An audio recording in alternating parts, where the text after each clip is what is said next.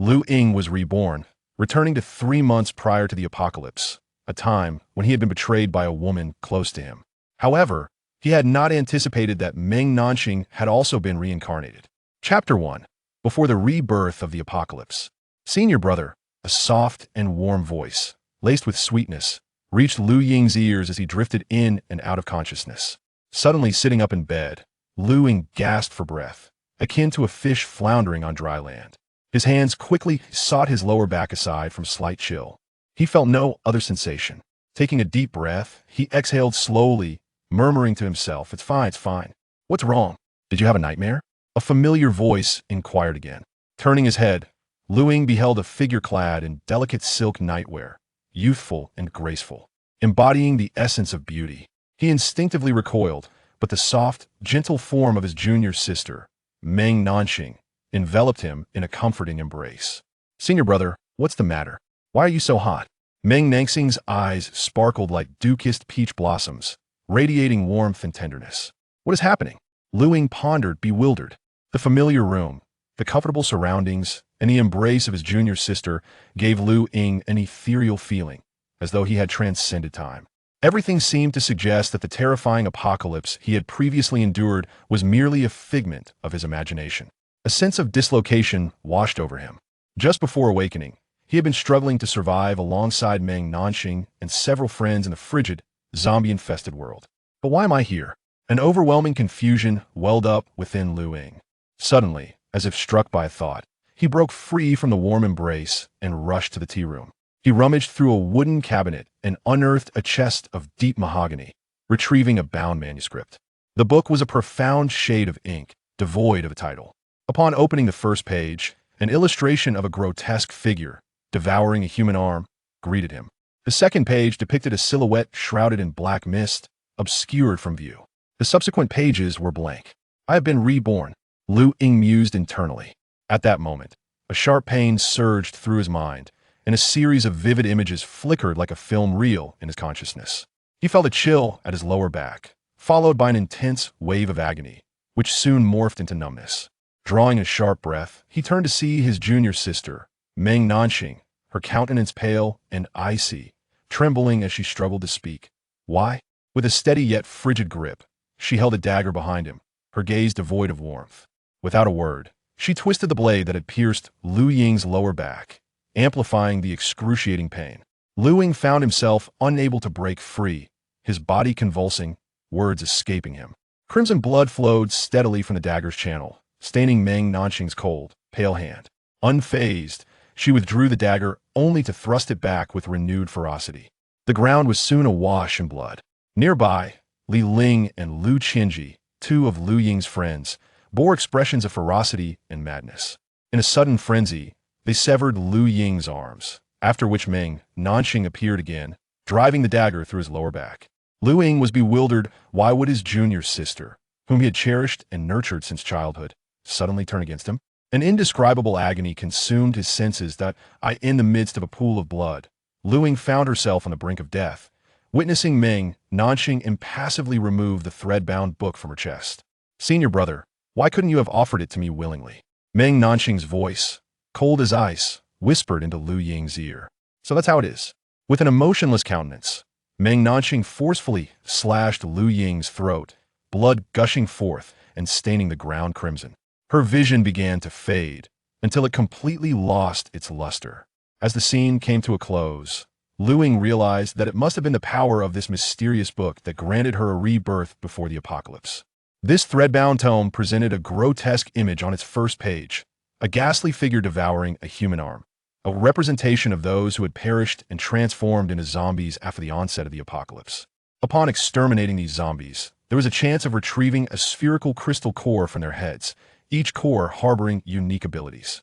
The illustrations within the book could only manifest with the aid of these cores, and Lu Ying had utilized 10 cores to unveil its contents.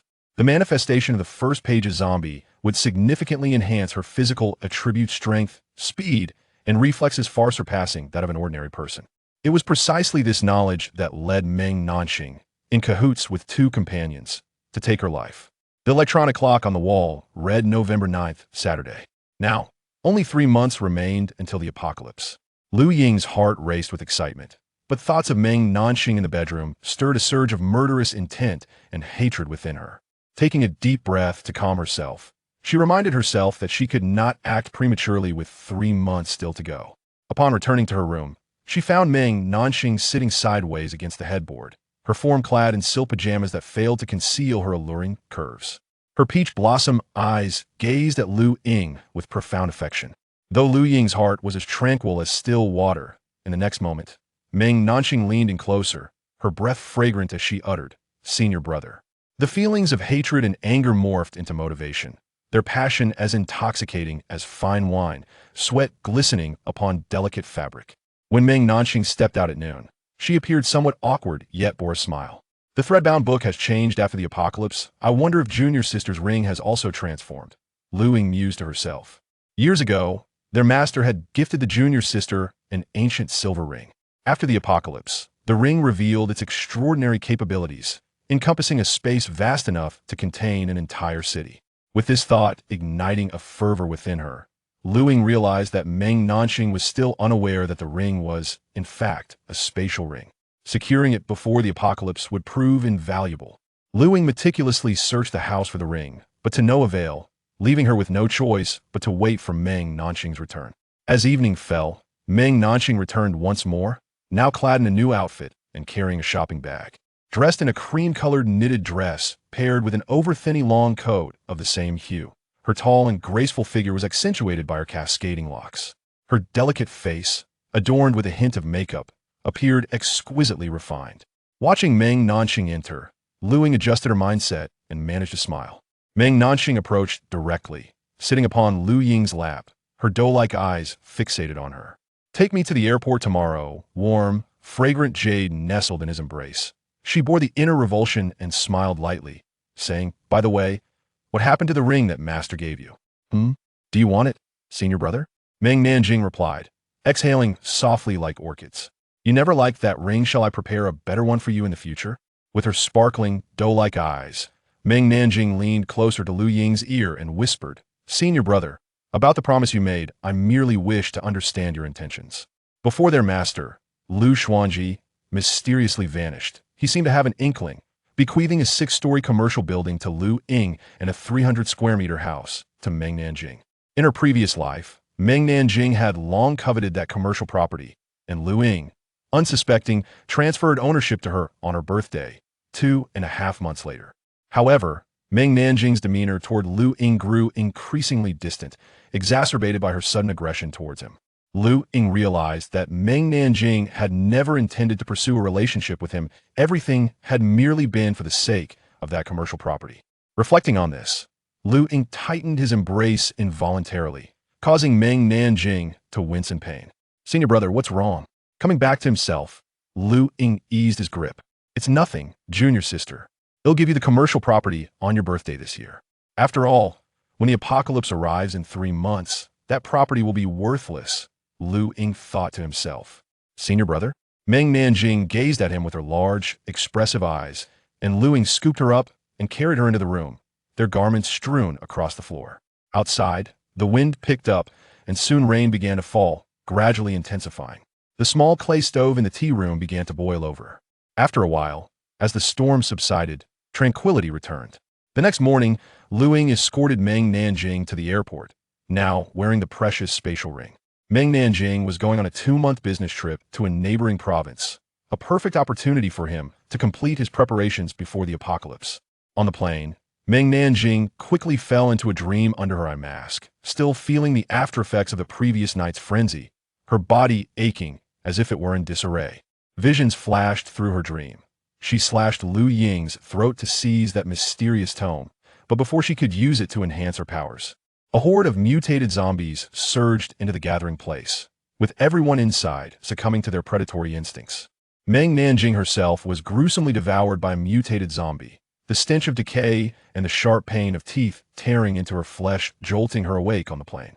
She was drenched in cold sweat, frantically feeling her body. It was just a dream, she sighed in relief, but then a sudden realization struck. No, this is not a dream. Memories from her past life flooded back. In the next moment, Meng Nanxing clenched her teeth, her heart convulsing with rage. The spatial ring had been taken by Lu Ying. Lu Ying, you scoundrel. Chapter 2. The Spatial Ring. Meng Nanxing's rebirth in the midst of the apocalypse, survival, and living are two entirely distinct concepts. While Lu Ying and her companions struggle for existence, many elite dignitaries and wealthy individuals have retreated into luxurious shelters, maintaining their lavish lifestyles from the pre-apocalyptic era. Even in the survivor enclaves established amidst the ruins, the affluent continue to thrive, while the common folk endure the harshness of the apocalypse, reduced to servitude, or even worse. To live comfortably, one must possess formidable strength, abundant resources, and a secure sanctuary. The ring, post-apocalypse, contains an independent spatial realm within which any food stored remains unspoiled regardless of the duration. Time appears to stand still within this space, though it cannot accommodate living creatures. Upon returning home, Lu Ying pricked her finger, allowing a drop of blood to fall onto the ring, which the ancient silver patterns absorbed completely. Subsequently, images of the spatial realm filled her mind, vast enough to rival a provincial capital. As her consciousness withdrew from the spatial ring vanished from her finger, transforming into a cascade of silver light that melded into her digit. With a mere thought, the imagery of the space reappeared in her mind, prompting Lu Ying to joyfully store the mysterious tome within. Thus, she no longer had to worry about the ring being lost or taken from her. In Yun City, numerous large supermarkets abound, with a vast expanse of warehouses and freight train stations in the southern suburbs. Among these are several overseas supermarket supply depots, which, amidst the chaos of the apocalypse, could be easily looted to secure provisions sufficient for a lifetime. Lu Ying recalled that in her previous life, due to torrential rains and blizzards, over a dozen freight trains carrying refined oil, coal, and grain were stranded at the southern freight station, destined for export to Japan. This information was gleaned from survivors at various freight stations post-apocalypse. The train numbers of those stranded freight cars were etched into Lu Ying's memory, a gift from her evolutionary past, and she meticulously noted each one down. Dear junior sister, allow me to collect some interest when the apocalypse arrives. We shall settle our accounts, Lu Ying mused to herself.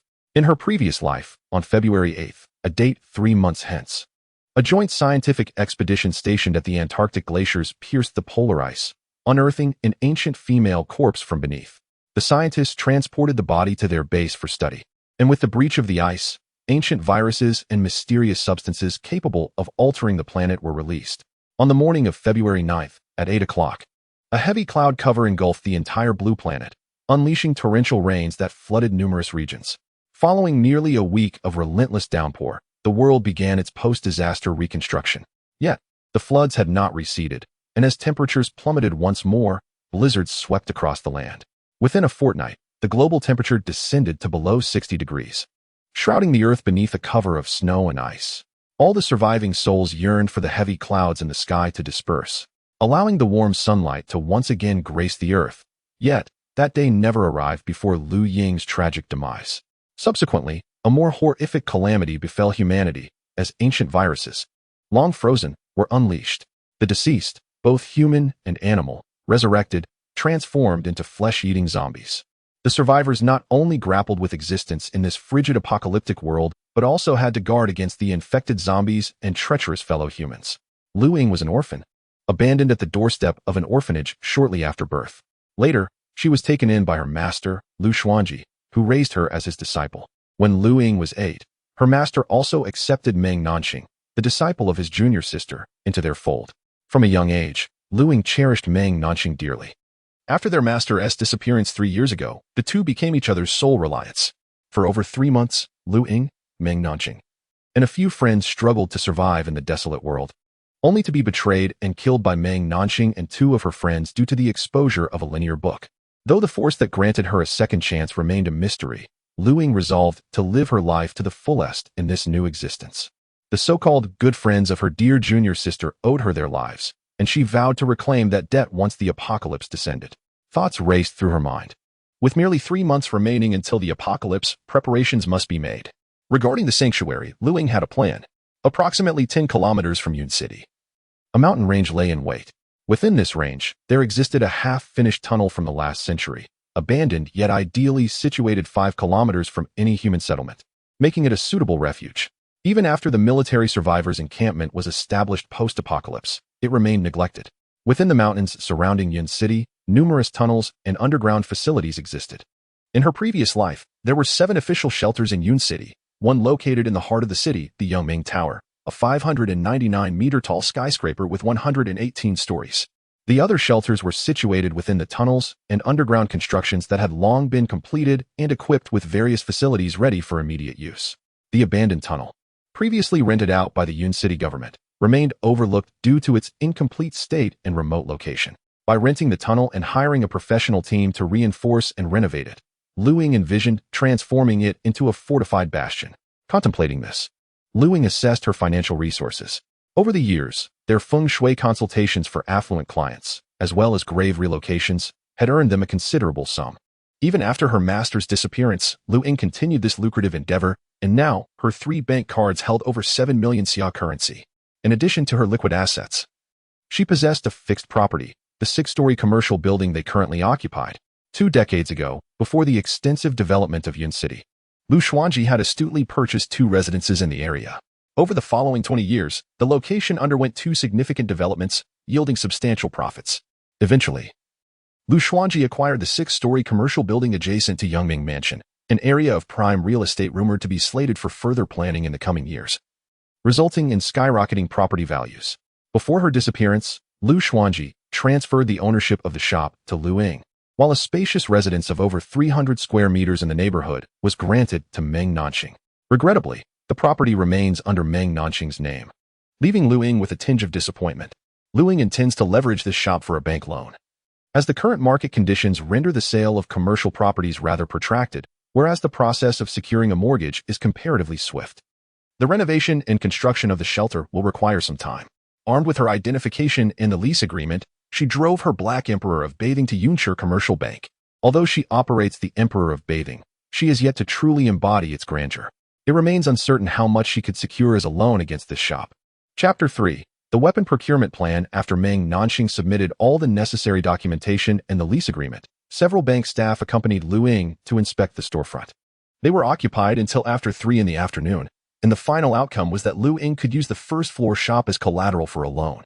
The bank assessed the property, valuing the first floor at a total of 1,200 square meters, priced at 72,000 per square meter, amounting to a total of 86,400,000. The bank was willing to offer a mortgage loan of 51,840,000. The loan funds would be disbursed within 7 working days. Upon leaving the bank, Lu Ying was suddenly beset by a powerful hunger. In Yun City, there exists a restaurant imbued with the exotic charm of the western regions, renowned for its exquisite flavors. Lu Ying often frequented it in the past, and the thought of tender lamb and beef prompted him to make a beeline for the establishment. After placing his order, he observed the bustling patrons and was struck by a wave of nostalgia. Such scenes would be rare after the impending apocalypse. Since his physical constitution had been significantly enhanced, his appetite had also grown. For lunch, he ordered a roasted leg of lamb, 3 kilograms of beef, a plate of seasoned spinach, and 2 servings of hand-pulled rice. While awaiting his meal, Lu Ying contemplated his upcoming plans. With the spatial ring now in his possession, he needed to prepare a vast amount of supplies and finalize the choice of a shelter. Concurrently, he must also focus on enhancing his own strength. His first thought turned to firearms. Since there were no channels or means to acquire such weaponry domestically, he considered the possibilities abroad. He meticulously researched the most suitable countries for procuring firearms and ultimately decided to venture to the renowned hotbed of weaponry. Lu Ying had several university classmates who had developed their careers in America after graduation. During a previous video call, they had showcased their various firearms, which had filled Lu Ying with envy. With the right connections, one could acquire any desired weaponry. Additionally, he possessed multiple entry visas. However, he would only pursue this matter after confirming the shelter situation. In the meantime, he could reach out to his classmates for preliminary insights. Furthermore, he aimed to enhance his close combat abilities. Before the apocalypse, he had diligently trained in martial arts under his master. Following the first evolution after the catastrophe is strength, endurance, explosive power, speed, and sensory perception had all seen substantial improvement. The birds perched on the power lines hundreds of meters away were vividly clear to Lu Ying, their feather colors distinct, while his hearing could even pick up the faint conversations of diners at a distance. Previously, he had tested his abilities at home, leaving a deep fist imprint in a concrete wall, and these enhancements had not faded with his rebirth. The only weapons he could procure domestically were cold weapons, which he could have custom-made at a forge, subsequently sharpening them himself. After all, in the post-apocalyptic world, one must rely on oneself for nearly everything. Having devoured all the dishes on his table and enjoyed a pot of ripe pu'er tea, he took a moment to rest before contentedly activating the Bath Emperor and heading straight for the Yanling Hall in Yun City. Yanling Hall is renowned throughout Xia country for its mastery in forging a variety of cold weapons, holding a prestigious place in the hearts of cold weapon collectors. Inside, the walls were adorned with an array of swords, spears, and halberds, with blades being the most abundant. A young and beautiful lady welcomed Lu Ying, expressing her thoughts on the desired length. The female attendant retrieved a long knife from behind the glass counter and introduced it to Lu Ying. Sir, according to your specifications, this Yanling knife would be perfect for you. It measures approximately 3 feet and 8 inches in length, with a width of around 3 fingers. The blade is relatively straight, with a slightly upward curving tip and a false edge, featuring a blood groove. She continued, the Yanling knife is a short-handled combat weapon, resembling the wing of a goose. And our establishment, Yanling Hall, derives its name from this very blade. Lu Ying took the Yanling knife, examining it closely. Its blade shimmered with a cold light. Exquisitely forged, but not sharpened. The female attendant then produced another knife from the glass cabinet. Sir, this is the Tang Hung knife, measuring about 3 feet in length and 2 fingers in width. Its blade is narrow and straight, designed for double-handed use. Please take a look at it. Lu Ying handled the Tang Hung knife, noting its stark contrast to the Yanling knife, each possessing its own unique characteristics. Do you offer customization? He inquired. Which one would you like to customize, sir? Do you have any additional requests? The sight of both knives pleased Lu Ying immensely. Choosing between them seemed trivial. A child would make such a choice. I want both, provided they possess exceptional strength and resilience. Additionally, please lengthen the handle slightly for a two-handed grip. Upon hearing Lu Ying's requests, the female attendant guided him through a long corridor to a workshop. Inside, various forging tools were in operation, the temperature soaring as the sounds of hammering echoed. Bang, bang, bang. A middle-aged man, appearing to be in his 50s, approached them. After the female attendant relayed Lu Ying's custom order, the man nodded with a smile. Sir, as per your requirements, we can forge these knives using high-quality Damascus steel and some special materials. With our craftsmanship and materials, I assure you these blades will meet your expectations. Lu Ying nodded and then asked, could you also sharpen the blades? The middle-aged man shook his head firmly. That is not possible, sir. Very well. After negotiating the price, they agreed to create 3 of each knife, totaling 6, with each priced at 60,000, summing up to 360,000. Lu Ying paid a deposit of 72,000 on the spot and arranged to return in a month to collect them. Back in the car, his phone rang. It was a call from Meng Nanxing. Junior sister? Upon hearing Lu Ying's voice, Meng Nanxing felt a surge of irritation but suppressed her emotions, speaking softly. Senior brother, I'll be back tomorrow. Please pick me up at the airport. Junior sister, I thought your business trip was supposed to last longer? The company's plans changed unexpectedly. I'll be arriving tomorrow at 7 in the morning. With that, Meng Nanxing hung up. Puzzled, Lu Ying shook his head. The following morning at 7, he picked Meng Nanxing up from the airport. As soon as they arrived home, she leaped into his arms, her voice soft and sweet, exuding an enticing fragrance. After an hour of fervent intimacy, Meng Nanxing lay in Lu Ying's embrace, only to realize he wasn't wearing the spatial ring. Feeling a surge of annoyance, she chose to conceal her feelings. After confirming his own rebirth yesterday, Meng Nanxing immediately ascertained that Lu Ying must have also been reborn. If Lu Ying had not experienced rebirth, she would not have inquired about his ring. This thought stirred a wave of resentment within him. Lu Ying's memories had resurfaced just yesterday. Had his own memories returned before hers, he would have claimed the powerful secret tome that rightfully belonged to him. He knew he must conceal his own rebirth. Otherwise, given his senior brother's temperament, he might be met with immediate hostility. In his mind, Meng Nanxing pondered how to discreetly reclaim the spatial ring and the secret tome. Sister, what troubles you? Lu Ying asked, gazing curiously at the beauty in her arms. Meng Nanxing snapped back to reality, raising his head to meet Lu Ying's gaze with a gentle smile. It's nothing. How wonderful it would be if we could always be together. A cold smile flickered in Lu Ying's heart, though her expression remained impassive. Indeed, we shall always be together. By the way, sister, I have a client to meet today, so I must step out for a while. Meng Nanxing obediently nodded. Lu Ying then turned, lifting Meng Nanxing and settling her in his embrace. Startled, Meng Nanxing felt the chill as her fair, delicate skin was exposed to the air. Brother, aren't you going to meet your client? She asked, puzzled, while draping the quilt over herself. No rush, there is still time. After a while, Lu Ying dressed and drove towards the Civil Defense Office to inquire about the rental of the abandoned air raid shelter located in the eastern suburbs. Meng Nanxing lay on the quilt, tears glistening at the corners of her eyes. She shifted slightly, furrowing her brow, and after a moment, gradually calmed down. She then quickly rummaged through the tea room. The box that had contained the secret tome was empty, and a thorough search of the other areas yielded nothing.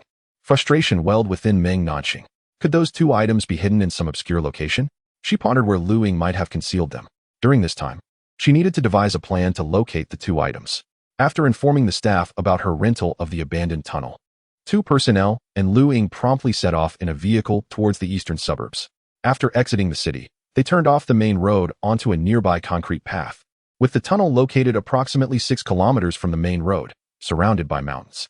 A gravel road wound up the hillside, leading to an earlier platform, obscured by dense trees that rendered it virtually invisible from the outside. Upon arrival, the three disembarked, and the staff used a key to unlock the iron gate. The tunnel within was shrouded in darkness and dampness, and the two staff members, reluctant to enter, handed their flashlights to Lu Ying. With no choice left, Lu Ying ventured inside alone to inspect the area.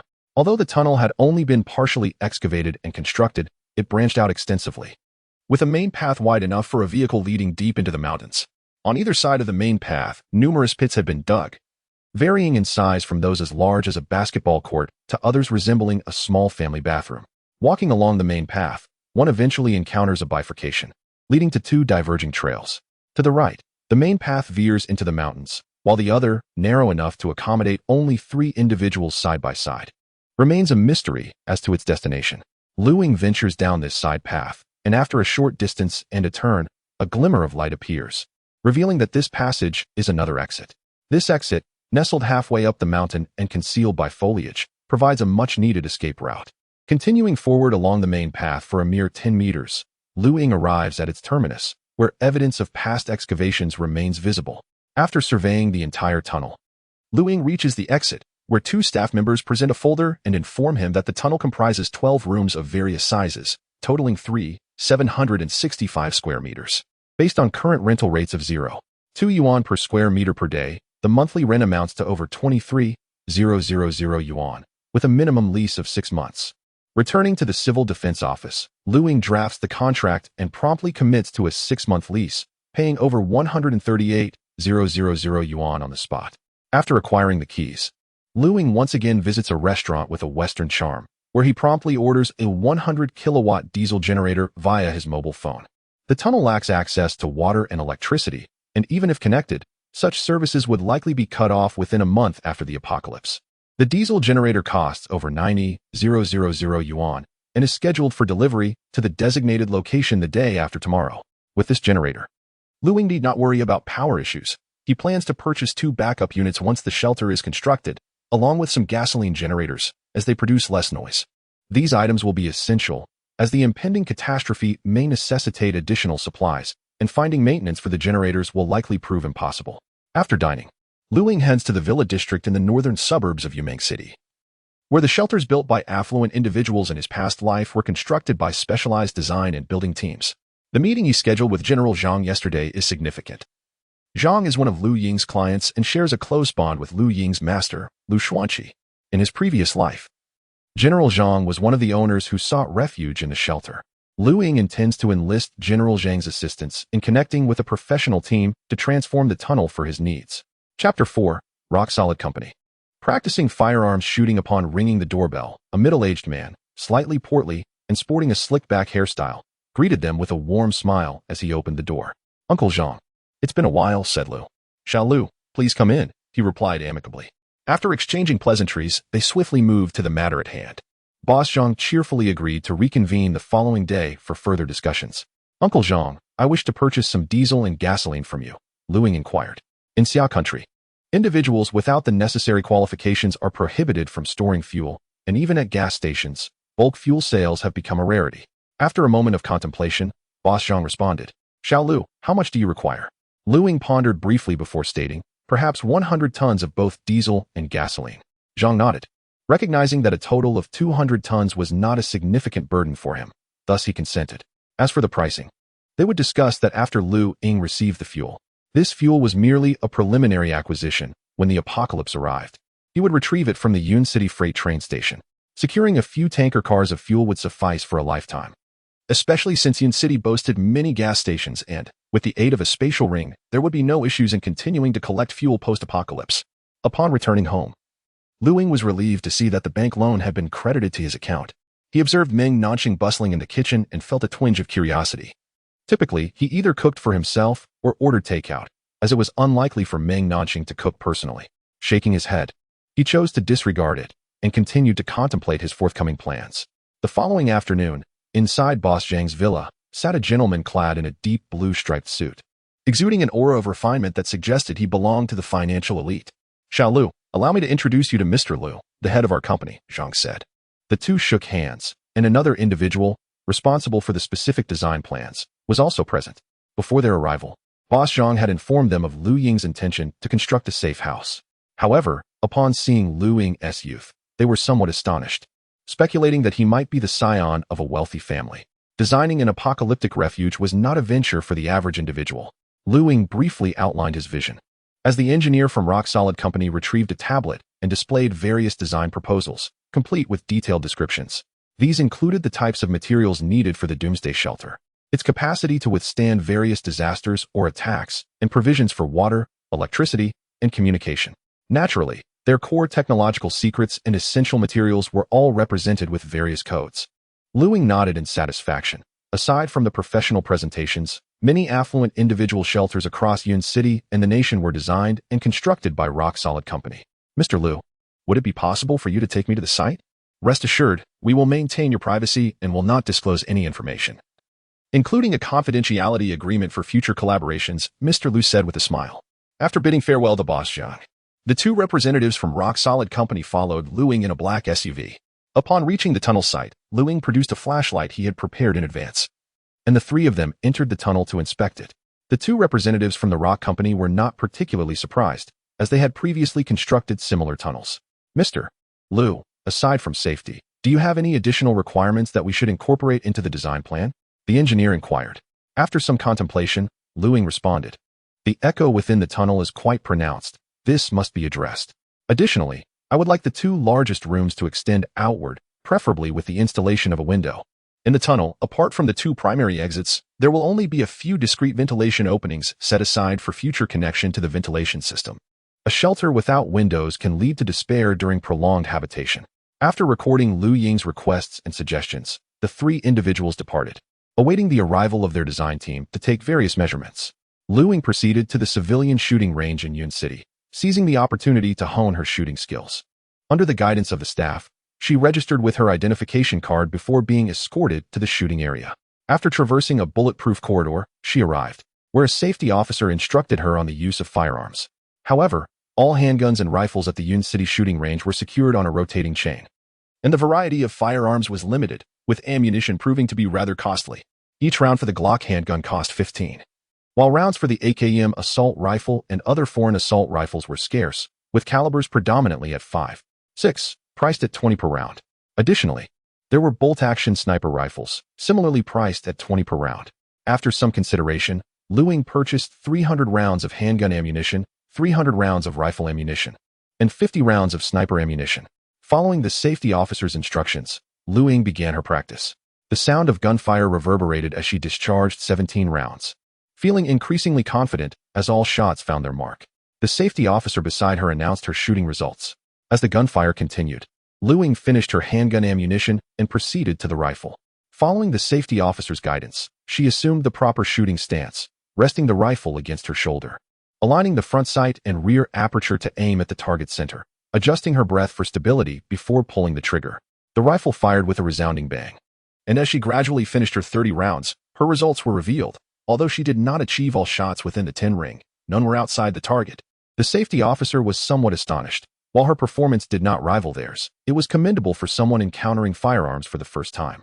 As the gunfire continued, Lu Ying expended all her ammunition with satisfaction, paid for her session, and even signed up for a membership card, committing to practice shooting every morning thereafter. Upon exiting the shooting range, Lu Ying made her way to the Yun City Knife Techniques Research Club, where the owner and instructor was well-versed in traditional martial arts and knife techniques, renowned throughout Yun City and the broader Midwest region. Coach Wang, who had been practicing martial arts since childhood, excelled particularly in weaponry, especially knife techniques, having won numerous martial arts awards. Approximately in his 40s, Coach Wang possessed a strong and well-proportioned physique, a resolute countenance, and penetrating eyes, showing no signs of the typical midlife bulge.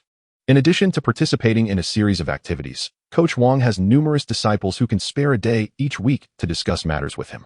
Ultimately, it was decided that Ying would practice with Coach Wang's disciples on regular days and every week. Coach Wang would dedicate an afternoon to provide individual guidance to Ying.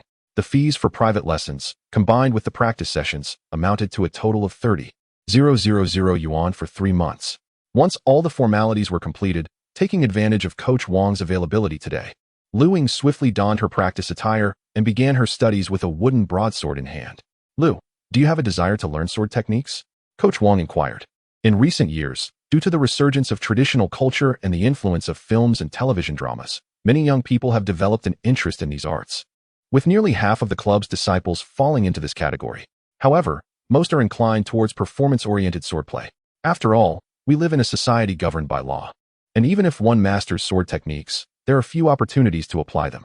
Moreover, once a broadsword is sharpened, it falls under the category of controlled weapons. Coach Wang presumed that Ying shared this mindset, likely aiming to learn some flashy moves, perhaps to purchase a dragonfish suit or armor, and capture photos or record videos. "Coach, I wish to learn practical sword techniques, preferably those that are easy to grasp." Chapter 5. Swordsmanship and Archery. Coach Wang raised an eyebrow, somewhat astonished as he scrutinized Ying. The young man possessed a robust physique, a vibrant spirit, and eyes that sparkled with an extraordinary aura. It was evident that he had previously trained in martial arts. Given Coach Wang's lifelong dedication to martial disciplines and his substantial expertise, he could discern Ying's prior experience at a mere glance. After a moment of contemplation, Coach Wang nodded and remarked, "As for practical sword techniques, there are indeed accessible methods. However, before we proceed, you must first master the fundamental swordplay." He proceeded to instruct Ying in 4 essential movements: the chop, the flick, the slash, and the thrust. "Pay close attention," he added. Demonstrating with the sword, Coach Wang elucidated the precise application of force, particularly emphasizing the roles of the elbow, hip, and core. Once his demonstration concluded, Ying practiced the left and right chopping motions in conjunction with footwork, receiving guidance from Coach Wang throughout.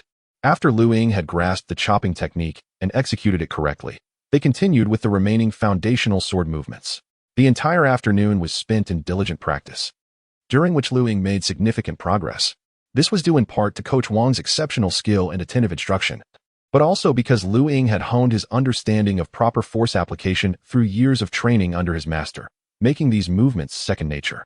With the 4 movements mastered, they transitioned into fluid practice. Coach Wang nodded in approval, quietly admiring Ying's rapid comprehension and aptitude. "All right, Lu, we shall conclude today's session here. Practice these introductory techniques for a week, and after that, I will teach you a complete set of swordplay." "Understood, Coach," Ying replied, nodding. He then changed clothes, took a shower, and departed. That evening, Ying opened a shopping application on his phone and navigated to the Extreme Cold store, selecting cold-resistant clothing. The products developed by Extreme Cold Company were primarily supplied to polar research teams and those daring enough to challenge the highest peaks of snow-covered mountains. However, for bulk purchases, one needed to contact their customer service. After establishing a phone connection, he negotiated for a full set of cold weather gear suitable for temperatures as low as -70 degrees, consisting of extreme thermal underwear, gloves, scarves, goggles, ear warmers, and headgear, among others. Additionally, he ordered sleeping bags and insulated tents, resulting in a total expenditure exceeding 2 million yuan, with delivery expected within a week. The Yunming City Archery Club offered the only self-defense equipment available for purchase, aside from cold weapons, which were limited to bows and arrows. However, the use of bows and arrows posed considerable difficulty, requiring extensive practice. As for future supplies, in a post-apocalyptic world, not only would humanity evolve, but so too would flora and fauna. In such times, materials for crafting bows and arrows could be sourced from these evolved organisms. Moreover, as evolution progressed, the effectiveness of firearms would diminish, except for a select few with extraordinary abilities to enhance their power. Nevertheless, firearms would remain the most effective means against those with malicious intent. The shelter would serve as his sanctuary, and with the spatial ring, he had amassed a substantial stockpile of supplies. These provisions would ensure his comfort in the apocalypse. But to safeguard them, one must possess formidable strength. Having endured betrayal in his previous life and witnessed the grim realities, Ying temporarily dismissed the notion of aligning with any factions or establishing his own. The human heart is the most inscrutable. Upon entering the Jingxian Archery Club, he found the venue sparsely populated. Approaching the counter, a young lady, appearing to be in her early 20s, promptly rose to greet him. "Hello. May I inquire if you offer private coaching sessions?" Lu Ying asked. The attendant behind the counter paused momentarily, as most patrons typically visited the club merely for casual enjoyment, with few capable of purchasing private lessons. "Good day, sir. Our club offers monthly, quarterly, annual, and biennial passes for professional courses. Which would you like to know more about?" she inquired. "The quarterly course, please." Subsequently, another attendant guided Lu Ying to the lounge area, where a robust middle-aged man descended from the upper floor of the club. This coach bore little resemblance to the muscular trainers often found in gyms. His physique was solid yet unrefined, embodying the ruggedness of a man from the grasslands. "This is Mo Ridgen, Coach Mo.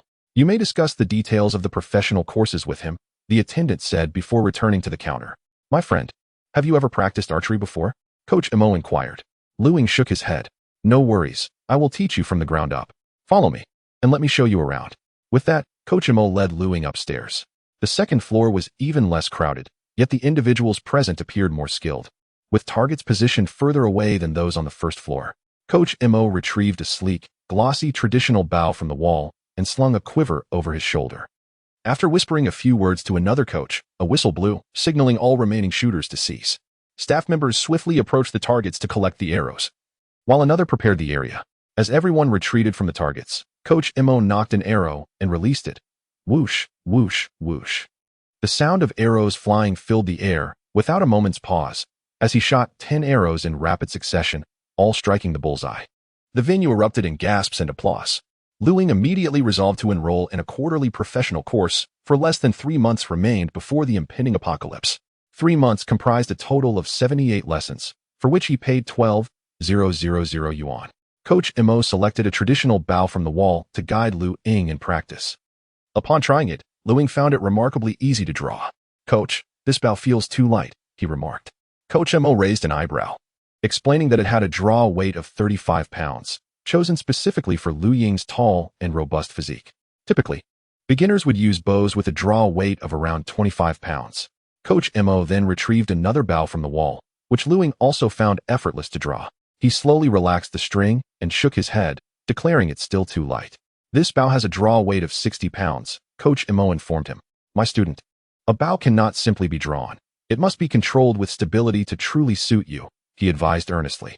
Lu Ying shook his head nonchalantly and once again drew the bowstring, effortlessly repeating the motion dozens of times. "The coach is still too light." This act caught the attention of nearby trainees and the other 3 coaches. "That bow must be 60 pounds, and he still finds it light?" remarked one coach. "Given his physique, he has likely trained before, but he could only manage to add about 10 pounds at most," a trainee mused, shaking his head. The group paused their activities, quietly discussing Lu Ying's display. Observing Lu Ying's ease in drawing the 60-pound bow, Coach Mo suggested, "How about this? Choose one for yourself from the wall." Lu Ying nodded and walked directly towards the largest bow. Onlookers in the venue began to murmur. "I can't be mistaken. That bow has the highest draw weight in the entire club, a staggering 180 pounds. Even Coach Mo can barely shoot a few arrows with it." One coach stated, clearly doubting Lu Ying's self-assessment. As Lu Ying retrieved the sleek, black bow, another coach scoffed, "He truly believes himself to be a strong man. Let's see how he fares when he turns red in the face and struggles to draw it." Coach Mo shook his head in resignation, reflecting, "Today's youth truly do not know their limits. I must intervene promptly to prevent any injuries." Although the whispers were hushed, Lu Ying's hearing exceeded that of ordinary individuals, and he remained unfazed by their words. Chapter 6. The design proposal for the Doomsday Fortress. Lu Ying stood firm, testing the bowstring, which felt considerably heavier than the previous bow, yet still somewhat light. Alas, there were no larger or heavier bows available here. He then nocked an arrow, and with a swift whoosh, despite his inaccuracy, the entire process was remarkably smooth, devoid of the blushing embarrassment that many had anticipated. Coach Mo's gaze sharpened, astonished. Being closest to Lu Ying, he observed with utmost clarity. Lu Ying drew another arrow, executing the movement with an effortless grace, without the slightest hint of struggle or instability. The bow held steady in his hands. Whoosh, whoosh, whoosh. He released 10 arrows in succession, showing no signs of fatigue, his complexion normal, and his breathing even. The shooting range was enveloped in silence, as those present were plunged into profound astonishment. This 180-pound traditional bow, few could wield it with such stability. Observing Lu Ying's demeanor, it was evident he had reserves of strength, akin to a legendary warrior of ancient times. The spectators, especially several coaches, shifted from mere curiosity to genuine admiration. Although Lu Ying's accuracy was lacking, such deficiencies could be rectified through diligent practice. However, the ability to draw and maintain control over a 180-pound bow was not a skill attainable through mere training. Coach Mo approached Lu Ying, regarding him as if he were a rare specimen. "Lu, what have you been nourishing yourself with?" The crowd rolled their eyes in response. Subsequently, Coach Mo meticulously explained the intricacies and techniques of archery, personally demonstrating the instruction. As arrows flew forth, Lu Ying's precision improved, gradually hitting the target, occasionally even striking the bullseye. For mastery in archery required extensive practice over time. That night, the room echoed with Meng Nanxing's muffled sobs, followed by a tempest of tumult. Lu Ying, however, felt no compassion for the enchanting figure before him. Meng Nanxing, enduring her pain, cautiously searched through Lu Ying's garments once he had succumbed to slumber. Yet she still could not locate the ring. Tears welled in her eyes, and resentment brewed within her. She understood Lu Ying's beastly demeanor was an act of vengeance against her, yet until she recovered the ring and the enigmatic tome, she could only endure in silence. With her lips firmly pressed together, she dared not make any abrupt movements, gradually succumbing to sleep. The following morning, the transporters of the generator set called, announcing their arrival at the eastern outskirts of Yin City. Lu Ying promptly drove over, guiding the truck carrying the generator set to a clearing halfway up the mountain. The truck bore lifting equipment, which hoisted a gray container and placed it on the platform near the cave entrance. Initially, Lu Ying had contemplated hiring a construction crew to erect a simple rain shelter today, but with the generator's outer layer encased in a container, the hassle was alleviated. During the morning, Lu Ying visited the Jingxian Club and the shooting range to continue his practice, including learning about the maintenance, disassembly, and assembly of firearms. In the afternoon, he traversed various non-chain pharmacies in Yunmeng City, inquiring about purchasing arrangements. He visited every major pharmacy in the Eastern District, yet none were willing to transfer their stock. After the apocalypse, due to physical enhancements, the occurrence of common ailments such as fevers and colds has become exceedingly rare. However, even with such a diminished probability, caution remains paramount. In addition to the threat posed by zombies and mutated flora and fauna, one must also be wary of fellow humans, especially among one's own kind. The instinct for survival can drive individuals to disregard all moral considerations, leading to frequent conflicts and bloodshed. Therefore, aside from possessing formidable strength, it is imperative to have access to medical supplies and disinfectants for timely treatment in the event of injury. It seems prudent to consult with smaller pharmacies, thought Lu Ying. The following morning, a call came from General Lu of the Pancher Company, announcing that the design plan was complete and requesting a meeting in the tunnel at 2 o'clock in the afternoon. After completing her training and having lunch, Lu Ying hurried to the tunnel platform, where General Lu and the engineers were already awaiting her arrival. The engineer opened a laptop to present the design plan, revealing both renderings and videos they had prepared. As the three entered the tunnel with flashlights, the engineer began to elaborate on the details, starting with the tunnel's entrance. Mr. Lu, the main entrance will feature a protective airtight door, 60 centimeters thick, constructed entirely of composite armor. The inner layer will be filled with lead, supplemented by other specialized materials. This door weighs a staggering 9 tons, capable of withstanding explosions and effectively preventing the ingress of harmful gases. The materials used in the door had been tested by Pancher Company, proving impervious even to armor-piercing rounds of 155 millimeters. Upon entering the main door, the left side revealed a decontamination chamber, located 10 meters from the entrance, which would be fortified with an additional 30-centimeter thick blast door, also airtight. Both doors would be embedded in the mountainside and reinforced.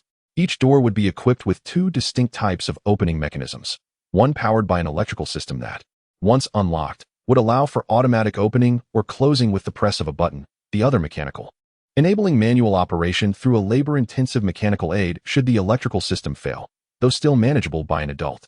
Beyond the 2 doors lay the living quarters, reinforced with a special alloy material to ensure the safety and security of the entire tunnel shelter. Additionally, the walls would incorporate sound-absorbing protective materials to mitigate echo issues within. The tunnel would be outfitted with 2 sets of filtration and ventilation systems to cleanse the air of smoke and toxic gases, with conduits leading to the outside discreetly concealed within the mountain. Planning for water and electricity systems was also comprehensive. At a bend in the tunnel, there exists a culvert with abundant spring water alongside a room designated for filtration and electric heating. The power system would be housed in a separate room at the tunnel's corner, accommodating a high-capacity generator to supply electricity throughout the entire facility. Furthermore, a state-of-the-art dehumidifier would be installed every 20 meters, with sewage pipes leading to the rear of the mountain, to be camouflaged and fortified later on. At the terminus of the tunnel, another exit leading to the outside would also feature a 30-centimeter thick blast door, positioned on a slope of the mountain, serving as an evacuation route, which would likewise be disguised. Upon entering the master bedroom, the engineer, adhering to Lu Ying's specifications, proceeded to install a window. Given the bedroom's proximity to the mountainous region, the engineer created an opening on the mountainside, fitting it with explosion-proof and bulletproof glass. This window can also be opened, and it is accompanied by protective devices, each measuring 20 centimeters and crafted from the same material as the blast-proof door, which can be operated at will. The configuration is identical in another room as well. Furthermore, the entire tunnel, along with its external and internal areas, is equipped with over 70 discrete high-definition infrared cameras for comprehensive surveillance. An independent monitoring system operates within the tunnel, entirely disconnected from the internet. Additionally, a communication base station is located within 5 kilometers of a nearby village, which will be integrated into the communication system once operations commence. However, this external communication system remains completely isolated from that within the tunnel, which is a self-sufficient network designed to thwart any potential breaches from the outside. In accordance with Lu Ying's directives, a heating system and air conditioning units have been installed throughout the tunnel, with fireplaces and electric heating devices added to the master bedroom and various other rooms. The entire design aligns impeccably with Lu Ying's psychological expectations. The Pancher Company has pledged to complete the entire shelter within 2.5 months. The total cost for the renovation and reinforcement of the tunnel amounts to 112 million. The contract was signed on the spot, with Lu Ying providing a deposit of 22,400,000, and the remaining balance is to be settled within 6 months of the completion of all works. Both parties were pleased with the transaction. After paying the deposit, Lu Ying still has over 30 million remaining in her account. Chapter 7. Acquiring a pharmacy and purchasing firearms. Upon returning to the exotic-style restaurant in the western region of Yun City, Lu Ying directly approached the owner, ordering 200 jin of braised beef and 2 whole roasted lambs daily for a continuous period of 2.5 months. If not for the limited staff and the necessity to serve other patrons, Lu Ying would have preferred to reserve the entire restaurant for his exclusive culinary delights. This endeavor cost over 1.5 million, yet the delectable offerings made it a worthwhile investment.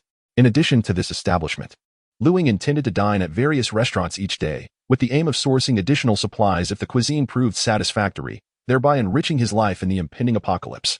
He navigated an online shopping site, ultimately ordering 2 jet skis for a total expenditure of 80,000. Lu Ying planned to gather supplies at the southern suburbs freight station and storage area on the night the apocalypse was to unfold, opting for a concealed water route to avoid surveillance. On that fateful night, a torrential downpour was expected, with the entire city experiencing a blackout after 7 p.m.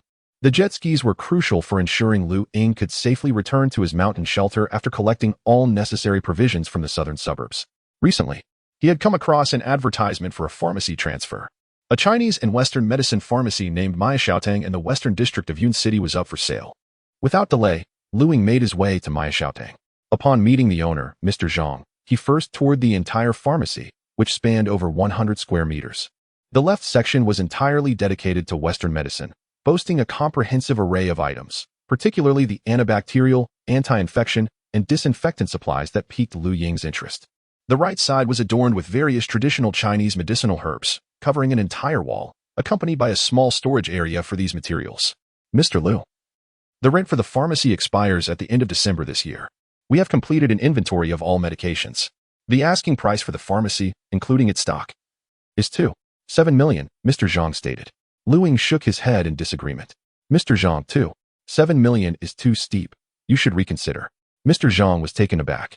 He had encountered several potential buyers recently, yet had never experienced such a direct negotiating approach. An hour later, Lu Ying departed the pharmacy with a smile, having successfully negotiated the final price to 2.55 million, saving 150,000. Once Lu Ying returned in a few days to finalize the paperwork, he planned to transfer all the pharmacy's medications into his storage ring.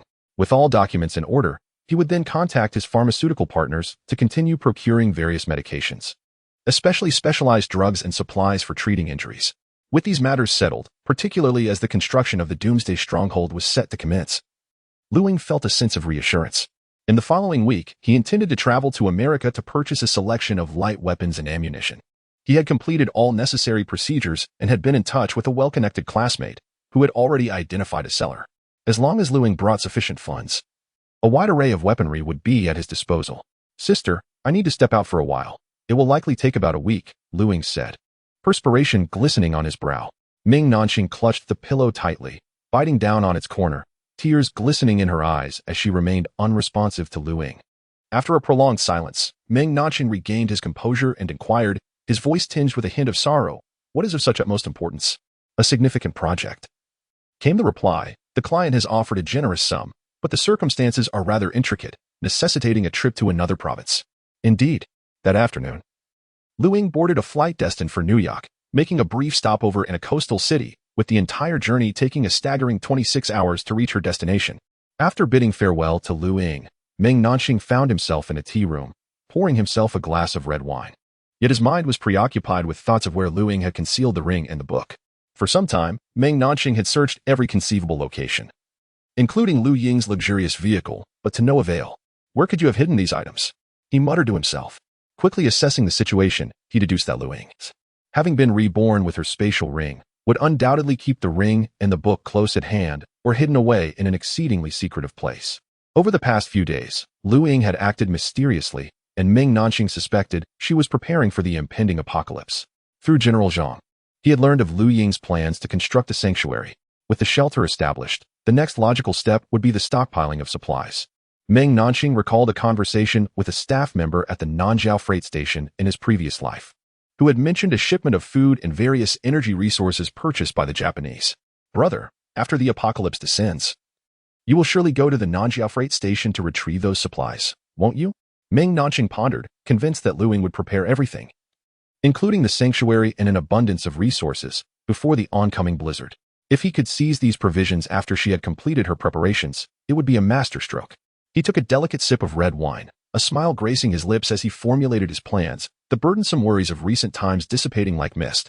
Upon exiting the terminal, he found his classmate Yang Xian, who had been previously contacted, waiting for him.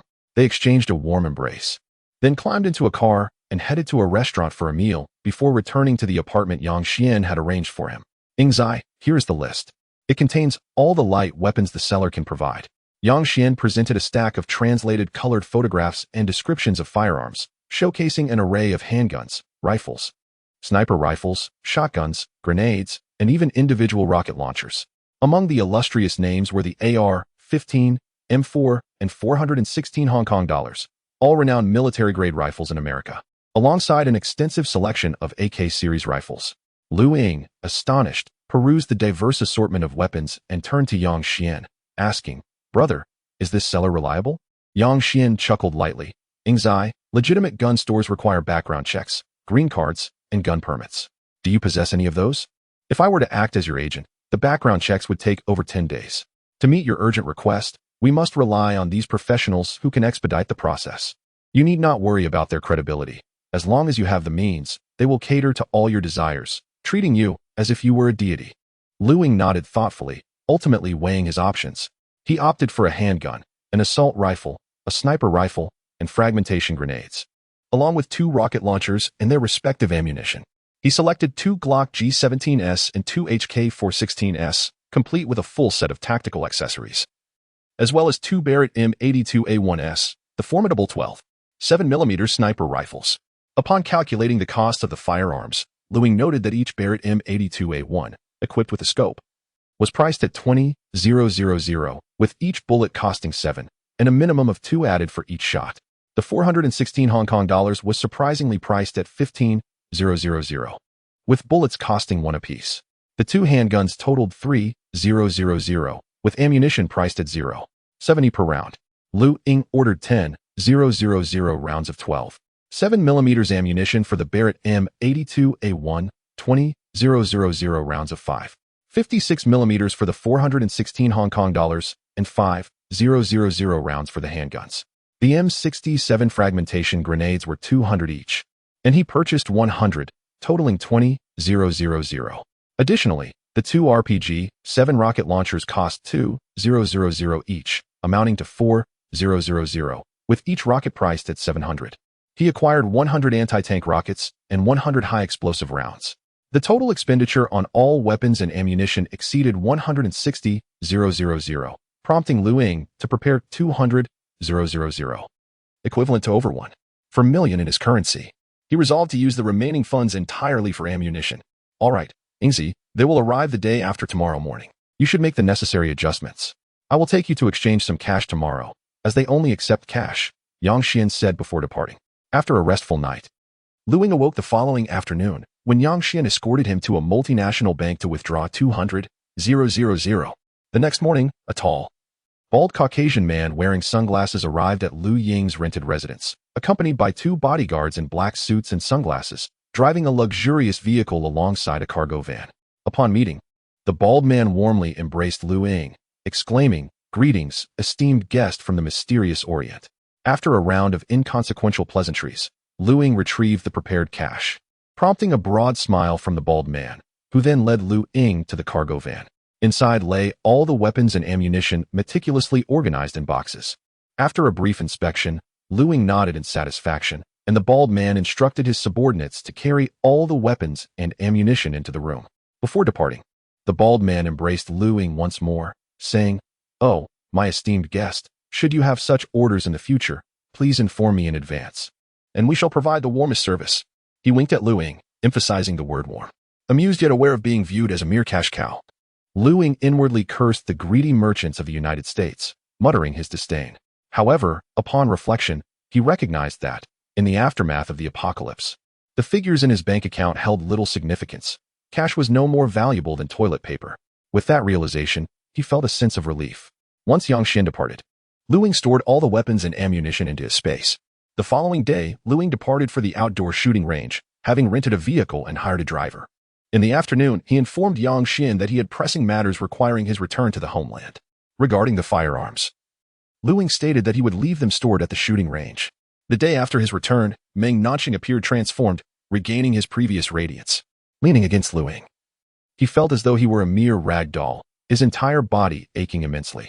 During this period, there was never a moment of tranquility as long as Lu Ying was present. After taking a shower, they headed to the tea room. Just as Lu Ying brewed the tea, his phone rang. Upon seeing the caller's name, a surge of anger and resentment welled up within him, prompting him to take a deep breath to calm himself. "Hello, you silly boy.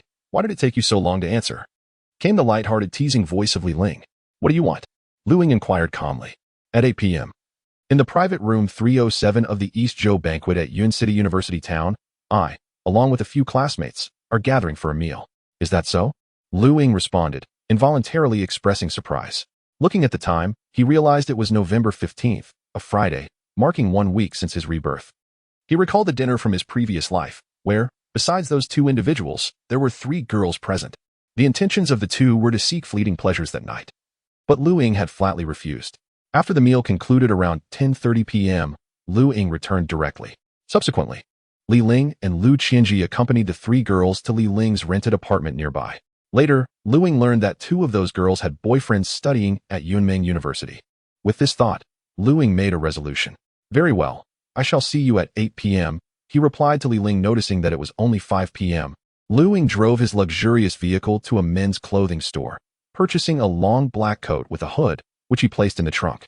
Remembering that Zhang Jinshu, the daughter of General Manager Zhang, was also at Yunmeng University, he believed he could obtain the phone numbers of the 2 girls' boyfriends. Previously, Lu Ying's master, Lu Xuanji, had a close relationship with General Manager Zhang, who showed considerable favor towards Lu Ying and Meng Nanxing. During his university days, Lu Ying had spent much of his weekends and holidays assisting Zhang Jinshu with her studies. Thus, their rapport was quite amicable. He opened his contacts and dialed Zhang Jinshu's number. "Hello, little Lu. What brings you to seek this fairy?" came Zhang Jinshu's languid voice. "Big sister Zhang. Get lost."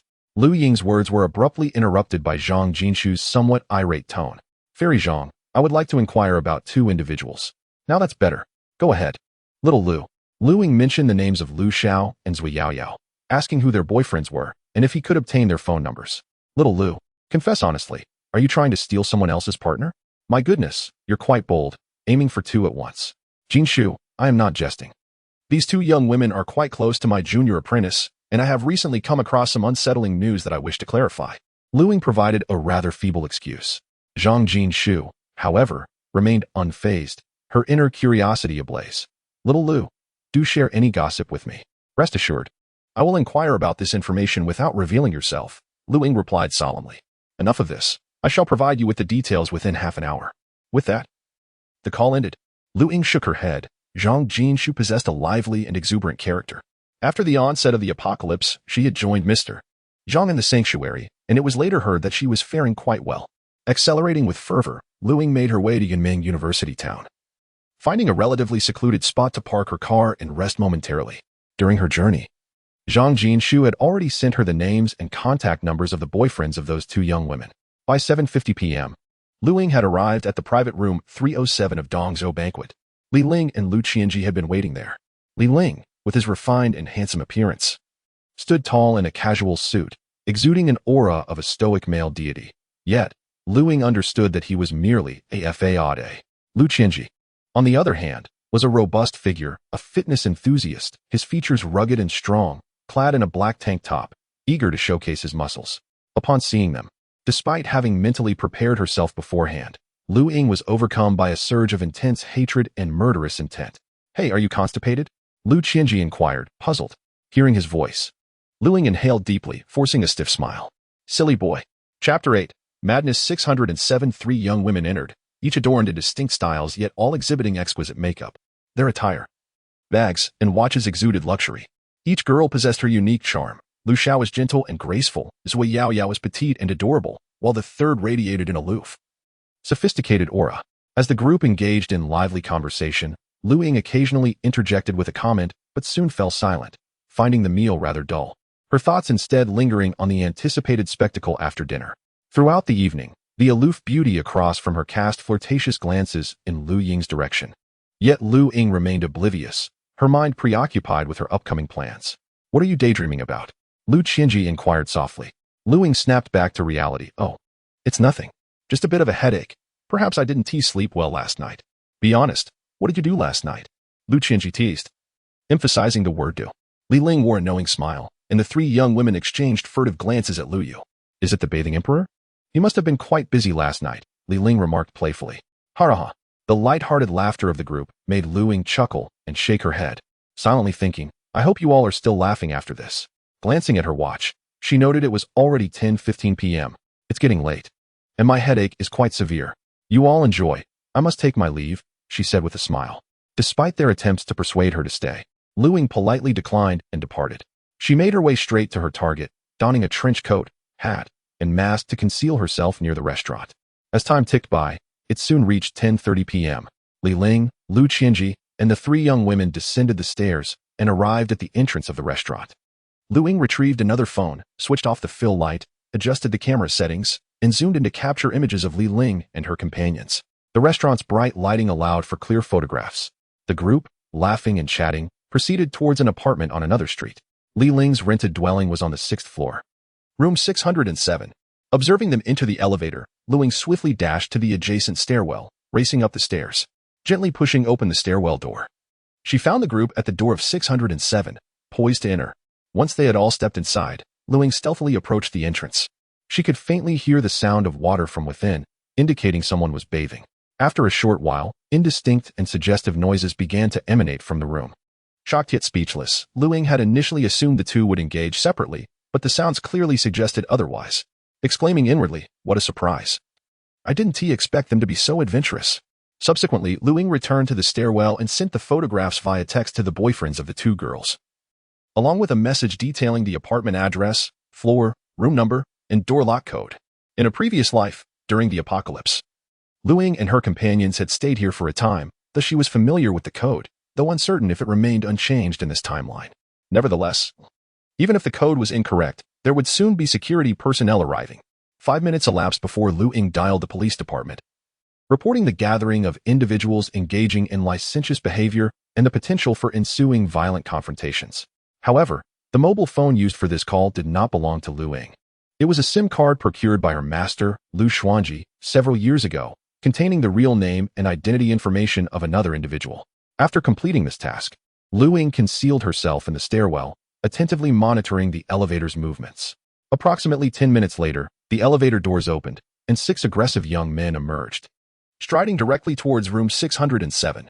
Upon entering the code, they burst inside, and a cacophony of screams and shouts ensued, followed by the sounds of bodies colliding with walls and chairs being dragged across the floor. Remarkably, the code still functioned.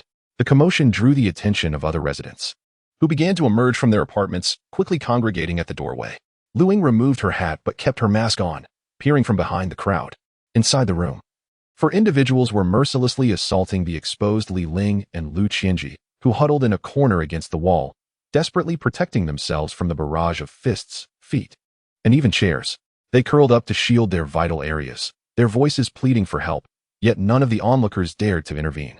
Entering at that moment could result in unwarranted misfortune. Meanwhile, the boyfriends of the 2 girls were each tugging at their girlfriend's hair, hurling insults and occasionally delivering slaps. Clearly intoxicated by rage, likely fueled by significant investments in the girl's well-being, Ying shook her head and made her way to the elevator. At that moment, a team of 7 security personnel emerged from the elevator, heading straight for room 607. Upon their entrance, the security officers shouted commands, and the occupants of the room immediately ceased their assault upon seeing the uniformed officials. Ying waited in a corner downstairs as the security team escorted the individuals from the room down the stairs.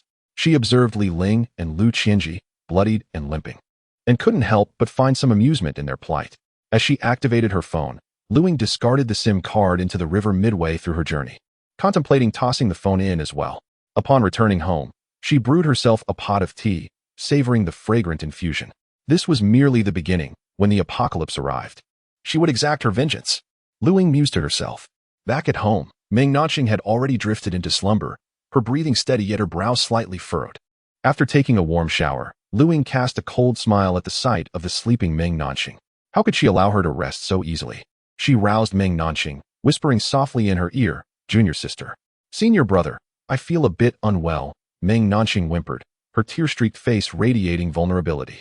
As Ying pulled back the covers, her gaze traveled downward, landing on the delicate, flower-like visage, which seemed to flush with warmth, a fine sheen of sweat glistening under the light. Her eyes skimmed over the alabaster neck, the curves enchanting, the skin supple and radiant. The elongated, graceful legs descended further, the dainty feet flexing, their beauty akin to exquisite jade. With tears brimming in her eyes, Meng Nanxing appeared both pitiable and alluring, her figure embodying a blend of trepidation and reluctant appeal. Ying smiled gently, reassuring, "Do not fear." The small stove on the tea table emitted a soft hissing sound, steam billowing from the spout of the kettle, which had reached a rolling boil. Water droplets cascaded across the tabletop. 2 days later, Ying learned that the 2 miscreants had been criminally detained and were likely facing imprisonment, which filled her with a secret sense of satisfaction. If they were indeed sentenced to prison, all she would need to do was inquire about their parents' addresses under the pretense of a visit. Even if they received a suspended sentence, it mattered little. The torment of detention would surely be a hardship. Regardless, as long as she obtained their addresses, she could seek vengeance after the apocalypse and the outbreak of the zombie virus. At the apothecary of Marvelous Hands, the proprietor, Mr. Zhang, waved cheerfully as he bid farewell to Ying. All the necessary formalities had been completed, and Ying promptly settled the payment. The pharmacy was well stocked with a variety of medications, predominantly common remedies for ailments such as colds, fevers, and headaches. There were even some specialized medicines, however. The quantities of alcohol, iodine, and bandaging supplies were somewhat insufficient, prompting a need to restock from the medical supplier next time. After securing the roll-up doors at the entrance and windows, as well as the shelves and the small storage area filled with medicines, Ying carefully stored each item in her storage ring. After gathering the medicines, bandages, alcohol, and other supplies, she contemplated the traditional Chinese medicine cabinet against the wall. After a moment's thought, she decided to include it in her storage ring as well, with the herbal prescriptions organized and printed as Mr. Zhang had left behind.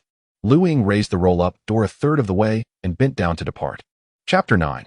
Procurement of the blade and purchase of the bow in approximately 10 to 15 days. I shall reconnect with the pharmaceutical company I previously collaborated with to procure another batch of medicines sufficient for our needs. Once these tasks are completed, my days will continue with morning practices of martial arts, followed by archery sessions at the club, and subsequently, firearm training at the shooting range.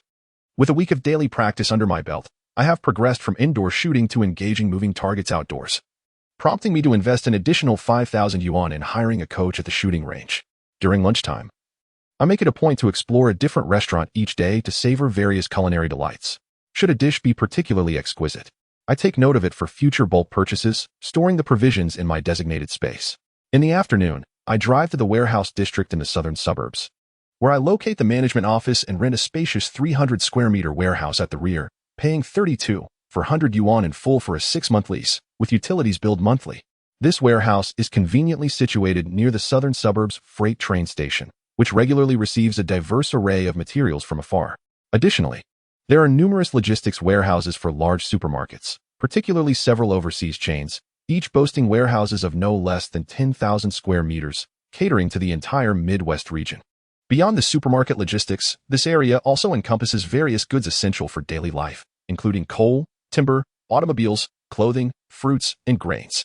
The southern freight station sees daily arrivals of cargo trains, brimming with all manner of supplies. The purpose of renting this warehouse is to facilitate reconnaissance and preparation for resource acquisition when the apocalypse descends. Moreover, it serves as a hub for receiving exquisite meals from numerous restaurants, which is unsuitable for my shelter's location. After completing these arrangements, I drive my vehicle to the shelter, where a significant quantity of construction materials has been stacked on the hillside platform. The diesel generator is operational, and workers have commenced their tasks in the tunnel according to the design plans. Donning the hard hat provided by the foreman, I enter the tunnel. Temporary electrical circuits have been set up overhead, illuminating the space as brightly as day. Currently, various circulation systems and pipelines have been laid out, and the tunnel is undergoing reinforcement. The project leader assured me with utmost confidence that everything will be completed within the stipulated timeframe outlined in our contract. After my inspection, I depart with satisfaction. On that day, the cold weather gear I had previously ordered arrived.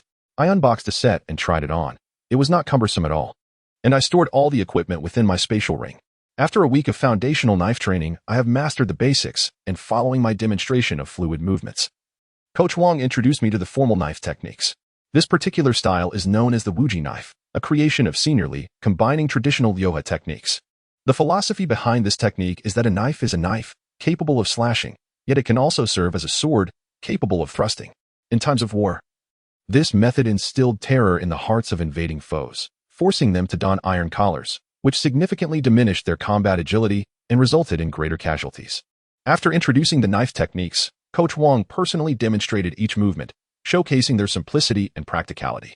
Following the demonstration, Lu Ying picked up a wooden knife and practiced diligently under Coach Wang's guidance. Each movement was executed with care, while the techniques were not difficult to grasp. Mastering their full potential required considerable effort.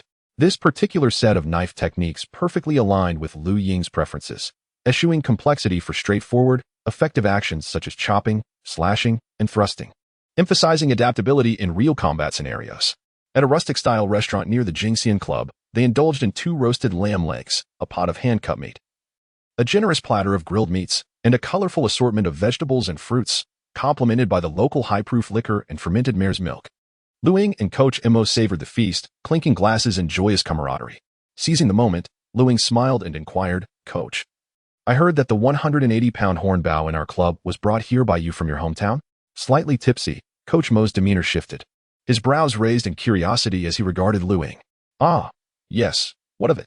With a playful grin, Lu Ying suggested, "How about selling me that bow? We can negotiate a fair price. After all, I'm currently the only one capable of using it." Coach Mo shook his head firmly, replying, "Impossible. That bow is a family heirloom, and no amount of money could persuade me to part with it." Realizing the underlying motive for the meal, Coach Mo, though appreciative of Lu Ying, felt a strong attachment to the bow. After a moment's consideration, he offered, "If you seek a high-poundage traditional bow, I could reach out to some friends back home. They might have what you need, though the price." Lu Ying's heart swelled with excitement as he nodded eagerly. "No problem, Coach. We can discuss the price. Just ensure the bow's weight is no less than 180 pounds, with no upper limit. The more, the better. Ideally with arrows included." "Ah, young Lu, I must ask you a serious question," Coach Mo said, appraising Lu Ying intently. "What did you eat to grow up?" Less than a week later, Coach Mo had results. He could procure 3 high-poundage horn bows, one at 180 pounds, another at 200 pounds, and the last at 240 pounds, each accompanied by 12 arrows. The total cost for the 3 bows and 36 arrows amounted to 520,000. However, the quantity of arrows felt insufficient, prompting Lu Ying to inquire further. Ultimately, each bow would be supplied with 200 industrial arrows, bringing the total to 600 arrows for a sum of 240,000, covering only the shafts. The arrowheads, willow leaf, spiral, and plum needle, would require an additional purchase of 48,000, including other necessary items like finger tabs and quivers. The total expenditure exceeded 1 million. Upon returning home, Meng Nanxing regarded Lu Ying with a hint of trepidation, avoiding eye contact. Lu Ying embraced Meng Nanxing, reassuringly saying, "Senior brother, I must take a business trip tomorrow morning. Let's rest well today, as we need to hurry to the airport tomorrow." Meng Nanxing's voice quivered with a plea. "Rest assured, leave it to me, junior sister. Let us enjoy our rest." Meng Nanxing clenched her teeth, a choked sound escaping her throat as tears streamed down her cheeks, her body trembling uncontrollably.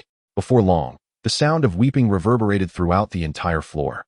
The next morning, Meng Nanxing, burdened by a body aching with fatigue, carefully stepped onto the airplane.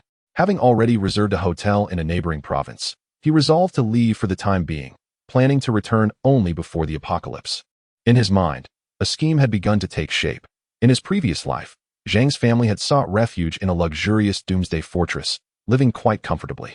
Meng Nanxing was aware that many wealthy individuals resided within that fortress, and he intended to gain entry through Zhang after the onset of the apocalypse, seeking allies within its confines.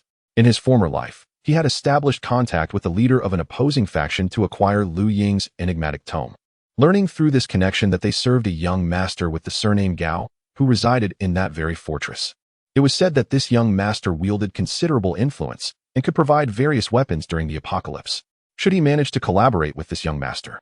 Utilizing his power to eliminate Lu Ying and reclaim the spatial ring, all resources, shelters, and the coveted tome would belong to him. In essence, all of Lu Ying's arduous efforts would serve merely to embellish Meng Nanxing's path. Naturally, this entailed keeping the existence of the spatial ring and the tome a secret. As for how to win over young Master Gao, Meng Nanxing had already devised a plan. A month swiftly passed, and one day, he received a call announcing the completion of 6 blades crafted for Lu Ying at Yinling Hall. In the afternoon, Lu Ying entered a room at Yinling Hall. Arranged on the table were 6 blades, 3 Yinling knives and 3 Tang horizontal knives. The middle-aged man from the workshop stood nearby, picking up one of the Yinling knives and handing it to Lu Ying. As Lu Ying weighed the knife in his hand and swung it a couple of times, he found it to be remarkably well-balanced. The knife measured approximately 3 feet and 8 inches in length, around 127 centimeters, and about 3 fingers in width, featuring a relatively straight blade with a slight upward curve at the tip, a reverse edge, and a blood groove. The handle was crafted from black composite material, ensuring a non-slip and comfortable grip, slightly elongated for two-handed use. The sheath was made from sandalwood, partially wrapped in copper, adorned with exquisite engravings. The entire blade displayed intricate patterns, and none of the 6 knives were sharpened. The 3 Tang horizontal knives were approximately 3 feet long, 2 fingers wide, with narrow and straight blades, also exhibiting complex patterns. The handle material matched that of the 3 Yinling knives, and their sheaths were similarly constructed from sandalwood, encased in brass. "Mr. Liu, these 6 knives are forged using the techniques passed down at Yinling Hall, combined with modern craftsmanship.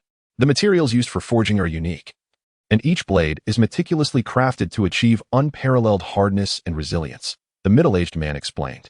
He then produced 2 sheets of paper detailing the various measurements of the knives taken with modern instruments. Lu Ying nodded and turned to the middle-aged man, saying, "Very well. I would like to test them." Without hesitation, the middle-aged man, confident in his craft, called over an apprentice. Together, they transported the 6 knives to the workshop. Once they had arrived, the apprentices secured a steel bar, standing by as they prepared for the demonstration. The 6 blades were forged by their master, the renowned middle-aged man in the industry. It was unexpected for the young man to request a trial of the knives, yet they were intrigued, as cold weapons are predominantly used for collection and display in contemporary times. Lu Ying unsheathed a Yinling knife, gripping the hilt firmly, and struck down with considerable force. With a resounding thud, neither the steel bar nor the Yinling knife succumbed to fracture. Several apprentices gathered around, their gazes fixed on the Yinling knife in Lu Ying's hand, where the point of contact with the steel bar revealed only the slightest mark. One apprentice handed over a clean tissue, which, upon wiping the contact mark, rendered it utterly invisible, leaving no scratches or damage upon the blade. After testing all 6 knives, Lu Ying nodded in satisfaction. Subsequently, he proceeded to the front hall, eyeing the array of daggers and short swords on display, selecting 2 ordinary long knives for honing and practice, each priced at 1,000. He also chose 5 outdoor short knives, each costing 13,000, and 5 short swords, each valued at 18,000, with the remaining 200,000 from before. He made a total payment of 357,000. On his way home, he purchased a grinding machine, various grits of sandpaper, sharpening stones, and a belt sander, placing them back in his space within the vehicle. Seizing this time, he intended to research information on blade sharpening and polishing, for in the aftermath of the apocalypse, one must find ways to accomplish such tasks independently. Chapter 10. The 8 Techniques of Swordplay Upon Returning Home. Coach Mo had prepared 600 arrows for Lu Ying, which were now ready for use. Each day, after fulfilling his busy schedule, Lu Ying devoted time not only to honing his blades, but also to meticulously affixing each of these arrows onto their shafts. Throughout this period, Lu Ying diligently practiced his marksmanship, archery, and swordsmanship without fail. Each training session was executed with great care, particularly his shooting skills, where he unleashed several hundred rounds daily. His unwavering focus resulted in commendable performance in fixed target shooting, earning the approval of his coach. As for archery, the progress was not as swift. Coach Mo had set the distances for Lu Ying at 20, 50, and 100 meters. Over the past month, Lu Ying had engaged in precise shooting exercises from 100 meters away. According to Coach Mo, apart from those exceptionally gifted individuals, ordinary practitioners require extensive, uninterrupted practice over time to achieve a level of instinctive accuracy. In contrast, the advancement in his swordsmanship was the most rapid. Today marked the assessment of Lu Ying's proficiency in the Wuji sword technique. In the training arena of the club, all disciples donned their practice attire and stood outside the venue, while Lu Ying equipped himself with protective gear and grasped a wooden double-handed sword. His opponent was Li Lin, the youngest and most recent disciple under Coach Wang, wielding a miao sword measuring over 1.6 meters in length. The two exchanged respectful salutes. At Coach Wang's command, Li Lin steadied himself in a strong stance, holding his sword at the ready, while Lu Ying charged forward with great force. Lu Ying thrust his sword, and Li Lin responded by deflecting the attack with a downward motion. Seizing the momentum, Lu Ying spun, directing the edge of his wooden sword towards Li Lin's neck. As their bodies intertwined, Li Lin raised his sword to block the strike. After successfully parrying, the two shifted positions. With the advantage of a longer blade, Li Lin delivered powerful slashes, forcing Lu Ying to retreat under the relentless barrage. Lu Ying managed to block 3 consecutive strikes before mustering his strength to deflect one of Li Lin's downward blows, then retaliated with a fierce overhead chop. Although Li Lin's swordplay was superior, having trained for several years, he adeptly neutralized each of Lu Ying's attacks. However, Lu Ying's enhanced physique endowed him with strength far beyond that of the average person. He leapt into the air, wielding his sword with immense force, and aimed a diagonal strike at Li Lin's neck, who attempted to block it horizontally. A resounding clash echoed through the arena as Li Lin's wooden miao sword was cleaved in two by Lu Ying's strike. Simultaneously, Lu Ying's wooden sword also broke. Yet its remnants rested against Li Lin's neck. Lu Ying emerged victorious, not solely due to his swordsmanship, but rather owing to the overwhelming strength that far surpassed that of Li Lin. Had it been merely a contest of swordplay, Lu Ying would have struggled to penetrate Li Lin's defenses, as a month's practice could hardly compare to years of training. The spectators were astonished, particularly those who had recently joined, while the more seasoned practitioners recognized the significance of Lu Ying's display of strength. The two opponents once again exchanged blows before stepping back. Coach Wang then remarked, "Well done. While your victory was largely attributed to your strength, your adaptability and reaction during the fight, along with those few strikes, clearly demonstrate substantial progress over the past month. The next phase of your training will still involve fundamental sword techniques, yet they are the most practical basic forms. Pay close attention."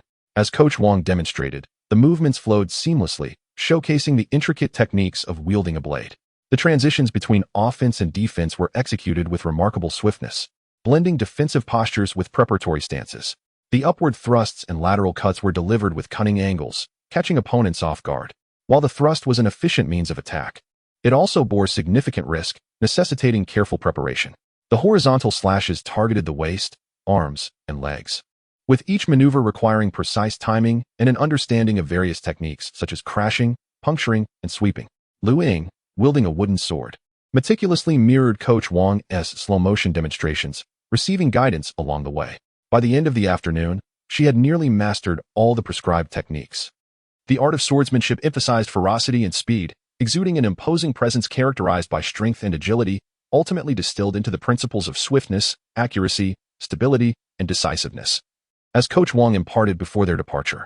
At the Nanjiao warehouse, 10 box trucks delivered a feast ordered by Lu Ying, with over 20 individuals unloading baskets of meticulously packaged dishes into her rented space. Once the deliveries were complete, a middle-aged man approached Lu Ying with a completed inventory for her signature before departing. Lu Ying parked her vehicle, the Bath Emperor, at the warehouse entrance, loaded 3 baskets of dishes, and secured the warehouse door before leaving. In accordance with Lu Ying's initial request, no surveillance cameras were installed inside the warehouse, although the entire area outside was under surveillance. Periodically, approximately every week, Lu Ying would order enough prepared dishes to fill 10 box trucks. After thoroughly inspecting the warehouse to ensure it was devoid of monitoring devices, she confidently stored the dishes in her storage ring, often appearing to load a truck with blue baskets to maintain the FAAD. These dishes were sourced from various restaurants, including a well-known mobile food vendor from nearby villages, which had been engaged to prepare meals throughout the day. During this time, Lu Ying dined at various establishments within the city, occasionally visiting village celebrations and spending a few hundred yuan to enjoy the festivities. If the cuisine was particularly delightful, she would request a business card from the kitchen. After settling the payment for 2 100-kilowatt diesel generator sets, totaling 194,000 yuan, Lu Ying reached out to the manager overseeing the tunnel to arrange for the installation of both generator sets alongside another 100-kilowatt unit in the same room. As for the remaining portable generator sets, they were also available in the Nanjiao warehouse area. Lu Ying had thoroughly inspected the entirety of the Nanjiao warehouse district, gaining a general understanding of the contents within, despite not being allowed entry into the warehouses themselves. Chapter 11. Completion of the Mountain Fortress. The logistics station has been meticulously surveyed, with every surveillance camera in the areas occupied by the staff accounted for. During this time, Lu Ying procured a safety vest and helmet resembling those worn by railway maintenance workers, which are now stored within her storage ring. As the days pass, 2 months and 12 days have elapsed since Lu Ying's rebirth, and the apocalyptic sanctuary constructed by the Pancher Group has reached its final form.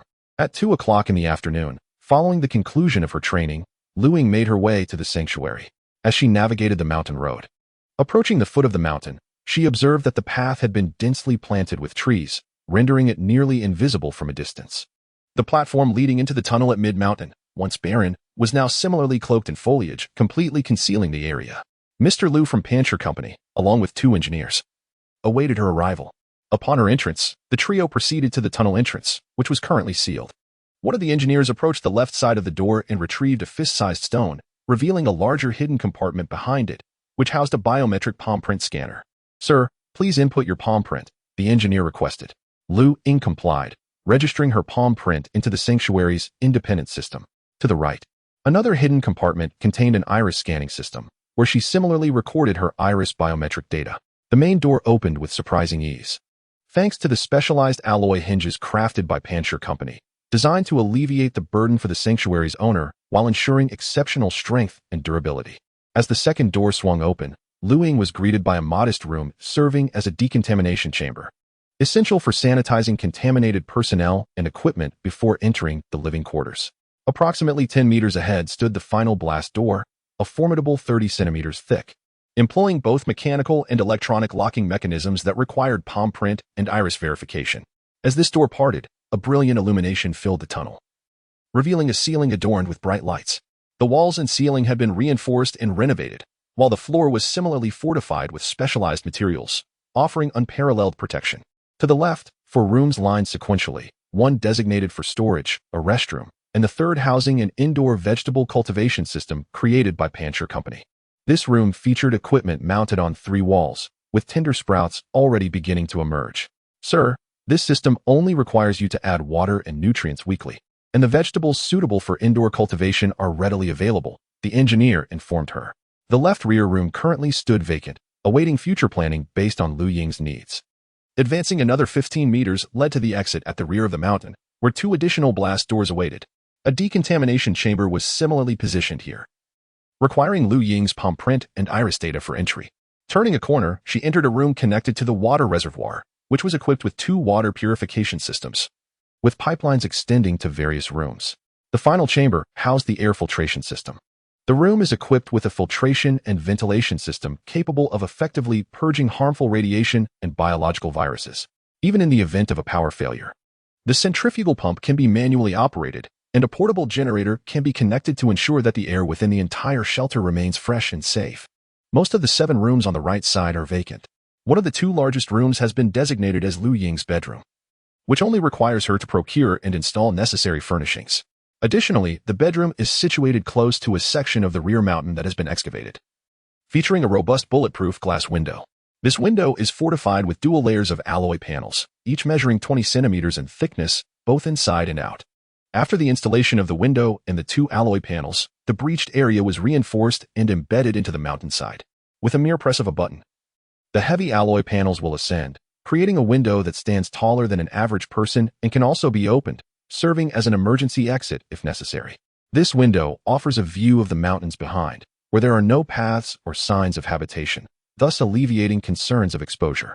The room includes a separate restroom, alongside a bookshelf and a tea table. In one corner, numerous cables lie in wait, as Lu Ying will only need to purchase a computer and monitor to oversee all surveillance cameras installed around the shelter, ensuring comprehensive coverage without blind spots.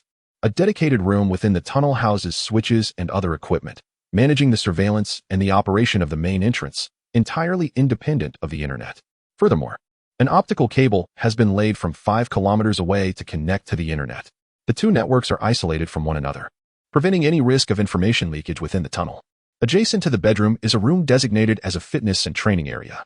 The entire power system within the tunnel is sustained by a 50-kilowatt diesel generator, complemented by another generator of the same capacity. The several generators Lu Ying purchased previously are stored in a room as backups, alternating in use. Several large rooms and corridors in the tunnel are equipped with silent dehumidifiers to combat the humidity that may arise from future rainfall. The internal inspection of the entire tunnel shelter has been completed, and Lu Ying has signed off on it.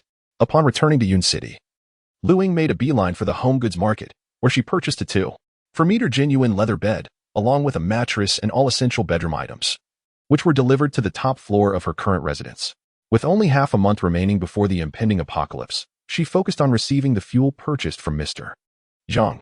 She then visited the computer market, acquiring 3 65-inch monitors, along with 10 high-performance computer towers, 2 laptops, and 5 hard drive cabinets, each capable of housing 5 mechanical hard drives with a total capacity of 100 terabytes.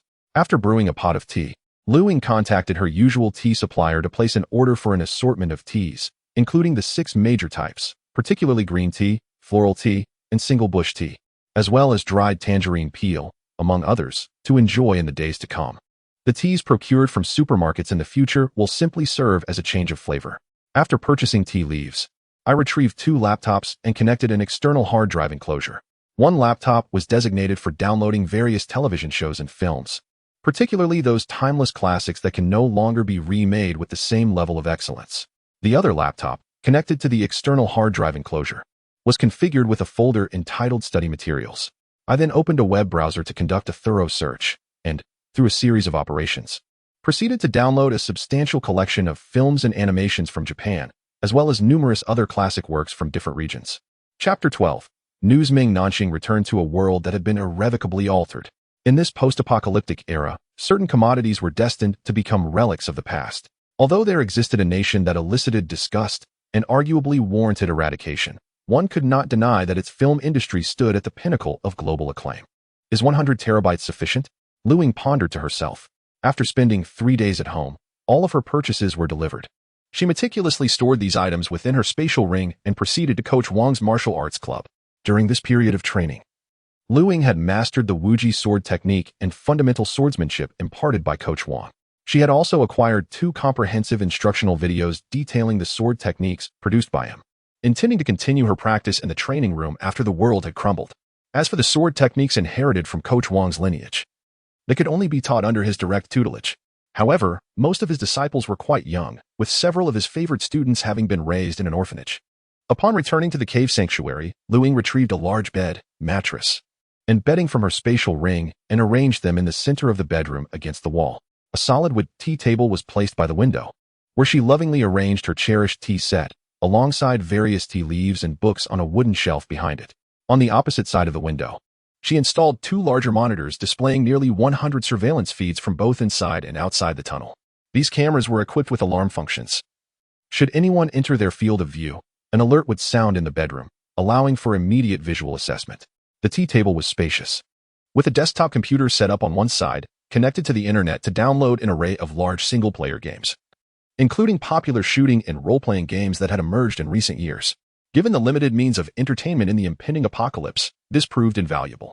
She also connected 3 additional desktop computers and 2 laptops to external hard drive cabinets, as the initial 100 terabytes seemed insufficient. Thus, she had purchased 10 more hard drive cabinets. All 5 computers were activated simultaneously for downloads. Previously, the manual process of clicking to download each file had been cumbersome and exhausting.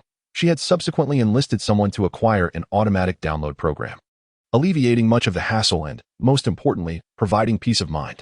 Glancing at her bank balance, she noted that only a little over 8 million remained. The final batch of various medicines was safely stored in her spatial space, and she secured the doors and windows of the pharmacy. The forthcoming hours would be spent awaiting the delivery of 200 tons of fuel, ordered from General Zhang, set to arrive the next day, before venturing to the southern suburbs to gather essential supplies. The following evening at 7 p.m., 12 box trucks delivered 100 tons of gasoline, accompanied by 2 additional trucks carrying 6 forklifts equipped with eagle beak bucket grabbers. The 6 forklifts worked in unison, neatly arranging the barrels of gasoline on the hillside platform. Another 11 trucks returned to transport the remaining 100 tons of diesel. Once the transport vehicles departed, she transferred all the fuel into her spatial space and returned to the room designated for the generator set to fill the fuel tank, switching to another generator for operation. She then settled the remaining balance with General Zhang, enjoyed a hot shower, and succumbed to a deep slumber. Today, the fates of Li Ling and Lu Qianji were determined. They were sentenced to probation and permitted to return home for community correction. A soft vibration emanated from the phone, prompting a curious glance at the screen. Several prominent platforms displayed a startling message regarding the impending apocalypse set to occur in a few days. The content was articulated with alarming clarity. Upon reading through the entire post, Lu Ying felt a stirring in her heart. While much of the information was erroneous, even fanciful, the timing of the apocalypse was strikingly accurate. Lu Ying promptly took a screenshot of the post. Navigating to the group chat established by Coach Mo and Coach Wang, she discovered that someone had already shared the screenshot, and discussions were underway. A knowing smile crept across Lu Ying's face, as this saved her the trouble of relaying the information herself. She forwarded the screenshot to Mr. Zhang and then dialed his number. "Hello, little Lu. Where did you come across this?" Mr. Zhang inquired. "Uncle Zhang, have you heard any whispers?" "This post seems alarmingly credible," Lu Ying replied. "Little Lu, I suspect these messages are just like those of past doomsday predictions, merely a source of amusement," Mr. Zhang chuckled. "If there were any genuine concerns, I would certainly be informed, but so far, all is calm." Lu Ying felt a twinge of frustration but insisted, "Uncle Zhang, we must remain vigilant. If anything seems amiss, we should seek shelter without delay. Rest assured, little Lu, you two should take care," he reassured her before they ended the call. Next, Lu Ying reached out to Zhang Jinshu. "Little Luzi, what brings you to call today?" came Zhang Jinshu's voice. Lu Ying rolled her eyes at the playful tone. "Have you seen the posts circulating online?" "What posts?" Zhang Jinshu asked, perplexed. Lu Ying sent her the screenshot. "Little Luzi, have you ever heard the saying?" "Yes." "You're like a eunuch at a meeting," she interrupted. "Who taught you such things?" "Be careful or I'll inform your father," he teased. Lu Ying sighed. All right. "Was that the sole purpose of your call?" Zhang Jinshu sounded slightly exasperated. "I noticed the post is quite detailed. If the predictions hold true and torrential rains do descend, make sure to rush home at the first opportunity. Remember?" Fine, this fairy understands," she replied before ending the call. Shaking her head, Lu Ying realized she would have to wait until communication was restored after the rains to reach out to them again. In the days to come, she planned to remain within the shelter, awaiting the night of the apocalypse when the power system would fail, allowing her to act. That very day, Meng Nanxing returned to Yun City, only to find that Lu Ying's presence had vanished from the shops, and even items from the tea house were no longer there, including her frequently used belongings. Meng Nanxing chuckled softly, understanding that Lu Ying had retreated into the constructed shelter. Meanwhile, Lu Ying, hidden away in the shelter, plotted her next move. With the apocalypse looming, she needed to devise a plan to lure Meng Nanxing back. Otherwise, once the calamity struck and he remained in another province, avenging herself would prove quite troublesome. With that thought in mind, Lu Ying dialed Meng Nanxing's number. "Junior sister?" came his voice from the other end. "Senior brother, when will you return?" "I recall your business trip is nearing its end," Lu Ying probed cautiously. There was a brief silence on the line. "I'll be back in a few days. Are you missing me?" Meng Nanxing teased. Lu Ying chuckled coldly, yet spoke softly. "Let me know the exact day of your return, and I shall come to fetch you." "No need, senior brother. I will return alongside the company. Arrangements have already been made. Very well then. Do inform me when you arrive in Yun City, he replied. With that, the two ended the call. Meng Nanxing scoffed inwardly. The apocalypse is imminent. And to notify you would be futile, as I fear I shall return only as a lifeless corpse. I must conceal my whereabouts from Lu Ying until I enter that bunker. Chapter 13. South Suburban Freight Station. Time swiftly passed, and at 10 o'clock on the morning of February 9th, Lu Ying awoke to the sound of torrential rain outside, visible through the surveillance system in the window of her bedroom. The tunnel had begun to feel damp. She promptly activated all the silent dehumidifiers within the tunnel and checked her phone for the latest news. Upon opening a short video platform, she scrolled through several pages, all filled with reports of heavy rain from various regions. In areas that had not seen significant rainfall in over a decade, many citizens ventured into the downpour, reveling in the moment, akin to the excitement of Southerners who had not witnessed snow in many years. Their laughter and joy were palpable throughout the platform. Conversely, those residing in regions with distinct seasons felt a sense of unease. At this time of year, snowfall was expected, and such an intense deluge was unprecedented. Drawing from her prior experiences, Lu Ying anticipated that the heavy rain would last around a week. With the city of Yun shutting down power at 7 o'clock on the first night of the storm, followed by intermittent electricity for the subsequent days until the rain ceased, the internet would likely face similar disruptions, with numerous base stations inundated by the sudden floods, leading to abrupt outages. Fortunately, the freight station and storage area in the southern suburbs of Yun were situated on higher ground, and although they too would experience power and internet failures, they were spared from flood disasters. Lu Ying had devised a meticulous plan, having thoroughly assessed the freight station and storage area, including the number of personnel at the duty booths and within each warehouse. She intended to commence her operations after the power outage at 7 o'clock that evening. For today's undertaking, she had preemptively ordered 2 jet skis from the south, ensuring that even if the entirety of Yun were submerged, she could navigate the waters. In areas that remained dry, a second off-road vehicle registered under Meng Nanxing would serve as her transport, its plates removed and repainted black. Since she would not be entering the city center, she planned to take an alternative production road, as the surrounding countryside of Yunming City featured vast farmlands with minimal surveillance.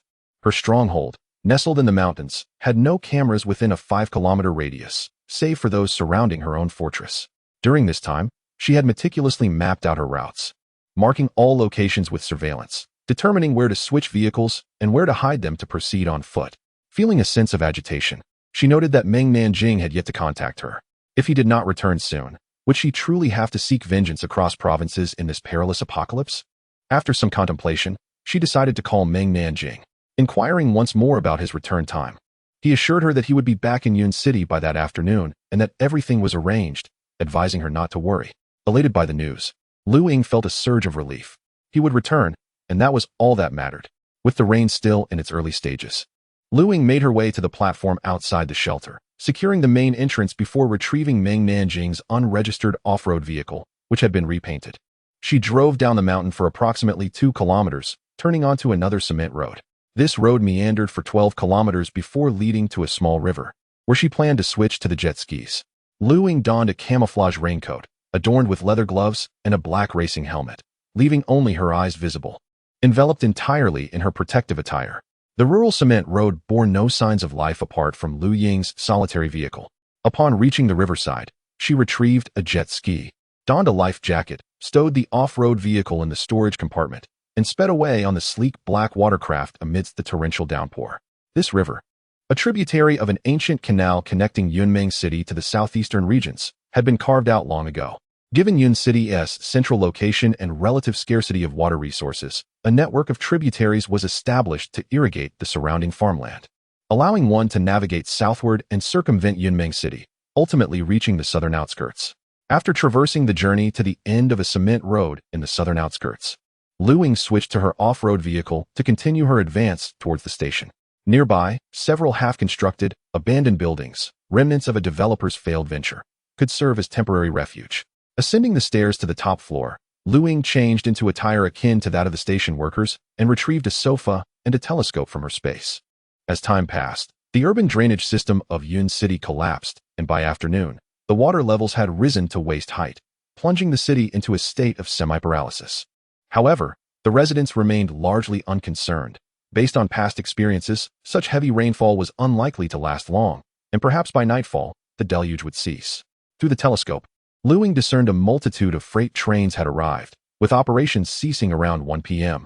She had previously immersed herself in the knowledge of cargo trains, identifying the types of tankers used for transporting fuel and the compartments designated for grains and other supplies. The telescope revealed 2 trains laden with diesel and gasoline had come to a halt, alongside others carrying coal and various essential goods. Some of these freight trains were no longer loading or unloading here, but had temporarily halted at the southern freight station due to the rain, with drivers and crew seeking shelter from the storm. At this moment, only a few staff members remained indoors at the station. As time progressed, Ying extracted a pound of sliced beef, 2 large buns, a plate of spicy stir-fried meat, and some purified water from her storage. After consuming her meal, she intermittently observed the station's activities through the telescope. At 6 o'clock in the evening, a call from Meng Nanxing came through. "Senior brother, where have you gone? All the items in your room are missing." He feigned surprise while savoring a glass of red wine in a 5-star hotel in Yun City. Relieved by Meng Nanxing's inquiry, Ying fabricated an excuse about having traveled to another province to deflect his curiosity. After ending the call, Meng Nanxing chuckled softly. Calculating the time, he realized that communication would soon be interrupted, and when it resumed, it would likely be just days before the impending blizzard. At that point, he would contact General Zhang to proceed to the underground fortress. Watching the hands of her watch tick away, as soon as it passed 7 in the evening, the lights around the station extinguished. Clad in her protective gear resembling that of the station staff, Ying grabbed her wire cutters and dashed down the stairs. He made his way directly to the protective fence situated a considerable distance from the station, using wire cutters to create a passage large enough for a single person to pass through. The torrential rain pelted against his helmet as Ying navigated through the downpour, inspecting the identification numbers of the freight trains, ultimately pinpointing several trains laden with goods destined for Japan. The train carrying diesel was the closest to him, and after confirming the absence of a driver in the locomotive, Ying conjured the entire train into his storage ring. Next, he turned his attention to the gasoline train, and upon completion of that task, he similarly stored it away. Following that were trains carrying diesel, coal, fruits and vegetables, rice, meat, and flour. After collecting a train laden with heavy oil, Ying hurried back towards the spot where he had cut the fence. However, as he rounded a corner, he unexpectedly collided with 2 station workers who were rushing towards the station through the relentless rain. One of the workers exclaimed, "Brother, the rain is too heavy. Hurry back to the station." Chapter 14. The commencement of stockpiling. Just now, the supervisor instructed me to conduct a round of inspection. "I will return as soon as I finish," Ying declared loudly, casting a glance at the train's engine beside him. 2 staff members nodded, and as they brushed past each other, Ying swiftly turned and incapacitated them with a precise strike. For sturdy zip ties appeared in his hands, and with deft movements, he securely bound their hands and feet. He then produced a heavy wrench and forcefully shattered the glass of the driver's cabin. Upon entering, he opened the cabin door and unceremoniously tossed the 2 staff members inside. He then dashed towards the previously cut passageway. "Oh, gratitude to the funds provided by our Japanese counterparts." After a considerable duration, the 2 men gradually regained consciousness, but they found their hands and feet tightly bound, with a rag stuffed in their mouths, leaving them only able to whimper softly. Ying utilized the spatial capabilities to retrieve the freight train. This scene would undoubtedly be captured by the surveillance cameras in the station. Although power was currently out, in such a vital location as a freight station, the monitoring system would surely have a backup power source to sustain operation for 2 to 3 hours, and the station would certainly possess a high-capacity generator. The reason for waiting until 7 p.m. was that darkness had completely descended. After the power outage, except for some emergency lights in specific areas, most of the station was enveloped in darkness. Even if captured by cameras, it was of no concern. Firstly, Ying's raincoat concealed his figure, and with a mask and hat, his face was unrecognizable. Secondly, with the apocalypse having arrived, the authorities would be too preoccupied with their own survival to investigate further. Thus, Ying did not eliminate the 2 station staff members. Exiting the station, he reclaimed the uniforms of the staff members into his spatial compartment and donned garments identical to those of the warehouse personnel, subsequently cutting through the isolation fence to enter the storage area. At this moment, the storage area was akin to the station, with all duty personnel and individuals within the various warehouses huddled away from the rain. Ying chose a location in a corner, avoiding the duty room, thus remaining undetected. This area was adjacent to the emergency power distribution zone of the entire storage area. At this time, a high-capacity diesel generator had already been activated, and upon knocking on the door, he found 2 workers on duty inside.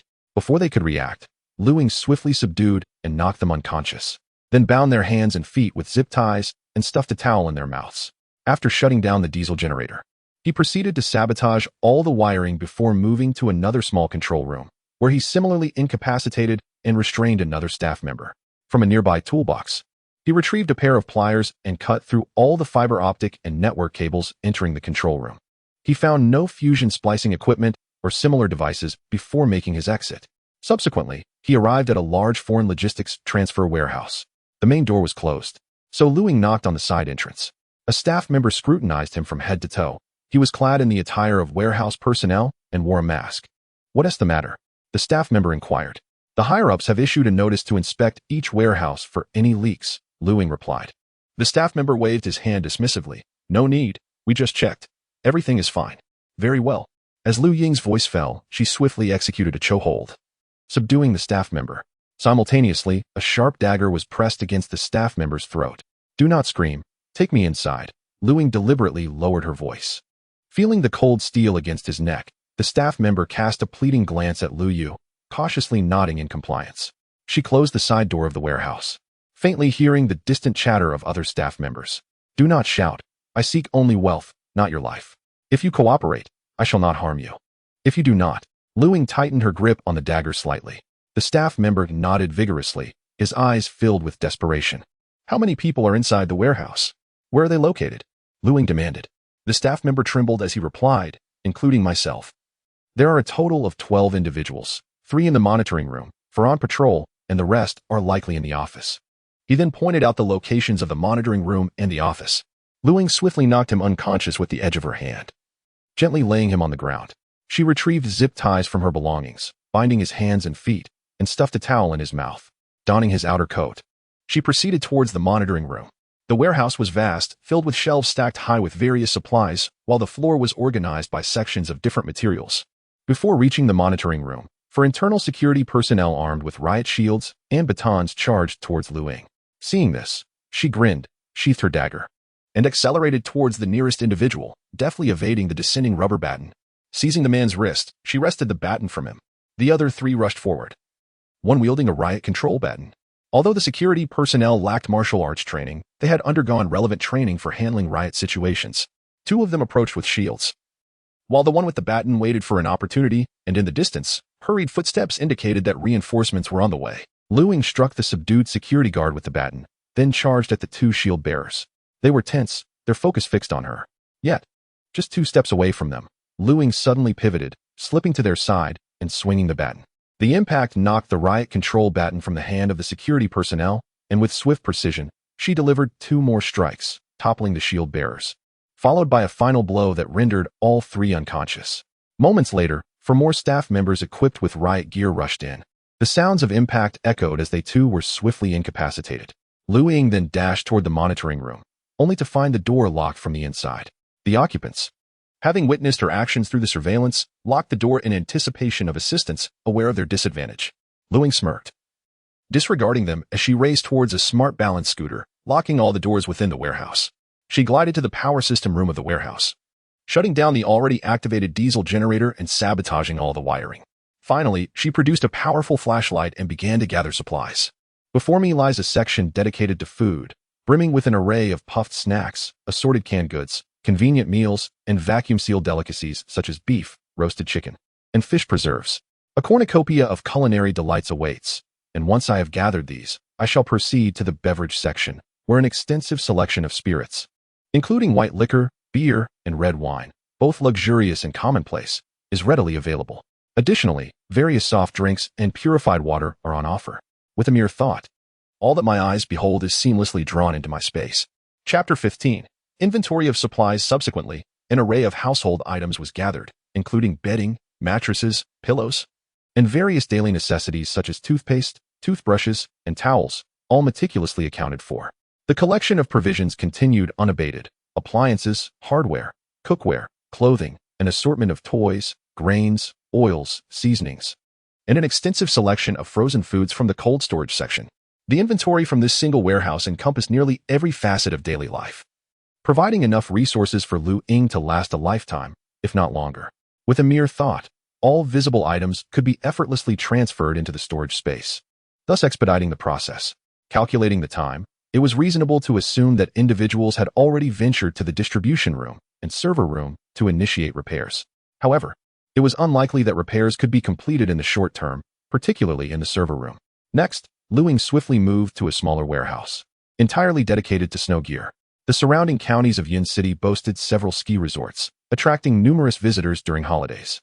Within this storage area lay a vast collection of snow equipment, including not only thermal wear but also snowmobiles and sleds.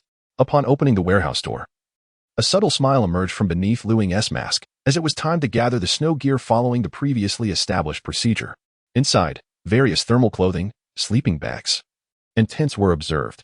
Without regard for sizing, they were all collected into the storage space to be sorted later upon return. The warehouse also housed over 30 snowmobiles, alongside seating-style toys for children and 5 tracked snow vehicles. After completing the collection of the snow gear warehouse, only one final warehouse remained, designated for the storage of large and small diesel and gasoline generators. Currently, only 5 generators were functioning in the tunnels, with no one aware of how many years the apocalypse might endure. Should 4 of the generators fail, there would be no one available for repairs. Entering the generator storage facility revealed a neat arrangement of brand new generators, ranging from small household units to large industrial machines. All generators were promptly placed into the storage space. Before departing, Ying also collected supplies from a small hardware warehouse, filled with a variety of commonly used tools and accessories, as many tasks would need to be undertaken personally in the future. After securing these items, he left the area and descended slowly downwards, where accumulating water began to appear. Continuing until the water reached knee height, he retrieved a jet ski from the storage space and sped away along the route he had come. Upon reaching a tributary of the canal, the water level had significantly risen. It was now deep into the night, and faint glimmers of light could be seen in the distance, likely from relevant authorities conducting inspections, as prolonged rainfall could easily lead to flood disasters. Returning to the tunnels, it was just past midnight. After enjoying a refreshing hot shower, he found both mobile signal and internet connectivity completely severed. The dehumidifiers within the tunnels were operating efficiently, and the bedroom remained dry. He lay down on the soft bed and drifted into slumber. Awakening once more, it was already 11 o'clock the following morning. After donning his bathrobe and completing his morning routine, he opened the dual alloy windows to find that the rain outside showed no signs of abating. Seated beside the tea table, after boiling water and brewing tea, Ying retrieved from the storage space the previously procured delicacies: succulent meat buns, vegetable and tofu buns, crispy fried dough sticks, lean meat porridge, and refreshing pickled vegetables. Remarkably, these breakfast items retained their original state, thus requiring no reheating. After savoring a delightful breakfast, Ying's consciousness drifted into the storage space. Within this tranquil realm, a freight train lay quietly, transporting diesel and gasoline, each tank capable of holding 60 tons. The diesel train comprised 6 carriages, each containing 50 tanks, amounting to a total of 300 tanks and 18,000 tons of diesel, while the gasoline train consisted of a single carriage with 50 tanks, holding 3,000 tons of gasoline.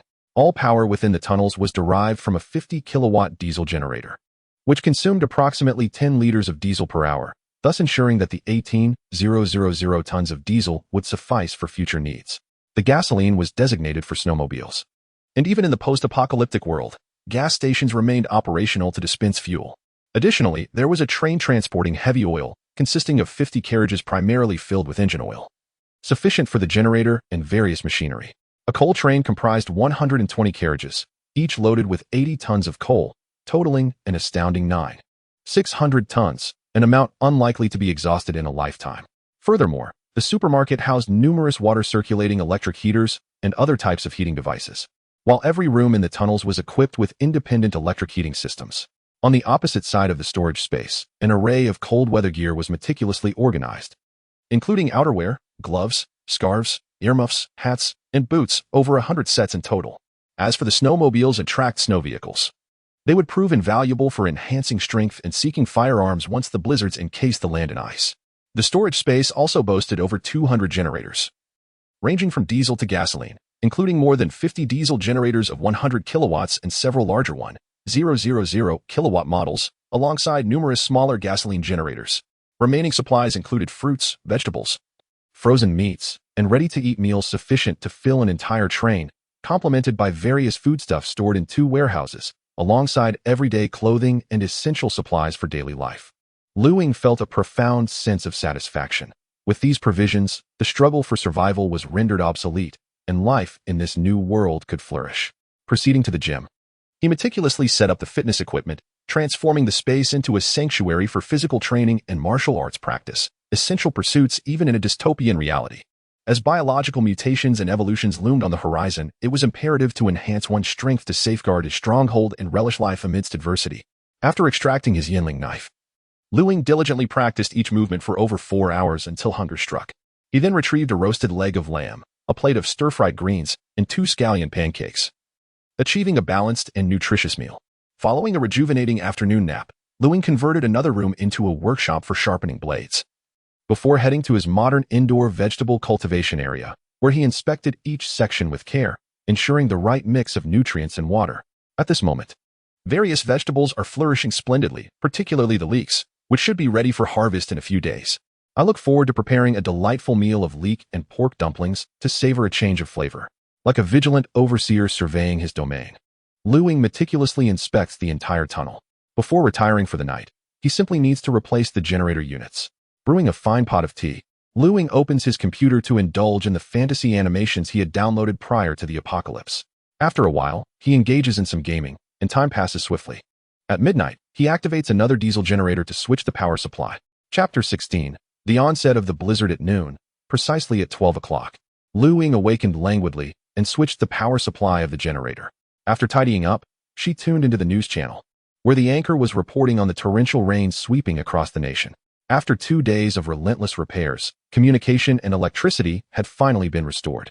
Various departments were intensifying efforts to ensure the normalcy of citizens' lives, and rescue operations were underway in numerous locales. The screen continuously shifted to scenes of personnel from the electrical and communication sectors braving the downpour to carry out repairs. Additionally, both military and civilian volunteers were seen reinforcing levees against the deluge. Witnessing this, Ying felt a surge of respect. In times of peril, it was always these steadfast individuals who bore the burden. Returning to the news from Ying City, the situation was similarly dire. The floodwaters had risen to waist height. The local authorities were in the process of evacuating residents from low-lying areas, and the anchor cautioned the public that heavy rainfall would persist for the next 3 days, urging everyone to refrain from venturing outdoors. Ying City had organized resources to commence the distribution of various essential supplies to neighborhoods starting tomorrow.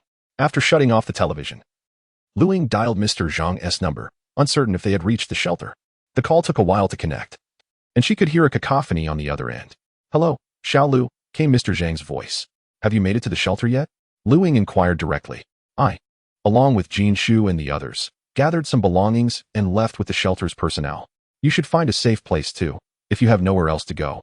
Bring Nanxing to my place," he advised. "Rest assured, Uncle Zhang, I am doing well." Ying felt warmth rising within her. Once the call ended, she felt a sense of relief. As long as Mr. Zhang and the others were safe in the shelter, their future well-being would likely remain assured. Entering the training room, Ying retrieved her Yingling knife and diligently practiced each technique. The sound of slicing echoed through the space. After completing her knife forms, she positioned a target at the end of the passageway and took out her horn bow, nocking an arrow to continue honing her archery skills. The entire corridor stretched approximately 100 meters from the entrance to the bend, necessitating that the target be set low to avoid striking the ceiling. Days turned into weeks, and Ying devoted a considerable amount of time each day in the tunnel to practicing her swordsmanship and archery, utilizing the remaining hours to play games, read books, and watch news broadcasts. At the onset of the torrential rains, many citizens felt a surge of excitement once communication was restored. Social media was abuzz with short videos of individuals reveling in the soothing sound of rain, deeming it the perfect ambience for slumber. However, as 6 days slipped by, the relentless downpour showed no sign of abating, and many households found their food supplies dwindling. This was particularly challenging for young individuals residing alone in urban areas, whose meals largely depended on takeout. With the advent of the storm, all delivery services and restaurants ceased operations, leaving them with little more than snacks and fruits. The authorities had delivered a meager 3 days' worth of supplies, consisting primarily of instant noodles and bread. Online, countless individuals expressed their grievances, and within the community group behind Ying's shop, many lamented why they had not stockpiled more provisions beforehand. There were even complaints about the insufficient supplies, with some expressing disdain for the convenience food provided. However, such remarks were promptly met with rebuttals from many in the group. Finally, on the 7th day, the rain diminished in intensity by morning, and by around 3 p.m., the relentless downpour that had persisted for a week came to an end. Yet, the heavy clouds overhead remained unyielding. Widespread disaster relief efforts commenced across various regions, and all trending topics on major short video platforms were dominated by scenes of rescue operations. Witnessing this, Ying felt a deep admiration for these remarkable individuals, while simultaneously lamenting the circumstances. For it was known that after midnight, a fierce snowstorm would sweep across the entire realm for over half a month. Setting aside her phone, Ying resumed her practice with the sword. After enjoying dinner in the evening and taking a warm bath, she settled at the tea table, sipping tea while indulging in a drama, awaiting the snowfall outside her window. At 1 in the morning, snowflakes began to drift down, gradually intensifying as time passed. The cold wind howled outside, biting through the air. After securing the protective window layers, Ying fell into a deep slumber, enveloped in warmth and comfort indoors. Upon awakening, she promptly opened the dual protective panels of her window. Outside, the storm raged, blanketing the mountains in a shimmering coat of white, as if the entire landscape had transformed into a snow-covered kingdom. Retrieving firewood from her storage, she placed it in the fireplace and ignited it. Soon, the crackling sound of burning wood filled the room. Following this, she boiled water to brew some duck-shit aroma dansong tea and retrieved 2 exquisite plates of desserts. While relishing the delicate pastries and admiring the snowy vista outside, she savored the fragrant tea, feeling utterly content after her sweet treat. Through the glass cover of the fireplace, the flickering flames brought her tranquility and warmth. After finishing her morning tea, Ying ventured into her indoor vegetable garden, harvesting the thriving produce before planting new crops. Above them, LED grow lights provided the necessary illumination for their growth.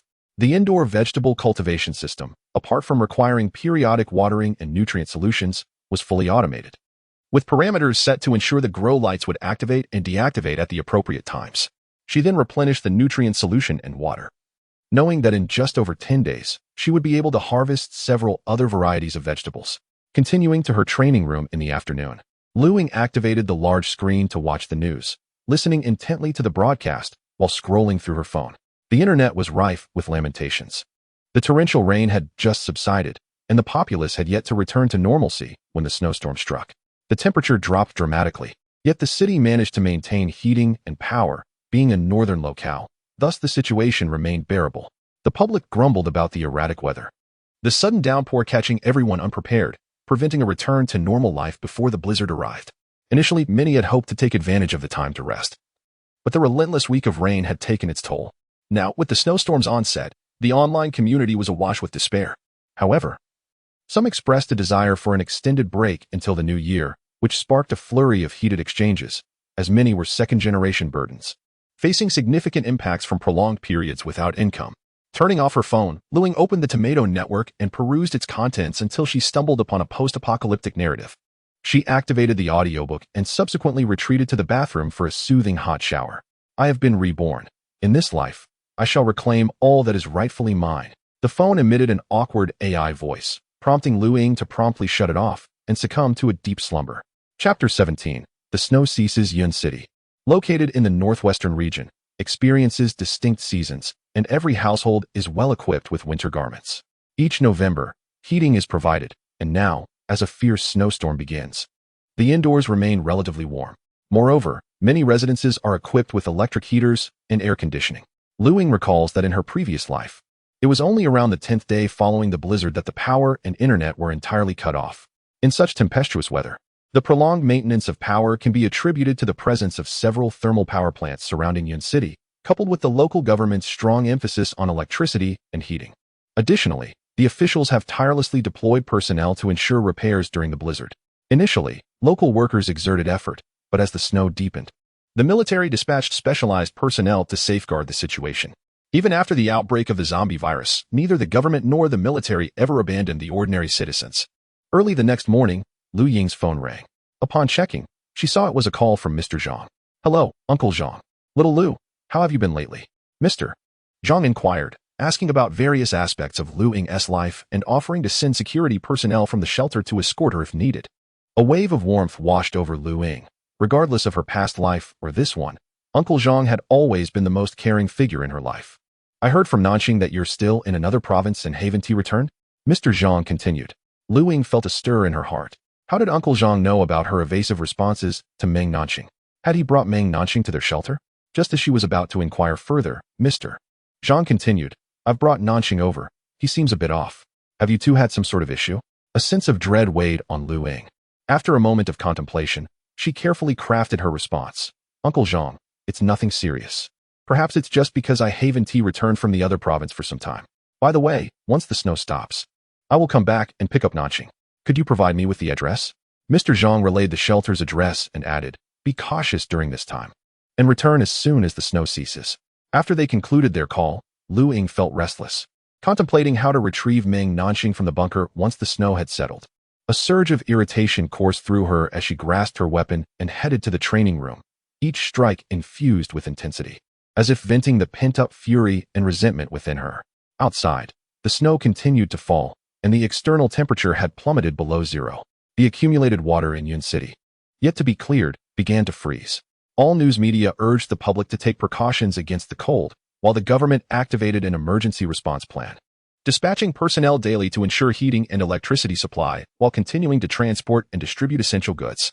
During this period, military and law enforcement personnel took control of storage facilities and freight stations across various locations, with all resources in Yun City being centrally coordinated by the government.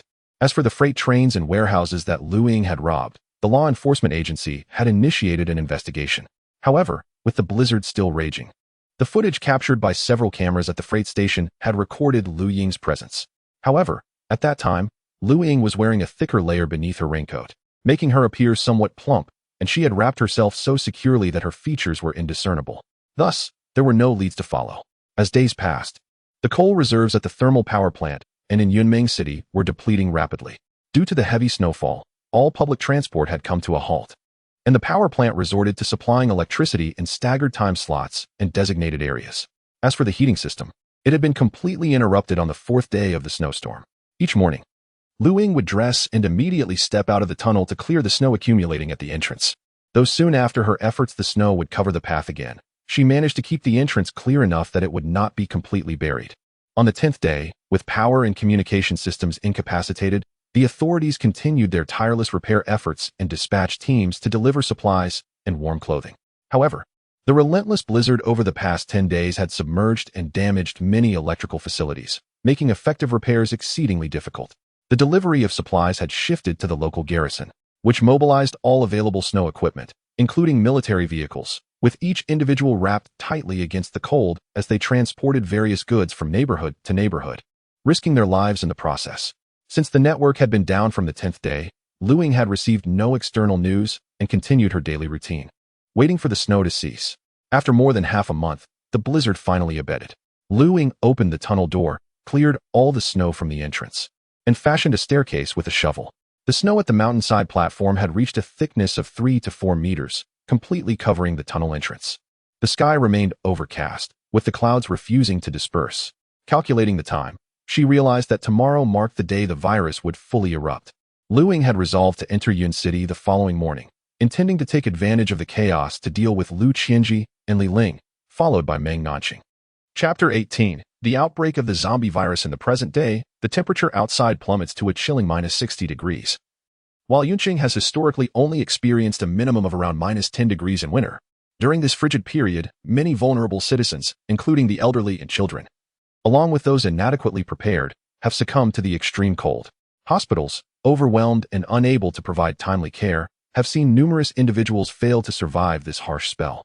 Many have perished from the biting cold and the ancient virus before the blizzard could subside. Thanks to the prompt response from the Yunqing authorities, the damage has been mitigated to the greatest extent possible.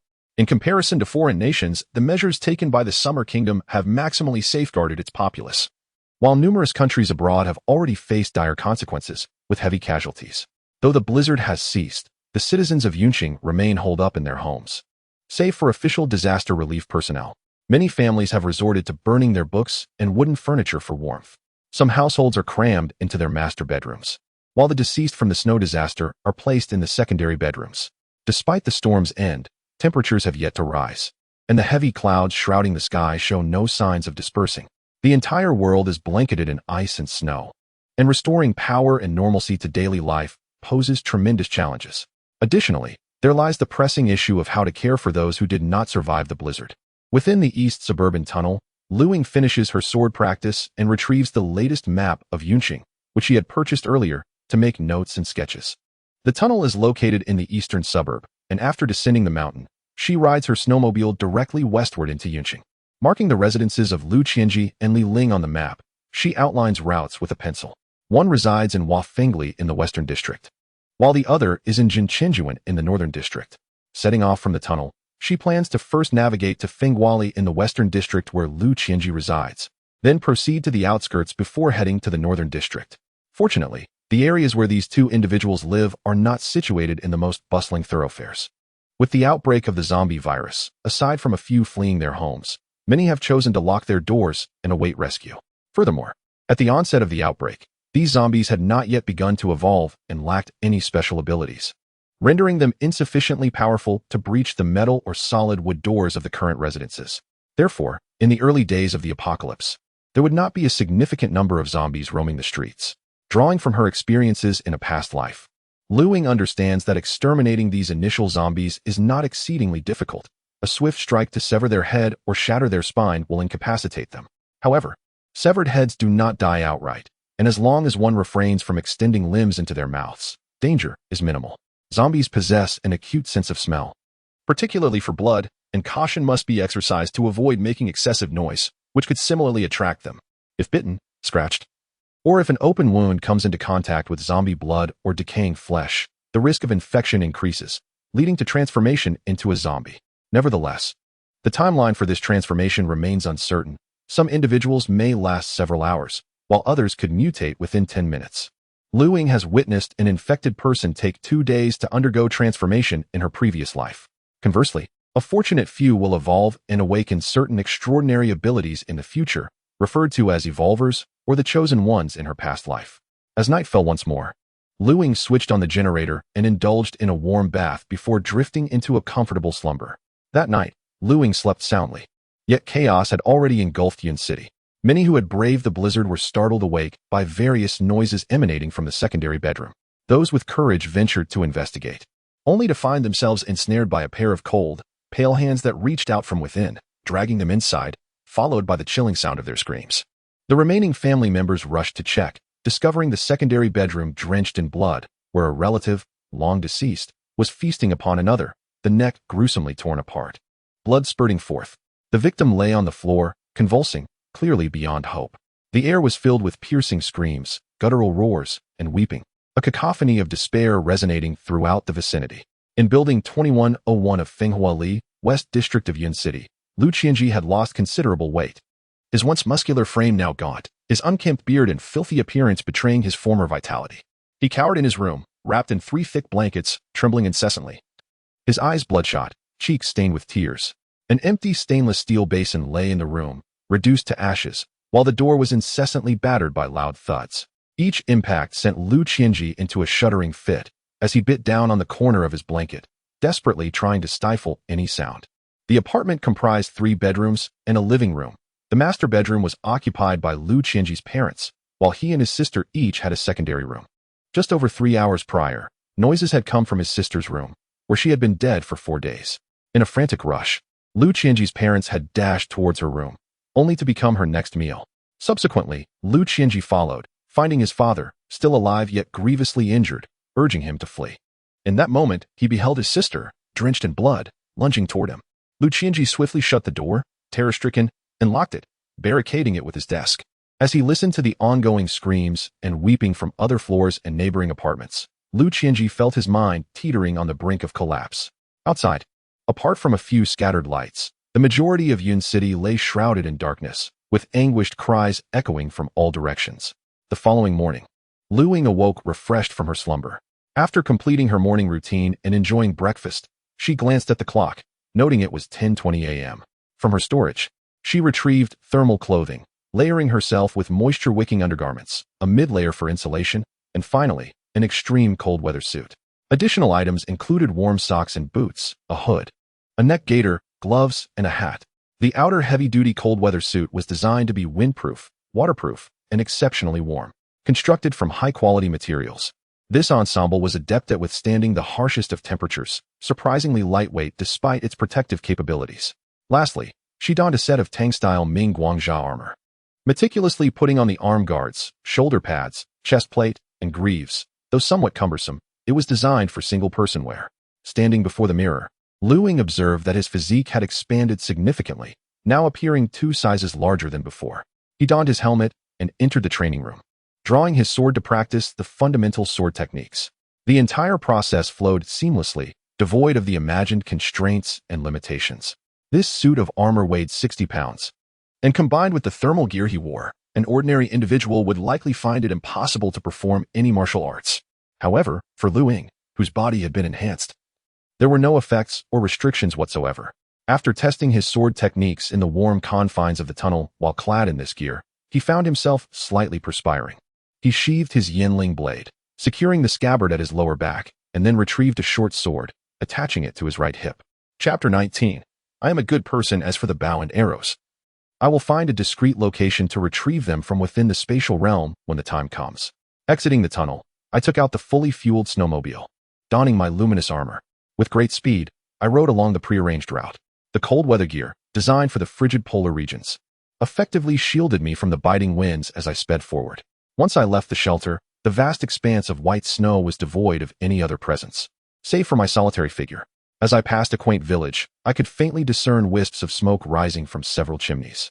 In the towns surrounding Yun City, although the use of coal for heating had been prohibited for several years, many households still purchased coal during the winter months. Each family had grown accustomed to using large stoves, ensuring that they were well stocked with firewood, which fortuitously helped them weather the 2-week-long snowstorm. Upon reaching the outskirts of Yun City, I chose not to venture deeper, but instead continued to navigate through the suburbs. After over an hour, I arrived at the western outskirts, where I retrieved my 180-pound hornbow from the thicket, along with a quiver containing 50 leaf-shaped arrows. Subsequently, I drove the snowmobile towards the city, where I spotted a figure sprinting frantically down the broad street, pursued by several others. I took out my binoculars and clearly observed a gaunt, middle-aged man with a scruffy beard, his face awash with terror as he fled, adrenaline surging through him. Hot on his heels were 2 transformed zombies, a middle-aged woman and a teenage boy. The woman bore a gruesome wound where a significant portion of her neck had been torn away, her coat stained with congealed blood, while the boy exhibited similar signs of blood on his face and body, indicating that they were likely a family unit. I surmised that the child had succumbed to the extreme cold, and during the viral outbreak the previous night, the woman had been bitten and subsequently transformed. Upon noticing me on the snowmobile, the man appeared to grasp at a lifeline, sprinting desperately in my direction. The binoculars, equipped with a laser rangefinder, indicated he was approximately 700 meters away, and I remained still, observing the distance through the lenses. 600 meters, 400 meters, 300 meters. As he entered the 200-meter range, I lowered the binoculars, drew a leaf-shaped arrow, knocked it to the bowstring, and aimed at the female zombie, executing the motion seamlessly. With a swift release of the bowstring, the arrow launched forth, tracing a parabolic arc through the air. The arrow grazed the left side of the female zombie and struck the snow, missing its mark. I quickly knocked another arrow, recalibrating my aim, and released it with precision. This arrow pierced the abdomen of the female zombie, yet she continued her relentless pursuit of the man. A third arrow followed, directly penetrating the skull of the female zombie, causing her to collapse. I swiftly loosed another arrow, this time striking the other zombie in the head, all while remaining within a mere 100 meters of my position.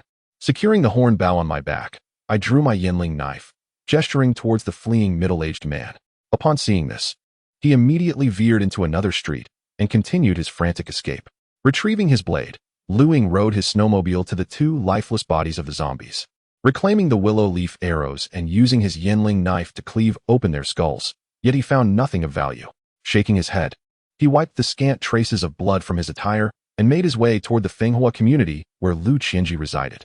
As he approached the residential area, faint screams, growls, crying, and the sounds of impact reached his ears. However, the streets remained eerily deserted.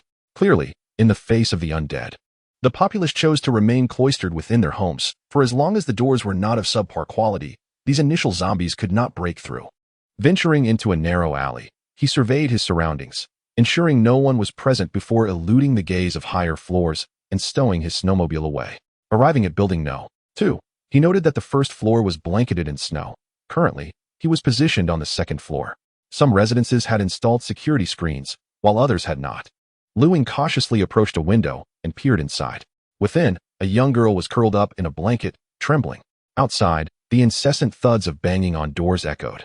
The girl, having clearly spotted Ying earlier, bore only fear in her wide eyes. Rapping on the window, Ying reassured her, "Do not worry. I am a good person, sent by the authorities to rescue you. Please, open the window and let me in." The girl, evidently tormented over the past few days, had red-rimmed eyes and wept softly, yet she hesitated to approach the window. After several calls with no response, Ying, left with no alternative, kicked the glass, shattering it to gain entry. The girl shrieked in terror, bolting from her blanket toward the door, but Ying swiftly intercepted her. "Are you trying to throw your life away?" he exclaimed, tossing her back onto the bed. "Fear not, I am indeed a good person. Are there any zombies outside?" Seeing no malice in his demeanor, the girl stammered through her sobs. "3. Ying nodded. "Do not be afraid. Once I deal with the zombies, you can move to another room." Without waiting for her reply, he turned toward the door. "Do not open the door. They will eat you," the girl cautioned quietly. Ying affirmed, "Rest assured." He then unlocked the door, and the sounds of banging intensified. The moment he swung the door open, he swiftly retreated. A bloodied male zombie lunged into the room, prompting the girl to scream, which incited the zombies outside to frenzy further. With a powerful swing of his Yingling knife, he severed the zombie's neck, its head rolling away, followed by its body collapsing to the floor, eliciting another scream from the girl, who continued to weep. Amidst the ensuing chaos, 2 more zombies emerged. With decisive strikes, Ying dispatched them, their heads falling to the ground. After ensuring there were no other zombies within the adjacent rooms, he took the girl to the master bedroom of the apartment. He gathered bedding from the other rooms and placed it on the bed. The girl remained fearful, and Ying offered a slight smile, though his helmet obscured all but his eyes. He had initially intended to soothe her fragile spirit with a warm smile. "Stay safe within the house. Do not venture out. Regardless of any sounds you may hear, I will return shortly, and soon, troops will come to escort you away." Ying, after giving a brief account, returned to the bedroom where he severed the 3 heads, sighing as he shook his head. "Be careful, good person," he murmured. As he prepared to ascend the stairs, the girl timidly peered at him and spoke softly. Offering her a reassuring glance, Ying turned and departed. What an innocent girl she is.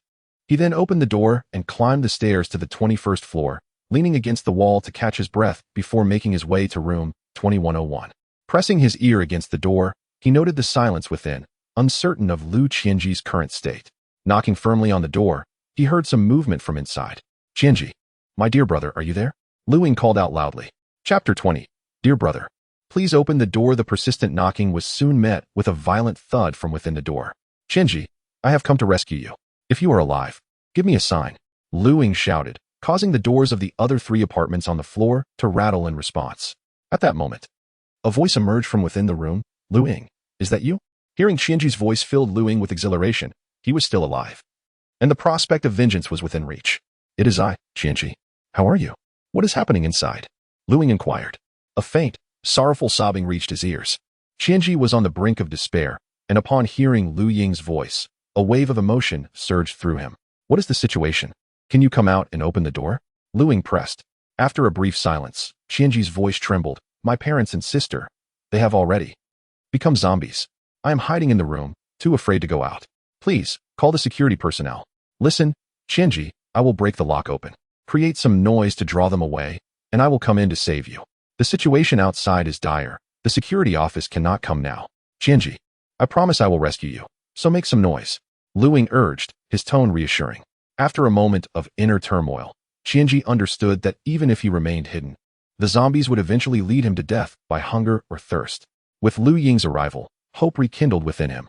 He began to bang on the door, diverting the 3 zombies in the living room.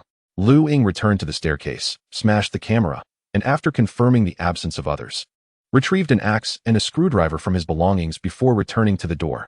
He forcefully dismantled the lock, and the sound of Qianji's banging continued to draw the zombies' attention. Pushing the door open, Ying gripped his weapon tightly, moving stealthily behind the 3 zombies, and struck with precision. The blade of the axe plunged into the neck of one zombie, its head rolling away, mouth still opening and closing, yet no sound escaped. With 2 more swift strikes, all 3 zombies were dispatched. With the axe in hand, Ying knocked on the door. "Qianji, they have been dealt with. Open the door." The sound of furniture being dragged reached his ears, and the door creaked open slowly.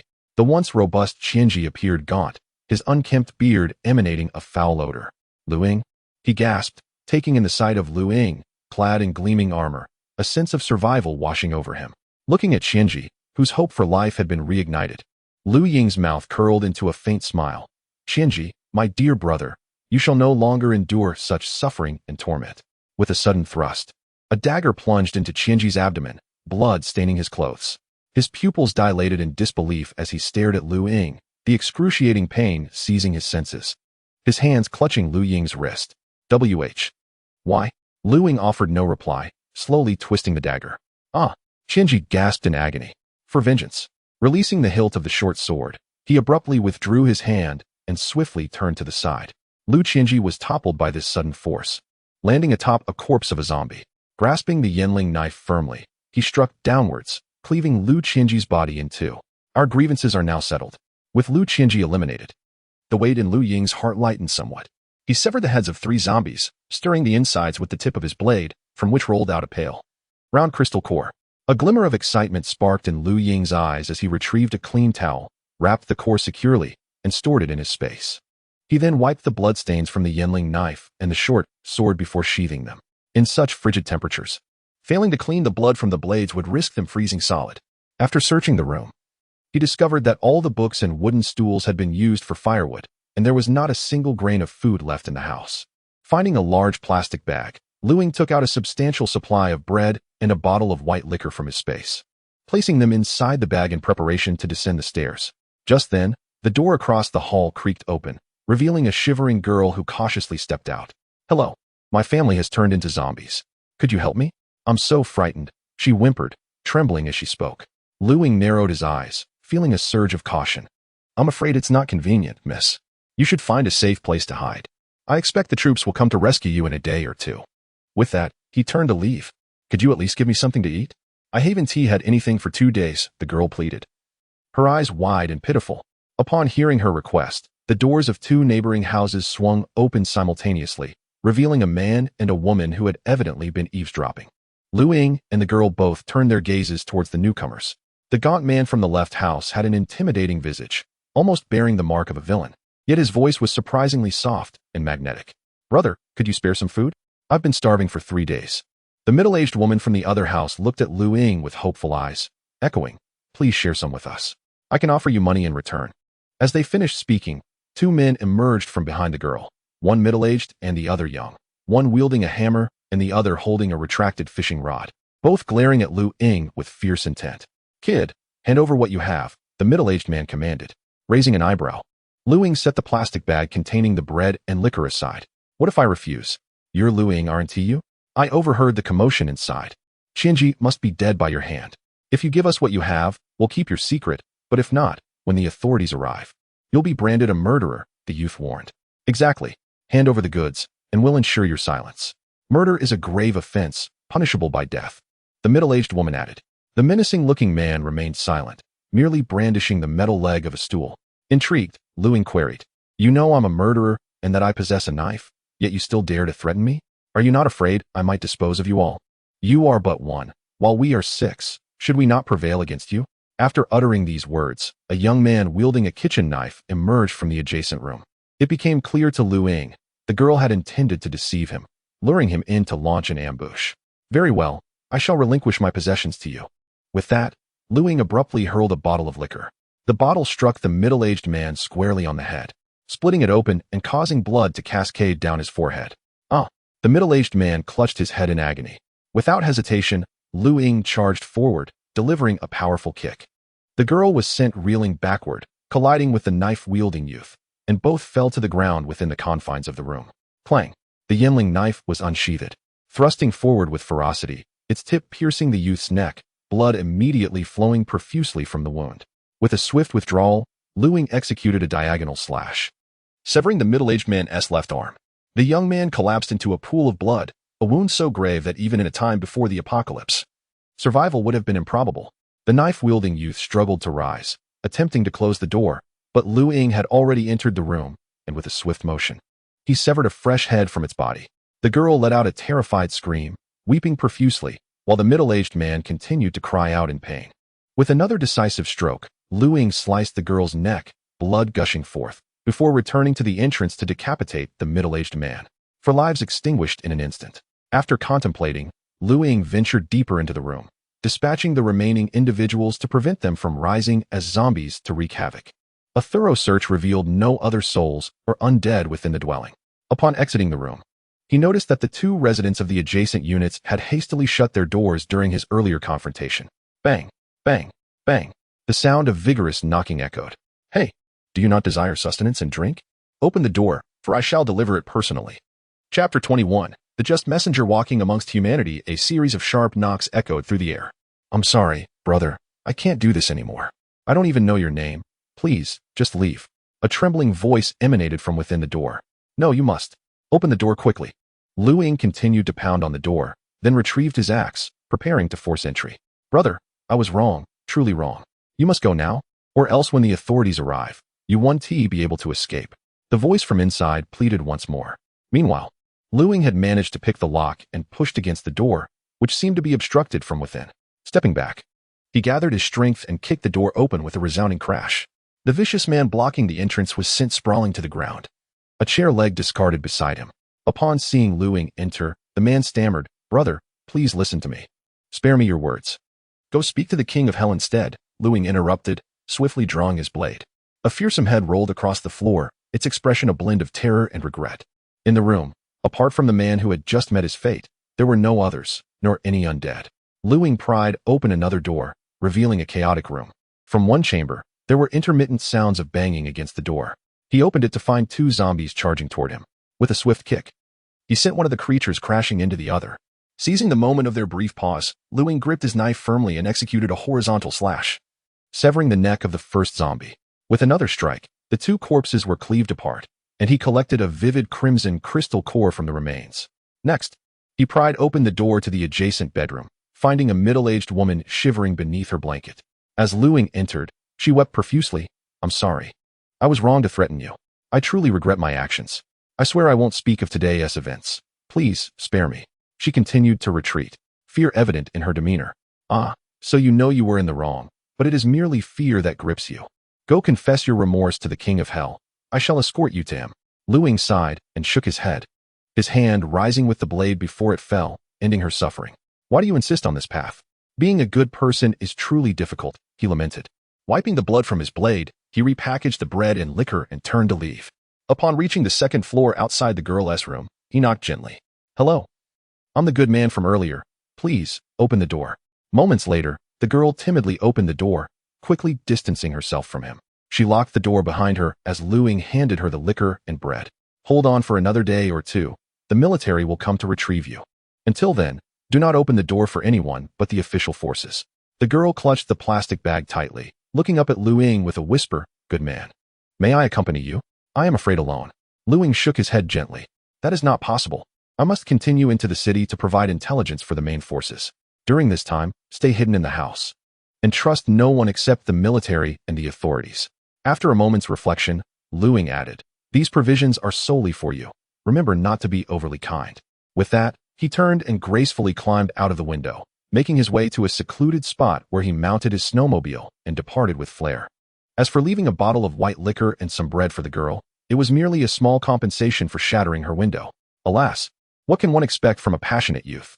Once outside the city, he took a winding route through the outskirts, continuing towards the northern district. Upon entering the city, the broad streets of the northern district were occasionally grazed by fleeting figures dashing about, pursued by a few zombies. Lu Ying drew his bow, releasing arrow after arrow, dispatching 7 of the undead. The remaining survivors attempted to flee towards him. Again, he notched an arrow, sending a willow leaf arrow to land just ahead of them, causing their steps to falter. Lu Ying gestured for them to retreat, and upon seeing this, the survivors promptly altered their course and fled in the opposite direction. Riding his snowmobile to the fallen zombies, he retrieved all the willow leaf arrows before continuing to crush the skulls of the undead. This time, he discovered 2 green orbs, which he placed into a small cloth pouch at his waist. He then set off towards the Jinsheng Yuan, where Li Ling resided. With just over 300 meters remaining to Jinsheng Yuan, Lu Ying drove his snowmobile into a hidden alleyway of a residential area, surrounded by low walls, where even the tall buildings were out of sight. He stored the snowmobile in his spatial pocket, drawing his Yingling knife. He exited the alley and made his way to Building 1, Unit 1 of Jin Xingyuan. He shattered the glass of the stairwell and leaped down, ascending towards the 16th floor. He knocked on the door repeatedly. "Hey, brother, are you in there?" The faint sound of something crashing against the door echoed from within. Yet Li Ling did not respond. Could he have perished? Lu Ying pondered. He retrieved his waist axe and screwdriver from his pouch, forcing the door open. Taking a step back, he gently kicked the door, which creaked open completely. The sounds of chaos within the house became clearer, seemingly emanating from a particular room. Lu Ying cautiously drew a handgun and advanced into the living room, which was in disarray. Items from the coffee table were strewn across the floor, and a pool of congealed blood lay on the ground. The living room was devoid of life. He then proceeded to the master bedroom, where the door was ajar. Pushing it open gently, he discovered two headless corpses lying on the bed, alongside a bloodied kitchen knife on the floor. Judging by their attire and physique, they appeared to be Li Ling's parents. What could have transpired? Lu Ying felt a wave of confusion wash over him. The crashing sounds were coming from the adjacent secondary bedroom. Pressing his ear against the door, he discerned that the noise was not that of someone banging on the door, but rather against the wall, which explained why the sound was not particularly loud. The doorknob was already locked. Lu Ying knocked on the door. "Hey, brother, are you still alive?" As soon as the knocking began, the source of the banging seemed to draw closer to the door, intensifying the sounds of impact. It appeared he had already been infected. Tucking his handgun into his waistband, he retrieved a large hammer from his storage space and swung it fiercely. The lock shattered, and using the screwdriver, he unlocked the door before forcefully kicking it open. With a resounding crash, the zombie lurking behind the door was sent flying. Upon closer inspection, it was indeed Li Ling. However, at this moment, Li Ling's garments were drenched in blood, and a portion of her left face had vanished. Transformed into a zombie, Li Ling immediately lunged towards Lu Ying. With a manual hammer, Lu Ying swung forcefully, delivering a crushing blow to Li Ling's chest, which was accompanied by the ominous sound of cracking bones. Following this, two additional strikes shattered Li Ling's knees. Despite being on the ground, Li Ling continued to crawl towards Lu Ying. Another two hammer blows broke her arms, prompting Lu Ying to discard the hammer and draw the Yinling knife. "Alas, you have succumbed to the fate of a zombie. Otherwise, I would relish in the torment I could inflict upon you. I shall bring an end to your sinful and tormented existence." The Yinling knife descended, cleaving Li Ling's head in twain. After a brief search within the remnants of her skull, disappointment washed over Lu Ying. It appeared that Li Ling's parents had also succumbed to the zombie plague.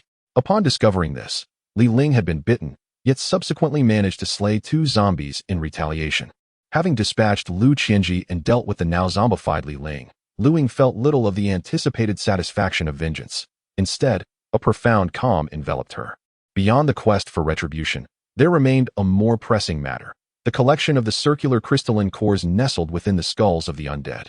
Chapter 22.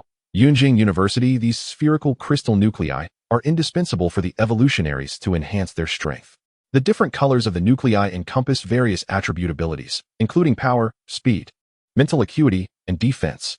The crystals found among the zombies predominantly belong to the categories of power, defense, and speed. However, any of these can be consumed to augment one's abilities. Currently, most survivors are barricaded within their homes, as are the zombies, with every door locked tight.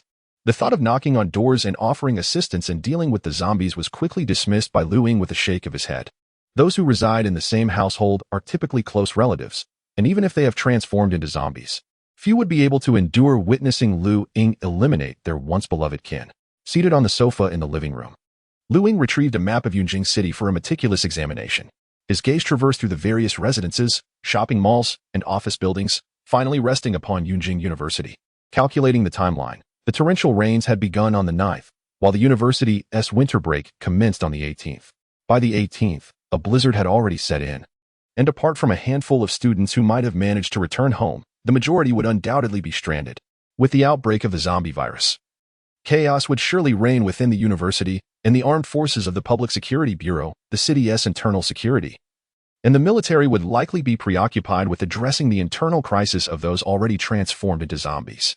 After returning the map to his spatial storage, Lu Ying swiftly descended the stairs, proceeding to a concealed location where he retrieved a snowmobile, setting off towards Yunjing University. As he maneuvered through the outskirts, he occasionally encountered unfortunate souls fleeing from pursuing zombies, and he offered his assistance, rescuing them from peril. However, a greedy individual attempted to covet the snowmobile, only to meet his demise at Lu Ying's hand.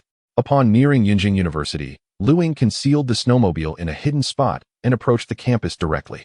The guard booth at the entrance was already blanketed in snow, and faint, chaotic noises emanated from within the campus. Drawing his sword, Lu Ying cautiously ventured deeper into the university grounds. Having previously visited Yunjing University, he found himself in the teaching building area, where the first floor was enveloped in snow, while some windows on the second floor appeared to have been opened. At that moment, he heard the sound of rapid footsteps and labored breathing from the side of the teaching building. Alert, Lu Ying stood still as the footsteps grew increasingly nearer. Around the corner, a boy clad in a down jacket, visibly terrified, sprinted towards Lu Ying. Upon seeing Lu Ying, adorned in radiant armor and wielding the Yinling blade, the boy screamed and fled towards the outside of the campus. "Hey, don't run. What is happening?" Lu Ying called after him, but the boy did not look back. At that instant, two bloodied zombies emerged from around the corner in pursuit. Lu Ying rushed forward, the Yinling blade slicing through the air, decapitating the two zombies. After dispatching the zombies, Lu Ying shook his head and continued towards the dormitory area, while the boy had long since vanished beyond the campus. The footprints in the snow were chaotic, clearly indicating that prior to Lu Ying's arrival, students had fled from the dormitory building. The open window on the second floor of the teaching building suggested that some students had sought refuge inside.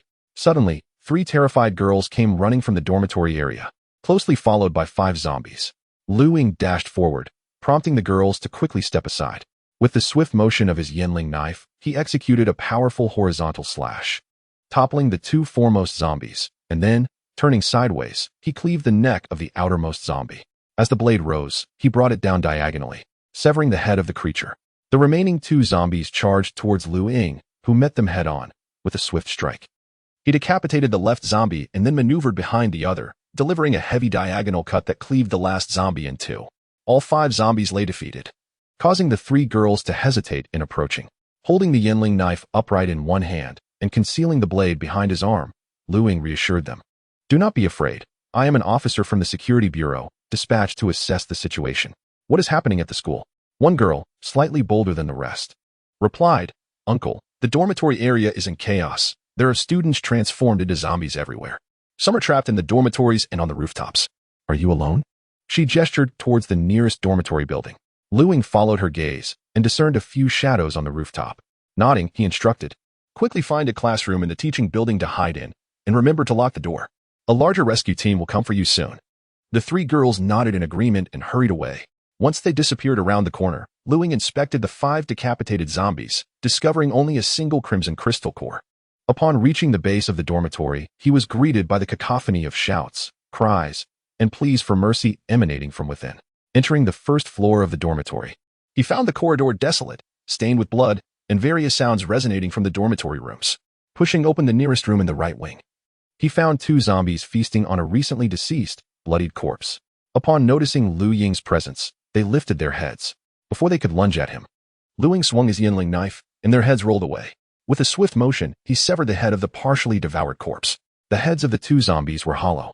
Shutting the door behind him, he stored his quiver back into his space and retrieved a bottle of glucose drink, savoring it eagerly. Refreshing. After finishing the drink, Lu Ying donned his hood and helmet, gripping his knife as he proceeded to the next dormitory. Inside, he encountered 3 zombies relentlessly banging against the door. After dispatching them, he found no crystal cores. This dormitory floor housed over 30 rooms, each accommodating 4 individuals. He wiped the blood from his Yinling knife, examining the blade closely, noting that it showed no signs of dullness or chipping. Impressive, he thought. The materials and forging methods of these 6 long knives far surpassed those of the shoddy weapons typically encountered. He pondered whether slaying all the zombies in this building would damage the blade. After a brief respite, Lu Ying rose and departed, making her way towards the next dormitory. Gently pushing open the door, she found the room devoid of life, save for a few traces of blood. It seemed the zombies had wandered elsewhere. At that moment, a door further down the corridor swung open, revealing a blood-soaked male student who emerged, wielding a baseball bat. Remarkably, this student was missing one ear, blood streaming profusely from his wounds, and a portion of his left cheek was absent, allowing glimpses of his teeth through the gaping injury. Astonishingly, he exhibited no signs of fear, nor did he scream. Instead, he charged directly towards Lu Ying. Chapter 23. The Guardian of the Dormitory with a Focused Gaze. Lu Ying gripped the hilt of his blade tightly, executing a swift upward thrust followed by a horizontal sweep. The edge of the Yinling knife glided across the throat of the male student, blood erupting forth as the boy dropped his baseball bat and pressed his hands against the gaping wound, sliding down to the floor against the wall. Lu Ying stepped closer, observing the boy who appeared to be smiling, his head bowed, as if inviting Lu Ying to accompany him on his final journey. Sighing deeply, Lu Ying delivered a decisive strike, blood spraying onto the opposite wall. He then proceeded to the next dormitory, and as time passed, the right side of the first floor echoed with faint sounds of blade swishes and the rolling of objects. After nearly half an hour, the right section was cleared, yielding a total of 4 crystal cores. Lu Ying then entered the left section, methodically cleaning each dormitory. Upon reaching the 6th room on the left, he found the door locked from within. Taking note of the room number, Lu Ying continued his task. Approximately half an hour later, the remaining rooms were cleared, and he collected 3 additional crystal cores. Approaching the already locked dormitory, he knocked on the door, but silence enveloped him. He knocked again, more insistently. "Hey, are you all okay in there? The monsters on the first floor have been dealt with." Still, there was no response. With no other choice, Lu Ying resorted to his previous tactics, skillfully prying the door open. Gently pushing it at first yielded no results. So he took a step back and delivered a forceful kick. Inside, startled gasps erupted, followed by the sound of something heavy crashing to the ground. Upon entering the dormitory, Lu Ying discovered 4 boys, each wielding a chair leg, anxiously regarding him as he stepped through the broken door. "Do not be afraid. I am sent by the Public Security Bureau to assist you. The zombies on the first floor have been eliminated," Lu Ying assured them, observing his blood-splattered appearance. The students still hesitated to lower their makeshift weapons. "Rest assured, I mean you no harm. Quickly, head to the academic building and await rescue. The military will come for you." "Will they really come?" inquired a slender boy wearing glasses. Lu Ying nodded firmly. "They certainly will. Gather your things and hurry along." With that, he retreated to the doorway, leaving the 4 boys exchanging glances. "Trust me, if I were a villain, I would have attacked you already," Lu Ying said with a reassuring smile. The boys pondered for a moment before shouldering their bedding and making their way to the academic building. Lu Ying grinned broadly before entering their dormitory. Although somewhat disheveled, the room was thankfully devoid of corpses or bloodstains. Lu Ying opened the bathroom door and took a moment to address his personal needs. Afterward, he retrieved alcohol from his space and cleaned his hands thoroughly. Removing his helmet and snow goggles, Lu Ying exhaled deeply before inspecting the provisions stored in his space. Despite having endured numerous brutal battles in his past life, he found himself disinclined to eat meat for lunch. Instead, he took out a bowl of oil-drenched pulled noodles and a handful of peeled garlic. The steaming oil-splashed noodles remained warm within the confines of the storage ring. The decision to send the 4 boys to the teaching building was twofold. Firstly, the absence of zombies there assured greater safety. Secondly, Lu Ying needed a relatively clean place to partake in lunch, while the situation on the upper floors remained uncertain. The first floor, aside from this room, was littered with either bloodstains or corpses, making it quite unpalatable to confront such horrors. After finishing a bowl of noodles, a lingering hunger prompted Lu Ying to retrieve 2 donkey meat pastries and a bowl of donkey meat soup from his space, which he savored comfortably, feeling considerably warmer afterward. He then pulled out a can of energy drink and swiftly downed it. With his spirits lifted, he took a deep breath, feeling a wave of comfort wash over him. Indeed, a post-meal cigarette felt divine, as the saying goes. After a brief respite to settle his stomach, Lu Ying donned his hood and helmet once more. Rising to navigate towards the corridor, he ascended the stairs as quietly as possible and arrived at the stairwell on the 2nd floor, gently pushing open the small door. He glanced around, spotting a dozen zombies lingering in the corridor. On the left side, there were a total of 7, while 5 occupied the right. Lu Ying mentally calculated his options. Should he charge indirectly, the zombies on both sides would inevitably swarm towards him, placing him in a precarious position. The only viable strategy was to swiftly eliminate the 5 zombies on the right side. Even if he couldn't dispatch them with a single blow, he needed to incapacitate them before rushing past, then turn to confront the remaining zombies. Assessing his gleaming armor, he noted that aside from the inner arm area, the rest of his protection was quite adequate, and he was dressed warmly. The helmet provided ample defense around his neck as well. This place was indeed suitable for firearms. Lu Ying mused. His reluctance to use a gun previously stemmed from a desire to conserve ammunition and the risk of attracting zombies with the noise, despite the silencer. Sound within enclosed spaces remained significant.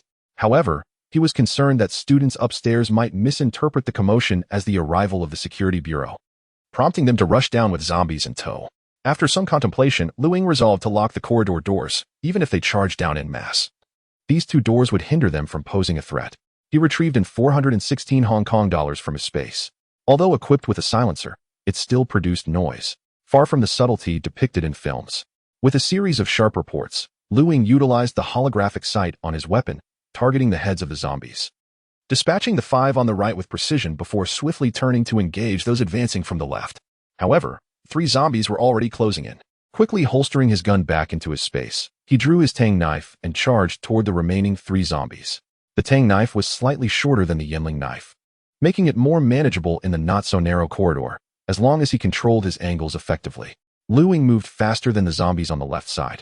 Gripping the knife with both hands, the blade angled outward as he executed a diagonal slash from below to above, severing the neck of the closest zombie while simultaneously kicking another to the ground.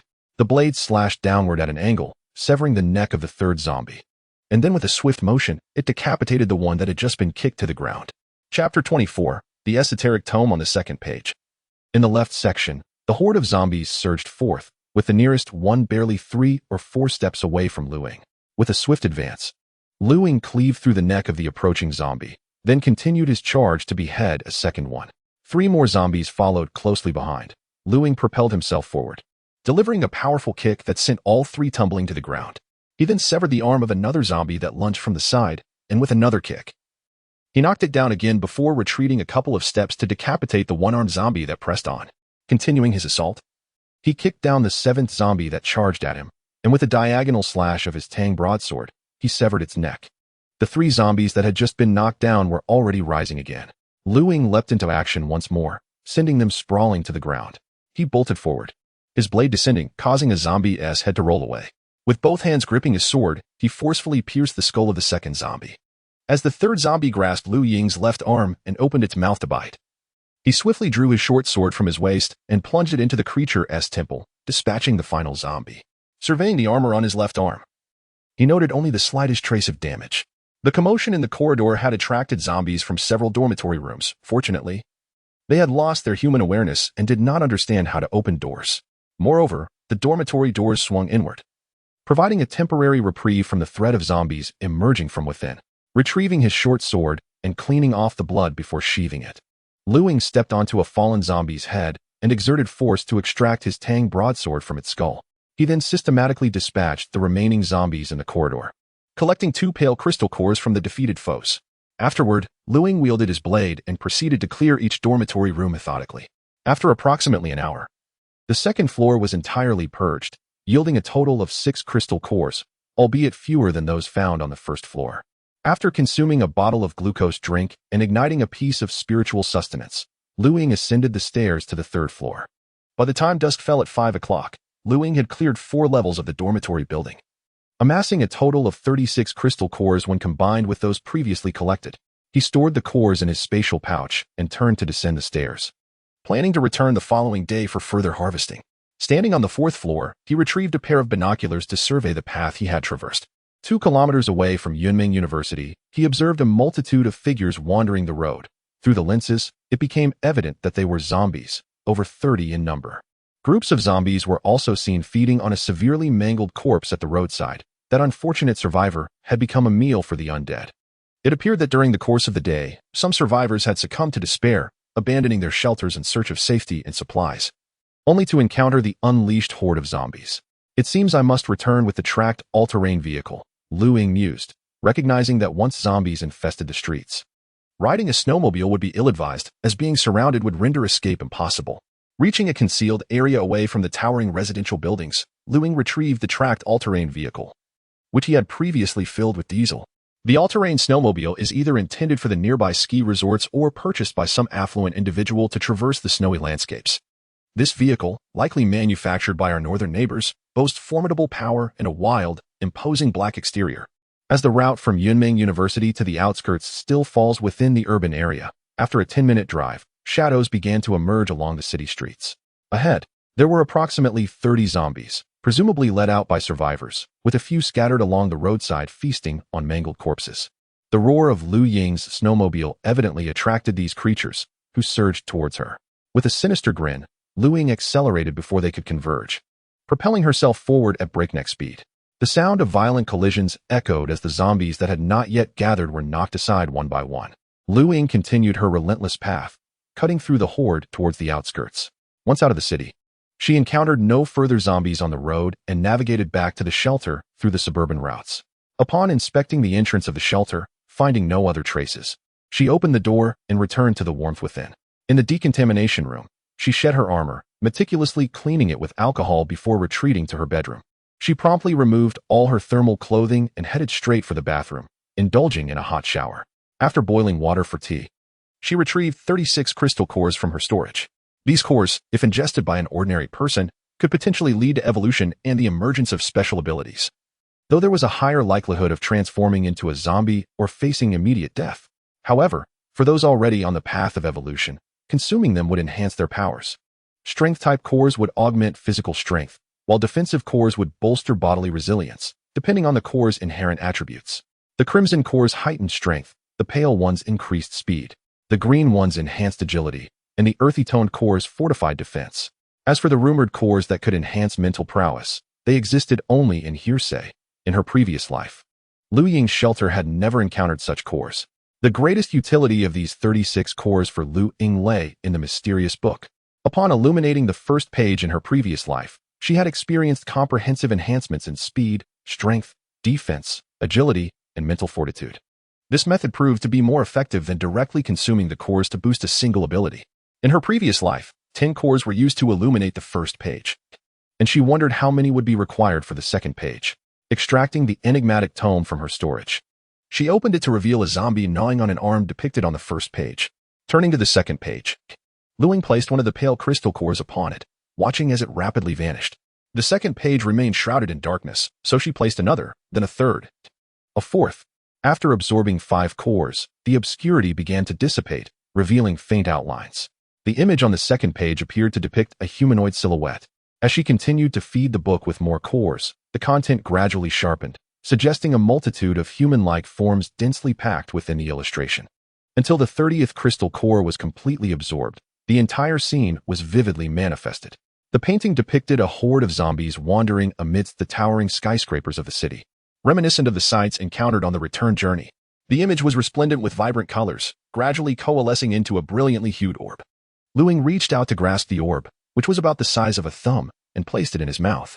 After consuming the orb, Ying felt invigorated, as if every cell in his body was rejoicing, with a subtle radiance shimmering upon his skin. Chapter 25, The Gift of Slaughter. At this moment, Ying found himself enveloped in a profound and enigmatic state, akin to a fish gliding through the vast expanse of the ocean or a bird soaring through the azure sky. Suddenly, however, all sensations of comfort and beauty vanished without a trace. Every inch of his being felt as if pierced by needles, followed by an excruciating pain akin to being sliced by a dull knife, relentlessly assaulting both body and mind. His eyes widened in alarm, the whites of his eyes replaced by a hue of crimson, and every surface of his body, from his forehead to his neck, was laced with bulging veins. A gasp escaped his lips, soon followed by a wretched wail. Within Ying, the blood, flesh, meridians, and even bones were being fortified by the formidable energy contained within the bead he had just swallowed. This process of enhancement was excruciatingly painful and accompanied by a significant depletion of energy. As time passed, every pore on Ying's body expelled a dark red mist, and the intense agony began to gradually dissipate. After more than 10 minutes, the pale and weakened Ying shakily propped himself up and made his way to the bathroom. 50 minutes later, having finished his shower, he emerged from the bathroom, feeling an insatiable hunger gnawing at his insides, as if he could devour an entire cow. He tidied up the soiled chair and replaced it, retrieving a golden brown, crispy roasted leg of lamb from his spatial storage, along with a barrel of draft beer. Grasping the leg of lamb with both hands, he took generous bites. The meat had been perfectly cooked, its flavor rich and succulent. In no time, he obliterated the entire leg, followed by downing a large glass of beer, which was refreshing and invigorating. Yet, even after his feast, the hunger remained. He procured 2 pounds of beef and continued until he had consumed 2 roasted legs of lamb, 3 pounds of beef, and 2 racks of lamb. Finally feeling a sense of satiation, once tidied up, Ying proceeded to the training room, eagerly anticipating the transformations that awaited him upon illuminating the second page. Surveying the walls of the training room, he shook his head, realizing that none of the equipment was suitable. Donning warm clothing, Ying exited the tunnel and ascended the mountain, seeking a pine tree as thick as his arm. With a firm grip, he unleashed a punch against the tree. The sound of splintering wood resonated as the tree collapsed, his strike having broken it without expending his full strength. He then located a tree as thick as his thigh and delivered another blow. The tree cracked and fell, showering him with the snow that had collected on its branches.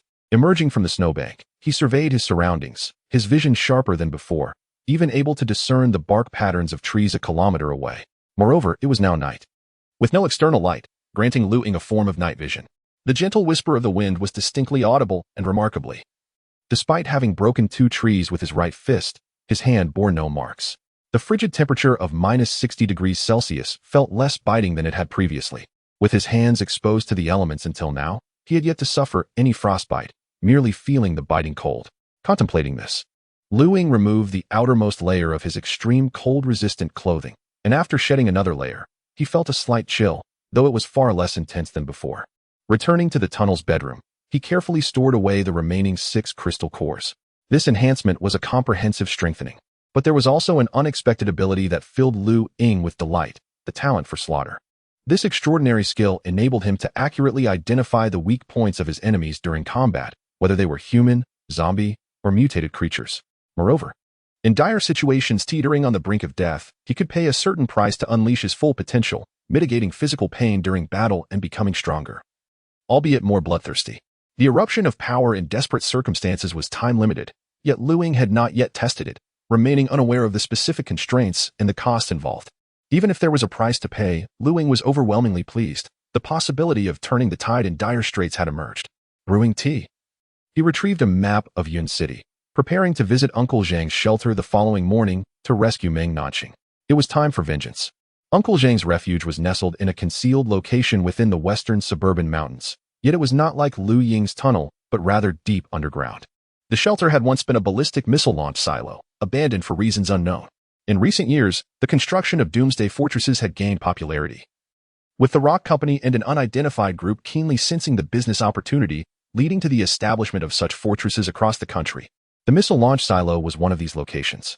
Uncle Zhang had previously mentioned that the underground fortress, built into the mountains and expanded, boasted over 100 suites, each capable of accommodating a family.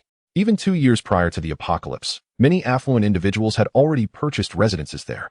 The underground fortress was exceptionally secure, with the mysterious group collaborating with the Rock Company also operating a security firm. These shelters developed by the Rock Company relied on the security forces provided by that firm.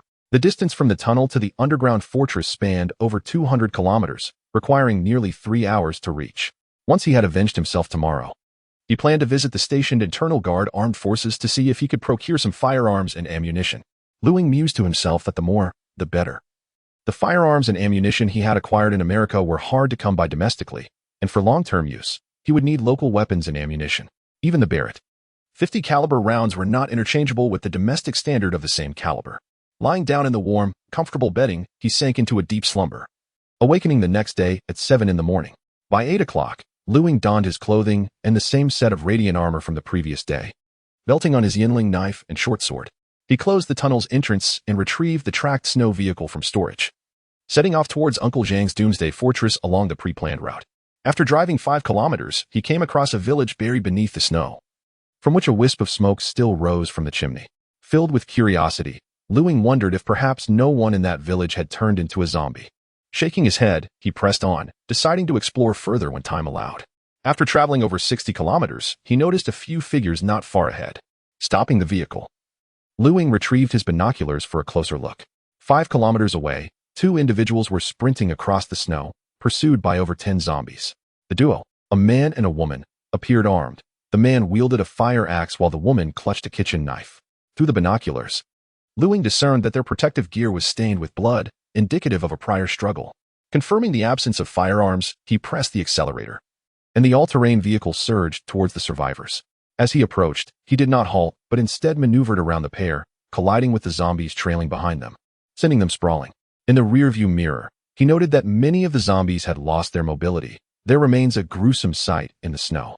However, a few still managed to rise and continued their pursuit of the survivors. The 2 individuals, preoccupied with their escape, failed to notice the staggering zombies behind them. Lu Ying shook his head, concluding that even if they managed to flee this time, their survival was unlikely to extend much further. In this apocalyptic world, one must either embark on a path of evolution, strengthening oneself, or seek refuge in a formidable sanctuary. Merely existing as an ordinary person was a futile struggle for survival. By around 11 o'clock, Ying finally arrived at the location mentioned by Mr. Zhang. Along the way, he encountered 3 groups of survivors. By the time he reached the latter 2 groups, the survivors had already become a meal for the zombies. After disembarking and dispatching over 20 zombies, he collected 3 crystal cores as his reward. Ahead lay a landscape encircled by mountains, with a winding road that had originally been constructed to lead directly to the fortress of the sanctuary. Chapter 26. The opulent Doomsday Fortress. The road, typically sealed off, lay buried beneath a thick blanket of snow. Ying reduced his speed and, after traversing approximately 3 kilometers, finally reached the above-ground section of the fortress. This haven had been fortified with remarkable strength, resembling a low mountain, its surface cloaked in layers of soil and densely planted with trees and vegetation. Faintly visible behind the foliage were concealed glass panels, and the nearby hills hosted more than a dozen wind turbines, with wisps of steam rising in the distance. From afar or from above, one would undoubtedly perceive it as merely a modest hill. The entrance to the fortress featured a gate wide enough to comfortably accommodate 2 vehicles side by side, standing at an impressive height of 5 meters. Ying parked his vehicle about 100 meters from the entrance, where an iron gate stood, flanked by 2 guard booths manned by security personnel. Emerging from the left booth was a robust figure clad in heavy snow camouflage, lacking any insignia or rank. Holstered at his waist were several pistol holsters, one of which appeared to contain a firearm. Ying felt a flicker of uncertainty. In Xia country, even security firms affiliated with the Panshir Corporation were not typically armed. While he pondered this, the security personnel gestured towards a warning sign hanging on the gate, which read Restricted Area, No Entry. Ying exited his vehicle and approached the gate, where the guard's hand instinctively moved towards his holster. Ying's gaze sharpened. It was indeed surprising that the security here was armed. Whether this was a pre- or post-apocalyptic measure remained unclear. Xia country's gun control laws were stringent. Before the apocalypse, no group or corporation would have been permitted to carry firearms. Raising his hands to signal his benign intentions, he spoke. "Hello, I am looking for Mr. Zhang of the Zhang Group. He is inside this fortress. You may contact him. My name is Ying. Please hold on," the guard replied, signaling to someone inside the booth while continuing to observe Ying. After confirming with his colleague, the guard stepped out and addressed Ying, "Greetings. Upon entering the fortress, there is a designated parking area. Someone will escort you to the parking lot and then to Mr. Zhang. However, we must inspect you for any dangerous items. So your cooperation is appreciated." Of course, Ying nodded, and as one of the guards opened the iron gate and stepped outside, he immediately noticed the short sword at Ying's waist. "Sir, you cannot bring any knives or firearms into the shelter," the guard stated firmly. "Very well. Should I hand these over to you for safekeeping?" Ying inquired. "Please do. We will return them to you upon your departure," the guard replied. Ying nodded, removing the short sword from his waist, and, after opening the car door, also handed over his Yanling knife to the security personnel. The guard placed the 2 weapons back in the booth and then conducted a thorough check of Ying and his vehicle before nodding. "You are clear, sir. Please proceed." He then opened the iron gate wide enough to allow Ying's vehicle to pass through. Upon entering through the iron gate, the first iron barrier slowly closed. Before reaching the formidable main entrance, a thick, black alloy door began to open inward. Even from within the vehicle, Ying could hear the heavy whirring of the mechanical apparatus. As the fortress door opened, a security personnel stood behind it, directing Ying to proceed forward approximately 10 meters before turning right into an underground passage. At the end of this passage lay a vast underground space where various vehicles were neatly parked, ranging from multi-million-dollar limousines to administrative sedans worth several $100,000, and even some supercars. Additionally, in a corner, several dozen tracked off-road vehicles, like the one driven by Ying, were parked in an orderly fashion. After turning off the engine and exiting the vehicle, Ying felt a wave of warmth. The security personnel who had guided him to park led him towards another corridor. This passage was as bright as day, with walls seemingly made of some metallic substance. Following the security personnel to the end, they arrived at a closed alloy door. The security officer glanced at a camera above and then swiped a card across an electronic device nearby, causing the alloy door to open. Upon entering, they encountered another corridor, leading to an elevator. After the security personnel inputted a password, Ying followed him into the elevator, where the button for the 11th floor was pressed. As the elevator descended, upon reaching the 11th floor, they stepped out into yet another corridor, culminating in another alloy door. Upon opening this door, they finally entered the living area of the bunker. The entire area was cylindrical in shape, with the central space devoid of any structure except for 8 elevators positioned in various directions. Astonishingly, waterfalls cascaded from the ceiling, and each level was adorned with lush greenery. Lu Ying plucked a leaf from an unfamiliar plant, astonished to find it was real. The temperature inside was comfortable, yet aside from the closed rooms, there were no other individuals present except for the security personnel. Continuing forward for over 30 meters, the security officer arrived at another door, once again checking the overhead surveillance camera before entering a password. Once the door opened, the officer gestured for Lu Ying to enter. Nodding in acknowledgement, Lu Ying stepped through the door, which then closed slowly behind him, leaving the security personnel outside. What unfolded before Lu Ying's eyes filled him with a sense of envy. The scene was breathtaking. Ahead lay an expansive area featuring rockeries, flowing water, a variety of trees and flowers, and even an enormous swimming pool. A fleeting thought crossed Lu Ying's mind. Could his physical defenses withstand an attack from firearms? At that moment, several beauties in swimsuits frolicked in the pool, resembling carefree fish in water. Just then, one of the swimsuit-clad beauties approached Lu Ying, who stood there, mesmerized and lost in admiration. Wow, this place is indeed grand. Lu Ying mused to himself. Hey, little Lu, what are you staring at? The voice belonged to a stunning woman in a swimsuit, her figure graceful with a slender waist, snow-white skin, and a swan-like neck.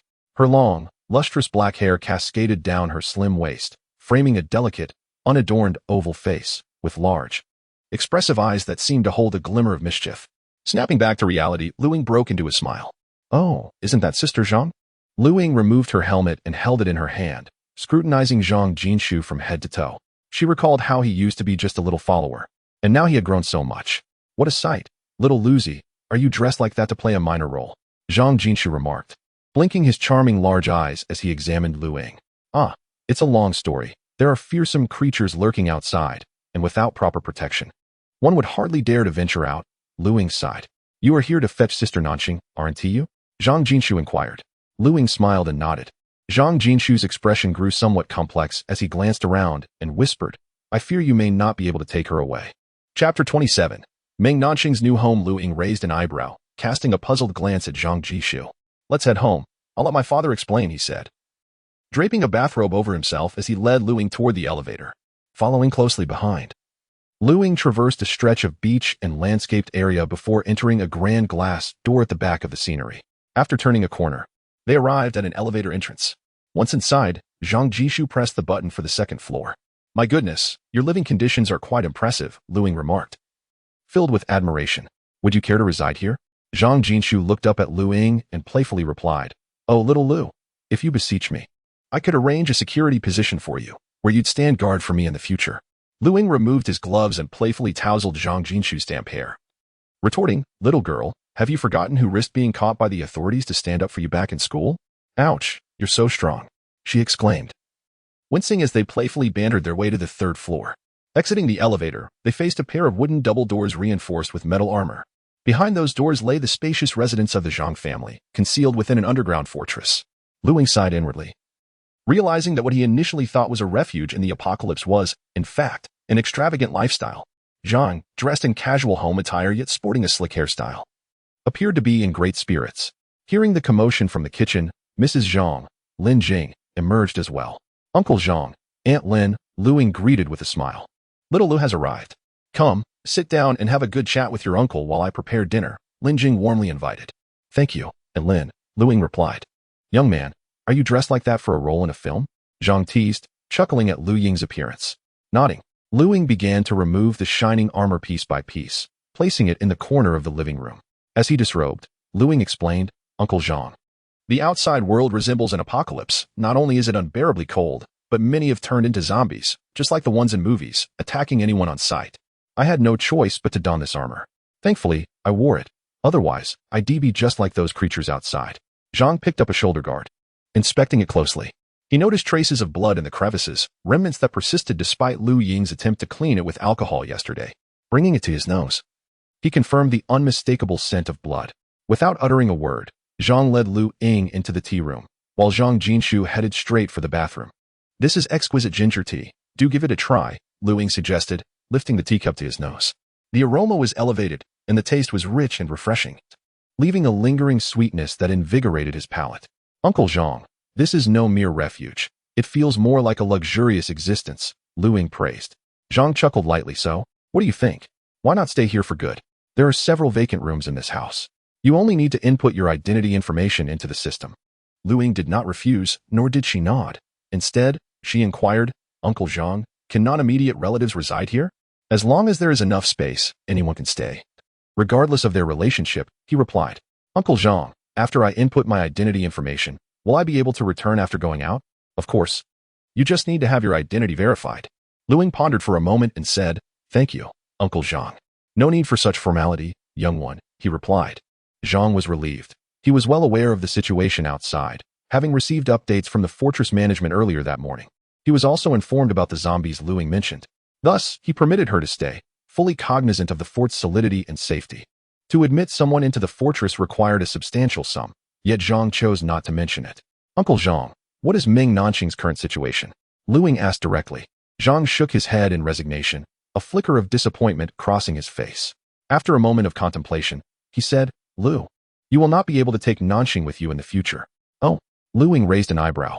Zhang's expression darkened as he explained the circumstances. After Meng Nanxing was brought in by Zhang, she seemed to be preoccupied daily. Over time, she began to frequent the 15th floor. Just a few days ago, after losing communication with the outside world, she returned with a young man, claiming he was her boyfriend, and subsequently moved to the 15th floor. Zhang was both angry and helpless. As Meng Nanxing was neither married to nor engaged with Lu Ying, there was nothing he could do to intervene in this matter. Since that day, after moving in with her boyfriend on the 15th floor, she had not returned. After the security personnel verified Lu Ying's identity, they contacted Meng Nanxing, who outright declined, stating she was attending a banquet with her boyfriend and had no time. After relaying this, Zhang Jingshu entered the tea room dressed in comfortable attire and poured himself a cup of tea. Setting down the teapot, he patted Lu Ying on the shoulder, saying, Lu, if you want to cry, just let it out. It's not a sin for a man to weep. Lu Ying rolled her eyes. Zhang observed that his daughter was now of the same generation as himself, and her increasingly absurd remarks left him somewhat exasperated. With a stern expression, he admonished, What nonsense are you speaking? You need to get your act together. Zhang Jingshu sat beside Lu Ying, who playfully tousled his hair into a mess. Why would I cry? Her choices are her own, Lu Ying replied nonchalantly. Zhang and Zhang Jingshu exchanged glances, their expressions laced with suspicion. Zhang Jingshu leaned against Lu Ying's chair, one hand resting on the wooden tea table and one foot propped up on the beam beneath her stool, exuding an air of a rogue playfully toying with a virtuous woman. Really? It's all right, Lu, we're all family. It's better to let it out. Lu Ying gazed at Zhang Jingshu's posture and rolled her eyes dramatically. It must be true. She has found herself a refuge, which is rather commendable. By the way, why do you persist in wanting me to shed tears? Sigh, this is rather dull. Zhang Jingshu felt a wave of disinterest wash over him. He had anticipated witnessing a scene of a strong man weeping, sobbing heartily, and, should Lu Ying be willing, he would have taken her to confront Meng Nanxing, reproaching him for his betrayal and tearing apart the unscrupulous mistress in a dramatic display. To his surprise, Lu Ying appeared utterly unconcerned. It seemed that the bond he had previously observed between Lu Ying and Meng Nanxing was perhaps merely one of camaraderie. What are you saying, mister? Zhang admonished his beloved daughter, growing increasingly absurd in his assertions. Chapter 28. The Zhang family Xiao Lu. Don't pay attention to her nonsense, mister. Zhang shot a glance at Zhang Jingshu, who merely stuck out her tongue in response. You, Mr. Zhang exclaimed, exasperated. Oh dear father, please have some tea. Zhang Jingshu said sweetly as she poured tea for Mr. Zhang. At this moment, Lu Ying was unaware that Zhang Jingshu harbored grand ambitions. Feeling somewhat speechless about the situation, Lu Ying turned to Mr. Zhang and inquired, Uncle Zhang, what is the situation with the Boyes family? Setting down his teacup, Mr. Zhang replied. The boy's name is Gao Su. His parents were previously engaged in international trade and are quite affluent. They reside on the 15th floor of the bunker. Mr. Zhang assumed Lu Ying was concerned about her junior, Meng Nanxing, and thus relayed all he knew. Meng Nanxing's actions were driven by two factors, Gao Su's considerable wealth as a second-generation rich heir, and perhaps also her desire to feel more secure residing here. Given that the Zhang family was closer to Lu Ying, which might make her feel somewhat like a guest in someone else's home, Lu Ying understood all too well. By the way, Uncle Zhang, I noticed the security personnel all had firearms at their waists when I entered. Is the security company here that formidable? Yes. Due to the chaotic situation outside yesterday, they dispatched a helicopter to bring in a batch of firearms to bolster security, Mr. Zhang explained. Oh, Uncle Zhang. How many security personnel are there in the entire bunker? Lu Ying inquired again. Mr. Zhang shook his head. The exact number of security personnel is confidential. I heard they plan to send more reinforcements soon. It seems that for the time being, she would be unable to act against Meng Nanxing. Lu Ying sighed inwardly. If she were to make a move here, Escape would be impossible, and it could even cause trouble for the Zhang family. Perhaps if she could withstand gunfire, she might consider it. A vague plan began to form in her mind. "Dinner is ready, come and eat," Lin Jing announced as she pushed the door to the tea room open. The group made their way to the dining room, where a sumptuous spread of home-cooked dishes awaited them. At the table, Aunt Lin continuously asked Lu Ying how she had been lately, and if she had endured much hardship during her return from another province. Lu Ying had no choice but to fabricate a tale, claiming she had returned due to military redeployment. Observing the warm atmosphere of the family before her, she felt a deep sense of comfort and decided to share her discovery regarding the cores that could enhance human strength and evolution. Upon hearing her words, Mr. Zhang's family was taken aback, their faces reflecting disbelief. Seeing their reactions, Lu Ying clarified, "It's over 200 kilometers from my shelter to here. I encountered 3 waves of zombies along the way, which I dealt with to arrive safely." With that, she retrieved a cloth bag containing 3 cores from the corner of the room and handed it to Mr. Zhang. "Hey, Xiaolu, have you really evolved?" Zhang Jinshu asked, poking at her with her fingers, her lovely face displaying skepticism. Lu Ying flexed her bicep, showcasing her newfound strength, while Zhang Jinshu playfully rolled her eyes. "You've been training with Uncle Lu for so many years, it's only natural to have some muscle." "Ah well, I can't just split the tea table with my hand, can I?" Zhang Jinshu pondered for a moment before declaring, "Wait right here." With that, she dashed out of the tea room in a flurry. Upon returning, he held 4 stones resembling large eggs. "Here, give it a try," Lu Ying said as she took the 4 stones, grasping 2 of them, only to be halted by Zhang Jinshu's admonition, "One at a time." "Mr." Zhang observed the unfolding scene with a smile. With one hand, Lu Ying exerted force, and the stone in her grasp shattered with a resounding crack. "Goodness!" Zhang Jinshu exclaimed in astonishment, only to witness Lu Ying crush the remaining 3 stones beneath her. In the tea house, aside from the sound of boiling water, an eerie silence fell. The father and daughter exchanged bewildered glances at Lu Ying. Zhang Jishu seized Lu Ying's hand and led her to a wall in the tea house. "Try this wall," he said, eyes gleaming with anticipation. "This is nonsense," Mr. Zhang interjected. Lu Ying offered a resigned smile before suddenly launching a punch. Half her fist embedded itself into the wall. This act left Mr. Zhang and his daughter profoundly shaken. While Zhang Jishu was oblivious to the materials used in the underground fortress, Mr. Zhang was acutely aware. It was no exaggeration to state that, although the walls were not as fortified as those connecting the fortress to the outside world, they were certainly not mere concrete. They were composed of a new high-strength composite material developed by the Panshir Company, featuring 3 layers. Zhang Jinshu, with her delicate, fair hands, grasped Lu Ying's right fist, kneading it gently while her wide, captivating eyes reflected sheer astonishment. Mr. Zhang scrutinized the 3 crystalline cores nestled in the pouch. One was a pallid white, while the other 2 shimmered in a ghostly green. "Little Lu, will consuming these truly grant those extraordinary powers?" Mr. Zhang inquired, a hint of intrigue in his voice. Lu Ying shook her head.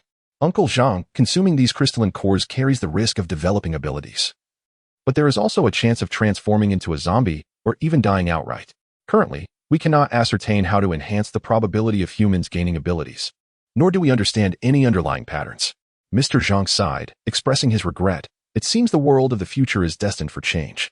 With his extensive experience in the tumultuous business world, Mr. Zhang could readily envision how the emergence of evolved individuals would significantly alter the global order. "Uncle Zhang, please refrain from divulging this to outsiders for now. I wish to gather more of these crystalline cores during this period. It would be ideal if you and your team could also embark on the path of evolution," Lu Ying earnestly advised. "Rest assured, little Lu. However, I believe it is unwise for you to venture outside to collect these items. It is far too perilous. From now on, stay here. It is safe," Mr. Zhang insisted. Lu Ying shook her head resolutely. "Uncle Zhang, while it is relatively safe here for now, what happens in the future as more evolved individuals emerge? Can the Panshir Company and another group truly maintain the current order? Even with armed security personnel in the shelter, what if one day evolved individuals become impervious to modern firearms? At that juncture, without sufficient strength, our way of life may be irretrievably lost, even our lives at stake." Mr. Zhang nodded solemnly, his expression equally grave. After a moment of contemplation, he stated, "Little Lu, regardless of the circumstances, your safety is paramount." Lu Ying nodded. "Uncle Zhang, should any unforeseen events arise here in the future, you, Auntie, and Jean Shu may come to my place." "Are you referring to the sanctuary that Rock Company constructed for you before the apocalypse?" Lu Ying affirmed, though it cannot compare to the facilities and environment here. It is indeed secure and well-stocked with essential supplies. The electrical systems and other amenities are quite advanced. "Very well. Upon hearing Mr. Zhang's consent, Lu Ying felt a wave of joy. The Zhang family, in both this life and the previous one, has always been among the few close individuals to Lu Ying, akin to family even without blood ties. In her past life, she had declined Mr. Zhang's invitation for the sake of Meng Nanxing and Li Linglu, among others. Later, when the zombie virus outbreak occurred, Mr. Zhang had even sent people to search for Lu Ying, hoping to bring her to safety. Yet she had again turned down his offer for the sake of that group, ultimately meeting a tragic end marked by betrayal. Chapter 29. The sturdy fortress of the 16th underground level. In this life, aside from striving to improve his own circumstances, Lu Ying also harbored the hope that Mr. Zhang and his family would similarly thrive. Subsequently, Mr. Zhang escorted Lu Ying via the elevator to the lowest level, the 16th floor. After navigating through numerous stringent security checkpoints, the two arrived at a concealed chamber, which housed an array of sophisticated equipment. Moreover, armed security personnel, with sidearms at the ready, were stationed both inside and outside the room. Under the supervision of the fortress management, Lu Ying underwent facial recognition, followed by the registration of his information. Once entered into the system, the management presented Lu Ying with a card resembling a bank card. With this card and his facial recognition, Lu Ying would be permitted to enter and exit the underground fortress freely, barring emergencies. Upon returning to the residence, Mr. Zhang instructed Zhang Jinshu to guide Lu Ying on a tour of the entire underground fortress. The above-ground portion comprises 3 levels, while the subterranean section consists of 16 levels. The upper levels primarily serve as quarters for security personnel and storage for various facilities and equipment. The topmost 3rd level features an expansive dining area and a scenic zone, providing the affluent inhabitants of the fortress a space to unwind and breathe fresh air. The first underground level is dedicated to security personnel, while the second level is entirely designated as a medical area, boasting medical equipment, a stockpile of pharmaceuticals, and a comprehensive array of doctors across various specialties, rivaling that of a large hospital. The third level houses a sophisticated ecological self-sustaining system, encompassing zones for the cultivation of fruits and vegetables alongside areas for livestock and aquaculture. The fourth level is entirely devoted to dining establishments, bars, and cinemas. The kitchens on this level cater to the needs of those residing within the underground fortress, allowing the wealthy residents the option to dine in the restaurants or arrange for meals to be delivered to their quarters. The focus is on providing attentive service. The fifth level is stocked with a diverse array of daily necessities, including grains, oils, fruits, vegetables, canned goods, and convenience foods, ensuring comprehensive provisions. From the 6th to the 15th levels, the living quarters are located, each floor furnished with various suites for the affluent, replete with swimming pools, scenic areas, fitness zones, and entertainment facilities.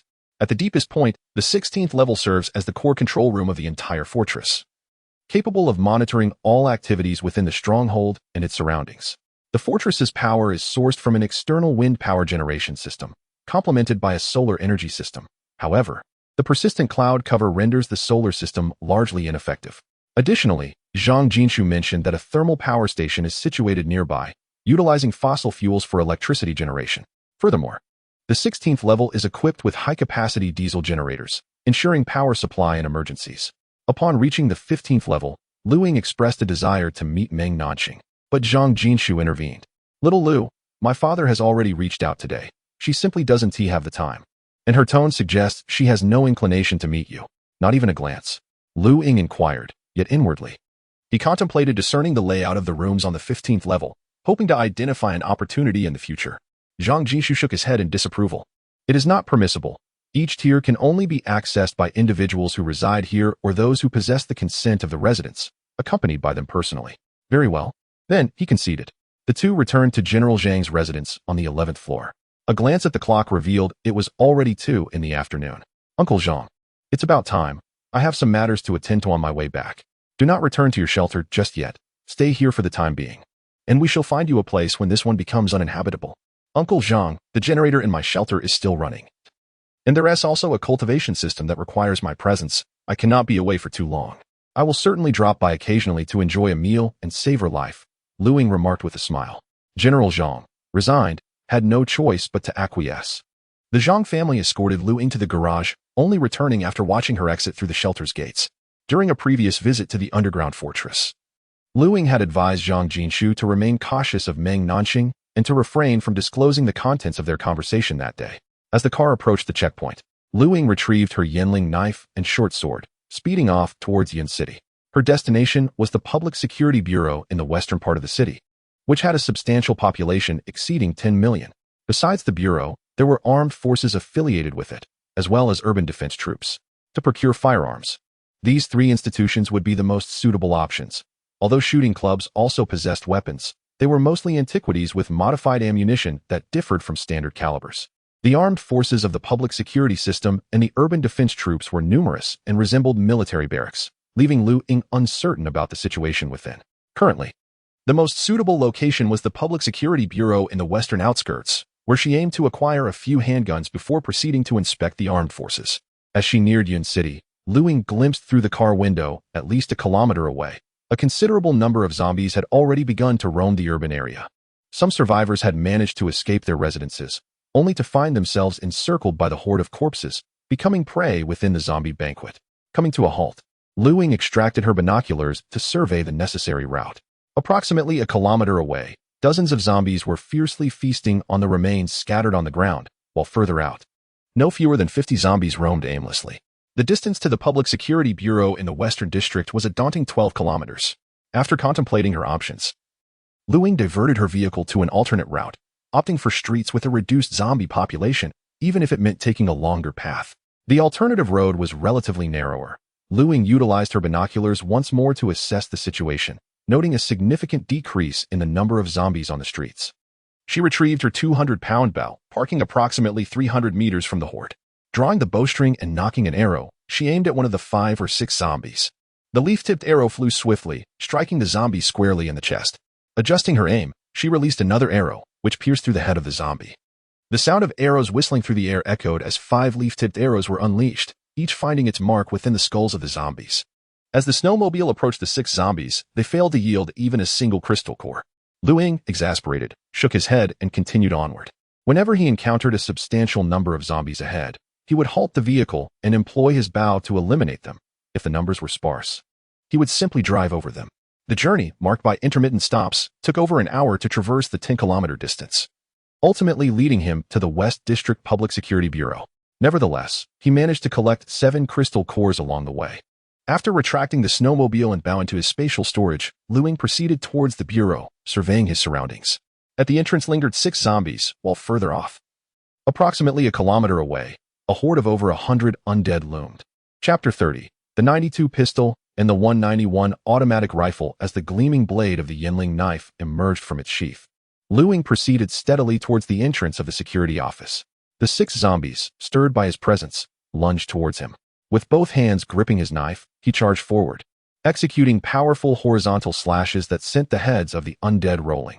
The 6 zombies yielded but a single crystal core. The entrance to the security office, once adorned with a guard booth and retractable gates, was now blanketed in snow, leaving only a solitary building standing amidst the desolation. The main door on the ground floor was buried beneath the snow, compelling Lu Ying to circle the building until he was forced to shatter a glass pane at the rear to gain entry. The shattered window led into a desolate office. Warily, he opened the office door, finding no members of the security team or zombies on the staircase to either side. Typically, a security office would house an armory, staffed around the clock. His immediate goal was to locate the precise whereabouts of this armory. After thoroughly searching the first and second floors without success, he noted the disarray in several rooms, indicating that a struggle had recently transpired. This scene heightened Lu Ying's anxiety, not from fear of the zombies, but from the concern that if anyone within the security office had transformed into a zombie, the remaining officers might resort to firearms. Cautiously ascending to the 3rd floor, he finally discovered the location of the armory. Nestled in the innermost room on the left side, the armory door was a pale gray, unmistakably a specialized blast-proof door, with dried bloodstains visible on the wheel mechanism. To Lu Ying's delight, the armory door stood ajar.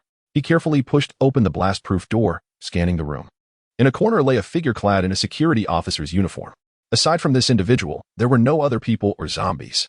Approaching, he noted a bullet hole in the man's forehead, suggesting he had been shot after becoming a zombie. A thorough search yielded no firearms or ammunition. Inside the armory was another fortified door, fortunately also left open. Lu Ying entered cautiously, discovering a corpse with a perforated forehead in the corner, still clutching a set of keys. After a diligent search, he found no firearms or ammunition on this body either. But the keys caught his attention as he turned to 3 standalone gun cabinets. One of the cabinets was unlocked. Lu Ying opened it to reveal 2 tears. The upper section contained 3 rows of handguns, of which 3 appeared to have been taken, while the lower section housed 5 assault rifles. Testing the keys, he found one that fit a locked firearm, retrieving a handgun that he examined closely. It appeared to be a .92 Type 9mm pistol, with a magazine capacity of 15 rounds and an effective range of 50 meters. The remaining 11 handguns were of the same model. Using the keys, he secured all the handguns in his storage space before taking out one of the assault rifles from the lower section. This rifle was a 191 Type 5.8mm automatic rifle, equipped with a holographic sight.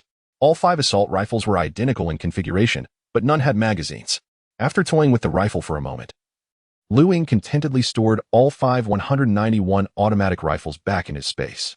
The 3 independent gun cabinets remained securely locked, their backup power depleted. Only 2 keys were available for access. After attempting to insert the key into one of the locks, it became evident that both keys were required to unlock the cabinet simultaneously. Disconnecting the power to the cabinets, I waved my hand, causing both gun cabinets to vanish into the void. The presence of 2 corpses and the absence of 3 firearms indicated that there were likely still survivors within the building. Henceforth, I would need to exercise greater caution in my search for the ammunition depot. The Public Security Bureau adhered to a protocol of separate storage for firearms and ammunition. Logically deducing, one would first collect firearms before retrieving ammunition. The first and second floors did not house an ammunition depot, suggesting it must reside in the basement. With this thought in mind, I descended the staircase toward the basement. Upon reaching the first floor, I encountered 2 unlocked doors, both marked by dried bloodstains. Gently pushing open the door to the stairwell, I scanned the surroundings. The corridor was devoid of life. At the far end of the left corridor stood 2 grayish-white reinforced doors, which I surmised led to the ammunition depot. Gripping my Yingling knife tightly, I cautiously examined each room, ensuring that no one or any zombies lurked within before proceeding further. Reaching the door of the ammunition depot, I found it ajar. Inside, a pool of blood marred the floor, and in the corner sat a middle-aged man clad in a uniform. His neck was grotesquely mangled, and 3 bullet holes adorned his forehead. Confirming the absence of other individuals or zombies, I approached the man. He was a law enforcement officer, donned in a black bulletproof vest, with a tactical belt laden with equipment at his waist, and a .92-style handgun clutched in his right hand. I first removed the handgun, pressing the magazine release button to eject the bullets. The magazine contained 12 rounds, the safety was disengaged, and a single bullet resided in the chamber. After reinserting the bullet into the magazine and re-engaging the safety, I unfastened the officer's tactical belt. The belt was fully equipped, featuring a collapsible baton, a tear gas canister, a tactical flashlight, a radio, cut-resistant gloves, a holster, as well as rose gold handcuffs and keys. Adjusting the belt to my waist, I secured it and sheathed the Yingling knife, which remained fastened behind me. With my handgun safety disengaged, I cautiously approached the blast door leading into the armory. Gently pushing it open, I found the room empty, containing 5 independent ammunition cabinets. 2 of the cabinets stood open. One had been entirely stripped of its 9mm handgun ammunition, leaving only 5 8mm rifle rounds and 20 magazines. Each independent drawer contained 30 rifle cartridges, totaling 605 8mm rounds. The other cabinet revealed a remaining stock of 269mm handgun cartridges. The remaining 3 cabinets remained locked. I filled 10 handgun magazines and 10 rifle magazines to capacity, storing all the ammunition in the 3 locked cabinets within the void. I then retrieved another handgun, attaching it to my left hip, and stowed 5 handgun magazines in the pouch of my tactical belt. Subsequently, he retrieved a Type 191 assault rifle from within the space, affixing a magazine and securing it behind him. With these domestically produced firearms, the resupply of ammunition would be significantly more manageable. Once the ammunition for the foreign weapons he had previously acquired was depleted, there would be no means to replenish it. He bore a Type 191 assault rifle, 2 Type 92 handguns, a Yingling knife, a short sword, and several hundred rounds of ammunition. Today, he intended to thoroughly clear out the dormitory building at Yunmeng University. A glance at his watch revealed it was already 4 p.m. The journey to Yunmeng University would take approximately 20 minutes, leaving him ample time. The haul of weaponry and equipment acquired from the Public Security Bureau had surpassed Lu Ying's expectations, and his objectives were fulfilled. As for the situation within the Public Security Bureau building, Lu Ying had no desire to further investigate. He found a concealed spot to retrieve the snowmobile and set off towards Yunmeng University. Armed with the assault rifle, Lu Ying made his way directly to the dormitory building from the previous day. The path was marked by chaotic footprints and numerous patches of congealed blood in the snow, likely remnants of students fleeing the dormitory, along with the zombies they had inadvertently released. A brief survey of the surroundings revealed that the zombies that had emerged were nowhere to be seen. Chapter 31. Clearing a dormitory. The 4 lower floors of the dormitory had been thoroughly cleaned yesterday. For safety's sake, Ying decided to inspect all 4 floors once more. Apart from the corpses of the zombies, no new undead or humans were present. Ascending the staircase to the 5th floor, Ying pushed open the door to the stairwell, revealing a corridor teeming with a dense mass of zombies. Retreating quietly behind the stairwell door, Ying contemplated his strategy. A direct assault would result in being surrounded by the horde behind him. The corridor, unlike the outside, was confined, leaving no room for maneuvering. After a brief moment of reflection, Ying devised a plan. He would first secure the stairwell door on the upper floors with chains from his storage, ensuring it would hold for a considerable time. He then proceeded to ascend, binding the stairwell doors of the remaining 3 floors with chains as well. Descending, he similarly reinforced the door to the 5th floor corridor with chains, retrieved 10 magazines filled with ammunition, and readied his weapon. With a forceful strike, he shattered the small windows on the door and began to pound on it vigorously. The sound of the banging echoed, instantly attracting the attention of the zombies in the stairwell. Soon, dozens of them rushed towards the door where Ying stood. With precision, he aimed and pulled the trigger, unleashing a barrage of fire. The bullets whistled as they exited the barrel, each round of 5.8mm rifle ammunition accurately piercing the skulls of the advancing zombies. As the horde continued to surge forward, Ying maintained his relentless firing, systematically dropping one after another. In a swift exchange of magazines, he emptied 2 before loading a third, dispatching the last 5 zombies with lethal efficiency. After confirming that no more zombies approached, Ying unfastened the chains on the door, disengaged the safety, slung his rifle over his shoulder, and drew his feather blade, ready to collect the zombie cores. He had just used 65 rounds to fell 76 zombies. And with each decisive strike of his blade, he collected a total of 14 cores after considerable effort. Following this, he systematically cleared each room. After more than half an hour, all rooms on the 5th floor had been secured. Rescuing 6 students who were instructed to gather their belongings and wait for further assistance in the teaching building. A total of 26 zombies were eliminated on this floor, yielding only 3 cores. Ascending to the 6th floor, Ying found a congregation of zombies gathered at the door, with both glass panels shattered. After disengaging the safety once more, he unleashed a torrent of fire, clearing the 6th floor. As time progressed, the sound of automatic rifle fire echoed through the 10-story dormitory every half hour, continuing until after 7 p.m. With the last core stored away, Ying reached the rooftop, only to find the access door locked from the outside. After several attempts to knock, he finally kicked the door open. Inside the corner of the rooftop lay over a dozen frozen zombies, their bodies ravaged. Hearing the commotion, several more zombies charged toward Ying. With his feather blade unsheathed, he swung it relentlessly, severing the heads of the approaching undead. On the rooftop, 6 crystalline cores had been collected. Observing the lifeless bodies, it was evident that these students had fled in panic to the rooftop upon discovering the zombies, subsequently locking the door to the passage. However, the external temperature was bitterly low, and merely overnight, many succumbed to the freezing conditions, transforming into zombies themselves. These newly turned creatures then began to feast upon the remaining students. Shaking his head, Ying approached the edge of the rooftop and surveyed the surroundings. Below, several dormitory buildings were already besieged by a horde of corpses, evidently stirred by the recent gunfire. As the sounds of gunfire ceased, the zombies began to wander below. Turning to descend, Ying sprinted out of the dormitory, swiftly distancing himself from the throng of the undead. His body, having undergone a second enhancement, now boasted increased speed and endurance. After racing 2 kilometers at full speed without even breaking a sweat, he found a concealed spot to retrieve a snowmobile, its engine roaring as he headed towards the mountain sanctuary. Unbeknownst to Ying, after the gunfire erupted, the surviving students in the nearby dormitories gazed out of their windows, hoping that the military or law enforcement had come to their rescue. Many pairs of eyes, peering through the glass, saw only Ying emerge, their hearts sinking in disappointment. Clad in a radiant armor and equipped with a modern tactical belt, rifle slung across his back and a knife at his side, he appeared oddly out of place. As hope rekindled in their eyes, it dimmed into despair the moment Ying exited the school at a rapid pace. After a thorough inspection near the sanctuary to ensure safety, he returned. After taking a warm shower and having dinner, Ying entered a spacious room, roughly the size of half a basketball court. He extracted the independent gun cabinet and ammunition cabinet from his storage ring, placing them apart.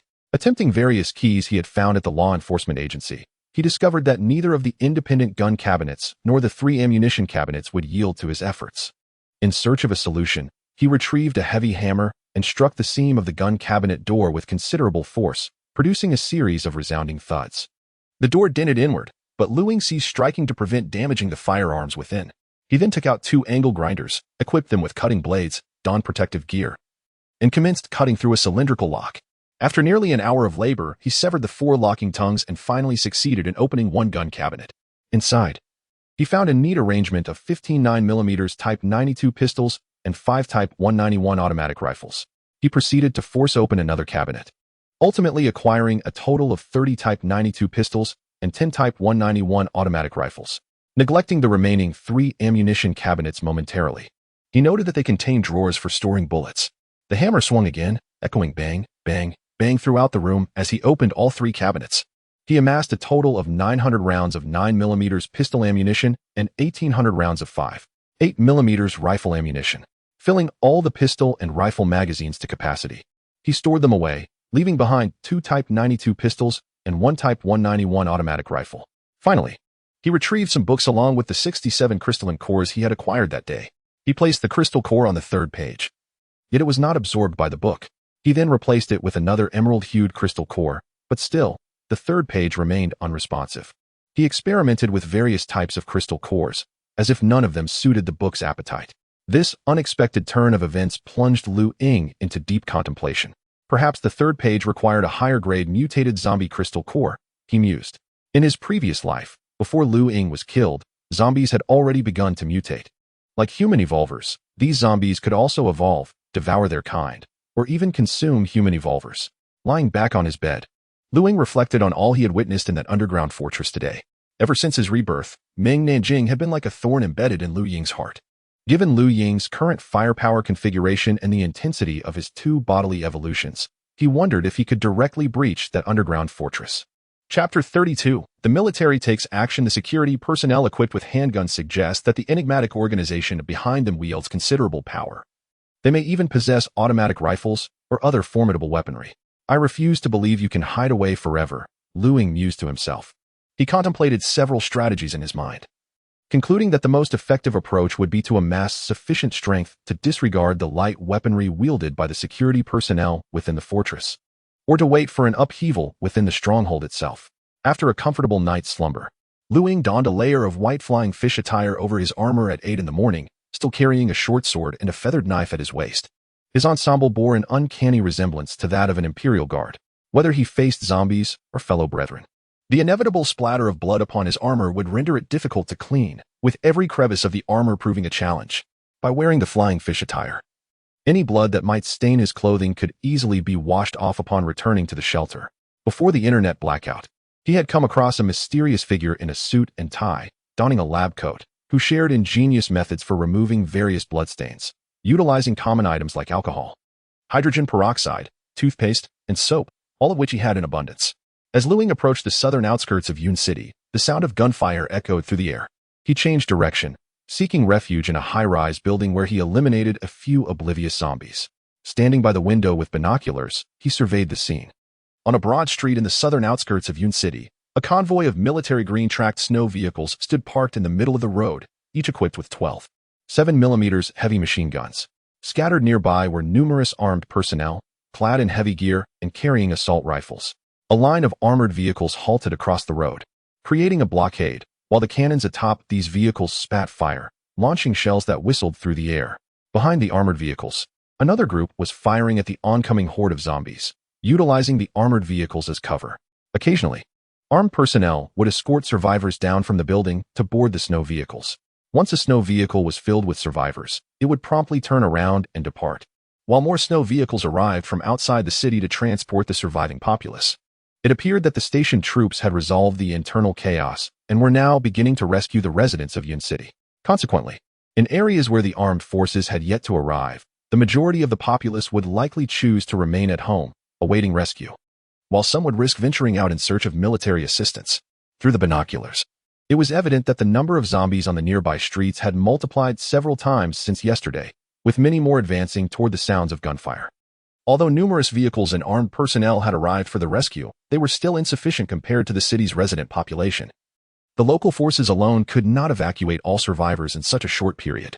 Beyond Yun City, neighboring towns and villages also required assistance. And even with the internal security and law enforcement armed forces counted, it would be exceedingly difficult to evacuate all survivors.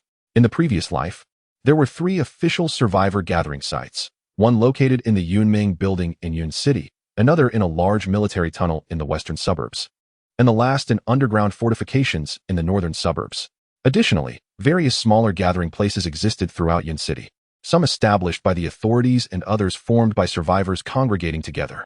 Observing through binoculars, the departing convoy left Yunming City, heading south, where there likely existed another military gathering site.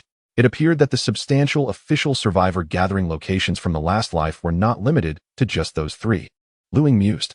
In the short term, both the Yun City authorities and the station troops faced the primary challenge of amassing supplies and relocating survivors to established gathering sites.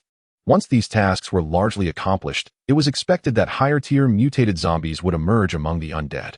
This had been the case in the previous life.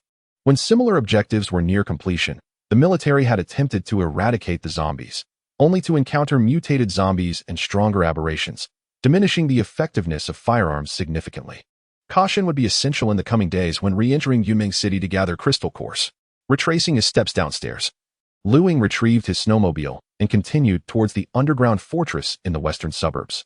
Thanks to his enhanced vision, he could spot military armored vehicles from a considerable distance, allowing him to either circumvent them or seek temporary refuge in concealed areas. By noon, he finally arrived at the underground fortress in the western suburbs.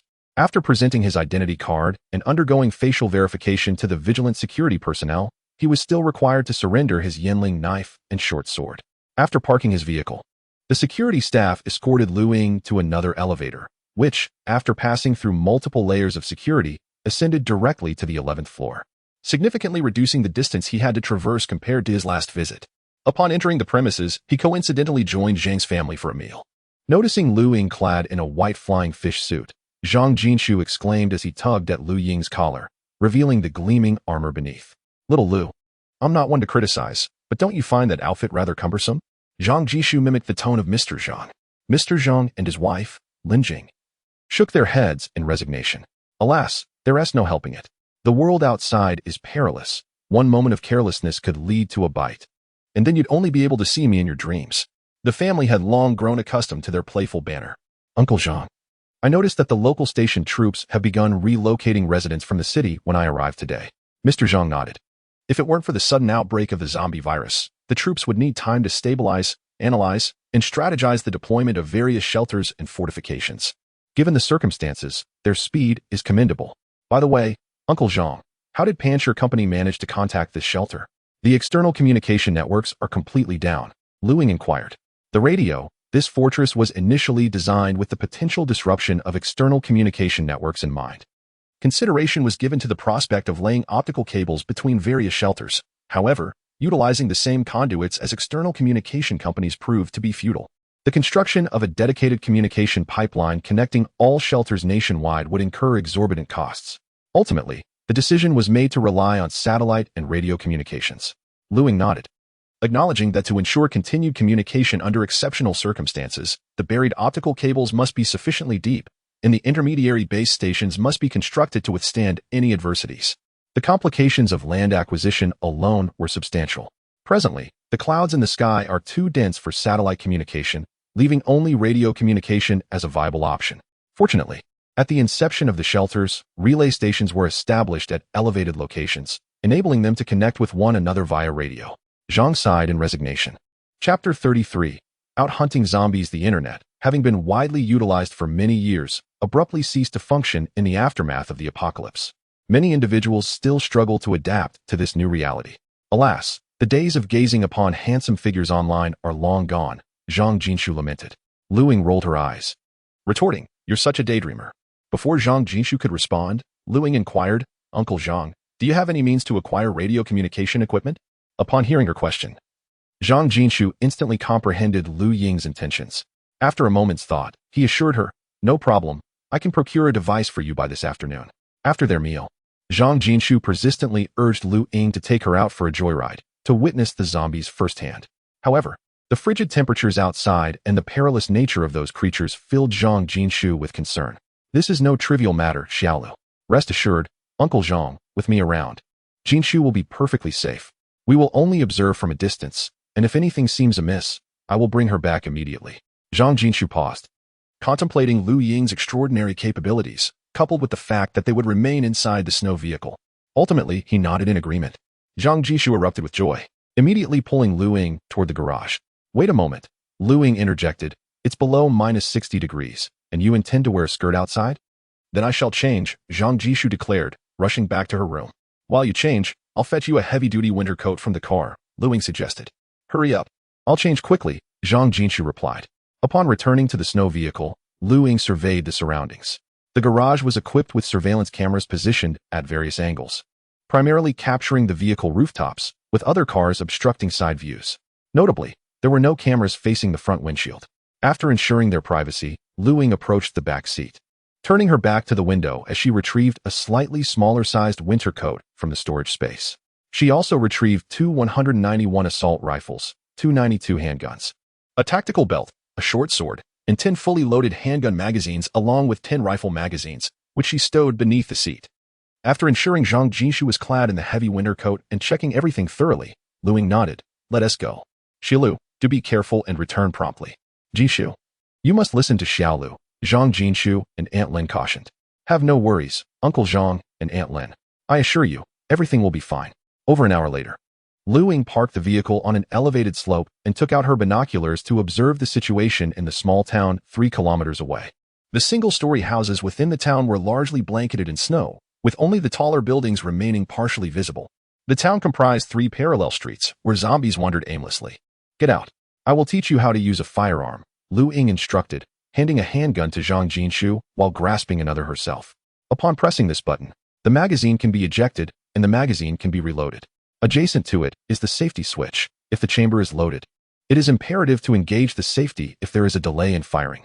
Now, through this sighting aperture, align the front sight within the center of the aperture, aiming at the tree ahead. Regulate your breathing and fire steadily. Zhang Jinshu was quite exhilarated, following Lu Ying's instructions, firing one round after another until the magazine was emptied, successfully hitting the tree trunk 3 times from a distance of 20 meters. Chapter 34, Radio Equipment. Lu Ying chuckled softly, then retrieved the 191 assault rifle. The principles were fundamentally the same, but this rifle was equipped with a holographic sight. It was essential to firmly press the stock against the shoulder, otherwise, a misalignment could lead to painful repercussions on the collarbone. A series of gunshots rang out as another magazine was emptied, although the accuracy left much to be desired. Lu Ying had at last mastered the use of both the pistol and the automatic rifle. Upon reaching the outskirts of the town, Lu Ying cautioned, remember to aim for the heads of those zombies, and remain calm. The snowmobile remained idling, positioned towards one of the streets approximately 300 meters away. The two then opened the car doors, took aim at the wandering zombies on the street, and squeezed the triggers. Bang, bang, bang. The sound of gunfire echoed incessantly. Thanks to prior shooting practice and the comprehensive enhancement of his physique, Lu Ying exhibited exceptional control over his firearm stability and breathing. Each 5.8mm round fired resulted in a zombie collapsing to the ground. In contrast, Zhang Jinshu, being a novice to rifle shooting and confronted with a distance exceeding 300 meters, found that despite the remarkable performance of the 191 rifle, some bullets strayed off target. The gunfire attracted the attention of the zombies on the street. After finishing a magazine, the horde was now less than 100 meters away from them. Lu Ying secured the safety and exclaimed, "Get in the car quickly." He circled back to the previous street entrance. As the distance to the approaching zombie shrank, Zhang Jinshu anxiously inquired, "Hey, why do you keep firing towards the street?" Lu Ying smiled enigmatically and replied, "You'll see soon enough." When the nearest zombie was still less than 100 meters away, the commotion of the snowmobile drew the attention of the undead, who began charging towards it. Opening the car door, Lu Ying swiftly drew his Yinling knife. With the blade in hand, he charged towards the gathering horde of zombies. While Zhang Jinshu anxiously remained in the vehicle, gripping the rifle tightly, her eyes filled with concern, Lu Ying moved with astonishing speed, soon colliding with the rushing zombies. The Yinling knife swung with deadly precision, slicing, cleaving, stabbing, and thrusting with every swing. A zombie fell, either decapitated or severed in half. His white flying fish attire quickly became stained with splattered blood. Having undergone a second round of enhancements, his strength had more than doubled. Even a single-handed strike could cleave a zombie in two. In Lu Ying's grasp, the Yinling knife transformed into a Grim Reaper scythe. He raised his left arm and forcefully struck, sending a zombie sprawling. Then, Stepping forward, the blade flashed, splitting the creature's head in two. He plunged into the dwindling horde with renewed ferocity. Zhang Jinshu watched in awe as Lu Ying fought valiantly, her mouth agape in astonishment. He moved through the throng of zombies with the grace and ferocity of a martial arts master from a period drama, each strike executed with breathtaking speed and power. Like a wolf among sheep, over 50 zombies fell, their heads severed, bodies cleaved, or torn apart, leaving Lu Ying as the sole figure standing on the now desolate street. Before Zhang Jinshu could fully grasp the scene, Lu Ying rapped on the car window. "What are you thinking?" he inquired. As I regained my senses, I beheld Lu Ying's white flying fish suit stained crimson with blood, the marks having already congealed. Zhang Jinshu, appearing somewhat anxious, inquired, "Are you injured?" He then proceeded to search Lu Ying's body with evident concern, completely disregarding the dried bloodstains. "I'm fine. Let's go collect the crystal cores," Lu Ying replied, taking Zhang Jinshu's hand and leading him into the heap of zombie remains. The gruesome scene, with blood and dismembered corpses strewn across the ground, struck a profound blow to Zhang Jinshu's psyche. Overcome, he bent down and retched, spilling his stomach's contents onto the ground. Lu Ying gently patted his back, offering quiet words of comfort. This experience, starkly different from the distant kills achieved with an assault rifle, left Zhang Jinshu feeling unsettled. Through the scope, he had only seen zombies fall, yet he was oblivious to the visceral horror of blood and brain matter spilling forth. Lu Ying handed Zhang Jinshu a bottle of purified water, and after rinsing his mouth, he fought against his nausea to assist Lu Ying in gathering the crystal cores. In the narrow streets, they encountered over 100 zombies, ultimately recovering 16 cores. Throughout their journey, Zhang Jinshu appeared somewhat despondent, lacking his usual vivacity, still requiring time to adjust. Upon returning to the bunker, Zhang Jinshu hurried to his room, where the faint sound of running water suggested he was bathing. Meanwhile, Zhang led Lu Ying into the tea room, where 2 cardboard boxes rested on the table, likely containing radio communication equipment. This device must be taken to the mountaintop or an open high area to receive signals. It cannot be utilized within the cave without an established antenna, Zhang explained. Lu Ying opened one of the boxes to reveal 3 devices, while the other contained antennas, along with a printed sheet detailing frequency bands and operational instructions. Zhang personally demonstrated how to use the equipment, and Lu Ying attentively committed the details to memory. The manual was thorough, outlining antenna setup, the type of feed line to use, and the operation of the communication devices. Essentially, anyone who could read could follow the instructions and operate the equipment. After neatly repacking the boxes, Lu Ying reached beneath his armor to retrieve 2 92-style pistols from his spatial storage. Chapter 35 Farewell to Meng Nanxing. Upon seeing the 2 92-style pistols in Lu Ying's hands, Mr. Zhang was momentarily taken aback. He then noticed Lu Ying retrieving 8 fully loaded magazines consecutively. "Xiao Lu, what is this?" Mr. Zhang inquired, his brow furrowed in confusion. "Uncle Zhang, with these 2 92-style pistols and the 8 magazines, there are a total of 10 magazines and 150 rounds of ammunition. You and Jinshu each take a pistol." "Just in case," Lu Ying explained. After a brief moment of contemplation, Mr. Zhang nodded in acceptance, refraining from questioning the origin of the firearms. Shortly thereafter, Zhang Jinshu, who had regained her vitality, spotted the 2 handguns on the tea table and picked one up to examine it. "How is it that a young lady like you takes a liking to such items?" Mr. Zhang remarked with a touch of exasperation. "Dad, let me tell you today." Zhang Jinshu animatedly recounted her impressive exploits. Though Mr. Zhang smiled, a flicker of concern lingered in his eyes. Once the father-daughter duo concluded their exchange, Lu Ying inquired, "Uncle Zhang, how can I get in touch with Meng Nanxing? I wish to see her." "Please wait a moment," Mr. Zhang responded, stepping out of the tea room. After a short while, he returned to inform them, "Nanxing will arrive in 20 minutes, accompanied by Gao Su." "How excessive!" Zhang Jinshu exclaimed, a hint of indignation in her tone. Lu Ying chuckled. "Everyone has their own perspective. There is no need to be upset with her." "Mr. Zhang carefully stored away the 2 pistols and the 8 magazines, and the group engaged in light conversation while awaiting their guest. After approximately 20 minutes, the doorbell rang. Reluctantly, Zhang Jinshu led Lu Ying to answer the door. Upon opening it, they beheld Meng Nanxing, adorned in an exquisite white gown. Her fair neck adorned with a luxurious blue diamond pendant, presenting herself with the grace of a proud swan. Behind her stood a tall, handsome gentleman in a formal suit. His smile as refreshing as a spring breeze. Meng Nanxing's gaze towards Lu Ying was somewhat complex, yet she greeted them with a smile. "Xixiang, Jinshu." Lu Ying nodded, feeling little more than a sense of urgency to find an opportune moment for vengeance. After the meeting with Mr. Zhang's family concluded, the atmosphere in the tea room grew somewhat peculiar. At that moment, Meng Nanxing turned to Lu Ying and said, "Xixiang, I would like to speak with you privately.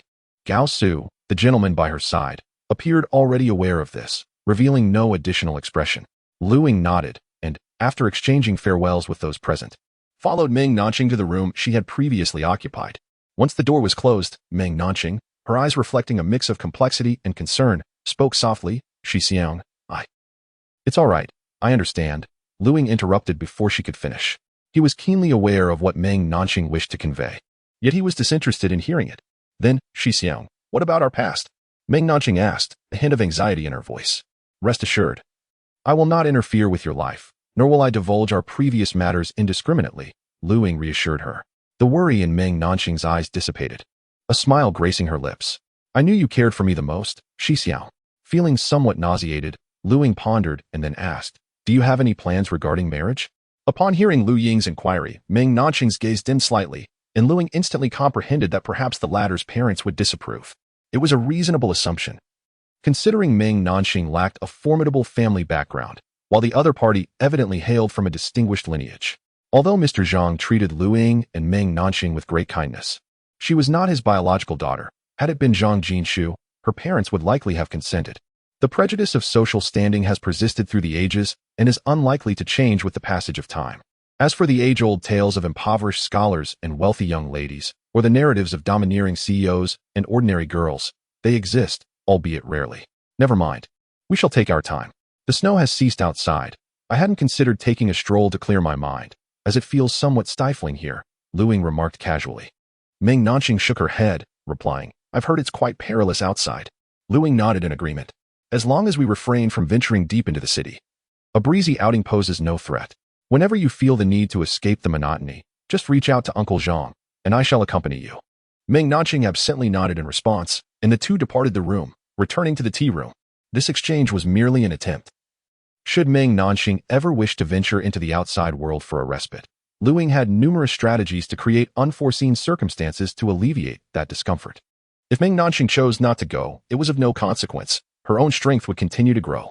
If Meng Nanxing remained reluctant to emerge, then, as a last resort, Lu Ying would take decisive action within the bunker, forcefully breaching its defenses. However, she was loath to resort to such measures unless absolutely necessary. In truth, ever since her first encounter with this bunker, a profound adage had surfaced in Lu Ying's mind. While neighbors stockpile grain, I shall stockpile arms. For my neighbor is my granary. Yet, this notion was swiftly extinguished as soon as it arose. Chapter 36. The conspiracy. Upon reaching this point, the thought emerged once more, compelling me to suppress my inner impulse and reflect. If the opportunity arises in the future, it would not be unfeasible to seek a more advantageous location. Inside the tea room, Zhang Jishu appeared somewhat displeased as he poured tea for the guests, while Gao Su and Zhang were engaged in amicable conversation. Upon the emergence of Lu Ying and his companion, Gao Su greeted Lu Ying with a smile and a nod. During this exchange, Gao Su merely provided a cursory self-introduction without a hint of condescension, maintaining a balanced demeanor. However, Lu Ying discerned that his counterpart regarded him as inferior, even placing him on par with Zhang. Lu Ying remained unfazed, his mind merely calculating the potential opportunities for action that might arise in the future. An hour later, Meng Nanxing and Gao Su departed. Humph, dressed so formally, are they here to provoke? Zhang Jinshu muttered, visibly irritated. Zhang, observing his daughter resembling a puffed-up kitten, shook his head in resignation. Little Lu, we shall connect promptly at 8 a.m. tomorrow. By the way, here is an urgent communication guide. In circumstances where direct conversation is inconvenient, we may use these ciphers. Accepting the A4 paper from Zhang, which was densely populated with numbers, Lu Ying noted that each sequence bore annotations indicating its meaning, such as 7701 denoting an external attack on the fortress and 7709 signifying internal turmoil. Having comprehended the significance of the numbers, Lu Ying understood that these were devised by Zhang for urgent communication between them. After dinner, Lu Ying drove back to the tunnel. Meanwhile, Meng Nanxing and Gao Su returned to the residence of the Gao family on the 15th floor. Observing the gentle demeanor of Gao Su, Meng Nanxing pondered and asked, When shall we act? Let the uncle arrange it. Rest assured, I have made the necessary preparations. Once Lu Ying is eliminated, everything he possesses will be handed over to you. There won't be any unforeseen complications, will there? Gao Su replied with a smile. There are my people in the action team. He will retrieve that ring and bring it back to you. Hearing this, Meng Nanxing beamed with relief, silently vowing, Brother, I shall remember your sacrifices. The following morning, Lu Ying ascended to the mountaintop. Yesterday, Zhang had mentioned that there was also a relay station established by the Panshir Company in the eastern suburbs. Furthermore, the area where Lu Ying was located was not surrounded by mountains, necessitating only the external installation of an antenna to connect to the shelter. He set up the antenna and connected it to the equipment, linking it to an external power source and adjusting it to the frequency band previously requested by the Panshir Company. Once communication was established, interference and voices emerged. Listening attentively, Lu Ying refrained from interrupting, as it was a communication exchange between several shelters of the Panshir Company. At 8 a.m., a crackling sound emanated from the device. Lu Ying quickly adjusted it to clarify the transmission. "Fairy calling Lu Banban." Lu Ying was momentarily speechless, then responded, "Lu the Handsome has received your message. Over." After completing the communication with Zhang Jinshu, he retracted the device into his space and returned to the tunnel, retrieving a map of Tangnan City. Located in the northern suburbs of Tangnan City was a factory that manufactured various types of cables, which housed radio equipment and feed lines designed to ensure communication quality over considerable distances. In need of replenishing ammunition, Lu Ying meticulously marked the locations of the factories and several police stations on the map, strategizing his route of action. He donned a striking red flying fish suit, leaving his white one to soak in various detergents to be cleaned upon his return. After securing the pit door, he retrieved a snowmobile from his spatial storage and set off towards the cable factory in the northern suburbs of Tangnan City. Covering a distance of over 60 kilometers in less than an hour, Lu Ying opted to bypass the urban center of Tangnan City, navigating instead through the outskirts. As he passed numerous intersections, he slowed his pace, observing a multitude of zombies wandering the streets. The situation in Tangnan City was scarcely better than that in Yumeng City. Regrettably, the garrison numbers near Yun City were limited, with the majority of troops concentrated along the coastal regions and various border areas of the Summer Nation. Occasionally encountering a few straggling zombies along the route, Lu Ying deftly maneuvered around them, prioritizing the procurement of coaxial cables and ammunition before considering harvesting any crystal cores within the city. Arriving at the factory named Hangzhou Cable shortly after 9 o'clock, he found it situated in the suburbs, surrounded predominantly by nearby villages, most of which were buried under a thick blanket of snow. Inside the factory, fewer than 5 zombies were present. Their attire revealed 3 security guards and 2 workers. After disembarking, Lu Ying swiftly dispatched the zombies, but found no crystal cores. The building was partially buried in snow, its main entrance firmly shut. Fortunately, the roof featured a semicircular design, preventing significant snow accumulation. Within the cable factory were production workshops and warehouses. After a thorough search, he located a storage area in the left corner upon entry. With a single leap, Lu Ying ascended to the warehouse roof, extracting an angle grinder and a high-capacity outdoor power source from his spatial storage to cut a sizable opening. He then retrieved an aluminum alloy telescopic ladder and lowered it into the dark interior. Only the light streaming through the newly created opening illuminated the space. But this posed no hindrance to Lu Ying. The warehouse contained various types of cables, some as thick as an arm. After a diligent search, he finally discovered the coaxial cables needed to connect the radio to the antenna, finding over 60 usable rolls within the warehouse. With a sweeping motion, he collected every cable, regardless of specifications, as his spatial storage was ample enough to accommodate them, leaving future utility considerations aside. Departing the cable factory, he continued his journey towards the police station. Tangnan City had 3 police precincts located in the southern, northern, and central districts. As he approached the entrance to the urban area, Lu Ying halted the vehicle to assess the number of zombies along his route. The northern precinct, positioned at the city's edge, was accompanied by a considerable number of zombies along the road, while distant gunfire indicated military internal security forces were likely engaged in the evacuation of survivors. Unfortunately, the distance was too great for Lu Ying to hear the more distant zombies, despite his enhanced hearing. At this moment, he found himself about a kilometer away from the police station. Through his binoculars, he observed approximately 100 zombies aimlessly wandering the road. Fortunately, the roadway was sufficiently wide, and the zombies were scattered, maneuvering the vehicle to within 300 meters of the horde. Lu Ying retrieved his compound bow and over 100 willow leaf arrows from his spatial storage. At this moment, although the bow and arrow may lack the fierce firepower and convenience of an assault rifle, they possess the advantage of minimal noise, ensuring that the horde of zombies remains oblivious at this distance. Arming the bow and nocking the arrow, each slender leaf-shaped projectile pierces the skulls of the undead, eliminating more than a dozen zombies that wandered on the road ahead. Continuing inward, each halt occurs approximately 300 meters from the horde, as arrow after arrow is released, penetrating the heads of over 100 zombies that obstruct Lu Ying's path. As the arrows are retrieved, these 100-plus zombies meet their demise, resulting in a total of 14 crystal cores harvested, shattering the glass of the second floor of the Public Security Bureau. Ying leaps down into a corner of the room, discovering a corpse that has already been dispatched. It appears to be that of a middle-aged security officer, though the coat has mysteriously vanished. With a slight furrow of his brow, Ying draws his Type 92 pistol and cautiously opens the door, surveying the corridor for any signs of life. Subsequently, he inspects the various rooms on the second floor. The ground bears dried bloodstains and footprints, indicating that someone has been injured. Drawing from previous experience, Ying heads straight for the basement, yet he still conducts a thorough check of the first floor. Chapter 37. The imposter. Upon descending into the basement, the location of the armory became immediately apparent, yet the entire corridor, walls, and door were stained with blood. After cautiously inspecting the other rooms and confirming that they were devoid of both humans and zombies, Ying approached the armory with trepidation. The door, when pushed, revealed itself to be locked. Gripping his pistol tightly in his right hand, he knocked firmly on the door with his left. "Who is it?" A feeble voice emanated from within. Ying's heart raced with caution as he quickly deliberated before responding. "I am a representative from the Disaster Command Center of Yun City, sent to assess the situation in Tangnan City. What is the current status there?" "The Yun City Disaster Command Center?" The voice inside expressed confusion. "Yes. The official and military authorities of Yun City established a disaster relief command center yesterday. We have mobilized local internal security forces and nearby station troops, alongside armed units of the public security system, to facilitate the evacuation and resettlement of survivors. Communication has been severed, which is why we dispatched 2 teams to evaluate the circumstances in Tangnan City." Ying then inquired, "How are you faring?"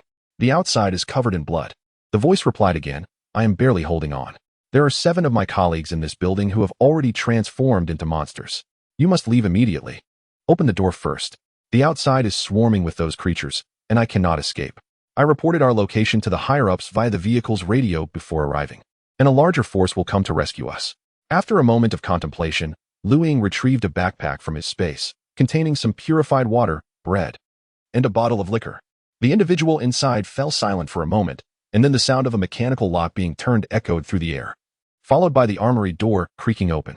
A dark barrel protruded from within, and a gunshot rang out. However, Ying's reflexes were swifter. He evaded the shot before swiftly disarming the shooter and entering the armory. The assailant was a young security officer, visibly injured, and likely not yet 30 years of age. Ying removed the tactical belt from the officer's waist and guided him to sit on a stool. The officer, devoid of any weaponry, sat despondently on the stool. "Why did you shoot at me?" Ying inquired in a grave tone. With great pain, the officer replied, "Your earlier statements were riddled with inconsistencies. Given the current circumstances, it is evident that the cities are overwhelmed, and Yun City, with its population of millions, cannot possibly rely on the scant nearby troops and internal security forces, in addition to the public security armed units, to resolve its issues. Even if a command center were established in Yun City, they would communicate with Tangnan City via emergency radio. How could they possibly send personnel through hordes of corpses in such dire conditions?" Ying nodded in acknowledgement. The officer continued, "Your presence here suggests you are after weapons and ammunition. Even amidst this chaos, I have my duties, and I cannot ascertain whether you are a person of ill intent. In these times, should malevolent individuals acquire weaponry, the threat they pose to ordinary citizens far exceeds that of the zombies. Indeed, I am not a nefarious criminal. My purpose here is solely for arms and ammunition. Furthermore, you are not the sheriff. That middle-aged sheriff outside was slain by your hand, was he not?" At that moment, the young man's expression shifted.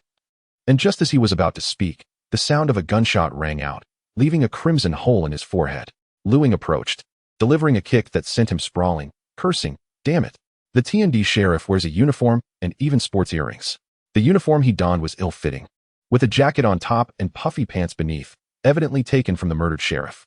Inside the ammunition depot, 6 independent ammunition cabinets stood, which Ying dismantled, disconnecting the wires and storing them in his spatial inventory. He then ascended to the armory, finding it ajar. However, it appeared a fierce skirmish had transpired, with dried bloodstains and fallen zombies scattered throughout. He collected both weapon cabinets into his storage space and took his position by the window to survey the situation outside. The path he had traversed was devoid of any new zombies, save for those he had previously dispatched. Retracing his steps back to the sheriff's office, he paused at a corner of an intersection, beside a comprehensive shopping center. Shattering the glass, he entered the deserted mall. It was evident that no one had set foot here since the torrential downpour began. All the crystal roll-up doors of the shops were firmly shut, and the mall spanned 5 levels. The fourth and fifth floors were dedicated to dining, while the lower 3 levels comprised clothing areas, along with sections for jewelry and toys, culminating in a supermarket on the ground floor.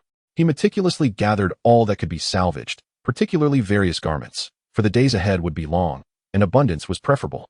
Subsequently, he breached the large supermarket's roll-up door, revealing a cornucopia of goods. The entrance area was filled with fresh produce, though many items had begun to rot, and some seafood had frozen into solid blocks. At that moment, Lu Ying heard a faint sound, as if someone had softly exhaled. He disengaged the safety on his handgun and cautiously approached the source of the sound.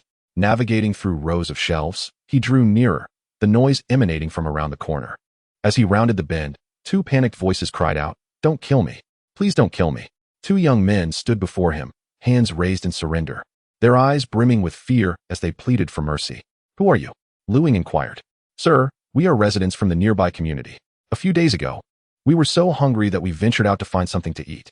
I assure you, we will pay for what we have consumed in the supermarket." One of them implored. "Yes, sir, we would never take anything for free."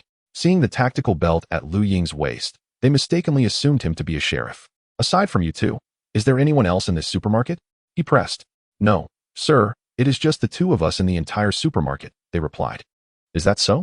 Lu Ying let out a light laugh, then raised her voice slightly. "Come out, the 3 of you across the way." After a few seconds of silence, she added firmly, "If you do not emerge, I shall be compelled to fire." Shortly thereafter, 3 young girls stepped forth from behind a row of shelves, their faces marred with injuries, their eyes filled with terror and trepidation. "Approach, I assure you, I mean you no harm." The girls hesitated, taking a few cautious steps towards Lu Ying, their heads bowed, unable to meet her gaze. "Do not be afraid. I am a good person and also the peacekeeper of Yun City," Lu Ying reassured them. Upon hearing her claim of being a peacekeeper, the girls exchanged glances, their expressions tinged with skepticism as they observed her attire, a flying fish suit complemented by a tactical belt around her waist. "Rest assured, I am a harbinger of justice. The world outside is teeming with zombies, and thus, I must don this armor to protect myself from being bitten." With that, Lu Ying tugged at her collar, revealing the gleaming light armor beneath. Chapter 38. Be a good person in the next life. What is happening? Lu Ying inquired. The 3 girls hesitated, and one of the younger ones timidly replied, "Officer, we are residents from the nearby community. 2 days ago, we escaped here with a few others, one of whom worked in this mall. We entered through another staff entrance, intending to hide and await rescue, but they killed that person last night and then forced us." She gestured towards the shelves from which they had just emerged. The other 2 girls nodded in fear. "Officer, it's not like that." "Silence. You two, don't move. Any sudden movement, and I will shoot," Lu Ying warned, stepping forward to stand directly in front of the 3 girls. Turning his head, he indeed saw a decapitated body lying behind the shelves. At that moment, as Lu Ying turned away, 2 of the girls lunged towards his gun hand, while the 3rd dove at his legs. The 2 young men crouching on the floor drew gleaming knives from their pockets and charged at him. "How audacious," Lu Ying smirked, reacting swiftly as he retreated 2 steps. Bang, bang, bang. The sound of gunfire erupted. The 2 knife-wielding men fell, struck in the chest, while the 3 girls were hit in the thigh. The supermarket was instantly filled with screams of agony and pleas for mercy. "How did you know I had a gun and orchestrated such a plan?" Lu Ying questioned, but no one answered. Another shot rang out, hitting one girl in the opposite calf. "Speak, or I will throw you to the horde of zombies." "I'll talk, please don't kill me." He saw it on the camera and wanted to snatch your gun and that device that retrieves items. "Woo, please spare me." "Oh, you saw this on the surveillance?" "Right, the entire city should be experiencing a blackout." "What powers the cameras here?" Lu Ying asked curiously. "They have backup diesel generators. He knows how to use them." Following the gaze of another girl, he noticed a slightly taller boy. "Is there anyone else aside from you?" "No. Besides the one they killed, it's just us. I've told you everything. Please don't kill me, Wawa. Alas, be a good person in your next life." Bang. Bang, bang. Gunshots rang out as all 5 young men and women were executed. Lu Ying then proceeded to the surveillance room. Discovering that indeed the screens displayed the interior of the supermarket, he collected all the equipment within the surveillance room and stored it away to eliminate any possibility of exposure. Next came the moment to gather supplies. Lu Ying disregarded the moldy and spoiled fruits and vegetables, instead beginning to collect from the dry goods and grains, swiftly gathering all items with a wave of his hand. Following that, he collected beverages, snacks, tea, milk, and more, still leaving half of the area unaccounted for. Pots, bowls, utensils, sanitary products, daily necessities, clothing, and more were all neatly stored within the confines of the space. Beyond the checkout counter lay an area dedicated to spiritual sustenance and various home appliances. With the completion of her shopping spree, Lu Ying's resources were significantly replenished once again. After perusing them all, her spirits lifted considerably. It was no wonder that some people resort to shopping as a means of emotional release. Indeed, it felt exhilarating. Strolling along the now-vacant street felt akin to surveying her own territory. Flanking her were numerous shops, predominantly eateries and hair salons, while a pharmacy stood at the entrance of a nearby residential complex. Upon entering the pharmacy through its rolling shutter, Lu Ying found it more expansive than the one she had previously acquired, stocked with a greater variety of medications. Everything that caught her eye was promptly transferred into her storage space. After collecting all recoverable resources along the street, Lu Ying turned into another alleyway, breaking through a window to access an office building, where she ascended to the rooftop.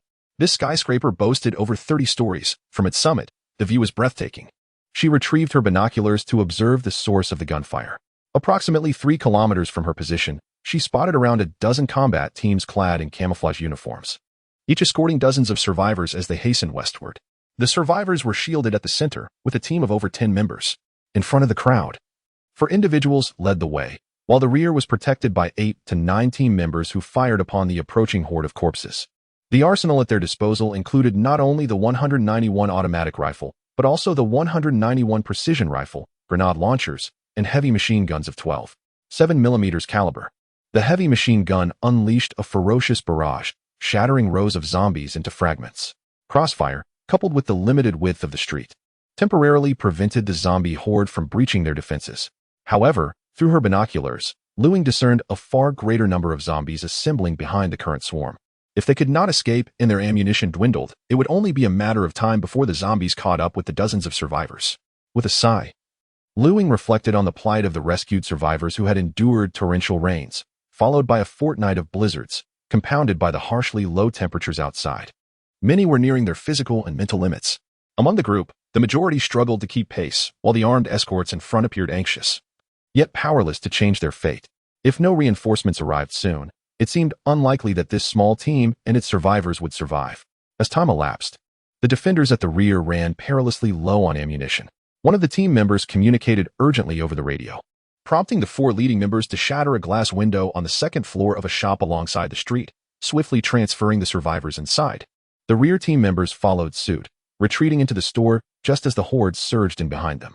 Yet, a substantial number of zombies remained outside, blocking the entrance. Nearby, within some residential complexes, several survivors, bearing empty bags, seized this moment to venture to the external shops and scavenge for essential supplies. Upon departing from the office building, Lu Ying sought a secluded spot to retrieve the snowmobile and set off towards Yunmeng City. Chapter 39. The armed squad arrives as they approached the vicinity of Yun City. A distant line of vehicle lights came into view. Lu Ying squinted to discern the forms, a series of modified snow vehicles, seemingly military transports equipped with tracks. Mounted atop these snow vehicles were several heavy machine guns of 12.7mm caliber, causing Lu Ying to feel a pang of envy. Sooner or later, he would have to acquire a few of those. Gunfire occasionally echoed through the night in the urban landscape of Yun City. From afar, beams of searchlights illuminated numerous streets in the western suburbs. A significant military presence was already mobilizing to evacuate surviving civilians within the city.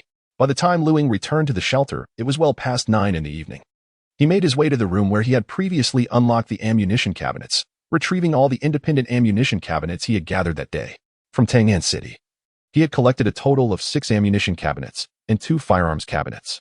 The ammunition cabinets from the Tangnan City Public Security Bureau appeared considerably larger than those from the Yun City West District. With a combination of a sledgehammer and an angle grinder for a forceful unlocking, Lu Ying's heart leaped in excitement as he beheld the firearms emerge from the 2 cabinets. The upper section of the firearms cabinet housed 92 pistols, while the lower section contained 191 automatic rifles. However, among the 10 automatic rifles in one cabinet, 2 stood out as different. Extracting one, he noted that its barrel was longer than the others, and its scope was also more extended, boasting a higher magnification. This weapon was the 191 precision rifle. Regrettably, only 2 were available. Lu Ying sighed, aware that the Public Security Bureau was not akin to other armed forces. Their inventory of firearms and equipment was both limited in quantity and variety. He yearned for the 12.7mm anti-material sniper rifle or even the 14.5mm variant. These calibers had proven to be exceptionally effective in his previous life against the mutated zombies and animals. Alas, such anti-material sniper rifles might only be found in military arsenals, along with grenades, grenade launchers, and larger caliber, more potent cannons. After unlocking all 6 ammunition cabinets, he had amassed 700 rounds of 9mm pistol ammunition and 400 rounds of 8mm automatic rifle ammunition. He filled all the magazines to capacity, collected all firearms, ammunition, and cabinets, and succumbed to a deep slumber. The following morning, Ying ascended to the platform outside the pit, armed with a bundle of coaxial cables to connect to the antenna atop the mountain. Fortunately, the tunnel's design had anticipated the need for communication with the outside world in special circumstances, so conduits had been pre-installed, one of which contained a metal wire that could be pulled directly into Ying's bedroom. Once the coaxial cable was installed and the mountaintop antenna secured, he positioned the radio equipment by the window. Upon activating the radio, he tuned it to the channel previously agreed upon with Zhang. Just as the clock struck 8 in the morning, the communication device crackled to life with Zhang Jinshu's somewhat languid voice, clearly just awakened. "Lu, good morning." At 9 o'clock in the morning, Ying donned another set of Ming-style straight fish scale armor, which proved to be more convenient to wear, complemented by a vibrant red flying fish garment. Upon opening the tunnel's massive door, Ying furrowed her brow. A faint yet distinct sound reached her ears. Not the gentle rustle of the wind through treetops, but rather the unmistakable hum of a snowmobile's engine. The source of the sound was approximately 1 kilometer down the mountain. However, Ying's enhanced hearing allowed her to discern these nuances with clarity. After closing the door once more, she meticulously examined each surveillance feed displayed on the monitor. All the footage revealed no other anomalies. Contemplating her next move, she retrieved her precision firearm, the Model 191, and secured 5 additional magazines onto her tactical belt, maintaining her focus on the monitor. After a brief interval of 2 minutes, a squad of 7, clad in snow camouflage and fully armed, materialized on the surveillance screen. At this sight, Ying's heart tightened. Chapter 40. Clash. The armed squad, clad in camouflage attire and wielding assault rifles and sniper rifles, did not belong to any domestic military force. The firearms in their possession appeared to be 416 Hong Kong dollars assault rifles, all equipped with scopes, while a burly man cradled an M249 general-purpose machine gun, and another sniper seemed to be utilizing a 22 Malawian Quach's sniper rifle. Ying had previously encountered these weapons in short videos and games. Additionally, 2 individuals bore bulging tactical backpacks slung over their shoulders. Judging by their trajectory, they seemed to be advancing towards him. The rear mountain, located amidst the rugged terrain, had no other paths, and the surveillance cameras revealed no signs of the armed squad. Ying, armed with a 191 precision rifle, opened the blast door of the rear mountain and ascended to a prominent rock at the summit. Having changed into a white outer garment, lying beside the rock, he adjusted his scope, fixating on the approaching squad. 4 snowmobiles appeared, halting at the base of the mountain, from which 7 individuals disembarked and began their ascent. Indeed, they were coming for me. I wonder which faction they represent. Could it be the rock company and the conglomerate behind it? Ying pondered. This formation did not resemble that of military or armed forces. They approached in a tactical manner, seemingly dismissive of Ying's presence. Faint voices reached his ears. The burly man with the M249 machine gun boomed. "Is it really necessary to mobilize our entire squad for such a kid?" He asked. "No challenge. The difficulty lies in ensuring the tunnel remains intact." Another, seemingly the leader, responded, "This spoiled brat will probably open the door if we intimidate him a little, perhaps even greet us politely. That would be ideal, saving us time and effort." Listening intently to their conversation, Ying discerned that these individuals were likely dispatched by the rock company or the conglomerate behind it to seize the shelter. As they traversed halfway, the sniper seemed intent on reaching a nearby peak adjacent to the mountain housing the tunnel. Once at the vantage point, he could easily use his sniper rifle to secure the main entrance of the tunnel. Ying aimed at the sniper wielding the 22 Malawian Quach's, steadied his breath, and squeezed the trigger. Bang! The shot struck the sniper squarely in the face, causing him to collapse lifelessly. The remaining 6 armed personnel immediately took cover, prompting Ying to target another individual, seemingly the leader, shooting through his left thigh. I've located him. Find a way to enter the mountain and seek cover," barked the downed squad commander as he strategized amidst the chaos. The others retaliated, firing at the source of the gunfire. Bang, bang, bang. Rat-a-tat-tat. Witnessing one of his comrades fall dead and another leader wounded, the burly man wielding the M249 roared in fury, unleashing a barrage towards the direction of the gunfire. Suppressing the fire. "You bastard, I will kill you." The sound of gunfire erupted suddenly, the enemy's firepower ferocious, yet they had yet to locate Lu Ying's precise position. Resorting only to a barrage of fire in the general direction of the gunshots, the bullets primarily struck the ground beneath Lu Ying's location. Through the scope, Lu Ying identified a robust man prone on the ground, incessantly firing an M249. A shot rang out, and the machine gunner was hit in the head, blood instantly seeping out and staining the snow camouflage on his winter cap. Among the remaining four, two had now disowned Lu Ying's position and began to unleash a fierce volley of fire in his direction. The other two, burdening their injured squad commander whose leg had been shot and rendered immobile, retreated towards a nearby mountainside, seeking refuge among the trees.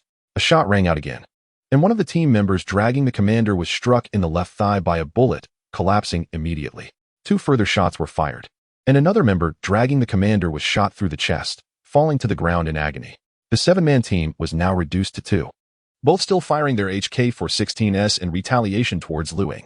Seizing the moment, Lu Ying rolled behind a protruding rock, crawling backward before using the terrain to conceal himself and reposition.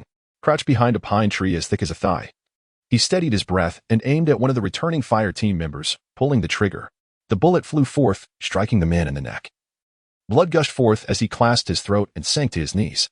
However, the bullet's passage through the body was not merely a puncture, but rather an expansive cavity effect, tearing through the muscles, bones, and arteries within.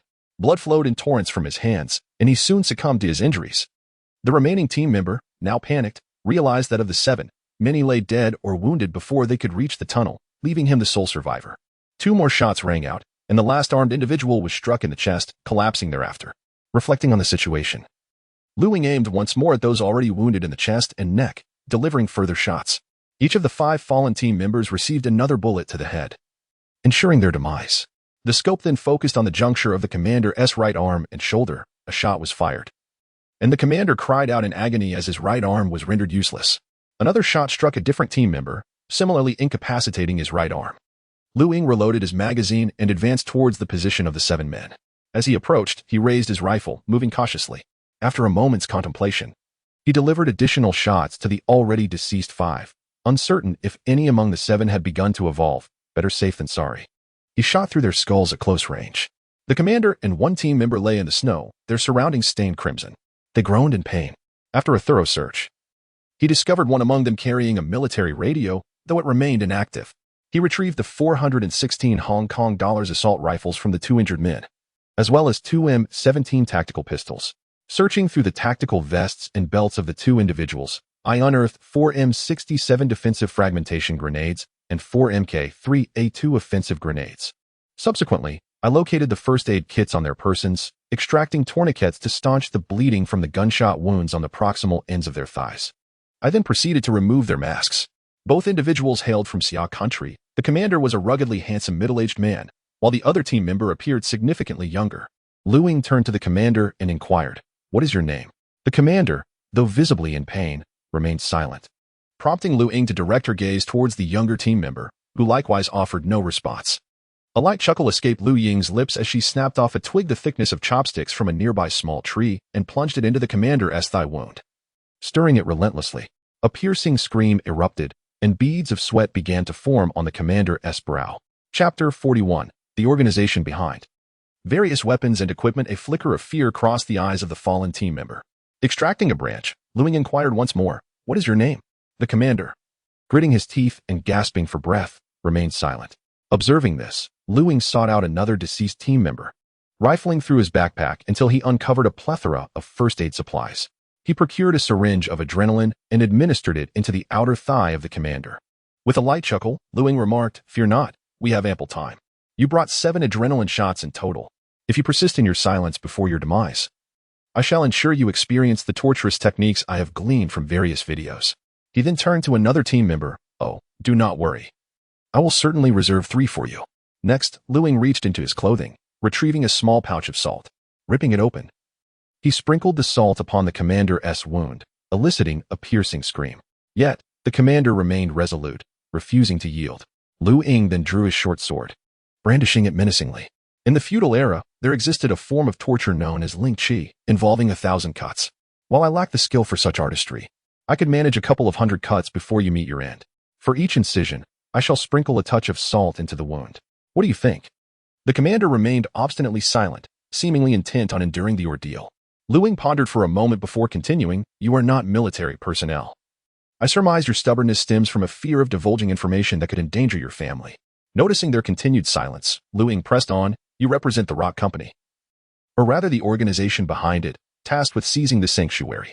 Tell me, if I were to claim this information was obtained from you, would your benefactors not retaliate against your families?"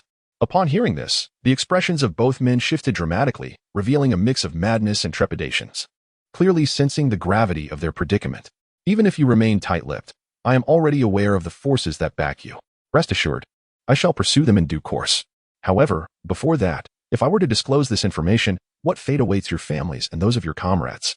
With that, Lu Ying sheathed his sword, disengaged the safety of his firearm, and aimed it at the commander. "Do not fret.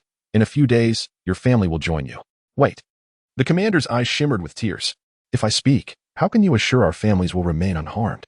Lu Ying scoffed. "I cannot guarantee that. However, if I choose to keep this matter under wraps, your benefactors, lacking concrete evidence, would surely refrain from harming your families. After all, who would willingly serve them under such circumstances? What I can assure is that I will not disclose the source of this information to your benefactors." After a moment of silence, the commander sighed. "I hope you uphold your word." Lu Ying nodded in affirmation. "I'm Su Yan, the leader of the 3rd Squad of the 7th Brigade of the Qianxin Group's Rock Security Company. We were dispatched on the orders of a director to reclaim your sanctuary." "Which director?" Lu Ying inquired. "Director Gao Qi," the commander replied. "The detailed information regarding Gao Qi and the reasons for targeting my sanctuary remains obscure. Besides being a director at Qianxin Group, Gao is associated with another group, the specifics of which elude us. Furthermore, we are unaware of Gao's current whereabouts within any subterranean stronghold. Previously, a command was relayed directly to us by one of Gao's subordinates. But the rationale behind the focus on your sanctuary remains unclear. We are merely executing orders." Lu Ying found herself at a loss. Realizing that the only knowledge the other party possessed was merely a name. How did your security company acquire such weaponry? And is it possible for you to mobilize resources without involving the higher-ups of your security firm or your so-called group directors? Lu Ying inquired curiously. "This batch of equipment was procured after the snow ceased, facilitated by our overseas subsidiary, though I am not privy to the specific methods employed."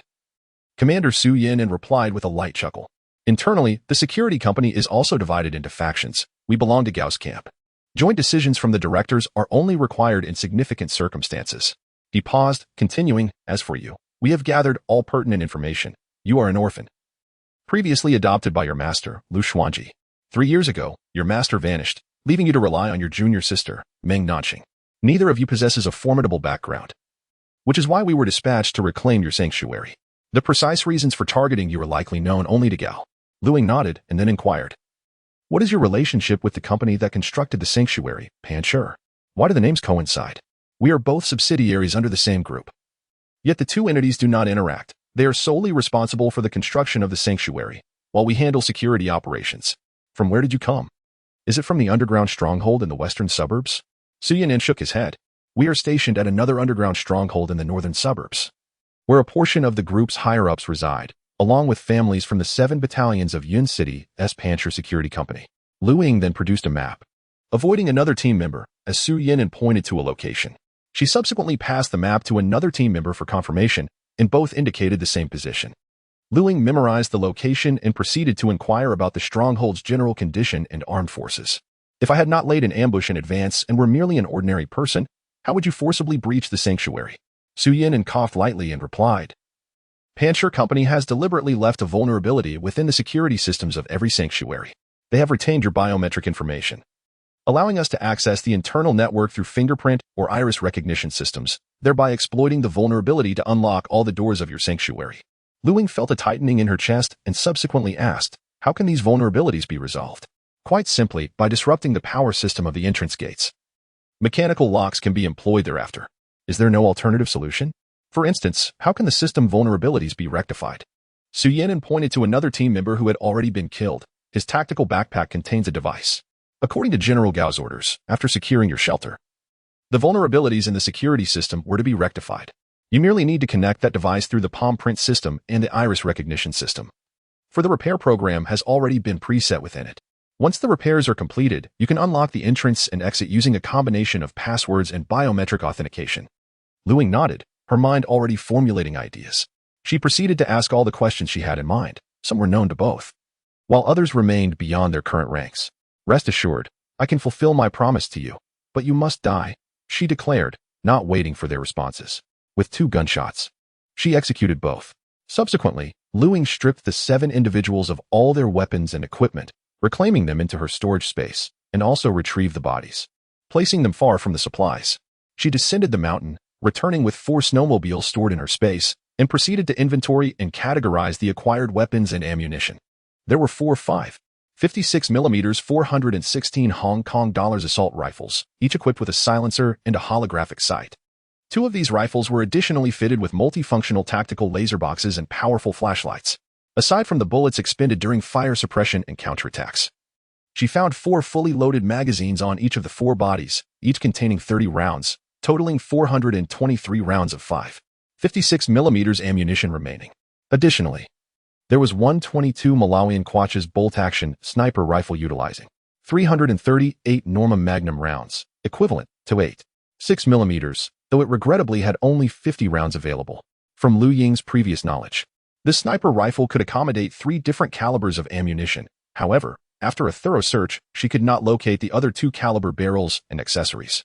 Lastly, there was one M249 light machine gun, which had only 2 unused ammunition boxes left, each containing 200 rounds, along with another box that still had 124 rounds remaining, totaling 524 rounds.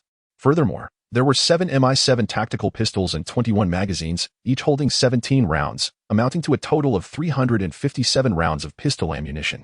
All these firearms were adorned with snow camouflage. In addition, there were 8 M67 defensive fragmentation grenades and 8 Mk3A2 offensive grenades. Chapter 42. Qianxin Group. Only 2 military radio communication devices remained, accompanied by some combat rations and first aid kits. Regrettably, due to the differing calibers of ammunition, there was no substantial means to replenish the spent rounds. Ying sighed inwardly, cradling the 22 Malawian Quach's bolt-action sniper rifle with great affection. Although its caliber did not meet her expectations, the 8.6mm power was nonetheless commendable. Unfortunately, it was exceedingly difficult to source suitable ammunition for such firearms domestically. Previously, from the surveillance footage, she had observed 2 bulging tactical backpacks, one of which contained a square black device connected to external cables. This device was the system vulnerability repair apparatus mentioned by Su Yinan. Ying stored it within her space, then proceeded to the entrance of the tunnel, where she severed the entire power system linked to the tunnel door, including the 2 biometric devices. She similarly cut off the power to the door at the rear of the tunnel. From now on, access to the tunnel would be restricted to mechanical unlocking. As Ying harbored reservations about Su Yinan's assertions, to be safe, she opted against utilizing the electronic devices for operations, particularly since she had not deeply studied this field. Returning to her chamber, Ying retrieved a map of Yun City, which marked the mid to high-level underground fortresses of the Qianxin Group. The distance from her shelter to the underground fortress nestled in the northern suburbs exceeded 60 kilometers. From Su Yinan, she learned that the northern subterranean stronghold served as a den for the Qianxin Group within Yun City, housing some high-ranking members of the group, but predominantly armed personnel from the security company.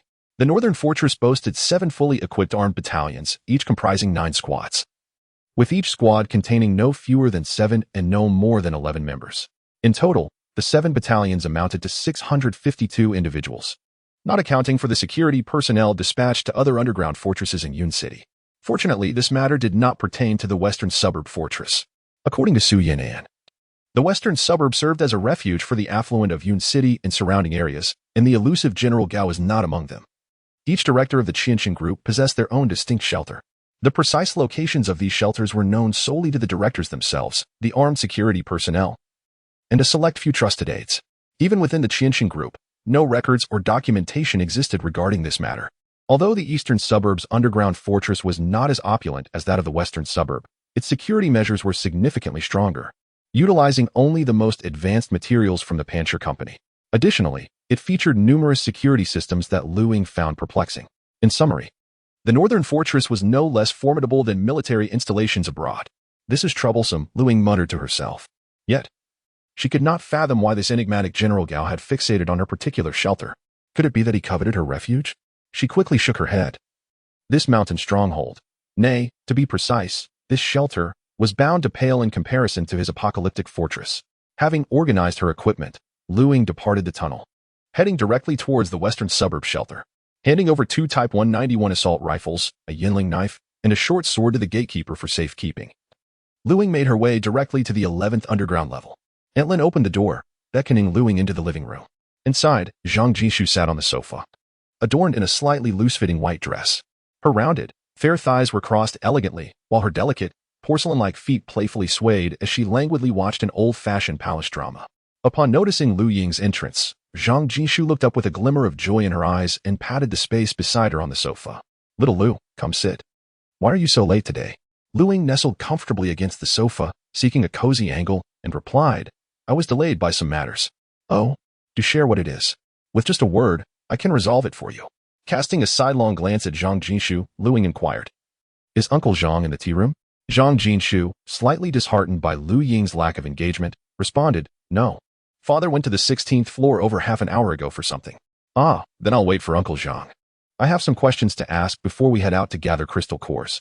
After a while, Zhang Zong returned, his expression somewhat grim. Upon seeing Lu Ying in the living room, his furrowed brow relaxed. "Uncle Zhang," Lu Ying greeted him with a smile. The two then followed Zhang Zong back to the tea room. "Has something been troubling you, Uncle Zhang? You looked rather distressed when you came in," Lu Ying remarked. With a sigh, Zhang Zong replied, "This underground fortress is about to undergo significant changes."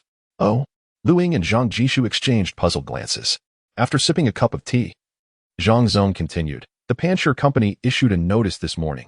Henceforth, supplies within the fortress will be rationed based on the number of occupants per household. Additionally, in the near future, the Panshur Company headquarters will dispatch a management team to restructure the regulations governing this fortress. The Panshur Company and its backer, the Qinqing Group, have assessed the current national and overseas situations and determined that this calamity will not resolve in the short term. The extreme cold outside has rendered the cultivation of various crops impossible. Henceforth, survival will likely depend on previous stockpiles and the limited agricultural yield from underground gardens. Until officials and agricultural experts identify new cultivable crops or alternative food sources, the provision of resources, especially food, within the fortress will shift to a 2-meal-a-day system. Moreover, due to the onset of this apocalyptic scenario, previous currencies and bank deposits have become worthless.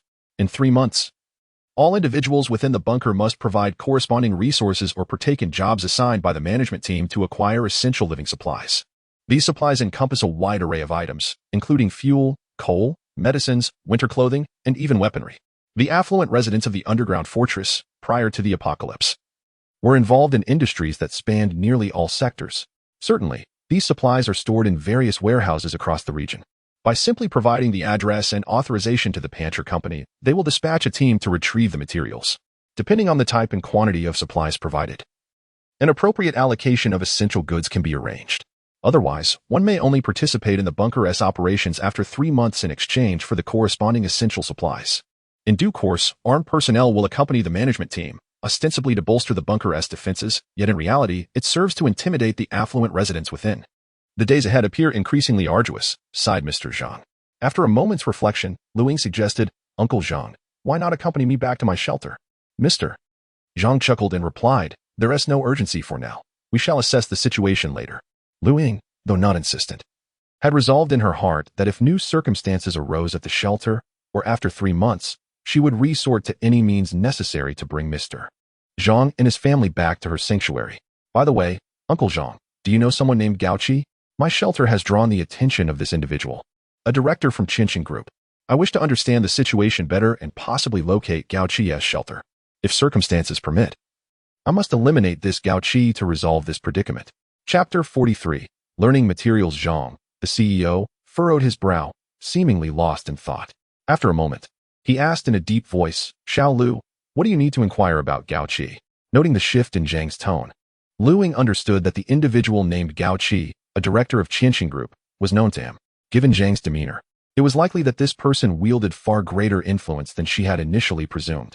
After deliberation, Lu Ying resolved to be forthright, thus revealing the circumstances surrounding the attention her shelter had recently attracted. Upon concluding her account, Zhang's expression grew increasingly grave. Yet he seemed to recall something and turned to Lu Ying, saying, "Xiao Lu, I am acquainted with Gao Qi, having engaged in business dealings with him several years ago. If, as you claim, he is indeed one of the directors of Qinqing Group, he is unlikely to take an interest in your modest shelter. Qinxing Group is a multinational corporation with diverse business ventures ranging from security and cutting-edge technology domestically to arms and biomedicine globally. Given that Gao Qi is a director and also heads his own company, it is improbable that he would covet a mere shelter. There must be more to this situation. Pausing briefly, Zhang continued, "Do you remember Nanxing's current boyfriend?" Lu Ying felt a stir of recognition and nodded. Gao Su, Nanxing's boyfriend, is the son of Gao Ming, who is Gao Qi's brother and one of the current leaders of the Gao Group. The Gao Group primarily operates domestically, and Gao Su holds a significant position within it. He is quite cunning and possesses remarkable insight. Had it not been for this apocalypse, he would likely have become one of the future leaders of the Gao Group. Xiao Lu, I am uncertain about the intricacies of this matter, but this is all I know regarding Gao Qi.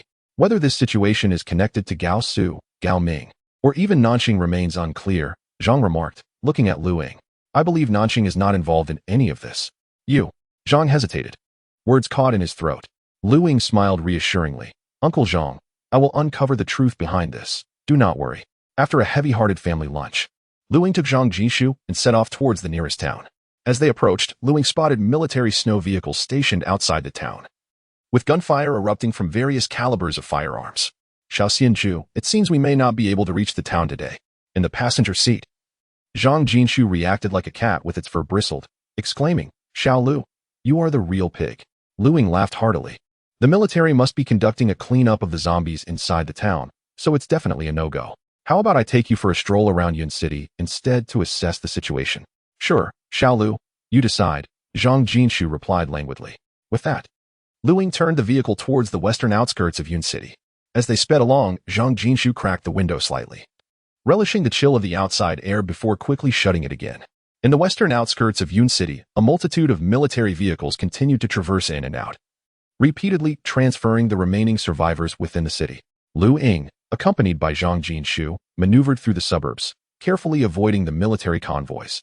Yet they refrained from venturing into the city itself, instead redirecting their course toward the northern suburbs. The roads leading to several entrances in the northern suburbs were similarly frequented by military convoys. Just over 10 kilometers north lay the underground fortress of the Qinxing Group, as pointed out by Su Yanan. However, Lu Ying chose not to investigate this location with Zhang Jishu, and they proceeded to the eastern suburbs. Shaluzi, where is your shelter located in the eastern suburbs? Take me to see it, will you? Zhang Jinshu gazed at Lu Ying with eager anticipation, nodding in agreement. Lu Ying pressed the accelerator, steering towards the hillside shelter. Upon parking the snow vehicle on the platform, the two ascended the staircase that Lu Ying had constructed. Arriving at the entrance of the shelter, after a series of intricate unlocking maneuvers, Lu Ying opened the door and led Zhang Jinshu inside. Through a second airtight blast door, 30 centimeters thick, they reached the main area. Zhang Jinshu, like a curious child, looked around with wide-eyed wonder. Entering the indoor vegetable cultivation zone, she began to touch and examine the plants. Shaluzi, can you grow vegetables? Why are these plants so frail? Lu Ying rolled her eyes in response and then guided Zhang Jinshu to her bedroom. She opened the two alloy shutters of the window, revealing a breathtaking view of the icy landscape beyond the mountains. Wow, Zhang Jinshu exclaimed in awe. Although the underground shelter in the western suburbs was quite luxurious, its sole drawback was its depth, lacking windows. Each room contained an electronic screen projecting the external scenery of the fortress. Despite the daily changing images, they were ultimately not a true window to the outside world. Take a moment to rest. I'll go refuel the diesel engine, Lu Ying said. Zhang Jinshu nodded. And once Lu Ying exited, she curiously examined the computer and the adjacent hard drive cabinet on the tea table. Finding no password protection on Lu Ying's computer, Zhang Jinshu opened it and discovered a folder titled Study Materials. A blush crept across her cheeks as she inadvertently clicked on a video, only to be met with a series of indescribable sounds. Meanwhile, in another room, Lu Ying retrieved 4 small shells from storage, placing them inside and filling them with rice, flour, cooking oil, canned goods, instant meat, and various snacks. Afterward, she took 2 bottles of drinks and 2 bags of snacks back to the entrance, when a faint, indescribable sound reached her ears. Ah, how could I forget that? She exclaimed, hesitating whether to enter or retreat. At that moment, Lu Ying's heart was in turmoil. After a brief contemplation, she took 2 steps back and said, Xiao Xianju. Inside, Zhang Jinshu, caught off guard while secretly watching the video, panicked and hastily closed it, straightening up immediately. As Lu Ying entered, she beheld Zhang Jinshu's serious yet flushed face, finding her both endearing and amusing.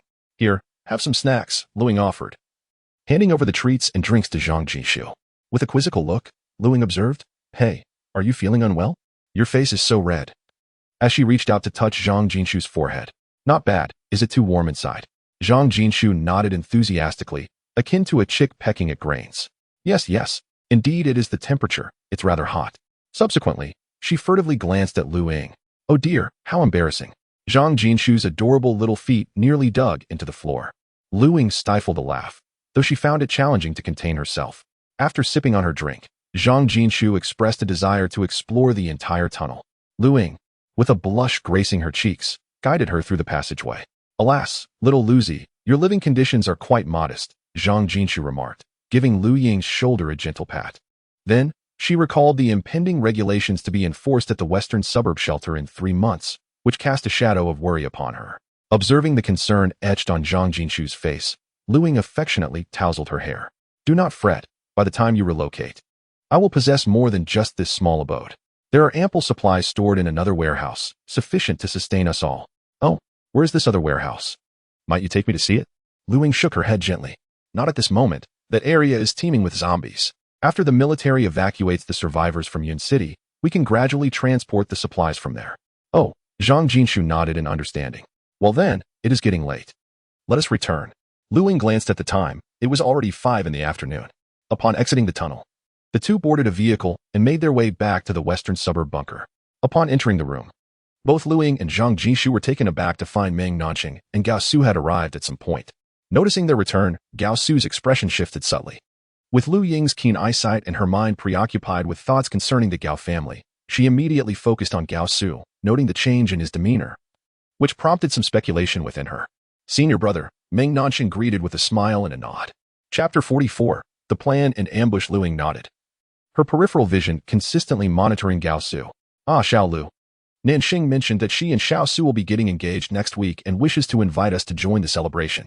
Upon hearing this, Zhang Jinshu's expression immediately darkened. Lu Ying gently stepped on Zhang Jinshu's left foot, signaling her to remain composed. "Oh, how wonderful. Congratulations. When exactly will it take place next week?" "Where?" Lu Ying inquired with a smile, though a sense of unease stirred within her. How could Meng Nanxing and Gao Su be getting engaged so swiftly? Had they managed to gain the approval of their parents? Moreover, how could the Gao family accept Meng Nanxing, who lacks any formidable background, as their daughter-in-law? Lu Ying could hardly believe that the societal norms regarding lineage could be discarded so readily, especially in the wake of the apocalypse. Furthermore, Gao Su did not seem like a sycophant, particularly since Zhang had previously shared insightful remarks about him and the Gao family, which indicated a favorable impression. These circumstances felt oddly coincidental and somewhat contrived to Lu Ying. "Brother, next Wednesday, precisely 7 days from now, at 11 a.m., in the topmost restaurant," Meng Nanxing announced with a radiant smile. Lu Ying nodded in acknowledgement. After dinner, Meng Nanxing and Gao Su did not linger. Once they departed, Zhang Jinshu pouted in indignation. "Is she so eager to get married? Why, are you also rushing to tie the knot? Do you wish to compete with her for who marries first?" Lu Ying teased. Noticing Lu Ying's nonchalant demeanor, Zhang Jinshu's expression softened slightly, and she shook her head in response. "After nurturing this little cabbage for so many years, are you not at all uncomfortable with it being taken away?" Zhang Jinshu's large eyes bore into Lu Ying. Lu Ying rolled her eyes, thinking to herself, "Well, the peach has already been picked." She then gazed seriously at Zhang Jinshu and proclaimed, "I feel no discomfort whatsoever." After saying that, she playfully ruffled Zhang Jinshu's hair, internally sighing. Lu Ying reflected that had this been her previous life, she would have felt a pang of jealousy. For her feelings for Meng Nanxing were profound after such a long companionship. Yet, it was precisely because of her past life, where Meng Nanxing conspired with others to bring about Lu Ying's demise, that she now found herself reborn. This revelation had unveiled Meng Nanxing's treacherous nature, leaving Lu Ying with only animosity towards her in this life, devoid of any lingering affection. Even without the betrayal from the past, the swift abandonment after the onset of the apocalypse would have initially unsettled Lu Ying, but she would eventually come to terms with it. Later that night, upon returning to the tunnel and after a cleansing bath, Lu Ying retrieved a map and meticulously marked the locations of the 7 official shelters that she had learned of in her previous life. With the military now mobilizing, she planned to avoid these official and military shelters during her future excursions. Her gaze then shifted towards the bunker in the northern suburbs. As she reviewed the circumstances surrounding Gao Qi and the Gao group, "Gao Su, what role do you play in all of this?" Lu Ying pondered aloud. with the engagement ceremony for Gao Su and Meng Nanxing set for 7 days hence. Lu Ying contemplated whether she could seize an opportunity to control the pair and extract some vital information. Lu Ying felt an unsettling premonition that she would inevitably confront the Qianxing group in the future. When that day arrived, the underground fortress in the northern suburbs would pose a significant challenge, housing an armed force of hundreds. Given a little more time, it was likely that some individuals would embark on the path of evolution. Currently, the security personnel in the western suburbs were equipped solely with handguns, and Lu Ying had not observed any automatic rifles or similar weapons in recent days. The thought occurred to her that if this situation could allow for the capture of either the western or northern underground fortresses, Lu Ying found herself more inclined towards seizing the northern fortress. The rationale was twofold. Firstly, the northern fortress boasted a higher level of security, and secondly, managing the unrelated personnel in the western fortress would present a considerable complication, whereas the northern fortress held fewer concerns in that regard. Given their aggressive actions towards her, Lu Ying felt no psychological burden in eliminating all individuals associated with the Qianxing group within the northern fortress. Furthermore, this matter could not be resolved through mere concession. Lu Ying was resolute in her determination to retain her current refuge. Moreover, she remained uncertain of any ulterior schemes from the opposing party. Yet it was evident that they had become a significant threat to her. A decision crystallized in her mind. The enemy's advantages lay in the fortress's formidable construction, enhanced security, a greater number of armed personnel, and superior firepower. In contrast, Lu Ying's strength resided in her already activated evolution, having reached the second stage, which endowed her with a physical prowess far surpassing that of the armed personnel. Complemented by her extensive combat experience against zombies and kindred beings from both her past and present lives, a direct assault on their stronghold was undoubtedly impractical. However, she could devise a strategy to lure the armed personnel out. The leverage she possessed consisted of Gao Su and others. As her plan began to take shape, Lu Ying meticulously simulated its feasibility, anticipating potential unforeseen events until the late hours of the night when she had refined the entire strategy. The following morning, she resumed communication with Zhang Jinshu. This time, Lu Ying did not hasten to the western fortress. Instead, she relocated the radio station to the mountaintop, adjusting the frequency to align with the one mentioned by Su Yin and for their interconnection. After a crackle of static, a voice emerged from the radio, calling out, Team 7. 3. Please respond, please respond. Listening intently, she noted that the other side called every 5 minutes. According to Su Yinnan's plan prior to their departure, they should have made contact with the northern base by noon yesterday. The opposing team must have realized something was amiss with Su Yinnan's squad. However, for reasons unknown, they had yet to send additional personnel to investigate. From the northern to the eastern suburbs, chaos reigned in Yun City, and it was certain that the enemy would approach via the outskirts. Donning a set of snow camouflage from her inventory, Lu Ying exited the tunnel and drove towards the northern underground fortress. The northern fortress was similarly situated in the mountains, resembling its counterpart in the western suburbs. However, the northern fortress was constructed by tunneling into the mountainside, extending a tunnel into the mountain's core before excavating downwards. To reach the position of the northern suburb fortress, one must traverse a winding mountain road, flanked by towering peaks on the right. This location is rather concealed, yet equally advantageous for adversaries to establish an ambush from higher ground. The surveillance over the upper section of the northern suburb fortress only extends to the areas adjacent to the mountain road. Lu Ying refrained from entering the mountain road itself. Instead, he concealed himself atop one of the peaks, over 500 meters away from the road, spreading a waterproof blanket beneath him. Lu Ying readied his Barrett M82A1 sniper rifle and laser rangefinder, fixating his gaze on the entrance of the mountain path. Meanwhile, within the underground fortress, a contingent of fully armed security personnel assembled neatly at the entrance of the fortress tunnel. 3 squads, totaling 27 individuals, prepared to board 6 tracked snow vehicles that emerged from the tunnel, subsequently departing towards the outside world. Chapter 45. Intense gunfire. The 3 squads also belonged to the 7th Brigade. Throughout the entirety of yesterday, the members of the 3rd Squad failed to report back at the designated time, and by nightfall, none had returned. The 3rd Squad was dispatched directly under the orders of Gao Qi, bypassing the security company. Consequently, no immediate follow-up teams were sent to investigate the situation until the afternoon, when the absence of communication and return prompted the base's security company to escalate the matter. After much deliberation, it was only this morning that 3 squads were finally dispatched to ascertain the circumstances. The primary objective of these 3 squads was to locate the missing 3rd Squad. These squads were well equipped, armed with 416 Hong Kong dollars assault rifles, 3 M249 light machine guns, and 3 snipers wielding 22 Malawian Quachas bolt-action rifles. Additionally, there were 3 teams equipped with recoilless rifles. Each of the 3 operatives carried an M4 Carl Gustav recoilless rifle, while the loaders each bore 4 rounds and an 416 Hong Kong dollars assault rifle. A convoy of 6 snowmobiles ventured into the mountain roads, heading towards the outside world. The mountains in this region were not particularly high or steep. Although snow blanketed the terrain, numerous pine trees provided ample cover. Upon reaching the vantage point overlooking the mountain pass, the trees posed no hindrance to firing. Before the opposing vehicles arrived, Ying, lying in wait at the summit, could already hear the roar of engines. As time progressed, a convoy of 6 snowmobiles appeared, with the laser rangefinder in his binoculars indicating they were still a kilometer away. Once within an 800-meter range, Ying swiftly took aim with his M82A1 sniper rifle. Locking onto the driver of the lead vehicle. Steadying his breath, he squeezed the trigger. Bang!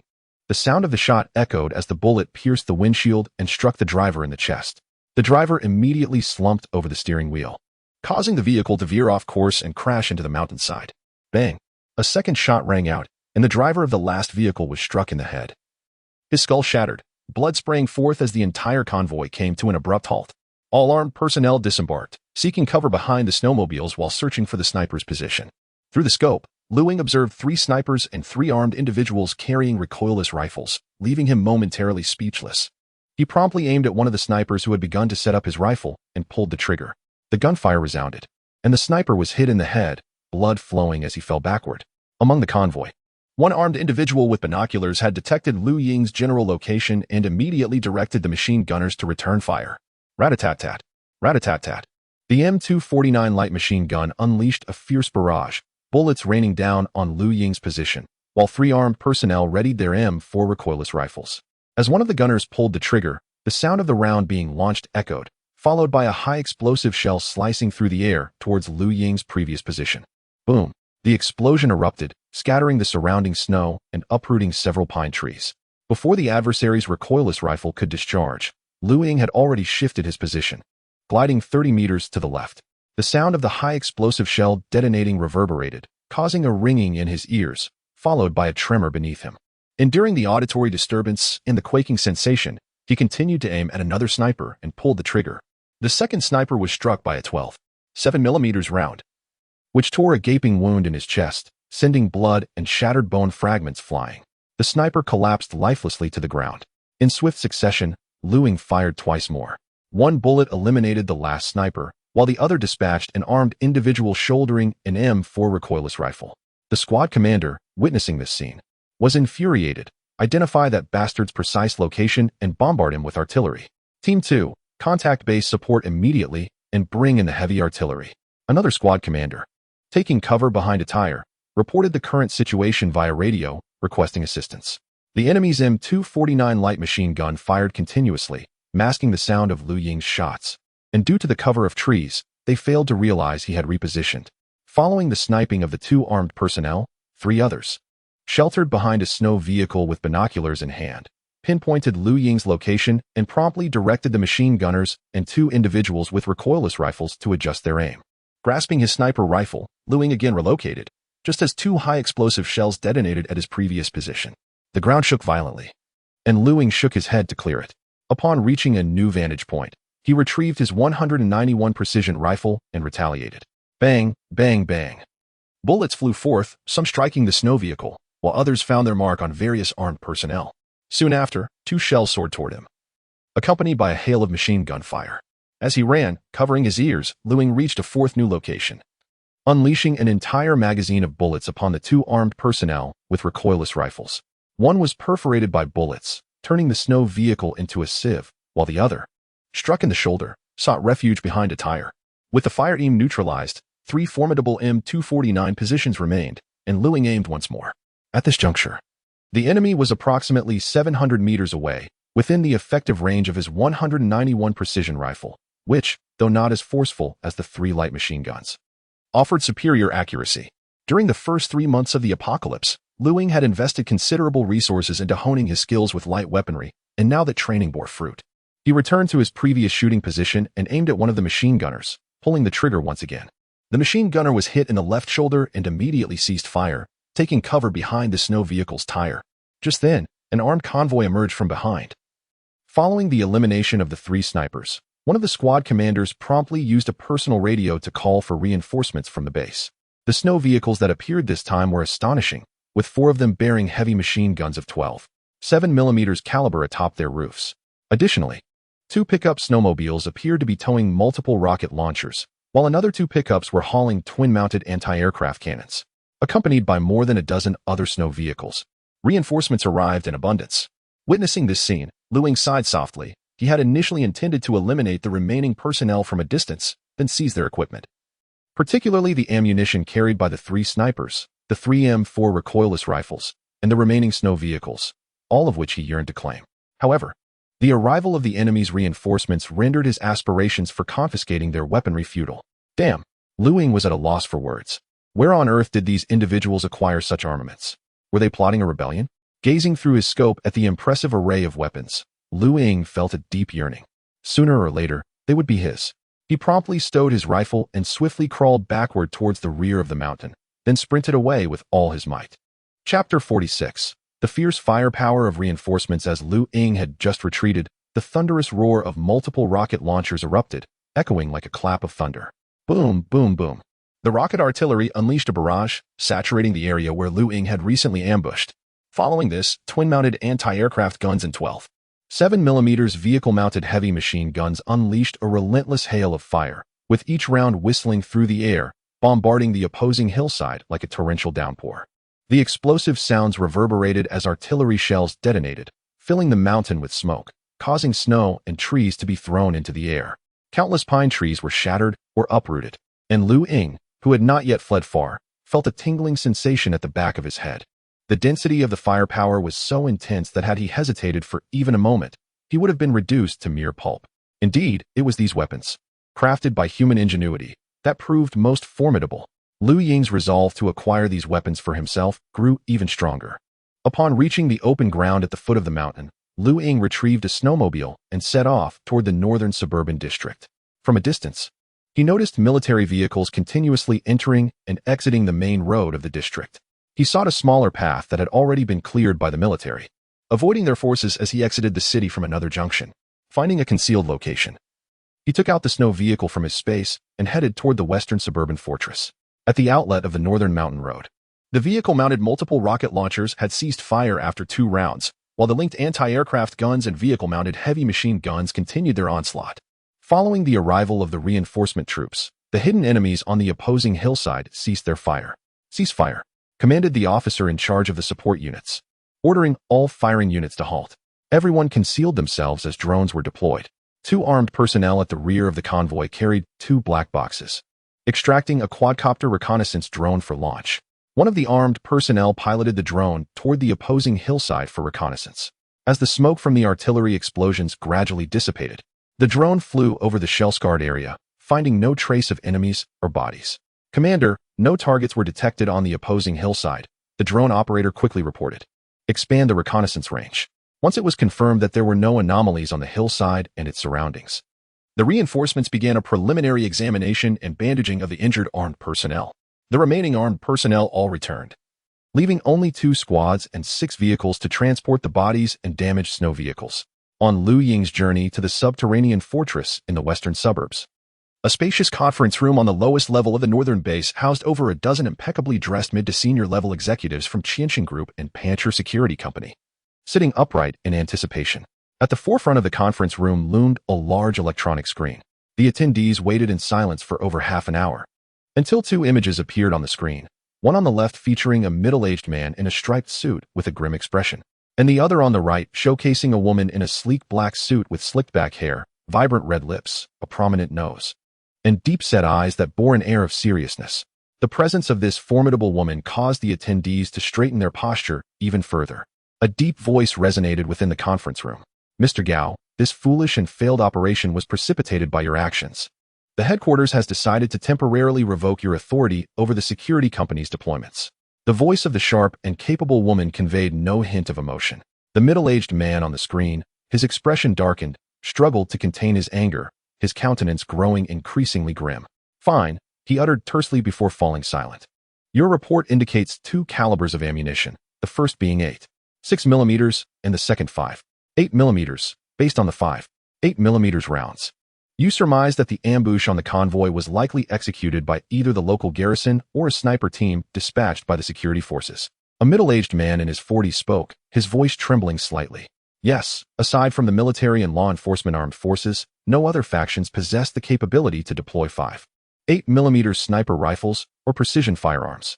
The efficient woman did not draw any conclusions immediately. After a moment of contemplation, she stated, "Until we receive new directives from headquarters, armed personnel are prohibited from acting independently without authorization and approval, except in special circumstances. The situation remains unclear. Focus on your designated tasks and report any developments to headquarters promptly." With that, the video feed from the competent woman abruptly ended, followed by the cessation of Mr. Gao's video. At that moment, the attendees in the conference room relaxed, leaning back in their chairs. "Shall we continue our investigation into this matter?" A senior executive from the security company suddenly inquired. Others shook their heads in unison. If we were to proceed with the investigation, arrangements would have been made. Since no instructions were given, it is prudent to refrain from taking action until we receive further word from headquarters. As the meeting concluded, the participants dispersed. Ying had seized a 338 caliber 22 Malawian Quach's bolt-action sniper rifle, equivalent to the 8.6 millimeters caliber, effective at a range of 1,500 meters. Deliberately positioned within an 800-meter distance to mislead the adversary with the subsequent use of the 191 precision rifle. Driving a snow vehicle, Ying felt a pang of regret. Had the opposing side not responded so swiftly, all those weapons and ammunition could have been secured, thereby significantly enhancing Ying's firepower. Upon arriving at the western suburban fortress, Ying handed over two 191 assault rifles, a Yinling knife, and a short sword to the security personnel at the entrance before making a beeline for Mr. Zhang's residence. Lin Jing had already prepared the meal, awaiting Ying's arrival.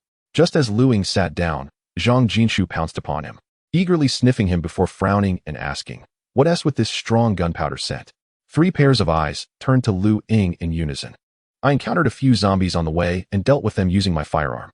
"No need to worry," Ying replied with a smile. "Little Lu, why not just stay here? You needn't go out again. It's quite safe here," Aunt Lin expressed her concern. Ying nodded reassuringly. "Don't worry, Aunt Lin. Everything will be fine. Once I finish my current tasks, I'll either move in here or have you come stay with me. Be careful outside, dear child. It is quite chaotic," Lin Jing implored, shaking her head as she reasoned and presented facts. Ying exhibited no signs of impatience. Ever since her master, Lu Xuanji, vanished 3 years ago, only Zhang and Aunt Lin would tirelessly offer their counsel to her. After finishing their meal, Zhang Jinshu intended to take a nap. But Ying insisted on taking him to explore the surface level of the bunker. The surface comprised 3 floors, with the uppermost level featuring an upscale restaurant and scenic area designed for the affluent. At that moment, several patrons were seated by the windows, sipping afternoon tea while reveling in the picturesque snowy landscape outside, creating a sense of delightful tranquility. After ordering 2 cups of coffee, Zhang Jinshu led Ying to a corner by the window, where she meticulously scrutinized the layout of the entire 3rd floor since entering the restaurant. Chapter 47.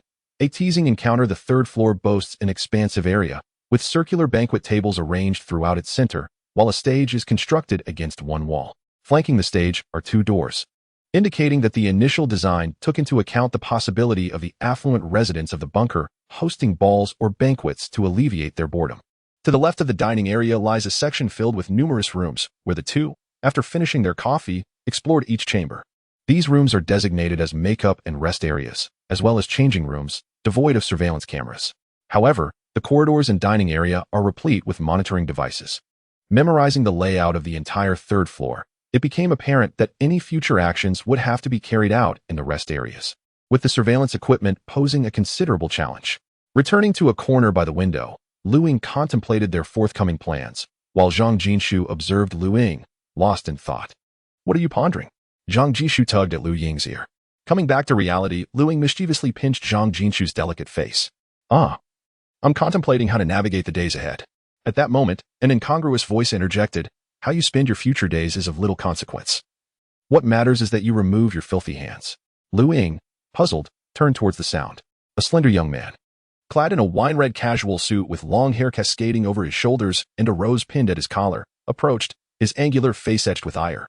Accompanying him was a bald, middle-aged man dressed in loose athletic wear. Upon seeing the young man approach, Zhang Jinshu's expression soured. Lu Ying inquired, "Who is this slender fellow?" Before Zhang Jinshu could respond, the young man slapped Lu Ying's left shoulder. "Who are you calling a slender fellow?" he retorted, his demeanor darkening. "Get your hands off me, Stephen," Zhang Jinshu exclaimed, resembling an indignant little tiger. The young man, named Lu Daong, pouted and awkwardly replied, "Shu Shu. My name is Stephen. You've mispronounced it again." A couple of dry heaves escaped Lu Ying, who was left utterly speechless. Nevertheless, Stephen complied. While the bald man beside him covered his face with his hands, Lu Ying turned to Zhang Jinshu and asked, "Is he your admirer?" Zhang Jinshu shook her head in disdain and whispered, "No, he prefers men." "Oh my." Lu Ying quickly grabbed a tissue from the table to wipe his shoulder, feeling perplexed. The young man had appeared to provoke a confrontation, and Lu Ying was prepared to act, yet this unexpected scene unfolded instead. Soon, Stephen's sullen expression vanished, replaced by a smile he deemed radiant. However, to Lu Ying's eyes, there was an undeniable hint of something more, shyness, perhaps. At that moment, Stephen leaned against the back of Lu Ying's chair with one hand, while he gracefully plucked the vibrant rose from his collar and took a gentle whiff at his nose. He gazed at Lu Ying with squinted eyes, a peculiar smile gracing his lips, a hint of defiance in his expression, mingled with amusement and nonchalance. In a voice tinged with provocation, he remarked, "Man, you have successfully captured my attention." Lu Ying's mind briefly short-circuited. Ha ha. Zhang Jinshu clutched his belly, laughing so hard that tears streamed from the corners of his eyes. "Oh, I think I'm going to die laughing, ha ha ha ha."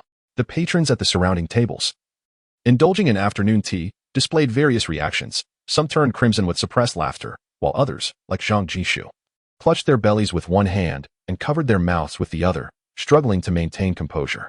"Goodness, I have been teased by a man." Lu Ying was taken aback. Taking a deep breath, he exclaimed, "Get lost." Stephen, still brimming with confidence, extended the vivid rose towards him. "Sweetheart, it's a lovely afternoon, might you get lost?" Lu Ying's skin crawled at the thought, wishing he could deliver a punch that would send this nuisance packing, sparing himself unnecessary trouble and avoiding any mess on his hands. He fantasized about retrieving an M67 fragmentation grenade from his bag, pulling the pin, and silencing this man once and for all. Ha ha ha, laughter erupted from the crowd. The bald, burly man beside Stephen donned a cap after changing into his athletic attire, his body shaking as he suppressed his laughter. Stephen let out a soft sigh, returning the bright red rose to his lapel with a look of disappointment. Alas, the flowers have intentions, but the waters remain indifferent.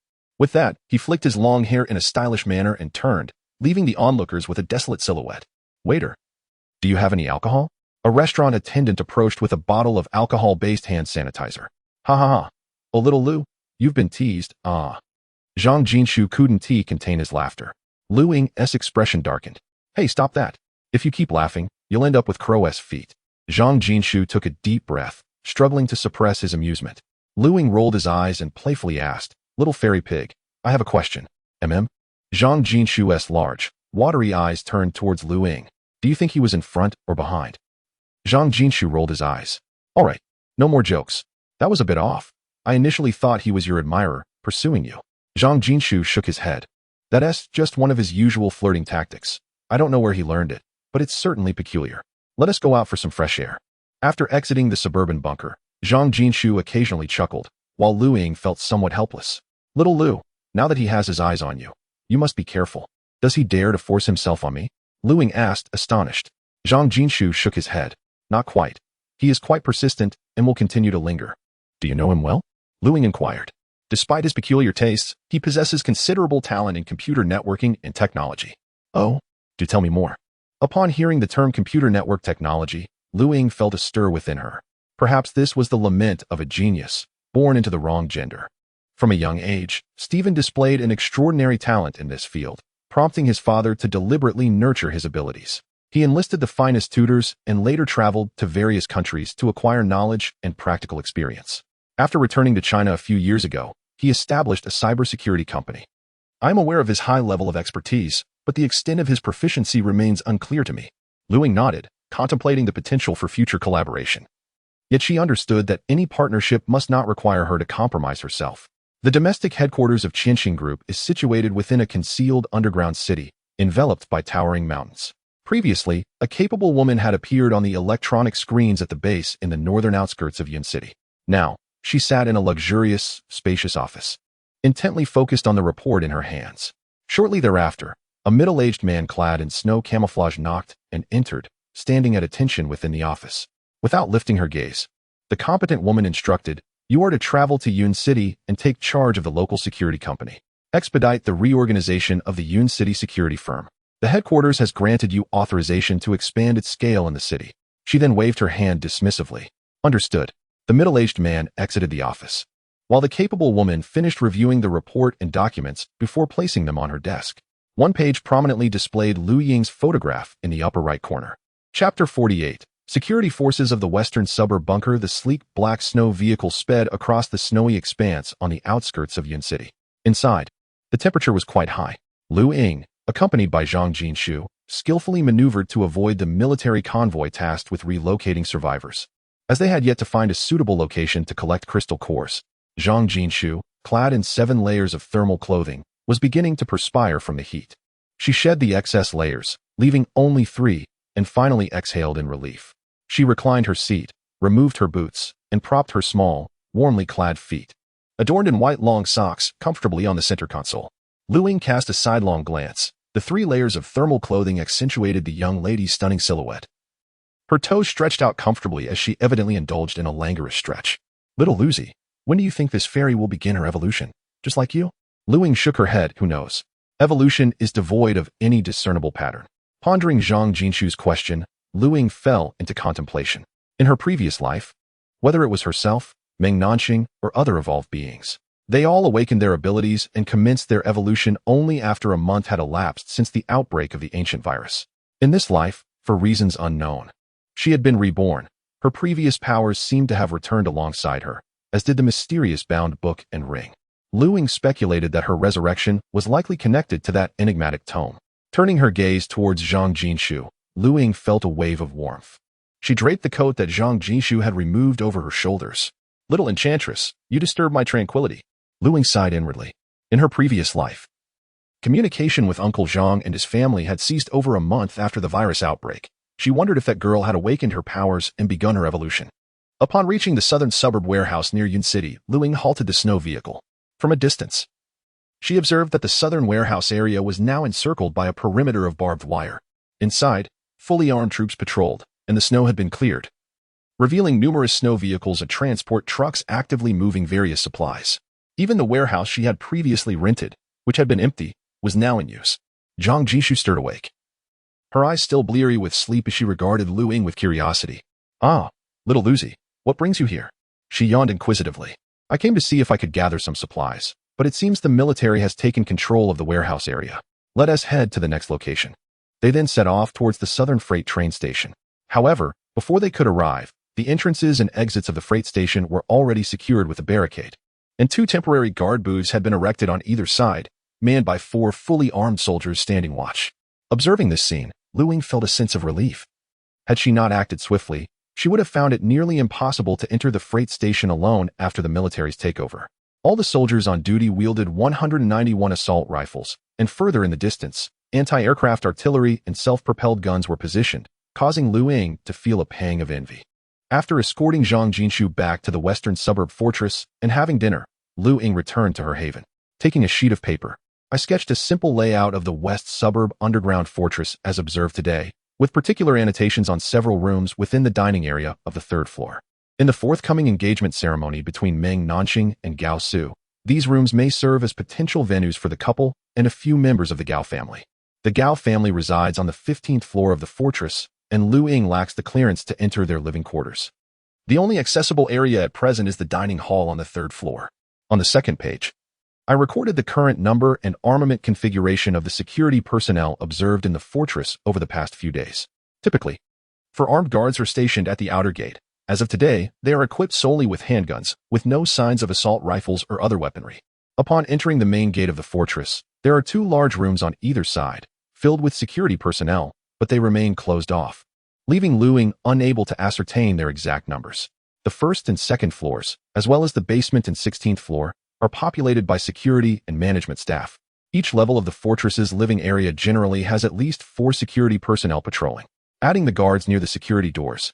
I surmise that the total number of security personnel within the fortress exceeds 100. Currently, these individuals are also equipped only with handguns, yet in a few days, a new management team will arrive, armed with weaponry and military might to take over the fortress. The architectural blueprint of the fortress is vividly depicted, annotated with all passage locations, the 8 elevators, and the 2 emergency stairwell routes. After assessing my own armament, combined with my evolved abilities, I have reached a decision. Should a confrontation arise, I harbor no fear. Entering the spatial realm, I sought a body of similar stature to mine and stripped it of its tactical helmet and bulletproof vest. The vest was lined with ballistic plates, which, upon tapping, seemed to be of composite material, while the tactical helmet appeared to be made of Kevlar, unlike the latest models Ying had seen online before the apocalypse. I procured another tactical vest and helmet from a different corpse, hauling these items to another room for securing.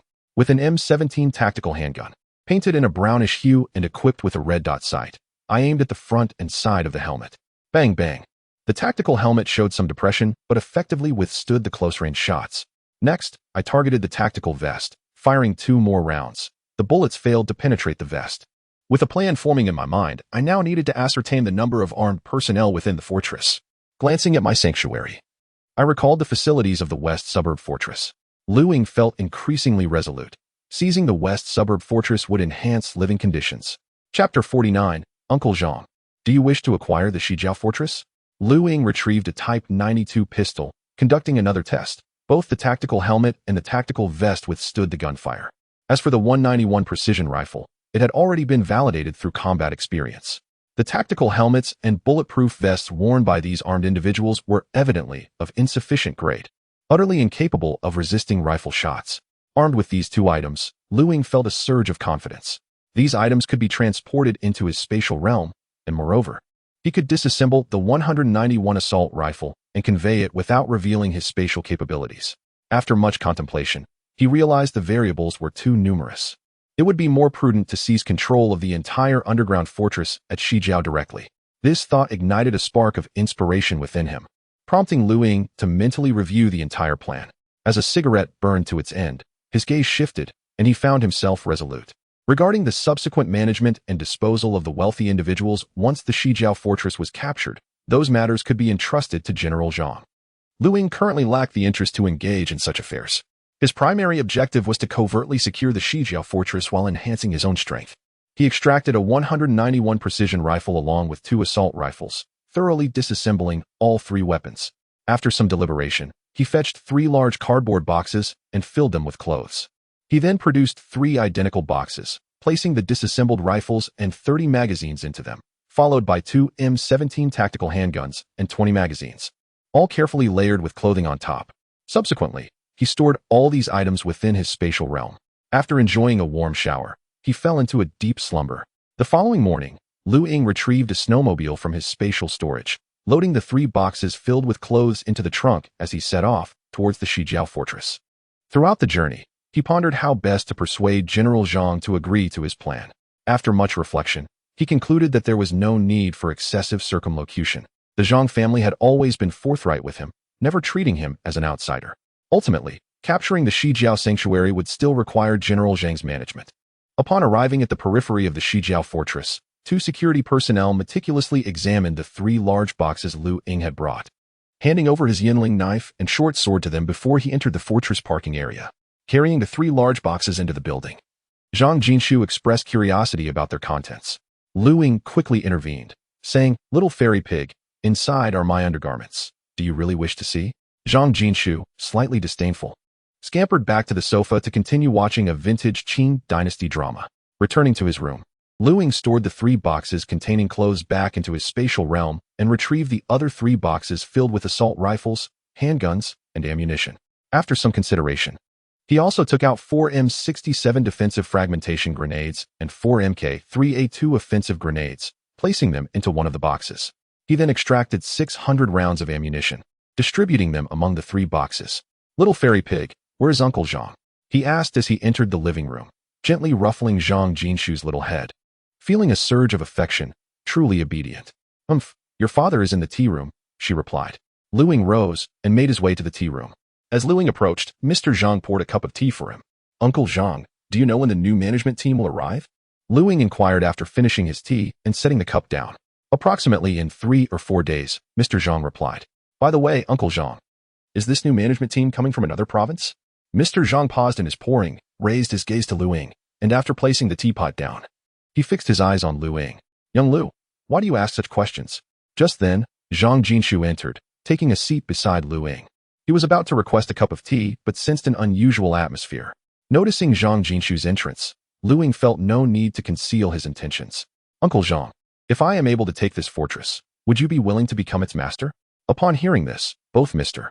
Zhang and Zhang Jinshu felt a chill run through them. After a moment's contemplation, Mr. Zhang, somewhat astonished, asked, Young Lu, are you suggesting? Lu Ying nodded affirmatively. Indeed, Uncle Zhang, I am confident in my ability to seize this underground stronghold. Mr. Zhang shook his head. No, young Lu. Do you have any idea how many security personnel are stationed inside that fortress? Lu Ying shook his head, though a flicker of realization ignited within him. A full 170 personnel, each armed with a firearm. The new management team will not only bring armed personnel, but also transport a considerable cache of weapons and ammunition. It is impossible for you to conquer this fortress alone. Mr. Zhang urged, his tone laden with concern, wishing to dissuade Lu Ying from this perilous endeavor. He believed that Lu Ying's plan was exceedingly reckless, as a slight misstep could lead to dire consequences. Lu Ying chuckled lightly. That is precisely why I asked you about the specific arrival time and route of the new management team. Before they reach the sanctuary, I will set an ambush and take them out. No, absolutely not. It is far too dangerous. How can you contend with an armed force alone? Mr. Zhang insisted. Lu Ying contemplated for a moment and said, Please wait a moment, you and Jinshu. I will fetch something that will clarify everything. With that, Lu Ying dashed back to his room, locked the door, and retrieved an 416 Hong Kong dollars assault rifle along with 3 magazines from his concealed space, placing them directly into a large box. He then carried 3 boxes back to the tea room. Zhang Jinshu rushed over to the boxes, exclaiming in surprise, Young Lu, where did you acquire these grenades? And so many bullets. Oh, this gun is different from the one we used before. Zhang Jinshu lifted the 416 Hong Kong dollars assault rifle, while a delicate hand clutched an M67 defensive grenade. Lu Ying retrieved the grenade from Zhang Jinshu's grasp and returned it to the box. You have never used this. It is extremely dangerous, Lu Ying cautioned. Mr. Zhang approached, observing the assault rifle Zhang Jinshu was holding, and gazed in astonishment at the disassembled 191 rifle and the assortment of bullets and handguns within the boxes. Young Lu, where did you procure these items? Mr. Zhang asked solemnly. Uncle Zhang, actually, a few days ago, that Mr. Gao dispatched a 7-member armed team to my sanctuary, intending to seize it from me. But I eliminated that team. Yesterday, I ambushed an armed unit of the Qianxin Group's security company in the northern suburbs, seizing a substantial cache of weapons and ammunition. In addition to these, I also acquired 2 light machine guns, a precision sniper rifle, and 3 individual recoilless rifles. With such formidable armaments and firepower, and by selecting the ambush site judiciously to catch them off guard, I am confident in my ability to eliminate that team and subsequently seize the entire bunker without difficulty. Mr. Zhang was taken aback, his heart gripped by a mix of astonishment and concern. He feared for Lu Ying's safety and felt rage towards the Qianxin Group for their aggression against her. Shaking his head, Mr. Zhang sighed and remarked, Little Lu, even if you manage to take out the management team, the security personnel within the fortress, though armed only with handguns, are not to be underestimated. Lu Ying smiled confidently and replied, Uncle Zhang, have you forgotten that I am already an evolved one? Recalling how Lu Ying had previously smashed a hole through a wall with a single punch, Mr. Zhang's furrowed brow began to ease. Chapter 50. Perfecting the action plan. Gazing intently at Lu Ying, Zhang Jinshu inquired, Little Lu, do you truly have confidence in accomplishing these 2 tasks? Lu Ying nodded earnestly. The tea room fell silent, with Zhang Jinshu obediently seated beside Lu Ying, refraining from any interruptions. After a considerable pause, Zhang took a sip from his teacup, and, as he set it down, his expression radiated determination.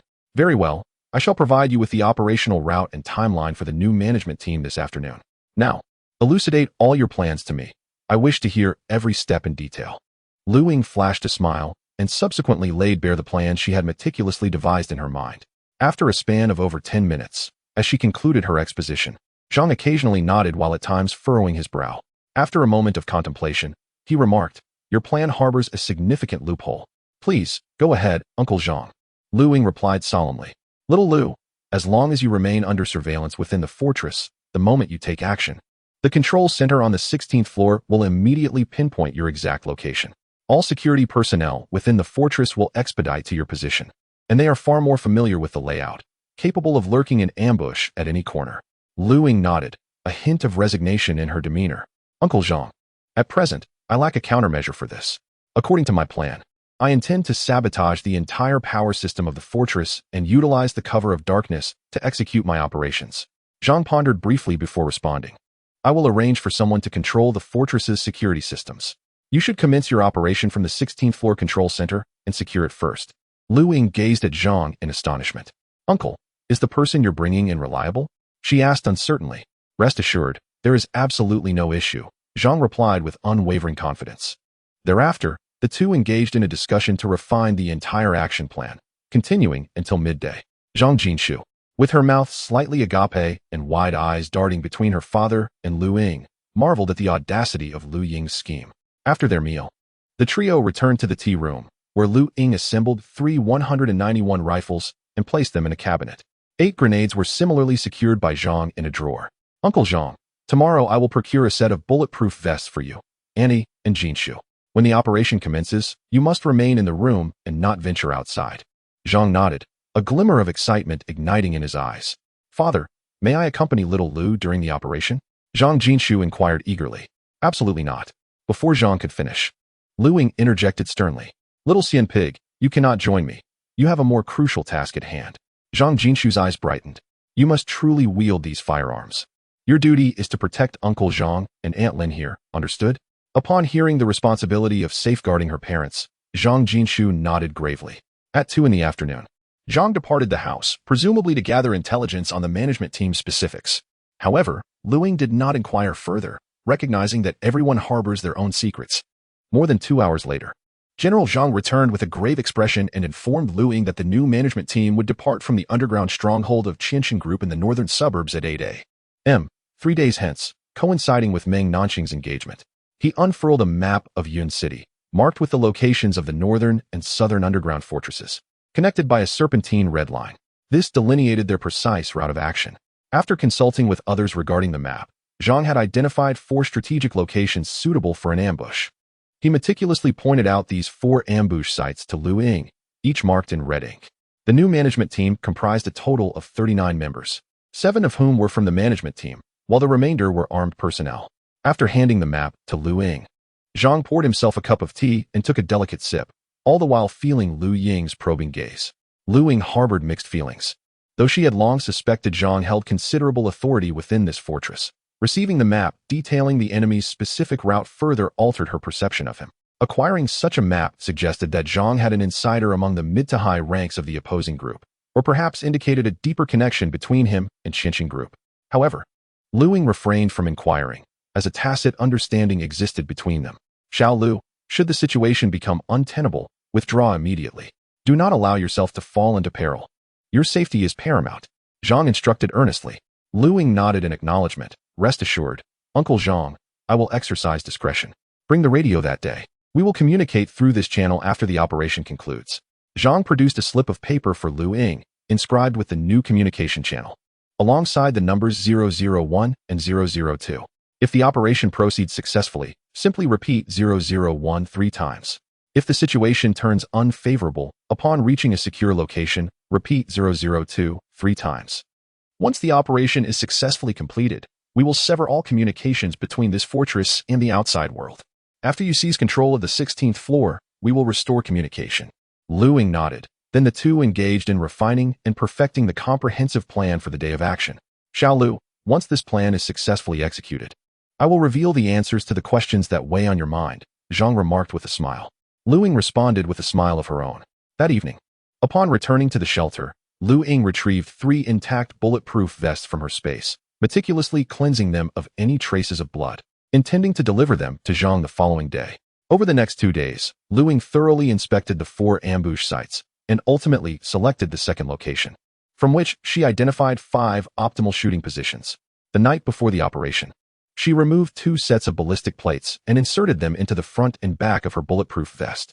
She meticulously maintained her .22 Malawian Quatches sniper rifle M249 squad automatic weapon, 191 precision rifle, and 292 pistols, ensuring they were in prime condition. The 8.6mm sniper rifle still has 44 rounds remaining, and there are a total of 524 rounds for the machine gun. As for the 191 precision rifle and the 92 model ammunition, there is still an ample supply. With all weaponry meticulously prepared, Lu Ying fell into a deep slumber. At 5 a.m. the following day, Lu Ying awakened punctually to communicate with the western suburbs. After enjoying breakfast, he donned 3 layers of thermal clothing, followed by a set of snow camouflage on top. He secured his tactical bulletproof vest and tactical belt, holstering 2 92 models in the belt side holsters, and sheathed a short sword at his waist. After putting on a thermal hood, he fitted his tactical helmet. The sniper rifle and grenades remained stored within his designated space. He closed the shelter's door and retrieved a snow vehicle from the space, heading towards the preordained ambush location. Since yesterday, the internal staff at the western suburb fortress had been arranging the 3rd floor dining hall. The central stage had been set up, adorned with 2 extravagant 12-tiered cake towers, alongside an array of exquisite pastries, fruits, and beverages meticulously arranged. In this apocalyptic world, where most survivors struggle to survive, everything here seemed untouched by the devastation. This engagement ceremony would see the attendance of nearly all the affluent within the fortress, while the staff in the dining hall efficiently completed the preparations.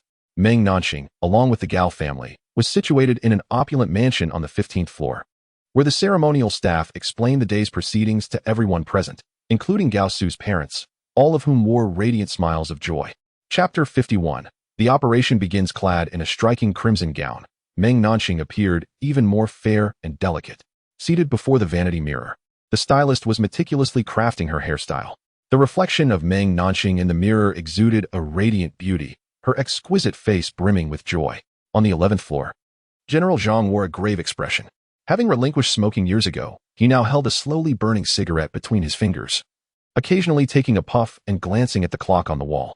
Zhang Jinshu had donned a bulletproof vest and tactical belt, equipped with a precision 191 rifle slung over his back and a 92 pistol at his hip, presenting a strikingly gallant figure. Within the bunker, many attendees preparing for the ceremony were selecting their attire, with the ladies donning elegant gowns and applying refined makeup. In the northern suburbs of Yin City, a convoy of 15 snow vehicles had completed its inspection. Beside the snow vehicles stood 3 rows of fully armed security personnel, clad in snow camouflage, equipped with tactical belts and bulletproof vests, each wearing a black hood beneath their khaki tactical helmets. The weaponry configuration of the 3 squads was identical, with each team consisting of 3 firepower groups, 2 groups armed with M249 light machine guns, and another group utilizing the M4 Carl Gustav recoilless rifle. Each squad also included a sniper-wielding and 22 Malawian Quatches bolt-action rifle. The remaining armed personnel were all equipped with 416 Hong Kong dollars assault rifles painted in snow camouflage, with an M17 tactical pistol at their waists. At precisely 8 o'clock a.m., 5 men and 2 women, bundled in bulky winter attire, emerged from the bunker via the elevator. The leader nodded slightly, prompting all 7 managers and 32 armed personnel to board the vehicles. The bunker doors opened slowly, and 12 vehicles exited in sequence. The lead vehicle was a large tracked pickup truck, equipped with a twin-mounted 23mm anti-aircraft cannon, with substantial ammunition boxes on either side. Following this were 7 tracked snow off-road vehicles, then 6 large pickups filled with green boxes, and the final large pickup mirrored the first, also carrying a twin-mounted 23mm anti-aircraft cannon. The convoy departed from the mountain pass, heading towards the western suburban bunker of Yin City. From the summit of a low hill over 50 kilometers away from the northern suburban bunker, Lu Ying observed the snowy terrain ahead with binoculars. Positioned amidst the mountains on the western side of Yin City, Lu Ying had chosen a vantage point from which to survey the area. Less than 200 meters to the northeast lay a town with approximately 1,000 households, originally connected to the westward mountain range by a highway and provincial road. 2 days prior, the survivors within the town had been evacuated by military forces. Although some zombies were neutralized during the evacuation, many still roamed the town. To the east of the town, the region between it and Yun City was crisscrossed with lakes and rivers, rendering it impassable even before the apocalypse. For the townsfolk to reach Yun City, they had to take a lengthy detour along the provincial road. The opposing party chose this route, firstly to circumvent Yun City, and secondly to avoid the military, which was still struggling to evacuate survivors from Yun City. Lu Ying selected this position with consideration for the zombies within that small town. intending to eliminate the drivers of the lead and trailing vehicles. The moment the adversary fired, it would undoubtedly attract the zombies in the town to swarm them. At 9:20 a.m., the convoy appeared in the binoculars. The laser rangefinder indicated a distance of 7 kilometers. In the dining hall on the third floor of the West Suburb bunker, prior to the commencement of the ceremony, the attendants guided Meng Nanxing and Gao Su through the proceedings, while a few scattered guests engaged in casual conversation. On the 11th floor of the bunker, General Zhang glanced at the time and lit a cigarette. As seconds ticked away, the distance to the convoy in the binoculars had already entered the 1,500-meter effective range of the 22 Malawian Quach's sniper rifle. Yet, Lu Ying remained motionless. At 1,300 meters, then 1,100 meters, and within 900 meters, Lu Ying put away the binoculars and retrieved the 22 Malawian Quach's sniper rifle. Closing his left eye, he used the scope of the rifle to lock onto the driver of the lead vehicle. He exhaled slowly, his index finger gently caressing the trigger. Bang! An 8.6 millimeter bullet tore through the air, penetrating the car window and striking the driver squarely in the face. The driver's visage was obliterated, blood splattering within the vehicle, which veered left but did not overturn. Instead, it crashed into a nearby utility pole. Bang! The trigger was pulled again, and the driver of the last large pickup was shot through the chest, collapsing over the steering wheel. The pickup, now out of control, collided with a transport truck ahead. All vehicles in the convoy came to a halt, and armed personnel swiftly disembarked to seek cover, while 3 snipers scanned the area for Lu Ying's position through their scopes. 2 others searched for the shooter's exact location using binoculars.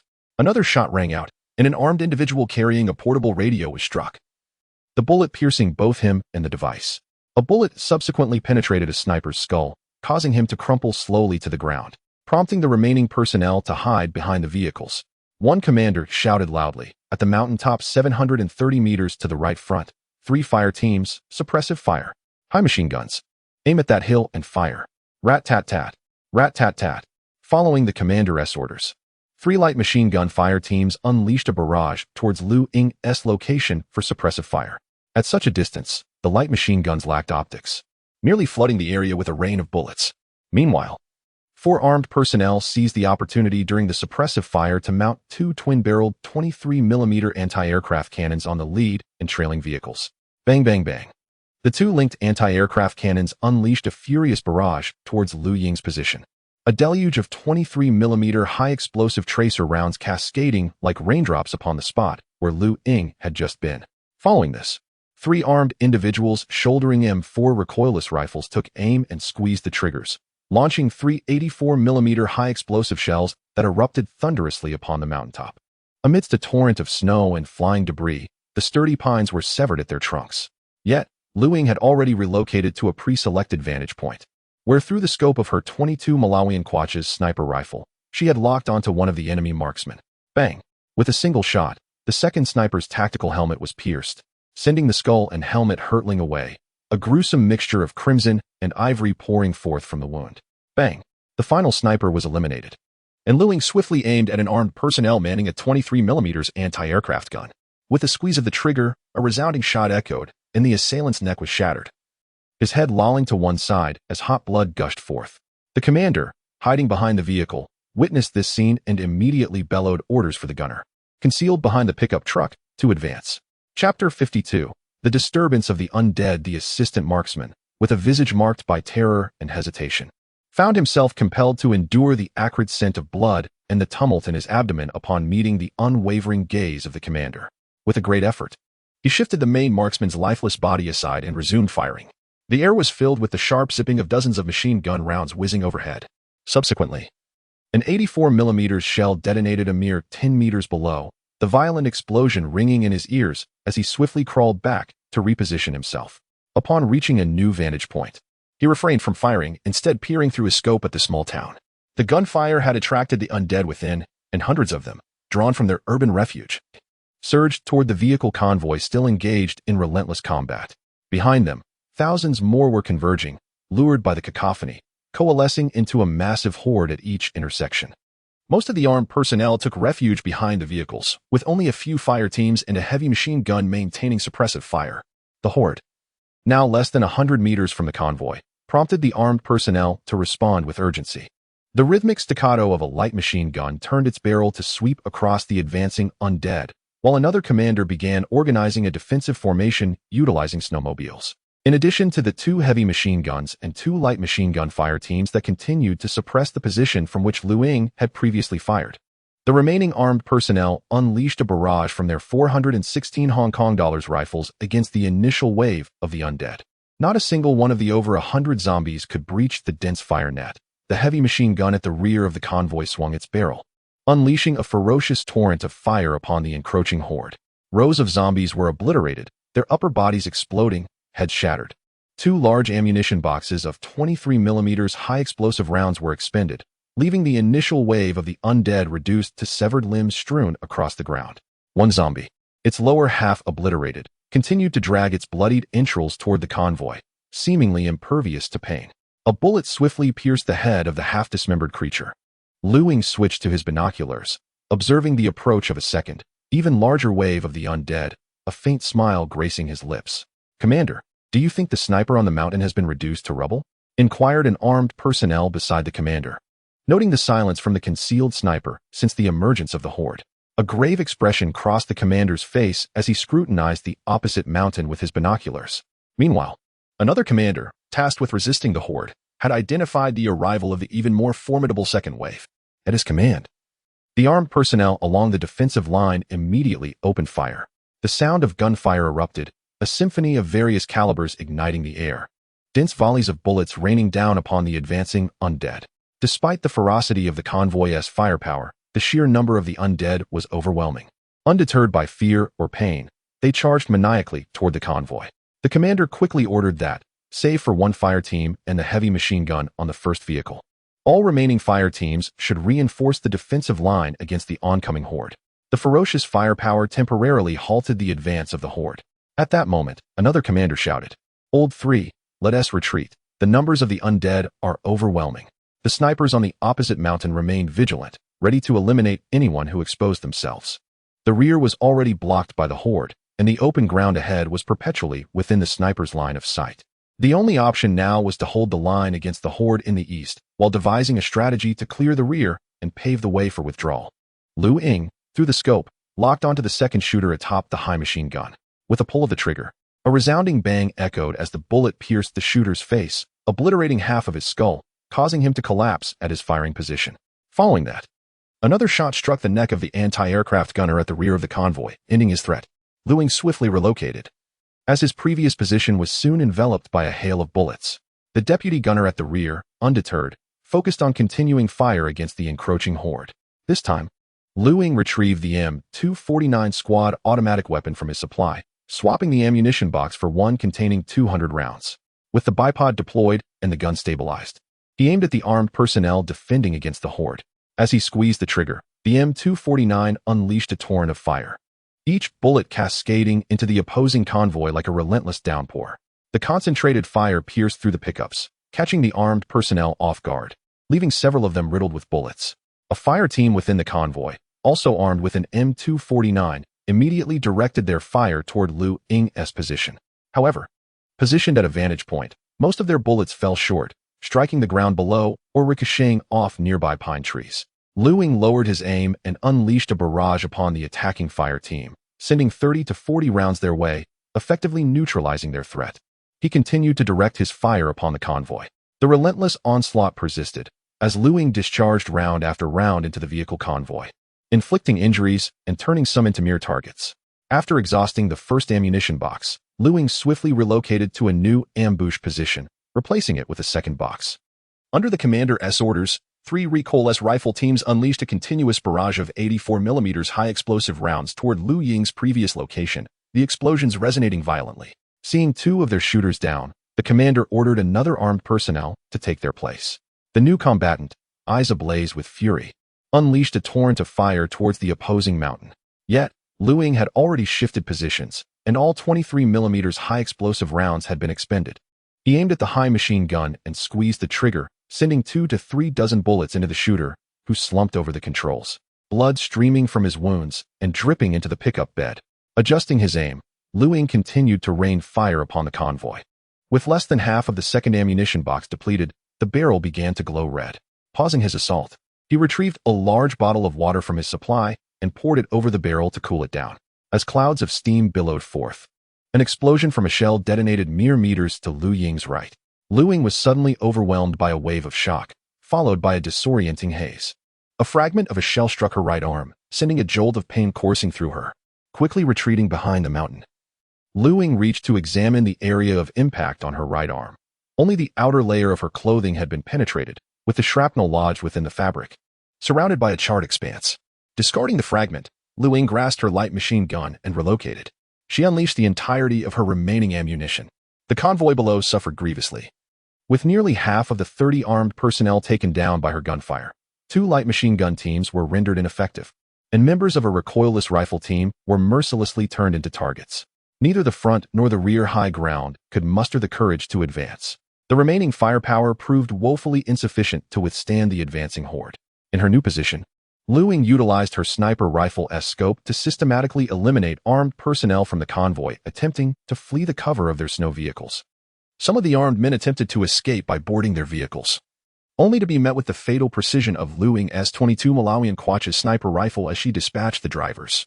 5 or 6 wounded soldiers lay moaning in agony behind the vehicles, while fewer than 10 armed personnel continued to fire at the encroaching horde, gradually retreating towards the snow vehicles in a desperate bid for escape. Yet, as soon as they abandoned the shelter of their vehicles, a bullet from the mountaintop struck, claiming yet another armed personnel's life. Chapter 53. The operation against the western suburb bunker. The remaining armed personnel found their firepower insufficient to deter the approaching horde of over 1,000 zombies, which began to encircle the convoy. Fewer than 5 armed men, upon witnessing this, turned and attempted to flee towards the western hillside. However, as they emerged from the cover of the snow-covered vehicle, they were swiftly gunned down by Lu Ying, who had armed himself with a precision 191 rifle.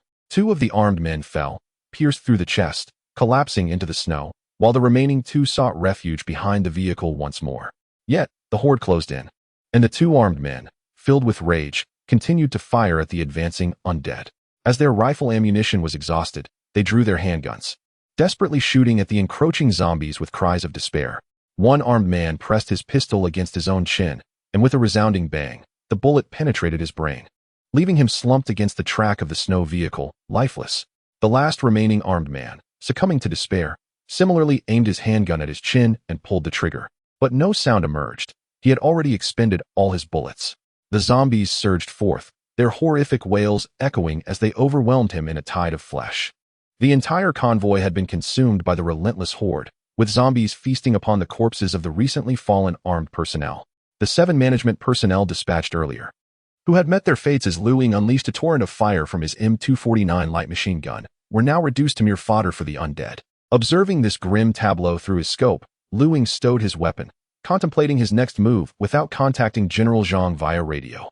The communication officer within the convoy had been struck down shortly after disembarking, his body and the radio obliterated by an 8.6mm round, rendering any message to the northern base impossible, and thus the northern base could not warn the western bunker to prepare for an impending assault.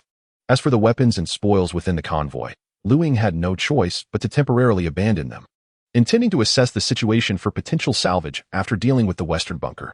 Faced with the overwhelming presence of 1,000 zombies, even with his newfound evolution, Lu Ying understood that his only option was to flee. To be encircled by such a multitude would mean certain doom.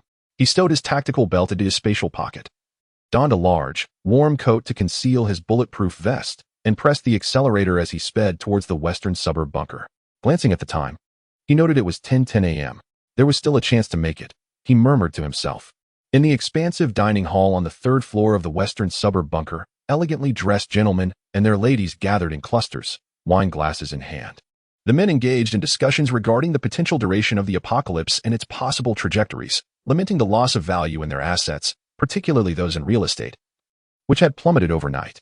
Meanwhile, the ladies congregated to converse about the day's engagement ceremony and the background of Meng Nanxing, many speculating that she hailed from a distinguished family, given her connection to the Gao family. The children, not yet of age, frolicked together in a corner, their laughter ringing out as the steward kept a watchful eye on them. The atmosphere within the restaurant was remarkably lively. It was the first time since everyone moved into the bunker that such a vibrant gathering had taken place. Meng Nanxing, elegantly adorned in a striking red gown, clasped Gao Su's arm with one hand while holding a goblet in the other. Behind them, a server balanced a tray with a bottle of exquisite red wine, trailing closely. After Gao Su greeted several elders, he turned to Meng Nanxing, his expression gentle, and softly remarked, "Uncle Zhang and your senior brother should arrive shortly. Do not fret." Meng Nanxing smiled and nodded, though her smile seemed somewhat strained. On such a significant day, she earnestly hoped that Mr. Zhang and his family would make an appearance. As the Zhang group held a prominent position among the affluent present, while others may not be aware of Meng Nanxing's circumstances, she understood all too well that she lacked a powerful familial backing. If Mr. Zhang were to stand by her side, perhaps even accept her as a goddaughter, it would grant her a sense of identity and status, alleviating the disdain she often faced. Yet, Mr. Zhang had yet to agree to such a proposition. In time, Meng Nanxing became acquainted with Gao Su in the bunker, their bond growing stronger, and mutual affection blossomed.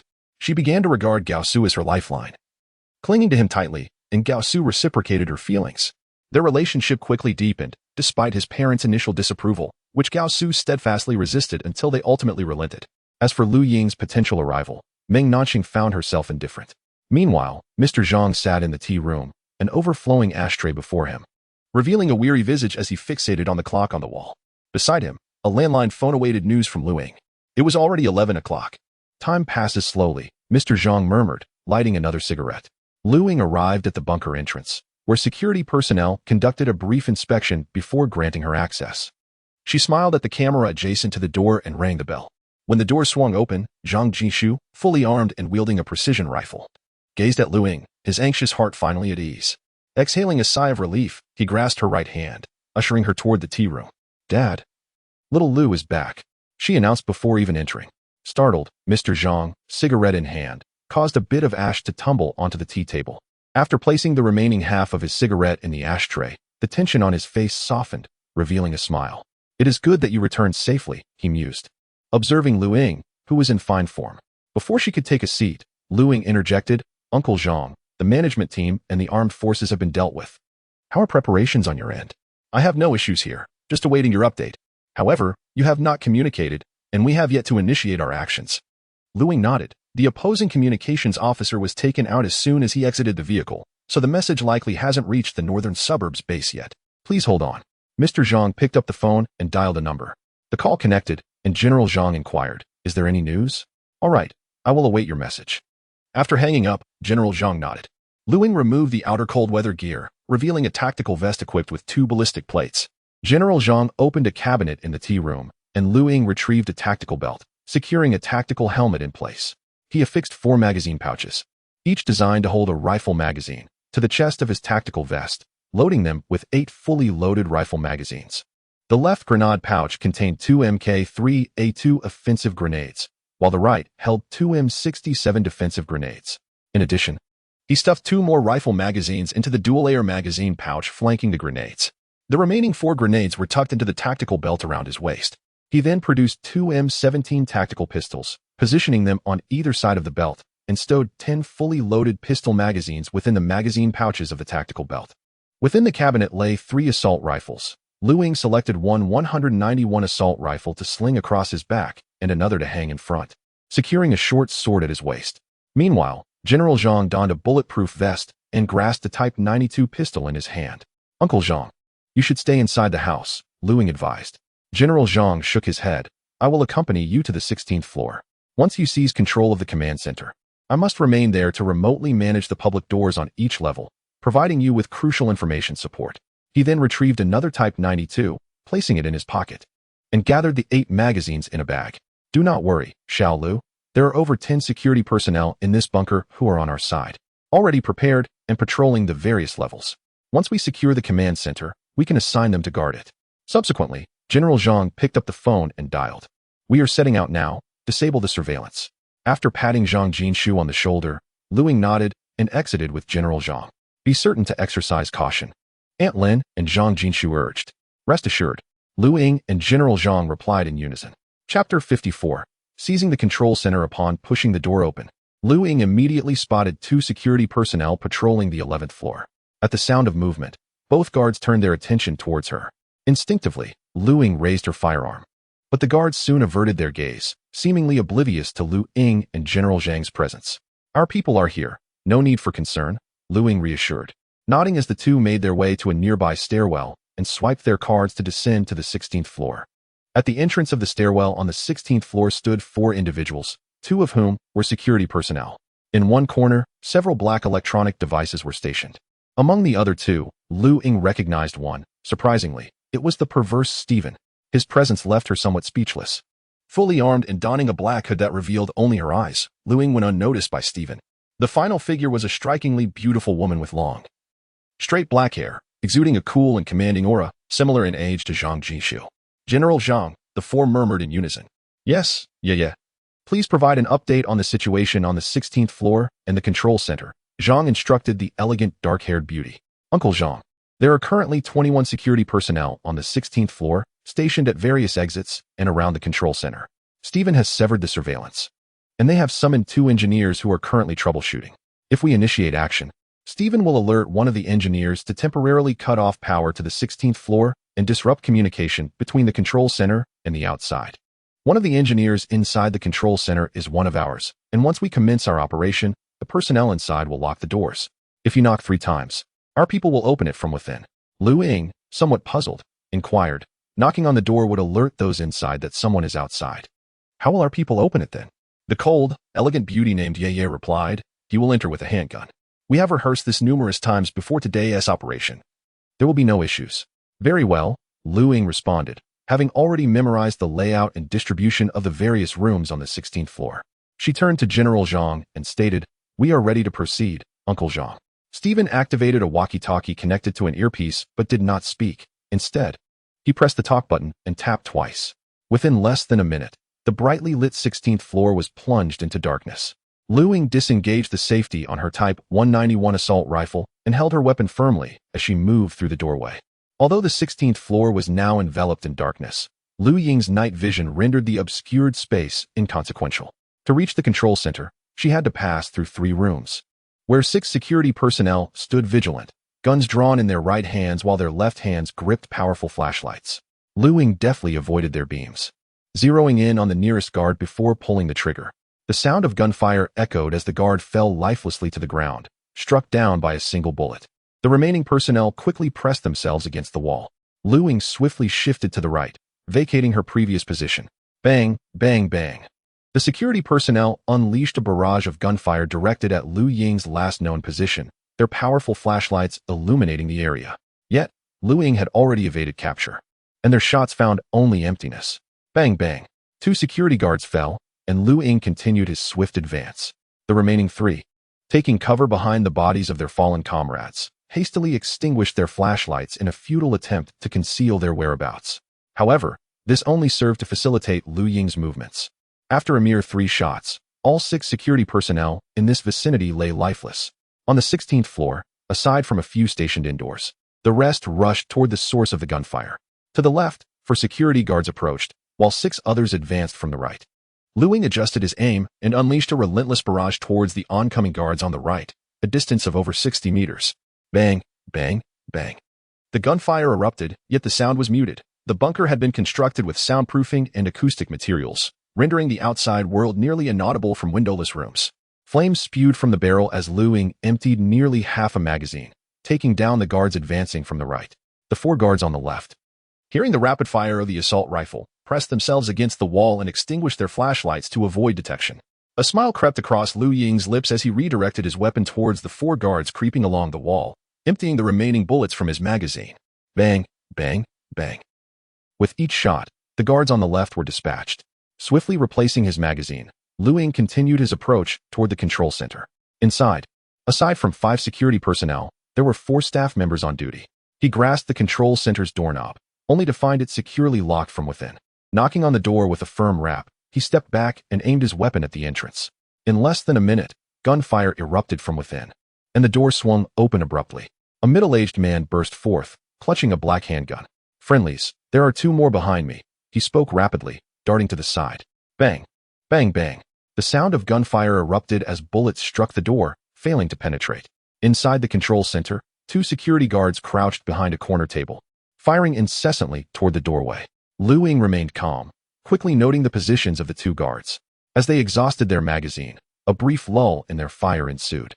At that moment, Ying took aim at the guard hiding behind the desk in the left corner and squeezed the trigger. Bang, bang, bang. 3 bullets pierced the desk, eliminating him. Without hesitation, he swung his weapon to the right corner, dispatching the other guard hiding behind the desk. Just then, a bullet struck Lu Ying's tactical helmet, causing a sharp pain at the top of his head. He turned his aim toward the direction of the shot and began to fire. Screams echoed within the command center as the 4 staff members, huddled together, were mercilessly riddled with bullets. Touching his tactical helmet, he noted a slight dent. The handgun bullet had not penetrated through. He retrieved an M17 tactical pistol and executed a coup de GRC on the heads of the 9 slain bodies within the control center. "Is it done?" inquired the engineer outside cautiously. "The situation has been resolved," replied Lu Ying. The engineer then took out his walkie-talkie to contact Zhang, who was still in the stairwell. Upon receiving the update, Zhang and his team hastily made their way, enduring the metallic scent of blood that permeated the air. One engineer and Stephen promptly restored power to the 16th floor, while the other swiftly took charge of the security system of the entire bunker. The control room and the lights on the 16th floor flickered back to life. Lu Ying exited the control room, ensuring that each of the fallen security personnel received a bullet to the head. This was done not only to prevent any who were still alive from suffering, but also to mitigate the risk of them reanimating as zombies by destroying their cerebral functions. He aimed to avert such an occurrence. Upon returning to the control center, Zhang and Stephen were meticulously assessing the distribution and locations of all armed security personnel within the bunker. A striking beauty named Yaya, with long black hair, connected a walkie-talkie to her headset, diligently adjusting the settings. As Lu Ying approached the console, he was greeted by a large electronic screen displaying real-time surveillance footage of the entire bunker. "Zhang, all security personnel in the public areas of the bunker have been neutralized. The remaining forces are concentrated on the underground level, the 2 upper floors, and there are still 13 security officers patrolling the perimeter," Stephen reported, systematically bringing up the surveillance feeds from the areas where the security personnel were concentrated. There were over 40 individuals in the underground residential area, with the rest scattered across the 2 upper floors. Chapter 55. Assault on the security personnel's living quarters in the surveillance footage. Apart from the fewer than 10 security personnel stationed in the corridors of the bunker and the 3rd floor dining hall, the majority were within the confines of the living quarters designated for security staff and personnel. "Is it possible to control the doors to the security personnel's living area?" Lu Ying inquired. The entrances to the living area from the outside could be controlled, but the dormitories and rooms within the living quarters could not be accessed remotely. "Can the stairwells and entrance doors on each floor be controlled?" "Absolutely." Contemplating for a moment, Lu Ying remarked, "Once I ascend, ensure that the passage doors on each floor and the main door to the security personnel's living area are all secured. After I have dealt with the security personnel in the living quarters, we will proceed to clear each area systematically. The intercom has been calibrated. This is a bone conduction headset. Wear it while you are in motion. We will provide you with comprehensive information about the fortress from the control room," Yu said, handing Lu Ying a high-powered intercom and headset. Lu Ying looked at the striking beauty with a hint of confusion. Can wireless signals transmit effectively within the bunker? "Each floor of the bunker is equipped with a relay station that covers the entire structure. You need not worry," Yu explained. "Understood," Lu Ying nodded. Securing the intercom to the left chest pocket of his tactical vest and donning the bone conduction headset, Yu then handed him another intercom, saying, "This one is a backup. Simply set the channel to 6. After attaching the backup intercom to his tactical belt, Lu Ying glanced at Zhang and nodded before departing the control center towards the elevator. Prior to the operation, the signal jamming interfered with communication, leaving the security personnel in the living area and the staff throughout the bunker completely unaware of Lu Ying and his companions' actions. They continued their routine, oblivious to the upheaval that had already transpired and the chaos that was yet to unfold at the western suburb bunker. In the 3rd floor dining hall, Meng Nanxing and Gao Su were still waiting for Zhang and his family, with the ceremony about to commence imminently. The 2 were in the lounge at the back of the dining hall, and Meng Nanxing's expression had shifted from initial anticipation and disappointment to anger and gloom. "Darling, it matters not if they do not arrive. I shall not allow you to endure any injustice," Gao Su said, wrapping his arms around Meng Nanxing's waist and gripping her delicate hand. Meng Nanxing managed a faint smile. Seeing this, Gao Su continued softly. "Once the new management team arrives, you will have your way with the Zhang family." Meng Nanxing nodded. The earlier mission had failed, and even the 2nd Armed Force dispatch for reconnaissance had encountered an ambush. She remained unaware that the 1st armed unit sent to assault Lu Ying's sanctuary had been annihilated by him alone. The subsequent reconnaissance team had also fallen victim to Lu Ying's ambush, leaving them, including the scheming Gao Qi behind her, believing that the armed forces had encountered rival factions. Oblivious to the fact that Lu Ying had returned with the prowess of his previous life. Meng Nanxing recalled that it had taken Lu Ying over half a month to awaken his powers in his last life. "Thank you, my love," Meng Nanxing whispered in Gao Su's ear. Unbeknownst to the two individuals, the fully armed Lu Ying was nearing the restaurant. The elevator ascended floor by floor, reaching the first level of the bunker. Upon exiting the elevator, Lu Ying pressed the communication button with her left hand. "I have arrived. Proceed as planned." "Received," came the voice of General Zhang. Immediately, Lu Ying observed the red numbers on the elevator's control panel vanish, leaving it shrouded in darkness. The sound of various doors locking echoed in her ears. "Little Lu, all remotely controlled doors in the bunker have been secured. Proceed approximately 30 meters to your left to reach the security personnel's living quarters. 3 security guards await outside. Exercise caution." "Received." Armed to the teeth, Lu Ying held her weapon firmly, maintaining a posture poised for immediate action as she cautiously advanced towards the security personnel's area. Traversing a broad corridor of less than 30 meters, Lu Ying came to a halt. Ahead lay a circular space with a large door leading into the security personnel's living quarters, which had been remotely locked shut. Inside, 3 security guards incessantly banged on one of the large doors, glancing upwards at the surveillance camera, inquiring about the unfolding situation. Switching her weapon to fully automatic mode, she aimed at the trio and squeezed the trigger. Bang, bang, bang. 7 or 8 bullets pierced through the 3 guards, blood oozing forth, staining their snowy camouflage attire. Remaining vigilant and in shooting stance, Lu Ying approached the fallen men. 2 were instantly killed, while 1 lay on the ground, writhing in agony from 2 bullet wounds, one in the abdomen and another in the shoulder. "Please, spare me, I." Bang. Before he could finish his plea, Lu Ying delivered a fatal shot to his head. She then fired 2 more rounds into the heads of the other 2 corpses. Within the control room, several individuals witnessed through the monitors as Lu Ying dispatched the 3 guards outside. General Zhang pressed the conference microphone on the control panel. "Attention, employees of the Pancher Security Company. The entire bunker is now under our control. If you wish to survive, gather all weaponry and equipment immediately. Our people are just outside. You have 3 minutes to deliberate." General Zhang's message echoed thrice through the speakers installed in the living quarters of the security personnel. The guards, wearing grim expressions, presumed this was yet another emergency drill orchestrated by the bunker management team to test their crisis response capabilities, a scenario they had grown accustomed to encountering. In the surveillance footage, over 40 security personnel on the lower level donned various gear in an orderly manner, swiftly assembling under the command of several squad leaders, leaving General Zhang and his colleagues puzzled. General Zhang then pressed the microphone button once more. "Ladies and gentlemen, this is not a drill. The control center has been seized by us. All security personnel, apart from you, have been eliminated." This statement was repeated 3 times, causing the assembled guards to exchange bewildered glances. Among them, a senior middle-aged captain, upon realizing the gravity of the situation, immediately raised his voice and demanded, "Who are you?" "I am the new master of this bunker, and I now present you with 2 choices. Either lay down your arms and surrender, in which case you may continue to reside within this stronghold, or, should you refuse to capitulate within 3 minutes, do not blame us for taking action." The captain continued to inquire, yet Mr. Zhang remained silent this time, his gaze fixed on the passing seconds displayed on his watch. Leaning against the wall, Lu Ying lit a cigarette, also keeping an eye on the time. The 40 or so security personnel gathered in the living area exhibited a variety of expressions, yet none uttered a word, awaiting the decision of the highest-ranking individuals present. The 6 squad leaders directed their attention toward the captain, a middle-aged man whose brow was furrowed deeply as he repeatedly called into the radio, only to receive silence in return. A pang of anxiety struck him, solidifying his belief that the words of the adversary bore a semblance of truth. Turning to his subordinates, he spoke in a low, grave tone. "Brothers, our families are at the northern suburban base. If we lay down our weapons today, what will become of them? Once the group becomes aware of this situation, what future awaits our families? You are all now aware of the circumstances outside. Should our families be expelled from the base, they would stand little chance of survival. Moreover, there are over 100 of our brothers inside the bunker. The absence of alarms from outside indicates that we have not been attacked. There are no armed forces approaching. The ones controlling the bunker are likely just those wealthy merchants. If their armed forces were to enter, they would eliminate us without hesitation. Why would they bother to demand our surrender? United, we possess the strength to reclaim the bunker."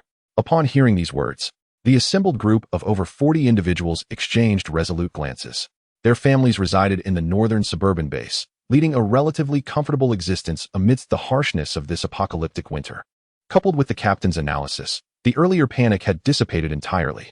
Observing the calmness that had settled among his brothers, the captain felt a sense of reassurance. It was essential to maintain their composure if they were to devise a plan to retake the bunker. Let us break through the main gate and reclaim our stronghold. More than 60 individuals converged, marching resolutely toward the entrance of the living area. As Ying listened to the voice transmitted through the earpiece from the control center, he exhaled the last wisp of smoke and retrieved an Mk3A2 offensive grenade. Chapter 56. Cleansing the bunker. How much longer until we reach the entrance? Ying inquired through the intercom. Just over 20 meters, Zhang replied. Turn off the lights and open the door, Ying commanded in a low voice. Be extremely cautious. Ying retrieved an Mk3A2 grenade, swiftly pulling the safety pins from 2 grenades and gripping the safety handles tightly. The Mk3A2, known as the concussion grenade, featured a black cylindrical body adorned with a light yellow band bearing English inscriptions. It relied primarily on the shockwave generated by its explosion to incapacitate enemies, proving particularly effective in confined spaces where crowds tend to gather. As the mechanical unlocking of the front door echoed, Ying gently nudged the left side of the door open with his knee. The sudden darkness caused the security personnel to halt, drawing their firearms in immediate vigilance. Now less than 10 meters from the entrance. At that moment, 2 ominous sounds reverberated, prompting the foremost group to shine their powerful flashlights toward the source of the noise. Grenade! They shouted, and the front ranks quickly dropped to the ground. With 2 resounding explosions, the Mk3A2 grenades detonated, one at the feet of the leading security personnel, and the other above their heads. Those closest were torn apart by the shockwave, some instantly killed, while others experienced a deafening ringing in their ears and a profound disorientation. Their minds buzzing. Blood and flesh were scattered everywhere, and cries of agony echoed through the corridor. Ying swiftly produced 2 M67 fragmentation grenades, pulled the safeties, and hurled them above the prone security personnel before taking cover against the wall. Boom, boom.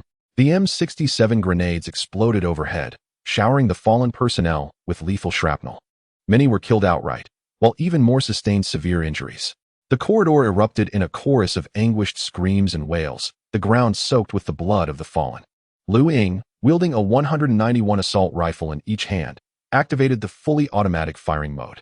Rat-a-tat-tat, rat-a-tat-tat. The rifles unleashed a torrent of 5.8mm rounds upon the writhing masses below.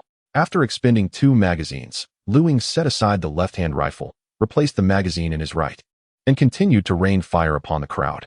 The security personnel, already reeling from the shock waves of the concussion grenades, found themselves further incapacitated by the M67 explosions overhead, leaving them either dead or grievously wounded, their combat capabilities effectively neutralized.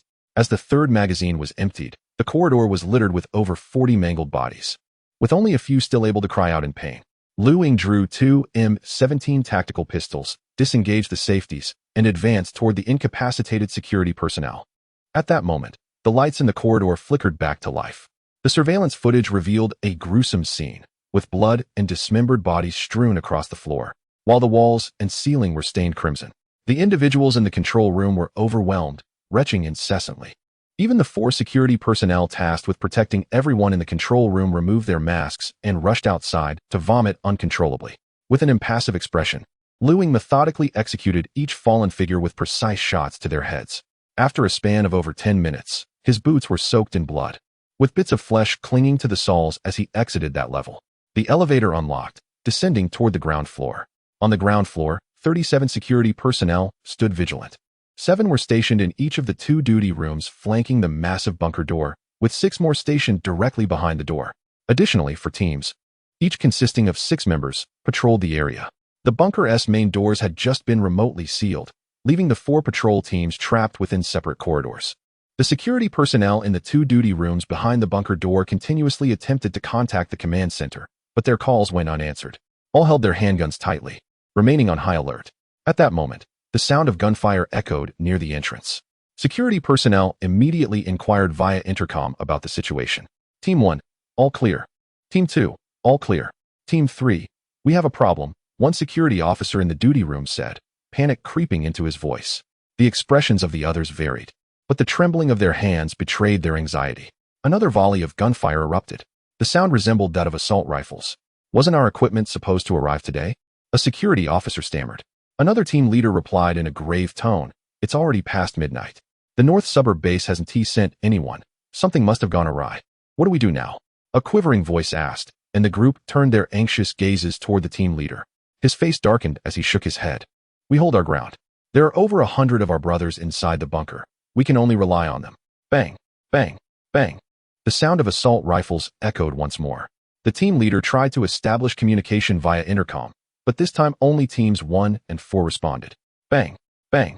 2 more bursts of gunfire rang out, 3 minutes apart, followed by silence on the intercom. The security personnel at the bunker entrance grew increasingly frantic, tension enveloping the atmosphere. Just then, faint footsteps broke through the silence. 3 beams of bright flashlight illuminated the direction from whence the sound emanated, yet no figures could be discerned. Sweat beaded on foreheads as heartbeats quickened. A rolling sound echoed, and when the light fell upon it, they recognized it as a green spherical grenade. With 2 successive explosions, flames erupted, and the security personnel in the duty room barely had time to react before several were turned into mere husks by the shrapnel. Rat-a-tat-tat.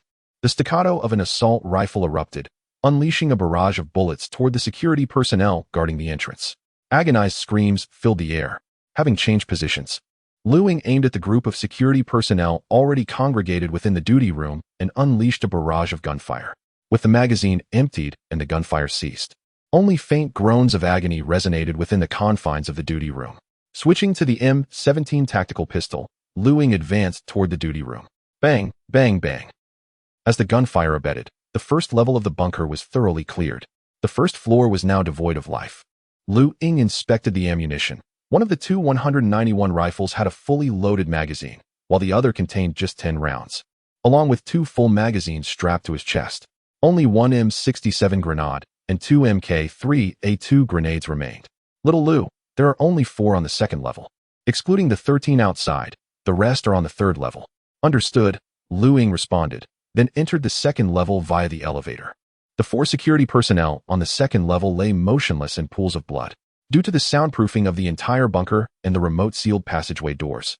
The bustling dining hall on the third level, filled with over 300 affluent guests attending the engagement ceremony of Meng Nanxing and Gao Su, along with 6 security personnel, remained oblivious to the gunfire and explosions occurring below.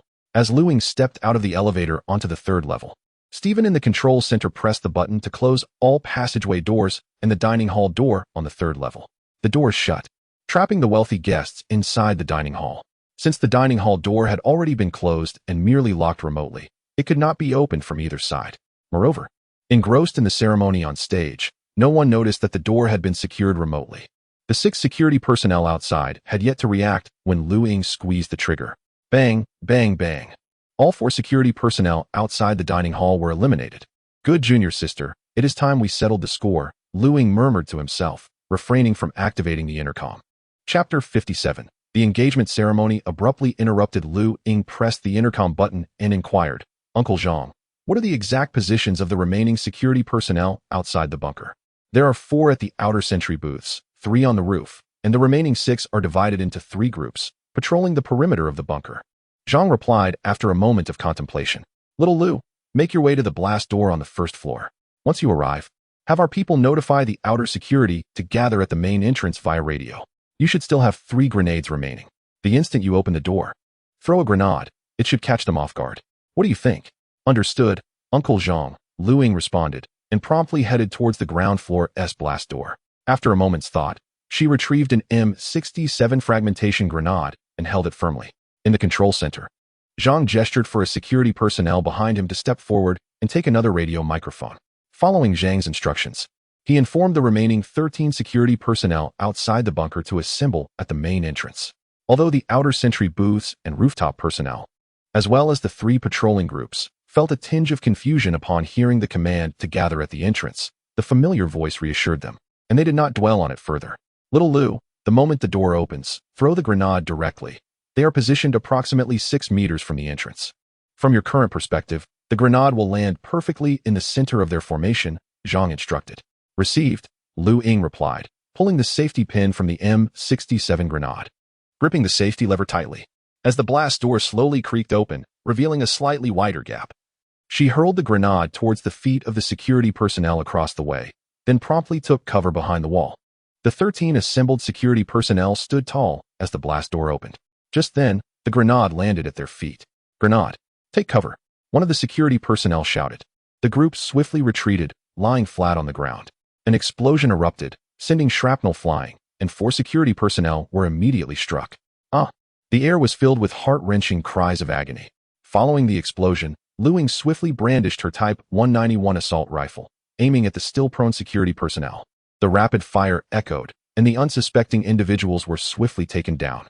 After emptying one magazine, Ying switched to her M17 tactical pistol, stepping forward to execute several of the writhing security personnel with shots to the head, methodically ensuring each was silenced. With a series of gunshots, bang, bang, bang, the chaos subsided, and Ying returned to the bunker, heading straight for the restaurant on the 3rd floor. In the control center, Zhang handed a Type 92 pistol to Ye before taking 6 of his own security personnel with him in the elevator towards the 3rd floor.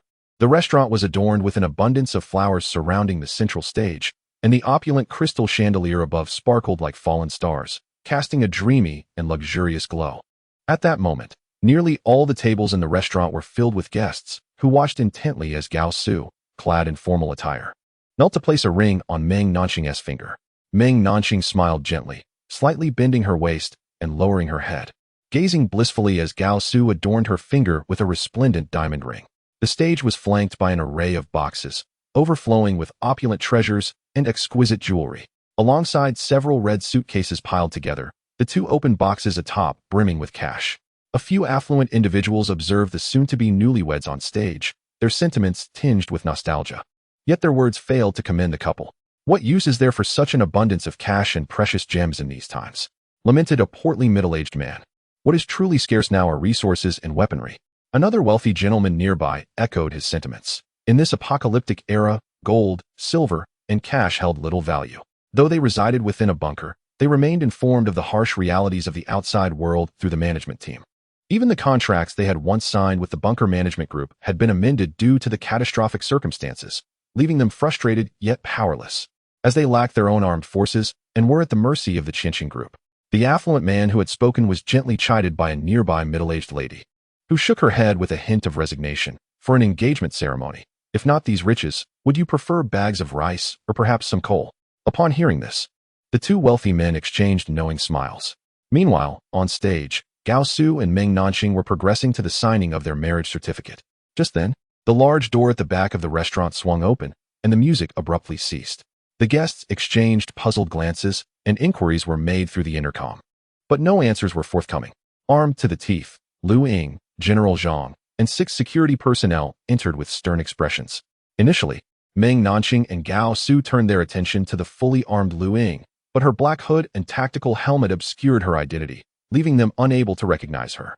They then turned to General Zhang, who had just concealed his tactical vest beneath a black jacket. The guests in the restaurant also turned to regard the newcomers. With the restaurant's entrance secured and the soundproofing materials used in the bunker construction, accompanied by the music and chatter, none inside had heard the prior gunfire or explosions. Although Meng Nanxing and Gao Su felt a sense of unease, the presence of the 6 security personnel quelled their suspicions, prompting them to smile and nod at General Zhang. Were it not for Gao Su's prior promise to her and the assurance that the bunker would ultimately be governed by the Gao family, Meng Nanxing would have undoubtedly displayed the affectionate reluctance typical of a daughter toward her father, leading everyone present to believe she was under General Zhang's protection. However, such theatrics were unnecessary now. A flicker of resentment crossed Meng Nanxing's eyes as she felt vexed by her earlier hopes for General Zhang to acknowledge her as a goddaughter, even more so by his outright refusal. However, with the impending arrival of the management team, all of this would soon be a thing of the past. A glimmer of amusement danced in the eyes of General Zhang. Ying nodded at General Zhang, and then 4 security personnel stationed themselves at the entrance. Ying, General Zhang, and 2 security guards proceeded along the carpet towards the stage. Below, the guests displayed a range of expressions. Some were puzzled, unsure of the unfolding drama, while others wore knowing smirks, anticipating an entertaining spectacle. There were also those who appeared displeased, as the ceremonial proceedings on stage had yet to be completed, and the audacity of these individuals approaching the stage was clearly ill-intentioned. Whispers of speculation began to ripple through the audience. Chapter 58 Interrogation. Gao Ming, visibly displeased, rose to his feet and glared at the approaching Mr. Zhang and his entourage, his voice laced with hostility. "Mr. Zhang, Today marks the engagement of my son and daughter-in-law. What is the meaning of this? With a sudden bang, Lu Ying drew her M17 tactical pistol from her waist and fired a shot into the ground before Gao Ming. A chorus of terrified gasps and screams erupted from the ladies and children in the venue, who instinctively shielded their heads, while the gentlemen remained relatively composed, embracing their wives and children. Mr. Zhang, what is the meaning of this? Although Gao Ming felt a twinge of panic, he managed to steady himself and posed the question. Mr. Zhang, however, paid him no heed. Amidst the anxious and fearful gazes of Meng Nanxing, Gao Su, and Gao Ming, Mr. Zhang gestured for the host to hand him the microphone. Without hesitation, the host presented the microphone with both hands. Addressing the assembly in the dining hall, Mr. Zhang chuckled lightly. Ladies and gentlemen, please remain calm. We harbor no ill intentions. We merely seek to resolve some grievances with the Gao family. Stay seated and do not move. We mean no harm to any of you. He then nodded at Lu Ying. Lu Ying relinquished 2 191 assault rifles along with the remaining magazines and 2 grenades to the 2 security personnel behind Mr. Zhang. She turned her attention to Gao Ming and his family, as well as to Gao Su and Meng Nanxing on the stage. Gao family, please accompany me, Lu Ying commanded. Upon hearing her voice, Meng Nanxing's expression shifted dramatically, and he blurted out, "Senior brother?" Lu Ying did not respond, but instead aimed her pistol at the Gao family members and Meng Nanxing. One of the armed security personnel on stage, gun in hand, began ushering the Gao family out of the dining hall. The Gao family, unwilling to resist, followed Lu Ying to a nearby lounge. Afterward, the armed personnel exited the lounge and returned to the dining area, while Mr. Zhang continued to soothe the crowd over the microphone. Lu Ying locked the door behind them, signaling for everyone to take a seat, her gun trained on them, her expression icy. I will ask the questions, and you shall provide the answers. If you wish to avoid suffering, your best course of action is to cooperate. Meng Nanxing spoke softly. Senior brother, what exactly do you intend to do? Internally, he felt a tightening in his chest. Could it be that Lu Ying had uncovered his recent arrangements? However, he maintained a facade of calmness, observing the situation unfold. Lu Ying cast a sidelong glance at Meng Nanxing, but chose to disregard him. Gao Ming, I wish to know why your brother, Gao Qi, a board member of Qianxing Group, has set his sights on my sanctuary. Furrowing his brow in confusion, Gao Ming stared at Lu Ying. I do not comprehend what you are speaking of. Lu Ying shifted her gaze to Gao Su, directing the muzzle of her firearm toward him. Gao Su, trembling as he sat on the floor, looked up in fear. Hey, Gao Su, do you know? Huh. Gao Su raised his eyes to Lu Ying, clearly still shaken. Having failed to grasp her question, Lu Ying was compelled to repeat herself. I do not know, Gao Su replied, his expression innocent, bewilderment evident in his eyes. Lu Ying frowned slightly before aiming at Gao Su's lower leg and pulling the trigger. With a loud bang, the gun discharged. Gao Su clutched his bleeding leg, howling in agony. Xiao Su, Gao Ming and his wife exclaimed in urgent tones. We truly do not comprehend what shelter you speak of. As we were entirely unfamiliar with you prior to this moment, how could we possibly desire your refuge? Gao Ming bellowed in anguish toward Lu Ying. Brother, you scoundrel! Meng Nanxing shouted at Lu Ying, one arm cradling Gao Su while the other pressed against the wound he was attempting to stifle. His tone imbued with concern and compassion for Gao Su. Lu Ying, undeterred, continued to fix his gaze upon Gao Su. If you do not speak, the next bullet will target your male dignity. With that, Lu Ying turned to Gao Ming, whose face was contorted with rage and urgency, and remarked, You wouldn't want your family's lineage to be extinguished, would you?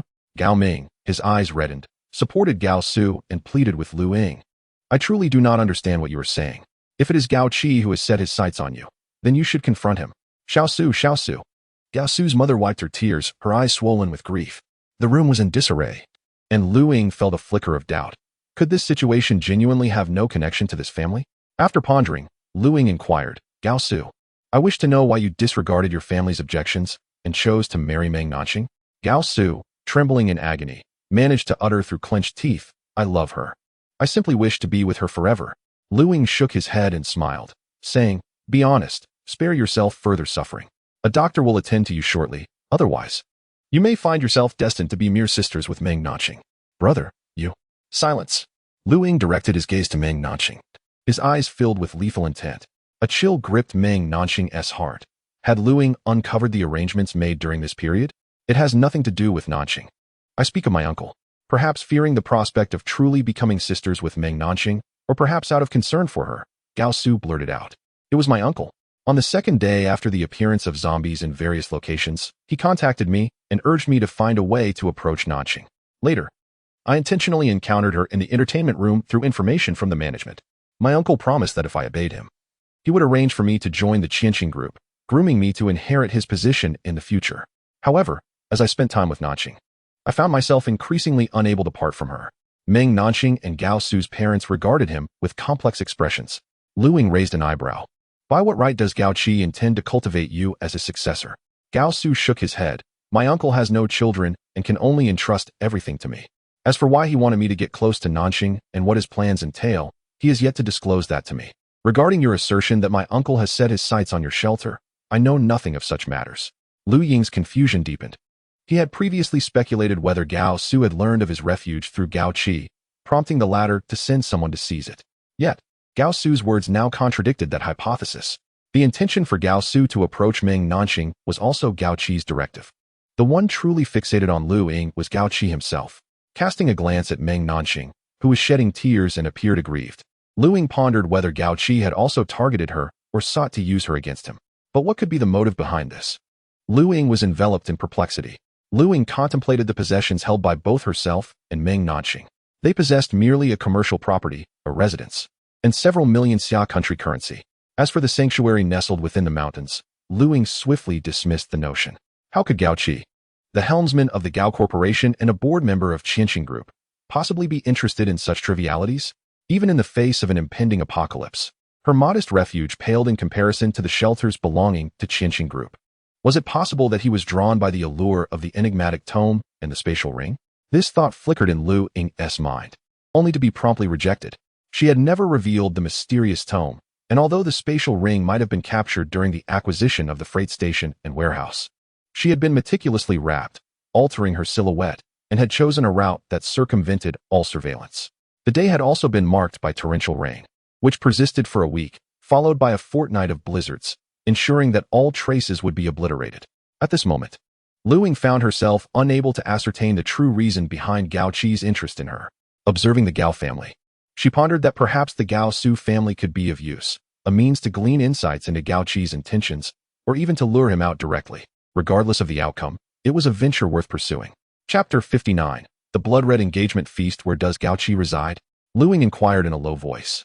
The members of the Gao family shook their heads in unison. Only Gao Qi and a select few trusted confidants were privy to the exact location of his private sanctuary in this apocalyptic world. Lu Ying contacted Yeyev via intercom, instructing the bunker hospital to bring Gao Su back for medical treatment. Soon, two doctors, clad in white coats and carrying medical kits, hurriedly arrived to assess Gao Qi's injuries and administer basic first aid. The bullet remained lodged within. Surgical intervention was necessary. One doctor glanced at Lu Ying, who nodded in acknowledgement. Subsequently, two security personnel arrived to carry Gao Su away along with the doctors. The rest of the Gao family followed suit. When Meng Nanxing attempted to accompany them, Lu Ying firmly stated, "Junior sister, it would be best if you stayed behind. I have something to discuss with you." Meng Nanxing turned back, her eyes pleading, yet Lu Ying's gaze met hers with an icy demeanor.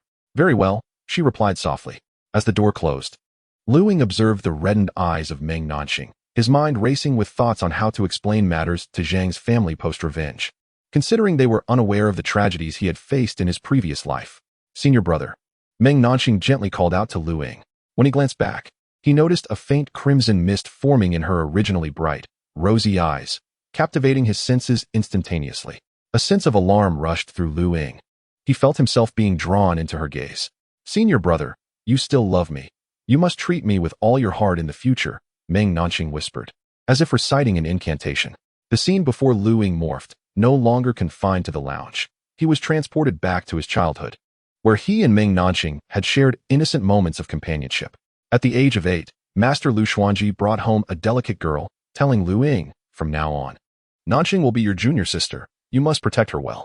The little girl, timid yet curious about her older brother, who was 3 years her senior, looked up at him with a mix of awe and trepidation. Lu Ying, equally unsure, exchanged wide-eyed stares with the petite Meng Nanxing, prompting Master Lu Xuanji to burst into laughter. In the days that followed, Master Lu Xuanji set up a fortune-telling stall on weekends, always accompanied by the two small children. Occasionally, unsavory characters would demand protection money, and while Master Lu Xuanji dealt with them using his fists, Lu Ying would shield the younger Nanxing behind him. As Meng Nanxing reached school age, they found themselves in the same institution, and after classes, Lu Ying would invariably hold her hand as they walked home together. As they grew older, Meng Nanxing, maturing faster than her male counterpart, began to distance herself from Lu Ying, albeit subtly at first. During that time, Lu Ying remained a silent guardian, and after Master Lu Xuanji mysteriously disappeared, it was just the two of them left to rely on one another. Lu Ying lavished care upon Meng Nanxing, and as their bond deepened, he resolved that in his future, only she would occupy his world. The images before him flickered, each one a cherished memory spent with Meng Nanxing, completely unaware that she had approached his side. This situation is a clear manifestation of Meng Nanxing's psychic abilities, ensnaring Lu Ying within an illusion. With his hands stained by Gao Su's blood, Meng Nanxing reached for the dagger hanging at Lu Ying's waist. As he slowly drew the weapon, his gaze towards Lu Ying grew exceedingly frigid. "Brother, let us have you perish once more. And do return the spatial ring along with that book to me." Embracing Lu Ying with his left arm, he gently removed the scarf from around Lu Ying's neck, exposing his vulnerable throat. The dagger now pressed ominously against Lu Ying's skin. In that moment, Meng Nanxing's face illuminated with a radiant smile. He had finally awaited this opportunity to reclaim the spatial ring and all that it contained. His resolve hardened, and his grip became icy as he began to exert pressure. The visions in his mind began to dissipate, and Lu Ying gradually regained consciousness, sensing the cold steel against his neck, yet remained unperturbed. The blade of the dagger had yet to breach Lu Ying's skin. At that very instant, the door burst open, and the fully armed Zhang Jinshu, upon witnessing Meng Nanxing's dagger poised against Lu Ying's throat, shouted urgently, "Stop!" With a resounding gunshot, Zhang Jinshu fired a bullet, but fearing he might inadvertently harm Lu Ying, he elevated the firearm slightly, directing it towards Meng Nanxing. "Put down your weapon. I can't believe you would attempt to kill little Lu." Zhang Jinshu's tone was imbued with disbelief. Meng Nanxing did not relinquish the dagger, yet it remained fixed against Lu Ying's throat as he turned, one hand cradling Lu Ying's forehead while the other tightened its grip on the blade. Zhang, upon hearing the gunfire, rushed in with the security personnel, and upon witnessing the scene, felt a pang of anxiety. Meng Nanxing glared menacingly at those by the doorway and commanded, "None of you move." At that moment, Meng Nanxing's wrist, which held the dagger, was seized by a firm grip. The hand that ensnared Meng Nanxing's wrist twisted forcefully, causing the dagger to clatter to the ground, whereupon Lu Ying seized it with his left hand. "Ah!" Meng Nanxing cried out in pain, his eyes filled with disbelief as he beheld the awakened Lu Ying. Shaking off Meng Nanxing's grasp from his forehead, Lu Ying rose, pulling Meng Nanxing up from the sofa with an icy glare, thrusting the dagger into Meng Nanxing's abdomen with force. The faint sound of the blade piercing flesh echoed, blood flowed steadily from the wound, dripping onto the floor and staining Lu Ying's hand that held the dagger. "As senior brother, I. Meng Nanxing stammered, unable to articulate his pain. Lu Ying fixed his gaze on Meng Nanxing, who was shedding tears in agony, and spoke coldly, "Uncle Zhang, please close the door." Zhang and Zhang Jinshu, taken aback by the sudden turn of events, stood momentarily speechless. With a heavy sigh, Zhang uttered a single word of farewell, pulling the still-dazed Zhang Jinshu away as he shut the door behind them. "Brother, I am sorry." Meng Nanxing, drained of strength, looked at Lu Ying with a complex expression, a mixture of guilt, regret for his failure, and nostalgia for the past. Lu Ying's expression was impassive as she cradled Meng Nanxing in her arms, leaning in to whisper softly into her ear, "Junior sister, you truly deserve to die. Even in your final moments, you must repulse me once more. Stop pretending. I heard your words just now." A handgun pressed against Meng Nanxing's temple. Meng Nanxing's breath caught in her throat as she gazed at Lu Ying in disbelief. With a bitter smile, she stifled the pain, her eyes brimming with animosity as she fixed her unwavering stare upon Lu Ying. "Regrettably, I was a moment too slow, allowing you to seize the advantage." Her tone shifted to a venomous curse, laughter bordering on madness escaping her lips. "Heh, you cannot kill me. I will haunt you forever." Bang! The sound of a gunshot echoed as Lu Ying emotionlessly pulled the trigger. Chapter 60. Devouring extraordinary abilities seated opposite Meng Nanxing's lifeless body.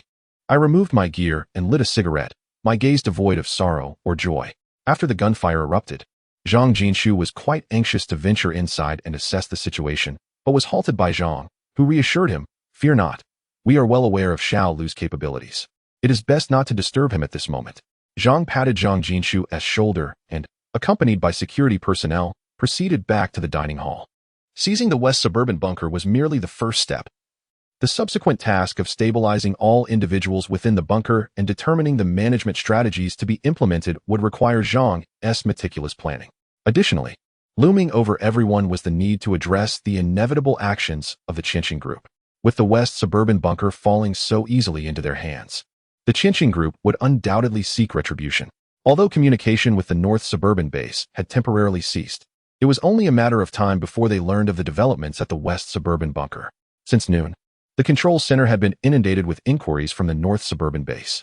Leaning against the wall beside the door, Zhang Jinshu contemplated how best to comfort Lu Ying upon his emergence.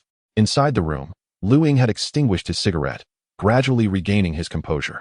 Approaching Meng Nanxing's corpse, he gently closed the lifeless eyes.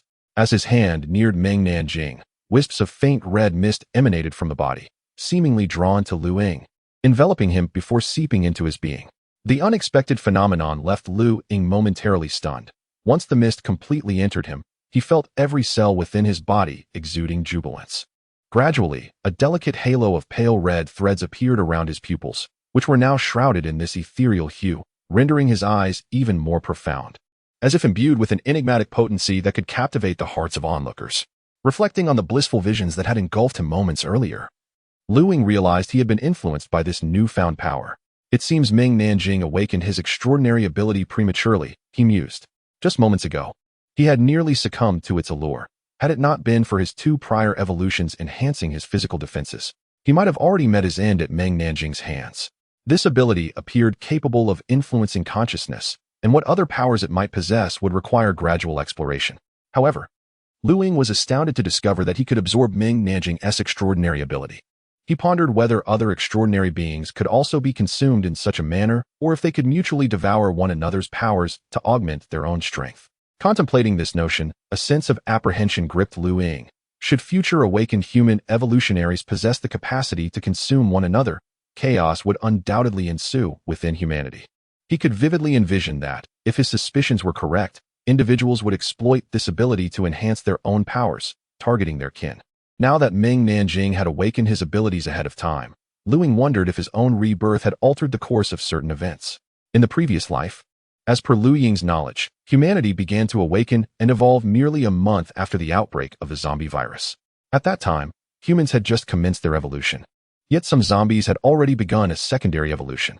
Now, with Meng Nanxing awakening her abilities ahead of time, it remains uncertain whether those zombies have also started to evolve. Contemplating all of this, Lu Ying resolved that once the West suburb bunker stabilizes in the coming days, he would venture to Yun City. His intentions were twofold. First, to ascertain if any evolved zombies had emerged and to seize their crystal cores. Second, to procure additional weapons, equipment, and ammunition. The third page of that mysterious tome likely requires the crystal cores of evolved zombies to be of any use. In this life, Lu Ying had long since determined to prioritize the enhancement of his own strength above all else. Moreover, once the West suburb bunker was secured, relying solely on himself for protection would be imprudent. Should the Qianqing group dispatch a formidable armed force, it would be impossible for him to manage everything single-handedly. He needed to acquire more weaponry to fortify the bunker, and regarding the future establishment of an armed force within the West suburb bunker, General Zhang had already made his intentions clear. The wealthy individuals residing within the bunker could hardly be expected to take up arms in its defense. General Zhang planned to recruit a suitable group of survivors from the outside world to form a cohesive force.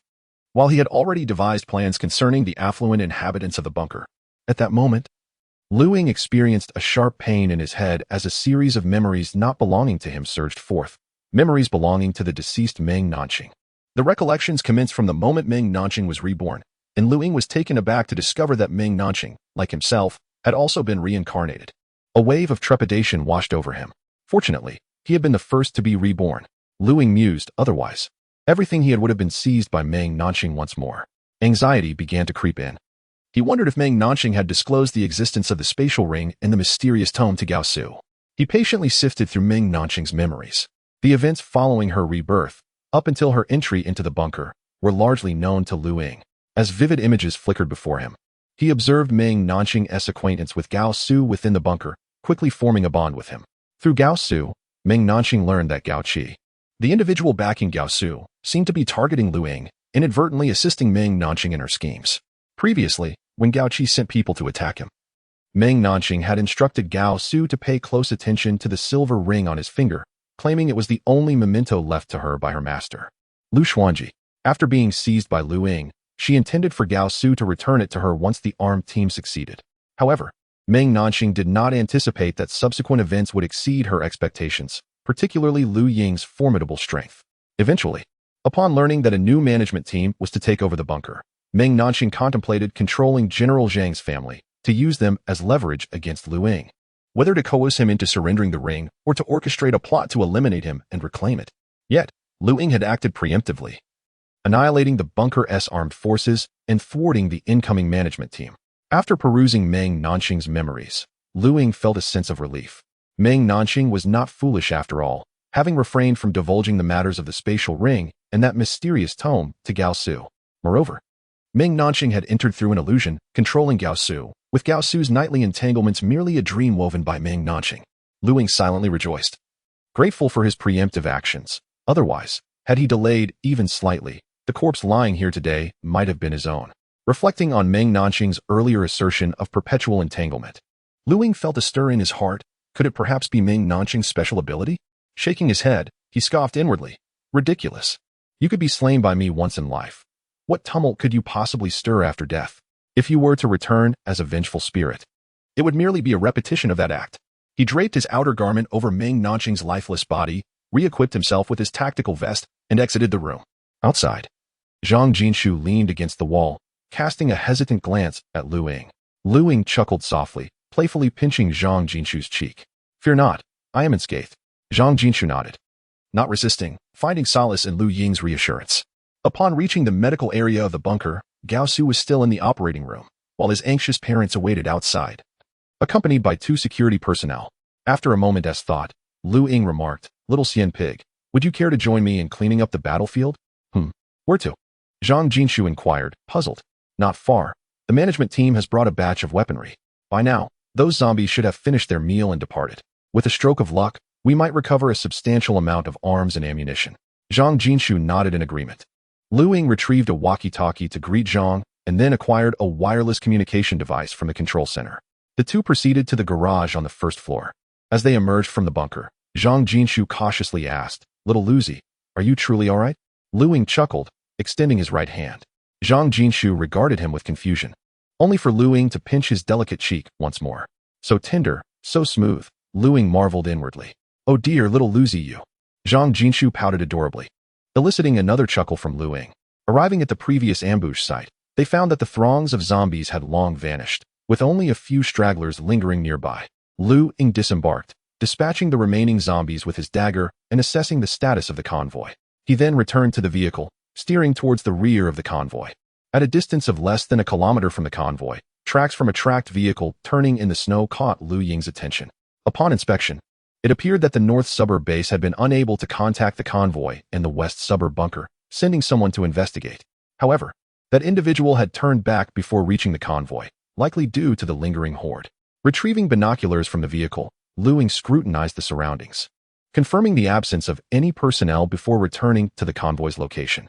The ground was strewn with severed limbs and coagulated blood, alongside a scattering of spent shell casings and various individual weaponry.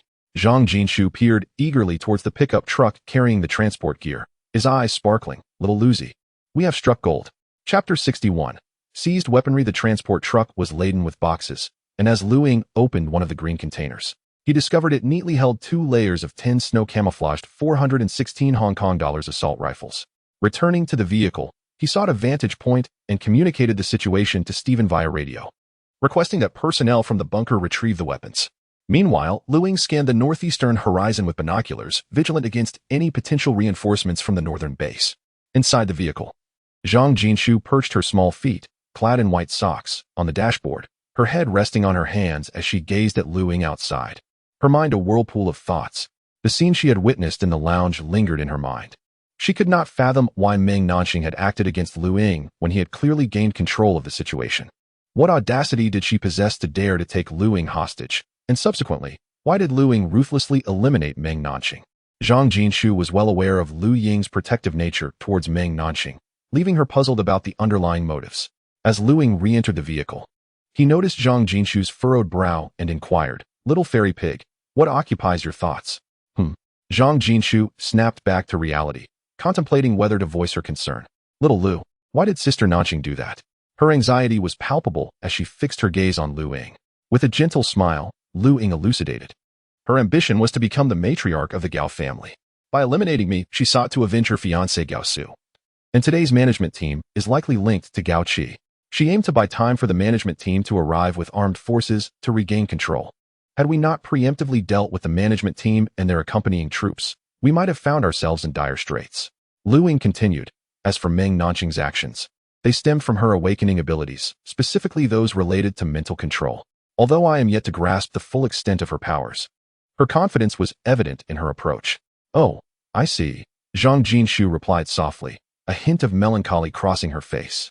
Little fairy pig, do not dwell on it. She chose to abandon us. It was not we who forsook her, Lu Ying consoled her. After a brief exchange, 10 snow vehicles from the western bunker arrived. A total of 16 individuals disembarked, including the strikingly beautiful Ye with her long black hair, alongside 4 security personnel and various staff members from the bunker, all capable of operating vehicles. Lu Ying and Zhang Jinshu led the group to the convoy. Before they could inspect the vehicles, a majority of them were met with a gruesome sight: severed limbs, dismembered bodies, and blood-soaked ground scattered throughout the convoy, prompting several to retch violently. Eventually, pallid and trembling, they began to examine the vehicles. During the skirmish, 4 vehicles had been rendered inoperable by Lu Ying's M249 light machine gun, while the lead vehicle had crashed into a nearby power pole, its engine irreparably damaged. However, Lu Ying was unwilling to relinquish the 23mm twin-barreled anti-aircraft cannon mounted on the lead vehicle, intending to have it towed back to the bunker along with the truck. The firearms, frozen in blood upon the snowy ground, were likewise collected by Lu Ying, along with the backpacks and gear of the armed personnel scattered about, all of which were to be taken away. These weapons and equipment, now encased in blood, were to be returned to the bunker for several hours to thaw, after which the blood and other residues would be cleaned off, allowing for their maintenance and continued use. Each vehicle's trunk was filled with ammunition crates, and all the ammunition boxes from several scrapped vehicles were transferred into the snow-laden transport. The entire convoy returned all weaponry and munitions back to the suburban bunker. After a thorough organization, the intact vehicles were towed away as the convoy slowly made its way back to the suburban bunker. In the third-floor dining hall, only the staff remained to tidy up, as all the guests who had attended the banquet had returned to their respective abodes. Upon arriving at the garage, the group moved all the ammunition boxes to a clear area behind the bunker doors, while the bodies and blood on the first floor had already been cleared away. There were a total of 20 boxes containing 416 Hong Kong dollars assault rifles, each box holding 10 rifles arranged in 2 layers, accompanied by matching bayonets and magazines, amounting to 416 Hong Kong dollars assault rifles. Additionally, 10 6mm 22 Malawian Quach's bolt-action sniper rifles were stored separately in 10 boxes, with all requisite tactical gear included. The inventory also comprised 10 M249 squad automatic weapons and 10 M4 Carl Gustav recoilless rifles, along with 5 50 caliber or 12 7mm M2HB heavy machine guns, colloquially known as Old Dama. The remaining items consisted of matching caliber ammunition, with 10 boxes of M67 fragmentation grenades and 10 boxes of MK3A2 offensive grenades, each box containing 30 grenades, totaling 600 grenades. There were also 80 high explosive rounds for the M4 recoilless rifle. The rest were various calibers of bullets. In addition to the transported weapons and ammunition, the gear of the 30-plus personnel was also brought back, though most of their ammunition had been expended. The ammunition boxes for the 2 23mm anti-aircraft guns were nearly empty, yet each of the 2 vehicles retained 4 boxes of backup ammunition, each containing 50 rounds of 23mm shells. Lu Ying selected 2 boxes of M67 fragmentation grenades and 2 boxes of MK3A2 offensive grenades. He took 122 Malawian Quach's bolt-action sniper rifle along with a box of 8 6mm bullets, containing 600 rounds. He also claimed 1 M249 light machine gun along with 2 boxes of ammunition, totaling 2,000 rounds. Furthermore, he acquired 1 M4 Carl Gustav recoilless rifle with 8 rounds. As for the M2HB heavy machine gun and 416 Hong Kong dollars assault rifles, he chose not to take them, leaving the heavy machine gun for defense purposes at the suburban bunker. Having already seized several HK-416s previously, and only took 2 boxes of ammunition, The remaining weapons and ammunition were sufficient to equip an armed force of 200, while the consumable ammunition would have to be replenished through further acquisitions. Lu Ying, in his own words, could venture into the Cloud City or its neighboring locales in search of the Security Bureau or the recently withdrawn Internal Security Armed Forces, as well as the armories of the security systems, hoping to stumble upon some remnants of weaponry and ammunition that might have been left behind. This endeavor would significantly bolster Lu Ying's firepower. Upon receiving the news, Mr. Zhang hastened to the scene and promptly ordered the relocation of all weaponry and equipment to a storage facility on the second floor. Within the bunker, all of Mr. Zhang's over a dozen security personnel were equipped with an 416 Hong Kong dollars assault rifle. Chapter 62. Investigation of the northern suburb base Little Lu. We have now ascertained that our adversary is the Qinqing group. There is no need for excessive concern at this moment. Our immediate focus should be on effectively managing the impending assault on the northern suburb base. As for the affluent individuals currently residing within the bunker, General Zhang is experiencing some vexation. Nevertheless, he is in the process of preparing to establish a new management team. At present, the primary challenge facing the bunker is the depletion of various supplies. A recent inventory revealed that, based on current living standards, the available resources could sustain us for 3 months. This is precisely why the new management team has communicated that, after 3 months, the wealthy residents of the bunker must provide an array of resources, even if these supplies must be retrieved from Yun City or amidst the hordes of the undead. The management team will dispatch armed forces to procure them. Without these supplies, the bunker will become a tomb for all its inhabitants. Uncle Zhang, if the individuals residing within the bunker are willing to contribute essential survival resources, it should not pose a problem for us to maintain our existence once the armed forces are established. However, should resources run dry in the future, it would be prudent for you, Auntie, and Jinshu to accompany me back to my sanctuary, Lu Ying reiterated. As for the overall management and operation of the bunker, Lu Ying had little interest in participating. His foremost priorities were to enhance his strength and to prepare for a potential counterattack from the Qinqing group, as well as dealing with Gao Qi. At that moment, a message arrived from Stephen in the control center, indicating the presence of 2 snow vehicles 3 kilometers from the bunker, occupied by armed personnel clad in snow camouflage. Lu Ying donned his equipment, armed himself with an 22 Malawian kwaches sniper rifle and an 416 Hong Kong dollars assault rifle, along with 4 M67 fragmentation grenades and ammunition, and ascended to the top of the bunker. After a meticulous observation, Lu Ying concluded that the individuals in question were not military or official armed forces. They could only be an armed squad dispatched from the northern suburb to assess the situation. He set up his 22 Malawian kwaches sniper rifle, aimed at the driver of the lead vehicle, and pulled the trigger. Bang! The shot rang out, piercing the windshield of the lead vehicle over 800 meters away from the western suburb bunker, the bullet striking the driver in the chest. Bang! Another shot. And the driver of the second vehicle was also killed instantly. The 2 snow vehicles skidded to a halt after traveling a short distance, and during this interval, Lu Ying fired 3 more shots, eliminating the 2 passengers in the front seats. As the vehicles came to a stop, 4 armed personnel emerged, one of whom was similarly wielding an 22 Malawian kwaches sniper rifle. Before he could find cover, Lu Ying dispatched him with a single shot to the head. The remaining 3 took refuge behind the vehicles, hesitant to expose themselves. Lu Ying pressed the intercom button, instructing the security personnel stationed outside the bunker to launch an attack. For security personnel, armed with 416 Hong Kong dollars assault rifles, stealthily approached, closing in to within 30 meters of the 2 vehicles, before hurling 4 M67 fragmentation grenades. The grenades landed behind the vehicles where the armed personnel were hiding, resulting in a catastrophic explosion that claimed the lives of the remaining 3. Remember to recover all weapons, ammunition, and vehicles. Understood. Inside the conference room of the northern suburb Qinqing group, chaos had erupted. This morning, contact was lost with the management team and 3 squads en route to the west suburban bunker. Subsequently, personnel were dispatched to trace the management team's path, only to discover that the convoy had become ensnared amidst a horde of corpses. Following this, the west suburban bunker also fell silent, leaving them perplexed about the unfolding events. Prior to this, an armed squad had been sent to assess the situation at the west suburb, yet no reports had been received. By 7 o'clock, 2 more armed squads were dispatched towards the bunker. When they were still 5 kilometers away, Stephen relayed to General Zhang and Lu Ying that 5 additional snow vehicles were approaching. Lu Ying, accompanied by 6 security personnel, set up an ambush, deploying an M249 light machine gun for this occasion. Positioned at a vantage point, Lu Ying skillfully utilized a sniper rifle for precise shots. while two security personnel provided suppressive fire with light machine guns on the ground. The skirmish concluded in less than 10 minutes, in the conference room of the north suburb. At 10 o'clock that night, not only had no information been returned, but the two dispatched squads also lost contact. The senior officials promptly resolved to escalate the matter to the group headquarters. Hidden beneath the mountains, the headquarters of Qianxing Group received the transmission from the north suburb base. A short-haired, competent woman slammed her hand on the desk, vociferously berating the fools in her office. After more than 10 minutes, the conference room at the Arctic base received a notification.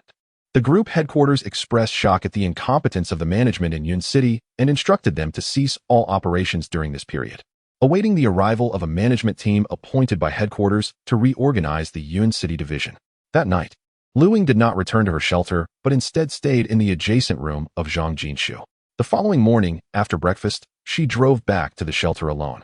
This time, her return involved shutting down all diesel generators within the shelter and extracting the Yanling sword, tang knife, horn bow, along with over 200 arrows, 2 sets of armor, and a change of clothing, which she loaded into her vehicle to bring back to the west suburban bunker. As she surveyed the interior, she noticed 2 cabinets brimming with downloaded study materials on the table. After some contemplation, Ying decided to take them along, as this trip to the west suburban bunker might extend for a while, and these materials would serve to pass the time. She was reluctant to expose the matter of the spatial ring, so before leaving, she harvested all the mature vegetables she had cultivated indoors to take with her. On the rooftop of a 35-story building in the south suburb of Yun City, Ying used binoculars to observe the current situation within the city. 7 kilometers from her position, dozens of snow-camouflaged armored vehicles were halted on the main street. These vehicles had reinforced front blades, likely intended for breaking through the horde of corpses. The street in front of the armored vehicles was congested with a dense mass of bodies, obstructing the thoroughfare. Behind the armored vehicles, multiple fire teams were stationed on the buildings flanking the sides, with each rooftop hosting 2 fire teams equipped with the 89 Type 12. 7mm heavy machine guns, alongside a fire team operating an automatic grenade launcher. In a distant expanse behind the armored vehicles, numerous 60mm mortars are incessantly firing, each shell detonating amidst a mass of corpses. The surrounding area is teeming with zombies, many of whom are either dead or grievously injured. Some have been blasted to the point of having only half a body remaining, yet they struggle to crawl through the snow, only to be trampled into pulp by their fellow undead. Despite the overwhelming number of corpses, the military's firepower is formidable, and the terrain presents significant obstacles, ensuring that not a single zombie has managed to breach the fiery blockade established by the armored vehicles. Stretching from the main street where the armored vehicles are stationed to the southern outskirts, a convoy of transport vehicles lines the thoroughfare. The intersection between this main street and the branching avenues is obstructed by shipping containers, effectively isolating the thoroughfare from the intersecting roads, while the street behind the containers is rife with zombies drawn in by the cacophony of gunfire. Chapter 63. The Hunt for Zombies in the Surrounding Area. Military combat teams continuously entered and exited the buildings, relocating a limited number of survivors. Alas, at this pace, it is estimated that it will take a month to transfer all the survivors from Yun City, sighed Ying. Most of the survivors in the city were sheltering within their homes, while many others ventured out in search of sustenance, eventually gathering in one location to take refuge in a particular building. Despite the military's ongoing radio announcements reassuring the survivors of their full-scale rescue efforts, only a handful were able to receive these communications. The distance of over 7 kilometers was gradually being traversed day and night, as the military presence around Yun City was scant. Besides the main thoroughfare in the southern suburbs, several other streets had also been cleared using this method. With a resident population exceeding 10 million, it was uncertain how many such streets existed, as the area of Yun City surpassed that of many national capitals. Currently, Ying was situated approximately 2 kilometers from the Southern Suburb Security Bureau, which had seemingly been designated as a temporary shelter along the military-cleared route. Sighing, Ying lamented that his plans to restock ammunition at the Security Bureau had come to naught. Venturing another 2 kilometers deeper into Yun City, Ying meticulously observed the horde of zombies through his binoculars. Countless grotesque and terrifying figures shuffled past, yet he found no evidence of evolved zombies. With nothing to show for his efforts, he resolved to return to the western suburb base. Ying was still residing at the home of Zhang, next door to Zhang Jinshu, when the young girl saw the 240-pound horn bow that Ying had brought. She eagerly attempted to draw it, but found herself unable to pull back the string. "It's so heavy, little Lu. Can you actually use this bow?" Zhang Jinshu questioned skeptically. With a light chuckle, Lu Ying took the bow and effortlessly drew the string back, stating, "See, it's quite simple and easy." He then slowly released the bowstring. "Alas, I wonder when I will evolve," Zhang Jinshu lamented. Ruffling her hair, Lu Ying comforted her. "Perhaps you will awaken your abilities tomorrow, and then you could take on 10 of me." Zhang Jinshu rolled her eyes playfully. "By the way, little Xian Pig, has Meng Nanxing's body been dealt with?" Zhang Jinshu nodded. All the bodies from the bunker were taken to the back mountain and cremated overnight. Gao Su was still recuperating in the hospital, and her father had decided to confine the Gao family members in the same room for safety. Lu Ying nodded, planning that once Zhang stabilized the current situation in the bunker and everything was back on track, he would seek out Gao Qi through the Gao family to eliminate this inconvenience. He even contemplated that after his own strength had increased once more and the armed forces in the western suburb were established, he would lead them to seize the northern suburb base of Yun City, ensuring that the Qianxin group's influence could no longer linger in this region. The presence of such an armed force so close at hand left Lu Ying feeling unsettled. As Zhang Jinshu observed Lu Ying organizing his belongings, she wished to assist him, but he declined her offer. Her gaze shifted to the hard drive cabinet that Lu Ying had brought, resting on the desk in the bedroom. Suddenly, a memory surfaced of the time spent at the sanctuary of Lu Ying, where she opened the hard drive cabinet and glimpsed the contents of a folder labeled study materials. Zhang Jinshu's cheeks flushed crimson, and with a mix of embarrassment and indignation, she inquired, "Xiao Luzi, can your body withstand those things you watch every day?" Lu Ying, caught off guard by Zhang Jinshu's unexpected question, gazed at her in bewilderment and asked, "What things?" Following Zhang Jinshu's line of sight to the hard drive cabinet, she felt an awkwardness that made her want to fidget, quickly gathering her composure. At that moment, a profound saying echoed in her mind, "As long as one is not embarrassed, it is others who should feel awkward."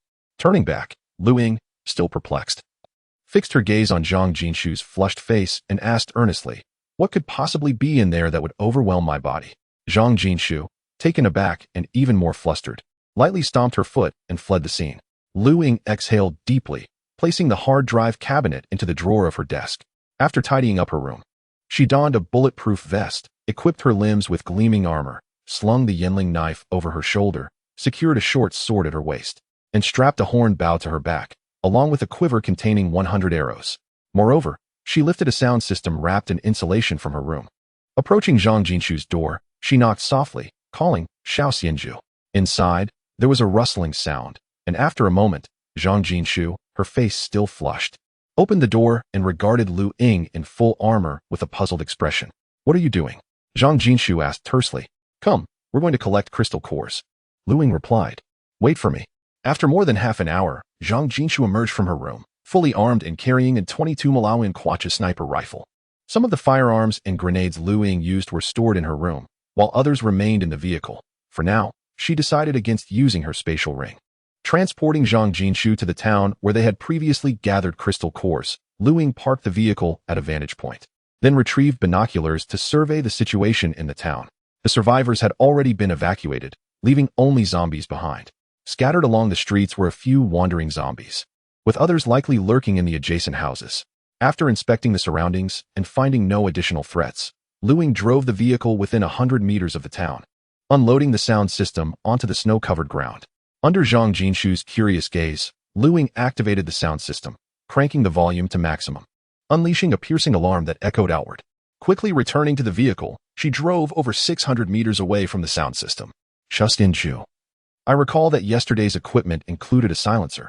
Did you bring it for your rifle?" Lu Ying inquired. Zhang Jinshu nodded.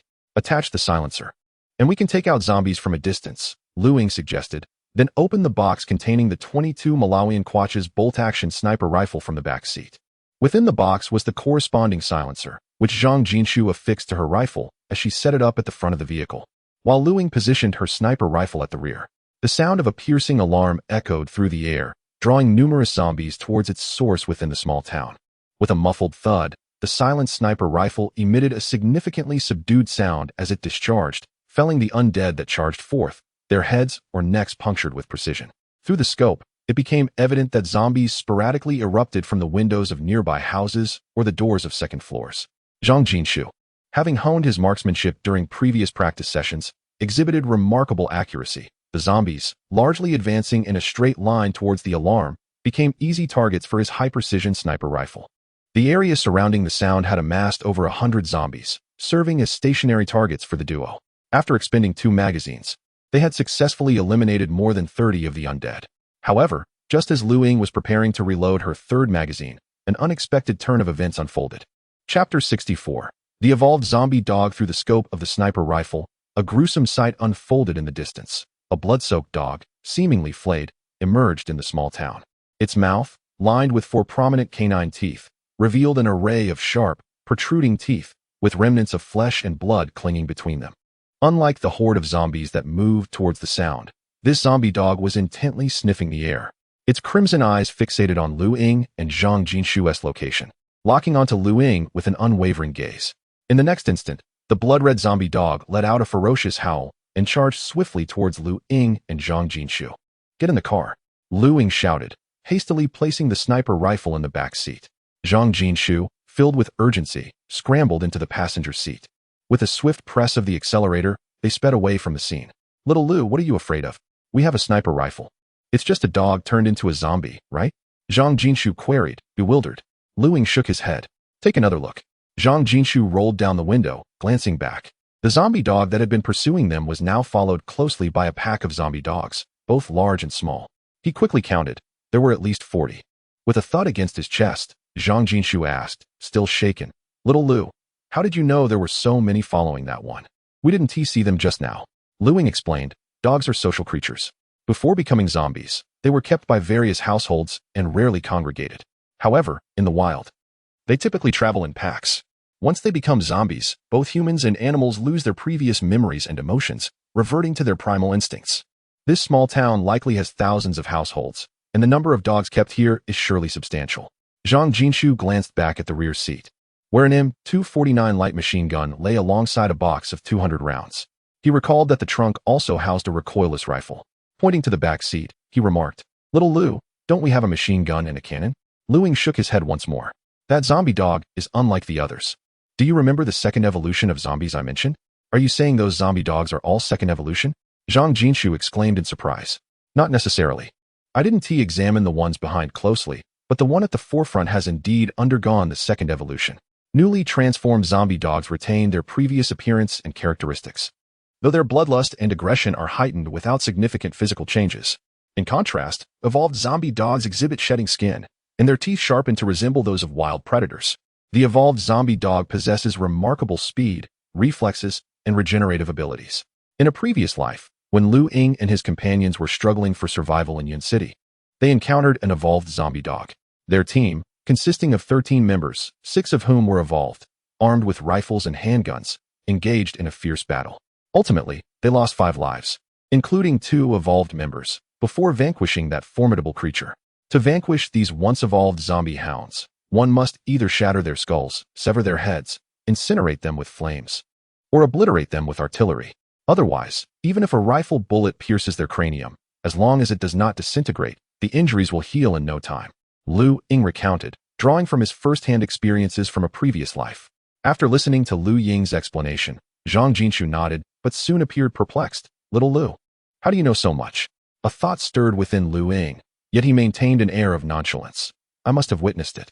Before coming to the bunker this morning, I made a trip to Yun City, where I caught sight of the garrison as they besieged a zombie hound from a distance." "Oh, are we going there later?" After a moment's contemplation, Ying replied, "Never mind. Let's find another town or village instead. It's best we avoid that place for now." Driving southward, the two periodically glanced through the rearview mirror. After traveling 5 kilometers through the snowy terrain, the lone zombie hound continued its pursuit, while the larger pack behind had turned back. "Little Lu, how long will it follow us?" Zhang Jinshu asked, a hint of anxiety in his voice. Ying shook his head.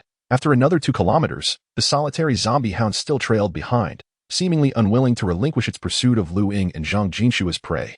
"Jinshu, I will dismount and eliminate that creature. You must remain in the vehicle and absolutely not step outside," Ying instructed Zhang Jinshu. The zombie hound appeared as stubborn as an adhesive plaster. "Little Lu, let us return to the bunker. It can't keep up with our vehicle," Zhang Jinshu replied, her complexion paling with evident trepidation. "Rest assured, have you forgotten my capabilities? Just stay inside the car," Ying asserted with unwavering resolve. Zhang Jinshu nodded, realizing that her priority was to avoid complicating matters for Ying at this juncture. Bringing the vehicle to a halt, Ying drew his feathered blade and, with a glint of cold determination in his eyes, approached the rear of the car. The zombie hound, now more excited upon seeing Lu Ying exit the vehicle, accelerated toward its intended prey. With both hands gripping his sword, Lu Ying charged at the zombie hound. In a swift exchange, as the hound leaped from a distance of over 10 meters, Lu Ying closed the gap. As they converged, he swung his blade with formidable force toward the right side zombie hound. With a resounding thud, the long knife struck the charging zombie hound, embedding itself not only beside its head but also deeply into its abdomen, blood gushing forth, though the creature remained intact. The hound's gory maw opened wide, aiming to bite Lu Ying's arm. In a quick maneuver, Lu Ying released the hilt of his sword, swiftly forming a fist and landing a powerful blow upon the hound's right eye. With a resounding crack, the hound's eye, along with its bony socket, caved in, causing the crimson orb within to explode, splattering Lu Ying's gloves with sanguine gore. Forcefully withdrawing his blade, he left a trail of blood in his wake as he maneuvered past the creature. Turning around, Lu Ying faced the zombie hound now sprawled on the ground, baring its teeth and growling menacingly. A massive gash extended from its neck to its abdomen, with bright red blood continuously pooling beneath it. Before the naked eye, the wounds around the zombie dog's eyes and abdomen were gradually healing. Lu Ying let out a low growl, brandishing his blade as he charged forward once more. The horde of zombies unleashed a ferocious roar, their primal instincts ignited as they lunged towards Lu Ying, baring their sharp fangs. With a diagonal slash from bottom to top, Lu Ying severed one of the zombie dog's front legs. However, he did not anticipate that the creature would sink its teeth viciously into his rear, its incisors piercing through the layers of armor and tearing through 4 layers of clothing, biting into Lu Ying's flesh. A dull pain surged through his backside, and a sense of foreboding gripped his heart. In that moment, blood vessels burst in Lu Ying's eyes, his fervor ignited. The Yinling knife was plunged into the ground as he pivoted, grasping the zombie dog's jaws with both hands and exerting tremendous force. With a resounding crack, the creature's jaw was violently dislocated. Seizing the Yinling knife with his right hand, Lu Ying delivered a decisive strike, severing the zombie dog's head. In a swift motion, he struck again, cleaving the head in two. From the shattered cranium, a blood-red crystal core fell. Lu Ying swiftly collected the core and dashed back to the vehicle. Chapter 65, The Past of Mr. Zhang and Qianxin Group. Little Lucy, how are you feeling after that bite? Zhang Jinshu inquired with concern. Lu Ying shook her head, removing her gloves and armor, then gazed at Zhang Jinshu and said, "How about you wait in the car for a moment while I check for any injuries? At this point, hurry up and take off your clothes. I'll examine you," Zhang Jinshu urged anxiously. Without further hesitation, Lu Ying handed her short sword to Zhang Jinshu and reclined the driver's seat, lying down. "Use the short sword to cut away the fabric where you were bitten." Zhang Jinshu grasped the short sword, her heart racing, as she carefully sliced through the layers of clothing. With both hands, she tore the fabric apart, glancing at Lu Ying's skin and feeling a wave of relief. Fortunately, there were no puncture wounds.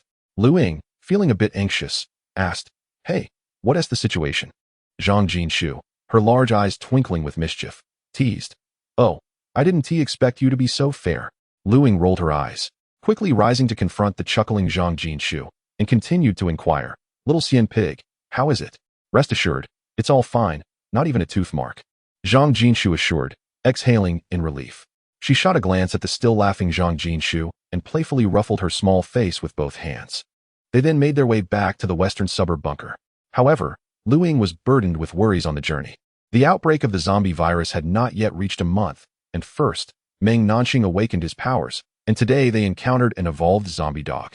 The circumstances of this life had already shifted. The survival experiences accumulated from the last apocalypse might not hold true in this one. She speculated that many individuals would likely begin to evolve in the near future.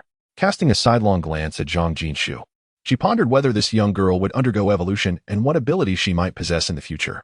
Upon returning to the bunker, Aunt Lin Jing had prepared a sumptuous meal, waiting alongside Mr. Zhang for Lu Ying and Zhang Jinshu's return.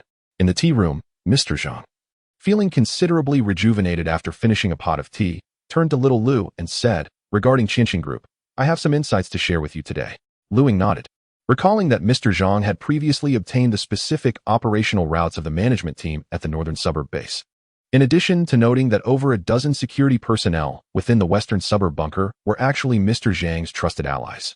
She was curious about the connections Mr. Zhang might have with Qianxin Group. In addition to what I've already mentioned, Qianxin Group has established similar organizations in every province across the country. Much like the northern suburb base, and many foreign countries have similar setups as well. Each province houses such an organization, which they refer to as a branch. As for the location of the headquarters, only a select few are privy to that information. Little Lu, 5 years ago. I was also one of the directors of Qinqing Group, Mr. Zhang stated gravely. Oh, Lu Ying and Zhang Jinshu exclaimed in astonishment. Mr. Zhang chuckled and shook his head. That is all in the past now. For various reasons, I chose to withdraw at that time and severed all ties with the group henceforth. Were it not for the current apocalypse, I, along with Aunt Lin and Jinshu, would likely never have had the occasion to seek refuge within this fortress. Nor would we have any further contact with them. The subsequent events have become quite evident. Although Mr. Zhang has withdrawn from the Qinqing Group, his previous connections and relationships remain intact. The dozen or so security personnel within this bunker were actually dispatched from Mr. Zhang's network at the northern suburb base, primarily to ensure his protection. The management team and the specific operational routes provided thereafter were also sourced from Mr. Zhang's associates. In a multinational conglomerate of such magnitude, internal factions abound, and conflicts are incessant. The northern suburb base of Yin City is presently under the purview of Director Gao Qi, whereas it was previously managed by Mr. Zhang 5 years ago. Despite both being directors of the Qinqing Group, Mr. Zhang had not yet assumed his position when Gao Qi was still a newcomer to the board. Thus, Mr. Zhang is not particularly familiar with him. Any significant changes at the northern suburb base would be communicated through my connections, and during this time, the headquarters of the Qinqing Group is set to dispatch a new team to temporarily take over the northern suburb base. This morning, a representative from the armed forces appointed by the Qinqing Group headquarters arrived. This representative, tasked not only with reorganizing the armed forces, but also with expanding their ranks, has reportedly indicated that the scale of the armed forces at the northern suburb base will be increased to 1,500 personnel. Lu Ying felt a weight upon her heart, finding this hard to believe. However, considering the current state of the world, she quickly reconciled with the notion. Though the expansion of the armed forces posed a significant concern, the challenge of confronting Gao Qi and potentially seizing the northern suburb base would undoubtedly escalate. Thus, for the time being, it is unlikely that they will take further action against us, and during this interval, we must commence the formation of our own armed forces. Furthermore, there is another matter. A businessman who previously dealt in grain and oil has mentioned that he possesses 2 warehouses in the vicinity of Yin City, containing a substantial stock of rice and oil. Xiao Lu, if you are free tomorrow, please retrieve those supplies, Mr. Zhang suddenly suggested. Of course, Uncle Zhang. Where are the warehouses located? Lu Ying inquired. Mr. Zhang produced a map of Yin City, searched for a moment, and replied, one warehouse is near the southern freight station, while the other is a warehouse he constructed himself in the eastern suburb. He then marked the precise locations of both warehouses on the map with a pencil. Uncle Zhang, there's no need to consider the warehouse near the southern freight station. It has already been commandeered by the military. We can only check the one in the eastern suburb tomorrow, Lu Ying stated. Oh, well, that's unfortunate. I have already arranged for personnel and vehicles. You shall depart at 9 tomorrow morning after breakfast, Mr. Zhang said. Lu Ying nodded, having located the warehouse in the eastern suburb. Fortunately, it was not situated in the urban area of Yin City. Only 2 villages were nearby, surrounded by expansive farmland.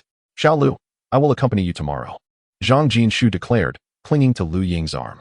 Lu Ying glanced up at Mr. Zhang, who nodded with a smile. That night, Lu Ying retrieved the crystal core from the zombie dog and took out the mysterious tome, flipping it open to the 3rd page. Placing the crystal core upon the book, Lu Ying gazed at the tome and the crystal core with an expression of anticipation and trepidation. Ever since the previous crystal core tomes ceased to absorb ordinary crystal cores, Lu Ying surmised that perhaps the 3rd page required an evolved zombie crystal core for it to be effective.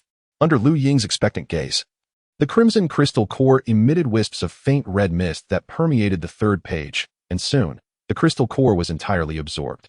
Lu Ying felt a sense of relief. Although the 3rd page did not exhibit significant changes, it was confirmed that an evolved zombie crystal core was indeed necessary. After securing the book, Lu Ying succumbed to a deep slumber. The next morning at 8 o'clock, after the family had completed their breakfast, Lu Ying and Zhang Jinshu each readied their weaponry. Clad in a ballistic tactical vest, Lu Ying was further adorned with armor on his limbs, a tactical belt secured at his waist, and tactical gear layered over his vest, which was filled with rifle magazines, 4 M67 fragmentation grenades, and 4 Mk3A2 offensive grenades. Chapter 66. The evolved zombies in the grain and oil warehouse at his waist. 2 M17 tactical handguns rested in holsters, accompanied by 10 fully loaded magazines. He secured the Yinling knife at his lower back and a short sword at his side, donning a hood and tactical helmet. As Zhang Jinshu emerged from the room, he was fully equipped. The young girl was similarly clad in a tactical vest, although she had not donned the bright armor provided by Lu Ying. These sets of armor were constructed from robust materials and were undeniably weighty. While Lu Ying, having undergone physical enhancement, could bear this burden, Zhang Jishu had yet to awaken any extraordinary abilities and thus could not carry excessive gear. Little Xian Pig, you must heed my instructions once we step outside. If we encounter any troublesome situations or dangers, you must immediately follow my directives. Understood? Zhang Jishu nodded in response. The duo took the elevator to the bunker parking lot. Accompanying Lu Ying and Zhang Jishu were 8 fully armed security personnel. Among the 8, 4 wielded 416 Hong Kong dollars assault rifles. One carried an M249 light machine gun, another held an 22 Malawian Quach's sniper rifle, and the last was equipped with an M4 recoilless rifle. 2 members armed with HK-416s carried 8 high-explosive rounds. The group utilized 5 snow vehicles, all large pickups with extended modified cargo beds, stocked with spare firearms and ammunition. Once assembled, Lu Ying and Zhang Jishu occupied one vehicle, while the armed personnel paired up in the remaining trucks. The convoy departed the bunker, traversing the outskirts of Yin City, moving from the southern suburbs toward the eastern grain storage facility. 2 vehicles in the convoy were equipped with radio communication devices to maintain contact with the northern base, with each truck fitted with intercoms for connectivity. Lu Ying's vehicle was outfitted with a radio communication device linked to the northern base. Zhang Jishu, with his feet resting on the passenger seat's console, grabbed a communication microphone to contact Stephen at the base. Stephen requested that Zhang Jishu pass the microphone to Lu Ying, as he wished to converse with her. Lu Ying felt a wave of nausea and unhesitatingly declined. Stephen, how pitiful. The flowers are willing, but the waters are indifferent, Zhang Jishu remarked. On the other end, Stephen emitted a series of sobs. The sounds of retching echoed, with the first 2 being Zhang Jishu and Lu Ying, while the final heave seemed to emanate from a radio transmission, presumably from a stunning beauty named Yeya. The group shared laughter and conversation, and by nearly 11:30, they finally arrived near the grain and oil warehouse. With less than 700 meters to the warehouse, Lu Ying instructed everyone to halt through the intercom. Upon disembarking, Lu Ying ascended to the vehicle's roof, using binoculars to survey the surroundings of the grain storage facility. Before the apocalypse, the warehouse housed 12 personnel, including office staff, security, and chefs. It was unclear whether these individuals had departed following the torrential rains.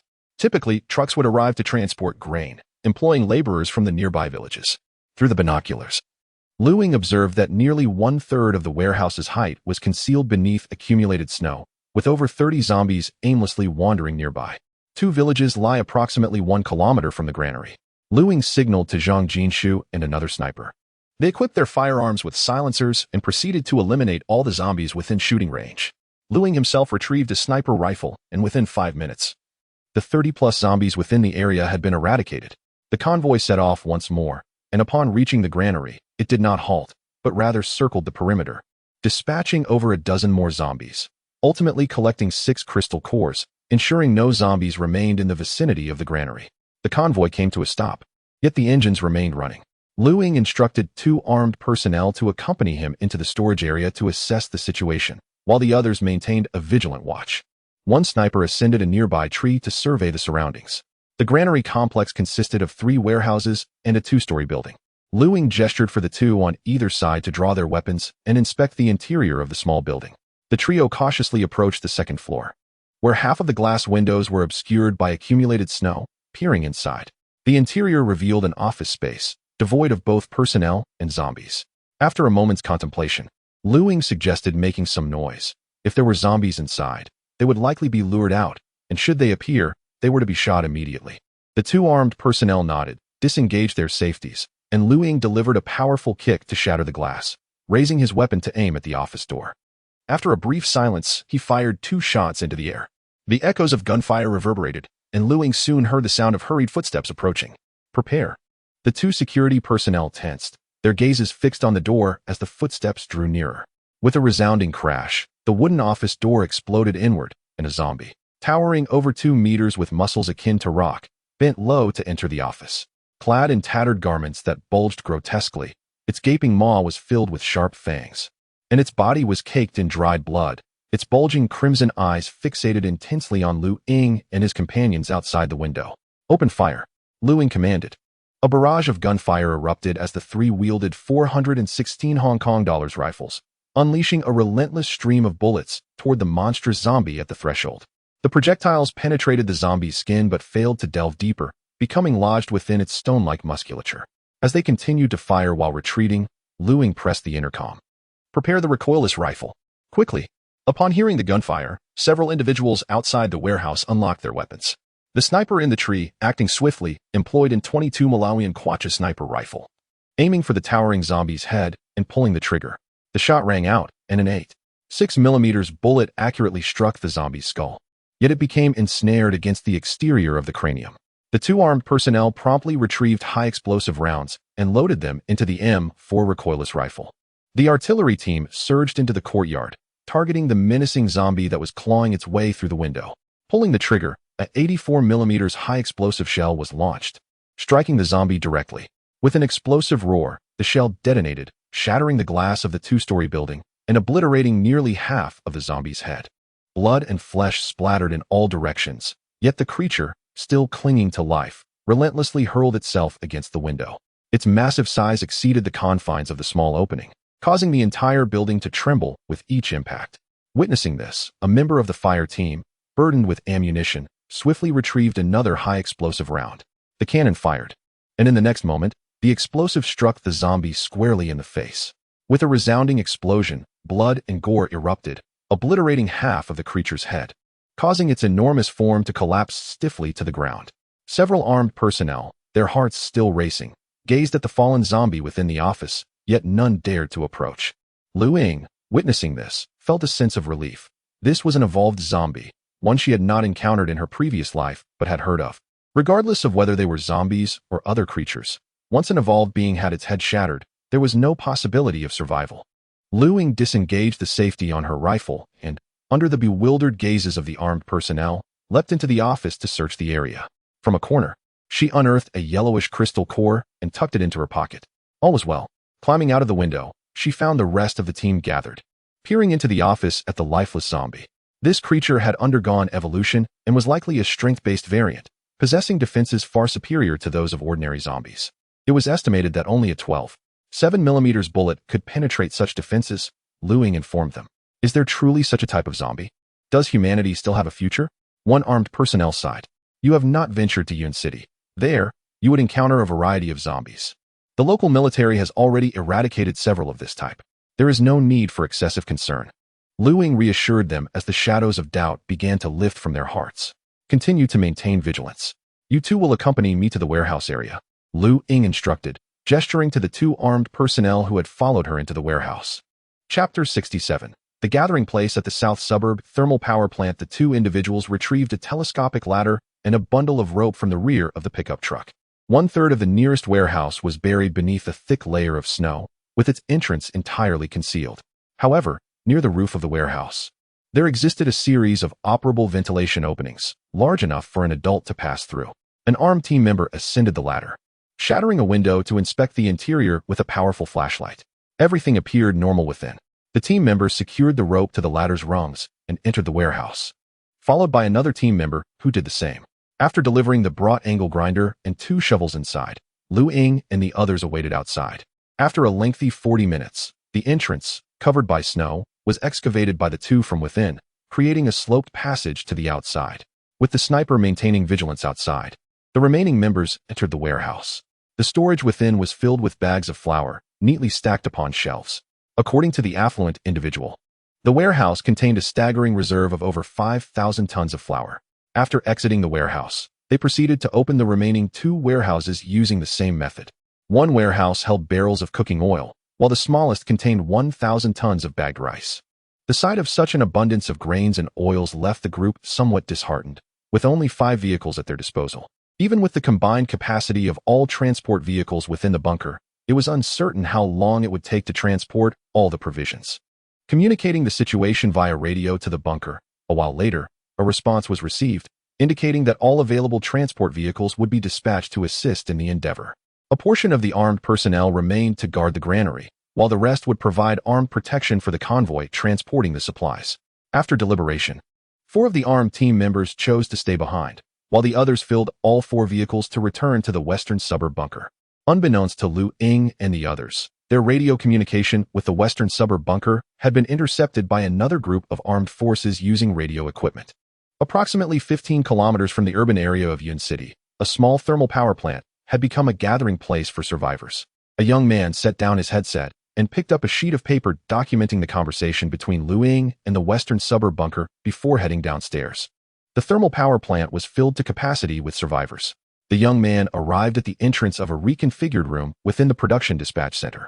The room was quite warm, where a somewhat gaunt middle-aged man, around 40, sat comfortably on a plush sofa, cradling two youthful, attractive girls.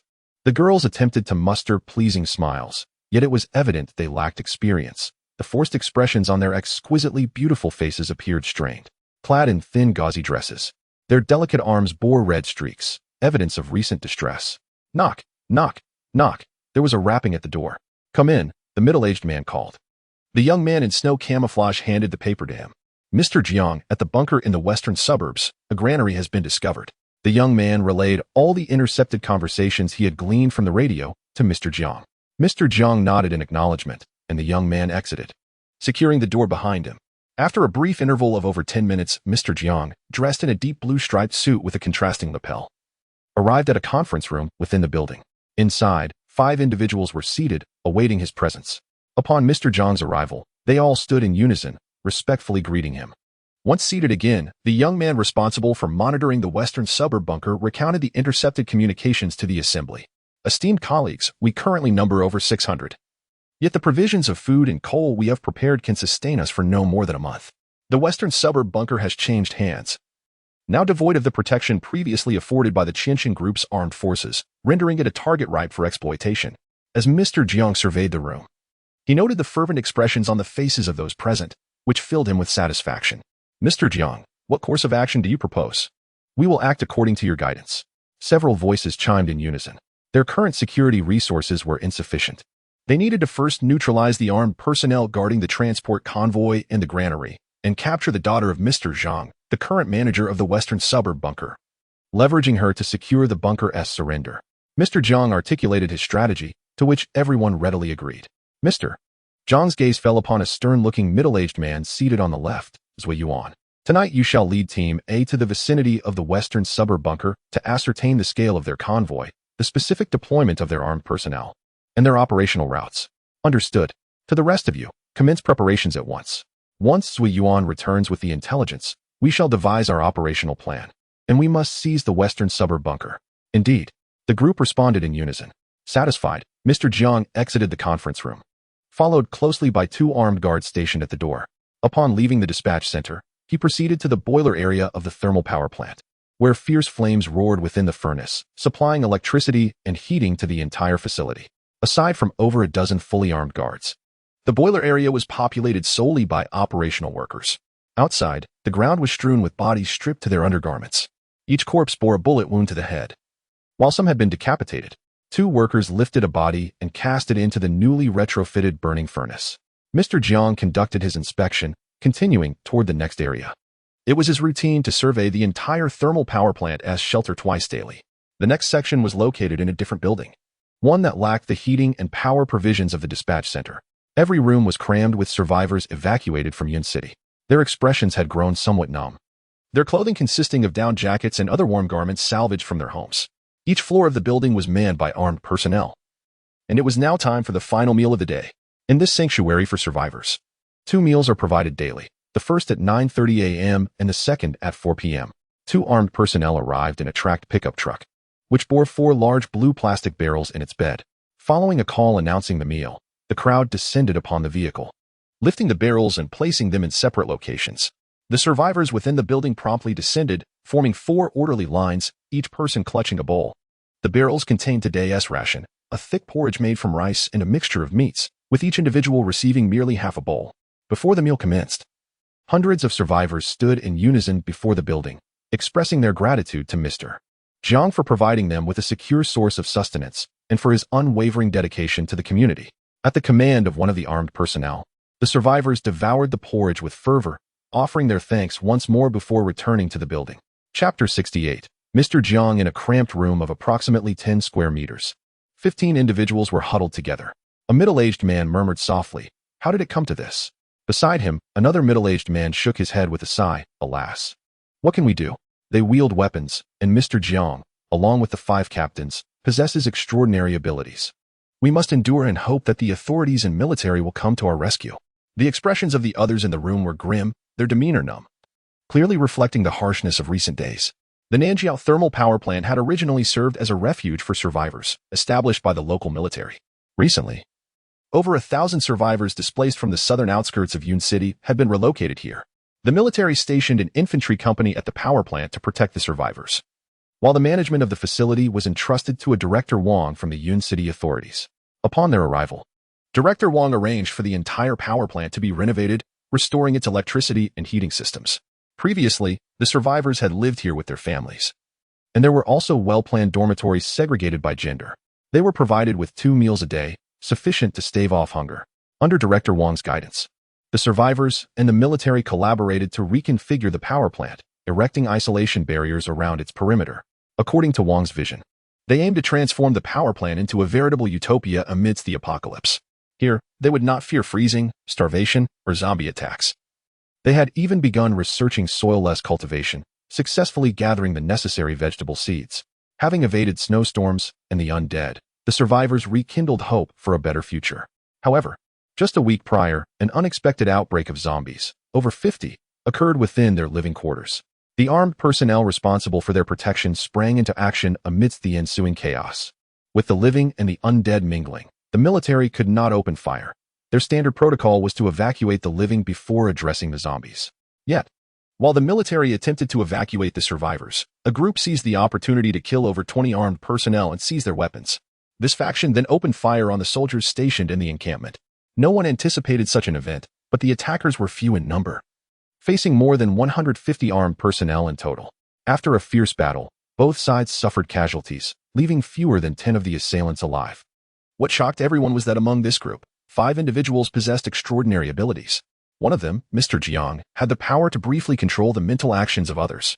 He used his abilities to dominate Director Wang, commanding the military personnel to lay down their arms and negotiate with his group. However, the commanding officer of the unit would not consent. This was not the time for negotiations with these rebels, let alone disarmament. For doing so would render them lambs to the slaughter. Unexpectedly, in that moment, the officer's adjutant turned his weapon on him and shot him dead. Amidst the armed personnel besieging Mr. Jiang and his companions, several individuals opened fire upon their comrades. Within the station troops, 2 individuals awakened their latent abilities. However, they were restrained by their nearby allies and subsequently fell victim to Mr. Jiang's relentless assault. This sudden turmoil within the military ranks provided Mr. Jiang and his faction with the opportunity to strike decisively, first eliminating the leader of the gathering, Director Wang, and then systematically slaughtering the remaining troops.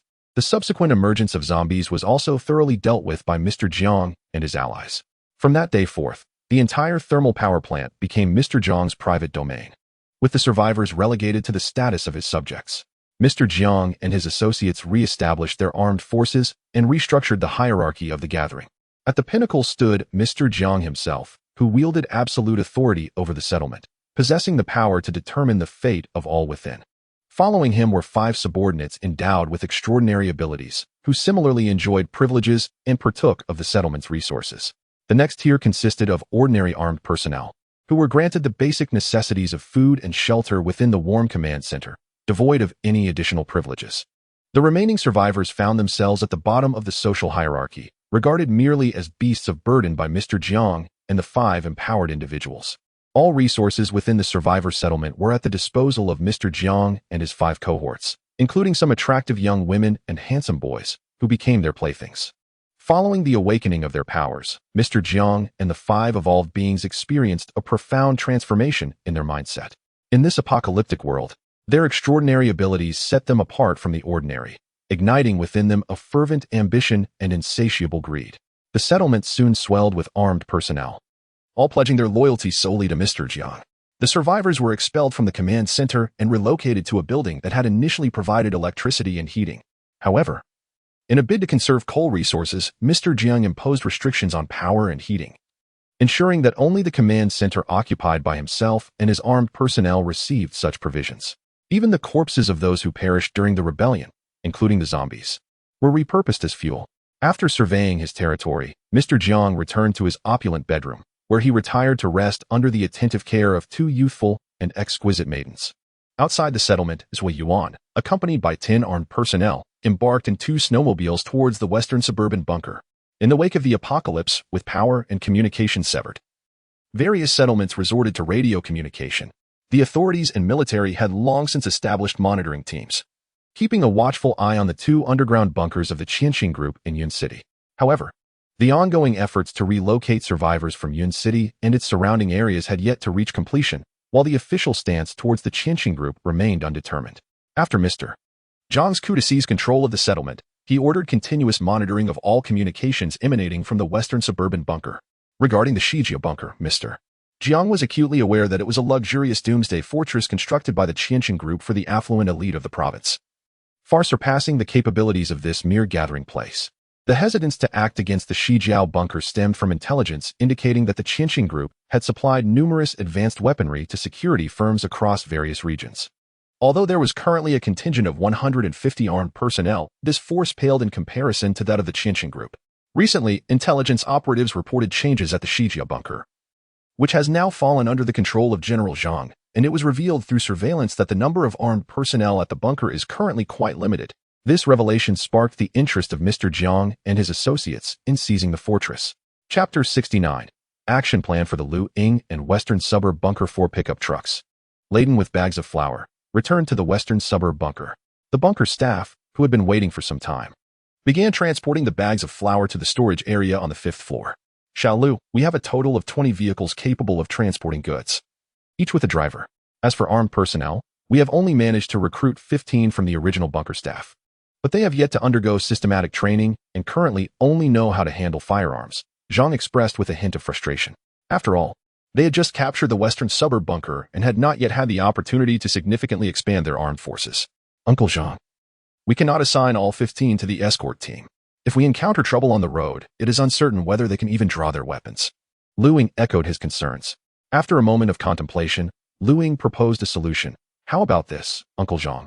Let us mix the original security personnel with these new recruits. We can leave 6 security personnel and 10 newly recruited armed members in the bunker. After we depart, we will seal off the entire bunker.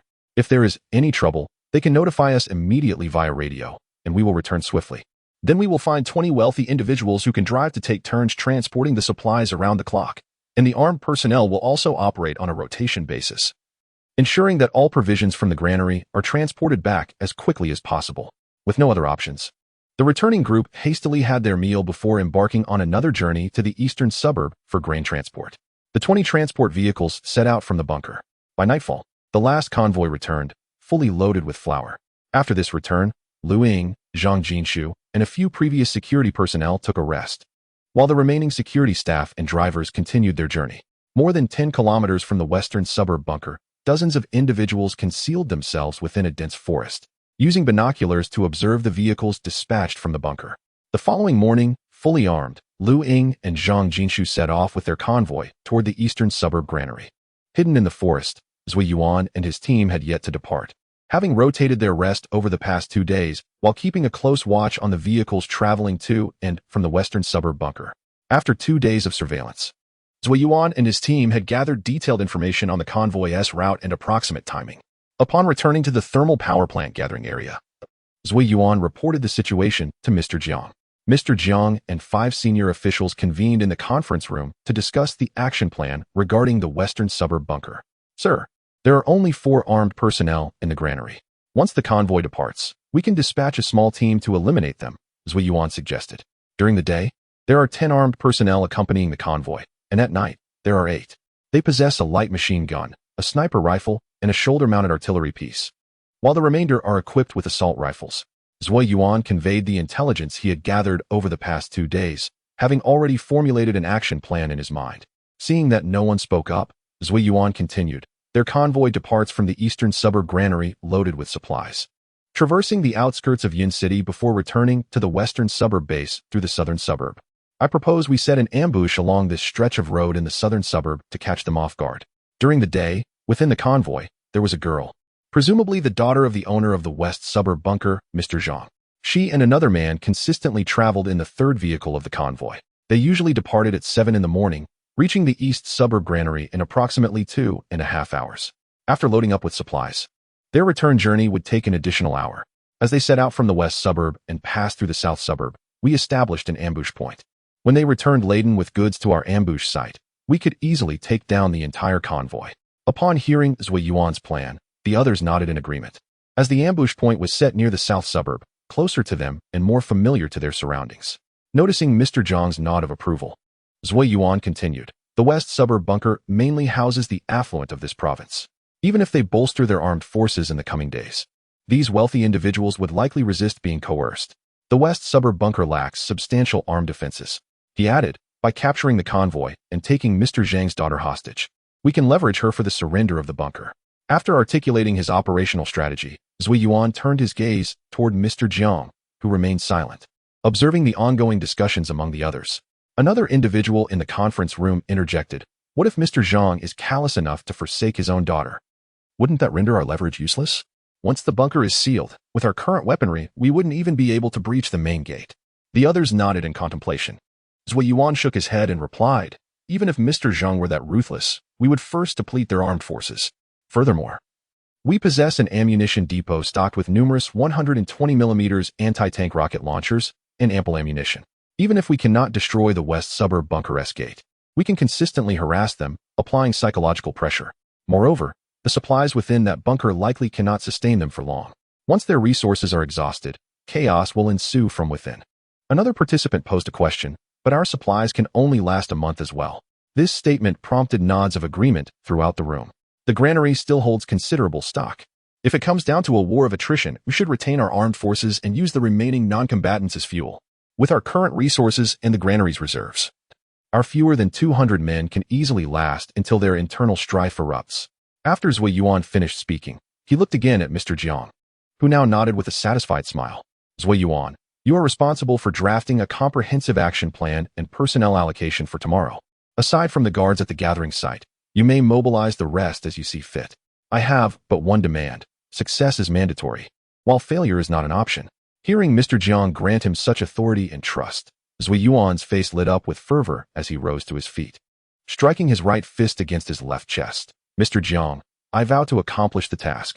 That night, Zui Yuan mobilized 5 combat teams, totaling 57 men, armed with assault rifles, light machine guns, sniper rifles, and rocket launchers. On the following morning, Zui Yuan assigned operational tasks to the captains of the 5 teams, setting off for the ambush site in a snow vehicle, amidst the envious gazes of the other 4. After more than 20 minutes of departure, Mr.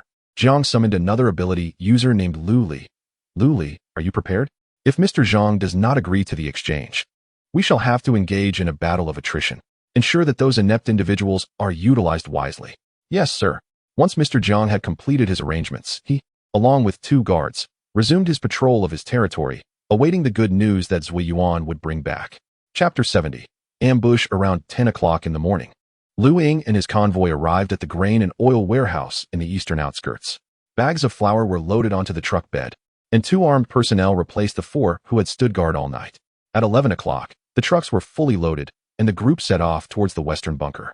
The convoy, consisting of 20 vehicles, had Lu Ying and Zhang Jinshu positioned in the 3rd truck.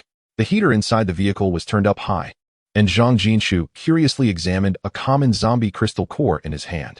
This crystal core, of vibrant crimson, was translucent and glimmering. Had he not witnessed the extraction of the core from a zombie's skull, he might have mistaken it for a high-purity ruby. Xiao Luzi, you mentioned that evolved humans could enhance their abilities by consuming this. Just how strong are you now? Zhang Jinshu inquired with curiosity. Lu Ying shook his head. I have consumed part of it, leaving a significant portion for you. If you awaken your powers in the future, these will be invaluable. A slight sigh escaped Lu Ying's lips. It was not that he was unwilling to enhance his own abilities with these crystal cores, but rather that the ordinary cores held no significance for him at this stage.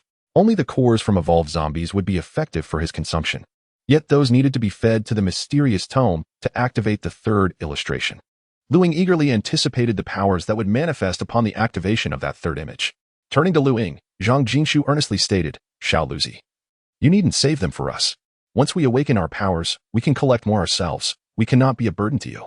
Lu Ying smiled and playfully pinched Zhang Jinshu's cheek, choosing not to respond. At that moment, Lu Ying's keen hearing detected an unusual sound approaching. His heart raced as he pressed the intercom for the convoy. "Be cautious. There are ambushes on both sides." Lu Ying shouted urgently. Boom, boom. Two explosions erupted from the front and rear of the convoy. Lu Ying instinctively pushed Zhang Jinshu's head down. "Don't look up." The lead and last vehicles in the convoy were engulfed in flames as their drivers and armed personnel were instantly killed. Lu Ying quickly deduced that the weapons used by the attackers were likely similar to recoilless rifles, or perhaps rocket launchers. He slammed on the brakes. But despite the swift action, the truck ahead continued to slide forward uncontrollably, colliding with the lead vehicle now ablaze, before swiftly reversing out of the explosion's range. At that moment, the air was pierced by the sound of bullets whizzing through the air. Then came the thunderous crack of assault rifles and machine guns firing. In an instant, the convoy was caught in a hail of gunfire from both sides.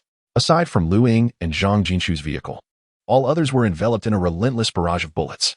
The pickup truck ahead of Lu Ying was penetrated by a barrage of 12 7mm rounds, shattering the skull of the armed personnel in the passenger seat. Blood, flesh, and bone were scattered everywhere. Before the driver could react, several more high-caliber bullets struck. The bullets fired from the 12 7mm heavy machine gun possessed immense destructive power. A direct hit to the upper body resulted in a gaping wound, while a side shot cleaved the driver in half. The interior of the cabin was awash with blood, internal organs, and shattered bones, creating a scene of utter carnage. After the initial onslaught, the heavy weaponry seemed to be reloading, yet the light arms continued to maintain suppressive fire. Aside from Lu Ying and Zhang Jinshu's vehicle, the remaining drivers and accompanying armed personnel suffered heavy casualties from the first volley. Lu Ying's adrenaline surged, and his mind raced as he considered his options. From the direction of the gunfire, he discerned that unidentified armed personnel were attacking the convoy from both sides, with the density of fire from the southern flank significantly greater than that from the northern. Judging by the intensity of the gunfire, there were at least 30 assailants, leading Lu Ying to suspect they might be mercenaries dispatched by the Qianqing group. However, the sound of their gunfire resembled that of the 191 assault rifle he had previously used, while the Qianqing group was known to arm their personnel with 416 Hong Kong dollars rifles. Having extensively used both types of rifles himself, and with hearing acuity surpassing that of ordinary individuals, Lu Ying was able to discern the distinct sounds of their firing. Furthermore, the 12 7mm heavy machine gun used by the assailants produced a sound unlike that of the M2. He momentarily ruled out the Qianqing group. Analyzing the ambush tactics employed by the attackers, it was clear that the ambush had been premeditated, targeting the front and rear of the convoy, mirroring Lu Ying's previous strategies against the Qianqing group. The difference this time was that he was not alone. The number of attackers was greater, and it was likely that ambushes had been set up ahead as well. Rapidly processing this information, Lu Ying pressed the communication button, urgently instructing, "Quickly turn around and find a way to break out and retreat to the grain and oil depot." The response was merely 5 voices crackling through the radio, causing a sense of foreboding to settle in Lu Ying's heart. Without time to inquire further, he swiftly turned the vehicle around. The surroundings consisted only of sparse thickets and farmlands blanketed in snow, thus unaffected by the terrain. "Jishu, keep your head down," Lu Ying cautioned once more, as Zhang Jinshu hunched low, trying to minimize his profile. With the accelerator pressed down, Lu Ying drove towards the eastern outskirts, the rear of the convoy. Since the assailants had evidently planned their ambush in advance and had arrived in significant numbers, it was likely that arrangements had also been made for the western outskirts. At this moment, Lu Ying and his team faced ambushes from both sides and the western direction ahead, forming a pocket trap. The attackers merely needed to swiftly seal off the eastern flank, leaving Lu Ying and his team trapped. Lu Ying aimed to break free from this encirclement before the trap was fully set, seizing any chance of survival. The convoy, including Lu Ying's vehicle, swiftly executed a U-turn, hurtling at full speed towards the eastern suburbs. Lu Ying's car trailed behind the 5 others, while assailants on either side continued to unleash a barrage of gunfire. Bullets whizzed past, occasionally striking the vehicles ahead, leaving Lu Ying perplexed. It appeared as though the enemy deliberately sought to spare his vehicle from harm. As he pondered this, the radio crackled to life. "Captain, a convoy is ahead, all painted in military green. They must belong to the local garrison. Could they be passing troops from nearby? Should we seek their assistance?" After a brief contemplation, Lu Ying replied decisively, "They are the ones ambushing us. Pay them no heed. We shall circumvent them and break free from this encirclement first." Acknowledging the command, Lu Ying's heart sank. The vehicles suddenly appearing behind the convoy seemed far too coincidental. The convoy that emerged from the eastern suburbs was likely the enemy's final maneuver to seal off this pocket. If cornered, they stood no chance against the fully armed modern combat forces with merely a handful of men and their limited firearms. As they passed several punctured pickup trucks, each riddled with a myriad of bullet holes. Blood flowed from the wounds in the driver's side door, and the interior was splattered with gore. Half of the armed personnel accompanying them had barely reacted before being obliterated by the enemy's heavy machine gun. Bags of flour being transported in the truck bed lay strewn across the ground, a stark reminder of the chaos. Lu Ying's heart sank further. It was evident that the enemy's intent was to kill, rather than to seize these supplies. Chapter 71. The way out at this moment. 5 military snowmobiles armed with 12 7mm heavy machine guns opened fire. The sound of gunfire echoed, rat-a-tat-tat, rat-a-tat-tat. The machine gun spat flames as armor-piercing incendiary tracer rounds whizzed through the air, leaving trails of crimson in their wake. Lu Ying could hear the ferocious roar of the heavy machine guns nearby. "Captain, we can't push through." A voice filled with despair crackled over the intercom. The enemy's pocket formation had been completed, effectively encircling Lu Ying and his team. Quickly recalibrating his strategy, Lu Ying resolved to attempt a direct dash towards Yun City, which lay less than 2 kilometers away. Since the enemy commenced their fire, not a single bullet had been aimed at their vehicle, indicating a desire to capture both him and Zhang Jinshu alive. Although he could not ascertain the enemy's specific target, he inferred that they were intent on taking prisoners. Moreover, the intensity of the gunfire directed towards the direction of Yun City was markedly less than from other angles. With this thought in mind, Lu Ying decided to take a gamble. If they could breach Yun City, the enemy would likely refrain from pursuing them aggressively within the city limits. He swiftly turned the vehicle towards Yun City. Pressing the intercom button, he declared loudly, "Move out." "Received," came the solitary response from the device. Suddenly, 2 more explosions erupted ahead. Flames and black smoke billowed from the vehicle in front of them as 12 7mm armor-piercing incendiary tracer rounds pierced the pickup truck, igniting it. Lu Ying deftly swerved left, flooring the accelerator towards Yun City. The vehicle ahead rapidly executed a U-turn, and the 2 pickups raced towards the city. Just then, a rocket struck a nearby vehicle. Boom! The pickup truck on Lu Ying's right exploded. At that moment, of the 20 pickups Lu Ying had brought, only his vehicle remained, with only Lu Ying and Zhang Jinshu still alive. Since the onset of the attack, Lu Ying had instructed Zhang Jinshu to duck down, and she complied without uttering a word, obediently following his lead. Despite the cacophony of bullets whizzing through the air and the proximity of explosions, she maintained her silence, tears welling in her eyes. Though she was terrified and anxious, she bit her lip resolutely. Zhang Jinshu understood that Lu Ying needed to strategize, and the only assistance she could offer was to heed his commands and refrain from distracting him. "Jinshu."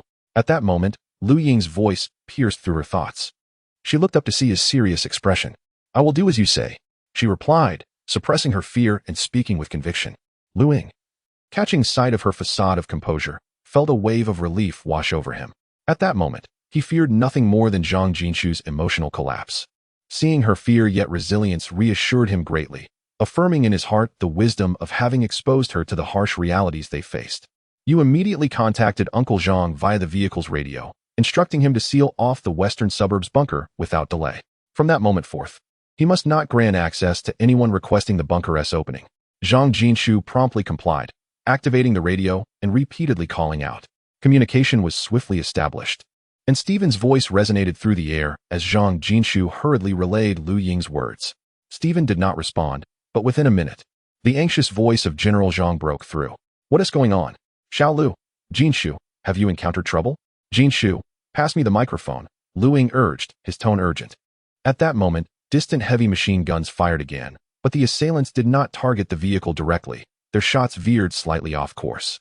A resounding explosion followed as a rocket struck more than 10 meters to the left of Lu Ying's vehicle. The deafening blast was heard by General Zhang, who soon thereafter experienced a burst of static interference from the radio before it stabilized once more. "Xiao Lu, Jinshu, are you all right?" General Zhang's voice trembled with anxiety. Lu Ying steadied the snowmobile and spoke rapidly. "Uncle Zhang, listen to me. We are ambushed by unidentified assailants who are armed with the local military's weaponry. You must seal off the entire shelter immediately. Do not open the door for anyone. So far, they have not fired upon Jinshu and me. I suspect they intend to capture us to coerce you into surrendering the western suburbs bunker. Our convoy now consists solely of Jinshu and me, but I will ensure we return safely. Trust me, Uncle Zhang." Listening to the incessant gunfire echoing from the radio, General Zhang's hand trembled around the microphone, his mind in disarray. Beside him, Stephen and Yaya remained silent, the atmosphere in the control center thick with tension. Regaining his composure, General Zhang refrained from further inquiries and solemnly stated, Xiao Lu, Jinshu, you must return alive. Do not worry, Uncle Zhang. We will keep those inside the bunker under control during this time. Upon ending the communication, Lu Ying pressed the accelerator to the floor, his arms straining against the vehicle's vibrations. Out of the corner of his eye, he noticed Zhang Jinshu's pale face, her lips clenched tightly to stifle any sound. Little Xian Pig, do not fear. I will bring you back alive. Lu Ying's voice was resolute. Having traveled halfway, Lu Ying spotted dozens of fully armed individuals lying in wait to his left. They wielded 191 assault rifles and 201 Model 5.8mm light machine guns, with one fire team operating an 89 Model 12.7mm heavy machine gun. These figures were camouflaged in snow, concealed among the trees. Yet, they did not fire at Lu Ying's vehicle. Instead, 3 snowmobiles parked nearby revved up and charged towards him. 5 snowmobiles pursued closely behind, and one of the 3 on the left appeared directly ahead. Observing this, Lu Ying maintained his speed, barreling forward. The opposing snowmobiles surged ahead, no longer obstructing his path. Lu Ying wagered that the assailants wouldn't dare engage recklessly in this situation, recognizing the significance he and Zhang Jinshu held for these mysterious adversaries. From the onset of the ambush until now, only the vehicle driven by Lu Ying remains of the 20. He has already excluded the granary as a target, and it is evident that the adversaries are indeed aiming for the western suburb bunker. The snow vehicle that initially obstructed Lu Ying has now converged with several others from behind, tenaciously pursuing him. Their mounted machine guns intermittently unleash warning shots at both sides of Lu Ying's snow vehicle. Unfazed, Lu Ying presses on as he draws nearer to the urban area of Yun City, where he can distinctly see the entrance to the city on his right front. A handful of zombies linger near the entrance. In the rear of one of the snow vehicles, Left Yuan's expression is grim. Had it not been for the need to coerce him into surrendering the bunker by threatening Zhang's daughter from the western suburb bunker, he would have already ordered the use of a 120 anti-tank rocket launcher to obliterate the snow vehicle racing towards Yun City. Chapter 72. Charging into Yun City, the adversary clearly aimed to breach Yun City, hoping to leverage the zombies and even the station troops within to obstruct our armed forces, thus facilitating their escape. As Lu Ying piloted the snow vehicle ever closer to Yun City, the subordinates in the other vehicles were consulting via radio with Zui Yuan, contemplating whether to open fire directly. Zui Yuan, after much deliberation, refrained from issuing the command to annihilate the snow vehicle ahead, as capturing Zhang's daughter alive could serve as a powerful leverage, allowing us to achieve our objectives without bloodshed and minimizing the time required to seize the western suburbs bunker. With this thought, Zui Yuan resolved to instruct his co-pilot, who was equipped with a radio, to contact Mr. Jiang. Once communication was established, Zui Yuan reported the current situation to Mr. Jiang, outlining his plan. Sir, I will personally lead a small team into Yun City, ensuring the safe retrieval of these 2 individuals to fulfill our mission. Upon hearing Zui Yuan's report, Mr. Jiang did not respond immediately. Instead, he contemplated the entirety of the plan. Zhang Jinshu was paramount to their strategy, and Zui Yuan, being an evolved individual with awakened abilities, was fully capable of bringing the opponents back alive with his armed team. Recognizing this, Mr. Jiang promptly consented to Zui Yuan's proposal, dispatching another evolved subordinate named Huakuen to consolidate the armed forces sent out that day and subsequently retrieve all supplies from the eastern suburbs granary back to the power plant. Once Zui Yuan's plan received Mr. Jiang's approval, he swiftly organized the deployment, leading Team C alongside Lu Ying's vehicle into the urban area while the other troops regrouped to await Huakuen's arrival. Lu Ying, through the rearview mirror, observed the 8 pursuing snow vehicles. 6 of them reduced speed and turned back, leaving only 2 that continued to doggedly pursue them. His suspicions were confirmed. Once they entered Yun City, the interference from the zombies would compel the adversaries to abandon their vehicles, allowing him to maneuver with Zhang Jinshu within the city. Given Lu Ying's current prowess, coupled with a well-conceived plan, it was not out of the question to escape unscathed and potentially turn the tables on their pursuers. The nearest entry and exit routes in the southern suburbs of Yun City had previously seen the military's rescue teams eliminate some zombies while evacuating survivors, and the snow-covered roads were littered with the corpses of the slain undead. Upon entering the urban district, Lu Ying slightly reduced the vehicle's speed, proceeding along the street while meticulously surveying the buildings flanking either side. After colliding with 2 zombies that lunged at them, Lu Ying felt a surge of urgency.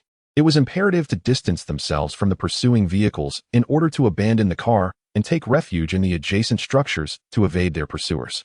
After all, the adversary's sole intention was to capture both him and Zhang Jinshu alive, and they likely would not care if they were incapacitated in the process.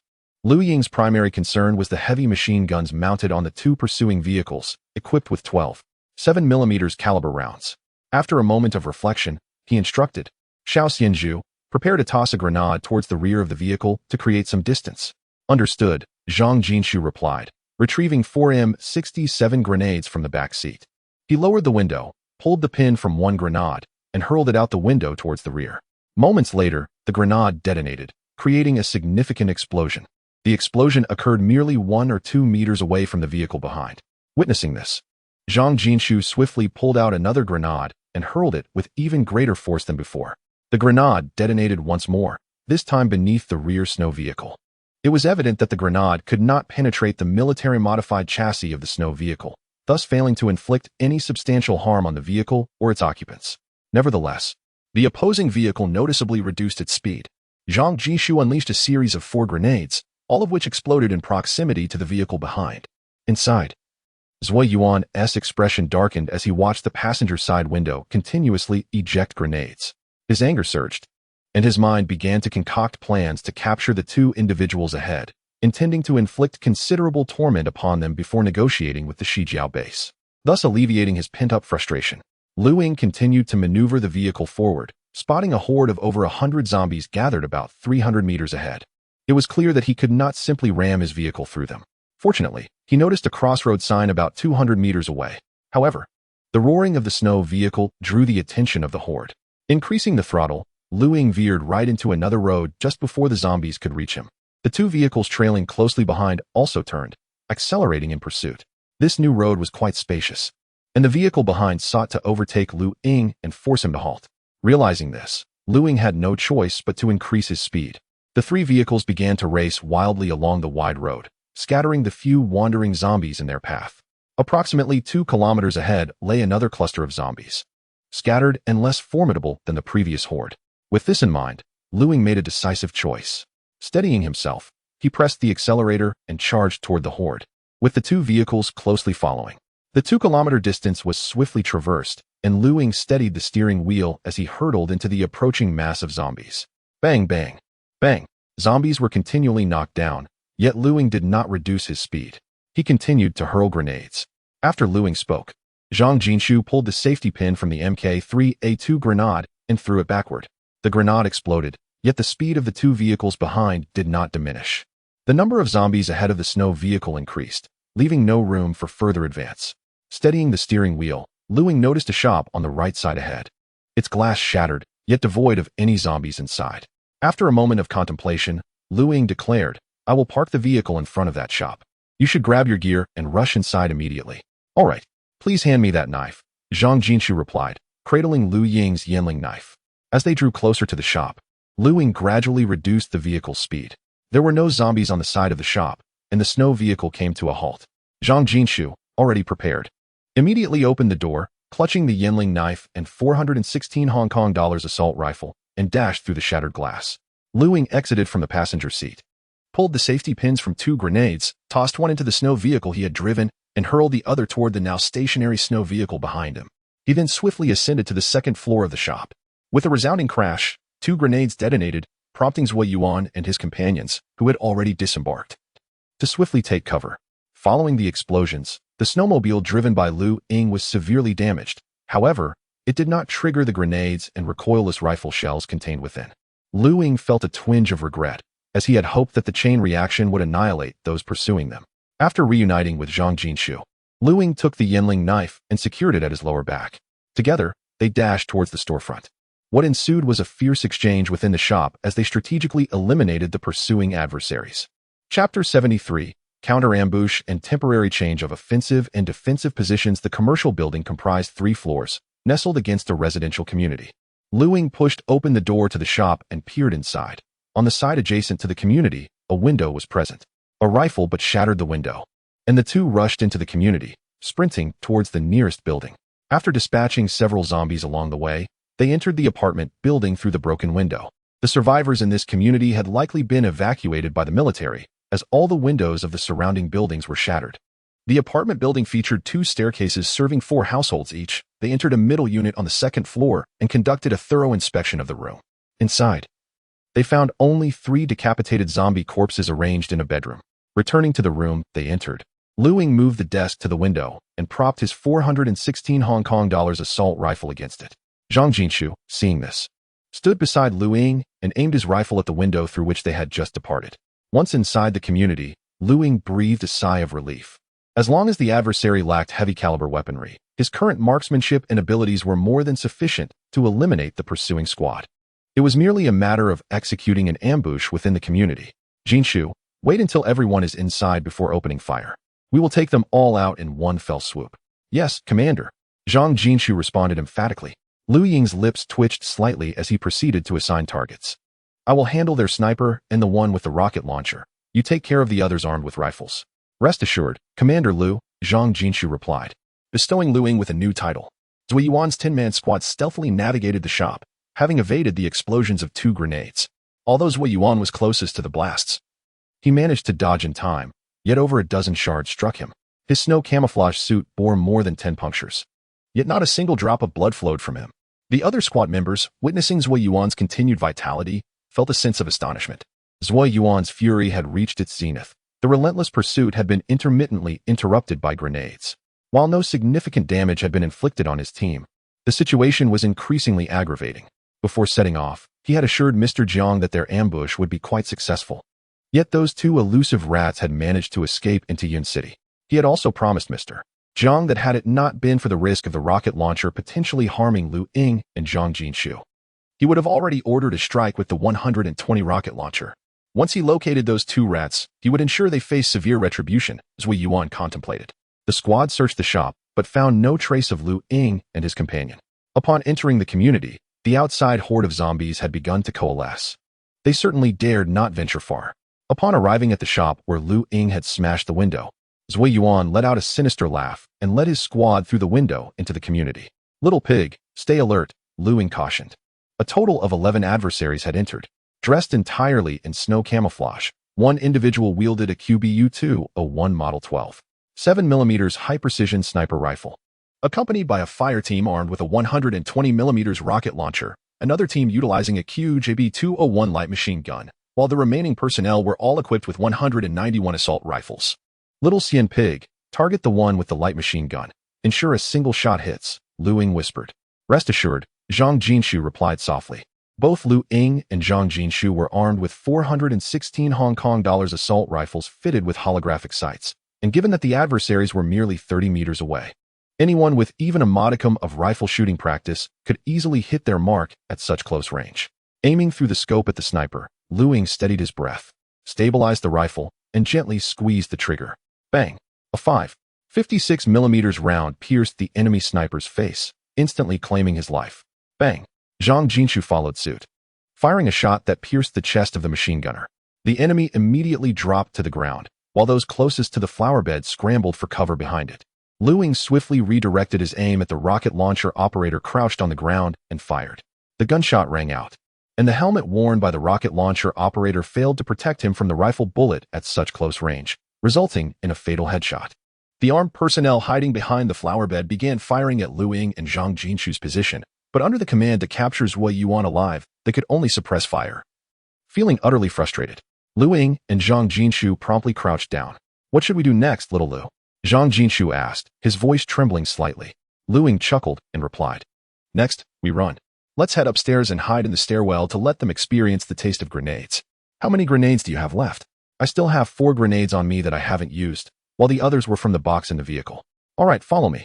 Leaping off the table, Lu Ying led Zhang Jinshu out of the house, locating the emergency escape stairs and sprinting toward the 3rd floor. Jinshu, you go up 1 floor first, and be cautious of the zombies inside. Zhang Jinshu ascended to the 4th floor, nervously peering down after checking the vicinity. Lu Ying, in the stairwell on the 3rd floor, gestured for Zhang Jinshu to retract his head and retrieve 2 M67 fragmentation grenades, pulling the safety pins while firmly gripping the safety lever, attentively listening for any sounds within the building. The enemy's suppressive fire lasted less than a minute, at which point Zui Yuan signaled his team to cease fire. "You, go and assess the situation," Zui Yuan ordered, pointing to a nearby team member. The team member hesitated, gripped by fear. Venturing out now might mean certain death if the enemy suddenly opened fire. However, under Zui Yuan's icy gaze, recalling how he had once effortlessly decapitated an armed personnel during the insurrection at the thermal power plant, the team member felt a surge of resolve. Gritting his teeth and stepping forward.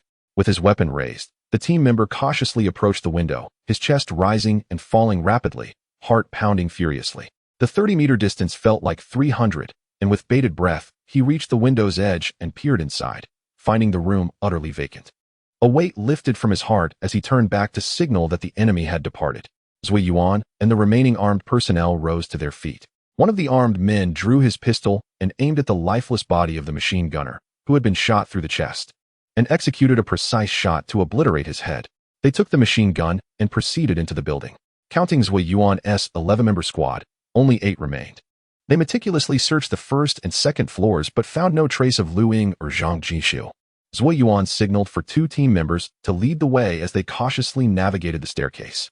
Lu Ying clutched 2 M67 fragmentation grenades, biding her time until the opposing squad reached the landing between the second and third floors. Listening intently to the sounds of their footsteps, she deduced that the enemy had already ascended to the landing. Without further hesitation, she hurled the grenades towards the platform and swiftly retreated to the 4th floor. Accompanied by the ominous sound of rolling objects, the 2 armed personnel at the forefront widened their eyes in alarm, shouting, "Grenade!" Chapter 74. A single blow shatters Zui Yuan's confidence. The 2 swiftly turned to flee, but Zui Yuan forcefully propelled them, then retreated quickly to hide behind another individual. The duo was knocked to the ground by an overwhelming force. One fell directly atop a grenade, while the other tumbled beside it. The grenades detonated almost simultaneously. The armed personnel sprawled on the grenade experienced a gruesome fate, their torso mangled and bloodied, while the other was instantaneously killed by the explosion. Their blood pooled, staining the stairwell crimson.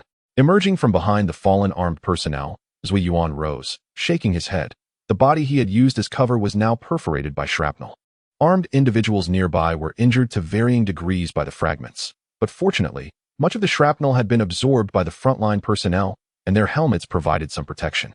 Damn it, Zui Yuan spat in anger. With 2 grenades expended, 3 lives had been lost, leaving only 5 individuals, including himself. His eyes widened and his face flushed with frustration. Zui Yuan retreated behind the remaining 4. Suppressing his fury, he contemplated the next course of action. If the enemy executed another assault, his small team would likely face total annihilation. He had no choice but to press on. He could not return empty-handed to face his superior. Zui Yuan's confidence in fulfilling this mission stemmed from his status as an awakened evolver. Among thousands, only he and 4 others, including Mr. Jiang, had awakened their abilities. Even the infantry squad that had protected them had only 2 awakened individuals. After his evolution, Zui Yuan's physical strength and defense became remarkably formidable, particularly his resilience. During the previous insurrection, he had endured over 10 shots from a Type 191 assault rifle. The 5.8mm bullets had merely grazed his skin, becoming lodged in the outer layer of muscle without penetrating his body. As for larger calibers, Zui Yuan had refrained from experimentation. After all, a failed test with firearms could lead to disastrous consequences. The 4 individuals ahead were gripped with anxiety and dread, yet felt utterly powerless. Should they dare to retreat, Zui Yuan would likely be the first to eliminate them. They ascended the stairs once more, and due to the corner of the staircase, Lu Ying and Zhang Jinshu were able to remain hidden from view. On the 4th floor, Lu Ying retrieved 2 M67 grenades, disengaged their safety pins, handed one to Zhang Jinshu, and readied another for himself. Leaning in close, Lu Ying whispered urgently to Zhang Jinshu, "Pay attention to me. If I nod, immediately throw both grenades around the corner." Zhang Jinshu nodded nervously. Lu Ying listened intently as the enemy's cautious footsteps drew nearer.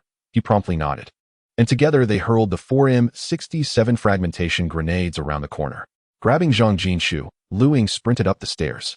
The grenades exploded, and Zui Yuan utilized the 4 individuals in front as shields, as a hail of shrapnel erupted from the detonations. Even as the 4 individuals immediately dropped to the ground, they were still pierced by shrapnel from the exploding grenade, blood staining the earth beneath them. One armed assailant writhed and howled in agony, but within mere seconds, his cries and convulsions ceased. Left with a disheveled appearance, Zui Yuan rose from the snow, his camouflage attire riddled with numerous holes. Remarkably unscathed, his internal fury could no longer be contained. At that moment, Zui Yuan's eyes glistened with a fiery rage. Consumed by a singular thought, to capture Lu Ying and Zhang Jinshu, employing every means possible to torture them to death and unleash his pent-up wrath. As for the assurances made to Mr. Jiang, Zui Yuan dismissed them. Should it come to pass, he would simply realign himself with the military or other factions, confident that his abilities as an evolved being would ensure his survival and prosperity wherever he might go. With this thought ignited, Zui Yuan's eyes widened as he dashed toward the upper floors. Upon reaching the 4th floor, 2 more grenades fell at his feet, prompting him to immediately throw himself to the ground. The thunderous explosions ensued, one of the grenades being an Mk3A2 offensive type, also known as a stun grenade. At that moment, Zui Yuan experienced a ringing in his ears and a dizzying disorientation. Lu Ying emerged, rifle in hand, aiming at the prone Zui Yuan and pulling the trigger, having deduced from the sound of footsteps that only one adversary remained. Lu Ying believed the likelihood of survival for his opponent was non-existent after the grenade barrage. Once the detonations ceased, Lu Ying stepped out to inspect the scene, only to find an armed figure sprawled on the ground, to which he promptly delivered 2 finishing shots. The figure's attire was charred and tattered, yet curiously devoid of any blood. Instinctively alert, Lu Ying raised his weapon again, targeting Zui Yuan's right cheek, firing 2 additional rounds. To his astonishment, the bullets lodged themselves in Zui Yuan's face, blood trickling forth, yet they had not penetrated his skin. An evolved being? Lu Ying exclaimed in disbelief. Zui Yuan shook his head, rising from the ground, extracting the 2 bullets from his face and discarding them. His visage smeared with blood as his eyes glowed with a menacing fervor, grinning wickedly. How surprising. He taunted. Bang, bang, bang. Lu Ying emptied the remaining 20-plus rounds from his magazine. Zui Yuan took 2 more hits to the face, with the rest striking his thighs and waist. Little mouse, did you expect this? I am an evolved being, and behind you stands the esteemed daughter of Mr. Zhang. You two must be in a romantic relationship. I intend to break all your limbs and then play with her right before your eyes. Zui Yuan's voice was laced with a suppressed rage. Lu Ying entrusted his rifle, handgun, and remaining grenades to Zhang Jinshu, instructing, you should hide while I deal with this scum. Zhang Jinshu retreated a few steps, clutching the weapons. Lu Ying fixed his gaze on Zui Yuan's bloodshot eyes, while Zui Yuan mirrored the intensity of the stare. Both men charged at one another simultaneously. Lu Ying leapt forward, bending his right leg slightly, preparing to deliver a knee strike. Zui Yuan, fists clenched, surged forward, and in an instant, they collided. With a resounding thud, Lu Ying's knee struck Zui Yuan's blocking arms fiercely. They tumbled onto the 4th floor platform. Lu Ying refrained from drawing his Yinling knife, given that his opponent had evolved. He was uncertain if the blade could breach Zui Yuan's defenses. In that moment, a head-on confrontation seemed to be the most prudent course of action. Lu Ying, confident in his evolution through 2 transformations, perceived that his opponent had only recently awakened to his own evolution. With fists clenched, both combatants launched ferocious punches towards each other. The collision of their fists produced a resounding crack. The sound of bones fracturing echoed in Lu Ying's ears as his opponent's right hand became a gruesome sight, utterly mangled. A pain scream escaped from the lips of the opponent, left Yuan, as Lu Ying followed up with another punch, striking the opponent's left shoulder. A series of cracking sounds ensued, as the bones of the left shoulder shattered, eliciting an even more anguished cry. Chapter 75, The Experiment. Counting the harvest, Zui Yuan was hurled against the wall by a single punch, his face contorted in agony, his crimson eyes filled with shock and disbelief. He was astonished that Lu Ying, like himself, was also an evolved being, and incredulous that the opponent possessed greater strength than he did. That punch, had it landed on an ordinary person, would have undoubtedly shattered bones. Yet, it was Zui Yuan's own bones that had fractured. You are also an evolved being. Zui Yuan gasped in pain. Lu Ying drew forth his Yinling knife and struck fiercely at Zui Yuan's right arm. With a crack, the bone of Zui Yuan's upper arm shattered, yet the blade did not penetrate his skin. It merely delivered tremendous force, fracturing the bone. Shaking his head, Lu Ying sheathed the Yinling knife. Zui Yuan's arms were now rendered useless, and he panted heavily, his expression one of profound suffering. What is your name? Which faction do you belong to? Lu Ying inquired. Struggling against the pain, Zui Yuan asked, if I tell you, will you spare me? I might consider it. Lu Ying replied seriously with a nod. Zui Yuan, with no other options, gazed intently at Lu Ying, hoping that he would keep his word. You may call me Zui Yuan, from the Survivor Enclave at the Nanjiao Thermal Power Plant. He divulged the entirety of his and Mr. Zhang's plans. his eyes fixed on Lu Ying with an earnest intensity. Lu Ying understood immediately. Indeed, Zui Yuan's intentions were directed towards the west suburb bunker. Given your equipment, it appears to be the weaponry of the local garrison. How did you acquire these? A week ago, we instigated a rebellion under Mr. Jiang's leadership. Lu Ying continued his inquiry. What abilities does Mr. Jiang possess? Mr. Jiang can briefly manipulate the thoughts and actions of others, currently able to control up to 3 individuals at a time. Beyond that, I am not certain of his other capabilities. Lu Ying nodded. What are the abilities of the other 4? 2 possess strength and defensive capabilities similar to mine, while the other 2 include one who can manipulate ice and snow, and the last can enhance metal weaponry. The latter 2 are only capable of rudimentary applications. The ice manipulator can merely create chaos by forming blizzards or consolidate snow into a hard wall, which can only withstand gunfire. The metal enhancer can fortify bladed weapons, maintaining their resilience, and can also render bullets harder, increasing their penetrative power. Zui Yuan laid bare all that transpired within the thermal power plant, his eyes pleading as he fixed his gaze on Lu Ying. Lu Ying took note of everything, a smirk dancing at the corners of his mouth. In that case, assist me with an experiment. If you survive the experiment, I shall grant you reprieve. Zui Yuan felt a bitter pang after his confidence was shattered by Lu Ying's punch. The earlier rage had been extinguished. Now, all he desired was to survive, with intentions of returning stronger to take revenge on Lu Ying, General Zhang, and Zhang's daughter. You promised, if I revealed this information, you would spare me. I have divulged everything. What further experiment is required? Zui Yuan's voice trembled, laced with desperation. Lu Ying smiled reassuringly and said, Rest assured, your physical defenses are formidable. You shall not perish. She then led Zui Yuan downstairs, while Zhang Jinshu maintained a tense grip on her firearm, her small face reflecting anxiety. Upon exiting the apartment building, Lu Ying instructed Zhang Jinshu to retrieve the Cube U-201 Model 12, 7mm precision sniper rifle. With a swift motion, Lu Ying incapacitated Zui Yuan by breaking both his legs and discarded him against the wall of a nearby shop. Accepting the sniper rifle from Zhang Jinshu, she inspected the magazine, discovering 2 rounds remaining, with 1 already chambered. The bolt-action, high-caliber sniper rifle captivated Lu Ying. Its sleek, dark metal body boasted a dual-chamber muzzle brake, effectively mitigating recoil, a floating barrel, and a detachable bipod. The rifle measured 1.5 meters in length and weighed over 10 kilograms, featuring a hydraulic adjustable stock that further reduced recoil, along with a high-precision scope and a spiral-grooved, rotating bolt design. Positioning herself over 30 meters away, Lu Ying steadied her aim at Zui Yuan's chest. Witnessing this, Zui Yuan felt a sense of despair wash over him. The power of the 12.7mm sniper rifle far surpassed that of the 5.8mm assault rifle.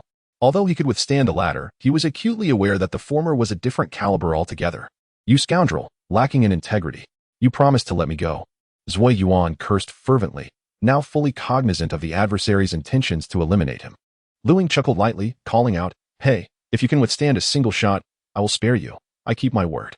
Beast, will she spare me if you do? Zui Yuan continued to curse, desperation evident in his voice.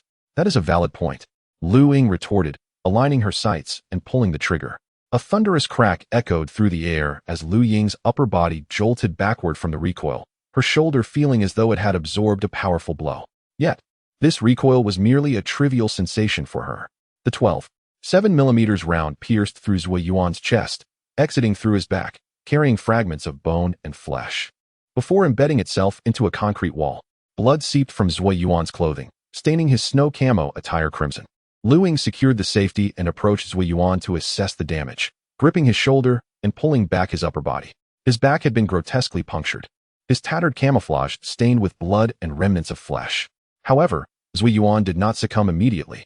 Indeed, the 12.7mm round is insurmountable, Lu Ying mused to herself. Within a minute, Zui Yuan breathed his last. Lu Ying removed her gloves, pressing her hands against his forehead, beginning to absorb his extraordinary abilities. A shiver coursed through her body, an indescribable sensation surged into her mind, as every cell within her exulted in ecstasy, a euphoric wave washing over her consciousness.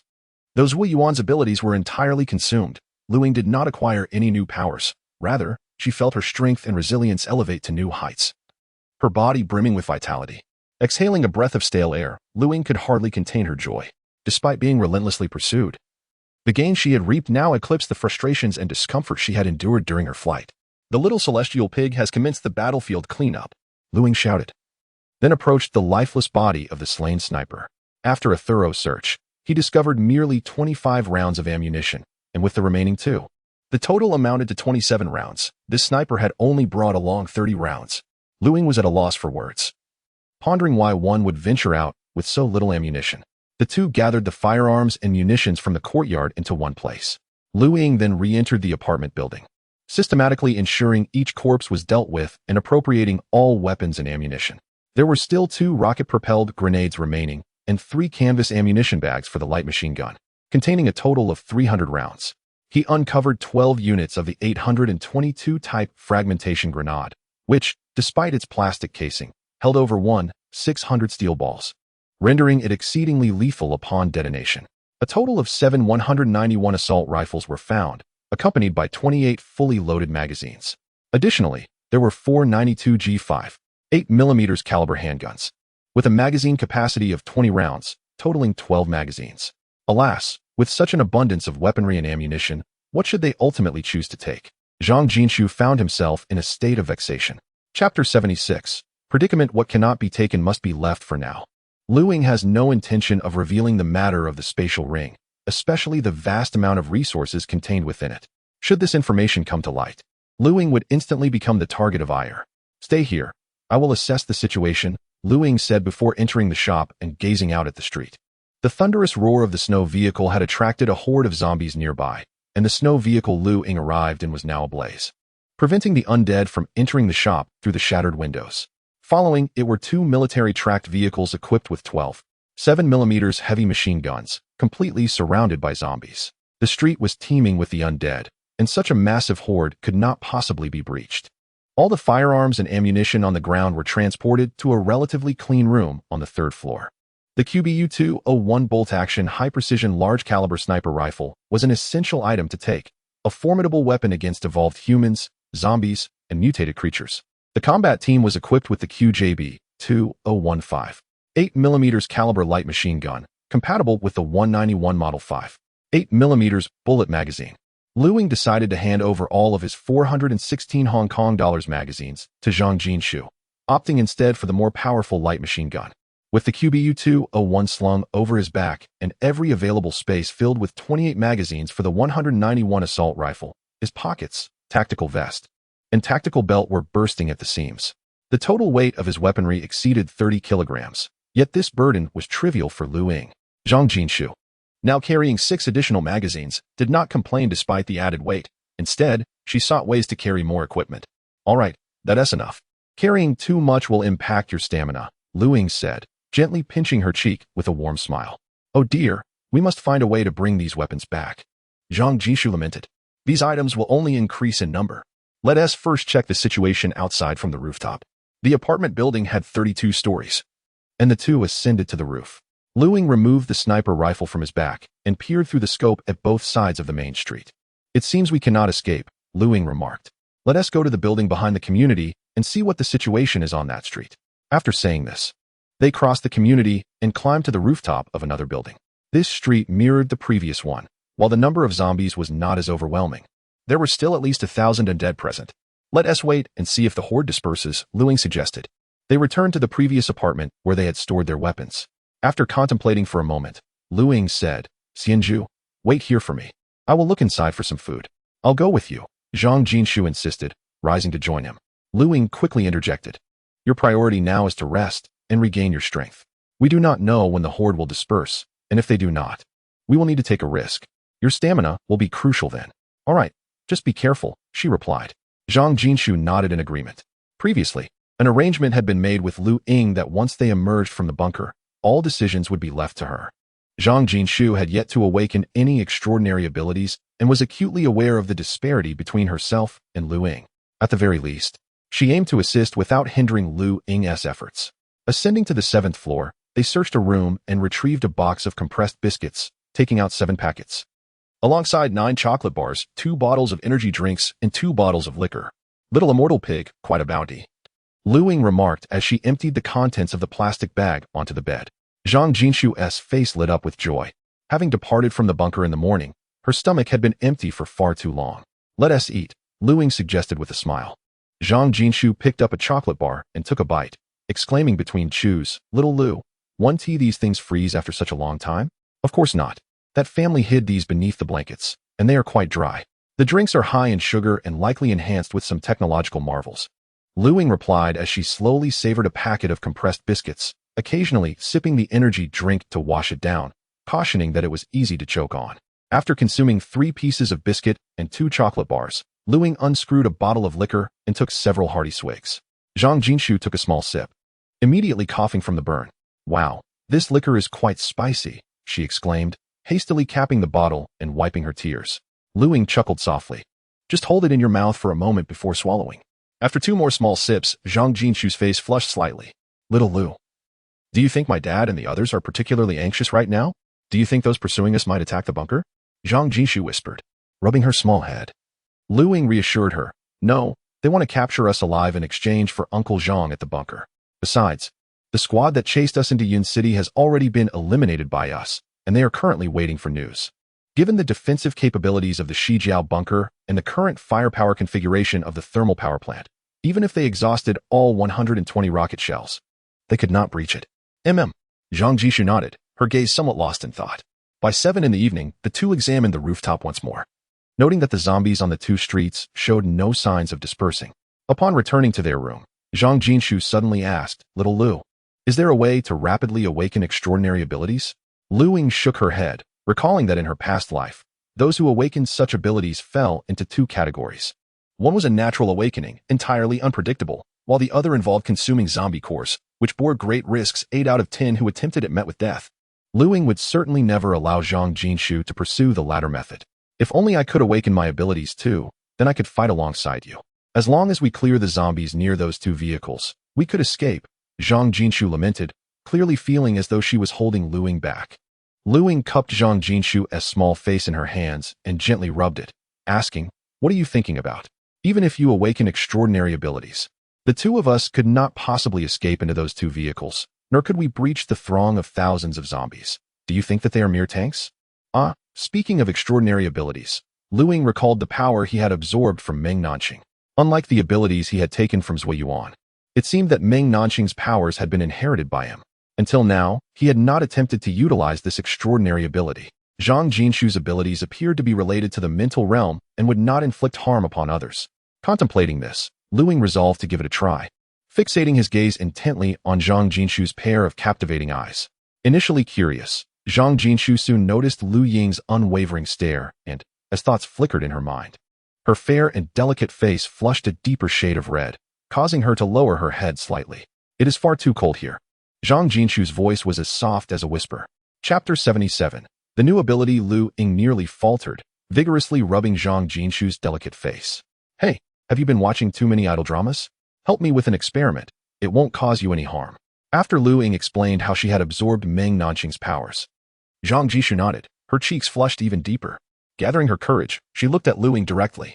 As Lu Ying gazed into Zhang Jinshu's large, expressive eyes, she noticed a faint crimson halo encircling her pupils, exuding a subtle red mist. A gentle hue of red enveloped her irises, and as Zhang Jishu focused on Lu Ying's gaze, her consciousness began to wane, transporting her into another realm. In this altered perception, Zhang Jishu found herself adorned in an opulent bridal gown, a red veil perched atop her head as she sat regally on a bed.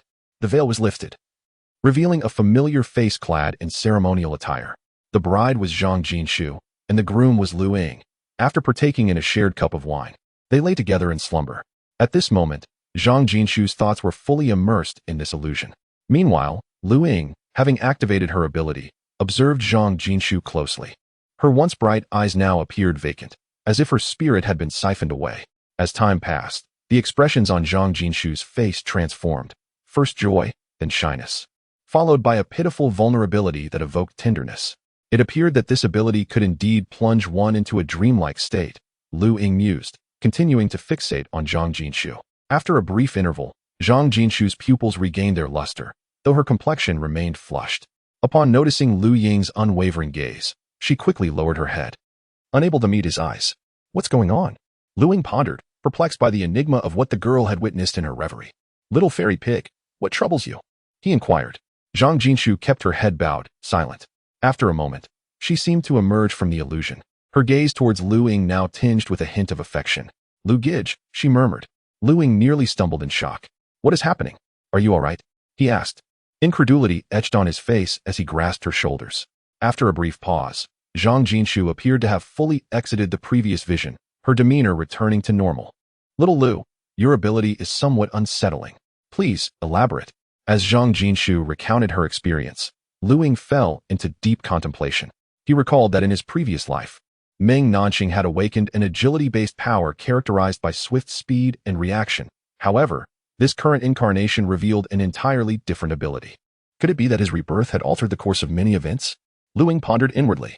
Nonetheless, upon grasping the potential of this newfound ability, Lu Ying felt a surge of excitement. The power to momentarily ensnare someone in an illusion transformed them into a mere puppet. Furthermore, everything experienced within this dreamscape, sights, sounds, and sensations, was indistinguishable from reality.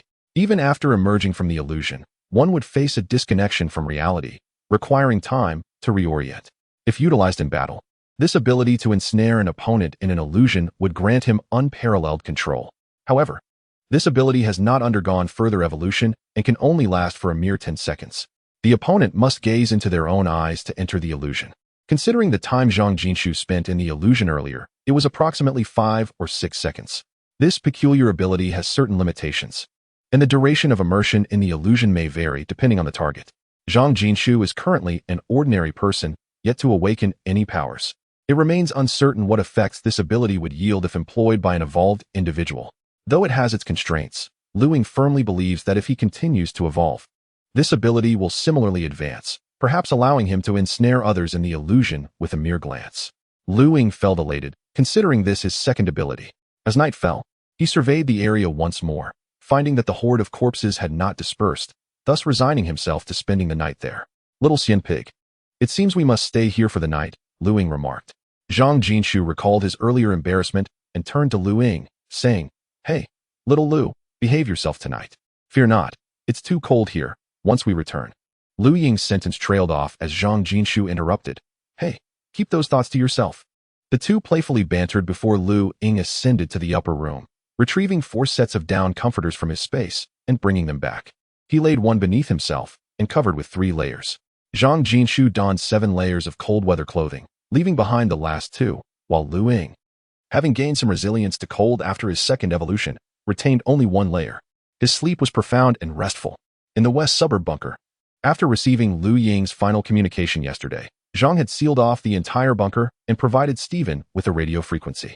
Once the radio channel was adjusted and connected, Zhang recounted to the other party the events of Lu Ying and Zhang Jinshu being pursued by an armed group into the southern outskirts of Yin City, hoping for their assistance in rescuing them. After Zhang concluded his account, there was no response. The communication was abruptly severed. Until this morning, Zhang had remained by the radio throughout the night. Uncle Zhang, you should go rest. Stephen and I will keep watch here, the strikingly beautiful Ye suggested. Zhang shook his head, just a little longer. Are you waiting for a reply from that mysterious radio? Stephen inquired curiously. Zhang did not respond, and sensing this, Stephen chose not to press further. At precisely 6 in the morning, the radio finally transmitted a message. The content was simple, a solitary word, wait. Upon receiving this message, Zhang sighed in relief, his worries somewhat alleviated.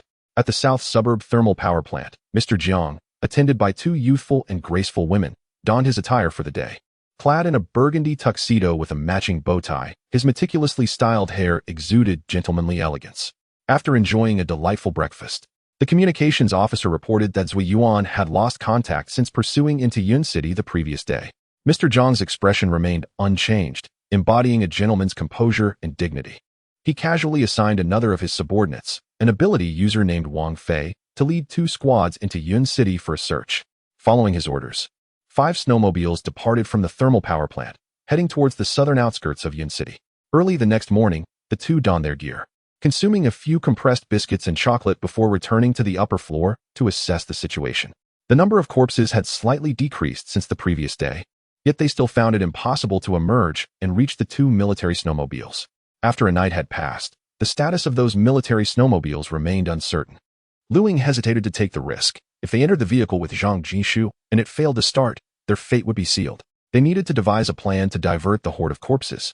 How about using that rocket launcher? Lu Ying suggested. We could fire it from a distance to draw the corpses away from the street. Zhang Jinshu proposed. Chapter 78. The military convoy's firepower. Lu Ying peered through the scope of his sniper rifle, meticulously calculating the distance along the sides of the street.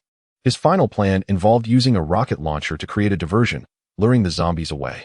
Once the rocket was fired and the zombies momentarily distracted, he hoped to either successfully start one of the snowmobiles and escape, or, if that failed, rely solely on his own two legs to sprint down the street. The distance from this neighborhood extended over a kilometer, and these zombies were not merely slow movers. They could run. Should he be caught and surrounded by the horde, he would surely become their next meal. As Lu Ying hesitated, a faint rumble of engines reached his ears. He quickly turned to the source of the sound, spotting a convoy approaching from 3 kilometers away, heading towards his location. "Little pig, we might be saved," Lu Ying exclaimed, raising his sniper rifle to observe the convoy. The convoy comprised dozens of snow-camouflaged, tracked military vehicles, each equipped with 12 7mm heavy machine guns and automatic grenade launchers atop their roofs. Among them, 2 modified light armored vehicles stood out, featuring turret-mounted cannons with 6 ominous black barrels. Each turret was flanked by 4 missile launchers on either side, totaling 8 missiles, while a small rotating radar sat atop one of the vehicles. "Goodness, isn't that the 625E artillery weapon system?" Lu Ying gasped in astonishment. He had seen this vehicle at an airshow before the apocalypse, originally outfitted with a 6-barreled 25mm Gatling gun and 8 short-range air defense missiles. "Little pig, remain concealed," Lu Ying instructed. The sudden appearance of the convoy left him uncertain whether it belonged to the military, the South Suburb thermal power plant, or an armed faction akin to the latter. As time passed, the convoy entered the street where Lu Ying was hiding, halting over 500 meters ahead of the zombie horde. The 2 anti-air vehicles maneuvered out from the convoy and positioned themselves side by side at the front, while 4 tracked vehicles equipped with 12 7mm heavy machine guns flanked the anti-air vehicles. In a straight line, 6 vehicles formed the front, followed by 3 equipped with grenade launchers, and finally, 4 additional heavy machine gun vehicles bringing up the rear. Are they clearing a path? Lu Ying speculated. Indeed. In the next moment, the 6 vehicles roared to life, unleashing a barrage from their heavy weaponry. The sound of gunfire erupted, and flames belched forth from the rooftops as large-caliber bullets whistled through the air.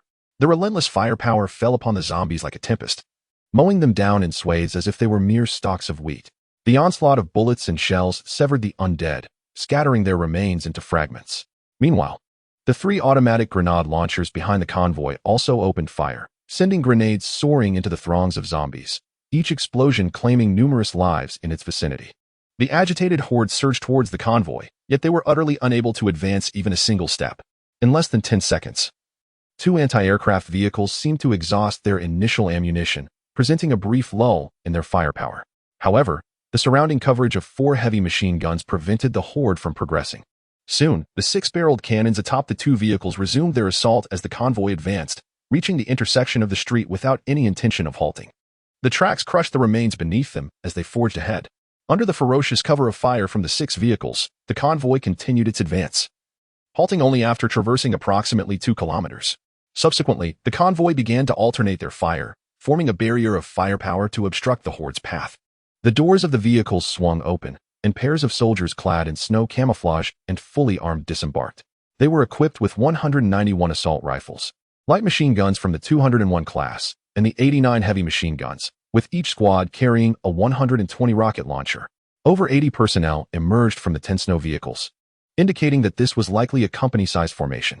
The armed personnel split into 2 teams. One, comprising around 30 individuals, moved to the left and right flanks of the convoy to bolster defenses. The remainder retrieved black axes from their waists, dispersing to search among the heaps of remains strewn across the ground. 4 individuals approached the 2 snow vehicles parked near a storefront to inspect them. Lu Ying raised an eyebrow, noting that the armed personnel's demeanor suggested they were collecting zombie cores. Indeed, through her scope, Lu Ying observed one of the soldiers cleaving open a zombie's skull and extracting a fiery red core, which he then stowed in a satchel at his waist. Zhang Jishu, hiding beside Lu Ying, tugged at her sleeve and whispered, "Little Lu, they seem to be military personnel. Should we seek their assistance?" Lu Ying crouched against the wall, glancing down at her own gear and Zhang Jinshu's. The tactical vests and belts they wore were evidently foreign standard equipment, and the 416 Hong Kong dollars assault rifle Zhang Jinshu held was renowned across the globe. Coupled with Lu Ying's sniper rifle and light machine gun, there was a significant risk of being mistaken for insurgents and apprehended or even shot on sight. While she could certainly explain their presence, Any inquiry regarding the origin of their equipment would lead to the grain depot in the eastern outskirts and the bunker in the western outskirts, where she had eliminated over 100 security personnel. It remained uncertain how the military and officials would perceive these matters, or if the Qianxing group had any connections to them. Considering these uncertainties, it would be prudent to remain concealed for the time being, especially as the armed group appeared poised to continue their advance. Little pig, let us wait a moment. Once they push forward, we shall find an opportunity to depart. Lu Ying conveyed her concerns to Zhang Jishu. All right, Zhang Jishu replied. Lu Ying resumed her observation of the movements of the company, noting that one of the armed personnel who had approached the two vehicles was likely reporting to their superior via radio. Lu Ying listened intently, realizing that the individual reporting was the commander of the infantry company. The conversation merely conveyed that two friendly snowmobiles had been spotted, followed by an update on the current progress of their search. Their superiors had ordered them to eradicate all the zombies congregating on that street today, to collect all the crystal cores, and subsequently proceed to Yunming building for support, utilizing their mobility to attempt to divert some of the hordes gathered near the Yunming building. However, Lu Ying found the voice of the commander near the snowmobile somewhat familiar, yet she could not recall where she had heard it before. It was only when she heard a name mentioned over the communication device, Lu Yuan, that her heart stirred. Lu Yuan? Continuing to listen, she confirmed that the reporting commander was indeed named Lu Yuan. Coupled with the familiarity of his voice, Lu Ying was reminded of someone. Chapter 79. The tide of corpses. The company commander, obscured by a thermal mask, rendered his features invisible. He abruptly terminated the communication, opting not to join the team gathering crystal cores, but instead approached a nearby armored vehicle dedicated to fire support, where he mounted a stationary tank to survey the horde of corpses through binoculars. Lu Ying's gaze remained fixated on this commander, when suddenly, he detected the thunderous roar of a military snow vehicle in the vicinity. He swiftly readjusted his sniper rifle to focus on the rear of the lower battalion. At least 2 kilometers away, another military convoy emerged, adorned in military green, comprising 5 vehicles, each armed with a 12.7mm heavy machine gun. Who could this new unit be? Lu Ying pondered in confusion. As the 5 vehicles advanced, the armed personnel below, engaged in collecting crystal cores, also took notice of the approaching convoy. A snow vehicle from the ground unit, equipped with a self-propelled howitzer, began to rotate its cannon towards the incoming convoy. Meanwhile, the other 4 snow vehicles, armed with 12.7mm heavy machine guns, adjusted their aim towards the advancing convoy. Upon reaching the intersection, the convoy made a right turn into another street. What on earth is happening? Lu Ying found himself momentarily bewildered. The convoy that had just turned was led by Wang Fei, dispatched by Mr. Jiang from the southern suburb thermal power plant to assess the situation concerning Zui Yuan and the others. Wang Fei had already spotted 2 snow vehicles stationed by the shop windows through his binoculars. Zui Yuan might have already fallen, Wang Fei surmised anxiously. Lu Ying shook his head and continued to observe the commander known as Lu Yuan, eager to ascertain whether this Lu Yuan was indeed the friend he knew. During his high school years, aside from Lu Qianji and Li Ling, he had a close friend named Lu Yuan. After the college entrance examination, Lu Ying enrolled in Yunming University, while Lu Yuan attended a military academy. Throughout their 4 years of university, whenever Lu Yuan did not participate in training during the winter and summer breaks, the two would gather. Following their graduation, Lu Yuan was assigned to a unit, and they only had opportunities to meet during Lu Yuan's annual leave. Their last reunion occurred in the summer, when Lu Yuan mentioned he was still working as a staff officer. Although they had their respective careers and seldom met, each reunion felt as intimate as ever, devoid of any sense of estrangement. Now, Lu Ying found himself uncertain whether this individual was indeed his dear friend Lu Yuan. 5 kilometers away, a tide of corpses, comprised of zombies, surged towards their location. Among this horde were over a dozen zombies unlike the ordinary ones. These towering behemoths stood over 3 meters tall, their grotesque, gaping maws filled with shark-like teeth. Their muscular forms seemed to threaten to burst through their skin, drenched in congealed blood that had turned a dark, rock-like hue. The fingers and toes of these zombies bore razor-sharp claws akin to those of a formidable raptor, yet even more agile, resembling human fingers in their dexterity. Several zombies were still gnawing on dismembered limbs, and one of them, after devouring a human thigh, seized another zombie nearby. With a claw, it extracted the head of the unfortunate creature, twisting and pulling with force until the head, along with a portion of the spine, was violently torn free. Subsequently, it crushed the skull, extracting a yellowish crystal core and swallowing it whole, before indulging in the body with great relish, feasting with unrestrained enthusiasm. At the center of this group of peculiar zombies stood one whose head was grotesquely disproportionate to its body, resembling a large walnut precariously balanced atop a pair of chopsticks. Its exposed brain was marred by thick, grotesque veins, evoking a deep sense of discomfort. The horde was immense, numbering in the tens of thousands, their rapid movements creating a cacophony. As they approached within approximately 3 kilometers of Lu Ying and his companions, he caught the sounds of their advance, quickly changing direction. Lu Ying peered through his scope, witnessing the horrifying sight of the horde converging towards their location. He also noted the presence of several evolved zombies among the throng. Turning again, he realized that the number and scale of the zombies rushing towards the military convoy ahead were significantly diminished. Many had already been reduced to mangled remains by heavy fire. Approximately 500 meters from the first line of defense, the bodies and body parts had accumulated into a wall over a meter high. Through the scope, he observed that the number of zombies still assaulting the military line had been reduced by at least half. With the ferocious firepower of the lower unit, it was clear that they could push through the remaining zombies ahead without issue. However, from all directions, the streets were teeming with the undead, visible through the gaps between buildings. In an instant, 2 options materialized in Lu Ying's mind. The first was to immediately descend and locate the company commander of the military unit, inform him of the situation, and then ride in their armored vehicle to break through the horde, seeking to escape once they reached safety. The second was to remain hidden, allowing the horde to engulf their position, while he and Zhang Jishu waited for the tide to recede before attempting to leave. As these options crystallized, Lu Ying made his decision. "Xianzhu, the situation has changed. Follow me," he declared, leading Zhang Jishu downstairs. Zhang Jishu quickly followed, trusting Lu Ying completely without questioning the sudden shift in circumstances. With the risk of being overwhelmed by the horde remaining uncertain, especially in the sprawling metropolis of Yin City, where anything could happen, their pace quickened. They navigated through the shattered windows of the previously occupied shops and emerged onto the street. Just as Lu Ying and Zhang Jishu stepped outside, they found themselves confronted by the muzzles of several assault rifles. "Don't misunderstand.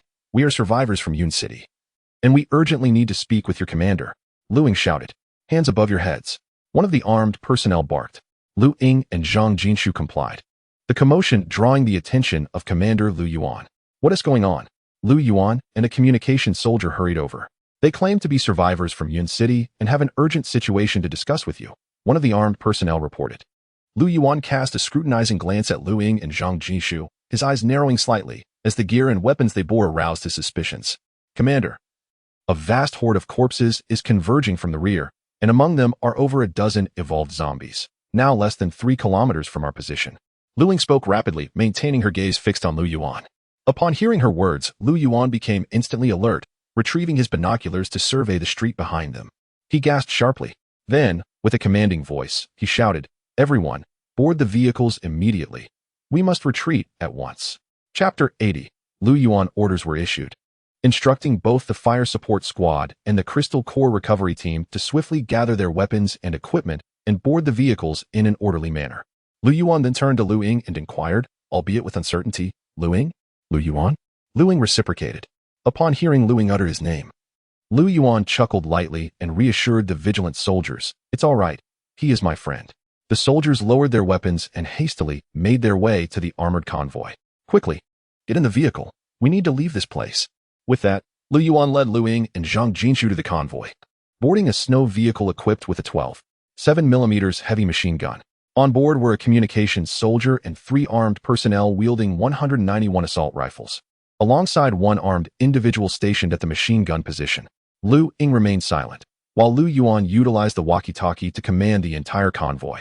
3, 4, 5, 6, 7, 8. 6 vehicles continue on. 9, 10, 11 provide central fire support, and the remaining vehicles follow in sequence. Vehicle 3 received. Vehicle 4 received. As Lu Yuan's orders were communicated, the 2 foremost 625E anti-aircraft vehicles positioned themselves centrally, flanked by 4 snow vehicles armed with 12.7mm heavy machine guns on either side. 3 snow vehicles equipped with self-propelled howitzers followed closely behind, with the rest of the convoy trailing after. The convoy advanced steadily, while the 3 artillery vehicles providing fire support, along with 2 additional vehicles bearing armed personnel with 120mm rocket launchers, unleashed their firepower, shattering the wall of corpses that had formed ahead, clearing a path for the entire convoy. The speed of the convoy surged beyond previous rates, as the corpses fell in droves beneath the relentless barrage of fire. Given the current intensity of the zombies, even the evolved ones Lu Ying had encountered in the granary could not withstand such ferocious gunfire. However, The dozen or so zombies in the trailing horde appeared different from those previously seen in the granary. Ying could not ascertain whether they had undergone two evolutions or were part of an alternative evolutionary branch. Moreover, it was evident that the squad had expended a significant amount of ammunition during prior engagements with the horde, leaving uncertainty about the remaining supplies within the convoy to continue penetrating the advancing zombies.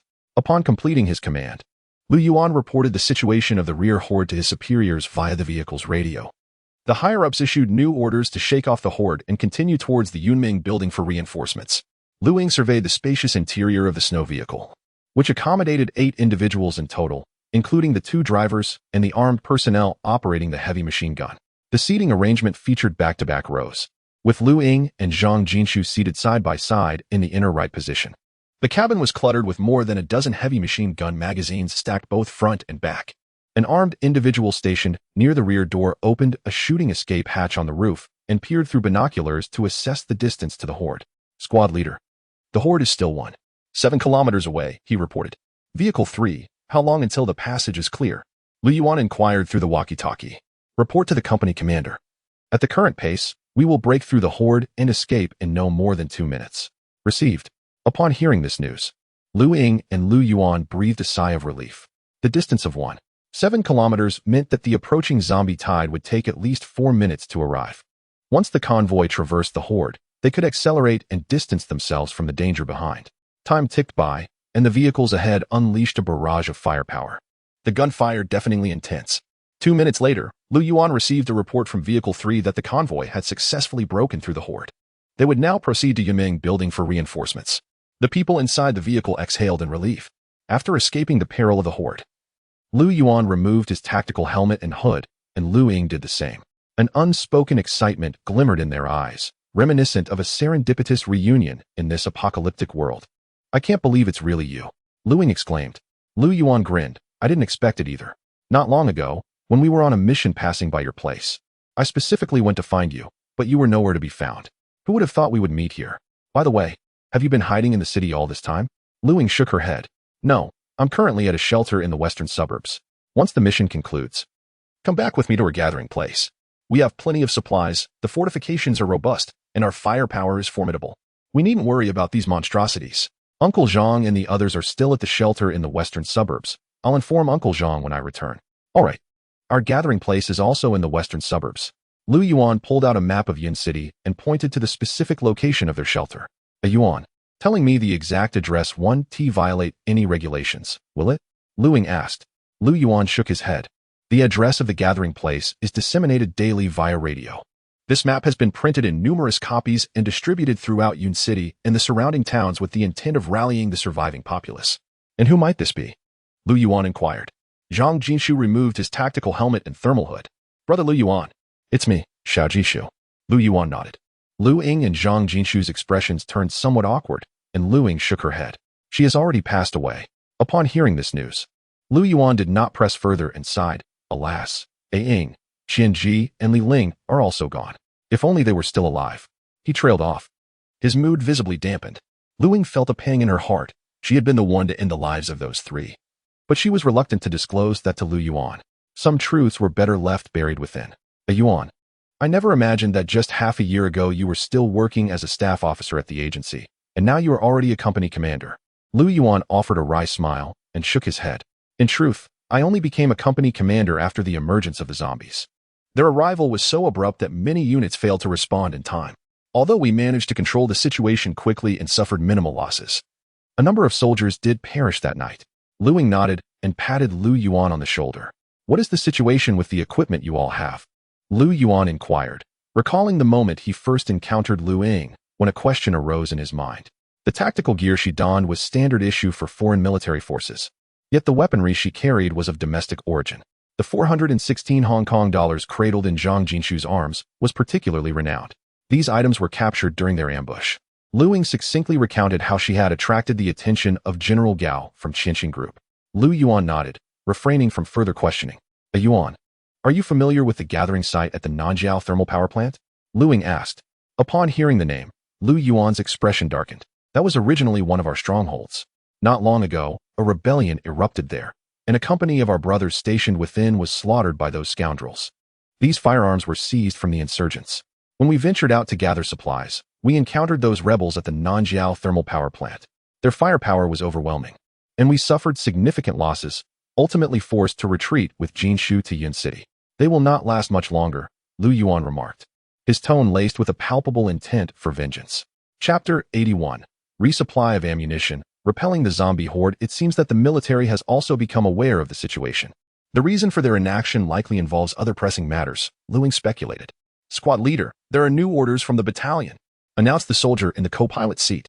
Lu Yuan took the headset offered by the soldier and donned it. Understood, we will ensure the mission is accomplished. He then relayed the orders from higher command to the entire convoy via the radio and reported a new location for resupplying ammunition. Ying, circumstances have changed. We cannot escort you back for now. You and Xiao Jingshu must accompany us for a while longer. We are about to repel the horde from behind. You and Xiao Jingshu should take shelter inside the rear vehicle, and I will return you once the mission is complete, Lu Yuan said apologetically. Lu Ying smiled and replied, It's fine, complete your mission first. I can assist you.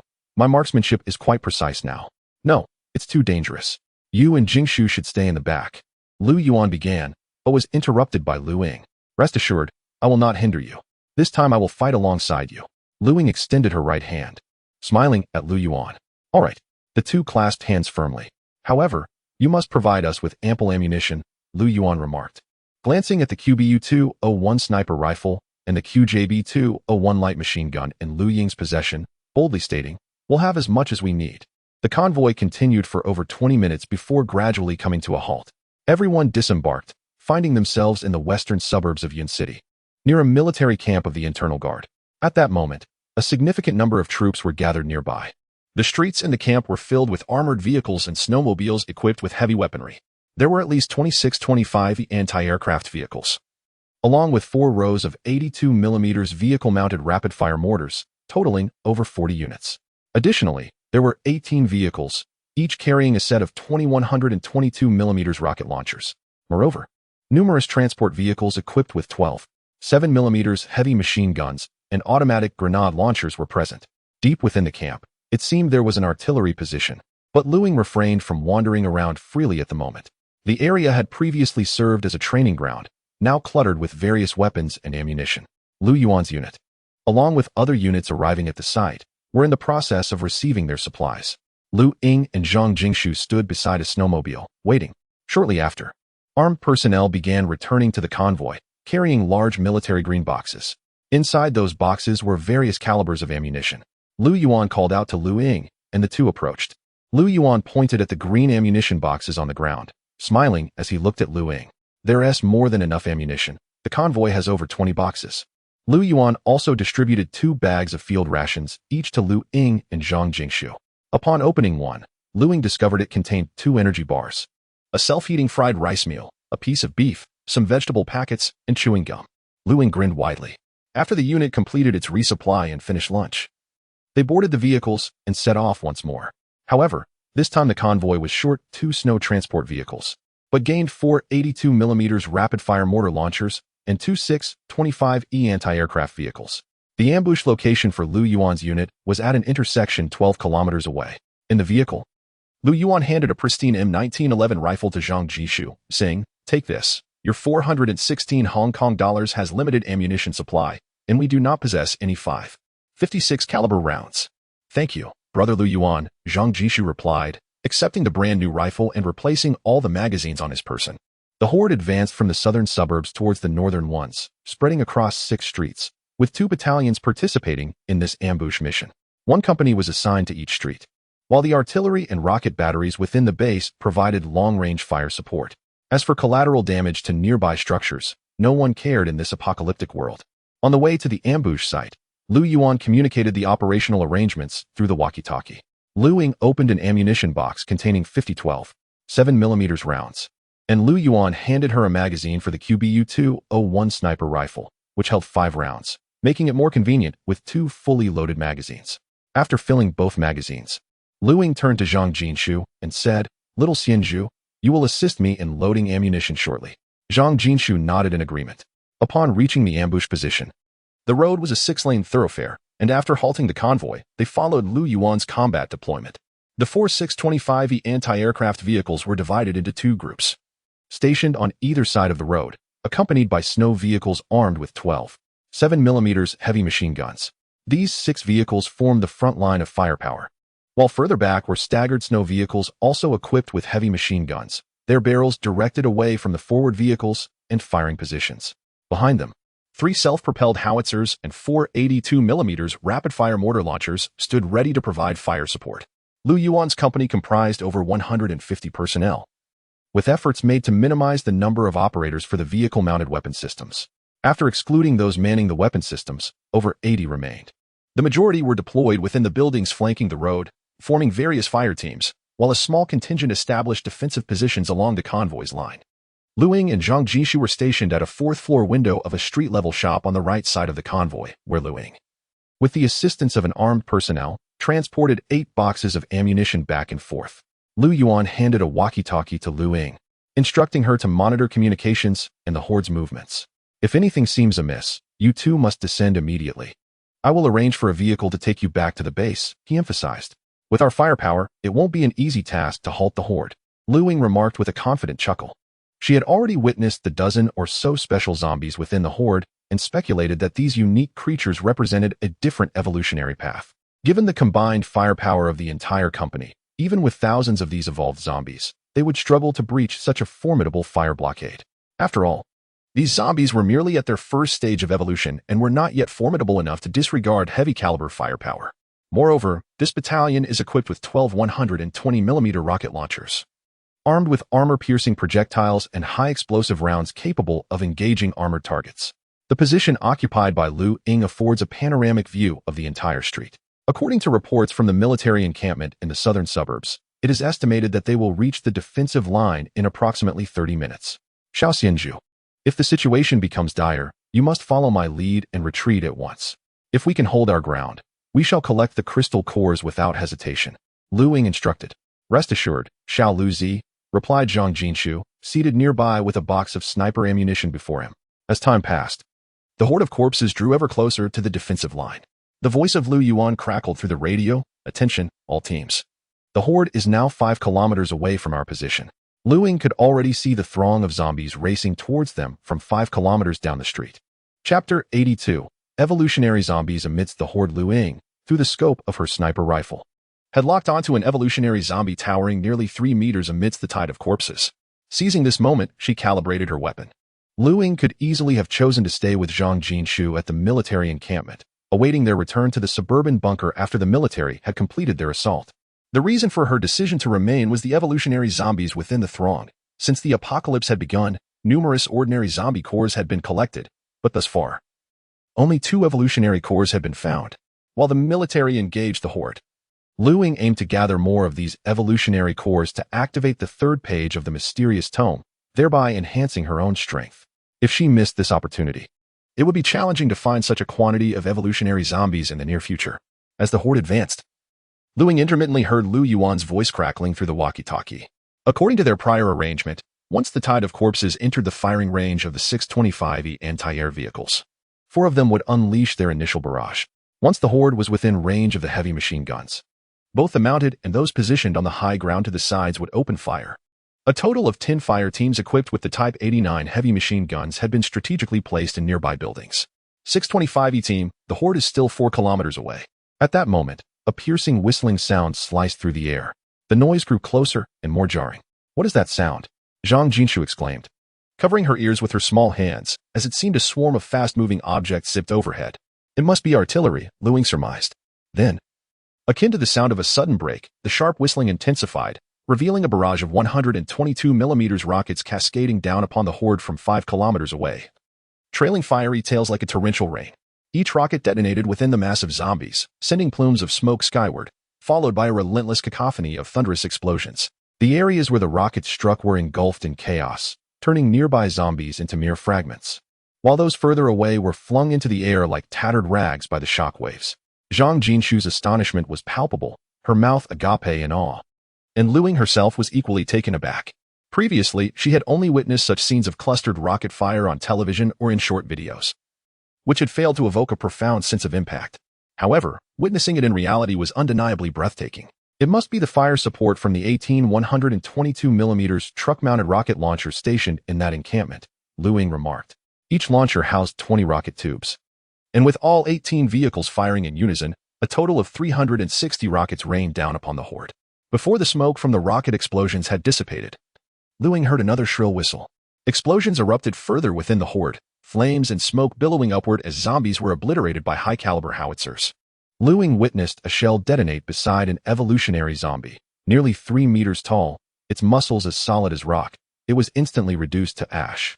The relentless series of earth-shattering explosions followed, echoing through the air. Lu Ying observed the scene through the scope, moistening her parched lips, before witnessing the modern firepower firsthand. She had always held a belief that its potency was rather overstated. However, the reality of these terrifying contemporary artillery pieces filled her with awe and a burgeoning sense of pride. After all, Lu Ying was among the ranks of smokers. Perhaps today, she had contributed to the very shells being fired. Furthermore, the modern military weaponry she beheld today was merely the tip of the iceberg. There existed artillery of even larger calibers and greater firepower, not to mention various types of missiles. As the explosions gradually subsided, the voice of Lu Yuan crackled through the radio, issuing the command for the 4625E anti-aircraft vehicles to open fire. The turrets of these vehicles, equipped with 6 barrels of 25mm automatic rotary cannons, first emitted a mechanical whirring as they powered up. Then, a thunderous roar erupted as a deluge of 25mm shells poured forth like a torrential downpour. The corpses, clustered 3 kilometers from the defensive line, were shattered in waves by the barrage, with the 4 rotary cannons maintaining their assault for a full minute, unleashing nearly 20,000 rounds. In front of the mass of bodies, 2 evolved zombies, towering nearly 3 meters tall, were cleaved in half, their upper halves, still clutching their spilled entrails, continued to crawl forward as if oblivious to their grievous wounds. The relentless tide of corpses from behind surged toward the defenses. Lu Ying, gazing at the innumerable zombies obliterated before her, reflected on the prowess of human weaponry, ground-based anti-aircraft systems, such as the previously employed parallel-mounted anti-aircraft guns and the current 625E anti-aircraft system, proved devastatingly effective against carbon-based life forms when the barrels were leveled for direct fire. As the 4625E vehicles reloaded, the horde approached within the range of the 12 7mm heavy machine guns. 4 of the 6 mounted heavy machine guns in the convoy opened fire, while 3 fire teams from the 10 heavy machine gun squads positioned along the streets began their assault. Subsequently, 2 625E vehicles joined the fray, and the remaining heavy firepower units alternated their shots to stem the relentless tide of the undead. As the horde entered the range of the 89 heavy machine guns, they also encroached upon the effective distance of Lu Ying's QBU-201 bolt-action precision rifle. This sniper rifle had been calibrated beforehand, and she locked onto the head of an evolved zombie through the scope. Gently squeezing the trigger, a dull thud resonated as the 12 7mm bullet was discharged, striking the side of the zombie's head with surgical precision. The bullet penetrated the grotesque cranium of the creature. Yet the evolved zombie's defenses proved sturdier than those of an ordinary zombie. A typical zombie would have exploded like a watermelon under such fire. The zombie staggered forward a few meters before collapsing. A wave of confusion washed over Lu Ying as she noted that this seemingly more robust zombie, towering even more than the one at the East Suburb grain depot, appeared to possess inferior defenses compared to the one housed within the depot. The latter had withstood a shot from a recoilless rifle, barely suffering a fatal blow despite losing half its head, while this one succumbed instantly to a single 12 7mm bullet. Pulling back the bolt, Lu Ying continued to aim at the head of the next evolved zombie. Bang! Once again, a resounding crack echoed as an evolved zombie was shot through the skull and fell to the ground. The sound of gunfire continued as the 5 bullets in the magazine were expended, resulting in the demise of 2 evolved zombies and 7 ordinary ones. Ahead, the density of the undead was substantial. A single shot from a high-caliber bullet could shatter at least 2 ordinary zombies. Lu Ying removed the magazine and handed it to Zhang Jinshu, who promptly replaced it with a fresh one. Zhang Jinshu meticulously loaded each bullet, which was longer than his own small hand, into the magazine. Within range, there were currently no evolved zombies, but in the distance, a wave of undead still harbored some evolved specimens, merely waiting for them to enter the sniper's range for Lu Ying to eliminate one by one. Below, the initial barrage of fire had concluded, and the fire team that had remained silent began to unleash a torrent of bullets upon the advancing horde. Chapter 83. Air Force and Ground Aviation Brigade fire support above the tide of corpses in Yin City. More than a dozen reconnaissance drones captured the grim scene below. The imagery collected by the drones was transmitted in real time to the military base in the rear, where dozens of staff officers and commanding officers watched in horror as the number of zombies continued to swell in the video feed. In less than half an hour since the defensive line opened fire, the initially modest horde of tens of thousands had swelled to over 100,000. Furthermore, zombies were persistently converging towards the southern suburbs. Once the horde exceeded the threshold of 100,000, it became evident that the 6 scattered platoons would be unable to hold their ground. Each platoon had limited ammunition, and upon realizing the gravity of the situation, the command center immediately dispatched all available transport vehicles within the camp to deliver ammunition to the 6 platoons tasked with the defense. In the current predicament, the only recourse was to request fire support. The camp housed merely 1 battalion of 155mm self-propelled howitzers and 2 rocket artillery companies, which were woefully inadequate. The nearest military base was situated on the outskirts of Ying City, and mobilizing forces there would require clearing a route, which would inevitably consume precious time. Thus, the quickest means of providing fire support would be through missile units or the Air Force, despite the planet being shrouded in dense clouds, which hindered satellite positioning. Air Force fighter jets and missiles utilizing inertial guidance could still effectively carry out combat operations. Additionally, during this period, the military had been busy repairing and re-establishing radio and radar stations across various locations, not only to ensure radio communications, but also to prepare for the normal takeoff and landing of Air Force aircraft. The Air Force base near Yun City had been conducting snow removal operations daily during the blizzard, ensuring that the airport runway remained unaffected by accumulated snow. After a swift discussion among several commanders at the Joint Command Center, it was ultimately decided to request fire support from the Air Force Base and the Ground Aviation Brigade near Yun City. Given the circumstances, it was deemed more suitable for fighter jets to deploy incendiary or cluster munitions from a distance, targeting the zombies at the rear of the horde, while armed helicopters would work in tandem with ground units to eliminate the closer zombies. The Joint Command Center promptly reported this situation and notified the 6 platoons to hold their positions and await support. Soon, word arrived from higher command that the Air Force would deploy J-16 fighter jets carrying cluster bombs to strike the horde in the rear. The Ground Aviation Brigade would send a formation of armed Z-10 helicopters to provide assistance. This news rapidly reached the 6 platoons via radio, with Liu Yuanqing's operational deployment broadcasted over the walkie-talkies on Liu Ying and Zhang Jin's desks. Upon hearing the escalating situation of the horde from the rear, Liu Ying felt a heavy weight in her heart. But her spirits lifted slightly upon learning that higher command had already requested fire support from the Air Force and Ground Aviation Brigade. It was anticipated that Air Force jets would commence bombing the horde within approximately 20 minutes, while the 3 batches of armed helicopter formations from the Ground Aviation Brigade would arrive within 40 minutes, coordinating with the ground units to annihilate the remaining zombies.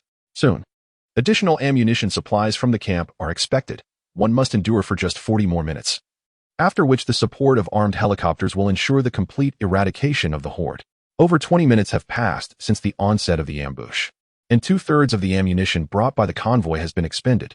A thunderous roar of engines heralds the arrival of 5 transport vehicles laden with various types of ammunition at the rear of the defense line. Aside from the heavy machine gun teams, the remaining soldiers swiftly unload all the ammunition from the 5 vehicles. A lieutenant responsible for the transport informs Liu Yuan that the next shipment will arrive in 20 minutes. As the convoy departs, Liu Ying hears the distant whistling of long-range rocket artillery. Following the cacophony of explosions, there ensues a series of sharp, piercing sounds from howitzer shells. The booming explosions persist. Liu Ying continues to aim and fire at an evolved zombie that has entered his line of sight, the bullet piercing through its skull. At that moment, he senses an unsettling feeling of being watched. Instinctively, he glances over his shoulder. The room is occupied solely by him and Zhang Jinshu. Yet, the sensation of being observed lingers. Through the scope of his sniper rifle, Liu Ying scans the surroundings. On the rooftop of a 20-story residential building 3 kilometers away, he spots the source of his unease. Adjusting the magnification, he identifies the figure as another zombie, but this one has its brain exposed. Resembling a walnut, its head disproportionately large compared to its emaciated body, akin to a stunted individual. This zombie is also an evolved one, though its evolution appears to be concentrated in its head. Could it be a psychic type evolved zombie? Liu Ying muses. Huh? Zhang Jinshu, beside him, voices his confusion. It's nothing. I've just spotted an intriguing zombie, Liu Ying replies, promptly contacting Liu Yuan via radio to relay the specific location and characteristics of the observing zombie. Liu Yuan, using binoculars, locates the creature on the rooftop as described by Lu Ying, sending a chill down his spine. He then communicates the zombie's exact position to a member of the 625E air defense vehicle crew. The crewman, operating the weaponry of the 625E, locks onto the zombie atop the building and presses the missile launch button adjacent to the turret. 2 short-range missiles are fired at the rooftop, striking it with precision and resulting in a resounding explosion. However, Lu Ying's heart sinks as he realizes the large-headed zombie has vanished from the rooftop before the missiles arrive. He ponders anxiously, wondering if that ghastly creature has been eliminated. This zombie evokes a peculiar sensation within Lu Ying. Why would it fixate on him? He considers 2 possibilities. 1, that his own evolution, having occurred twice, might resonate with this psychic-type evolved zombie. Or 2, that his absorption of Meng Nanxing's powers, along with inheriting them, could have drawn the attention of this fellow psychic entity. Once again, Lu Ying scans through the sniper scope. But the large-headed evolved zombie is nowhere to be seen. Above the skies of Ying City, 2 formations of J-16 fighter jets soared from the eastern direction towards the south. Each formation consisted of 4 J-16 aircraft, totaling 8 jets, each armed with 16 Tianlai 500 cluster bombs. This marked the inaugural wave of fire support dispatched by the Ying City Air Force in the form of J-16 formations. The precise locations of 6 ground battalions and the coordinates of the approaching horde had been previously communicated by the Ying City garrison to the Air Force Base. Additionally, 2 squadrons of armed helicopters from the Air Assault Brigade, comprising a total of 24 aircraft, had taken off at full speed towards Ying City. One Z-10 attack helicopter was equipped with a 23mm cannon mounted beneath its nose, while its short wings featured 4 external hardpoints, collectively carrying 4 19 tube rocket launchers, equipped with a total of 76 70mm rockets. Chapter 84. Bombardment with cluster munitions and assault by armed helicopters in the southern suburbs of Cloud City. Over 100,000 zombies have congregated, and their numbers continue to swell. At this moment, Lu Ying has exhausted the 8 ammunition boxes he brought, prompting Lu Yuan to dispatch another 8.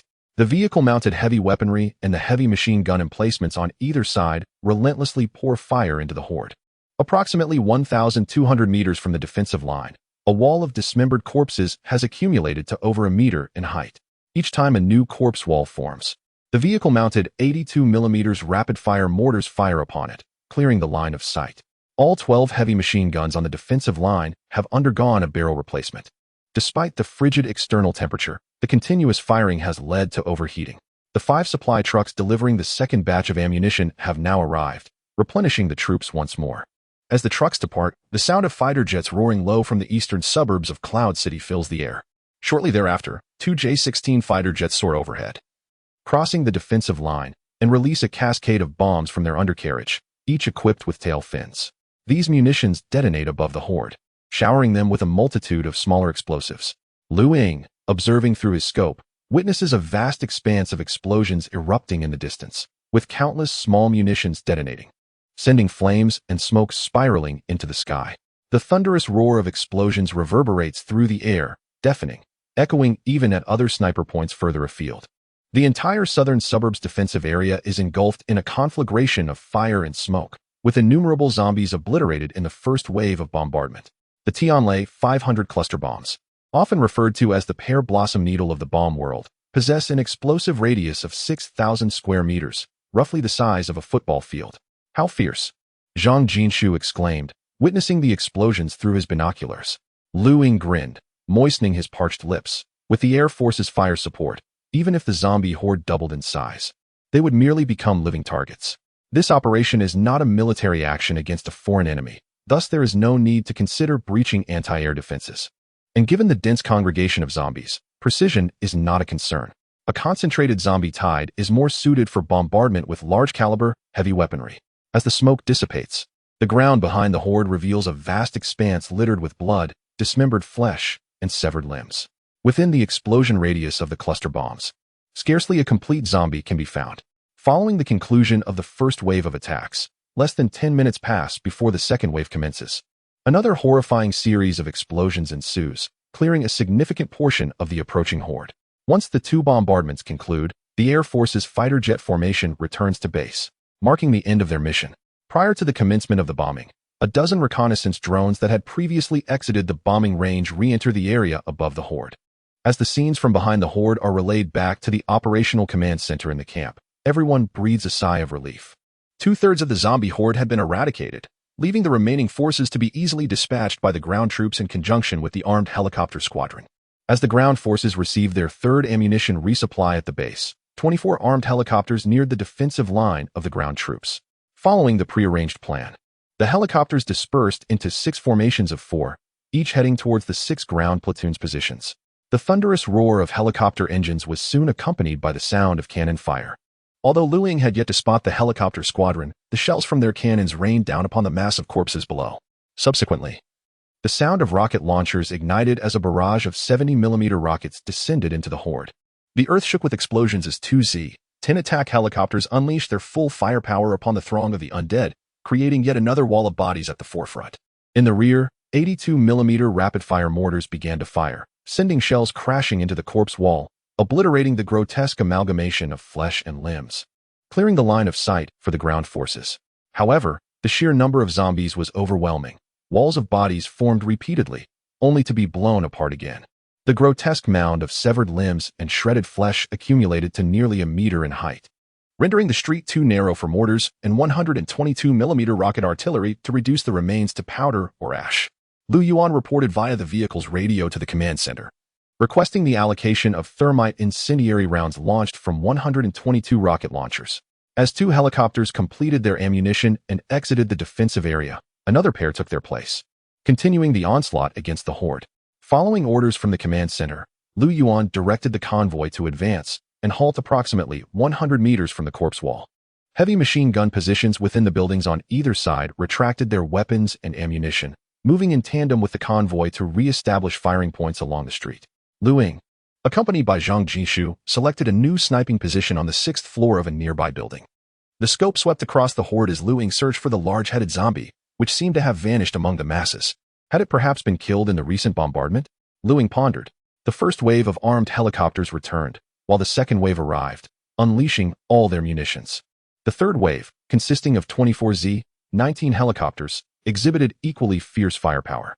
The entire southern defense line reverberated with the cacophony of heavy machine guns, cannon fire, the roar of helicopter engines, and the thunderous explosions of various rockets. Once the third wave departed, the command center relayed information regarding the horde's status to Lu Yuan. The scale of the zombies engaging Lu Yuan's platoon had dwindled to less than 10,000. With most of the evolved zombies annihilated by the relentless firepower of the armed helicopters and the cluster bombs dropped by the Air Force. With the final ammunition resupply in place, the remaining zombies were swiftly dispatched. This time, the base had provided substantial thermite incendiary rounds for the 6 platoons. The rocket artillery cluster and self-propelled howitzers positioned behind commenced a renewed barrage of rockets and shells upon the area of the cluster bomb explosions. With the intent of detonating the unexploded munitions within, a fire team armed with a 120mm rocket launcher ascended to the nearby rooftop, bearing their weaponry and ammunition, to launch thermite incendiary projectiles at various locations. Following the cessation of bombardment in the distance, the rocket artillery unit within the encampment similarly unleashed thermite incendiary shells toward the remnants that lay farther afield. The detonation of the incendiary rounds ignited the heaps of flesh and blood comprising the corpses of the zombies, unleashing a conflagration that surged forth into a sea of flames. Persistently ablaze, Lu Ying, Zhang Jishu, and their fellow soldiers returned to their vehicle to recuperate. The next course of action involved patiently awaiting the complete incineration of the bodies before venturing forth to collect the crystallized cores of the zombies. Lu Ying had already committed to memory the locations where the several evolved zombies had been slain or obliterated, and he eagerly anticipated the augmentation of his strength that would accompany the activation of the third page. Chapter 85. Gathering evolutionary zombie crystals. The heavy machine gunners inside the vehicles rubbed their shoulders, the relentless firepower causing pain from the recoil. The squad took a moment to regroup, while also positioning several lookout posts atop nearby high-rise buildings.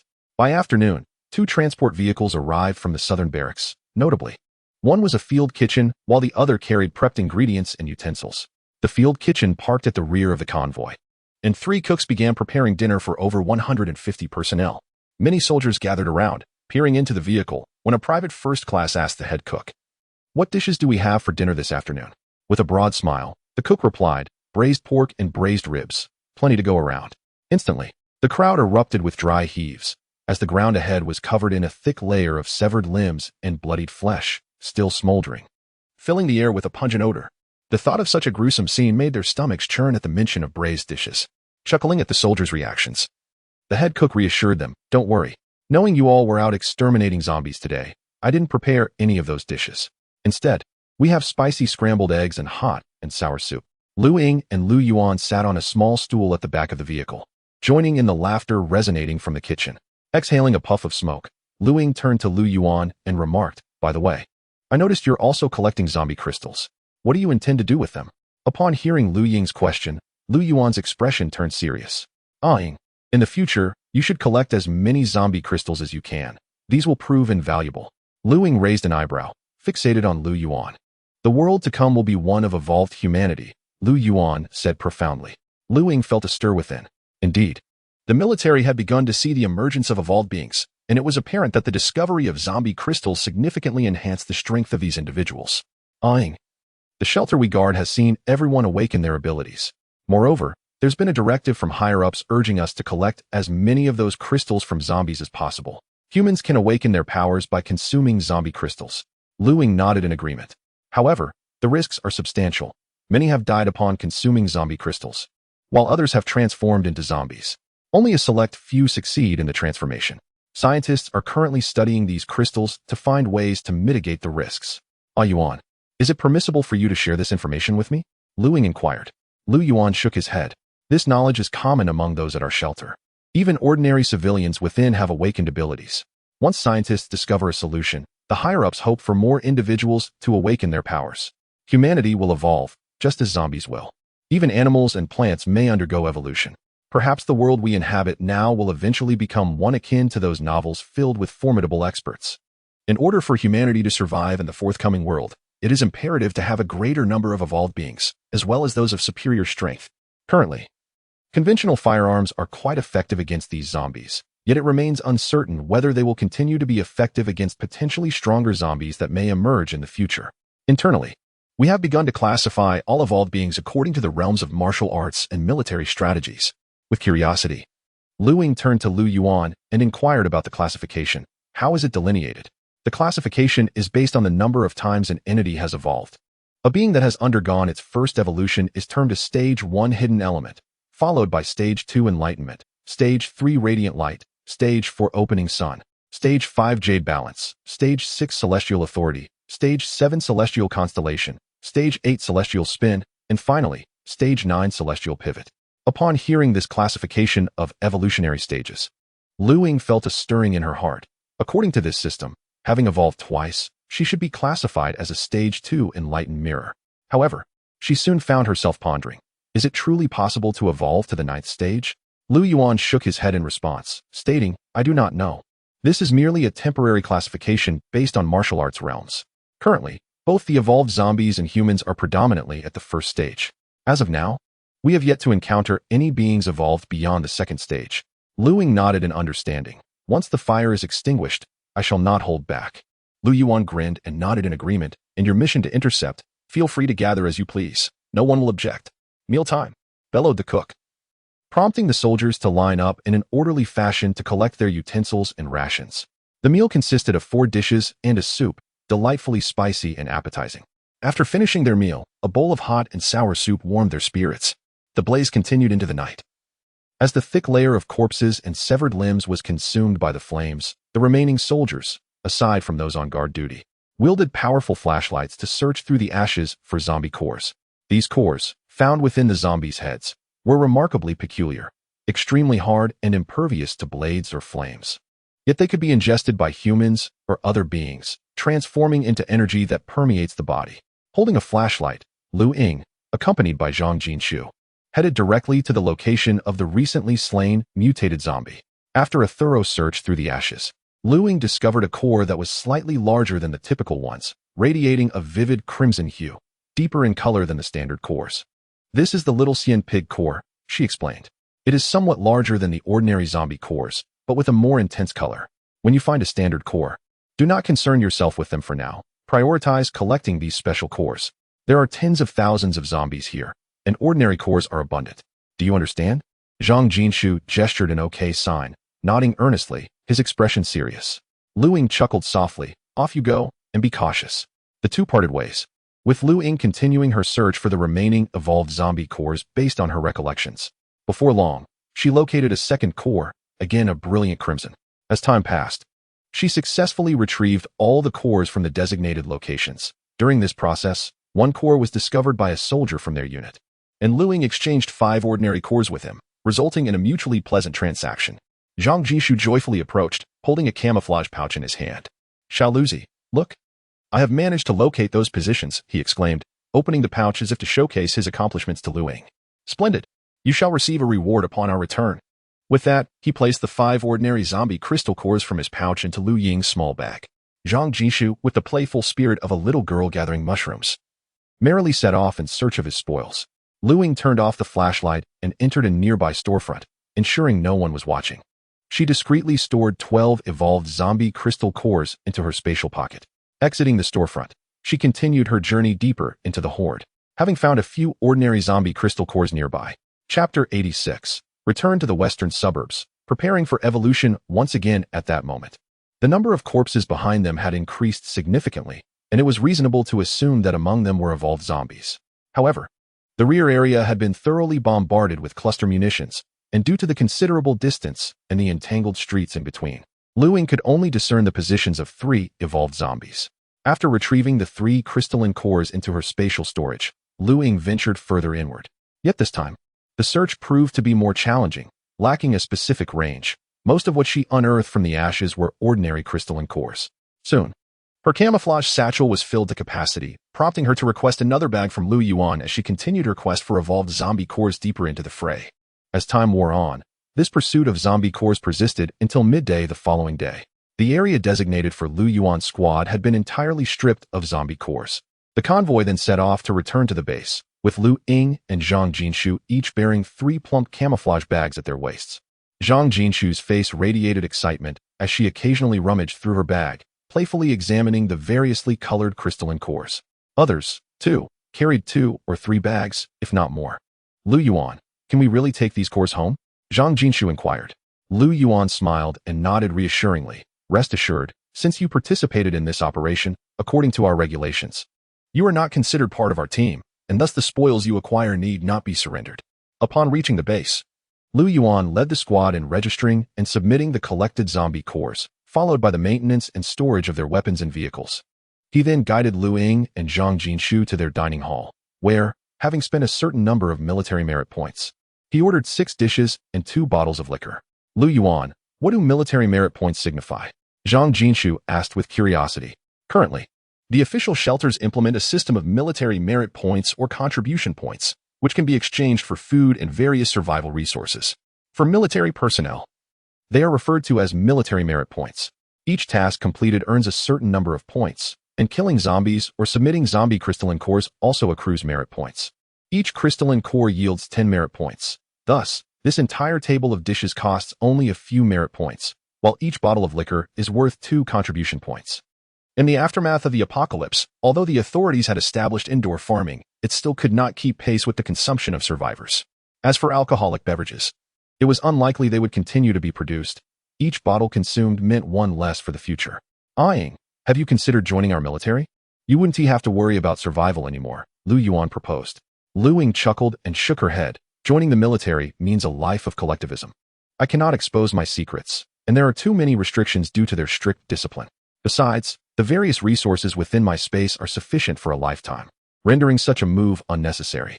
Yuan, you know I am a free spirit, and I still need to assist Uncle Zhang at the bunker. However," she added thoughtfully, "if you plan to exterminate zombies in the future, I would be quite eager to participate." Lu Yuan chuckled softly and remarked, "This time, the ambush against the zombies fortuitously coincided with your presence. Under ordinary circumstances, we would not undertake such missions with civilians." After a moment's reflection, Lu Yuan continued, "Unless you are an evolver, in which case collaboration with our military is indeed possible." Intrigued, Lu Ying inquired, "How can evolvers collaborate?" "Firstly, they could join our military directly, or alternatively, participate as non-commissioned personnel in our eradication efforts against zombies and insurgents. Though not formally enlisted, they would enjoy the same benefits as us. Each engagement would earn them military merit points, and should they acquire zombie cores, they may retain them to enhance their own abilities or exchange them for further merit points. Moreover, All weapons, equipment, and ammunition would be provided by the military, along with fire support akin to what we had yesterday. At this juncture, Lu Yuan glanced at Lu Ying and sighed. Becoming an evolver is not as simple as it seems. There was a shadow of melancholy in Lu Yuan's gaze. Noticing the shift in Lu Yuan's mood, Lu Ying understood. Lu Yuan had yet to awaken his abilities, yet he harbored a deep desire to become an evolver. The future belonged to the world of evolvers. With a gentle sigh, Lu Ying sought to console Lu Yuan, promising that upon returning and activating the third page, after enhancing her own strength and resolving matters at the West Suburb bunker, she would invite Lu Yuan to join as a non-commissioned member of the military. Becoming a non-commissioned member would afford her access to the military's formidable firepower, facilitating the continued extermination of zombies and the collection of higher-tier zombie cores to further augment her own strength. Additionally, Lu Ying had not forgotten the scoundrels at the South Suburb thermal power plant. Should the opportunity arise, she would undoubtedly seek to eliminate them, and military support would make the endeavor significantly easier. Furthermore, regarding the Qinxing group, which had managed to procure a plethora of advanced foreign individual weaponry at the onset of the apocalypse, Lu Ying suspected that what she had witnessed of their strength was merely the tip of the iceberg. Yet, she firmly believed that whether before or after the apocalypse, the military was undoubtedly the most formidable force within the country, bar none, with a chance to accrue military merits. She pondered whether future confrontations with the Qinxing group might also warrant the kind of fire support they had received yesterday. With these thoughts igniting a fervor within her, they finished their meal. Feeling somewhat intoxicated, Lu Yuan said, "Ying, Xiao Jishu, I shall escort you back tomorrow morning. For today, let us rest in the camp." Very well. Lu Yuan led them to several buildings behind the camp, finding a previous guest house. The camp boasted its own heating boiler, and the restrooms provided hot water. After both had completed their ablutions, they fell into a deep slumber. The following morning, Lu Yuan took them to the front yard of the camp after breakfast. The yard was filled with various light armored and transport vehicles. Lu Yuan's unit was fully prepared to depart, heading back to the military shelter in the West Suburb. 20 vehicles set off in succession, arriving at the West Suburb bunker around 10 o'clock. Lu Ying had already contacted General Zhang via the military radio, and the bunker gates slowly creaked open. General Zhang and Aunt Lin finally laid eyes upon Lu Ying and Zhang Jishu, their eyes glistening with tears, reflecting their deep concern during this period. Uncle Zhang and Lin, Lu Yuan greeted with a smile. Zhang and Lin Jing enthusiastically sought to invite Lu Yuan and his companions into the bunker for a warm reception, yet Lu Yuan graciously declined, as they needed to return to the shelter. Before departing, Lu Yuan instructed his men to unload 20 ammunition boxes from the two vehicles, each filled with specialized rounds for the QBU-201 sniper rifles. "Thank you, brothers." Lu Yuan bid farewell to his companions and returned to the vehicle, as the convoy set off once more. Upon their return to the bunker, Aunt Lin had already prepared a sumptuous feast. Lu Ying and Zhang Jinshu each retreated to their rooms to bathe and change into fresh attire.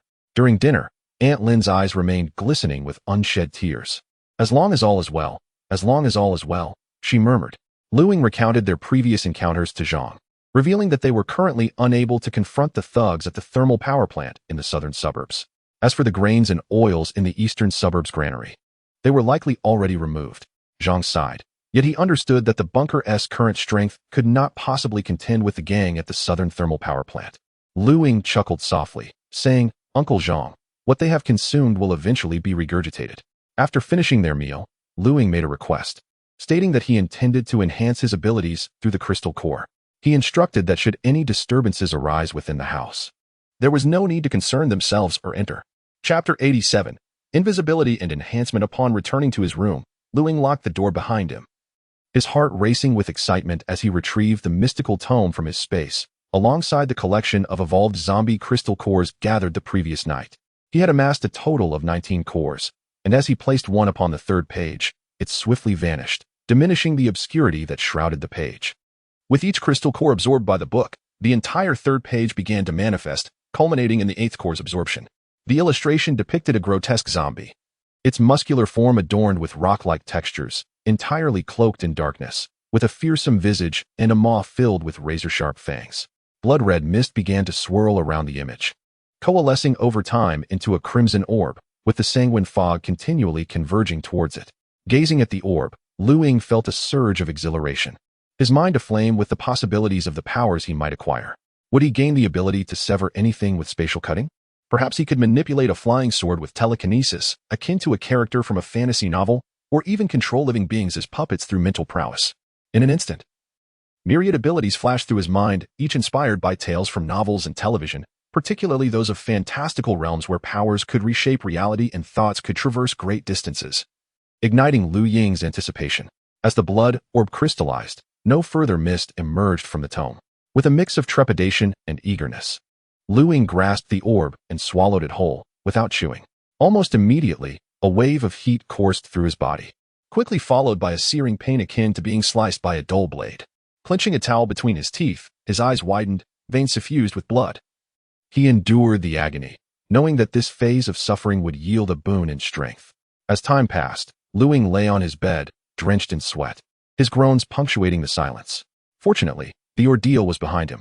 Now, a wave of revitalizing sensation enveloped him, each cell rejoicing in jubilance, warmth radiating throughout his being.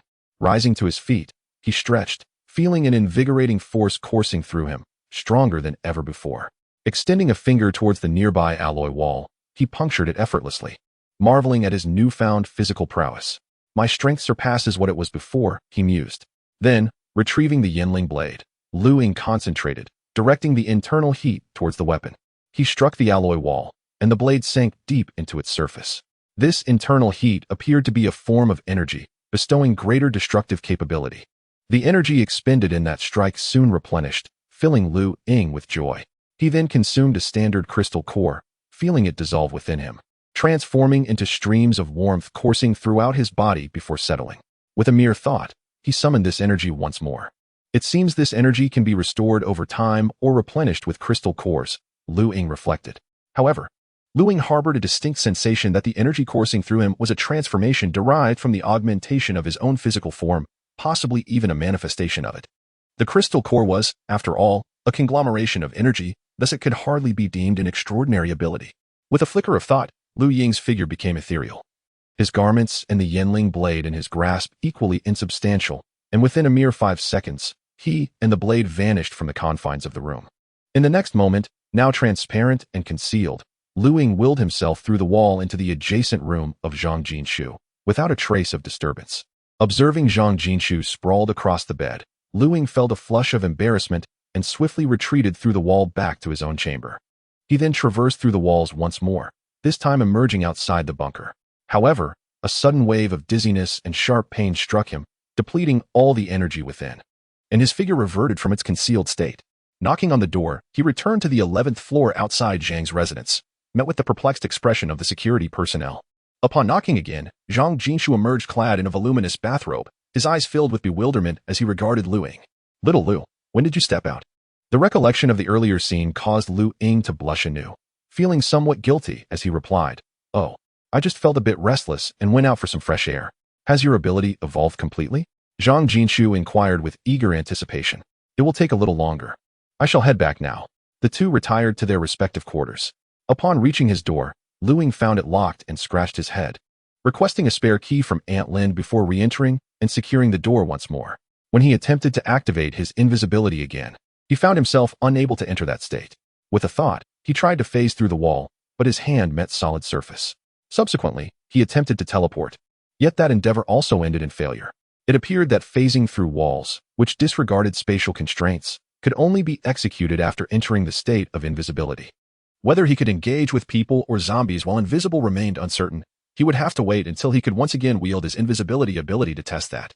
Moreover, the invisibility power had its temporal and other limitations. It was unclear how long he could maintain that state. And teleportation or phasing through walls seemed contingent upon first achieving invisibility. Lu Ying retrieved several ordinary crystal cores, consuming 10 in succession, and the warm flow revitalized within him. He then procured a stopwatch from his space, started the timer, and re-entered the invisible state.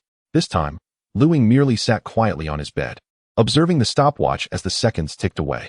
1 minute, 2 minutes, 3 minutes. This particular invisibility lasted a full half-hour. After replenishing his internal energy, he opted not to revert to invisibility, but instead to attempt teleportation and phasing, only to meet with failure once more. It seemed that both abilities required the invocation of invisibility to be executed.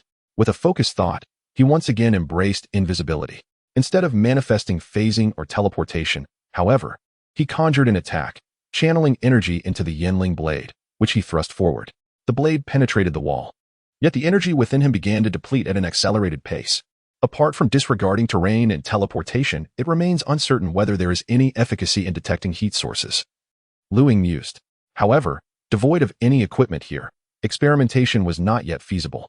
This time, Lu Ying's innate abilities had been significantly enhanced, with the new power being invisibility, accompanied by a series of capabilities that ensue upon entering this concealed state. Exiting invisibility, Lu Ying entered the washroom and stood before the mirror, scrutinizing his own pupils.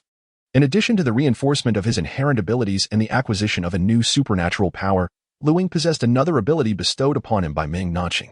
The ring of crimson threads surrounding his pupils had vanished, yet the pupils themselves bore a faint hue of red, channeling the energy within. The subtle red within his pupils deepened gradually, radiating a series of crimson glimmers. Then, with a mere thought, the red light dissipated, and his pupils returned to their original state.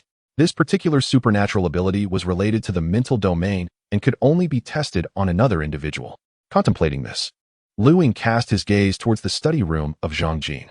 Chapter 88. The Evolution of Illusory Abilities. Zhang Jinshu, clad in a bathrobe, reclined on the soft bed, idly swinging her delicate, fair legs and petite feet as she perused a magazine from the pre-apocalyptic era. Suddenly, a series of knocks echoed from the door, prompting Zhang Jinshu to swiftly rise and open it.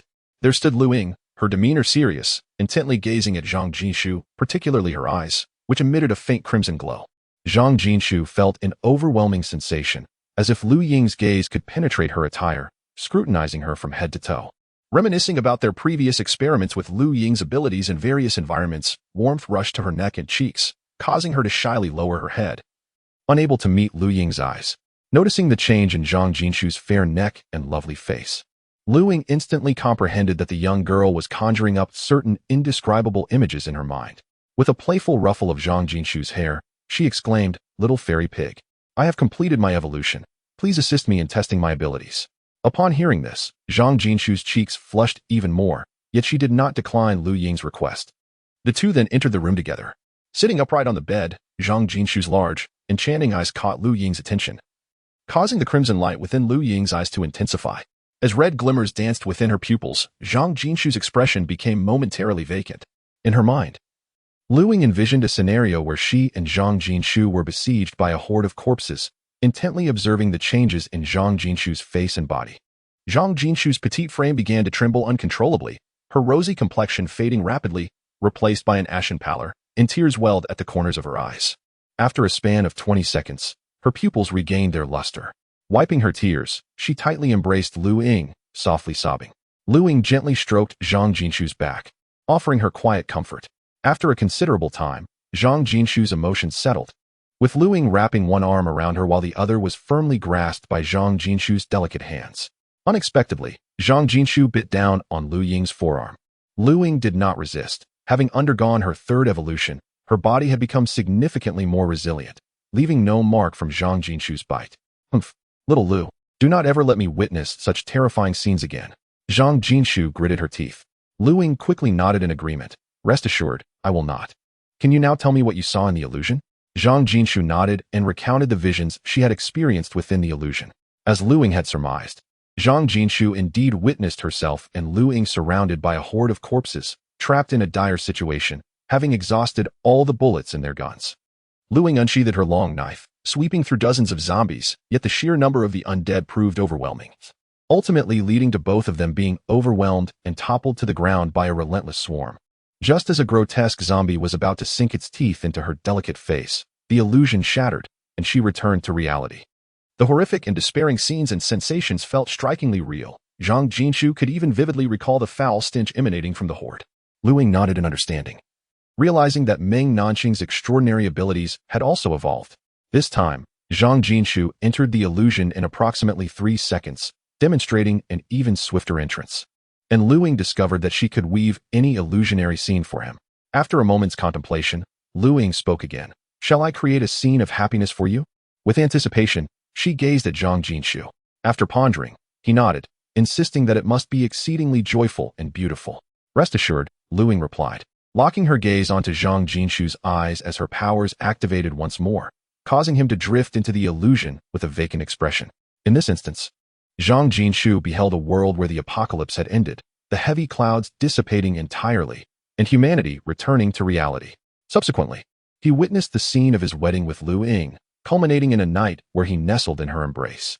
His large, watery eyes appeared somewhat dazed, glimmering with emotion as they met Lu Ying's. Yet, this time, a flicker of astonishment crossed Lu Ying's eyes before vanishing swiftly. Lu Ying gently rubbed her head and pinched her small hands, reflecting on the remarkable ability to control her own presence within the illusion. She then playfully pinched Zhang Jinshu's cheek, smiling as she remarked, "I cannot do such things to you." As the illusion shattered, Zhang Jinshu returned to reality, bewildered. "What just happened?" he inquired. "I can control what you see of me within the illusion, thus awakening you in advance," Lu Ying explained. Zhang Jinshu's expression turned complex, but he soon broke into an understanding smile. Returning to her room, Lu Ying allowed a smile to grace her lips, her heart brimming with excitement. The experiment she had conducted had unexpectedly succeeded. Earlier, after Zhang Jinshu had entered the illusion, Lu Ying contemplated attempting to control him within that realm but had failed. Instead, she had managed to control her own presence, a feat she had not anticipated. The gestures she performed were an effort to ascertain her ability to influence actions within his illusion, hence the playful pinching of his cheek and hand. With this newfound knowledge, she envisioned the next step, crafting an illusion for an unsuspecting individual, then controlling her own presence within that illusion to eliminate him. Moreover, with this evolution, the duration of the illusion had doubled. Lu Ying pondered whether killing him within the illusion would result in his actual demise. A strong premonition surged within her. If she were to slay him in the illusion she had woven, reality would undoubtedly respond in kind.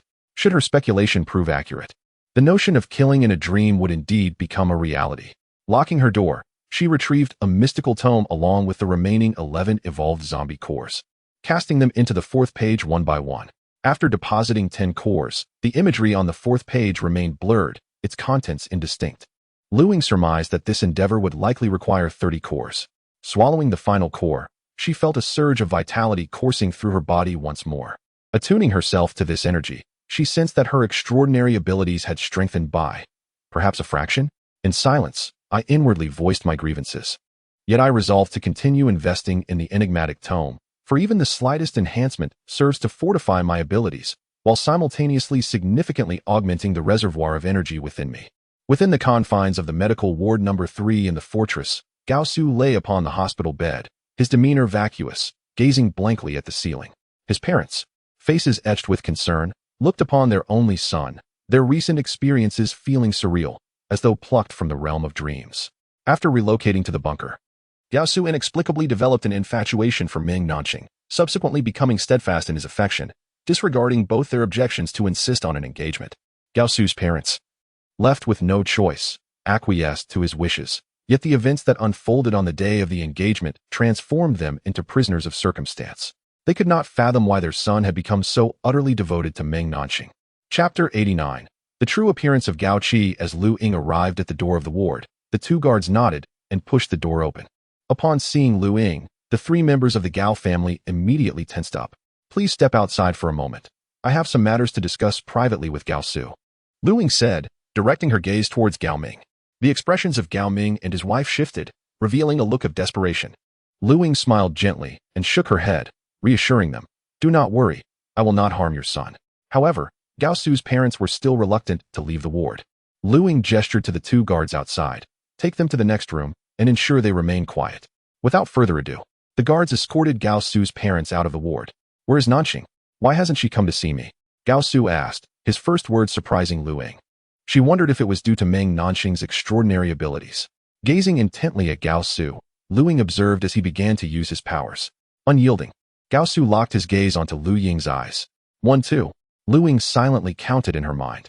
After approximately 3 seconds, Gao Su's eyes became vacant, and he fell into a trance. Lu Ying conjured an illusion depicting the wedding scene of Meng Nanxing, in which Gao Su's uncle, Gao Qi, along with Meng Nanxing and Gao Su's parents, were all present. Lu Ying concealed herself among the guests, observing quietly. However, Gao Qi's features remained indistinct, nearly devoid of recognizable contours, a consequence of Lu Ying having never seen him before. The purpose of weaving this illusion was to glean further insights into Gao Qi. As time passed, the wedding unfolded at the western suburbs bunker, completing its formalities. When Gao Su and Meng Nanxing approached Gao Qi to offer a toast, his visage gradually began to materialize, becoming clearer. He resembled Gao Ming to a significant extent, yet his gaze was sharper, with a prominent hooked nose and a rugged profile, characterized by slightly protruding brow bones. A middle-aged man indeed. Lu Ying committed Gao Qi's visage firmly to memory. She had only sketched a broad outline of the illusion for Gao Su. Everything within the illusion evolved based on the memories of the entranced individual, including the development of events and future trajectories, all shaped by their innermost aspirations. Therefore, the face of Gao Qi seen within the illusion must be authentic. As the wedding drew to a close, Gao Qi and Gao Su stood by a corner window, flanked by several security personnel in formal attire. Their conversation was crystal clear. Gao Su was to approach Meng Nanxing as per Gao Qi's directive, and subsequently, through her, he would draw closer to Lu Ying. However, Gao Qi did not disclose the ultimate purpose behind this approach. After imparting his instructions, he patted Gao Su on the shoulder and assured him that all matters within the Zhang group and Qinqing group would henceforth rest in his hands. With that, the illusion concluded. Lu Ying cast one last glance at Gao Su as he conjured the illusion once more, yet despite several attempts, she was unable to ascertain Gao Qi's intentions or his current whereabouts. Leaving the ward, Lu Ying informed Gao Su of Meng Nanxing's demise. Soon after, the sound of anguished weeping echoed from within the room. Lu Ying shook his head, realizing that Gao Su had been profoundly affected by Meng Nanxing's illusions. Earlier, Lu Ying had considered eliminating Gao Su within the dreamscape to observe any resultant changes in reality, but ultimately chose to spare him. Keeping the Gao family alive could prove advantageous when confronting Gao Qi in the future. This Gao Qi was indeed enigmatic. The Gao family was only aware that he was one of the directors of Qinqing Group, with no further knowledge about him. In the control center on the 16th floor, General Zhang wore a troubled expression. Ever since the ambush on the west suburb bunker, which targeted the Dongjiao grain and oil depot, discussions had erupted within the bunker. Although General Zhang and his team had attempted to keep this incident under wraps, the residents were not oblivious. 20 vehicles and over 30 individuals had set out to transport supplies, yet not a single vehicle or person returned that day. It was evident to all that an accident had occurred. Even yesterday, when Lu Ying and General Zhang's daughter returned to the bunker, they still had not seen those who had gone out. Doubt began to brew regarding General Zhang's leadership, as it became increasingly apparent that his team could no longer ensure the safety of the entire bunker. Several group leaders united to pressure General Zhang, demanding the formation of a new management team to be elected by the residents of the bunker. This group comprised elites from various professions, including executives and upper management from numerous companies. It was clear that those advocating for a vote had already allied with at least half of the bunker's residents. Otherwise, they would not have been so confident. Lu Ying found this situation somewhat amusing. These individuals, having witnessed the loss of two-thirds of the bunker's armed forces due to the grain and oil transport debacle, were seizing the moment to usurp power and control the bunker. If their proposal were to be enacted, these few would undoubtedly be elected, leading to a collective domination of the entire bunker. What left Lu Ying speechless was the fact that, despite the loss of two-thirds of the armed forces, there remained over 10 armed personnel, and most crucially, all heavy weaponry was under General Zhang's control. Did they truly believe these weapons were mere sticks? General Zhang shook his head. They are unaware of the precise changes occurring outside. Hence, they continue to adhere to the pre-apocalyptic norms. Otherwise, they would not propose such foolish notions. What do you mean, Uncle Zhang? Lu Ying inquired. I believe we should prioritize appeasement. If we resort to violence, it will only incite panic among the residents, potentially leading to more trouble in the future. General Zhang sighed softly. Lu Ying refrained from voicing his thoughts. In this apocalyptic era, many circumstances had altered. The individuals within the bunker were merely isolated from information. They knew the outside world had changed, but remained oblivious to the specifics.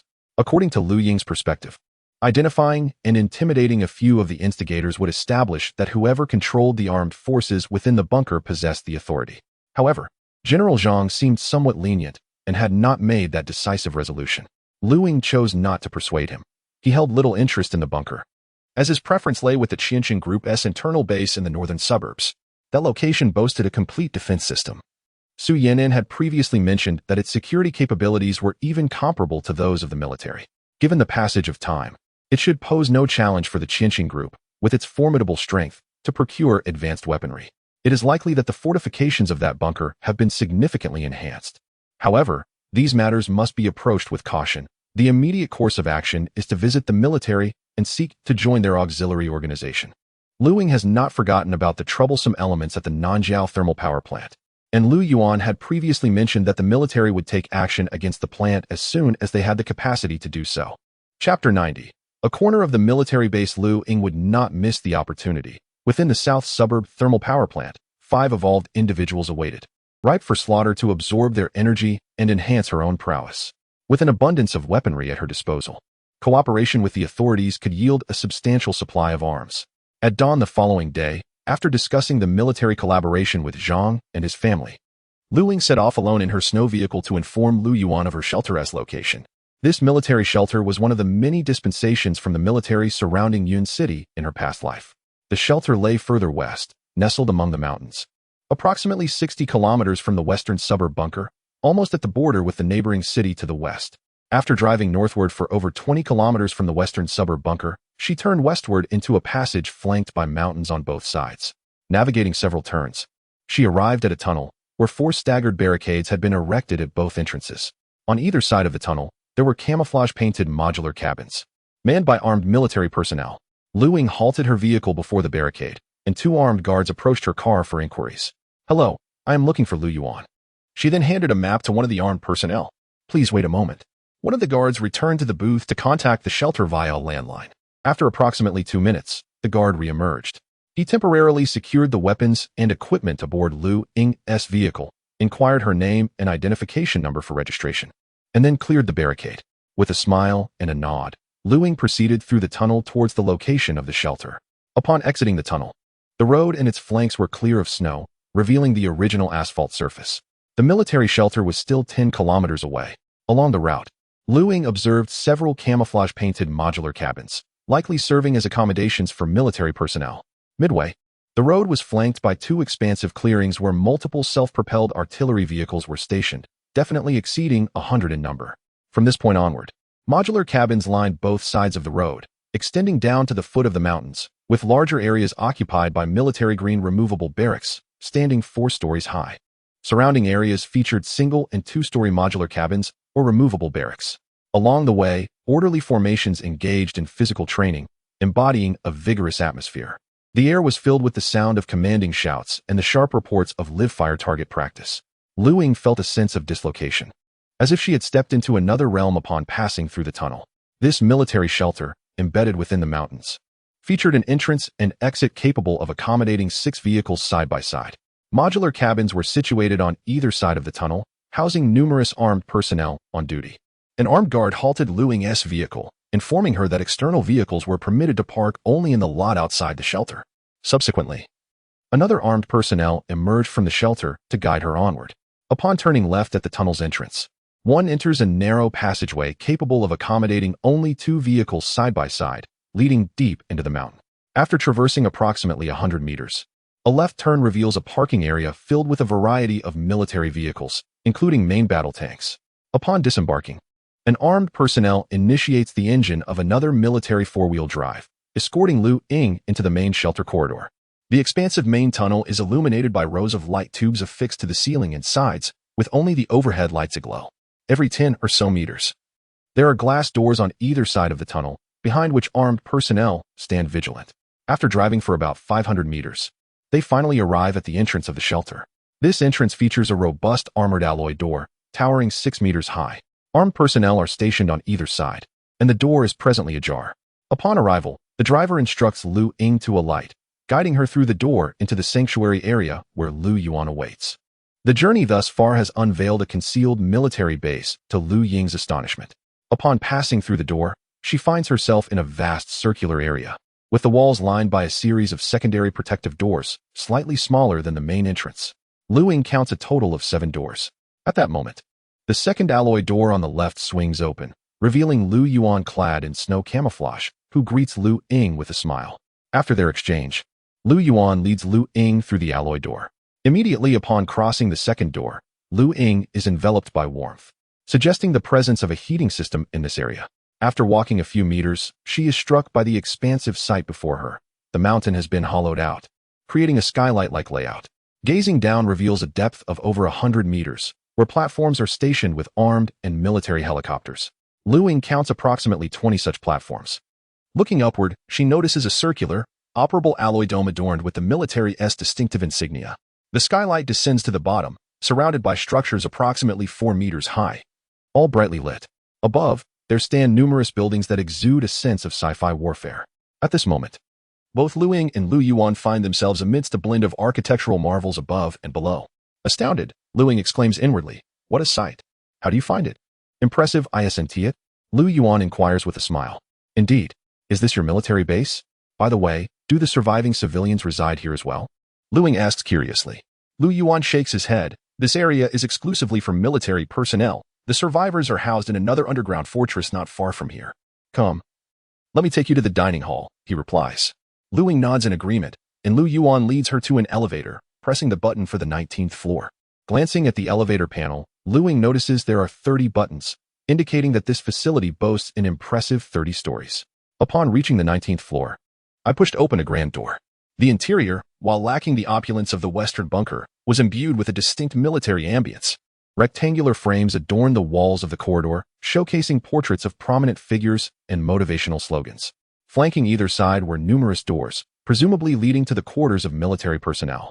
As I approached the end of the hallway, a large door swung open, revealing a spacious area furnished with rectangular dining tables connected by benches. Lu Yuan ordered 4 dishes, this time foregoing any alcoholic beverages, likely due to the prohibition of drinking within the base. Once the meal was served, Lu Yuan inquired, "Ying, are you here to join the military?" Lu Ying nodded, then shook her head.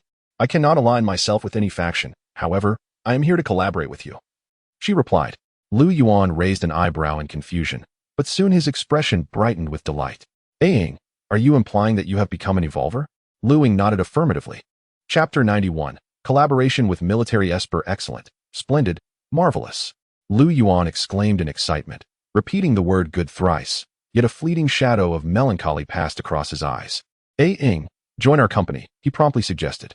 Lu Ying looked on with some confusion. Do extraneous personnel still need to be incorporated into the military structure? Lu Yuan shook his head. There is no need to join the company, nor the military structure. Once you register as an extraneous member, you will have 2 choices. One is to select your tasks independently for each assignment, either executing them solo or in cooperation with our military forces. However, the military unit you collaborate with may vary depending on the nature of the task. The second option is to choose a combat company, where you will accompany them on every mission. Of course, during periods without combat assignments, you may also opt to undertake other tasks. Regardless of which option you choose, you will retain your freedom. Even if you select the second path, you can decide to collaborate or decline based on the task at hand. Both options offer identical benefits, and the military merits you earn during missions will depend solely on the circumstances of the tasks, with no other distinctions. Lu Ying nodded with a smile. "If I join your company, you mustn't be stingy with the weapons and ammunition. Ha ha ha, feel free to use whatever you like. Once you register, you can choose any weaponry from the armory. It's a pity we can't drink at the base. Otherwise, I would certainly indulge tonight." Lu Yuan expressed with a hint of regret. "There will be plenty of opportunities ahead. By the way, Yuan, you mentioned that the survivors here are separate from the military. How many survivors can this base accommodate?" Lu Ying inquired with curiosity. "We have over 300,000 survivors, all distributed in another underground facility and surface area behind the mountains, with the military zone entirely distinct from the living quarters. Currently, there are 93 espers within the base. And with your addition, we have 94. More than half of the espers are drawn from the survivor populace, whereas military personnel comprise less than half. After all, the population base is different, and I firmly believe you will awaken your abilities. It is merely a matter of time," Lu Yuan reassured. After finishing their meal, Lu Yuan led Lu Ying to the elevator, descending to the first level of the base. Upon exiting the elevator, they entered a large office where 7 officers donned in combat uniforms were present. The office resembled a command center, adorned with maps, and on the central wall, a display showcased what appeared to be footage from the recent ambush in Ying City. A middle-aged colonel, robust in stature with piercing eyes, scrutinized Lu Ying, who stood beside Lu Yuan. "Commander." Lu Yuan saluted the colonel with a resonant voice. "Have a seat," the colonel replied. "Yes." Lu Yuan sat upright in front of the seasoned officer. "Commander, this is my brother Lu Ying. He has awakened his powers and has come to register, intending to join our company henceforth." The colonel nodded and gestured for 2 younger officers to escort Lu Ying to another office for the registration of his records. One officer handed Lu Ying a form detailing his name, age, and other pertinent information. The final inquiry pertained to the nature of the awakened abilities. Lu Ying pondered momentarily before inscribing item enhancement ability. He refrained from disclosing any other abilities, particularly his stealth capability. Methodically, Lu Ying completed the form, and another officer inputted his information into the system. Subsequently, the officer escorted Lu Ying to a chamber encased in armored alloy doors, with one wall fortified by thick bulletproof glass. The spacious room featured a table on the left side of the glass window, upon which lay a 92 style 5.8mm military handgun, a 191 assault rifle, a 7.62mm QBU-203 sniper rifle, and a QBU-201 bolt-action sniper rifle. Positioned approximately 30 and 100 meters away stood chest targets resembling armor alloy, their construction appearing notably robust. Greetings, Mr. Lu. Please demonstrate your abilities. Aside from these firearms, what additional weapons do you require? I left a Yingling knife at your entrance. Could you kindly retrieve it for me? I can ascertain that my ability is effective with cold weapons, while I remain uncertain of its efficacy regarding firearms or ammunition. Please prepare the hardest material available at your base. I wish to test the knife. Certainly, please hold on. The officer then exited the room. After a brief interval, a fully armed soldier entered, presenting Lu Ying with his Yingling knife. Two armed personnel also brought in a metal cylinder, as thick as a bowl, and positioned it in a corner of the room, ensuring it would not obstruct any shooting. At that moment, the brigade commander, Lu Yuan, and three officers of varying ranks appeared behind the bulletproof glass, evidently eager to observe the nature and potency of Lu Ying's awakened abilities. An officer handed a folder to the brigade commander, which contained Lu Ying's basic information. Upon noticing the final entry, item enhancement, the brigade commander's expression subtly shifted. He passed the folder to the other officers, whose reactions mirrored his own, though they refrained from verbal discussion. Lu Yuan, observing the change in their expressions, quietly inquired, "Chief of Staff, is Yuan's ability rather ordinary?" The Chief of Staff, holding the same rank of colonel, glanced at the brigade commander, who gave a slight nod. Before replying softly, the item enhancement ability is relatively common. Nearly half of the evolved individuals within the base possess this ability. Although it can enhance cold weapons, it can also augment the projectile's tip, increasing its penetrative power. Lu Yuan's confusion deepened. Noticing Lu Yuan's continued bewilderment, the Chief of Staff shook his head and remarked, "In recent times, we have conducted comprehensive experiments. Their abilities are indeed remarkable. They can not only enhance the strength of firearms and projectiles, but also fortify the gunpowder within the bullets. Bullets enhanced by those with this ability, whether 5.8mm or 7.62mm, can exhibit the potency akin to that of a sniper rifle of the same caliber." After a brief pause, the Chief of Staff continued, stating that even ammunition for firearms with a caliber of 12.7mm, when enhanced, could exhibit greater lethality. However, it is crucial to understand that no matter how powerful a bullet may be, can it truly surpass the potency of our various standard-issue weaponry? At this point, Lu Yuan was acutely aware that firearms with calibers exceeding 12.7mm, including those of 14.5mm and various artillery exceeding 20mm, were abundant. Speaking purely of destructive capability, humanity has developed an array of firearms and artillery, alongside even more formidable explosives, including nuclear weapons. The previous horde of corpses served as a prime example. 2 rounds of cluster bomb bombardments had effectively decimated 2/3 of the undead mass. Had it not been for the concern of collateral damage to ground forces, the hundreds of thousands of corpses could have been dealt with by merely deploying an additional wave of aircraft, equipped with a greater number of cluster bombs. Chapter 92. Testing and acquiring firearms. Certainly, this extraordinary ability can be enhanced further, and it plays a significant role in operations where the use of high-powered weapons is impractical. However, what we truly lack are individuals endowed with more specialized abilities, such as those capable of cultivating plants and crops in extreme cold. Our deficiency lies not in firepower, but in sustenance, the Chief of Staff remarked with a heavy heart. A substantial portion of the food supply for the entire base is sourced from various strategic reserves, while the remainder is gathered from different locales.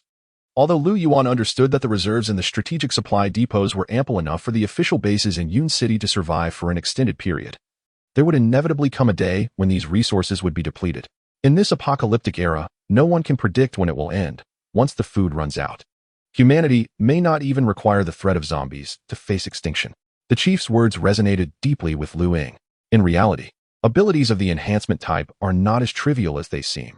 It is merely that the chief views these powers from the perspective of the entire base, or even the nation and humanity as a whole. Moreover, Lu Ying's ability is not one of enhancement. but rather akin to the inner strength or vital energy depicted in novels. It not only allows him to channel energy onto weapons, amplifying the force of his punches, but it can also envelop his entire body, enhancing his defensive capabilities. With a single thought, Lu Ying directed the energy within him to the Yinling knife. Gripping it firmly with both hands, he struck downward at a metal column the width of a bowl. The column, akin to tofu, was effortlessly severed in two. This object was clearly not made of homogeneous steel or specialized composite high-strength materials, Lu Ying mused, feeling somewhat disappointed as he had hoped to ascertain the limits of his ability through military testing. Yet, those observing from behind the bulletproof glass were astonished. For Lu Ying's prowess far exceeded that of the enhancement-type ability users within the base. They had previously experimented with cold weapons reinforced by these ability users, which had proven incapable of slicing through the metal column's axis. A lieutenant officer, holding a clipboard, meticulously recorded the results of the test. Subsequently, Lu Ying employed a Type 92 pistol, enveloping both the firearm and the bullets in his energy. Bang! The gun fired, and the bullet penetrated a 1 centimeter thick homogeneous steel plate 30 meters away. Next, he used a Type 191 assault rifle, and as he pulled the trigger, a bullet struck a steel plate target 100 meters away, also creating a hole. The subsequent 2 sniper rifles pierced their respective steel plate targets with ease.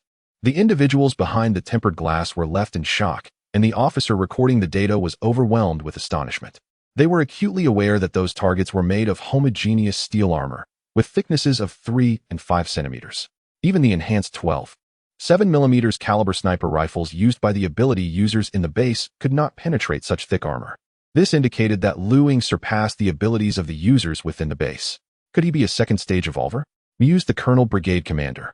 After completing the experiment, Lu Ying exited the room, indifferent to the intense scrutiny from the onlookers. Mr. Lu, welcome to Base 076. The two individuals exchanged a handshake, after which the 2 lieutenant officers escorted Lu Ying and Lu Yuan to the office where Lu Ying had previously registered. Within the office, an officer handed Lu Ying an identification badge. The badge measured approximately 2 centimeters in width and 4 centimeters in height, crafted entirely from metal. Its front displayed Lu Ying's name, gender, and blood type, with a military insignia adorning the bottom. The reverse side featured a QR code, and the badge was accompanied by a dark green passive sub-badge. Mr. Lu, this is your identification badge. From now on, you may enter and exit the base using this badge along with facial recognition, eliminating the need to follow the external personnel procedures. The passive sub-badge contains a built-in chip that stores your pertinent information. Each commendation earned during missions will be recorded through this identification badge, including all expenditures within the base. Please ensure to keep it safe. Thank you. Lu Ying promptly donned the identification badge around his neck and subsequently opted to join Lu Yuan's combat unit.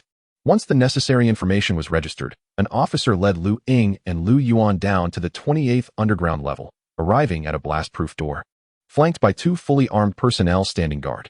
After the officer retrieved a card for fingerprint and iris recognition, the heavy blast door swung open. Upon entering, they found themselves in an office where 2 fully armed soldiers stood guard alongside 2 officers. The officer accompanying Lu Ying and Lu Yuan informed them that they had come to collect their weaponry. The 2 were instructed to retrieve keys and input codes to unlock the second blast-proof door. As the door opened, the lights in the armory illuminated a vast space, displaying rows of various models and calibers of light weaponry neatly arranged on gun racks. The 92 Type pistol, 191 assault rifle, and 201 sniper rifle previously used by Lu Ying were all stored in designated areas within the armory. You may select any weapon from this armory. Should the firearms you utilize encounter any issues in the future, you can return here for replacements, stated the middle-aged officer. Lu Ying traversed the aisles of weapon racks, most of which housed the latest 20 series firearms, from the QSC-193 pistol to the 191 series rifles, and an array of sniper rifles and machine guns. The selection was extensive, with likely thousands of weapons within sight. Lu Ying chose a QBU-2, a 112, 7mm high-precision sniper rifle, and a 191 precision rifle. After selecting the firearms, the lieutenant officer guided them to an ammunition storage facility, which housed various calibers of ammunition. The personnel within the facility placed 2 black boxes on the table and opened them. One box contained brass-colored 12.7mm bullets, while the other held green casings with black-tipped 12.7mm rounds. This box contains 12.7mm high-precision sniper ammunition, the staff member pointed out, indicating the brass-colored rounds. The other box contained incendiary armor-piercing rounds, each box equipped with protective cushioning, containing 28 rounds each. The staff member introduced Lu Ying to the characteristics of two types of ammunition, after which a middle-aged officer escorted the two away. The weapons and munitions selected by Lu Ying would later be delivered to Lu Yuan's unit. In the future, should she accompany the unit on missions, Lu Ying need only inform Lu Yuan or the unit personnel of the required amount of ammunition, and the unit would procure it collectively. For independent missions, she could also visit the armory to register and collect her supplies. Subsequently, she acquired a complete set of military insignia and attire, including a tactical backpack, a bulletproof vest, a belt, and 4 sets of snow camouflage, encompassing all necessary garments from head to toe. Both Lu Ying and Lu Yuan carried 2 large camouflage bags each, and they returned to the barracks of Lu Yuan's unit. The barracks were situated outside the base, and the two loaded their belongings onto a military all-terrain vehicle adorned with camouflage paint, making their way towards the camp. Chapter 93. Preparations for Action. Goodness. Even auxiliary personnel can produce so much, Lu Ying remarked, holding a set of insignia that clearly differed from Lu Yuan's military rank. The shoulder boards and epaulets in Lu Ying's hands bore the image of a 6-petaled flower, accompanied by a flowing ribbon, while Lu Yuan's insignia featured a star and stripes. Indeed, the insignia you hold was originally designated for civilian positions. Given the time constraints, we have no choice but to have all auxiliary personnel wear such symbols, Lu Yuan explained in the vehicle, elucidating the distinctions between the ranks and the meanings of various insignia and uniforms. Before long, the two arrived at the camp.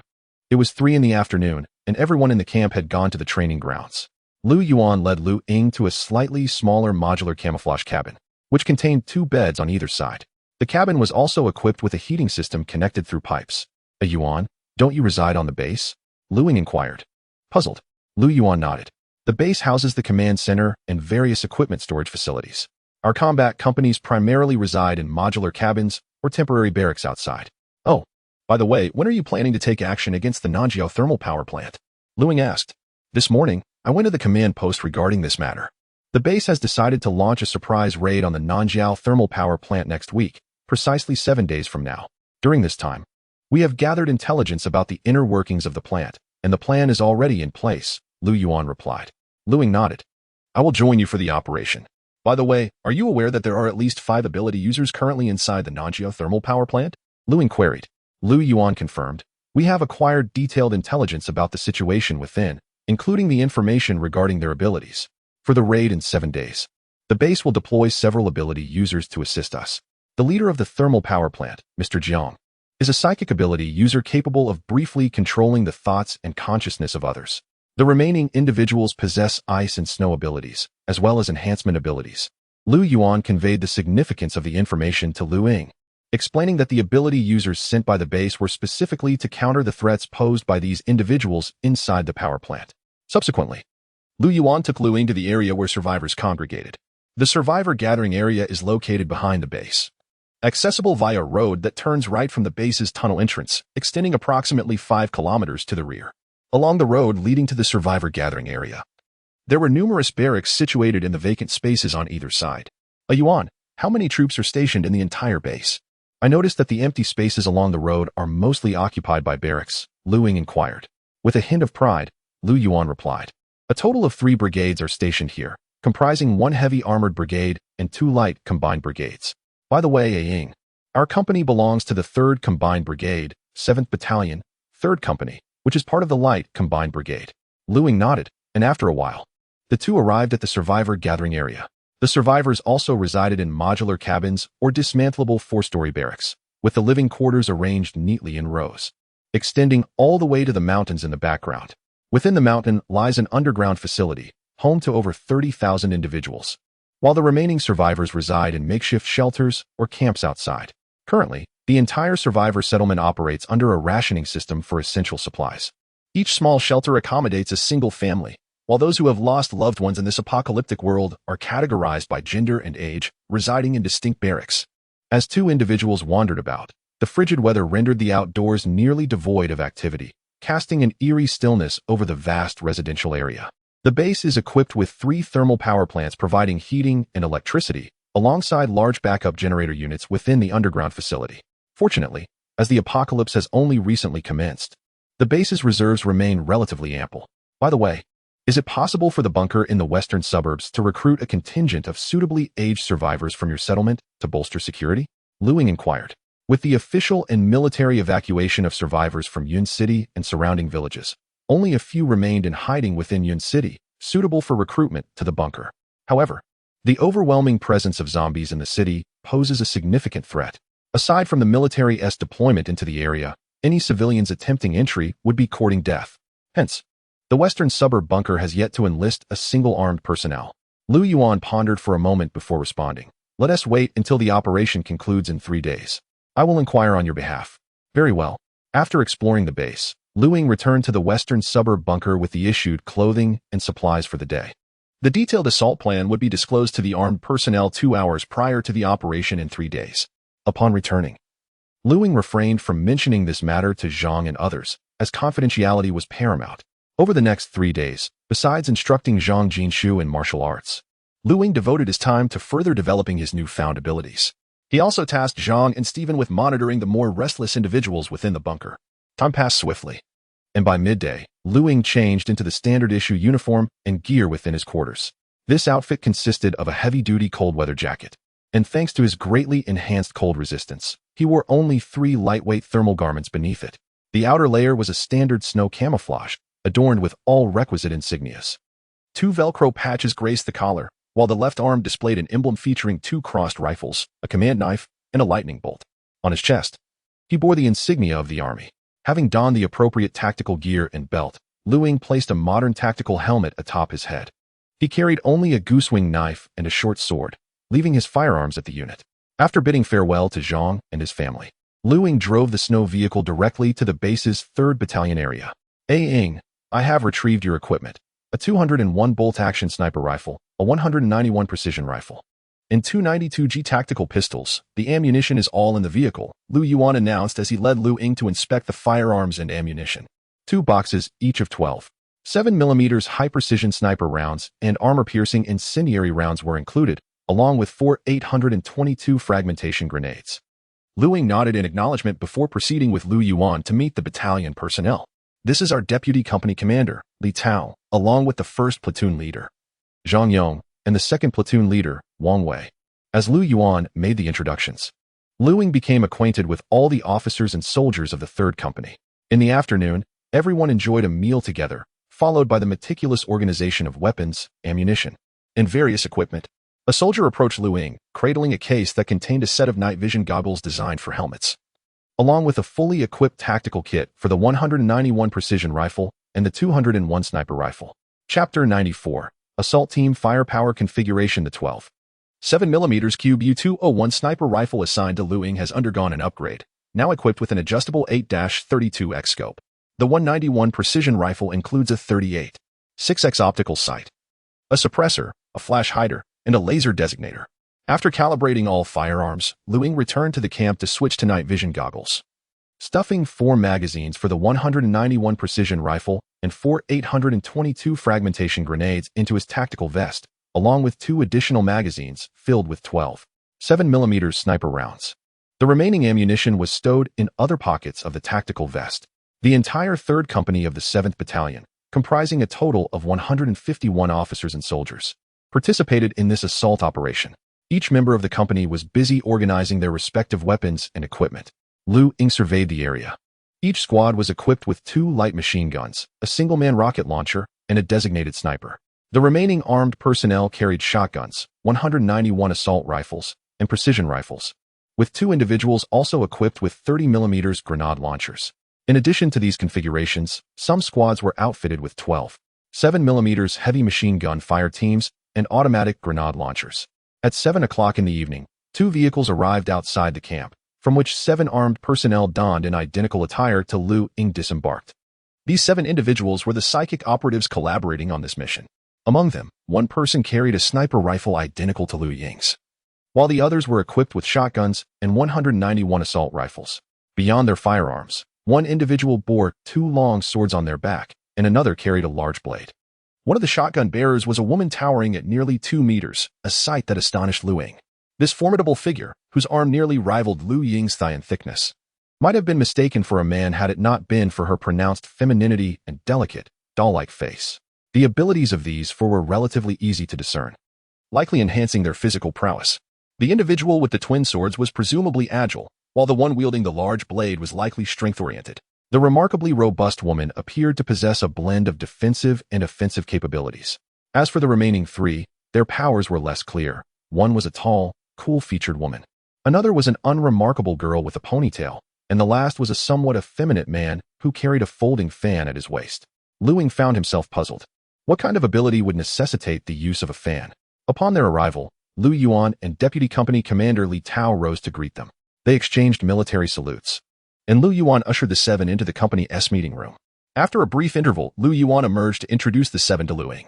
These psychics were all survivors from the civilian population who had chosen to form a team to undertake various tasks within the base to earn military merit. The team leader was the cool-featured woman named Xiao Xin, whose ability was related to fire. Fire? Could she control flames or ignite them from within? Lu Ying felt a surge of curiosity. These two extraordinary abilities are starkly different. In the current frigid landscape, the inability to wield flames oneself, should one only possess the power of manipulation, renders such an ability somewhat ineffectual. Naturally, the ideal scenario would be to possess both powers. I once witnessed her in action. With both hands, she conjured flames of varying colors and temperatures, and with a mere flick, she incinerated a horde of nearly 100 zombies into ashes. Lu Yuan expressed his sentiments with a touch of nostalgia. He then proceeded to introduce the remaining members and their abilities. The effeminate gentleman with a folding fan at his waist possessed wind-based powers. If he coordinated with their leader, their combined abilities could yield even more formidable results. The girl with a ponytail had the power of life restoration and had previously been a surgeon. The abilities of the other members aligned closely with Lu Ying's conjectures. At 7:30 p.m., Lu Ying entered the operations conference room of the battalion. The room was spacious, featuring a military multimedia sand table at its center, while a large electronic screen adorned the opposite wall. In addition to the seven extraordinary individuals, all squad leaders, deputy squad leaders, and various platoon leaders from the 3rd Company were present, seated on either side of the multimedia sand table. The electronic screen on the front wall was divided into 4 sections. In the upper left corner was the Colonel Commander of the 3rd Light Synthesis Brigade, whom Lu Ying had met during his previous visit to the base, alongside the Chief of Staff and 2 major officers, as well as several staff officers. The lower left corner displayed the conference room of the 3rd Company, to which Lu Ying belonged. The upper right corner showcased a group of armed personnel clad in all-black combat uniforms, belonging to the Urban Security Systems Armed Forces, whose primary duty was to assist the Public Security Bureau in addressing violent incidents within the city. The lower right corner featured individuals in olive green jackets, recognizable by their insignia as part of the Army Aviation Corps. Once all participating units were assembled, the Colonel Commander initiated the operational plan for the raid on the Nanjiao thermal power plant scheduled for the early hours at 2 a.m. The screen transitioned to a multimedia sand table image providing an aerial view of the entire thermal power plant. This raid involved a collaborative effort between Lu Yuan's 3rd Company, the armed forces of the security system, and a helicopter squadron. The Chief of Staff's voice resonated, clearly outlining the action plan, comprehensible even to someone like Lu Ying, who had never participated in military operations. The mission would involve a joint effort by ground troops and airborne helicopter assault units. Lu Yuan's 3rd Company would board the Z-20 tactical utility helicopter, escorted and supported by the WZ-10 and WZ-19 armed helicopter groups. After the armed helicopters cleared the ground defenses and heavy fire points at the power plant, 3 platoons from the 3rd Company would parachute in to execute the eradication plan. Meanwhile, the 30 armed personnel from the security system, along with 1 remaining platoon from the 3rd Company, would depart in armored vehicles, positioning themselves at 2 concealed locations surrounding the power plant, ready to assist the operation once the armed helicopters commenced their attack. The 30 armed personnel were primarily responsible for addressing any potential hostage situations involving surviving civilians that could arise from the armed forces within the thermal power plant. Among the 30 individuals, there are 3 tactical experts in such operations, 1 commander, and 4 snipers utilizing the CSLR-4 Model 7, 62mm precision rifles, while the remainder are assault troops. The primary mission of the ground forces is twofold. Firstly, to supplement the elimination of heavy firepower points that may have been overlooked by the armed helicopters from the periphery, and secondly, to create a pincer maneuver in conjunction with the 2 platoons that have been airdropped into the thermal power plant. In addition to the 3rd Company, 3 other companies from the 7th Battalion are also involved in this operation. However, These 3 companies are stationed in the vicinity of the southern outskirts of the thermal power plant, near Ying City, maintaining a vigilant defense using ground vehicles. Chapter 95. Deployment of the assault operation plan. On one hand, vigilance was necessary against the horde of zombies within Ying City, while on the other, a supplementary force for the assault operation was prepared. Should the operation encounter setbacks, 3 battalions from the 7th Regiment would penetrate the thermal power plant to continue the extermination plan. Furthermore, once the South Suburban Thermal Power Plant was secured, it would serve as a refuge for survivors from the Yunming building, alleviating the pressure on that site. Currently, the Yunming building and its surrounding areas housed over 130,000 survivors, with every room teeming with people, and the supply of resources was exceedingly challenging. This predicament arose from the overwhelming number of zombies in Yun City, which forced the establishment of the Yunming building as a temporary gathering point for survivors. Besides the Yunming building, other gathering sites had emerged, including military barracks of the Internal Security Forces, the Public Security Bureau, Armed Forces Barracks, and even various shopping malls and supermarkets. The military and the authorities of Yun City decided to develop new gathering sites outside the city, gradually relocating all survivors from the Yunming building and within Yun City. This operation would not employ heavy artillery, aiming to preserve the facilities and structures of the thermal power plant as much as possible. The overall command was entrusted to Chief of Staff Chen Yin, who would accompany the airborne assault troops. Participating units were to execute the operational plan as outlined. Ground forces would commence at 12 o'clock, followed by airborne troops at 1:30, and the operation would officially begin at 2 o'clock. After detailing the comprehensive operational plan, Chief of Staff Chen Yin arrived at the 3rd Battalion's operational conference room. The attendees saluted. "Lu Yuan, you may begin," Chief Chen stated directly. "Yes." The multimedia sand table in the conference room displayed a 3-dimensional scaled model of the entire South Suburban Thermal Power Plant. In this operation, our mission was to clear the ground heavy firepower with a fleet of armed helicopters, followed by airdrop operations to eliminate all armed personnel within the thermal power plant. The facility housed 4 boilers, a large coal yard, 2 chimneys, 2 cooling towers, and 2 turbine and generator buildings, among other equipment. Furthermore, there was a 6-story production dispatch center, a 6-story comprehensive building, and an 11-story dormitory. According to intelligence received, armed personnel were primarily concentrated in the production dispatch center and the comprehensive building, while the surviving populace was gathered within the dormitory. The heavy firepower was positioned at a decommissioned cooling tower, with each of the 3 buildings hosting a heavy machine gun team and a fire group equipped with individual rocket launchers. The remaining heavy fire points were strategically arranged both inside and outside the thermal power plant, all clearly displayed on the electronic sand table. The 2 buildings, where armed personnel were concentrated, would become the primary targets for our airborne assault team.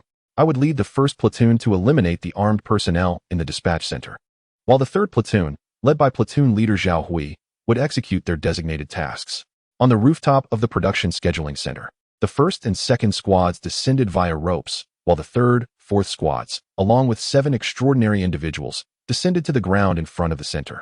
The 4th squad established a defensive line to thwart the armed reinforcements arriving from the power plant. I led the 1st and 2nd squads in a systematic sweep downwards, while you, as the squad leader, guided the 3rd squad in ascending to clear out enemies. The 2nd squad remained on the rooftop, maintaining a heavy machine gun team to support the 4th squad in repelling the incoming adversaries. The squad leaders, tasked with specific missions, meticulously recorded their assignments. The operation for the airborne assault involved 3 platoons, comprising a total of 9 squads. The remaining 5 squads were assigned to clear the integrated building, following a plan akin to that of the production scheduling center. The 5th and 6th squads commenced their descent from the rooftop, while the 7th and 8th squads advanced upwards from the ground.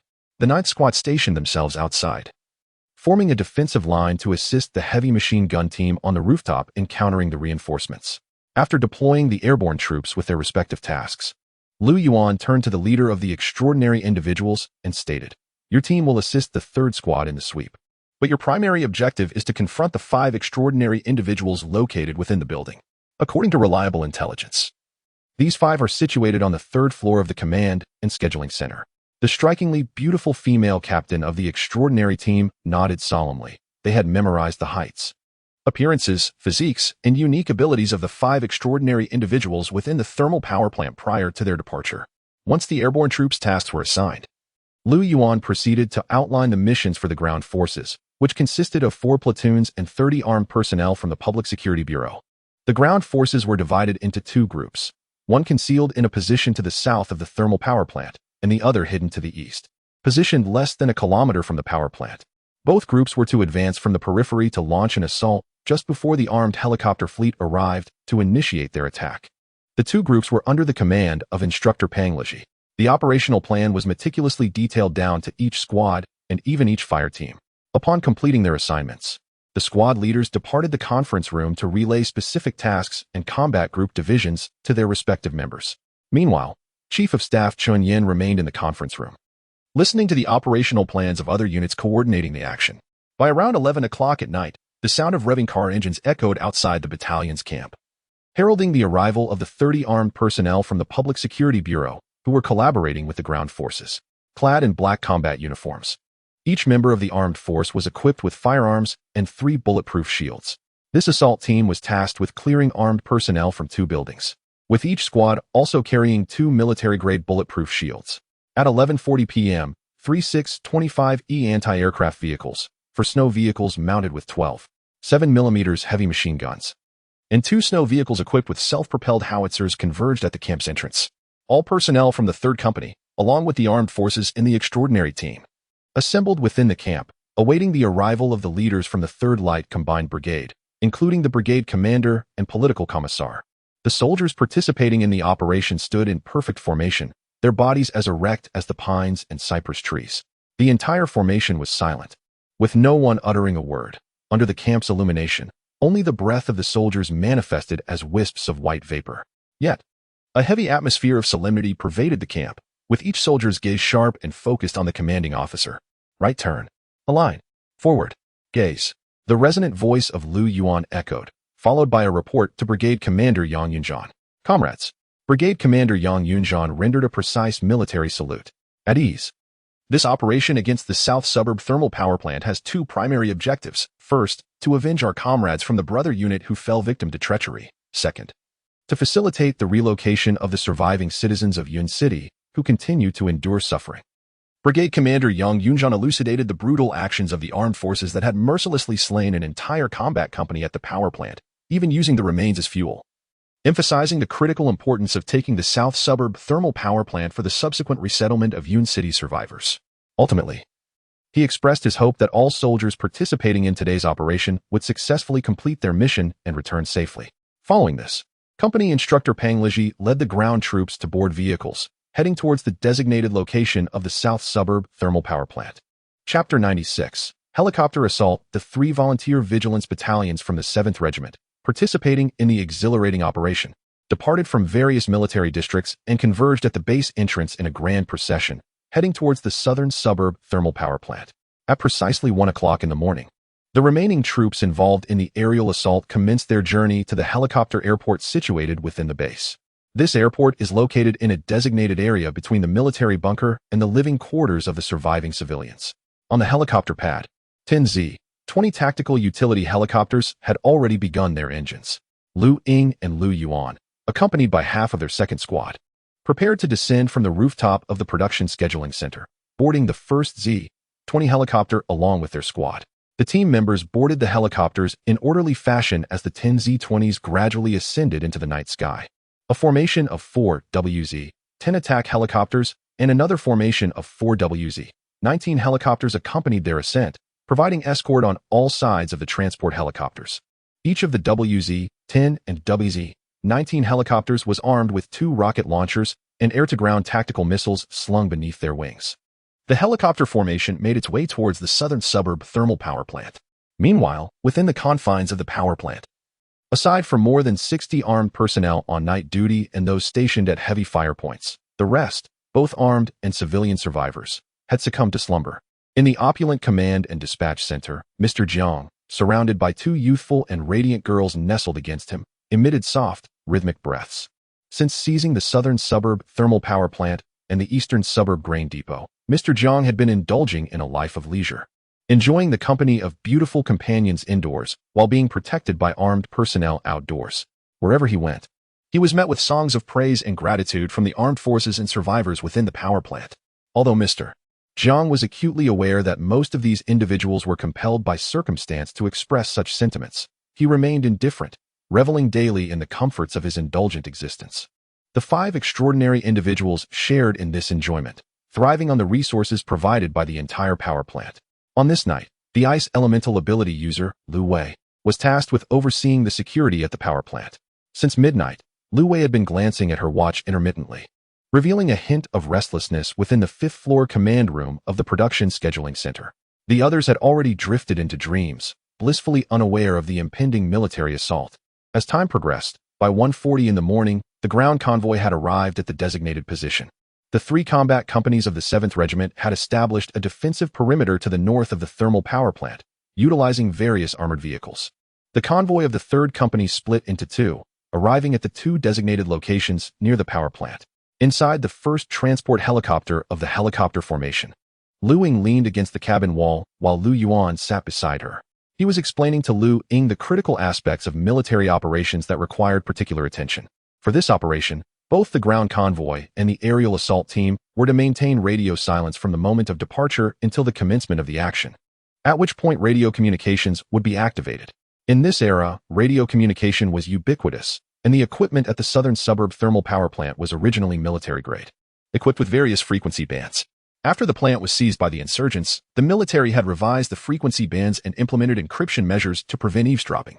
As time progressed, the 2 formations of armed helicopters accelerated, surpassing the transport helicopters, and descended towards the thermal power plant. The armed helicopter units eliminated heavy fire points, thereby creating conditions for our descent. What lay ahead were the challenges of close-quarter combat, commonly referred to as CUB, Lu Yuan intoned solemnly. The team members engaged in indoor combat donned bone conduction tactical communication headsets, systematically clearing each room. Lu Ying had only witnessed such operations through videos and was unaware of their inherent dangers and complexities. The 2 formations of armed helicopters, still 3 kilometers from the thermal power plant, adjusted their trajectories, with each pair of helicopters executing a low-altitude assault from 4 directions to neutralize the heavy fire points within the facility. At precisely 1:55 in the morning, as the appointed time with the military drew near, Lu Wei had already arrived at the power control center of the thermal power plant. The moment the clock struck 2, she would cut off the entire power supply. Each tick of the second hand seemed to synchronize with the rhythm of her heartbeat. At 2 o'clock sharp, the second hand jumped, followed by the thunderous roar of helicopter rotors and engines, accompanied by the cacophony of explosions from artillery and the rapid fire of large-caliber machine guns. Lu Wei swiftly engaged, using a dagger to slit the throats of 2 armed personnel, then promptly severed the power, plunging the thermal power plant into darkness. From all 4 directions, 8 armed helicopters advanced at low altitude towards their designated sectors as per the operational plan. 2 WZ, 10 helicopters, at a distance, locked on a heavy machine gun and rocket launcher teams atop 3 buildings, launching 6 rockets. The rockets streaked through the night sky, their fiery trails vividly illuminating the darkness, each one striking the designated anti-aircraft positions with pinpoint accuracy. A resounding explosion followed, obliterating both personnel and equipment at the 3 fire points. From the moment the first explosion erupted, the air was filled with the whistling of rockets and air-to-ground tactical missiles, followed by a series of thunderous detonations. The initial wave of assault on the fire points atop the buildings was entirely decimated. Subsequently, the deafening roar of cannon fire from the armed helicopters erupted. The deep, rhythmic sound of the 23mm cannon unleashed a torrential barrage, illuminating the night sky with streaks of red as they tore through armed personnel and vehicles below. Those struck by the cannon fire were shattered, their limbs and organs strewn across the ground amidst a pool of blood. The armed helicopters continued to clear other fire points on the ground, while the night was set ablaze by the explosions of rockets and tactical missiles, illuminating the entire thermal power plant. The air was thick with the acrid scent of gunpowder and the stench of blood. Meanwhile, the 2 ground convoys reached the outskirts of the thermal power plant, with the 625 E25mm 6-barrel turret cannon engaging in suppressive fire against the heavy fire points. The mounted 12, 7mm heavy machine guns unleashed torrents of fire, providing suppressive fire against the armed personnel within the plant. The armed forces swiftly disembarked from the vehicle, adhering to their operational plan, and divided into small units to launch an assault on the thermal power plant. Their objective was to contain and eliminate the armed personnel scattered within the facility, thereby preventing any reinforcements to the 2 buildings. The thunderous roar of artillery and the cacophony of heavy machine guns jolted all those within the power plant from their slumber. The armed individuals, still in a state of confusion, hastily donned their attire at the commanding shouts of their leaders. 10Z, 20 tactical utility helicopters, carrying the assault team, hovered in designated locations. The side doors of the Z-20 opened, and 4 rappel lines were deployed, allowing 4 team members to descend simultaneously onto the rooftops or the ground below. Lu Ying and Lu Yuan landed together on the ground, with Lu Ying brandishing a precision 191 rifle, crouched in vigilance atop the building. Soon, all armed personnel from the 10 Z-20 helicopters had descended and gathered on the rooftop, poised to initiate their cleansing mission. Chapter 97. Close Quarters Combat. The purge begins at that moment, for armed WZ-10 helicopters, having completed their mission of neutralizing ground-heavy fire points, hovered in front and behind the production scheduling center and the comprehensive building. The dull thud of cannon fire echoed as the helicopters unleashed a torrent of shells that shattered windows, sending shards of glass flying into the interior of the building. Except for crucial rooms such as the power control center, every other room was systematically strafed by the armed helicopters, which then ascended again to provide aerial support to the attacking forces on the periphery. 2 members of the heavy machine gun squad from the second team remained on the rooftop, one serving as the primary shooter and the other as the secondary. They expertly set up a QJZ-171 heavy machine gun, coordinating their fire with the 4th team stationed below to execute a sniper mission. The 12 members of the first team were divided into 3 tactical groups of 4, with 2 groups wielding ballistic shields, while the third comprised a light machine gun squad, a demolition team, and a fire support unit. The 10 members of the second team were split into 2 tactical groups of 5. Each of the 4 assault groups was equipped with a military-grade ballistic shield, with shield bearers armed with handguns, while the demolition team members carried QBS-09 shotguns, and the remaining 2 utilized 191 assault rifles.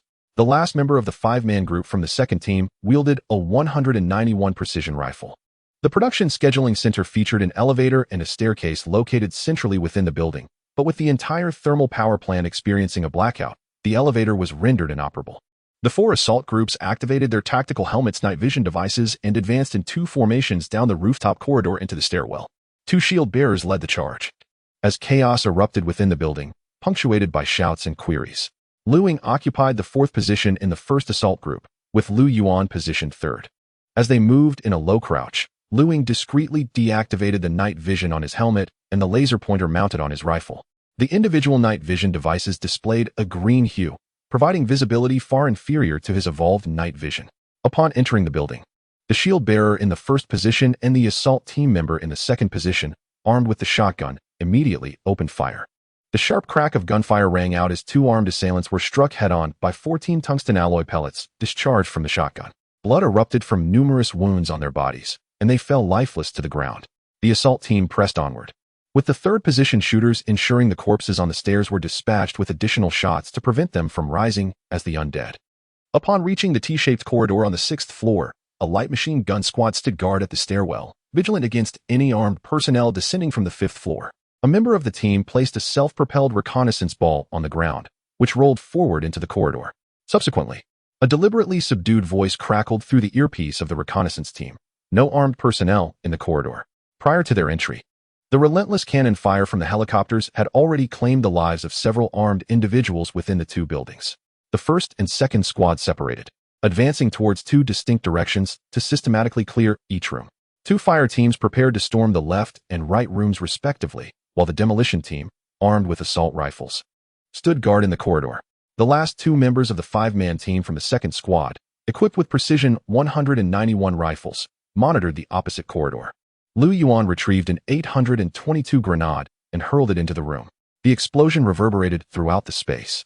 Upon entering, the team was greeted by a gruesome sight. The floor was strewn with dismembered limbs, clearly the remnants of armed personnel obliterated by 23mm cannon fire, alongside 2 armed individuals trembling beneath the window. With 2 precise shots, Lu Ying dispatched the trembling assailants, their skulls pierced by bullets, rendering any further shots unnecessary.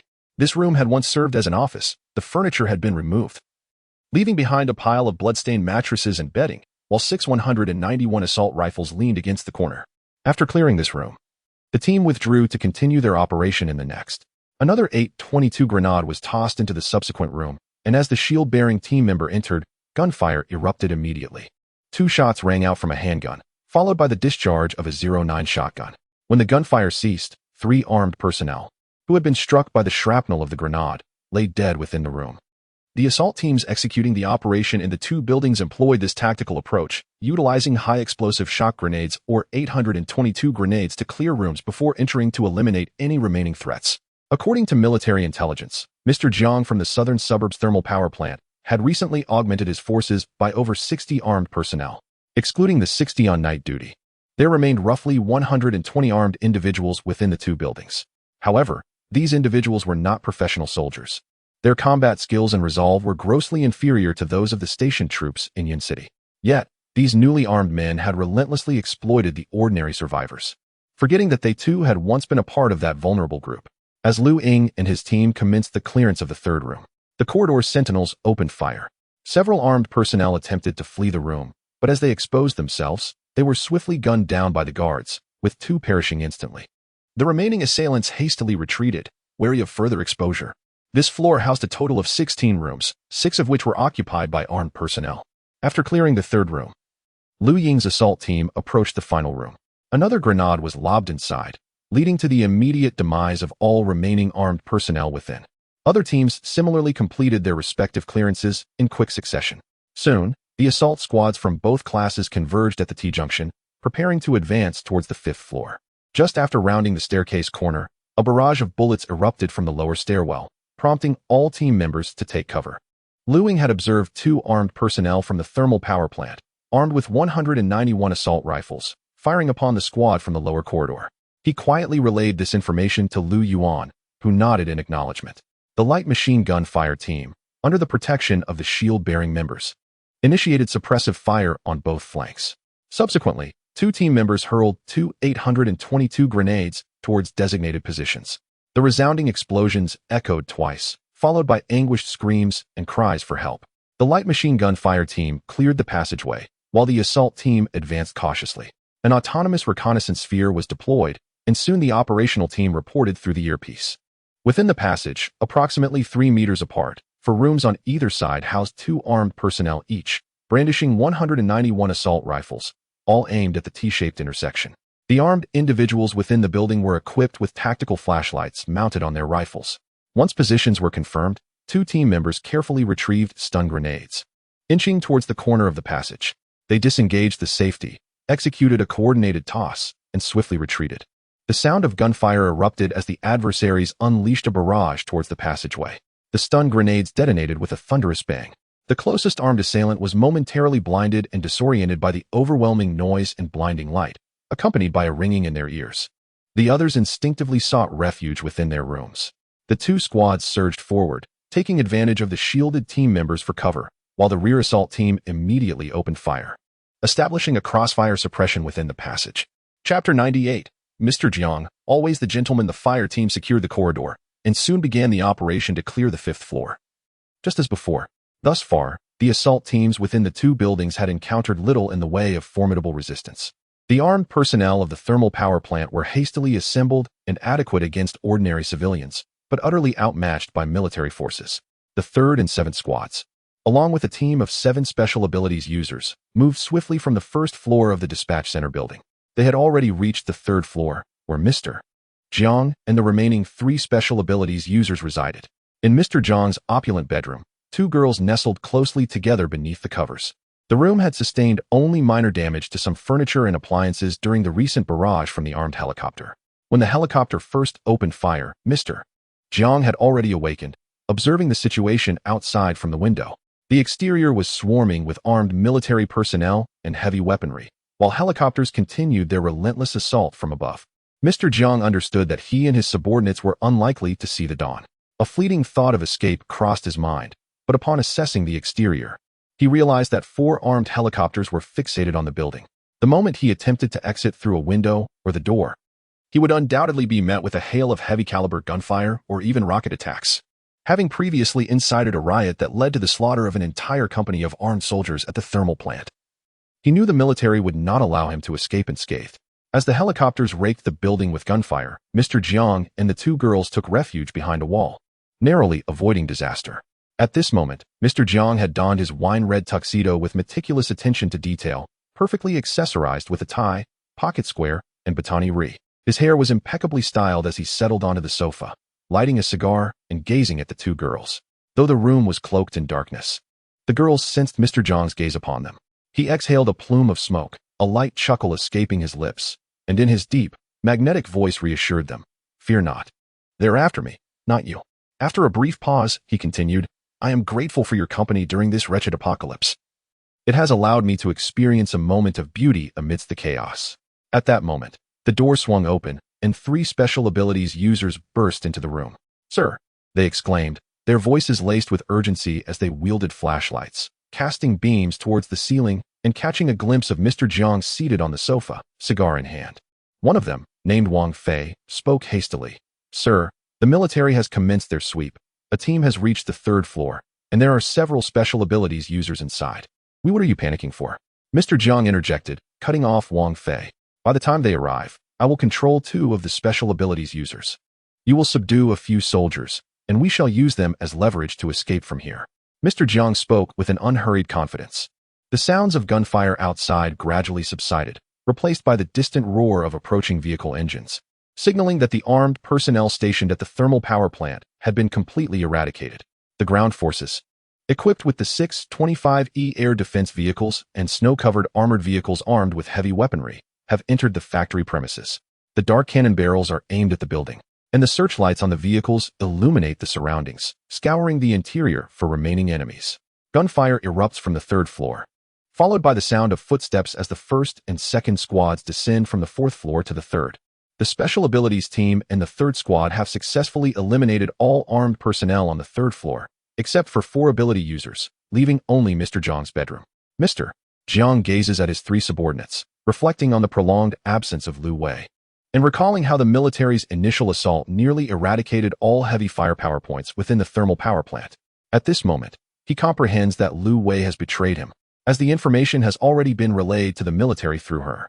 Yet, rather than feeling remorse or anger towards Lu Wei, he experiences only a profound sense of tranquility. The squad, which commenced the purge from above, converges at the stairway with the 3rd squad and 7 ability users. Lu Yuan turns to the female team leader of the Special Ability Squad, saying, Captain Xiao, the next phase now rests in your capable hands. Captain Xiao Xin of the Special Abilities team nods gently.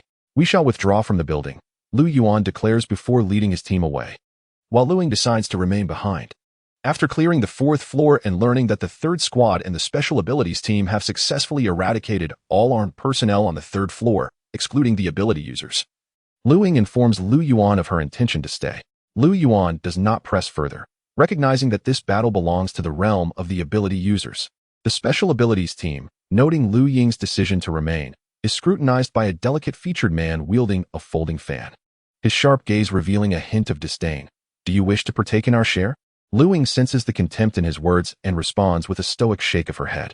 His inquiry implies an awareness of the ability users' capacity to devour one another's powers to enhance their own. Lu Ying harbors her own motivations not only to avenge the previous ambush orchestrated by Mr. Jiang's group, but also to absorb the powers of these ability users to augment her strength. Should this team of ability users eliminate Mr. Jiang and his associates, it would be of little consequence.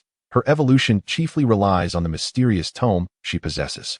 Seeing Lu Ying's silence, the delicate man grows perturbed, emboldened by his team's numbers, and prepares to lash out. Lu Ying fixes her gaze upon him, her previously crossed arms now hanging by her sides. Captain Xiao Xin promptly intervenes, addressing the delicate man. I apologize, Mr. Lu. My friend's character and emotions have been influenced since awakening her abilities. She continues, how about this, Mr. Lu? Let us each rely on our own skills. Whoever can slay the ability users inside shall absorb their energy. How does that sound? Agreed, Lu Ying nods in response. Xiao Xin, with an apologetic smile, acknowledges and pushes open the door to Mr. Jiang's bedroom, leading her team inside. Lu Ying retrieves a pack of cigarettes from her pocket, lighting one for herself. At that moment, power is restored to the thermal power plant, and 4 armed helicopters, the WZ-10 and Z-20, return in formation. Mr. Jiang, savoring the last puff of his cigar, reclines on the sofa, crossing his legs in a gentlemanly manner. Observing the few individuals who entered, Mr. Jiang maintained a calm demeanor, his deep, resonant voice breaking the silence. Do you possess such confidence in your ability to best us? The team of extraordinary individuals remained silent, each fixating on their designated opponent as per their prior arrangement. With a light chuckle, Mr. Jiang turned his gaze towards the captain, Xiao Xian and suggested, "Shall we engage in a transaction?" "Attack." Xiao Xian commanded sharply, clearly uninterested in further idle conversation with the peculiar Mr. Jiang before her. Chapter 99: The Clash of the Extraordinary Beings among the 7 team members, apart from their captain Xiao Xian and a young woman with sun-kissed skin wielding dual swords. The remaining 5 included a burly man brandishing a broadsword, who charged towards Wang Fei with fervor. A muscular woman, imbued with strength, stomped her foot and lunged at Lu Li, while a more effeminate man engaged the last of the extraordinary beings. Seizing the opportunity, the enhanced sniper of the squad swiftly lifted 2 trembling girls from the bed and exited the room, temporarily relocating them to a safer space. Each swing of the broadsword wielded by the extraordinary being was powerful and forceful, emanating a crimson glow as if it could slice through the very air. Wang Fei, clearly outmatched in strength, struggled to withstand the onslaught, yet his agility allowed him to narrowly evade each strike, akin to dancing upon a tightrope. Lu Ying observed the man's every move with keen interest. This swordsman had trained in swordplay before the apocalypse, executing the familiar foundational techniques with remarkable finesse. As for the remaining battles, Lu Ying lost interest after a mere glance. Mr. Jiang's gaze fixated on the ponytailed girl with healing abilities within the squad, and an invisible wave of energy surged towards her from his brow. This was Mr. Jiang's mental control ability, and he quickly assessed that this girl was the weakest link. At that moment, the dual-wielding female extraordinary being interposed herself before the girl, emanating a protective force that thwarted Mr. Jiang's mental assault. The base had sought out this extraordinary team upon receiving Mr. Jiang's intelligence, specifically due to the presence of this dual-wielding woman, who was also a mental-type extraordinary being. Furthermore, she was a seasoned swordswoman, having honed her skills throughout the apocalypse. Coupled with Captain Xiao Xian's prowess and the effeminate man's synergy, this squad ranked among the most formidable within the base. Realizing his mental control had been obstructed, Mr. Jiang's expression hardened.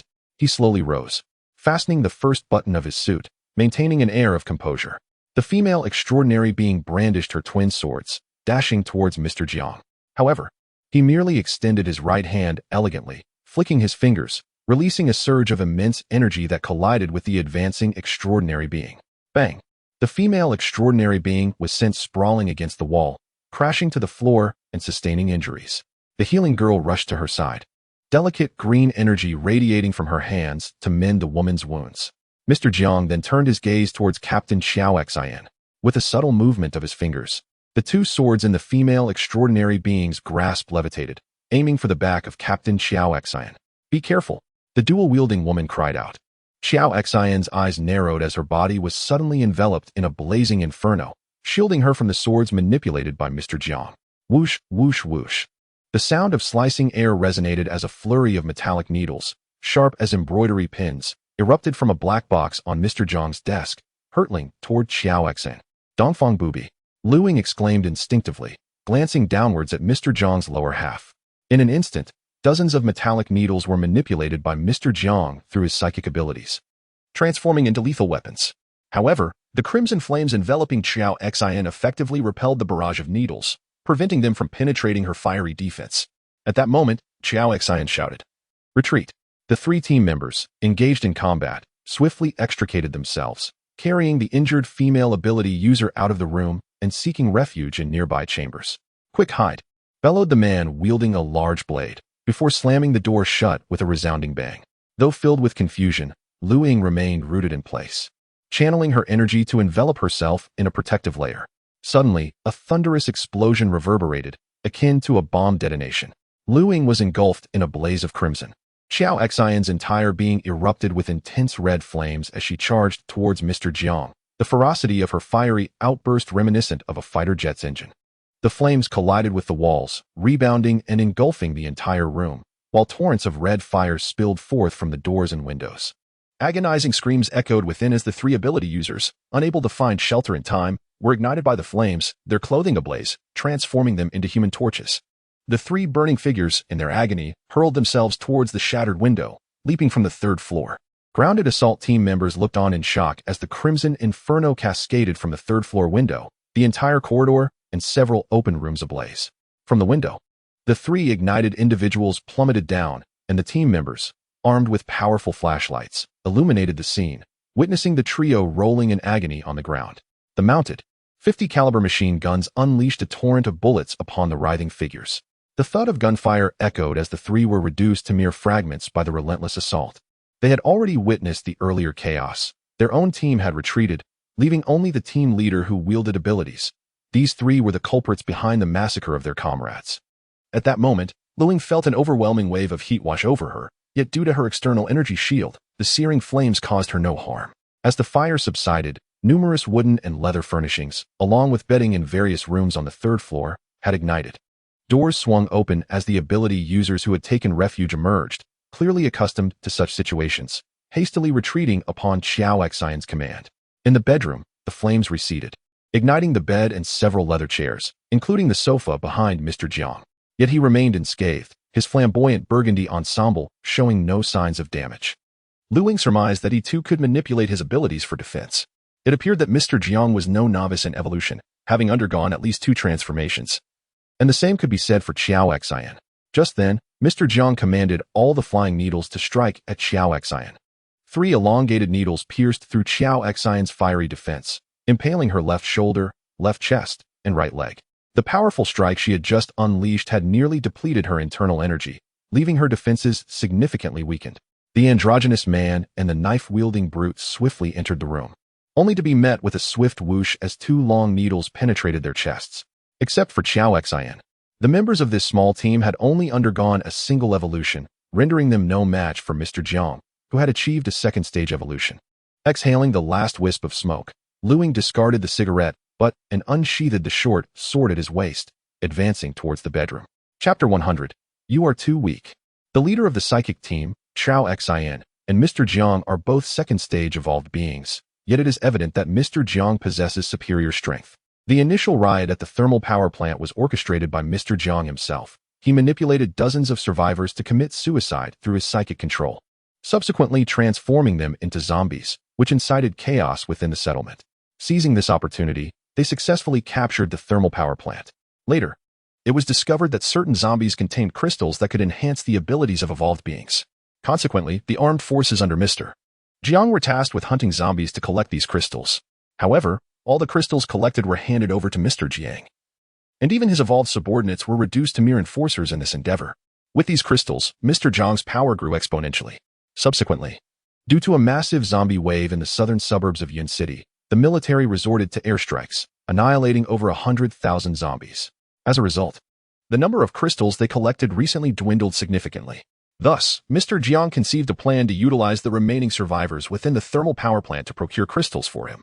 Currently, fewer than 100 survivors remain in the power plant.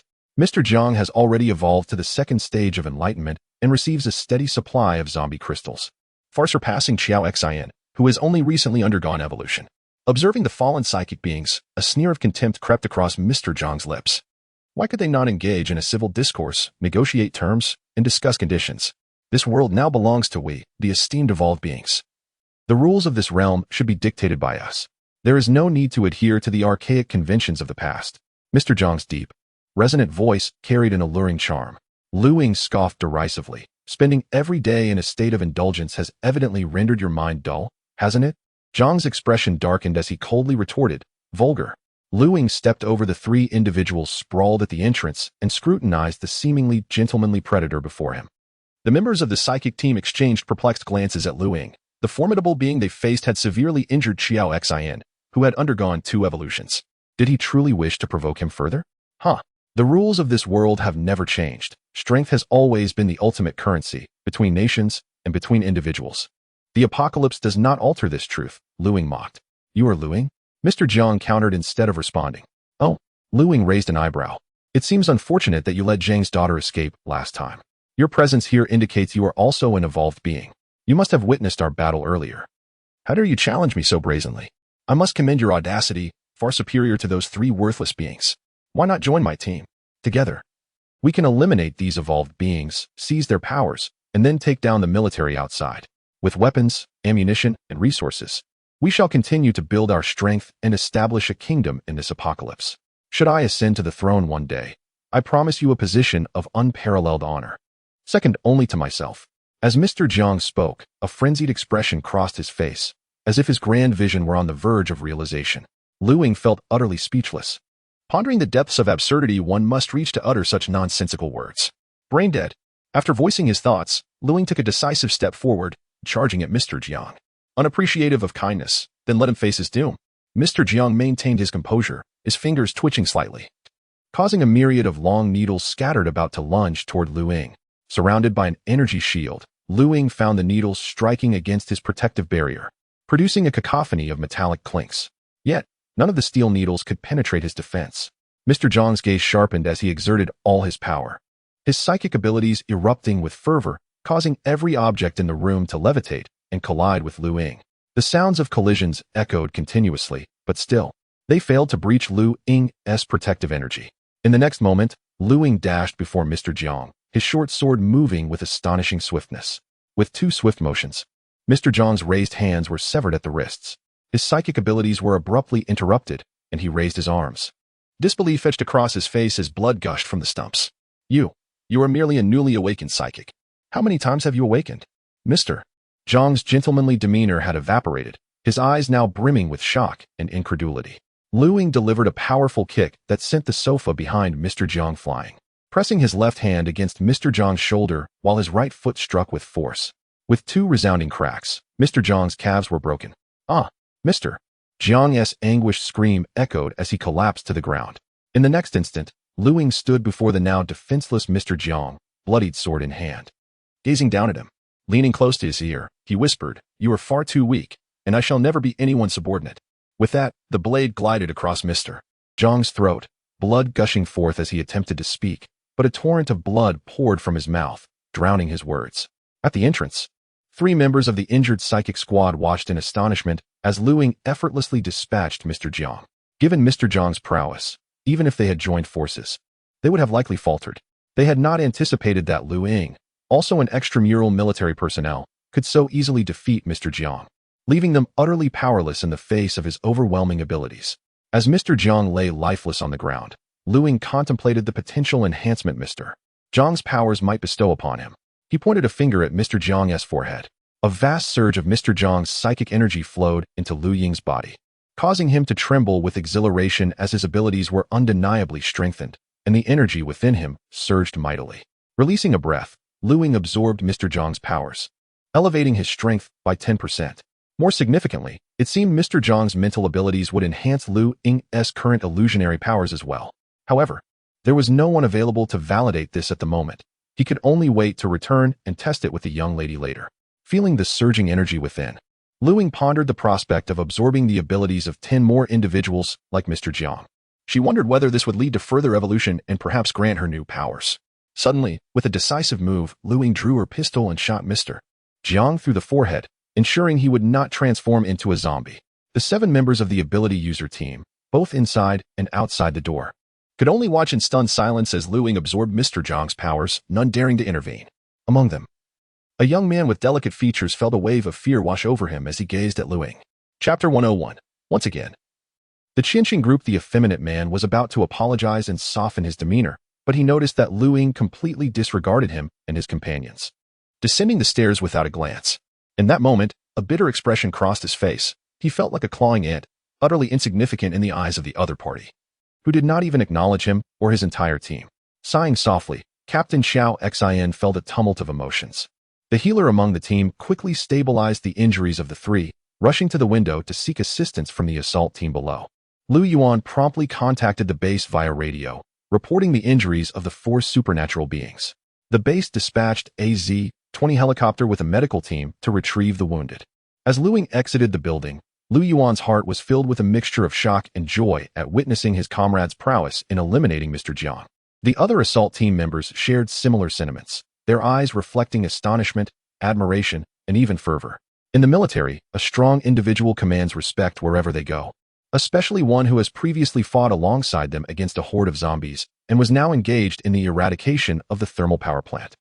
Having such a powerful supernatural being within their ranks not only heightened the safety of future missions but also promised greater opportunities for military achievements and honors. Even in this apocalyptic world, soldiers still held honor in high esteem, as military merits could be exchanged for essential supplies, and even for the chance to become a supernatural being.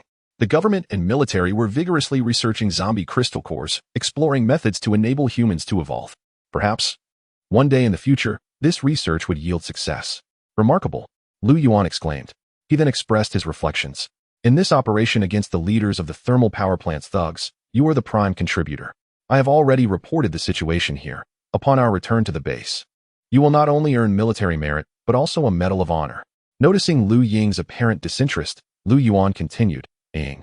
Military merit can also be exchanged for zombie crystal cores. The base seems to possess higher-tier cores. Lu Ying raised an eyebrow and inquired, are they cores from zombies that have evolved multiple times? Lu Yuan shook his head. I am not a supernatural being and currently cannot make the exchange. You will have to see for yourself when we return to the base. Lu Ying nodded, recognizing that the enhancement of his abilities depended on that mysterious book. Rather than seeking out 10 supernatural beings like Mr. Jiang, nourishing the enigmatic tome would expedite his strength's growth, potentially granting him new abilities and surprises. Upon hearing Lu Yuan's words, Lu Ying felt a surge of anticipation regarding the military merits he could earn and the higher-tier zombie crystal cores available at the base. AZ-20 tactical utility helicopter gradually landed on the clearing outside the thermal power plant, where the assault team members carried the 4 injured supernatural beings, along with 3 comrades who had sustained injuries during the operation, to the medical team on board. After receiving the wounded, the helicopter began its return journey. All members involved in this raid were tasked with concluding their operations. Once they had dealt with the bodies and awaited the arrival of the troops from the base to take over the thermal power plant, they would then return to the base. The remaining 3 members of the ability user team discovered the dismembered limbs of 3 other ability users, shattered by a heavy machine gun, downstairs. After a brief discussion, the healing-type girl with a ponytail approached Lu Ying, her eyes filled with admiration. She softly said, Mr. Lu, you have saved us all. We entrust the bodies of these 3 ability users to you. Their powers are yours to absorb. Lu Ying nodded and descended the stairs. The 3 corpses were charred and nearly torn to shreds by the 12.7mm heavy machine gun, with entrails scattered everywhere. The most repulsive sight was the innards that spilled out, contaminating even the severed limbs. The acrid smell of burnt flesh mingled with the stench of blood and decay. Nearly overwhelmed Lu Ying. He covered his nose and quickly stepped back, gesturing toward the 3 ability users. I appreciate your kindness. But these 3 were slain by your captain. According to our agreement, their power should be absorbed by your team. The ponytailed girl and the other 2 ability users attempted to insist further, but Lu Ying once again declined, waving his hand as he returned to the vehicle. Squad leader. This person claims to have urgent information to report to you. Lu Wei, an insider from the thermal power plant, was brought over by 2 team members. Upon seeing Lu Yuan and Lu Ying, Lu Wei did not immediately report the so-called important information to Lu Yuan, but instead turned to Lu Ying and inquired, Are you Lu Ying? Lu Ying looked at her in confusion and nodded. Upon seeing his acknowledgement, Lu Wei promptly stated, Jiang Bingwen, or Mr. Jiang, previously arranged for an attack on your convoy, which was actually instigated by the Qianqing group. The Qianqing group? Lu Ying's gaze sharpened as he focused on Lu Wei. It was astonishing that Jiang Bingwen had ties to the Qianqing group. After Jiang Bingwen seized control of the thermal power plant, the Qianqing group had contacted him and maintained ongoing transactions. During the last ambush on your convoy, the Qianqing group specifically targeted you. If they could capture you and deliver you to them, they promised to assist Jiang Bingwen in seizing the western suburb bunker. Furthermore, Jiang Bingwen had prepared 2 plans: to exchange a living Zhang Jinshu with Zhang for the bunker while engaging in further dealings with you and the Qianqing group. After hearing Lu Wei's revelations, Lu Ying understood why Zhui Yuan had been constrained despite possessing overwhelming firepower. What else do you know? Lu Ying inquired. Lu Wei shook her head. I know only this much about the Qianqing group and you. Why are you telling me this? Lu Ying asked, perplexed. Lu Wei replied, shaking her head, because this information was meant for the base. Since you have become an external member of the base and it pertains to you. And since I will be joining the base upon my return, I thought it prudent to foster a good relationship with you, especially since you easily dispatched Mr. Jiang. Given your formidable strength, I may require your assistance in the future. Lu Wei's words were candid, devoid of any pretense. Lu Ying nodded and said, I will assist you to the best of my abilities. Very well. Lu Wei smiled brightly before turning to Lu Yuan. Squad leader. The matters ahead concern the surviving populace of the thermal power plant and require reporting to the brigade commander. Lu Yuan's expression turned serious as he promptly stated, I will contact the base to dispatch a helicopter immediately. After approximately 20 minutes, a Z-20 helicopter arrived to escort Lu Wei away. The bodies of the armed personnel within the thermal power plant were gathered together and incinerated in the boiler. At 9 in the morning, a composite battalion from the base arrived to take over the south suburb thermal power plant. Following the handover, 10Z-20 helicopters landed outside the power plant. Just as before, Lu Ying and the others boarded the helicopter to return to the base. After a day of rest at the base, the following morning at 10 o'clock, the 3rd Light Composite Brigade convened a commendation ceremony for this operation. All participants in the operation entered the expansive conference room of the 3rd Light Composite Brigade located in the underground facilities of the base. The conference room also hosted staff and soldiers from the 3rd Composite Brigade, while other battalions and companies participated in the commendation ceremony via video conference. Chapter 102. Exchange for Stage 2 Crystal Nuclei. Conspiracy. In comparison to the awards ceremony, Lu Ying found himself far more eager to ascertain the extent of his military achievements. Pondering how many military merits could be exchanged for zombie crystal nuclei, and what the highest stage of crystal nuclei at the base truly was. However, these revelations would only unfold post-ceremony. The conference room resonated with solemn music, and following a speech and a summary of the combat situation, all military personnel involved in the raid on the southern suburbs thermal power plant received varying degrees of commendation based on their performance during the operation. The only individuals to receive personal military honors were Lu Wei and Lu Ying. Ascending the platform, Chief of Staff Chun Yin introduced the contributions of both individuals to the assembly. Lu Wei provided crucial intelligence regarding the thermal power plant, playing a vital role in the planning and successful execution of the operation. Meanwhile, Lu Ying vanquished Mr. Jiang, the most formidable Stage 2 ability user within the plant, not only rescuing the ability user squad but also preventing numerous potential casualties. A Stage 2 psychic ability user possesses the capacity to manipulate objects from a distance, representing a significant threat to ordinary individuals. As the entire 3rd Light Composite Brigade absorbed the Chief of Staff's remarks, a sense of respect and envy arose for Lu Ying on the platform. In this apocalyptic world, individual martial prowess and strength would yield unimaginable significance as time progressed. The successful capture of the southern suburb thermal power plant held immense importance for the future relocation and resettlement of survivors in Yun City. Consequently, both Lu Ying and Lu Wei were awarded second-class military merits, while the entire 3rd Company and the Public Security Armed Forces collectively received third-class military merits. Brigade Commander Yang Yunzhuang adorned both individuals with their second-class military medals. After the ceremony, Lu Yuan accompanied Lu Ying to receive their military points. Lu Ying scrutinized the medal, which consisted of a main and a supplementary badge. The military emblem on the main badge symbolized the armed forces, while the radiant light signified the glory of the meritorious. The laurel leaves represented a reverence for honor. The supplementary badge denoted the level of achievement, with 2 crossed rifles indicating participation in combat, and the 4 shining second-class military merits upon it. Upon arriving at the office for military point distribution, the staff members stood up with smiles upon seeing Lu Ying and Lu Yuan. Lu Yuan informed the staff of their intent to collect the military points from this operation. The staff accepted the identity badge Lu Ying presented. After locating Lu Ying's information, the staff member addressed him, saying, "Comrade Lu, you have earned a total of 100 military points from this operation, which has been credited to your identity badge." Subsequently, the two proceeded to the base's military point exchange center, where the staff handed Lu Ying a tablet. The device was densely packed with the exchange prices for various supplies. Yet Lu Ying found himself disinterested in these items. He directly navigated to the section for energy crystal nuclei. According to Lu Yuan's earlier statement, a standard zombie crystal nucleus could be exchanged for 10 military points, and the tablet confirmed that this was indeed the case. Turning to the second page, he found that a Stage 1 evolved zombie crystal nucleus required 50 military points for exchange, while the third page indicated that a Stage 2 evolved zombie nucleus necessitated 100 military points. There were only 3 nuclei available within, just enough to exchange for one. Lu Ying mused. Subsequently, they chose to redeem a token and handed their identification badges to the staff for deduction. The personnel led the 2 individuals to a reinforced blast door at the lowest level of the base, where an inside staff member opened the door and presented a green metallic box to Lu Ying. Upon opening the box, Lu Ying discovered a fiery red spherical crystal core within, feeling an overwhelming and purer energy than before. Every cell in his body rejoiced, yearning for this potent energy. With a decisive snap, he closed the box. This crystal core needed to be saved for the activation of that mysterious tome, which promised greater power than merely consuming it directly. The two then proceeded to the base's dining hall, where Lu Yuan gazed at Lu Ying with a sense of admiration. This time, the base awarded Lu Ying and Lu Wei military achievement points and ranks that were significantly higher than before. Given Lu Ying and Lu Wei's contributions, a reasonable assessment would be a third-class merit and 100 military points. The military's criteria for awarding achievements are stringent and exacting, especially during wartime.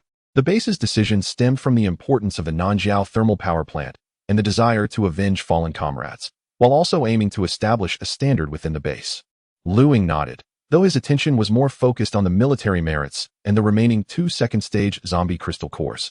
He had yet to encounter zombies or mutated creatures that had evolved twice. Perhaps the large-headed zombie witnessed during the ambush at Nanjiao was a second-stage evolved zombie, but it had vanished without a trace since. Yuan, what actions do you have planned next that could yield more military points? Lu Ying inquired. Lu Yuan pondered before responding. At present, there are no specific arrangements.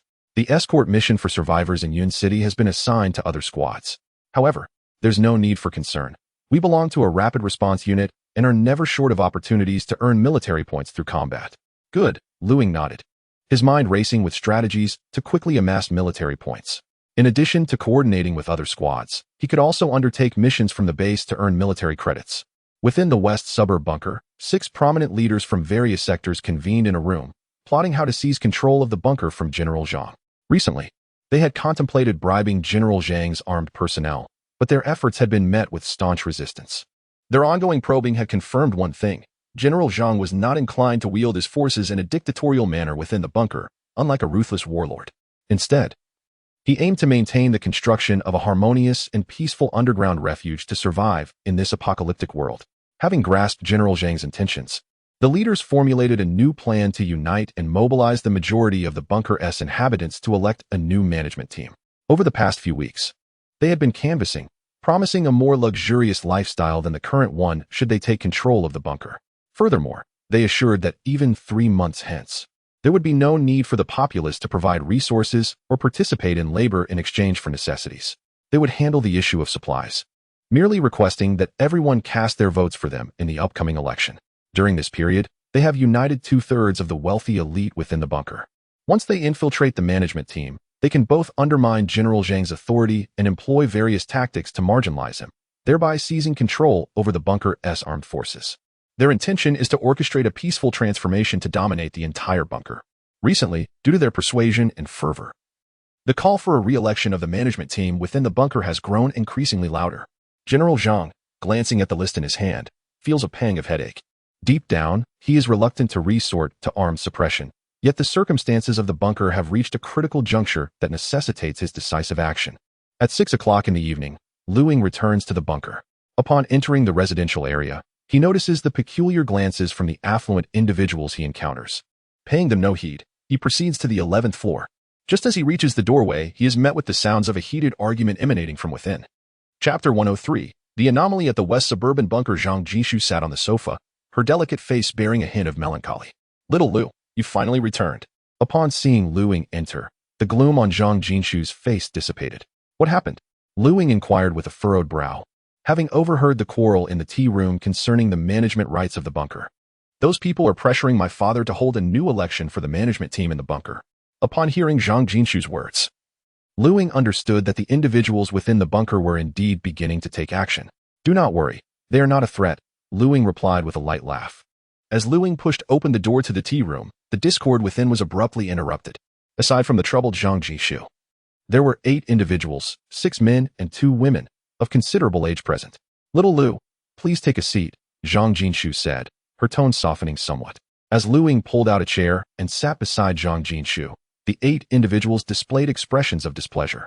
One middle-aged man, with a sullen demeanor and gold-rimmed glasses, spoke with evident irritation. Zhang, your family lacks decorum. What business do children have in adult conversations? The other 7 shared bemused looks, all turning their gazes towards Zhang Jishu. Her expression darkened, and she was about to respond, but Lu Ying interjected first. Decorum? How absurd. The only reason you are still residing here is because Uncle Zhang is lenient. Otherwise, you should have packed your belongings the moment we took control of the bunker. Lu Ying regarded the group with an impassive countenance, determined to eliminate these troublesome individuals from the bunker today. Lu Ying had no interest in engaging in superficial pleasantries or playing out a charade of peaceful evolution. After Lu Ying's remarks, the expressions of the others grew even more grim. We purchased the right to live here. The contract is clear and explicit. Who do you think you are to evict us? Indeed, everyone residing here has paid for their stay. As you are the management team, you should serve us well. Since you cannot address our needs or resolve the supply issues, relinquish the management rights of the bunker. We will establish a new management team to tackle these problems." Upon hearing this, several individuals nodded in agreement. Their goal was to compel Zhang Jinshu to initiate a vote for a new management team. And Lu Ying's unexpected arrival provided them the perfect opportunity to act. The tea room quickly became more raucous than before, and Lu Ying felt a twinge of annoyance. With a sharp clap on the table, Zhang Jinshu commanded, "Silence." The room felt instantly quiet. "Understand this. We fought for this bunker. Your contract with the Panshir Company holds no validity here. You may either continue living here as if nothing has happened, or I will arrange for your expulsion." Zhang Jinshu's voice was cold and resolute. "Humph." A few individuals scoffed. Zhang Jinshu's unwavering stance prompted them to leave her quarters, but they did not disperse. Instead, they retreated to a room on the 9th floor to deliberate their next course of action. Sighing deeply, Zhang Jinshu rubbed her temples. "Uncle Zhang, I believe this is an opportune moment to conduct another sweep of the bunker." Lu Ying gazed at Mr. Zhang. "Are you suggesting we eliminate them?" Lu Ying nodded and continued. "Alternatively, we could seize this chance to inform everyone that our supplies will not last much longer, allowing them to choose for themselves whether to remain in the bunker or to depart." Lu Ying conveyed to Mr. Zhang the military's plan to establish a gathering point at the southern suburbs thermal power plant. Should they choose to leave the bunker, the thermal power plant and surrounding areas of Yun City could serve as new refuges for these individuals.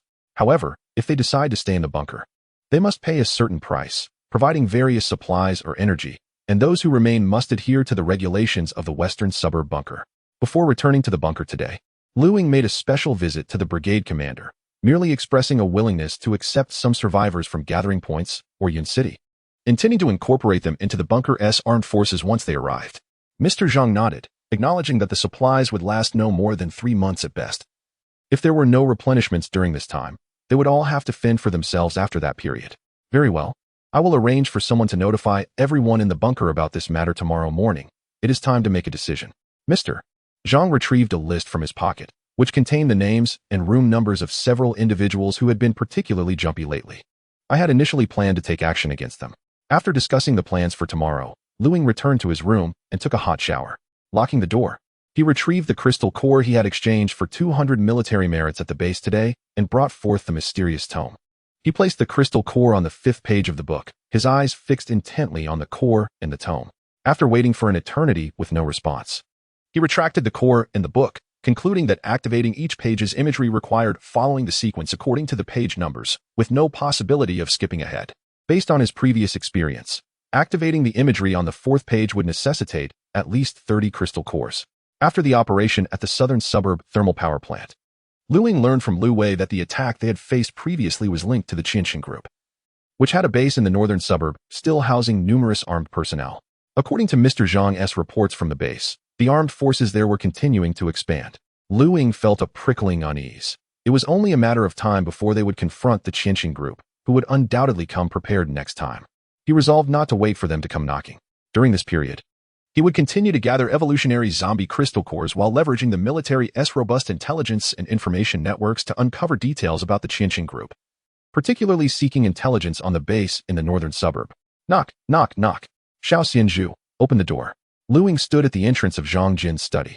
After a brief pause, the door opened, and Zhang Jin looked at Lu Ying with curiosity. "Help me with a favor," Lu Ying said. Zhang Jin glanced around, pulled Lu Ying inside, and locked the door behind them. Lu Ying widened his eyes, gazing at Zhang Jin in confusion. "What favor?" Zhang Jin's eyes widened. Just like before, Zhang Jin nodded, sitting on the bed, tilting his head to stare at Lu Ying. As the power of the supernatural ignited, Lu Ying fixated on the rhythmic ticking of the second hand on his watch. When the illusion concluded, Zhang Jinshu awoke, noting that this particular dreamscape had extended by an additional second compared to the previous ones. However, this fleeting second was measured in the realm of reality, while the illusion, under Lu Ying's manipulation, could endure for a more protracted duration. Suddenly, Lu Ying caught a whiff of a delicate fragrance, subtly sweet and enchanting. Following the alluring scent, he glanced down, his gaze momentarily entranced. His throat tightened as he beheld an exquisite vista that instantly conjured a phrase in his mind: to embrace snow as a summit, to knead fragrance into dew, akin to twin pearls. Chapter 104. The choice. At this moment, Lu Ying felt an overwhelming heat coursing through her body, as if compelled by an unseen force to touch Zhang Jinshu, whose enchanting eyes shimmered like autumn waters, gradually becoming somewhat dazed. Everything was perfectly poised, yet they had not progressed further.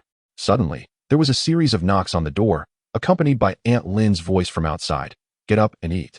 Lu Ying and Zhang Jinshu snapped back to reality, one gazing skyward and the other looking downward. After a brief interval, the two of them returned to the dining hall.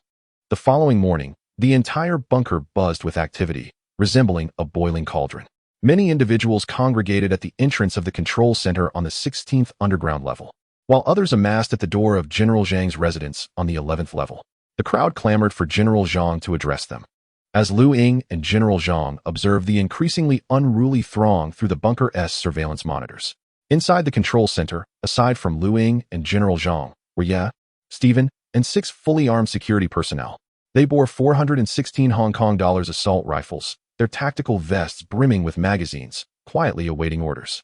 Lu Ying gestured for the 6 security personnel to take positions behind the control center's entrance, aiming their weapons at the door. Stephen, open the control center door. With Stephen's actions, the heavy alloy doors slowly creaked open, and the enraged crowd surged forward.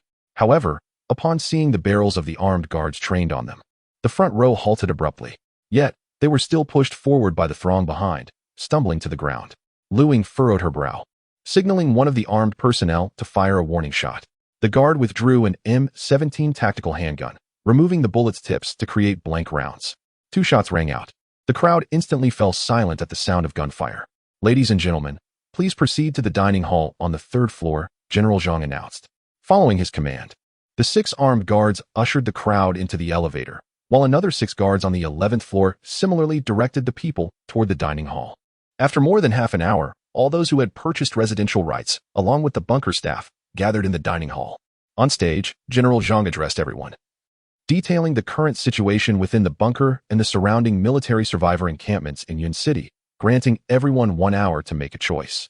He reiterated that this bunker no longer belonged to the Pancher Company. Those wishing to remain must provide supplies in exchange for residency. As for the wealthy engaged in finance or real estate, they could only opt to relocate to the military gathering sites. Despite having announced this over the bunker's intercom earlier that morning, General Zhang felt compelled to repeat it.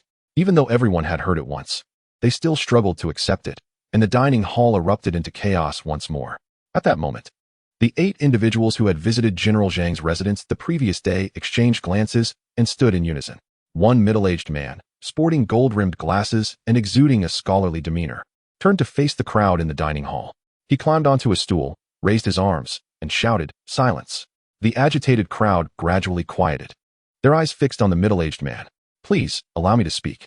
Ladies and gentlemen, before the advent of the apocalypse, each of us invested a considerable sum to acquire a residence within this bunker, hoping to secure a sanctuary in the event of war or natural disaster. Yet today, this band of marauders dares to evict us from our refuge. Tell me, who among you, the esteemed members of society, would willingly abandon this opulent haven? We are not like those impoverished souls who toil daily for meager rations. This world belongs to us, as does this bunker. Are you willing to squeeze in alongside the destitute at the official gathering points?" The fervor in the last statement resonated with a portion of the assembly, yet some remained unmoved by the impassioned oration. A chorus of dissent erupted, fueled by an already simmering anger, now reignited by his words, with voices rising in volume. Among the cacophony, some merely sought to exploit the chaos. They were acutely aware of their assets, stashed safely in the warehouses of their respective factions. Whether these instigators succeeded in usurping control of the bunker or whether Mr. Zhang decided to ruthlessly cleanse the ranks, the outcome held little significance for them. The promises made by the leaders were dismissed by the astute, who perceived them as mere merchants' tactics. The true nature of affairs would likely be revealed once they seized control of the bunker. Standing aside, Lu Ying had already drawn his tactical handgun. The middle-aged man, adorned with gold-rimmed glasses, turned to Mr. Zhang, his voice still filled with fervor. "You cannot provide a prosperous life for everyone or resolve the issue of resources. Surrender the bunker and the weapons to us, and we shall create a more affluent existence for all." Mr. Zhang's face turned ashen as he fixed his gaze on the man, a mix of anger and incredulity etched upon his features. "What if I refuse?" he replied, his tone low and threatening. "Then you and your followers shall be expelled from the bunker." The middle-aged man declared loudly. "You seek death," Mr. Zhang retorted. The man scoffed derisively. "What? Do you intend to slay us all? There are over 300 of us present. I do not believe you would dare commit such a heinous act." In that moment, Lu Ying pulled the trigger. Bang! A bullet struck the middle-aged man in the right eye, causing it to burst, blood gushing forth as he collapsed from his seat. You. The others around him stared in disbelief at Ying. They were among those who had pressured Mr. Zhang for control of the bunker the previous day. Gasps of shock filled the air, followed by hurried silence as hands instinctively covered mouths. The restaurant fell into a profound quiet once more. At this juncture, Mr. Zhang attempted to persuade the crowd, and many began to reflect. They had previously toured the bunker's storage facilities and were aware that the dwindling supplies would not last long. Once depleted, all inhabitants would inevitably need to leave for the official gathering sites. Those clutching supplies were keen to wait for others to speak first, perhaps believing that the resources from their neighbors could resolve the current predicament, thus allowing them to save a little for themselves. Meanwhile, those lacking supplies harbored a sense of hope that others would provide, enabling them to continue indulging in a life of luxury within the bunker. However, whether it was the former management team of the rock company, the current Mr. Zhang, or the few who had recently seized control, they all needed to follow this course of action. As time passed, individuals gradually made their choices, and the staff in the dining area began to take notes. With a leader emerging, it wasn't long before everyone made their decisions, including several who had spearheaded the power grab. By midday, the tally revealed that 2/3 of the individuals opted to leave the bunker, while the remaining wished to contribute supplies for the survival of the bunker in the future. Chapter 105. The evacuation plan for survivors of Yun City. In the control center, Ying communicated with the military base in the western suburbs via radio, conveying the exact number of individuals to be evacuated. A convoy would arrive at the base tomorrow morning to transport these people. In the vast laboratory located on the 9th underground level of the northern suburb Qinxing base, 3 researchers clad in white lab coats administered an injection of a mysterious red liquid into the body of a muscular young man lying on the experimental table. After completing the injection and connecting the necessary equipment, the researchers swiftly exited the laboratory. The laboratory's 3 walls were constructed of armored alloy, with only one side featuring a transparent glass panel. Adjacent to this laboratory, multiple electronic screens displayed a variety of data. A group of researchers focused intently on the subject behind the glass, while others monitored the continuously fluctuating data on the screens. The young man, whose limbs, neck, and torso were tightly bound, convulsed violently. His veins bulged beneath his skin like serpents as he let out anguished screams. His skin visibly began to decay, and his teeth, nails, and hair rapidly fell away. Blood-red welts erupted across his body, each bursting in a violent explosion that stained the experimental table and the young man in crimson. As time progressed, he began to regenerate his teeth and nails. However, the new teeth resembled sharp spikes, and his nails took on the appearance of talons. His muscles swelled and expanded. Outside the laboratory, the researchers were invigorated, gazing at the creature within, now towering at 3 meters, its body a mass of rock-like muscle, exuding an aura of raw power, its eyes glinting with a frenzied intensity. The leader of the researchers signaled for a colleague to report the successful results of the experiment to headquarters. Throughout the base, from the 5th floor to the 10th, numerous laboratories of varying sizes conducted a myriad of experiments. Some focused on transforming humans into evolved zombies, while others experimented on different animal species. The laboratory on the 10th floor was dedicated to the study of human awakening and evolution. Within, another subject was similarly restrained on an experimental table, receiving injections of an unknown liquid. As time elapsed, this subject convulsed twice before succumbing to death. The record stated, subject number 34, injected with genetic serum, expired at 3 minutes and 24 seconds. The explosion-proof door of the laboratory swung open, and 2 armed personnel entered, pushing a gurney used for transporting patients. They transferred the corpse onto the gurney and proceeded to the elevator leading to a thermal power plant behind the bunker, where they discarded the body into the roaring flames. On the 18th floor of the base, 2 armed personnel roughly dragged a middle-aged man, binding his hands and feet with zip ties before lifting him onto a gurney destined for the 10th floor laboratory. The entire 18th floor had been transformed into a prison-like facility, overcrowded with men and women, their bodies emaciated, eyes vacant, leaning against the alloy walls as if awaiting the judgment of fate. At 9 o'clock the following morning, the colossal alloy doors of the west suburb bunker slowly creaked open. Outside, a military contingent awaited, with over 50 snow transport vehicles lined up in perfect formation. At the forefront stood a captain, leading this unit tasked with transporting the more than 200 survivors from the west suburb bunker to the south suburb thermal power plant. Within the bunker, Ying and General Zhang emerged, followed closely by an array of affluent bunker residents accompanied by their families, all burdened with luggage. After verifying their identities, they boarded the military vehicles in an orderly fashion. By 11 o'clock, all the wealthy individuals opting to leave the bunker had settled into their seats. The grand convoy then set forth toward the gathering point at the south suburb thermal power plant. Upon their arrival, the affluent gazed upon the power plant, which had undergone extensive renovations, and a sense of regret welled within them. The entire facility had expanded to twice its original size, surrounded by walls constructed of advanced blast-resistant materials. Encasing these walls was a layer of steel wire mesh, while the ground was covered with tarpaulin, forming interconnected frames standing 2 meters high, filled with frozen earth. This formidable blast wall established a vast gathering area centered around the power plant. More than 500 meters from the outer blast wall lay a wide trench encircling the entire base. The frozen earth from within the trench was transported back to the power plant to fortify the blast wall, thereby creating a dual layer of protection for the gathering area. The inner sanctum was meticulously divided into military and living zones, with numerous military modular cabins delivered and arranged neatly within the residential area. The individuals relocated from the west suburb bunker were assigned to the living quarters. Although the living conditions here fell short of the luxurious standards of their previous shelter, they found solace in the fact that this was a thermal power plant, with the residential sections already connected to heating pipelines and powered with electricity. Lu Ying and General Zhang returned to the now somewhat desolate bunker, the next order of business being the reception of a new group of survivors transferred from Yun City.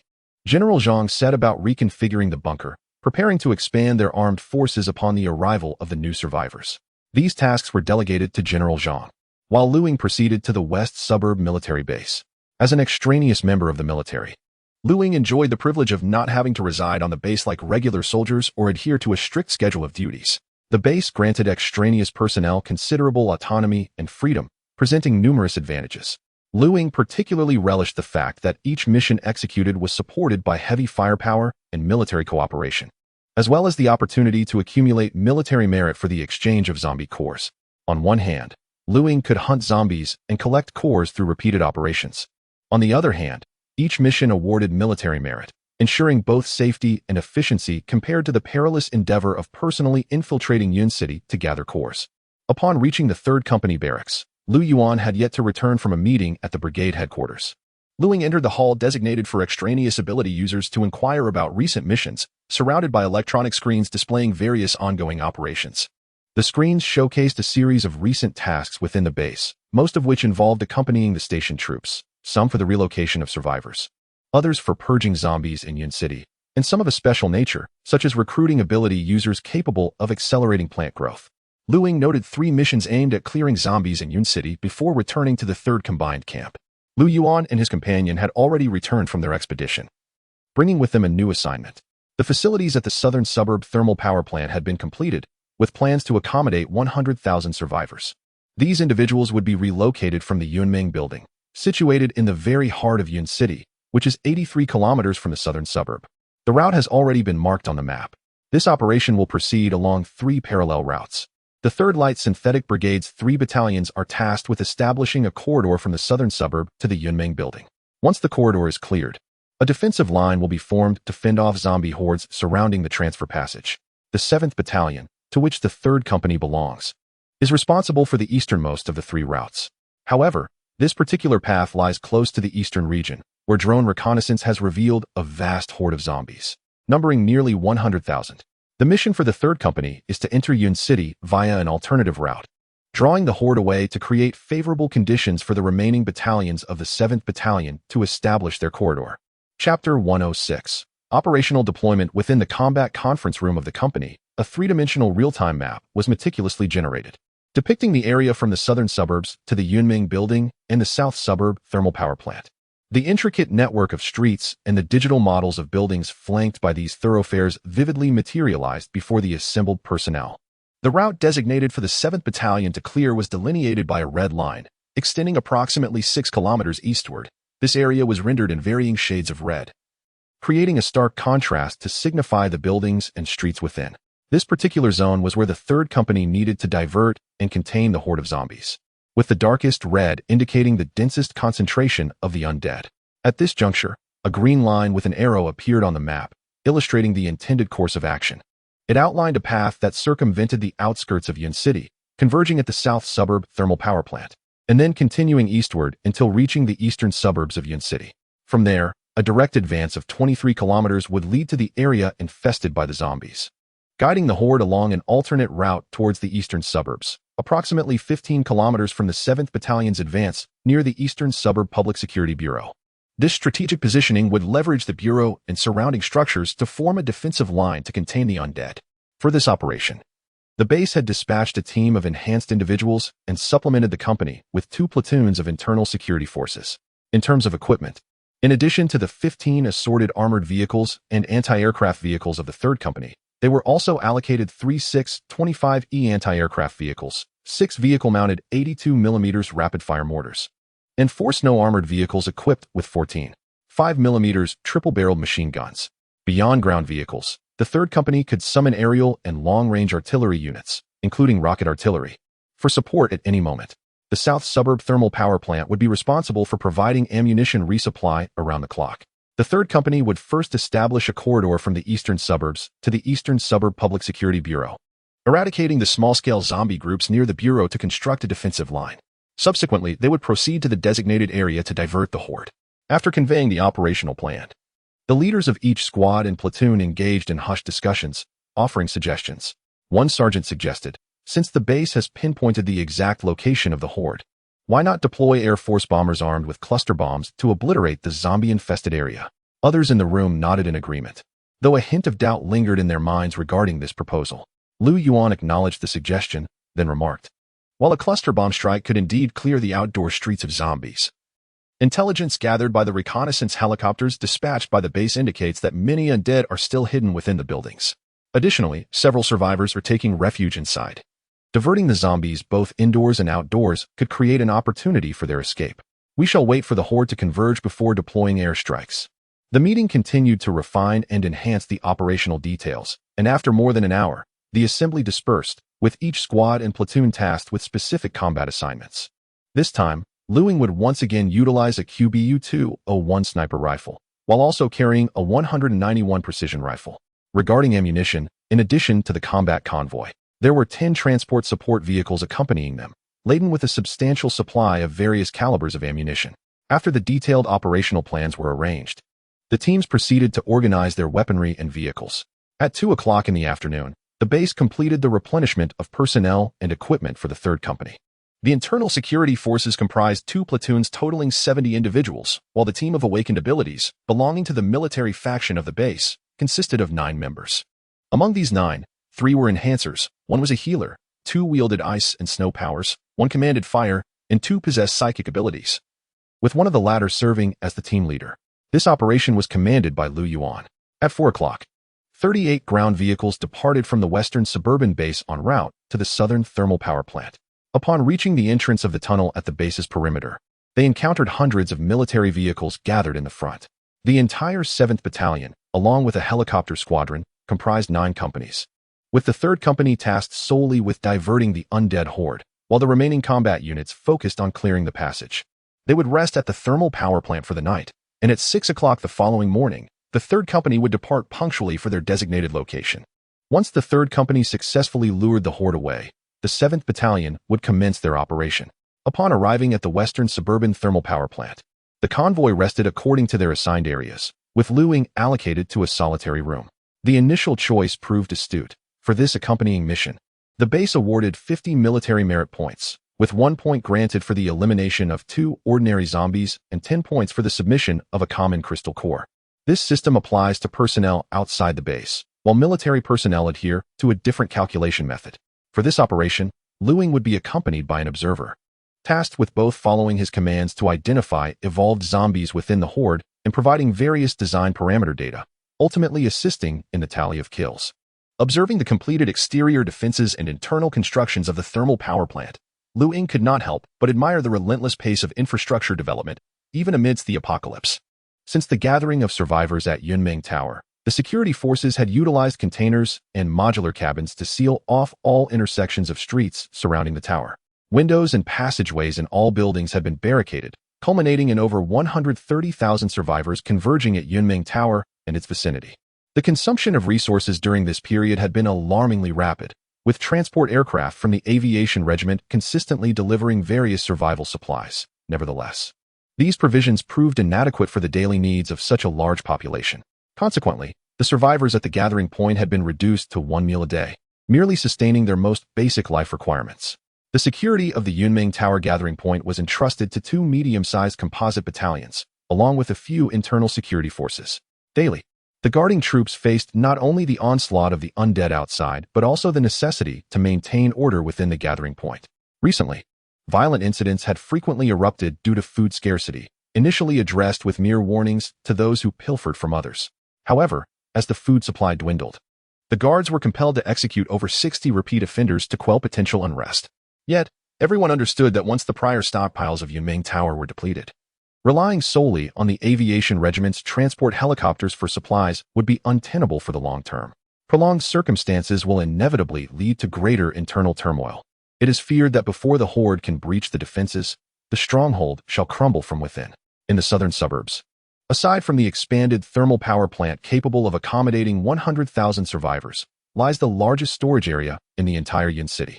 Within it, apart from a scant supply of materials, the majority of warehouses have been repurposed alongside the surrounding region, sufficient to house 300,000 survivors. Additionally, the nearby abandoned buildings around the freight train station have also been renovated to accommodate over 200,000 survivors.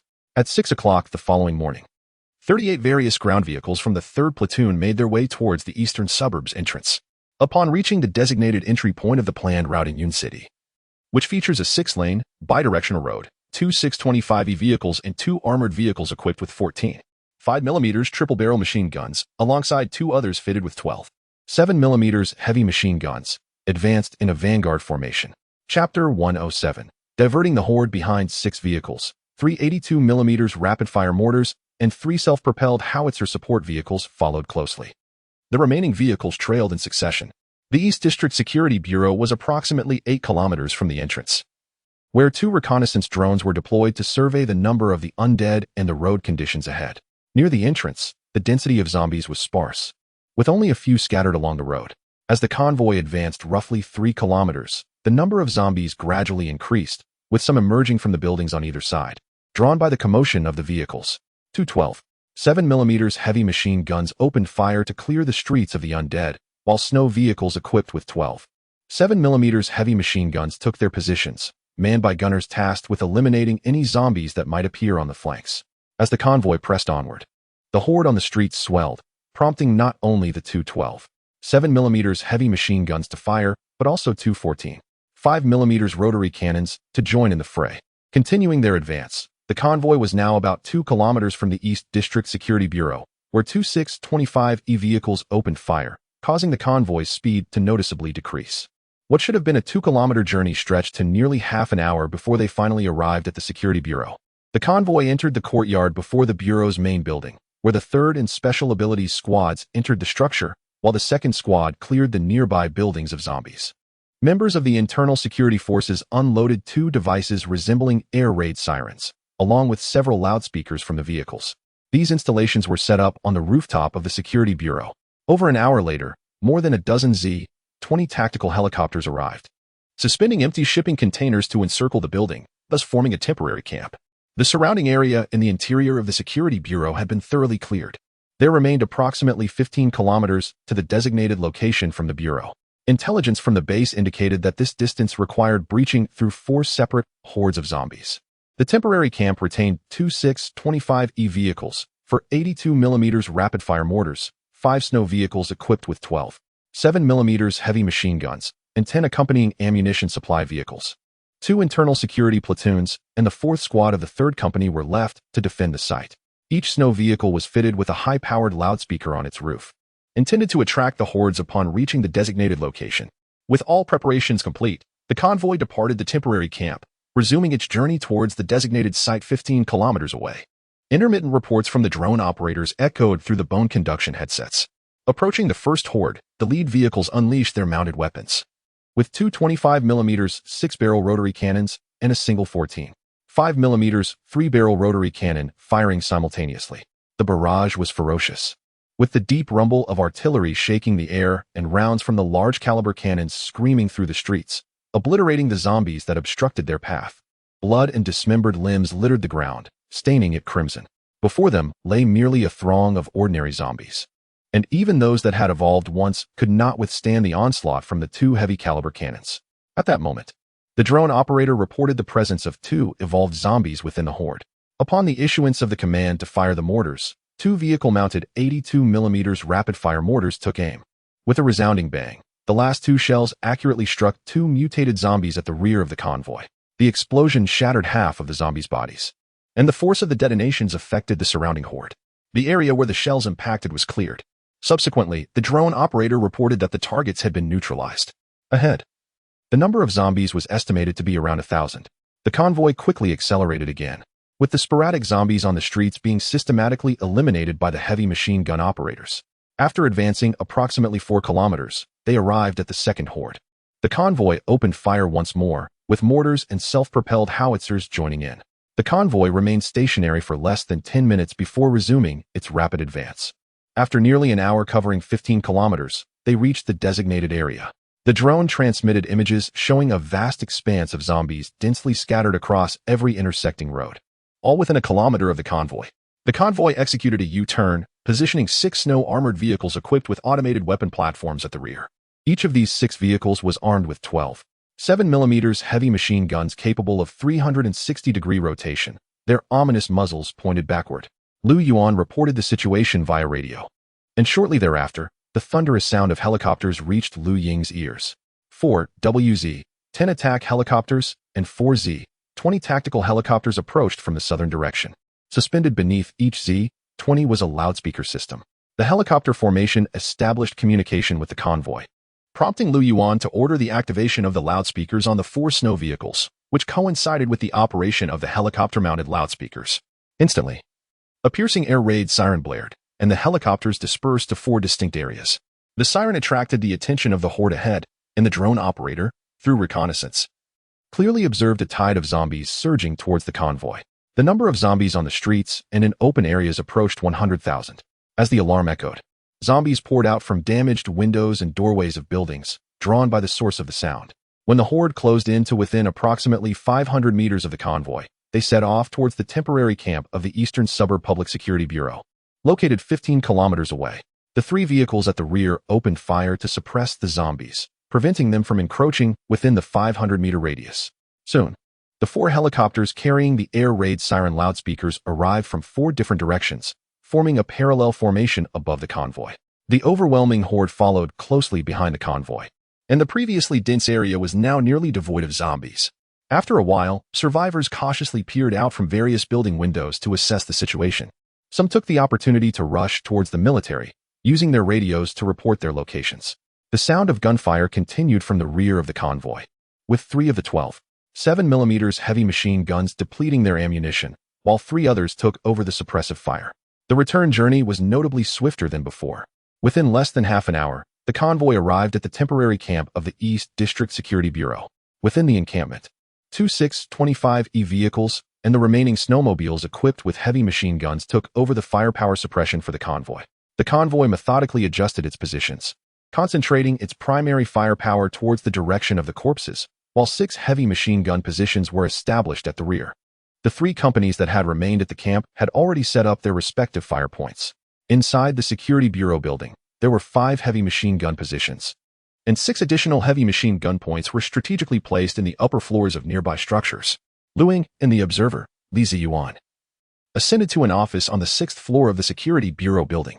10 ammunition boxes had been pre-positioned in the office, comprising 8 boxes of high-precision clustered rounds and 2 boxes of armor-piercing incendiary shells.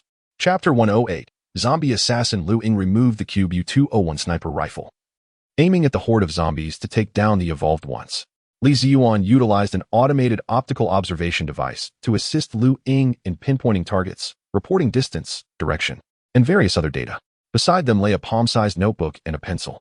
Bang!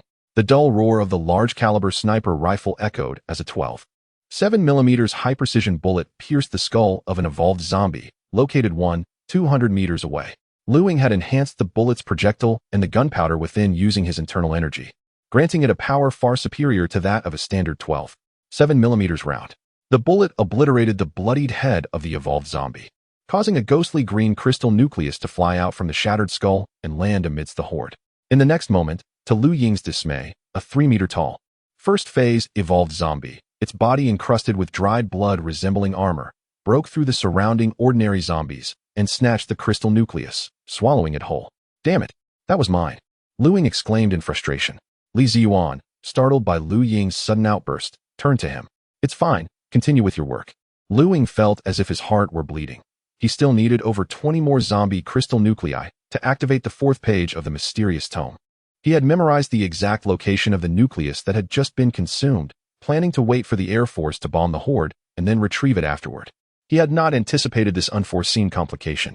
Instead of shooting another evolved zombie, Lu Ying kept his sights trained on the zombie that had devoured his crystal nucleus. After consuming the nucleus, the zombie exhibited no obvious changes. Then, astonishingly, it turned and began to retreat towards the back of the horde, seemingly aware that the firepower ahead could annihilate it. Could this zombie actually think and sense danger? Lu Ying pondered. He maintained his focus on this particular zombie, patiently watching for its next move. At that moment, an evolved zombie approximately 800 meters away was struck in the head by a sniper from his team. The opposing sniper had also employed a large-caliber rifle, though the bullet lacked the enhanced power of Lu Ying's. It lodged itself into the zombie's skull without obliterating it entirely. The zombie sprang into action, hastily closing the distance to the one with the penetrated head, and with a swift motion, it twisted the head from its neck. In the next instant, it grasped the severed head as if cradling a peeled watermelon, voraciously feasting upon it. With each bite, juices red and white flowed forth, and the feeding zombie reached inside, extracting a white crystal nucleus and promptly swallowing it. Lu Ying then observed as the blood-red eyes of this zombie shifted, and it began to crawl toward the back of the horde, its gaze flitting between the nearby, evolved zombies. What the hell? Lu Ying was astonished. This zombie undeniably possessed intelligence, and not a trivial amount at that. It was akin to a zombie assassin, fixated on its fellow kind. Indeed, in the next moment, as another evolved zombie was shot down, this particular zombie swiftly darted over and devoured its crystal core in a single gulp. Witnessing this scene, Lu Ying abandoned any thoughts of continuing to eliminate the evolved zombies, realizing that each one he dispatched merely contributed to the enrichment of this particular zombie. With this realization, a new plan began to form in Lu Ying's mind. He pondered whether this zombie might undergo another evolution after consuming a sufficient number of crystal cores from its evolved kin. With this thought, Lu Ying aimed at the head of an evolved zombie provided by Li Ziyuan and squeezed the trigger. Bang! The bullet, enveloped in Lu Ying's energy, shattered the zombie's cranium. And in the next instant, a dark red figure surged toward the recently decimated head. A fiery red crystal core was swiftly swallowed. Lu Ying counted. There were still 4 evolved zombies in the vicinity. Bang bang. For precision 12, 7mm sniper rounds obliterated the heads of these 4 zombies. The assassin consumed each crystal core with fervor. After observing for a while, Lu Ying noted that the assassin had not exhibited any notable changes, yet through the scope, it was evident that the zombie had no intention of departing. Much like Lu Ying, this zombie assassin was concealing itself among the horde, biding its time. Further back in the throng, numerous evolved zombies lingered. As the front line was subjected to various heavy-caliber firepower, an increasing number of zombies were reduced to mere pulp. The ground gradually accumulated to over a meter high with remnants of limbs and corpses, while the rapid-fire mortars behind breached the barricade, opening firing lanes for cannons and heavy machine guns. Above, 4 Z-20 helicopters circled continuously, with loudspeakers beneath them blaring piercing air raid sirens. The air raid alarms atop the Public Security Bureau and on 4 snow vehicles showed no signs of abating. As time passed, aside from the horde of over 100,000 zombies that had been drawn in, nearby areas, both streets and buildings, saw their own zombies converge toward the temporary encampment. Drone operators intermittently reported on the size and status of the horde. Lu Yuan had already contacted the base command center, successfully diverting and containing the horde in the eastern sector of the 7th Battalion's operational route. Following orders from the command center, the remaining companies mobilized to commence a sweep, clearing a passage to the Yunming building. 3 primary routes from the southern suburbs to the Yunming building were under constant fire from various heavy-caliber weapons. After each intersection with the escape route was secured, 2 heavy machine gun teams were stationed to defend against the zombies gathering at those crossings. Once the entire convoy had departed, Z-20 tactical helicopters arrived, suspended with empty containers to temporarily block the intersections. Over 100 kilometers away from Yun City, at the Air Force Base, 8 J-16 fighters were loaded with Tianlei 500 cluster bombs, each carrying 12 bombs. These 8J-16s were set to conduct concentrated bombing runs on the horde that had been drawn away and contained. The scale of this horde was not significantly different from the previous one, and the total payload of the 8J-16s was more than adequate. 8J-16 aircraft are arranged in pairs and take off sequentially under the guidance of the control tower. After forming a formation in the sky, they head towards the designated bombing site. Within the underground facilities of the western suburb base, 10 armed helicopters, the WZ-10, are fully loaded with ammunition. The alloy armored dome atop the facility opens to the sides, and the lift platform for the helicopters activates, slowly ascending. Upon reaching the aerial exit, the 10 armed helicopters take off in succession, forming a formation as they proceed towards the location of the 3rd Company of the 7th Battalion. Following the completion of the Air Force's bombing mission, the group of armed helicopters collaborates with the ground troops of the 3rd Company to eliminate the remaining zombies. Chapter 109. The second stage of evolved zombies. With a resounding bang, Lu Ying pulled the trigger, and a 12.7mm armor-piercing incendiary round penetrated the skull of the evolved zombie. A plume of smoke erupted from the burning remains, while half of the zombie's head was violently dislodged, leaving a charred wound in its wake. The assassin zombie surged forward, seizing the dismembered head and rummaging within, voraciously swallowing a fiery crimson core. This creature had now consumed its 7th evolved zombie core, and through the scope of his sniper rifle, Lu Ying observed a grotesque smile of satisfaction spreading across its fearsome visage. Its gaping maw stretched wide, almost to its ears, before the zombie forcefully pushed aside ordinary zombies and charged into a 2-story storefront nearby. The creature unleashed a terrifying roar, and Lu Ying, peering through the scope, witnessed the desiccated blood scabs across the zombie's body begin to shed. Tiny beads of blood cascaded down, staining the ground beneath it a deep crimson as the zombie commenced its evolution. Lu Ying's gaze remained fixated on the transformation, as it was the first time he had witnessed the entire process of a zombie evolving. Sharp, blood-red spikes erupted from the zombie's back muscles, rapidly protruding and multiplying. Soon, more spines sprouted densely from its shoulders, elbows, and knees. A copious amount of viscous, dark red blood seeped from its body, enveloping it entirely. This thick fluid began to coagulate, hardening into a formidable armor-like layer. The zombie struggled on the ground, its entire form elongating as it continued to grow. By the time it emerged from the building, it had reached an imposing height of over 5 meters, its body encased in a thick, hardened layer of black-red skeletal armor, with sharp spikes adorning every joint. This was a zombie evolved specifically for slaughter, and it did not go unnoticed. Lu Ying contacted Lu Yuan via radio, advising against artillery fire for the time being, preferring to conduct some experiments first. Understood, Lu Yuan replied, though he had already ordered the rapid-fire mortar team and the unit equipped with 120mm individual rocket launchers to be on standby. The rocket launcher was loaded with an armor-piercing round, designed for engaging tanks and armored vehicles. Lu Ying switched to a precision sniper round, refraining from utilizing his innate abilities this time. He steadied his breath, aimed for the evolved zombie's skull, and squeezed the trigger. Bang! The dull sound echoed as the projectile struck the zombie's temple. The creature turned its head, dislodging the bullet that had become lodged in its outer defensive skeletal layer, and began to retreat.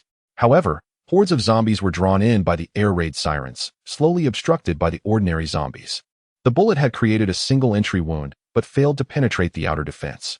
Lu Ying then loaded an armor-piercing incendiary round. Bang! Another shot rang out, and wisps of white smoke billowed from the zombie's head. Once again, the bullet merely breached the outer defense, halted by the muscle beneath the skeletal layer. Its kinetic energy expended and unable to progress further. Bang! A dull gunshot echoed, as Lu Ying utilized the extraordinary abilities within his body to envelop and reinforce the entire bullet. The projectile pierced through the zombie's skull, causing a cascade of crimson and white fluids to spill forth. However, Lu Ying soon observed through the scope that the bullet, which had entered the zombie's head, was being expelled from the wound. The bullet hole began to gradually heal, revealing an astonishing self-regeneration capability that left Lu Ying somewhat astonished. This time, he had harnessed 10% of his energy to enhance the bullet, and upon its discharge, the barrel of his sniper rifle was shattered by the immense force. The fired bullet soared like a rocket, trailing a fiery red tail, and pursued the fleeing zombie, penetrating its neck. The overwhelming kinetic energy obliterated the zombie's neck, causing its head to roll away, while its massive body collapsed with a thunderous crash. "My goodness!" exclaimed Li Ziyuan, taken aback by both the rupture of Lu Ying's sniper rifle barrel and the formidable power of the bullet. Just moments ago, Lu Ying had fired 3 shots, and Li Ziyuan had observed the impact of those bullets through an automatic optical monitoring device. The same type of bullet exhibited varying effects, clearly indicating Lu Ying's use of his extraordinary abilities. Li Ziyuan's gaze was filled with envy. "Ah Yuan, the rifle is ruined. Please send me another one." Lu Ying communicated via the walkie-talkie to Lu Yuan. "Understood," Lu Yuan replied, setting down his binoculars, his heart racing. He had been prepared to deploy an anti-tank rocket. But Lu Ying had resolved the zombie issue with a single bullet.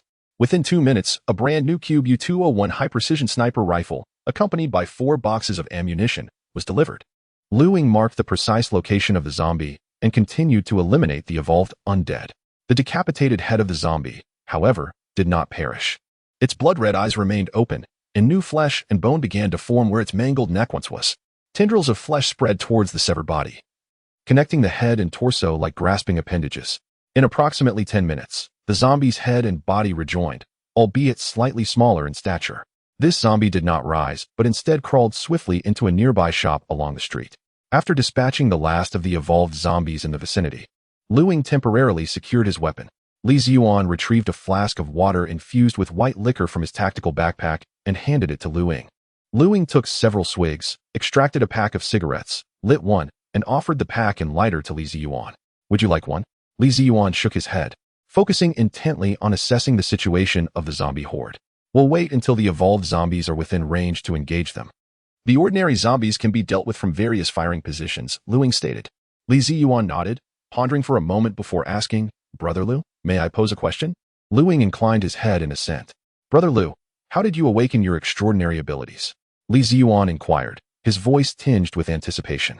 Lu Ying chuckled softly. "I cannot say for certain. I simply awoke on the morning following the end of the blizzard and discovered that I had awakened my abilities." Li Ziyuan sighed, for it appeared that none of the awakened individuals understood the reasons behind their transformations, nor was there any discernible pattern to follow. Seeing Li Ziyuan's despondency, Lu Ying remarked, "We are merely at the onset of the apocalypse. It is likely that you will awaken in due time. Moreover, scientists are already investigating these phenomena. Perhaps soon, there will be gene serums available that can grant you extraordinary abilities with just a single injection." Indeed, Li Ziyuan nodded emphatically. No one desires to awaken their latent powers more than he does, especially as a soldier in a rapid response unit who has undertaken numerous missions and witnessed the astonishing abilities of various supernatural beings firsthand. The awakening of such powers would enable him to play a more significant role in future endeavors, potentially altering the course of events. This was the thought that lingered in Li Ziyuan's mind. "The bombardment is about to commence," Lu Ying announced. "How do you know, Brother Lu?" Chapter 110. The resilient evolutionary zombies. Lu Ying gestured toward his ears, remarking on the significant enhancement of his hearing following evolution. A thunderous roar pierced the air as 2 J-16 fighter jets arrived at the designated bombing zone, slicing through the atmosphere. After reconfirming commands and data with the base command center, one of the 4 jet formations dispersed and accelerated toward the horde of zombies. As they neared the area above the undead, the J-16S released the Tianlai 500 cluster bombs in segments. Each bomb disintegrated above the zombie mass, unleashing 240 submunitions, which rained down upon the tide of corpses below like a deluge. The continuous sound of explosions echoed through the air. Below, zombies were obliterated, leaving chaos in their wake. Flames and thick smoke rose from the streets, stretching for miles. After the initial 4 J-16S completed their bombing run, another 4 entered the fray, unleashing a torrential downpour of bombs upon the horde. Following the cacophony of relentless explosions, the zombie congregation on the streets was nearly eradicated. The ground was strewn with dismembered limbs, blood, and shattered bones, while some zombies, not yet deceased, writhed in agony with half-bodies or severed heads. With this round of bombardment complete, the number of attracted zombies had diminished by 3/4. Subsequently, a formation of WZ-10 armed helicopters arrived, unleashing a barrage of rockets trailing fiery tails. The aircraft's cannons rained down a relentless hail of bullets upon the horde.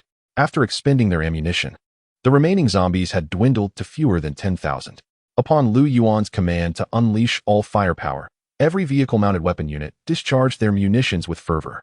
5.625 anti-aircraft vehicles roared with cannon fire for 14. 5mm rotary machine guns opened fire, along with every heavy machine gun point within the convoy and nearby buildings. In that moment, there were no thoughts of conserving ammunition. A downpour of various large-caliber bullets swept through the horde, and within a minute, not a single zombie was left standing on the street. The thoroughfare, covered in remnants, yielded no intact corpses. Since the outbreak of the zombie virus, The military had recalibrated their firepower configuration through numerous battles against the undead. Heavy machine gun fire, initially assigned to platoon levels, was redistributed to squad levels. Rapid response units, such as the 3rd Company, were equipped not only with 12 7mm heavy machine guns mounted on vehicles, but also with one 89 type heavy machine gun per combat squad. Light machine guns were similarly supplemented, ensuring that each squad had at least one heavy machine gun team, 2 light machine gun teams, or a combination thereof with a self-propelled grenade launcher team. Given the distinct differences between zombies and humans, armories had accelerated the development and production of more potent automatic rifles with larger calibers to replace the current 5.8mm models. After the decimation of over 100,000 zombies, Lu Yuan contacted the self-propelled artillery battalion in the rear, requesting fire coverage in the area where the Air Force had deployed the Tianlai 500 cluster bombs, aiming to detonate the remaining unexploded submunitions. With a sharp whistle, the 155mm self-propelled howitzer battalion unleashed its barrage, each round emitting a piercing sound as it fell into the rear area. A synchronized triple salvo blanketed the vicinity, followed by the shrill whistling of rocket artillery shells speeding towards their target. The rear rocket battalion fired incendiary rounds, each rocket trailing flames as they detonated above the streets, releasing chemical agents that ignited the dismembered remains strewn below, setting ablaze a roaring inferno. The 15 120mm rocket launchers of the 3rd Platoon replaced their ammunition with incendiary rounds, igniting the nearby remnants of the undead. The air was thick with the metallic scent of blood mingled with the acrid odor of chemical combustibles, inducing a wave of nausea. The flames began to spread along the entire street. The temporary camp, aside from the scouts positioned at elevated points and the drone operators, saw the remaining firepower retreat, gathering at the makeshift encampment. By this time, it was past 3 in the afternoon. Helicopters equipped with loudspeakers had already withdrawn from the battlefield before the Air Force commenced their bombardment. The loudspeakers atop the buildings and vehicles had long been silenced. A support vehicle boiled water, providing everyone with individual self-heating meals. As Liuing opened his ration, he discovered a package containing an energy bar, a portion of chicken fried rice, and accompanying enoki mushrooms. As the camp commenced their meal, the 2nd stage evolved zombie, which had previously sought refuge in a nearby shop, began its own repast. However, this creature's meal consisted of 4 freshly dragged-in zombies, one of which was headless, yet bore the form of a 1st stage evolved zombie. The creature tore off the arm of the evolved zombie, ravenously devouring it, as thick, dark crimson blood oozed from the jagged gaps between its sharp teeth. The zombie feasted with fervor, the crunching of bones echoing as its powerful jaws shattered the evolved creature's skeletal structure. In no time, the body, along with its bones, was consumed entirely. Having voraciously devoured the remaining 3 corpses, the zombie still appeared somewhat famished. Cautiously, it peeked out, first scanning the distant reconnaissance drone overhead, then glancing at the soldier stationed on the opposite rooftop, using binoculars to survey the area. The diligent soldier's attention was diverted elsewhere, allowing the zombie to swiftly extend its claws, retrieving 4 ordinary zombie cores from the pile of corpses amid the intense heat. It quickly retreated to the shadows of the reconnaissance blind spot. After swallowing the 4 cores, the zombie observed its surroundings once more, and with a swift motion, it unearths 2 additional cores. Subsequently, the creature charged into the brick wall connecting 2 shops, crashing through to enter another room. Taking advantage of the soldier's diverted gaze and the drone's departure, it seized 2 more cores from the heap of corpses on the street. At the moment the zombie broke through the wall, Liuing heard the commotion and felt a pang of curiosity. Ascending to the 6th floor, he retrieved his binoculars to investigate the source of the sound. After a brief wait, he spotted the furtive evolved zombie, stealthily rummaging through the burning remains for zombie cores. Damn. Liuing recognized the creature. It was the very one he had shot to sever its neck earlier. At present, this creature has diminished in size. And Liuing did not anticipate that, despite having its neck shattered, this zombie could regain its form. Observing its reduced stature, it is evident that the restoration of its injuries has expended a substantial amount of energy. Liuing refrains from making any hasty movements, fixating intently on the zombie, eager to ascertain whether it can once again evolve to its former size. Uncertain of the extent of energy consumed from the crystal cores during the zombie's recovery, Liuing contemplates the possibility of utilizing the energy-rich crystal cores from the 2nd stage evolved zombies.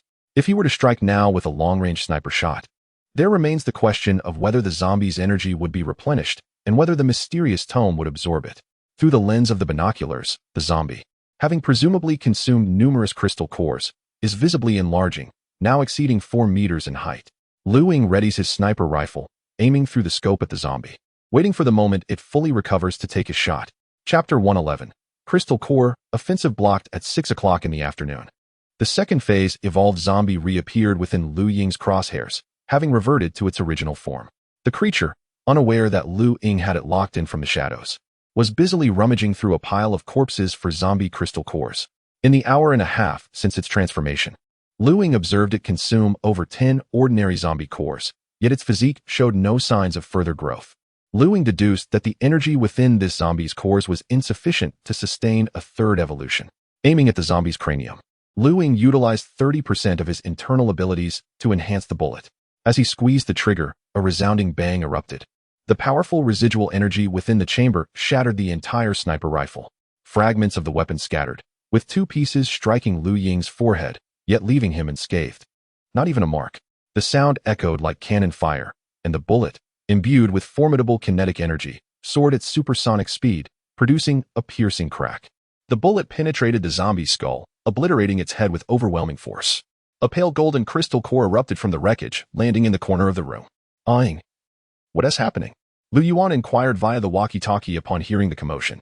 Pressing the communication button, Lu Ying replied, "Nothing much. I just took down a straggler with a single shot." "What was that sound?" Lu Yuan asked, puzzled. With a light sigh, Lu Ying responded, "The sniper rifle is ruined again. I'll need a few 14.5mm caliber rifles when we return." A hearty laugh resonated through the walkie-talkie. "No problem, we have plenty." Lu Ying did not depart, maintaining his gaze fixed on the distant commercial building. The zombie had not managed to regenerate this time. It seemed that only by obliterating the brain of such a creature could one ensure its complete eradication. He pondered how many zombies in Yun City had undergone 2 evolutions and whether any had ascended to even higher stages. Given the defensive capabilities and regenerative powers of the second phase zombies, he could only imagine the horror that higher stage evolved zombies might possess. Lu Ying contemplated the absence of mutated flora and fauna since the ancient virus outbreak. In his previous life, he had witnessed a mutated spider the size of a car, capable of spewing venom that corroded steel. The mountains surrounding Yun City harbored numerous species, some succumbing to the harsh winter and snowfall, yet others, particularly insects, had undoubtedly survived. The ancient virus had altered the genetic makeup of living beings, allowing not only humans, but also plants and animals to awaken and evolve. The mutated creatures would harbor an intensified desire for blood and flesh, viewing both humans and zombies as potential prey. This triad would forge a new food chain, and the apex of this chain might not necessarily be humanity. The blaze and thick smoke persisted until past 10 o'clock at night. Lu Ying swiftly dashed to the shop, collecting the pale golden crystal cores, marking her first encounter with such specimens.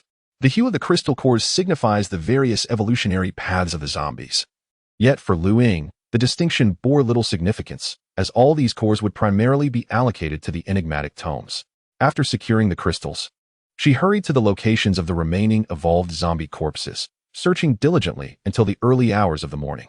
She successfully gathered 7 first-stage evolved zombie cores, 1 second-stage evolved zombie core, along with 3 bulging bags of ordinary zombie cores. At the temporary camp, 2 platoons of the internal guard were stationed, alongside a 625E anti-aircraft vehicle, a snow vehicle equipped with a 14.5mm rotating gun, 6 snow vehicles with 12.7mm heavy machine guns, and 5 supply vehicles. The remaining vehicles and personnel returned to the suburban thermal power plant. The base ordered the 3rd Company to rest, with plans to depart from the thermal power plant at noon the following day to rendezvous with the 7th Battalion and continue clearing the evacuation route. Covering a distance of over 80 kilometers, the 7th Battalion had only managed to clear slightly more than 40 kilometers thus far, with the remaining stretch fraught with a dense horde of zombies. The cleared 40 kilometers presented various intersections where the stationed fire units faced zombies drawn in from other directions by the sounds of conflict. As they approached the center of Yun City, both the quantity and density of the undead increased significantly. The long-range fire support units utilized various calibers of shells and rockets in repeated volleys against the hordes, yet vast numbers of zombies continued to emerge from nearby buildings. Attracted by the commotion, the advance through the 3 routes was hindered, prompting the base to dispatch a medium composite battalion to reinforce the 3 lightweight composite battalions engaged in the operation. That night, Lu Ying resided alone in a modular cabin. After securing the doors and windows, she took out the mysterious tome and fed all 7 collected crystal cores to it. The cores transformed into vibrant energies, which the tome absorbed entirely, Yet the fourth page remained a blur, the content indecipherable. After a refreshing shower, she fell into a deep slumber, only to be awakened before dawn by the cacophony outside her cabin. Soon, a knock echoed at her door. Quickly donning her clothes, she observed Li Ziyuan, the reconnaissance officer, standing outside. Lu Gu, there's trouble. Our battalion's advance has been obstructed by a unique horde, resulting in significant casualties. The base has ordered us to provide support, he stated anxiously. A unique horde? Let us go. The two hastily made their way to the vehicle convoy, where soldiers from a medium composite battalion had swiftly assembled alongside the garrison of the thermal power plant. Hundreds of various military armored snow vehicles surged forth from the thermal power plant. Inside one vehicle, Lu Yuan was intently listening to the updates relayed through the radio. The three composite battalions tasked with clearing the evacuation routes encountered simultaneous assaults. News from the 7th Battalion indicated they were advancing as planned, having cleared one horde, and were less than 3 kilometers from another.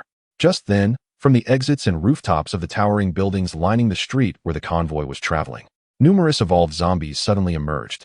Among these unexpected foes were those with formidable defenses, others displaying remarkable agility, and some capable of emitting special sound waves that could disrupt human consciousness. Nearly 100 evolved zombies suddenly emerged, overwhelming the vanguard despite their relentless firepower. 11 vehicles from the front line were overturned, and half a company of soldiers perished at the jaws of the undead. The subsequent troops have ceased their advance, establishing a defensive formation on the spot. However, following the sudden appearance of these evolved zombies, an even denser horde has materialized ahead, with all intersections on both sides besieged by relentless waves of the undead. Currently, the 7th Battalion has advanced over 50 kilometers, and at every intersection breached along this path. Aggressive hordes of zombies have emerged, creating an extremely perilous situation. The base has dispatched a fleet of Z-20 tactical helicopters to deliver ammunition to the 3 encircled battalions, which are now surrounded by a vast multitude of zombies. Chapter 112. Communication interruption. Upon hearing the current situation of the 7th Battalion, a sense of unease gripped everyone. Analyzing the reports from the scene, it became evident that the sudden emergence of evolved zombies from the buildings on either side appeared to be orchestrated and premeditated. It was inconceivable for such a multitude of evolved zombies to appear simultaneously in one location otherwise. The 3 forward camps had all been attacked at once, and the intersecting routes were similarly besieged by large-scale hordes of zombies. These circumstances collectively indicated that a more intelligent evolved zombie was orchestrating the entire horde's assault. The situation was rather intricate. Instructor Pang Lun knew the weight of the matter. According to the battle reports from the 7th Battalion's forward team, the defensive line had temporarily stabilized, and the base had mobilized armed helicopters to support the 3 forward camps. The Air Force Base was prepared to deploy at any moment to provide fire support. Hundreds of military armored vehicles were diverted approximately 5 kilometers from the southern suburbs of Yin City. The composite battalion had dispatched 6 combat companies for this support mission, with 2 companies assigned to each forward camp. The 2 additional companies supporting the 7th Battalion, combined with the original 3rd Company, comprised a total of 3 companies swiftly advancing toward the 7th Battalion.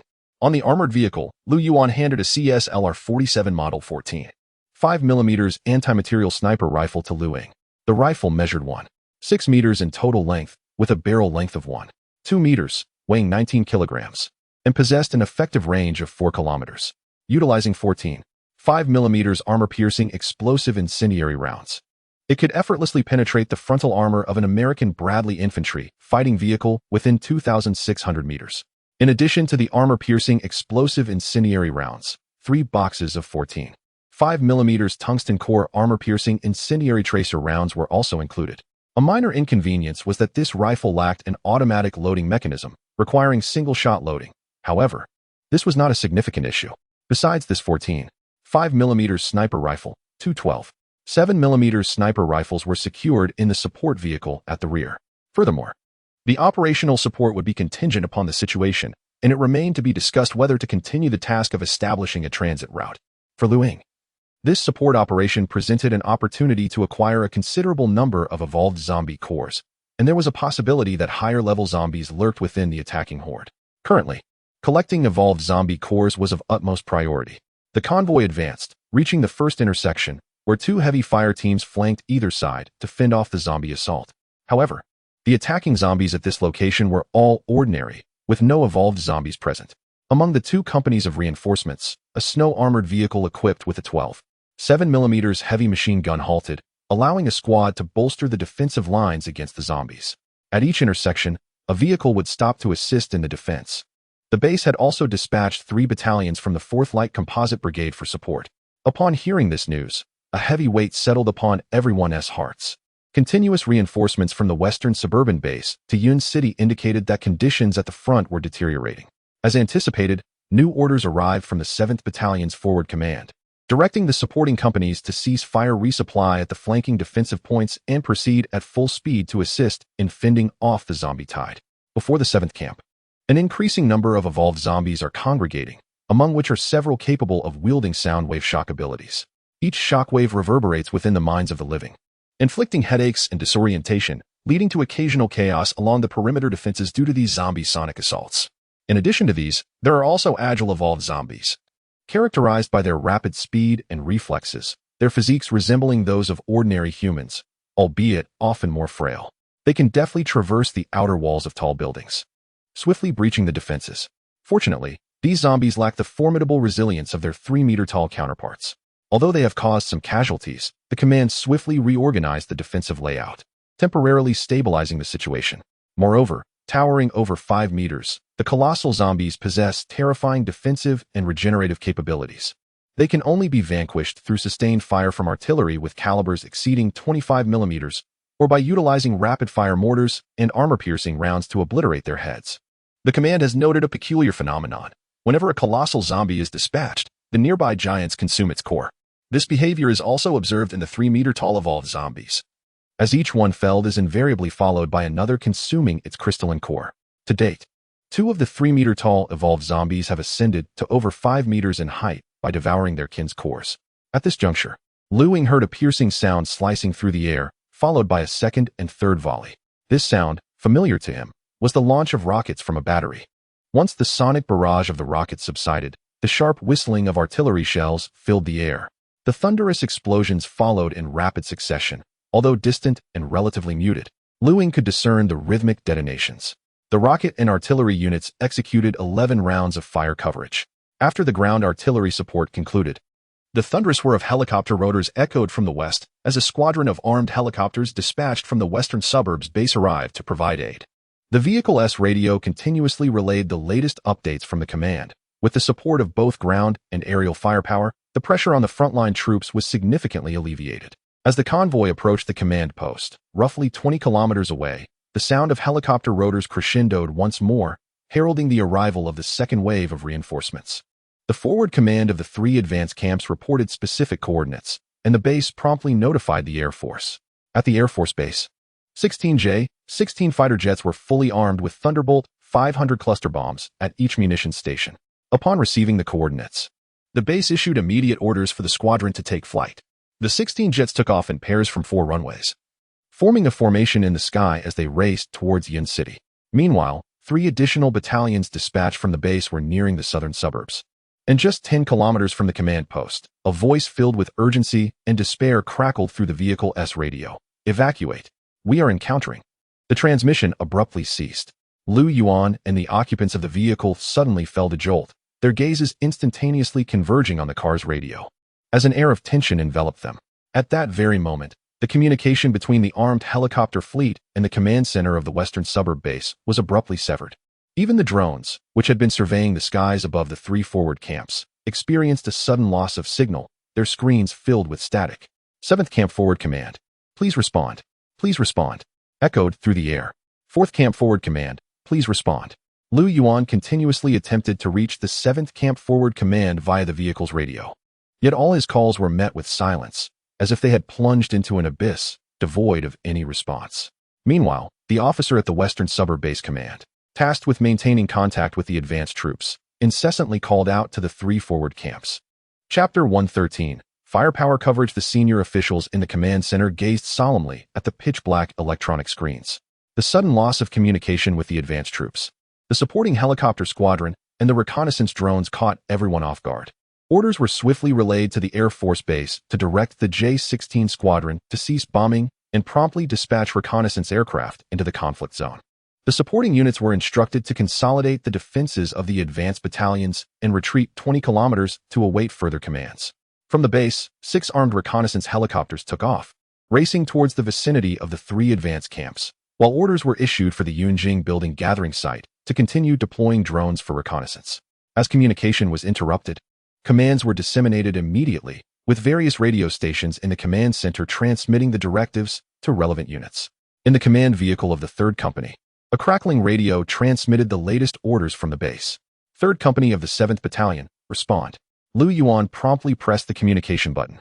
3rd Company of the 7th Battalion acknowledges. The order was given to consolidate the blocking forces on both sides of the passage and to retreat to 20 kilometers behind the forward command post while on standby. Understood. At that moment, the lead vehicle reported new developments. Commander, a massive horde of corpses has appeared 2 kilometers ahead, advancing towards our unit.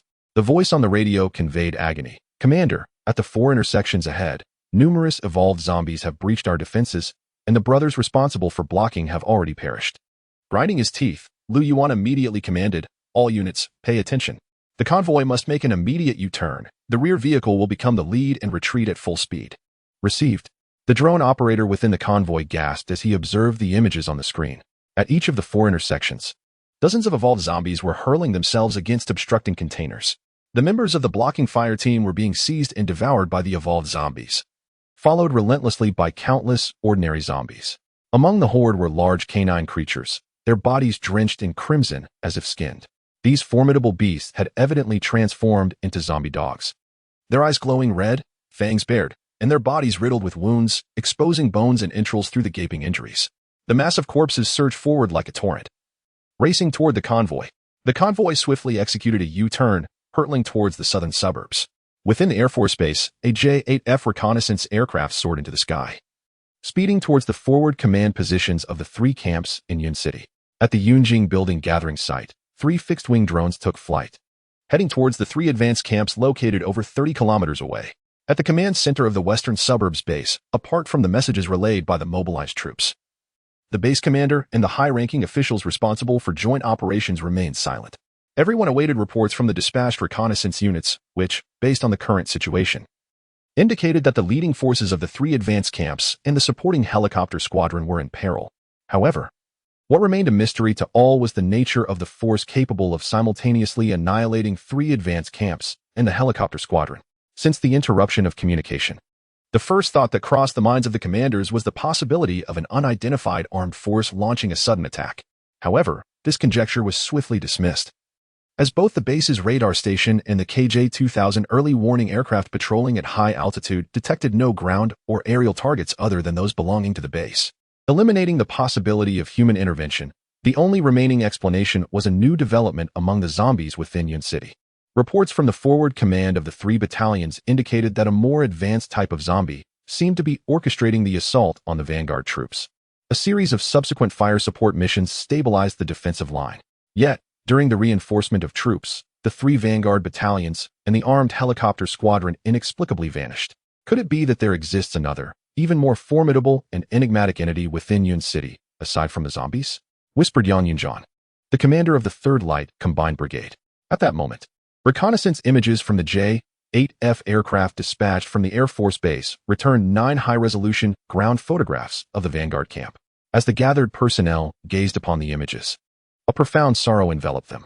The 3 battalion command posts were left with merely over 20 armored vehicles, while the rooftops and streets nearby were strewn with the wreckage of armed helicopters. 4 helicopters had exploded, and the photographs depicted the still-burning remnants. The command post lay in ruins. All personnel vanished, with various bloodied weapons scattered across the snow, the ground soaked in a crimson hue. Orders were issued for all subsequent troops to withdraw to the southern outskirts near the thermal power plant, while the J-16 squadron awaited ground coordinate data. Another order directed the Z-19 armed reconnaissance helicopters to swiftly gather coordinate data on the zombie horde and relay it back to the Air Force Base. Further commands instructed 2 long-range artillery battalions at the base to prepare for launch and await orders for a remote strike. 6 consecutive orders emanated from the base command center, one of which was directed towards the Air Force Base to prepare for the second wave of bombardment against the zombie horde in Yun City. Upon receiving the orders, each unit swiftly mobilized. The convoy of the 3rd Company, having understood the gravity of the situation, accelerated their withdrawal from Yun City. At the Air Force Base, teams of ground personnel transported the Tianlai 500 cluster bombs to the J-16 fighter jet hangar. Each aircraft was to be equipped with 12 Tianlai 500 cluster bombs, and various pre-flight checks and preparations were conducted promptly and systematically. The two long-range artillery battalions in the western outskirts, upon receiving orders, immediately began loading the 300mm rockets. The artillery clusters completed their loading, with the rocket launchers positioned to target Ying City. The Z-19 armed reconnaissance helicopters had already arrived in the vicinity of the zombie swarm. Ground coordinate data was meticulously collected and transmitted to the command center and the Air Force Base in Ying City.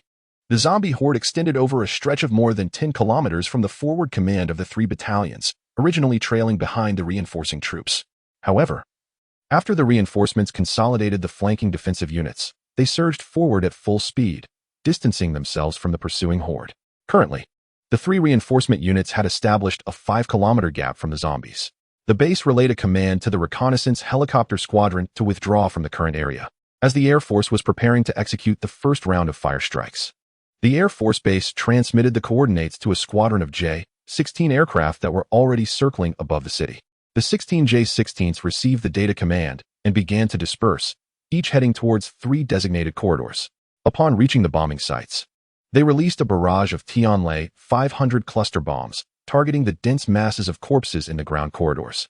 Each corridor was inundated with at least 60 Tianlai 500 cluster bombs, which accurately descended upon the throngs of bodies below. The cluster bombs unleashed a relentless cascade of submunitions that precisely struck within the confines of the corpses. The thunderous sound of consecutive explosions echoed through the skies, accompanied by towering flames and billowing smoke, persisting along the 3 streets. Once the bombing mission concluded, the fighter jets withdrew from the combat zone and began their return journey. Chapter 114. The Mutated Beast of Ying City. The 2 distant artillery battalions received coordinates, and upon the command of the officer, 24 Type 03 300mm multiple launch rocket systems unleashed a salvo. Boom, boom, boom. The 300mm rockets screeched forth from their launchers, leaving long trails of fire in their wake. The thunderous roar of the artillery reverberated throughout the entire western suburban base. As numerous survivors gazed at the spectacle of over 200 rockets soaring skyward, their hearts filled with questions and awe at the sheer power of the barrage.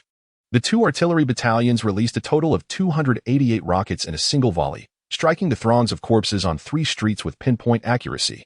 As the smoke from the cluster bomb explosions lingered in the air, another wave of cataclysmic detonations ensued. The ground shook with resounding blasts, shattering the glass of nearby buildings, while the structures themselves trembled violently. Countless zombies, both evolved and ordinary, were obliterated in the wake of the ferocious firepower. However, prior to the J-16 aircraft commencing their bombing runs, most of the evolved zombies, as if responding to a command, swiftly retreated, vanishing into the surrounding streets. Following the 2 rounds of artillery fire, less than a third of the undead remained on the 3 streets. The second group of J-16 aircraft arrived at the bombing zone. One after another, the Tianlai 500 bombs detonated among the remaining horde. As the earth-shattering explosions subsided and the smoke cleared, the last traces of the zombies were eradicated from the 3 streets. Within the temporary camps in the southern suburbs of Ying City, 2 battalions of Type 1142 rocket launchers prepared incendiary aluminum thermite shells. A triad of salvos ignited the ground littered with the dismembered remains of countless zombies, unleashing a raging inferno. A new directive was issued from the western suburban base, instructing the armed reconnaissance helicopter units to continue monitoring the ground situation toward the Yunming Tower from the 3 forward camps. The reconnaissance teams dispatched from the temporary camps in the southern suburbs and the garrison at Yunming Tower employed drones to search each building in the area. The plan to evacuate survivors from Yunming Tower was temporarily suspended until the circumstances surrounding the annihilation of the 3 forward camps were clarified. In the aftermath, casualty reports were compiled. The 3 forward camps collectively suffered the loss of 6 fully staffed companies and battalion officers, along with 3 platoons of blocking troops, totaling 785 souls sacrificed.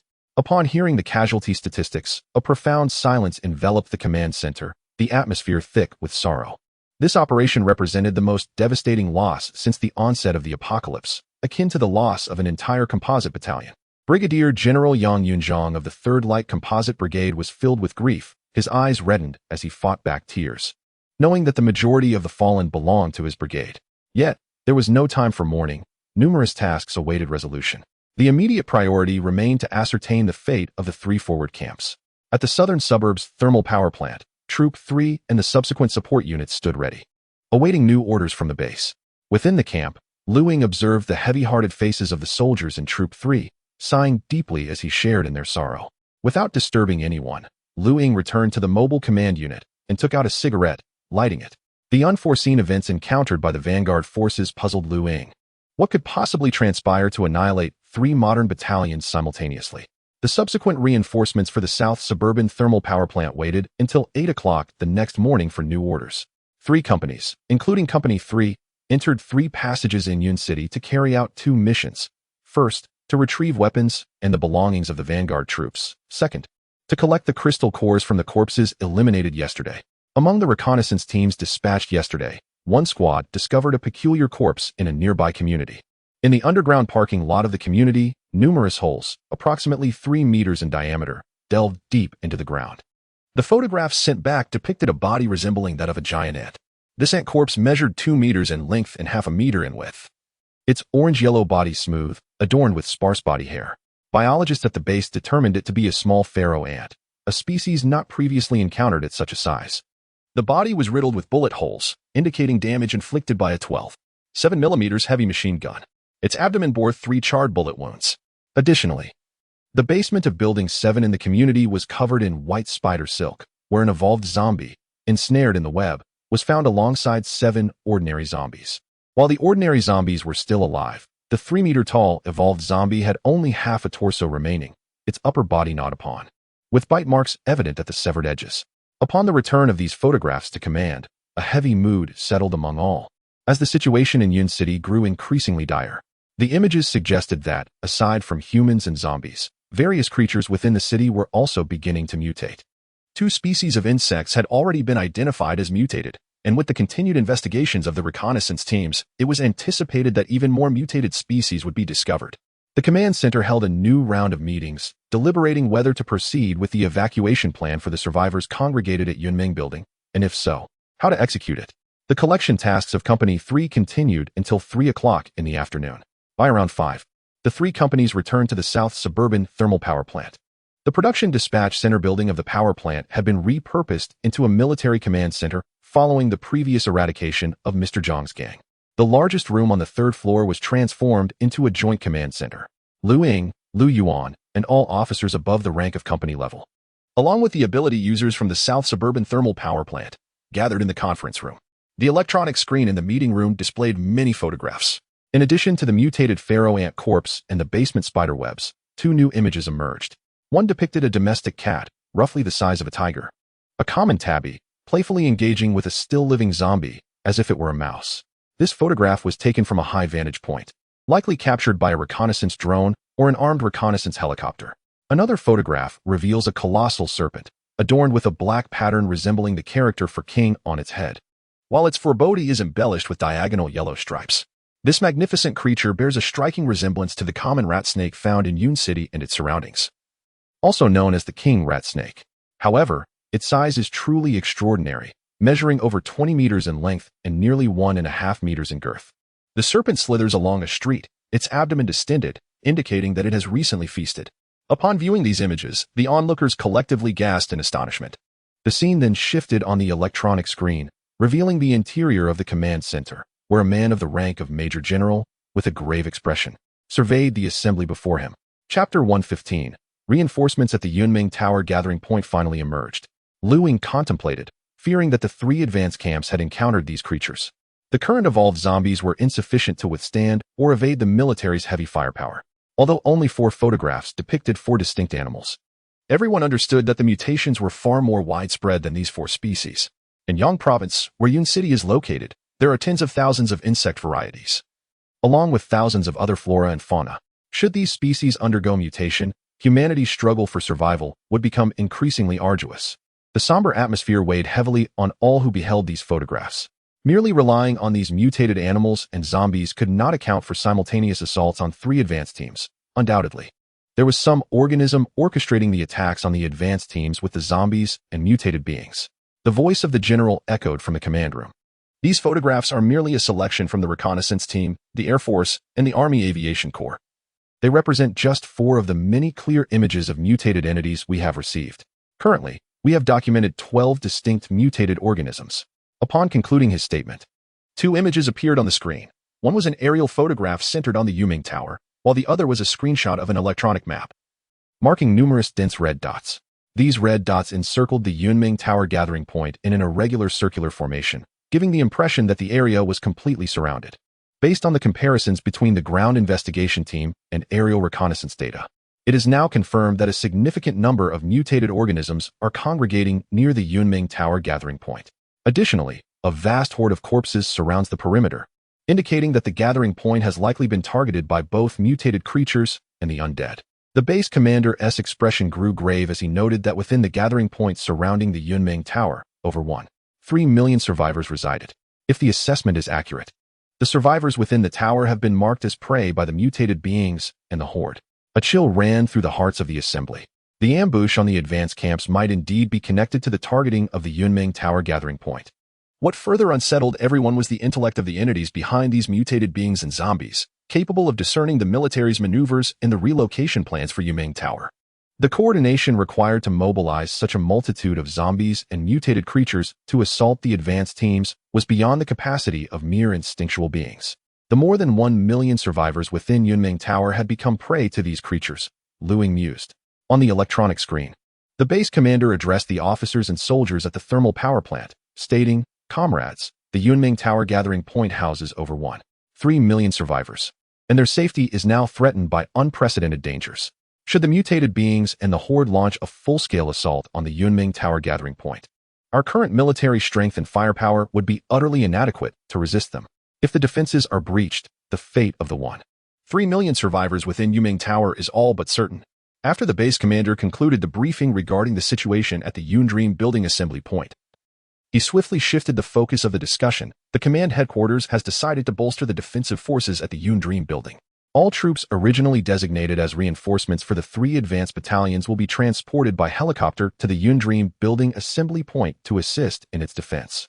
In addition to the existing garrison at the thermal power plant, a light combined battalion sent by the base as reinforcement for the 3 advanced battalions, along with the 3rd Company, will also be present.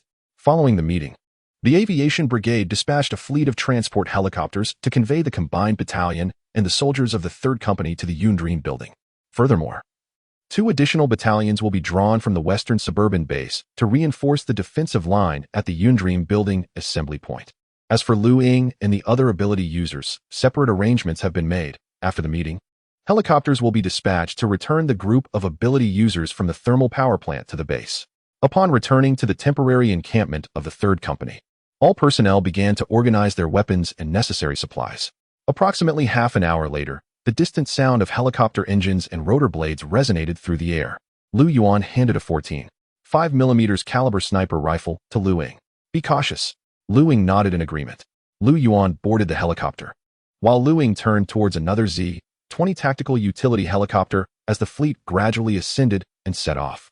A total of 40 helicopters, divided into 2 groups, were headed towards the Yundream building, with Lu Ying aboard one that also included the previous team of ability users that had cooperated with the 3rd Company. They exchanged nods, but there was little interaction among them during the journey. Upon arriving at the western suburban base, the group boarded 2 vehicles to enter the facility. Inside a large conference room on the 7th floor of the base, over 50 ability users had already taken their seats. Half of them were military awakened ability users, while the other half consisted of survivors from the assembly point. A middle-aged general, adorned with the insignia of a major general, presided over the assembly. Once all personnel were present, the major general succinctly articulated the purpose of gathering so many ability users. It was primarily due to the survivors at the Yundream building assembly point. In addition to the 3 battalions tasked with jointly defending the Yundream building, the base had devised a plan for the relocation of survivors from Yundream building. The aim of convening so many ability users was to implement this plan. The base intends to deploy the 1st Heavy Armored Combined Brigade to reopen the transit route to the Yundream building. However, prior to this, teams of ability users will need to infiltrate Yushur City to hunt down the mutated creatures and gather intelligence regarding these aberrant beings, thereby providing crucial information to the armored forces and clearing some obstacles. As the Major General concluded his address, murmurs arose within the conference room, predominantly from the area occupied by external ability users. The military personnel sat upright, refraining from any discussions.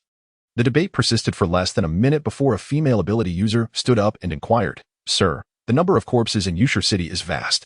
Once we enter, regardless of our ability to eliminate those mutated creatures, if we attract the attention of the horde, we might all perish within." This ability user, Ying recognized, was Qiao Xin, the leader of the ability user team that had previously collaborated on the eradication mission at the Southern Suburban Thermal Power Plant. Upon her statement, nearly half of the ability users nodded in agreement. The major sitting on the platform gestured for silence before addressing the assembly. "You need not worry about this matter. According to the intelligence gathered by our investigative team, areas inhabited by mutated creatures are devoid of zombies. Conversely, locations plagued by numerous zombies do not harbor mutated beings. The two species are engaged in a relentless cycle of predation against one another." The crowd nodded in understanding, relieved that they would not face a dual onslaught. "Commander, do we possess the capability to confront these mutated beings?" inquired another extraordinary individual, expressing concern. The photograph depicts a king cobra exceeding 20 meters in length, a tabby cat the size of a tiger, and ants as large as automobiles. Ants are typically social creatures. If the colonies consist of such formidable specimens, we may well become their next meal. Chapter 116. Rich rewards for participation in the operation. The Major General nodded and gestured to the personnel responsible for the meeting logistics to play a video. The footage depicted a military team of 7 extraordinary individuals besieging a mutated spider. This spider was as large as the Bath Emperor previously operated by Ying. Its body was a dark gray, covered in white fur, with 4 pairs of stout legs adorned with numerous sharp spines.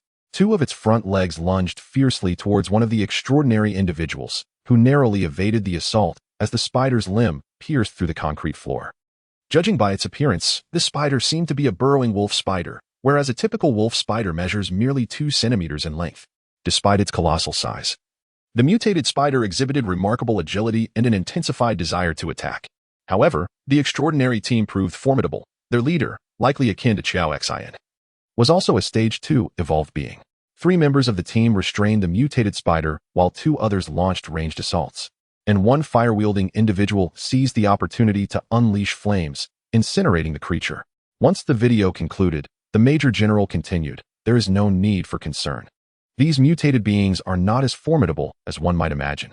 Most of them are Stage 1 evolved creatures, with only a handful having progressed to Stage 2. Furthermore, this operation will be conducted in the form of extraordinary teams, equipped to handle mutated life forms. As for those that are social in nature, we have prepared detailed maps marking areas to avoid prior to departure. Your primary mission is to ascertain the precise locations of these mutated beings. If conditions allow, you may engage in their elimination. Before the subsequent heavy troop operations, we will utilize the specific locations you gather to deploy modern firepower for targeted strikes. The base has decided to grant extraordinary individuals participating in this operation access to various resources.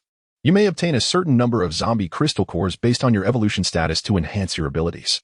Additionally, all extraordinary individuals involved in this operation will receive 1,000 military merits.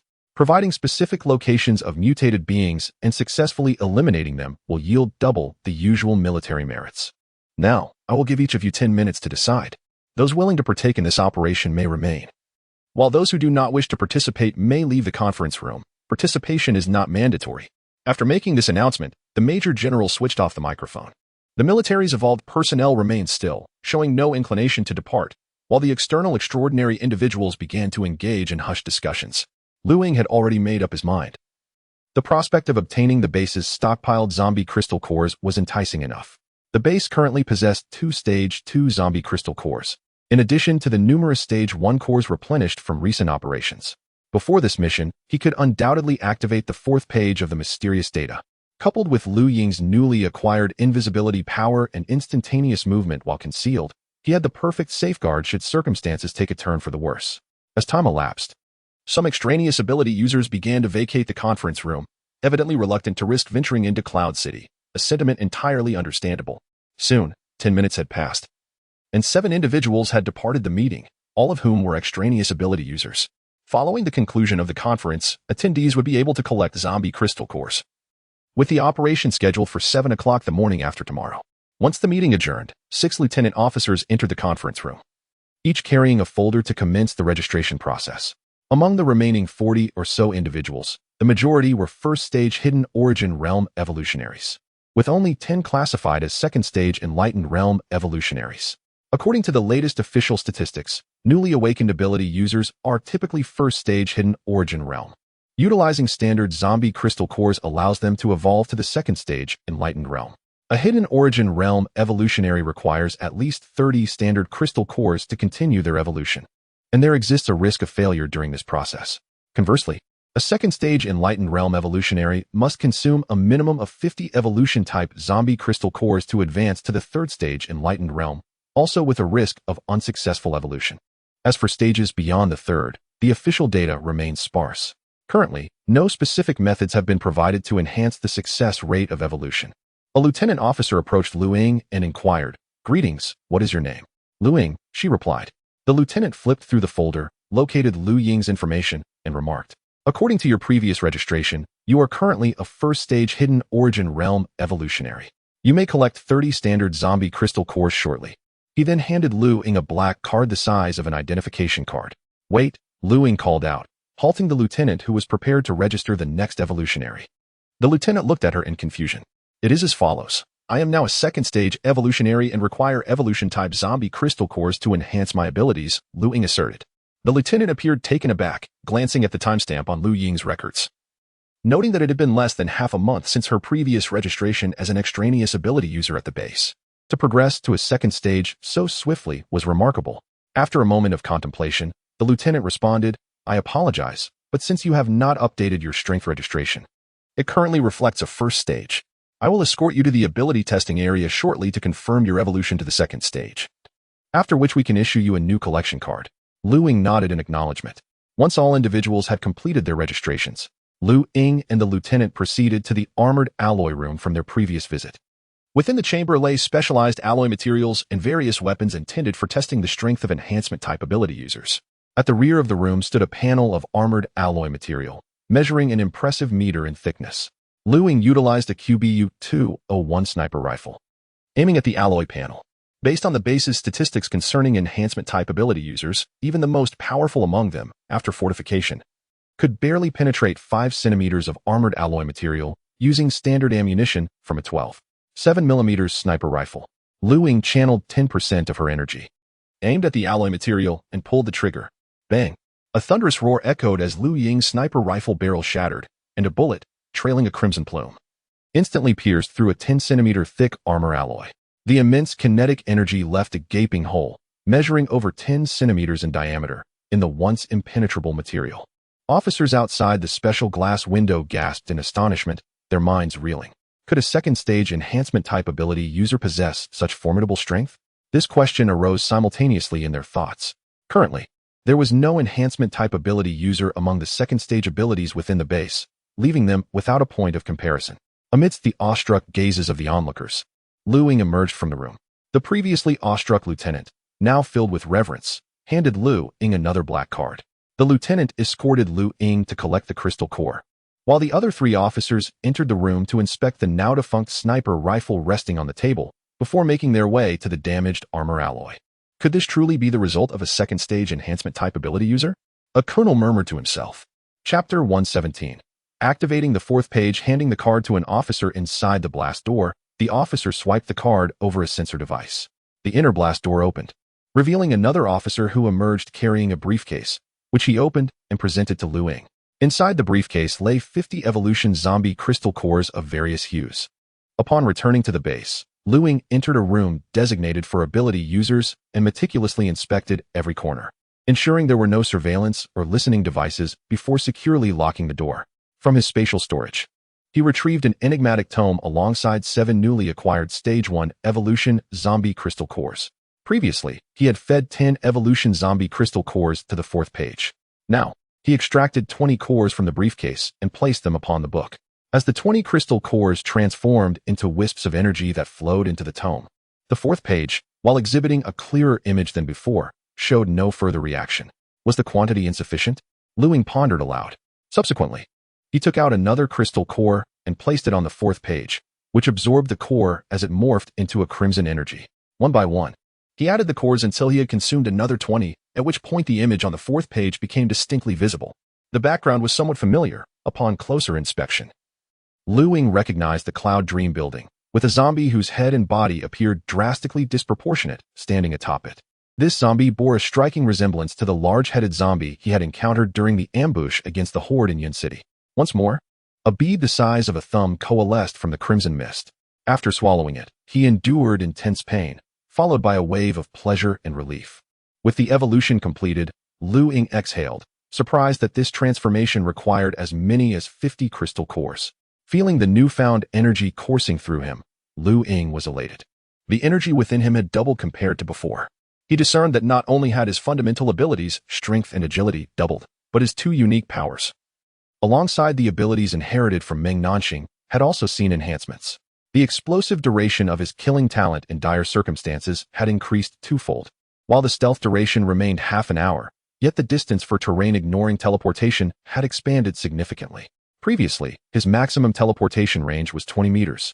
Now it had increased to 50 meters. However, he did not awaken any new abilities this time. It seemed to be merely a reinforcement of all his prior powers. Nevertheless, Lu Ying felt no disappointment, for the reinforcement of his two most powerful abilities was immensely satisfying. A 50-meter teleportation radius meant that, in the heat of battle, he could instantaneously obliterate targets within that range. In dire situations, he could swiftly escape the battlefield.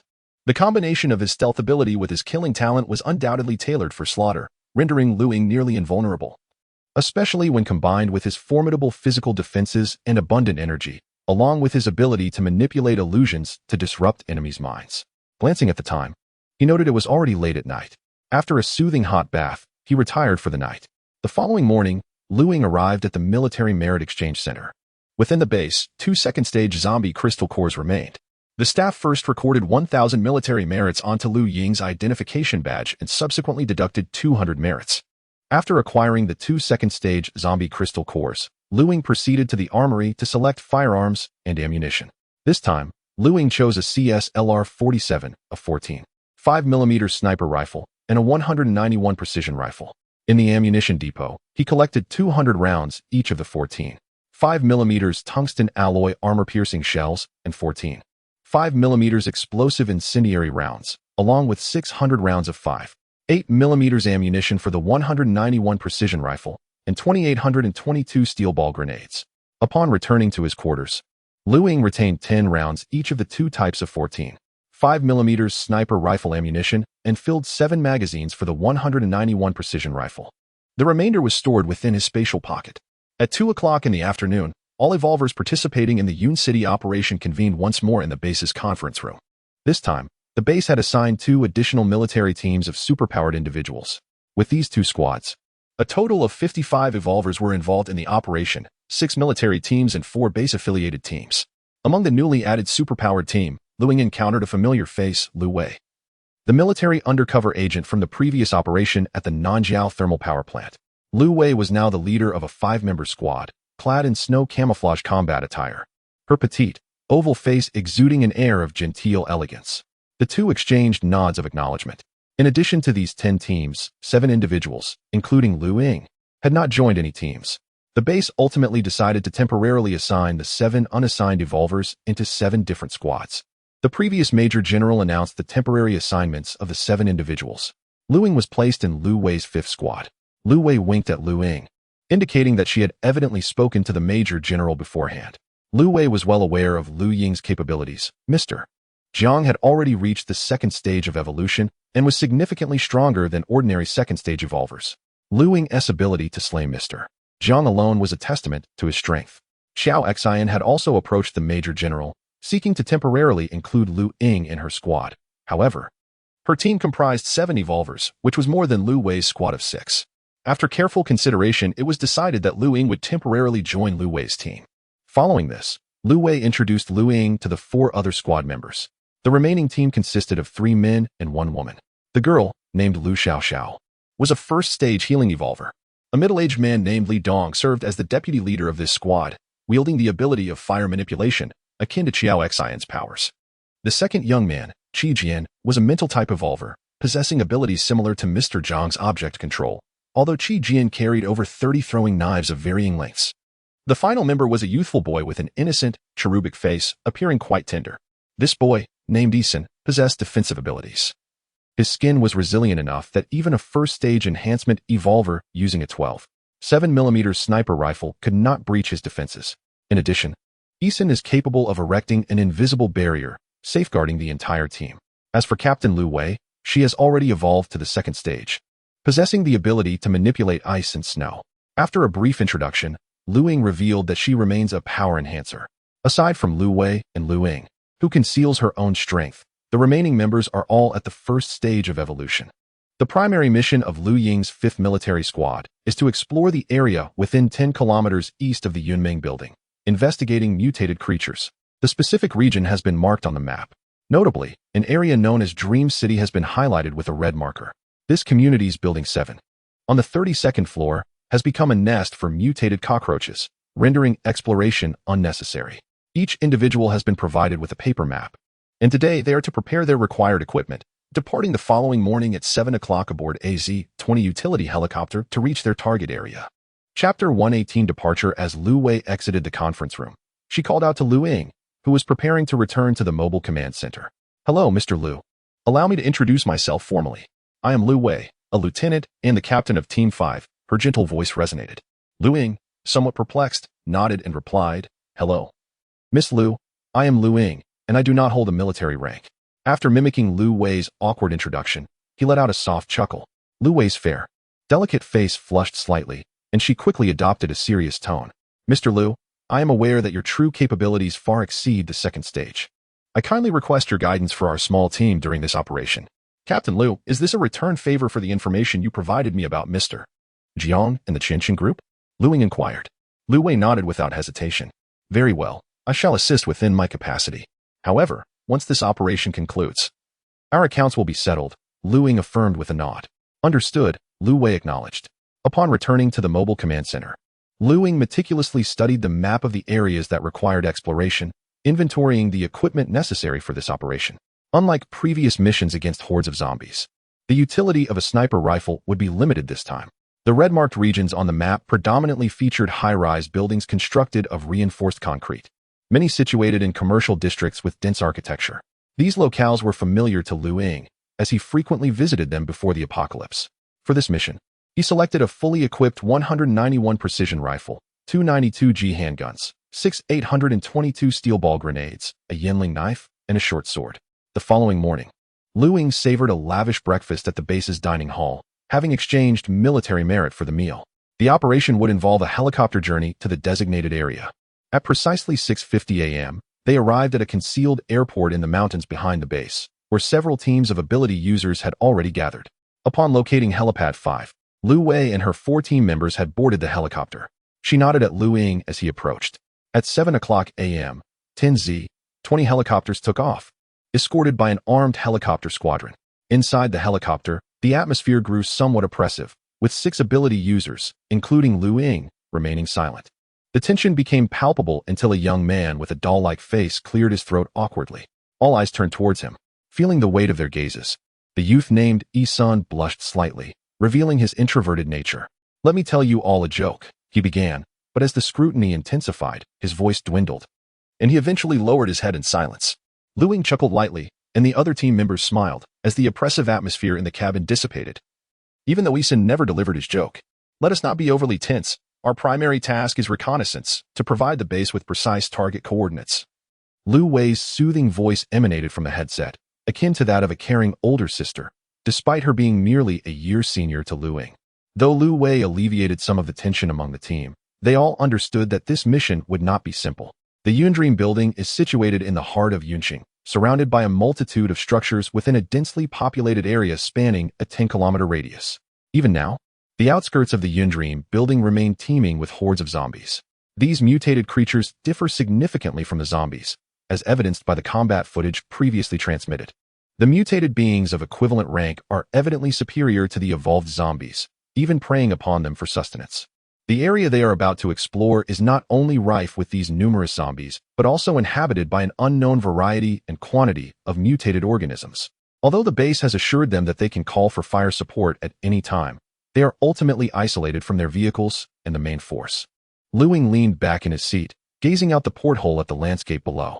The entire city of Yunqing was blanketed in a thick layer of pristine snow. resembling a realm of ice, exuding an air of desolation. Mr. Lu, the gentle voice of Lu Wei broke the silence. Yes? Lu Ying turned his attention to Lu Wei across from him.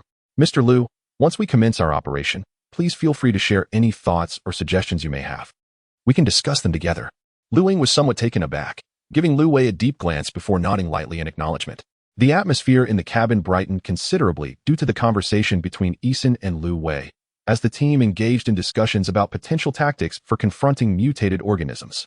However, it was evident that no one considered Lu Ying as part of these deliberations, given that he had been temporarily assigned to the squad and would not remain with them after the mission concluded. Several team members harbored low expectations regarding Lu Ying's contributions, hoping only that he would not impede their efforts. With 10 kilometers remaining to the Yun building, the helicopter dispersed towards their designated zones. Lu Ying's team, designated as Team 5, descended on the rooftop of an office building known as the New Era Building, located 2 kilometers east of the Yun building. The helicopter hovered in place, revealing several emaciated zombies on the rooftop. These zombies were evidently survivors who had fled to the rooftop during the initial outbreak of the ancient virus, having succumbed to the elements without any traces of blood, suggesting they had frozen to death. Lu Ying wielded a 191 precision rifle fitted with a suppressor, though it was not loaded with subsonic ammunition, resulting in a sound that was not as exaggerated as those depicted in films or video games. Nonetheless, it was considerably quieter than an unsuppressed rifle. The muted crack of gunfire echoed as 6 shots rang out, each striking the heads of the 6 ordinary zombies, who collapsed lifelessly to the ground. The 6 team members descended onto the rooftop as the helicopter returned to base. This building has 75 floors above ground and 4 below, standing at a height of 350 meters. Lu Wei promptly reported to headquarters after landing. Team 5 has arrived at the designated location. Over. Vice Captain Li Dong cautiously opened the rooftop access door, peering inside to ensure safety before signaling to the others. One by one, the team members entered the corridor in a tactical formation. The sound of their boots echoed on the stairwell, and based on intelligence gathered by previous reconnaissance teams, it was known that only a few zombies roamed within the building with no mutated entities present. Nevertheless, the team remained vigilant and cautious. Meanwhile, the other 9 teams had also arrived at their respective mission areas. Within the western suburbs base, the individual orchestrating the infiltration operation was the general whom Lu Ying had encountered in the conference room. This general, named Chao Hongxuan, is one of the 2 deputy commanders of the entire western suburbs base. On the 30th floor of the New Era building, Lu Ying, positioned at the rear of the team, whispered through the team's communication headset, "Listen, there is something below." The 5 individuals in front immediately halted, their weapons trained on the staircase below. The first deputy leader, Li Dong, signaled for his teammates to prepare for fire cover, cautiously peering over to observe the staircase below. With just a glance, Li Dong's pupils constricted sharply. Chapter 119. The swarm of mutated beetles on the platform connecting to the 29th floor and the staircase, pairs of protruding, glass-shaded, crimson eyes fixated intently on Li Dong. The staircase extended into the corridor of the 29th floor, densely packed with swarms of black and red mutated beetles, resembling the size of human heads. This sight sent a chill down Li Dong's spine, causing every hair on his body to stand on end. The swarm had evidently spotted him, their wings vibrating ominously behind them. "Eason, form a group defense, quickly," Li Dong shouted, and immediately, a blaze of fiery orange flames erupted from his entire being. With a resounding roar, 2 streams of flame, reminiscent of fire dragons, surged towards the swarm. A wave of intense heat enveloped the corridor, filling it with the vibrant orange flames that engulfed the staircase and the corridor of the 29th floor. Eason swiftly created an invisible barrier before the group, shielding them from the searing flames. The nearest mutated beetles were ignited by the inferno, their wings catching fire the quickest, plummeting to the ground in a rain of charred bodies, releasing a noxious, green, oily liquid that oozed from their insides. White smoke billowed up from the corridor and walls, accompanied by a hissing sound. This acrid green liquid was the venom from within the beetles, possessing a potent corrosive property. The nearest mutated beetles were incinerated by Li Dong's fiery powers, yet the remaining swarm on the 29th floor and below was stirred into a frenzy, their wings buzzing sharply as they charged towards the team. "There are too many, retreat," Lu Wei commanded urgently, but her words were cut off by Lu Ying. "We can't escape. There's another swarm behind us," Lu Ying replied swiftly. The sound of wings flapping from the 31st floor echoed ominously. Lu Wei quickly devised a tactical response. "Li Dong, Eason, hold off the beetles below. Qijian and I will defend against the swarm above. Xiao, take a central position and shoot with your rifle. treat any injuries immediately. Mr. Liu, you will join us in fending off the swarm above.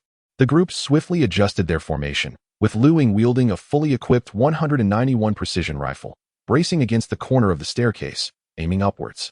Lu Wei and Qi Jian positioned themselves beside Lu Ying. The 6 members of the team completed their tactical deployment as the mutated beetles drew nearer. In the next moment, over a dozen grotesque, head-sized beetles, armored in a menacing black and red, appeared. Tat tat tat. The 3 immediately pulled their triggers, unleashing a barrage of fire.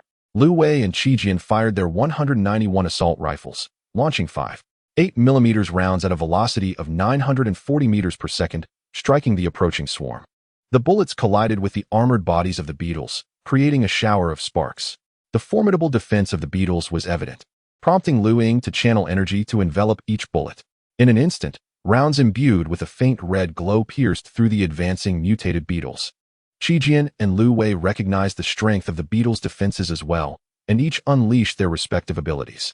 Qi Jian set aside his rifle, the wide black trench coat behind him revealing a lining filled with finger-sized throwing knives.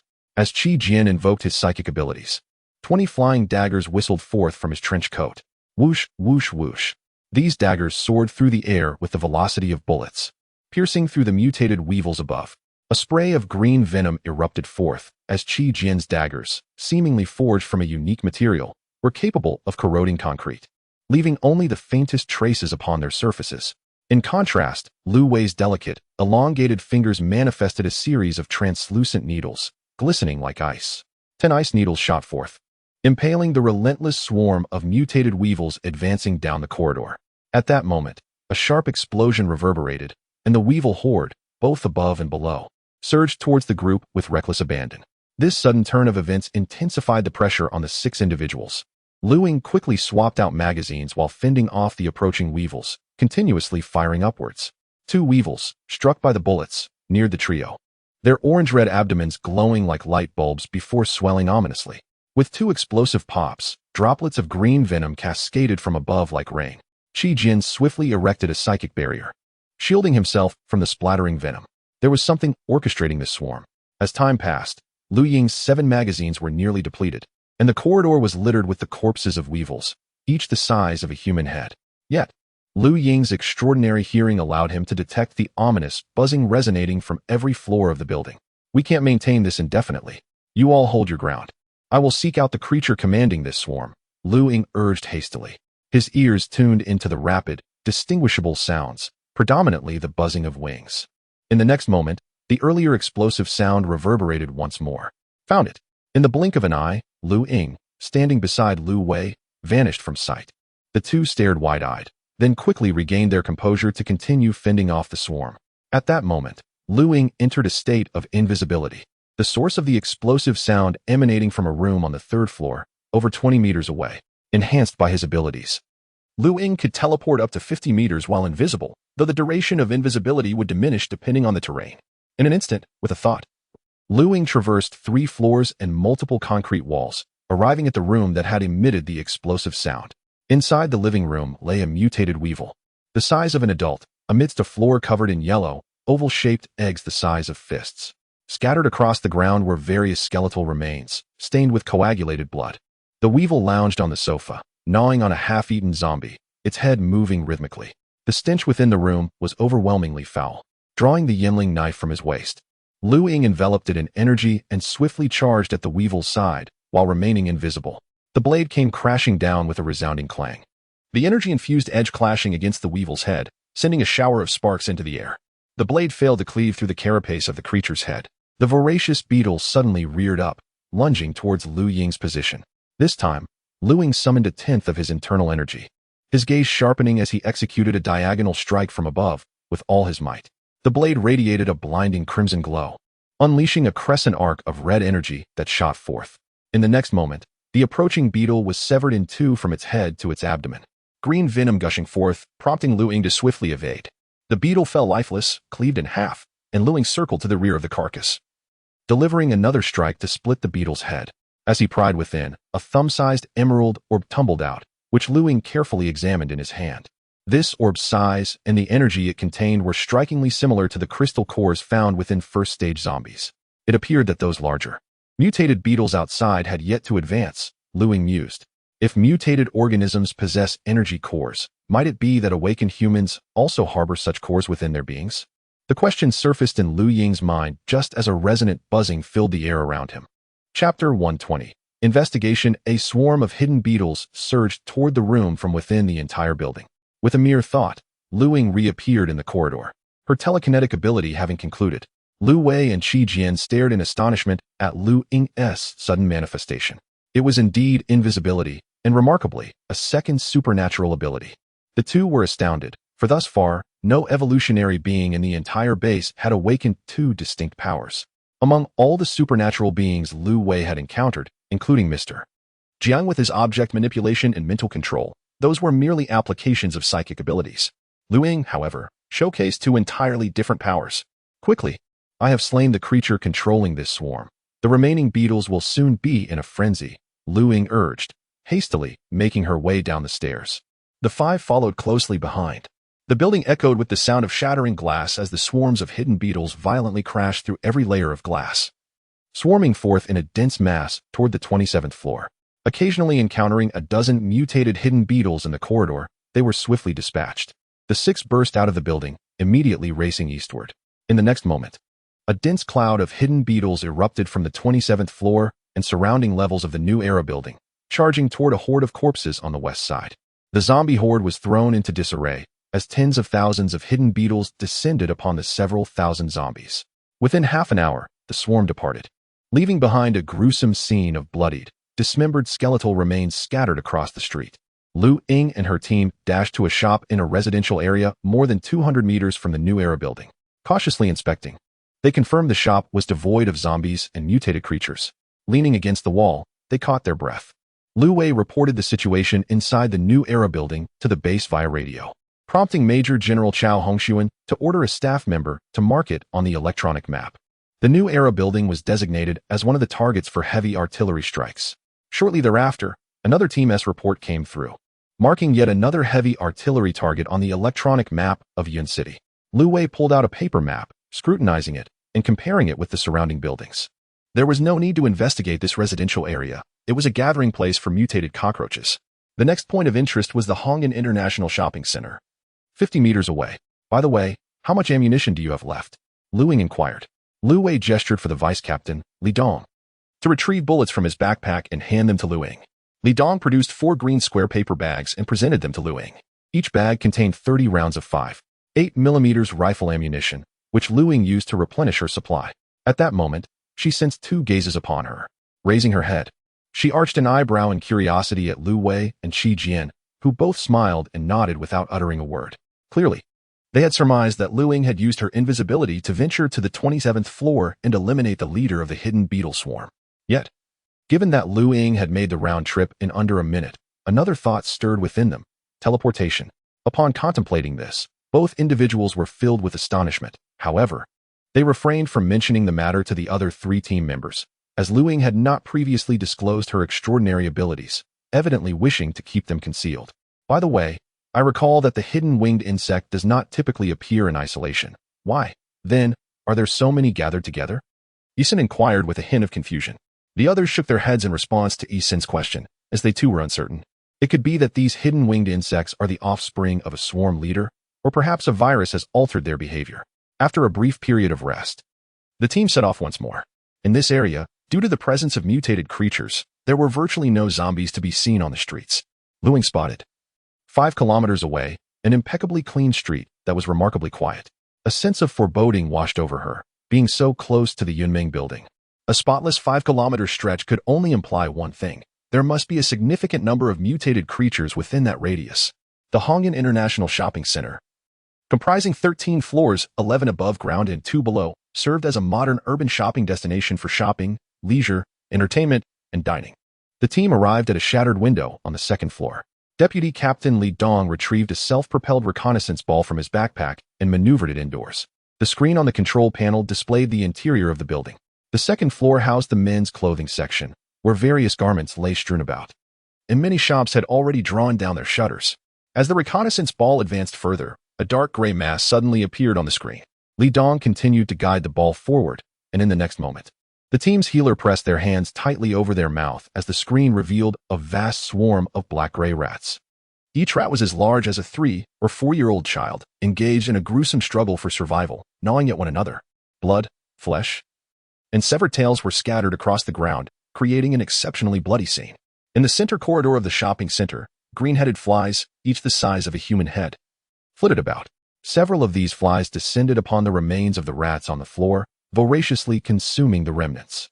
Li Dong retracted the reconnaissance ball, and the 6 members quietly exited the shopping center, taking refuge behind a wall. Lu Xiaoxiao was retching uncontrollably, and Lu Wei appeared pale, evidently disturbed by the horrific sight they had just witnessed. Lu Wei quickly composed herself and used the radio to contact the base, reporting the situation at the Hanyun shopping center. The team advanced once more to conduct reconnaissance. Throughout that day, the 10 teams dispatched by the base periodically reported specific building names, and the operational room at the base marked numerous targets densely across the electronic map of Yun City, centered around the Yunming building. Thus far, the 10 teams had explored a distance of less than 3 kilometers, covering nearly all structures. The Qiao Xian team's designated area was situated to the north of the Yunming building gathering site. At that moment, the Qiao Xian team stood upon a broad street, their expressions tense as they gazed ahead at a colossal creature. It was a massive serpent, coiled and measuring roughly 1 meter in thickness, rising 5 meters high. Its head was white, its body a deep blue-black adorned with orange stripes, and its cold, vertical pupils fixated intently on Qiao Xian and her companions. An altered white-headed viper. Qiao Xian's voice trembled. The white-headed viper possesses a lethal venom, and the colossal serpent ahead appears to be a product of several evolutionary mutations. What shall we do? The psychic female ability user inquired, her voice trembling. The group's faces turned pale as they fixated on the gigantic serpent, 100 meters away, paralyzed with fear. We have no choice but to fight. A middle-aged man, burdened with a large sword, uttered through gritted teeth, suppressing his terror. In the next moment, the coiled giant serpent surged towards the team with a deafening roar. Thunderous. The girl with a cherubic face, her shoulders bearing a 120mm caliber rocket launcher, fired an armor-piercing round. Chapter 121. Annihilation. The 120mm caliber tandem armor-piercing rocket, with an initial velocity of 246 meters per second, possesses a vertical static armor penetration thickness of 800 millimeters, and even at an angled impact, it can penetrate up to 230 millimeters. When this formidable projectile struck the advancing giant serpent's white head, the entire squad was engulfed in despair as the colossal creature merely flicked its head. Astonishingly, the outer scales of the impacted area remained unscathed. A specialized enhancer swiftly loaded another tandem armor-piercing rocket, fortified by their abilities. Fire. The trigger was pulled, and the rocket, trailing a fiery tail, once again found its mark on the serpent's head. With a resounding boom, the serpent's head recoiled, and several white scales were blasted away from the explosion. This shot successfully breached the serpent's head scale defenses, with crimson droplets of blood cascading from the wound. The 20-meter-long mutated white-headed viper, incited by pain, exhibited a chilling fury in its slit pupils. The giant serpent roared and charged once more. The squad quickly fell into tactical formation, with 2 of the fastest and most reactive enhancers engaging the advancing serpent. The specialized enhancer distanced themselves from the battlefield, seeking an opportunity to collaborate with the power-type girl to launch another rocket attack on the serpent. Qiao Xian and a wind-type enhancer worked in tandem to find an opening, while the healer remained poised to provide assistance to the team. In the blink of an eye, the mutated white-headed viper lunged towards them, its massive jaws revealing sharp fangs, aimed directly at the psychic enhancer wielding dual swords. The group was met with an overpowering stench reminiscent of decaying flesh and an acrid chemical odor, emanating from the serpent's venom. The psychic enhancer vanished in an instant, reappearing beside the mutated viper, their 2 swords descending with tremendous force toward the serpent's body. A resounding clang echoed as the swords clashed against the serpent's scales, failing to penetrate even the tough exterior. The viper reacted with astonishing speed, missing its target and colliding with the enhancer wielding a large blade. The impact was so swift that the blade wielder, not being a psychic enhancer, was a fraction too slow in their response. With a thud, the enhancer was sent flying. In addition to the sound of the collision, the team heard the sickening crack of bones as the force of the impact shattered numerous ribs within the unfortunate wielder's body. Boom. Another enhanced 120mm tandem armor-piercing rocket, trailing its fiery plume, struck the massive body of the mutated white-headed viper, resulting in a violent explosion. A high-temperature, High-pressure focused metal jet penetrated the viper's tough scales, creating a gaping, charred wound approximately 5 centimeters in diameter, from which the vibrant red serpent blood flowed. Once more, the anguished and furious roar reverberated through the air, followed by the synchronized abilities of Qiao Xin and the Wind-type Enhancer. Qiao Xin summoned her fire abilities, compressing a mass of flames into a slender, pointed fire pillar, while the Wind-type Enhancer wielded their fan, unleashing a torrent of gales to hinder the mutated white-headed viper's movements. Although they could not completely restrain the creature, their efforts succeeded in impeding its advance to a certain extent. Seizing the opportunity, the pointed fire column in Qiao Xion's hand shot forth, aiming at the bloodied wound left by the previously fired tandem armor-piercing rocket. The mutated white-headed viper, sharp in its instincts, sensed the impending danger. In the next moment, it coiled and shielded its injury with other parts of its serpentine body. Qiao Xion's strike missed its mark. Just then, the mutated white-headed viper lunged towards the firepower team, which was in the midst of loading another enhanced tandem armor-piercing rocket. Its speed stirred the surrounding air, creating a furious gale. Within an instant, the viper, measuring a meter in diameter, opened its gaping maw and bit a reinforcement-type ability user in half, swallowing the upper half whole. The doll-faced girl, pushed aside just in time, gazed at the ground where only 2 blood-spurting legs remained, her large eyes filled with a dazed expression. Lu, she stammered, wiping the hot blood from her face as she called out for the name of her fallen comrade. The mutated white-headed viper launched another attack, breaking through the wind barrier set up by the wind ability user. It lunged at the healing-type girl, who was tending to a middle-aged man injured from wielding a large blade. The girl, dragging her severely wounded teammate, looked in terror at the approaching giant serpent, tears of fear streaming down her face as she turned to her captain, Qiao Xin. All Qiao Xin could see were the girl's reddened eyes, filled with fear and regret, and in the next moment, both were consumed by the serpent's maw. I will hold them off. You all must flee, Qiao Xin shouted. Her powers surged uncontrollably, and a fire serpent, comparable to the mutated white-headed viper, coalesced. With reddened eyes, Qiao Xin swung her arms fiercely. The fire serpent, formed from her abilities, charged at the viper, and they collided in an instant. The viper's scales, as hard as steel, began to show signs of melting. At that moment, the wind ability user flicked his folding fan, unleashing a howling gust that fanned the flames, igniting the entire mutated white-headed viper in a fierce blaze. The fire conjured by the ability user was unlike ordinary flames, difficult to extinguish and exceedingly hot, capable of melting through armored materials, further fueled by the raging wind. The 20-meter-long fire serpent emitted anguished hisses and roars, its body writhing in the snow. The serpent thrashed wildly in a futile attempt to extinguish the fierce fire, but to no avail. Gradually, the mutated white-headed viper ceased its struggles. At this sight, everyone exhaled in relief. Qiao Xian had expended all her abilities in this strike. If it did not slay the giant serpent, she would have no choice but to join her teammates within its belly. The psychic ability user, bearing dual swords, and the wind ability user rushed forward to support the weakened Qiao Xian. The three approached the still-dazed, doll-faced girl, offering gentle words of comfort. Just then, a disturbance in the air caught their attention. They quickly turned to see. In the next moment, both Qiao Xian and the sword-bearing psychic ability user were bitten in half by the still-burning giant serpent. Blood and entrails gushed forth, staining the 2 nearby individuals in crimson. A still-beating organ, resembling a heart, fell into the lap of the doll-faced girl, who sat paralyzed on the ground. The power-wielding individual was at the brink of complete psychological collapse.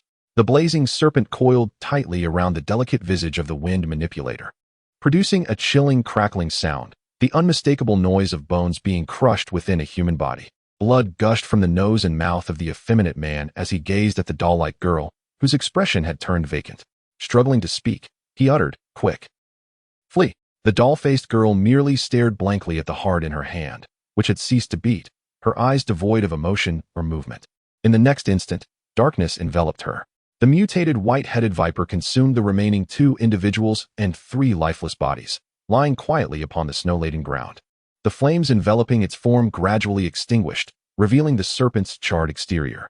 The scorched scales, burned through, released a pungent odor as the flesh began to heal itself. Fresh layers of flesh re-emerged, and tougher blue-brown scales sprouted anew.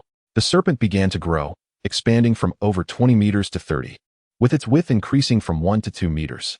After devouring 7 power wielders, it underwent another evolution.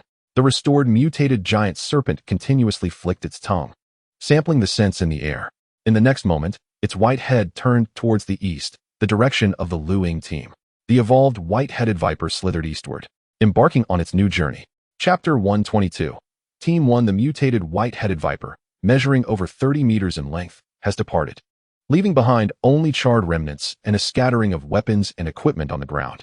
The bloodstained radio crackles to life with calls from the base. Team 9, please respond. Please respond. The repeated calls go unanswered, raising a palpable sense of foreboding in Major General Chao Hongxuan. He orders a reconnaissance helicopter to be dispatched for an exhaustive search of Team 9's last known location. The command is relayed to the base's aviation unit without delay. An armed reconnaissance helicopter takes flight, and half an hour later, images from the helicopter are transmitted back to the operations room.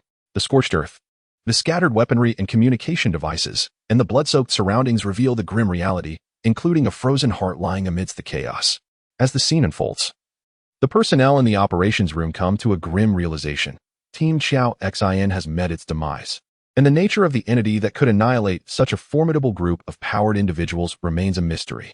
A broad, shallow trail in the snow leads eastward, and the helicopter follows this trace for over 2 kilometers before it vanishes in front of a towering building. Despite extensive searching, nothing is found, and after reporting back to the base, the helicopter returns to the site of Team Chao Xin's downfall, collecting the scattered remnants on its way back. From the faint traces observed at the scene, it appears that a mutated giant serpent is responsible, one that surpasses the previously recorded king cobra in both girth and size. A biology PhD, reviewing the photos, remarks on the implications. Major General Chao promptly instructs the radio operator to reach out to Team Lu Wei, currently conducting a search in the eastern sector. He informs them of the potential threat posed by an even larger mutated serpent heading in their direction. A sense of unease settles among the listeners. Upon hearing the news of Team Chao Xin's possible total loss, Lu Ying experiences a mix of emotions. Chao Xin was a familiar acquaintance, and as an evolved individual in the second phase, her team had exhibited remarkable synergy. It is disheartening to see them fall victim to this exploration mission. The search radius has now expanded to approximately 5 kilometers. From the newly constructed New Era building to their current position, several areas marked on the map indicate concentrations of mutated creatures. After a moment of contemplation, Lu Wei swiftly organizes the next steps. Qi Jian, your primary responsibility from now on will be to utilize your psychic abilities to monitor our surroundings for any disturbances, preventing ambushes. Xiao Xiao, remains centrally located within the team. Should danger arise, your safety is paramount, as we will rely on you for healing if we sustain injuries. The two nod in agreement, while the other team members wear serious expressions, fully aware of Team Chao Xin's capabilities. After a brief respite, the team resumes their advance, with the next area to explore located 300 meters ahead.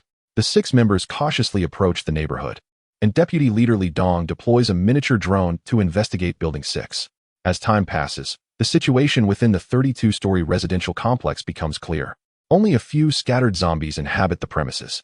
The residential complex comprises a total of 21 buildings, each of which has been thoroughly inspected to ascertain the absence of any mutated beings. A small group of individuals continues their exploration. To the north of their current location lies an area designated for exploration by the military's premier team of psychics. This squad consists of 6 members, 3 of whom are second-stage Enlightenment Realm psychics, making them the most formidable among the 10 psychic teams. The territory they are tasked with overseeing is also the most perilous among these 10 squads. The team leader, a man in his 30s adorned with the rank of major, possesses a rugged demeanor and formidable strength. The major, named Qin Zhan, was previously the captain of a secretive special forces unit before the apocalypse. This enigmatic unit had undertaken numerous high-risk counterterrorism missions, with each member having been tested through fire and blood. After the world fell into chaos, Qin Zhan was among the first to awaken his psychic abilities, which differ significantly from those of most psychics. His power manifests as a natural combat aptitude. Having previously honed his lethal skills to perfection, the awakening of his talent allowed him to elevate these abilities to their zenith. His combat aptitude enables Qin Zhan to exert precise control over his strength, agility, endurance, and speed, as well as every fiber of his muscular structure. Each strike he delivers is aimed with unerring accuracy at his opponent's vulnerabilities, and when engaged in battle, his mind remains incredibly composed, devoid of any emotions that might disrupt his focus, rendering him oblivious to fear and pain. This ability bears a resemblance to Lu Ying's talent for slaughter, yet it does not plunge him into a frenzied state in dire situations. Qin Zhan's gaze is as frigid as if it were devoid of warmth. and few of his team members can withstand the intensity of his stare, as if they might be met with a violent end at any moment. The predicament faced by this squad mirrors that encountered earlier by Qiao Xin's team. A mutated white-headed viper, having undergone further evolution, has now targeted their squad. The viper's vertical pupils incessantly scan Qin Zhan and the two other second-stage psychics, clearly indicating its intent to hunt the three of them. Moments ago, Qin Zhan's team had received notification from their base regarding the creature, yet scarcely 10 minutes had elapsed since the alert when the beast appeared before them. Qin Zhan's piercing gaze scrutinizes the mutated white-headed viper, positioned more than 200 meters ahead. Within his mind, he recalls the viper's characteristics and behaviors. Knowledge acquired during their wilderness survival training in the mountains of the uninhabited zone. One of the second-stage psychics, a mental type named Wu Xian, begins to perspire profusely. As psychics of this type possess a heightened sensitivity to impending danger. The pressure emanating from the viper, which continuously flicks its tongue 200 meters away, surpasses that felt by Qin Zhan when he is in battle mode. Captain, this creature may already be a third-stage Yaoguang realm mutated white-headed viper. Wu Xian's voice trembles slightly. Qin Zhan nods in acknowledgement and promptly reports the situation via radio. Upon receiving the news, Major Qiao Hongshuan's complexion pales significantly. The first team is facing off against a suspected third-stage mutated white-headed viper, and the image of Qiao Xin's squad flashes through Qiao's mind. Qiao Xin herself is also a second-stage ability user, and coupled with the collaboration among the team, the outcome was still a tragic demise within the serpent's belly. Although the first team possessed the greatest strength, they comprised merely 3 second-stage Enlightenment Realm ability users. In an instant, numerous plans flashed through Qiao Hongshuan's mind. Immediate evacuation was impossible, the serpent's speed was formidable, and the ability user team lacked any vehicles, rendering their legs inadequate for escape. As for the armed forces within the base or Yun City, reinforcements would arrive far too late. Suddenly, Qiao Hongshuan recalled that before the team's departure, a lieutenant had reported to him on Lu Ying's second ability test. This lieutenant, upon comparing results with other second-stage offensive ability users, suspected that Lu Ying might be a potential third-stage evolver. Chapter 123. Reinforcements. As Lu Ying was merely collaborating with the military and was not an official supernatural being of the armed forces. The base did not inquire further about him. With this thought in mind, Qiao Hongshuan swiftly checked the location of Team 5. Currently, Team 5 was merely 1 block away from Team 1, and if they hurried at full speed, the distance was only 2 kilometers. Moreover, apart from Lu Ying, team leader Lu Wei was also an adept of the second stage of the Enlightenment Realm. Contemplating this, Qiao Hongshuan promptly contacted Lu Wei. Once the communication was established, Qiao Hongshuan immediately relayed the situation and precise location of Team 1 to Lu Wei. After conveying this information, he added, "This situation is exceedingly perilous.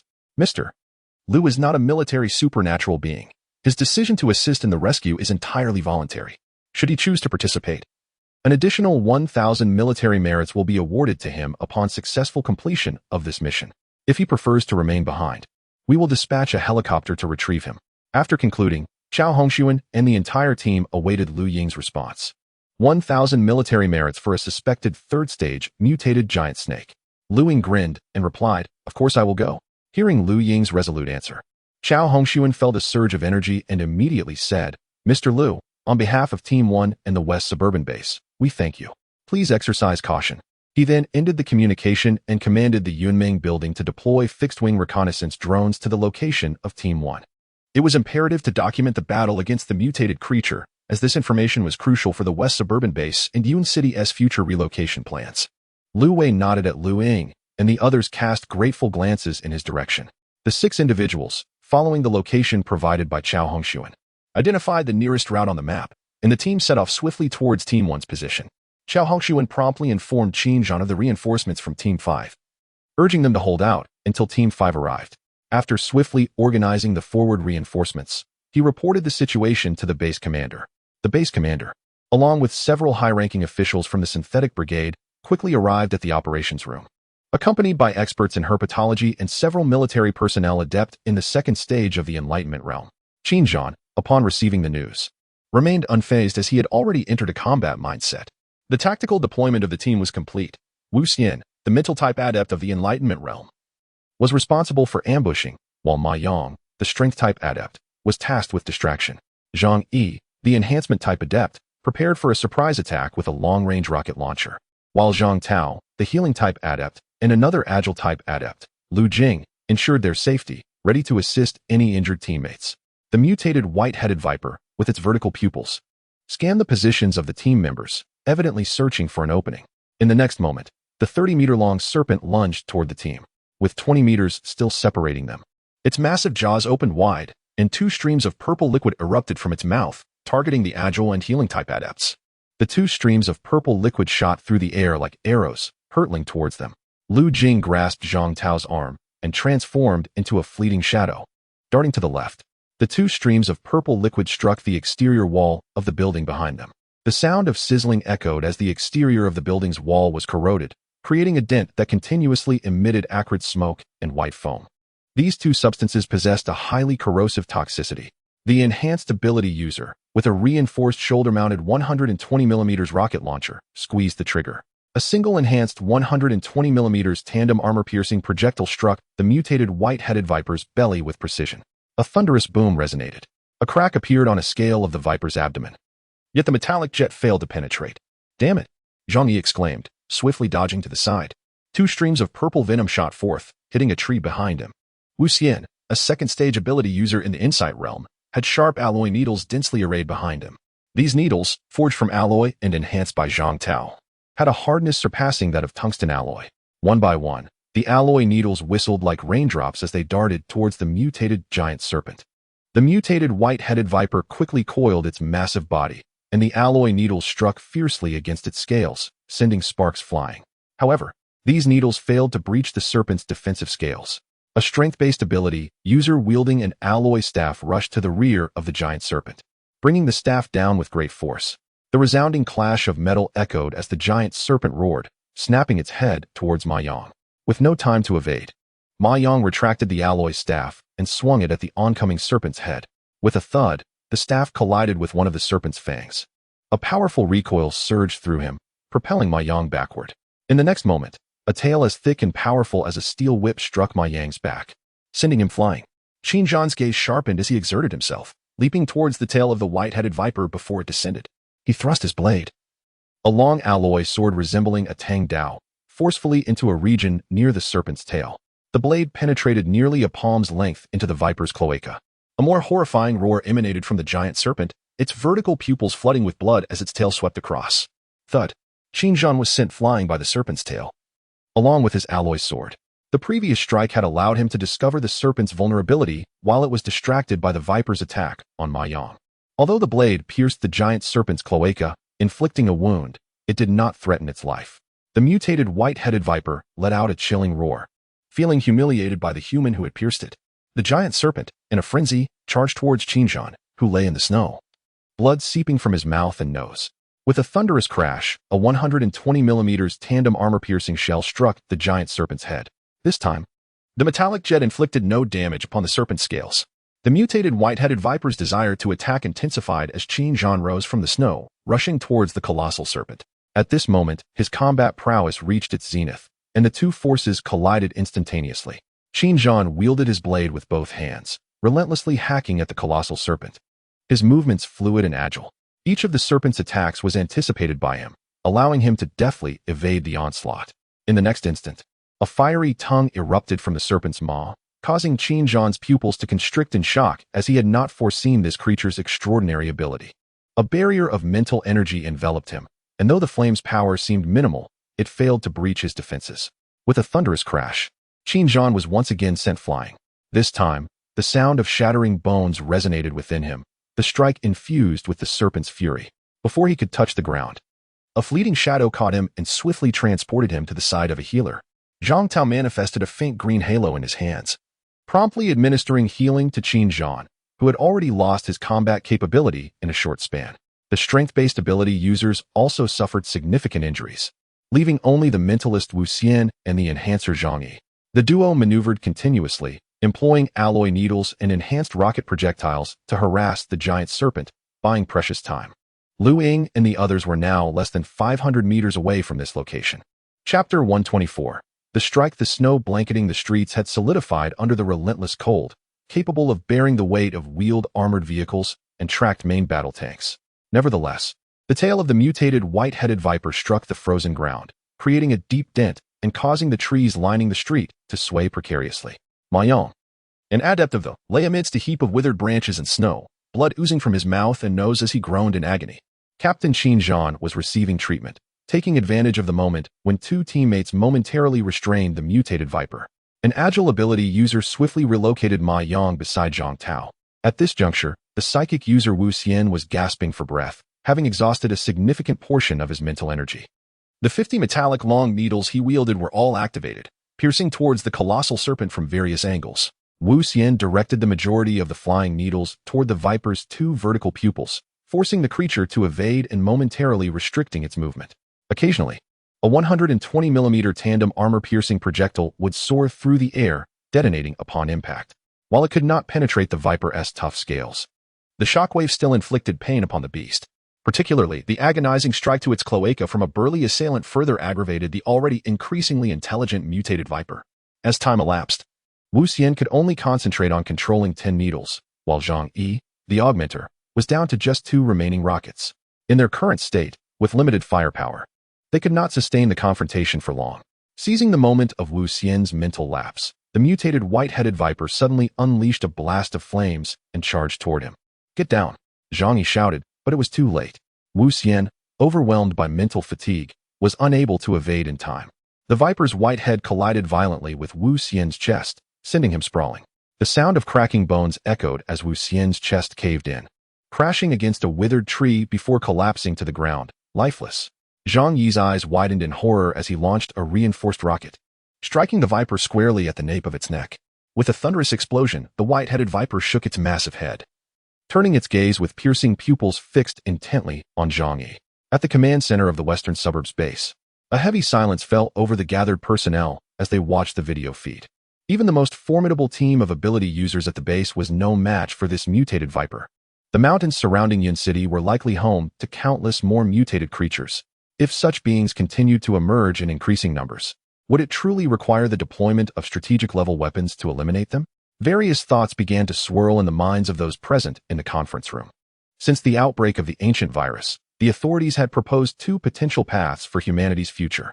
One path involved relentless technological innovation, aimed at developing more powerful and formidable light weaponry. To this end, numerous military factories were already manufacturing 7.62mm caliber assault rifles, and even beginning research on 12.7mm caliber variants. In addition to light weapon research, substantial resources were being funneled into the study of individual exoskeletons and unmanned devices, with some even proposing concepts akin to powered exosuits for soldiers. Another path follows the trajectory of genetic evolution, with numerous large settlements and research bases across the Summer Nation already delving into this domain. However, regardless of the path chosen, the accumulation of time is essential. The high-ranking officials overseeing these studies, upon witnessing the footage relayed back, found themselves engulfed in doubt. Can human genetic evolution truly succeed? Observing the recent events in Cloud City, it is evident that zombies and mutated creatures are far ahead in the race of genetic evolution. On the electronic screen, the colossal serpent stirred once more, charging with a roar towards Zhang Yi, who had readied a portable anti-tank rocket launcher. A thunderous blast erupted, followed by the acrid smoke of an explosion. The giant serpent momentarily faltered, but continued its advance towards Zhang Yi. The onlookers could scarcely bear to watch any longer. Among the 3 extraordinary individuals in the realm of comprehension, 2 were gravely injured and one's fate remained unknown. Zhang Yi, merely an evolver at the hidden origin realm, faced a grim end that everyone could envision. At that moment, a high-speed object, glowing red and trailing flames, struck the serpent's head with precision. Scales and flesh were violently dislodged, and a torrent of blood gushed from the serpent's cranium, pooling on the snowy ground. In the next instant, a fully armed squad emerged at the street corner, led by a figure whose 191 precision rifle had just discharged, the black material of the weapon scattering across the ground. This individual was Lu Ying. Earlier, Lu Ying had channeled energy from within to enhance her rifle and ammunition. However, the caliber was significantly smaller than that of her previous sniper rifle. Furthermore, the giant serpent was a mutated creature of the 3rd phase of the Yaoguang realm, and even with 10% of her energy utilized, she barely breached its defenses. To the eyes of her squad, that shot elicited astonishment. When had the 5.8mm caliber 191 precision rifle gained such formidable power? You all, secure the open spaces on either side. Do not let this beast escape. The rest is up to me. Lu Ying commanded. Lu Wei nodded, and though the other team members hesitated, they ceased their objections upon seeing their leader's affirmation, proceeding to seal off the roads as instructed. Lu Ying discarded the grip of her rifle and drew the Yinling knife from her lower back.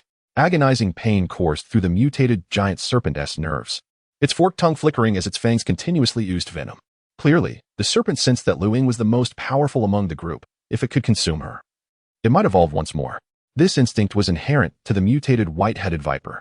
Its vertical pupils turned a deep crimson, radiating greed directed at Lu Ying. The two sharp fangs dripped with venom, sizzling as it touched the ground, causing wisps of steam to rise from the snow. Lu Ying, acutely aware of the serpent's avarice, felt a stirring within her. This creature sought to devour her. A fleeting smile graced her lips. Just as the mutated serpent yearned to consume her for its evolution, Lu Ying too coveted the creature's crystal core and its entire being. This serpent had not merely transformed into a zombie upon death, it represented a form of life evolution. Lu Ying surmised that the serpent's flesh and blood must be brimming with energy, which would undoubtedly benefit those endowed with abilities. Even the scales could withstand the assault of armor-piercing rockets, making them an excellent choice for crafting in outer armor. As this thought crossed his mind, Lu Ying's gaze radiated a piercing brilliance, and energy surged within him, causing the blade of the Yinling knife to emit a faint crimson glow. In the next instant, Lu Ying forcefully propelled himself off the ground, transforming into a fleeting shadow as he dashed toward the coiled giant serpent. With a sudden, powerful strike, he brought the Yinling knife down. A resounding clang echoed, followed by the sensation of the blade embedding itself into flesh. The Yinling knife shattered in his grasp. Yet the energy infused within it breached the formidable defenses of the giant serpent's scales, penetrating deeply into its body. The mutated giant serpent let out a frenzied roar, writhing its massive form as Lu Ying swiftly retreated. The white-headed viper continued to shriek, an immense surge of energy coursing towards the wound Lu Ying had inflicted. The muscles and bones on either side of the wound rapidly reconnected and healed. In a swift motion, he appeared beside Captain Xinjiang, his eyes immediately drawn to the alloy tang horizontal knife beside him. He set aside the Yinling knife and exchanged it for the sleek, dark alloy long knife, allowing energy to once again envelop the entire blade. Chapter 125. Slaying the mutated white-headed viper. The white-headed viper fixed its gaze on Lu Ying and suddenly lunged forward, its gaping maw wide open as it charged at him. Lu Ying's eyes narrowed, showing no sign of retreat. He gripped tightly onto his blood-glowing long knife. With a resounding crash, Lu Ying collided with the enormous serpent. The blade severed one of the viper's venomous fangs, but its powerful muscles ensnared the knife, causing Lu Ying's hands to tingle with numbness. The viper thrashed its head, yet Lu Ying's left hand clamped down on the hilt like a vice, while his other hand drew a short sword from his waist. Channeling energy within him, he thrust forward, aiming for the serpent's vertical pupil. With a sickening squelch, the blade plunged deep into the viper's eye, blood gushing forth. The white-headed viper howled in agony, thrashing with increased ferocity as its tail swung toward Lu Ying. Summoning all his strength, Lu Ying yanked the metallic long knife free and propelled himself off the serpent's body. In the next instant, the massive tail struck the viper's head. Lu Ying surged forward once more, his long knife radiating an even more vivid hue of blood as he executed a diagonal slash. This stroke resembled a crimson crescent moon, seemingly capable of cleaving through all that stood in its path. The blade sliced the serpent's body cleanly in two, its red glow piercing through to sever a nearby withered tree trunk effortlessly. Lu Wei and the other supernatural beings present looked on in astonishment at Lu Ying, particularly Lu Wei, who recognized Lu Ying's formidable strength, having previously witnessed his effortless dispatch of the once dominant Mr. Jiang during the second phase. Yet this scene surpassed her wildest imagination. She had never anticipated Lu Ying's overwhelming prowess, capable of cleaving a mutated giant serpent of the third phase in two with a single stroke. Lu Ying withdrew his blade, swinging it down again, a flash of bloodlight illuminating the air as it sliced through with ease. In the next moment, the gigantic head of the white-headed viper was severed from its neck, an intense torrent of serpent blood erupting forth like a fire hose unleashed. The massive head tumbled to the ground, its wide-open mouth silent and devoid of sound. The members of the first and fifth teams were astounded, particularly the first team, who had just experienced the viper's formidable strength. 3 of their top-ranking supernatural beings had suffered severe injuries, with one's fate still uncertain. The first team was the strongest in the entire western suburb base. Otherwise, Major General Chao would not have held them in such high regard. Yet, this mutated giant python had been effortlessly slain by Lu Ying, who appeared to have barely exerted himself. Lying on the ground, Qin Zhan and the others displayed a mix of awe and bitterness. They had assumed that all human evolvers had reached the second phase of enlightenment, yet it was evident that Lu Ying had already distanced himself from them significantly. With his right hand gripping the knife, Lu Ying struck down once more, cleaving the white serpent's head in half. A pale golden crystal core fell out. He picked it up and tucked it into his pocket. The high-ranking military officials within the western suburb base watched Lu Ying collect the crystal core of the mutated giant serpent, and no one dared to voice any objections. In the operational center's conference room, everyone remained entranced by the vivid red blade light that had cleaved the mutated giant serpent in 2 moments ago. Within the conference room, all present were struck with astonishment, even finding the situation somewhat absurd. The brilliance of that blade was something they had only witnessed in apocalyptic films prior to this moment. Who could have imagined that they would witness such a display of power today? Could it be that in the future world, humanity might awaken extraordinary abilities akin to those depicted in films, such as flight, teleportation, or the ability to cleave mountains? Major General Chao Hongxuan sighed, expressing his surprise at Mr. Lu's formidable strength. We are fortunate to have Mr. Lu intervene. Otherwise, our small team would likely have perished today. The base commander and several senior officials nodded in understanding. Everyone comprehended the implication of Major General Chao's words. Lu Ying had vanquished the monstrous serpent and, in doing so, saved the strongest among their ranks. All that the mutated creature possessed rightfully belonged to Lu Ying. This statement was, in essence, a reminder to refrain from applying pre-apocalyptic norms in the current world and to acknowledge that Lu Ying's relationship with the military was merely one of collaboration.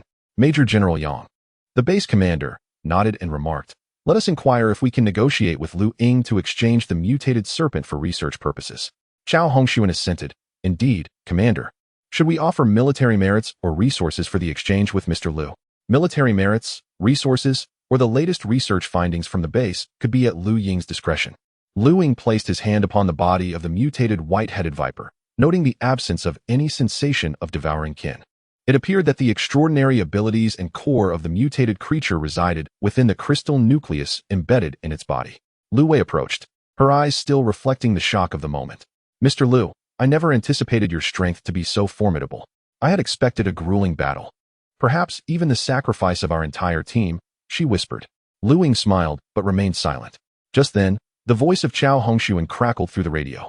The major swiftly conveyed the base's hope to negotiate with Lu Ying for the remains of the mutated white-headed viper, in addition to paying an extra 2,000 military merits.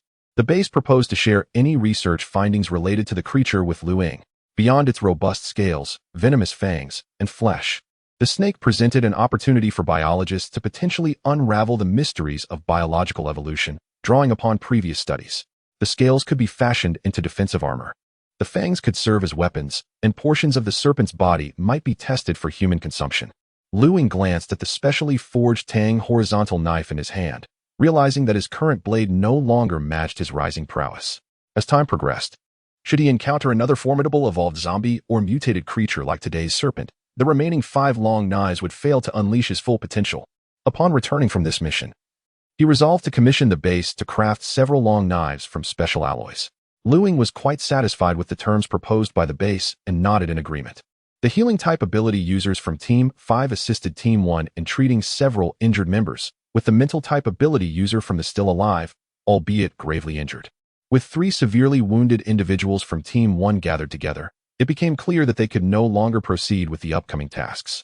The base has dispatched 2 new teams. One to replace the utterly decimated Xiao Xin squad, and the other to take over Team 1. Lu Ying returned the alloy long knife to Team 1, eliciting expressions of gratitude from several members. "Thank you," they exclaimed, their hearts filled with appreciation for Lu Ying's life-saving intervention, which they vowed to repay should the opportunity arise in the future. Lu Ying nodded, remaining in place as she awaited the arrival of the transport helicopter sent by the base to evacuate the serpentine carcass and the injured. After more than half an hour, the thunderous roar of the helicopter was heard approaching. Chapter 126. Setting off again 3Y-20 transport helicopters descended onto the expansive street, and a military team of superpowered individuals disembarked from one of the aircraft, carefully lifting 3 severely injured comrades aboard. As the remaining members of the team departed, they expressed their gratitude to Lu Ying once more before the helicopter departed, carrying the team back to the western suburb base. A new squad promptly assumed the vigilance previously held by Squad 5, while the remaining helicopters transported the carcasses of the mutated white-headed vipers. The The massive serpent had already been severed into 2 segments by Ying, with each helicopter hoisting a portion of the serpent's body. Researchers aboard the helicopters collected the blood from the serpent's wounds into containers. As the helicopters returned, Squad 5 resumed their exploratory mission in the area they had previously occupied. As time passed, the 2 teams moved away from the street where they had clashed with the mutated white-headed vipers. Over an hour later, 2 pitch-black figures emerged at the end of the street. As they drew closer, 2 5-meter-tall evolved zombies, encased in a thick and hard carapace, came into view. Perched upon the shoulder of one of the evolved zombies was a diminutive zombie, less than a meter tall, with a frail body but an enormous head disproportionate to its frame. The head was marred by grotesque, dark veins, and 2 crimson eyes fixated on the coagulated serpent blood scattered across the snowy street. This was the oversized headed zombie that Ying had encountered during the previous battle against the Horde in Yun City. The zombie closed its eyes, and the dark veins on its massive head began to writhe, emanating an imperceptible wave that radiated outward. 2 kilometers away, within the ranks of a new team of superpowered individuals, one psychic suddenly experienced a violent ocular protrusion, followed by the explosive disintegration of his head. Several teammates, aghast, gazed in disbelief at their comrade's headless corpse. Blood, flesh, and bone fragments were scattered everywhere, with a fountain of blood gushing from the neck. The headless body slowly collapsed, prompting the others to rush over and investigate. Bewildered, they could not comprehend the cause of such an occurrence, and the squad leader immediately contacted the base to report the situation. Major General Chao Hongshuan wore a grave expression. Such a bizarre event had never occurred before. He subsequently ordered the immediate withdrawal of a small team from the area. Given the extraordinary nature of the incidents within this region, he marked it with a red cross, signifying that the area would undergo a comprehensive bombardment to ensure total destruction. Squad 5, led by Ying, now had only 2 kilometers remaining to complete their exploratory mission. At this moment, Ying grasped a 7.62mm caliber Type 191 assault rifle, recently delivered from the base. The 6 members now found themselves within an office building, which had become a veritable nest for snakes, teeming with various mutated serpents entwined together as if engaged in some arcane ritual. Witnessing this scene, their faces turned pale, and goosebumps prickled their skin. In the center of the building, suspended in midair, was a giant serpent, smaller than the mutated white-headed viper but seemingly at rest. This serpent resembled a tiger-striped neck-banded snake, also known as a wild chicken neck, adorned with striking red and black patterns. As several individuals exited the office building area, Lu Wei, her complexion pale, reported the status of the building. Subsequently, the group continued their search. By 8 o'clock in the evening, the 5th team had completed their exploration of the designated area. The 6 individuals stood atop the 3rd building of a residential complex. Before long, a Z-20 tactical helicopter arrived, and the 6 boarded the hovering aircraft, heading towards the western suburban base. As the helicopter passed over the Cloud Dream building gathering site, Ying glanced down, observing layers upon layers of zombies congregating at the perimeter. The outer defensive line unleashed a barrage of firepower to repel the advancing horde. A dense rain of bullets rained down upon the outer masses of the undead, with the firepower within the gathering site exceptionally fierce. The entire vicinity surrounding the Cloud Dream building was encircled by containers, which were filled with concrete debris from various nearby structures, collected to prevent the empty containers from being breached by evolved zombies. The insides of the containers were supported by robust metal columns, and multiple heavy fire points were established atop them. Witnessing this scene, the occupants of the helicopter sighed. The situation at the Cloud Dream building gathering site was far from optimistic. The number of zombies clustering at the perimeter exceeded 300,000, including a significant number of mutated zombies. Most of these mutated zombies were located towards the rear of the horde, while the ordinary zombies at the forefront seemed to serve as the high-intelligence beings orchestrating the horde's assault, designed to deplete the ammunition of the armed forces within the gathering site. It was no wonder the previous 3 forward camps had failed in their missions. The base had still dispatched a team of supernatural beings to investigate the situation in Yun City, even further behind the horde. Numerous zombies were converging from various directions towards the Cloud Dream building gathering site. If this trend continued, it would not be long before the horde launched an offensive. And should the defensive line be breached, the more than 130,000 survivors within the gathering site would likely become the prey of the undead.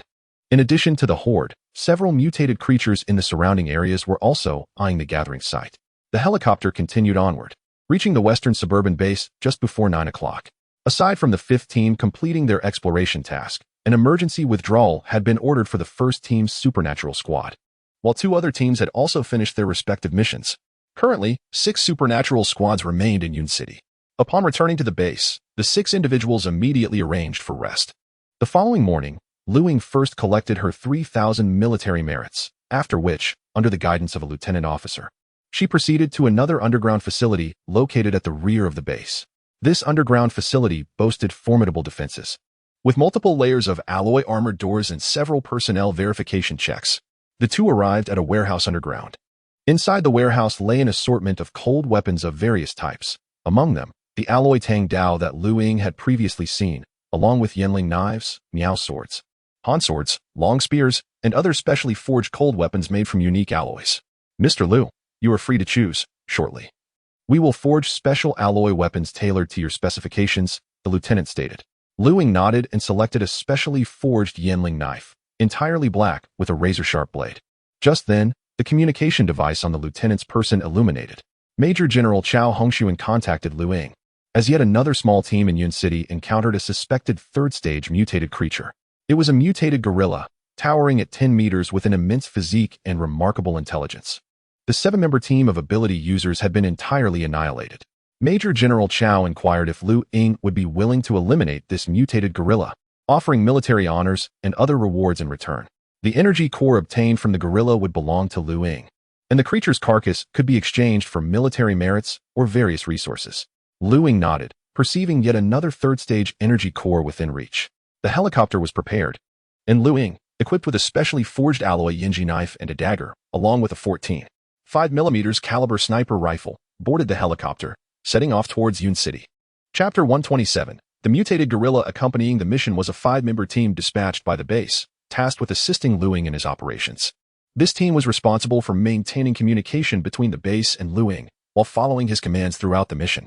Upon witnessing Ying effortlessly slay a 3-stage mutated white-headed viper, the team members had already acknowledged his formidable prowess. The target of this hunt, a mutated gorilla, was located east of the Yunmeng building, in an area designated for exploration by another external team belonging to the 7th Squad.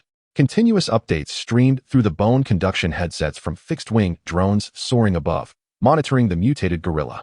Presently, the creature was voraciously consuming the remains of the 7th Squad members, who had already fallen in battle. The precise location of the mutated gorilla was within a community situated 19 kilometers east of the Yunmeng building. Inside the helicopter, Ying loaded a 14.5mm tungsten core armor-piercing round into the chamber of his sniper rifle. The door on his side of the helicopter swung open, revealing the mutated gorilla below. At that moment, the massive creature clutched the corpse of an ability user, stripped of its clothing, and was feasting upon it. This mutated gorilla towered over 10 meters tall, its black fur resembling steel bristles. With blood-red eyes and a gaping maw that was currently gnawing on the upper half of a human body, producing a cacophony of crunching sounds. Blood streamed from its mouth, dripping onto the ground, while the remains of the half-eaten corpse bled profusely from its horrific wounds. The mutated gorilla had evidently noticed the hovering helicopter, perceiving the human within who was aiming a dark metal tube at it. Yet, it displayed no inclination to flee or hide.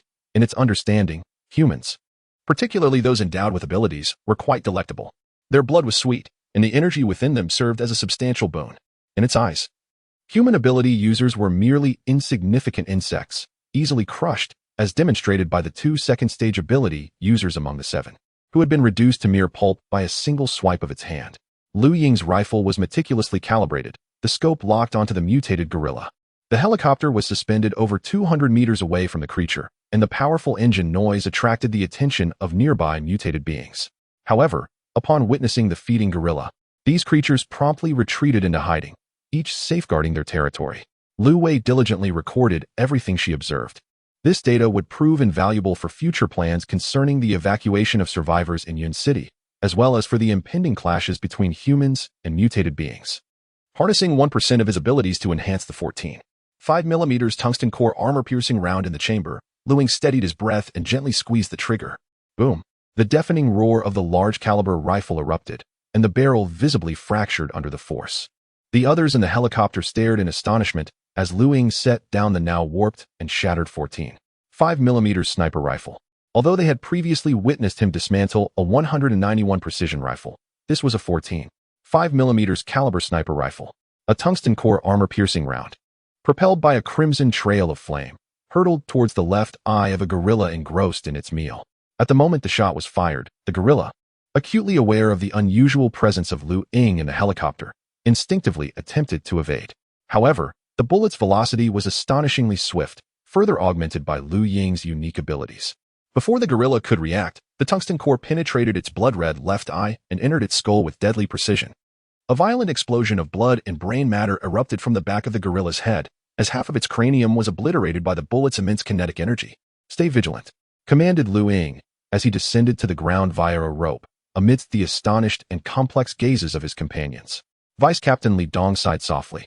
"I had thought you and we were already formidable enough, but it turns out that this talent you summoned is the true powerhouse." The youthful-faced Yi-sun beamed with excitement, exclaiming, "Lu Gu is truly remarkable. Captain, can you recruit Lu Gu into our team?" Lu Wei shook her head with a wry smile.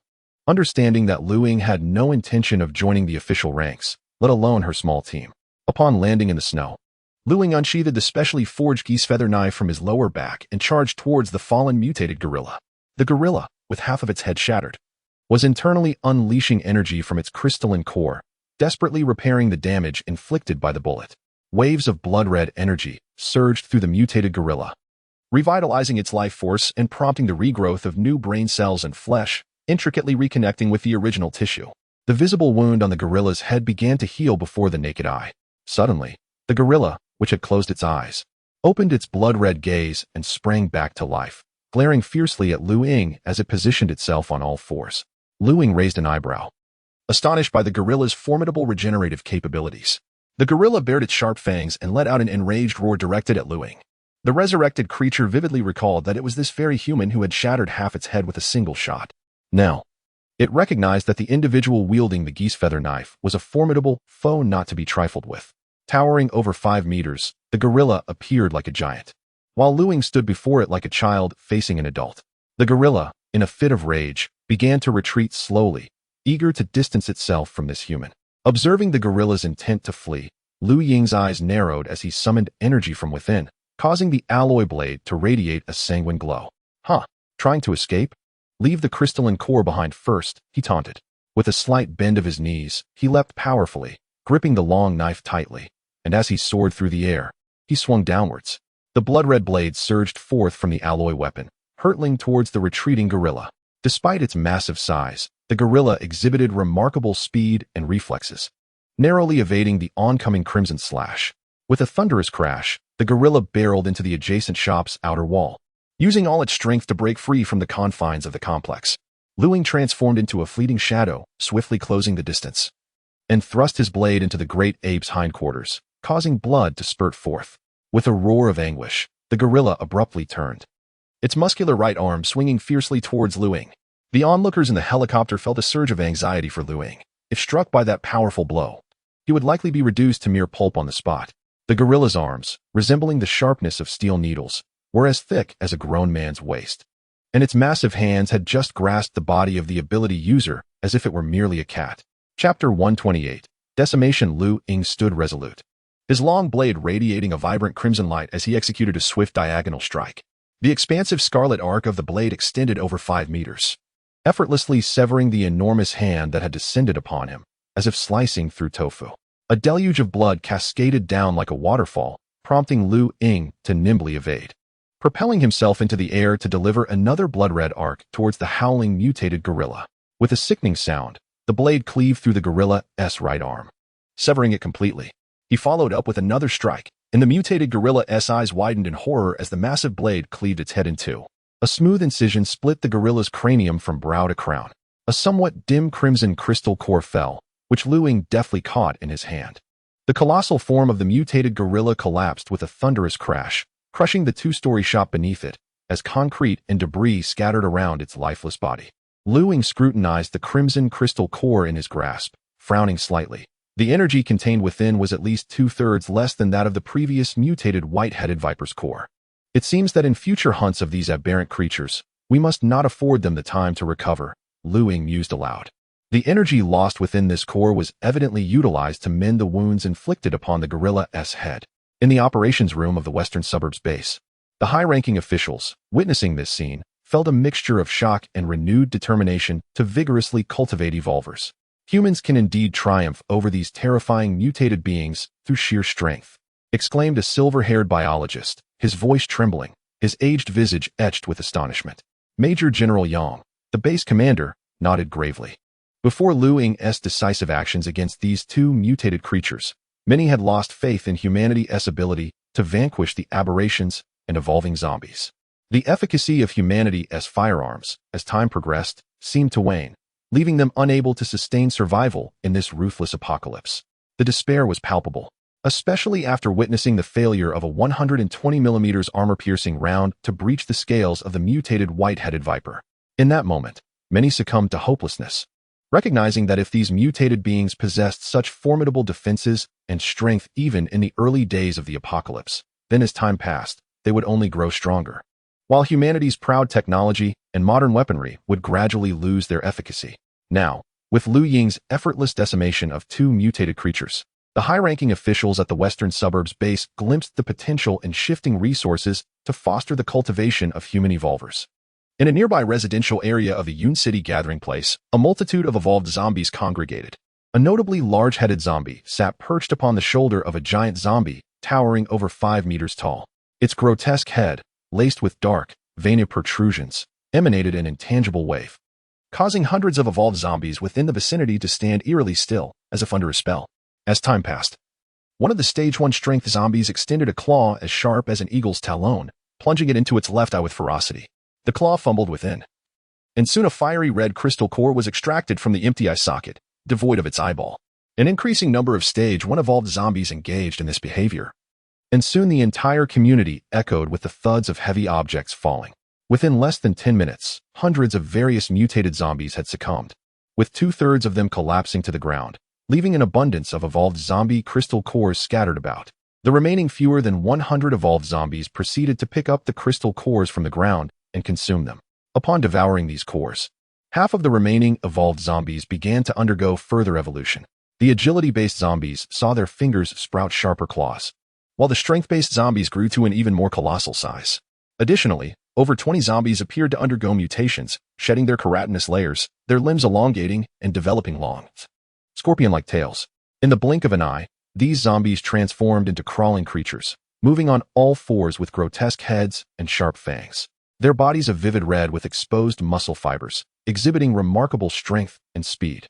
Among the strength-based zombies, more than a dozen exceeded 5 meters in height, their bodies encased in a tough keratin layer, exuding a fierce aura. These successfully evolved zombies lunged at their counterparts who had failed to evolve. The sounds of roaring and gnashing teeth filled the air as the ground became littered with the remains of the fallen zombies, their bodies consumed as sustenance by the newly evolved.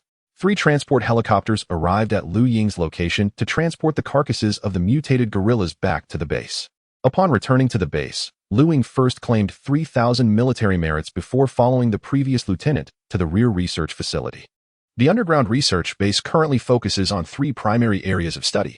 The first involves the upgrade and modification of existing weaponry. A substantial quantity of 7.62mm caliber assault rifles is now in production to replace the 5.8mm rifles, with ongoing development of 12.7mm caliber assault rifles, and even larger caliber individual assault weapons and various types of armaments. In addition to firearms, the development of cold weapons targets the abilities of enhanced individuals. For powerful melee combatants like Lu Ying, traditional forged weapons can no longer withstand their extraordinary powers nor penetrate the defenses of mutated creatures and evolved zombies.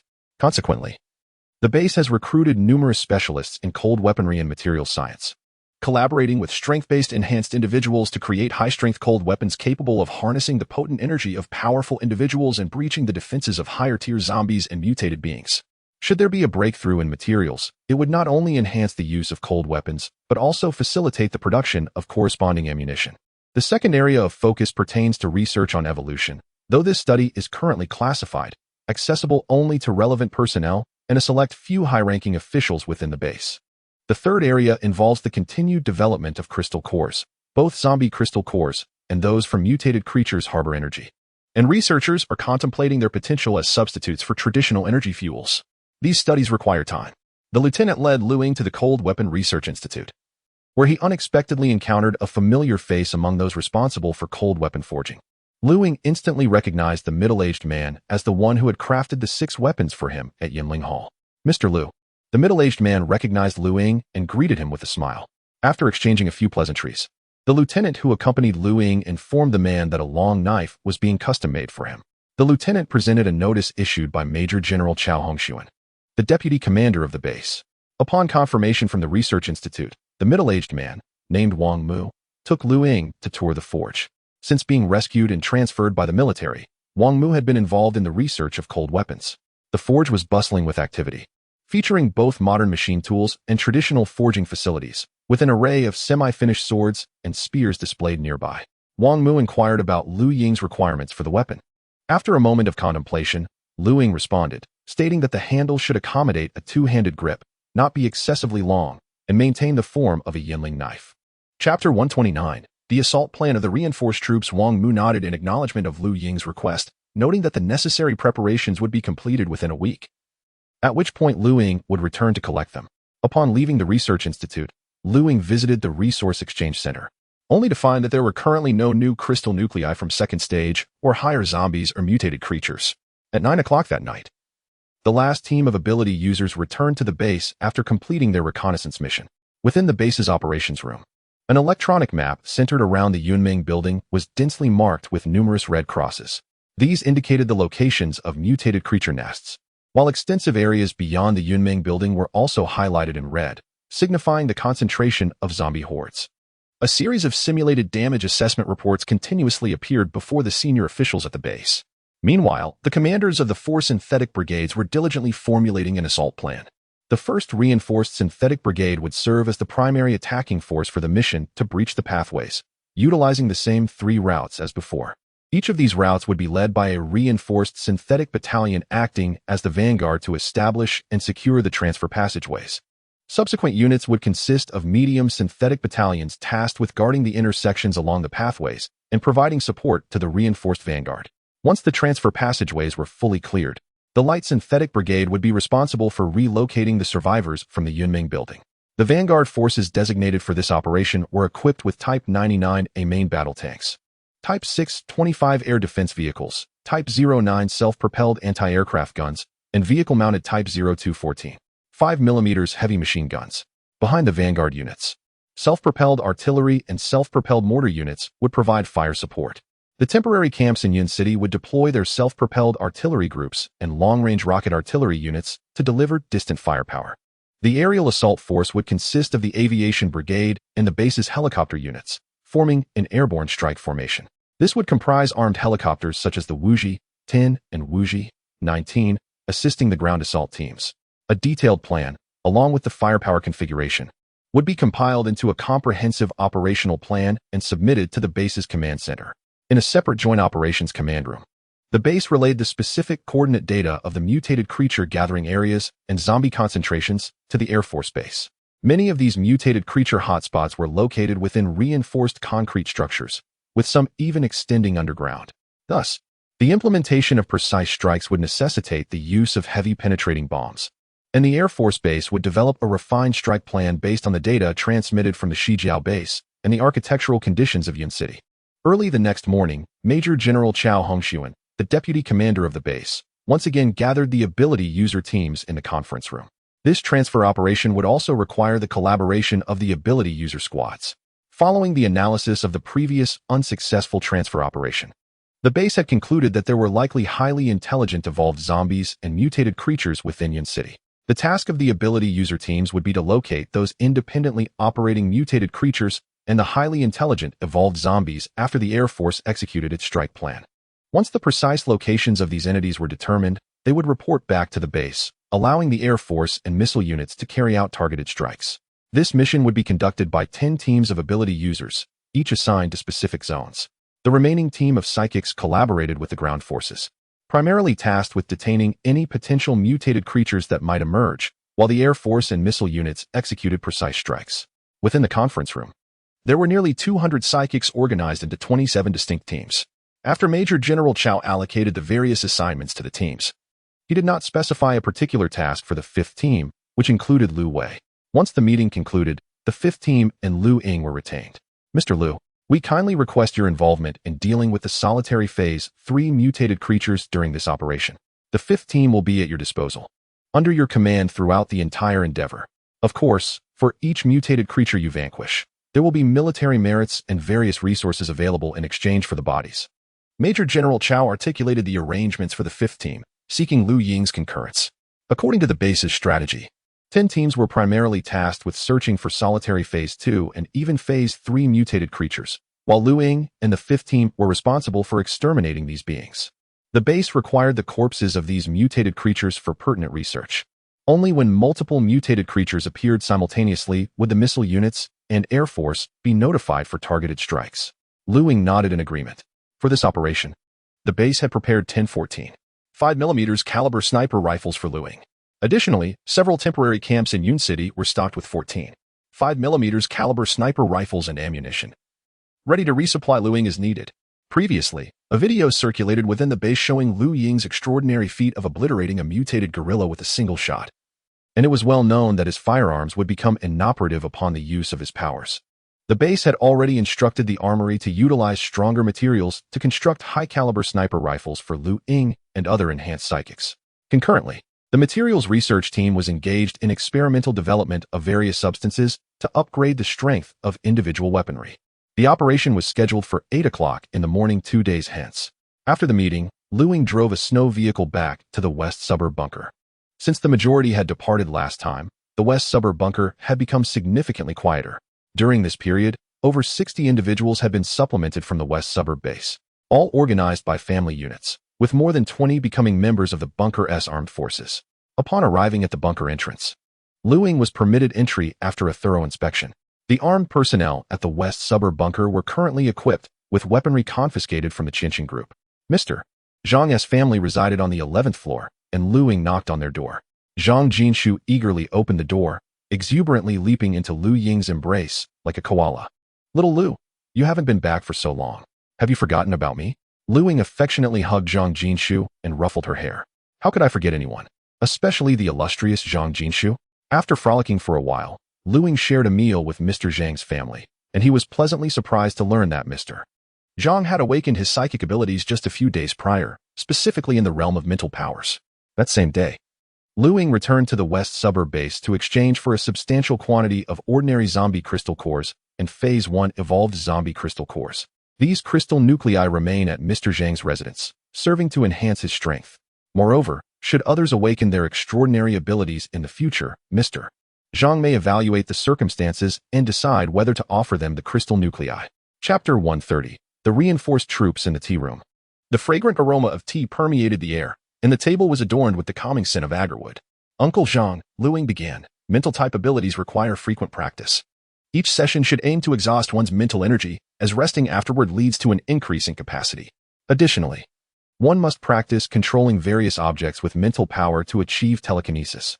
Lu Ying elaborated on the training methods for mental-type practitioners, mentioning that continuous evolution could also be attained through the use of zombie crystal cores. Zhang nodded thoughtfully and then asked Lu, "If collaborating with the military poses too much danger, it would be wise to refrain from it. Your safety is paramount." "Rest assured, Uncle Zhang. I am well aware of the risks," Lu Ying replied confidently. Upon returning to his room, Zhang Jinshu puffed out his cheeks adorably, resembling a little squirrel with its cheeks stuffed full of nuts. Lu Ying gently ruffled Zhang Jinshu's hair and softly inquired, "What troubles you, dear Jinshu?" With a dejected demeanor, Zhang Jinshu rested her chin on her hands and murmured, "Lu, do you think I might never awaken my abilities?" Without hesitation, Lu Ying embraced Zhang Jinshu, resting her head on the girl's shoulder and reassuringly said, "Do not fret. The apocalypse has only just begun. Your time will come." Inhaling the unique fragrance of the young girl, Lu Ying momentarily found herself lost in thought, while Zhang Jinshu's cheeks flushed, prompting her to flee the room with a soft whimper. "Ah," Lu Ying sighed, recognizing that the opportune moment had not yet arrived. Patience was required.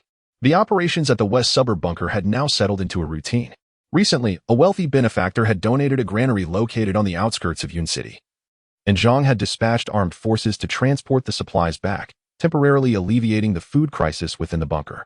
The following afternoon, Lu Ying bid farewell to Zhang's family and returned to the West Suburb base. The base had arranged a private room for her, situated within the underground facilities, a fully equipped space complete with a private bathroom and kitchen reminiscent of a modern studio apartment from the pre-apocalyptic era. This apartment was located in the third underground facility on the 9th floor, where all residents were ability users. Captain Lu Wei of the 5th Squad lived next door, her room furnished with items freshly retrieved from storage. After arranging her belongings, Lu Ying was interrupted by a knock on the door. Upon opening it, she found Lu Wei standing there, adorned in a floral dress. The underground facilities boasted ample heating, prompting the residents to wear summer attire such as short sleeves and dresses. Lu Wei's fair and delicate skin appeared lightly made up, with elegantly arched brows and a petite nose, exuding the grace of a refined young lady from a scholarly family. "Please, come in," Lu Ying invited. Lu Wei settled onto the sofa, surveying the neatly organized room. "Would you care for some tea?" Lu Ying offered, handing her a cup of brewed green tea. "Thank you," Lu Wei replied. "Is this preparation for tomorrow's operation?" A gentle laugh escaped her lips, her smile warm, and a playful glimmer danced in her large eyes. "What? Aside from the operation, is there nothing else to discuss?" Lu Ying touched his nose, aware of his lack of finesse in conversing with girls. Lu Wei stifled a giggle, her laughter captivating, stirring Lu Ying's heart as he caught sight of her movements. Silently chiding himself for his distraction. Such grandeur, he marveled inwardly. "Indeed, I have come to discuss tomorrow's operation." Lu Wei discerned Lu Ying's gaze and promptly concealed her smile. Adopting a serious demeanor, Lu Ying nodded, encouraging Lu Wei to proceed. "May I accompany you in the mission to eliminate the mutated creatures tomorrow?" Lu Ying looked at Lu Wei with a hint of surprise. "If my assistance is required, it would need to be against mutated beings of at least the 2nd phase. Most likely those of the 3rd phase. You are well aware of the strength of those two brutes. If you join me in the fray, I may not be able to protect you." Lu Ying was somewhat perplexed. The power of mutated creatures was formidable, and Lu Wei was merely a 2nd phase enlightenment level evolver. Moreover, 2nd phase mutated beings generally surpassed both humans and their zombie counterparts of the same level. Not to mention, 3rd phase Yao Guang level mutated creatures were even more powerful. A team of 2nd phase psychics might not stand a chance against such foes. Rest assured, focus on combating the mutated creatures. Do not concern yourself with me. I will not be a burden, Lu Wei asserted with conviction. Seeing that Lu Ying remained non-committal, Lu Wei continued. Human psychics enhance their own strength through evolution. But the quantity of crystal cores available is currently limited. Besides evolution, the only means of improvement is through regular practice and combat. Spirit-type psychics can gradually master combat techniques like object manipulation through extensive training, but for those of us outside the spirit category, our training is not effective in significantly enhancing our abilities. Pausing momentarily, Lu Wei elaborated. Only by engaging in battle repeatedly and enduring life and death trials can we most effectively and swiftly improve our strength. Therefore, I hope to collaborate with you to confront these mutated beings. With her thoughts expressed, Lu Wei fixed her determined gaze upon Lu Ying. Lu Ying nodded in response. "Very well, but I shall not make any promises to you. My priority remains the extermination of the mutated creatures. As for your safety, should the situation become dire, I will not extend my hand to assist you. You must bear the consequences of life and death yourself. Have no worries," Lu Wei affirmed, nodding resolutely, her goal achieved, a smile blossoming on her face. The following morning, Lu Ying donned her gear and exited her room, finding all members of Team 5 equipped with an array of weapons and gear. A radio was established for direct communication with the base, and each member carried a walkie-talkie connected to bone conduction earpieces for internal communication. The 1014 5mm caliber sniper rifles, along with tungsten core armor-piercing and incendiary rounds, were secured in the helicopter's cabin. Furthermore, the team had upgraded their assault rifles to 7.62mm caliber, with a psychic named Qi Jian wielding a QBU-201, a 12.7mm caliber sniper rifle. In addition to a 7.62mm caliber assault rifle, Lu Ying carried a special alloy goosefeather knife at her waist. Her dagger similarly replaced with a special alloy variant. Beyond these weapons, the team also brought along two 120mm individual rocket launchers. Lu Ying and the members of Team 5 boarded an all-terrain vehicle, heading towards the airport in the back mountains. At the helicopter airport, more than 20 utility helicopters were each accompanied by a squad of psychics. Additionally, there was a formation of armed helicopters responsible for fire support. Once everyone boarded, the helicopter formation took off, heading towards the thermal power plant in the southern suburbs of Yun City. Prior to their engagement with the ground forces, the Air Force and missile units were tasked with executing precise strikes against the mutated creatures and corpses in Cloud City. After more than half an hour, a fleet of helicopters arrived at the south suburb thermal power plant, where over 40 Type 99A main battle tanks were stationed. Each main battle tank has a combat weight of 55 tons, enveloped in composite and reactive armor, and is equipped with a 125mm smoothbore cannon, carrying a total of 42 rounds. In preparation for this operation, the base had conducted tests, confirming that the prolonged low temperatures had rendered the snow sufficiently firm and thick to support the exhilarating maneuvers of 55-ton main battle tanks across its surface. Chapter 131. Air Force Bombardment. In addition to the main battle tanks, there were 12 6.25E anti-aircraft vehicles and 12 9-type double 35mm self-propelled anti-aircraft guns, 27 5-type 155mm self-propelled howitzers, arranged in groups of 9, provided fire support for 3 heavy armored divisions. Fire support, apart from the self-propelled howitzers, also included 24 10-type 120mm self-propelled mortars. Furthermore, within the temporary encampments of Ying City, 4 artillery battalions and 4 long-range rocket battalions were on standby to deliver fire support at any moment. Beyond this heavy equipment, the southern suburb thermal power plant had hundreds of snow vehicles equipped with 12 7mm heavy machine guns and 14 5mm rotating cannons, along with rapid-fire mortars.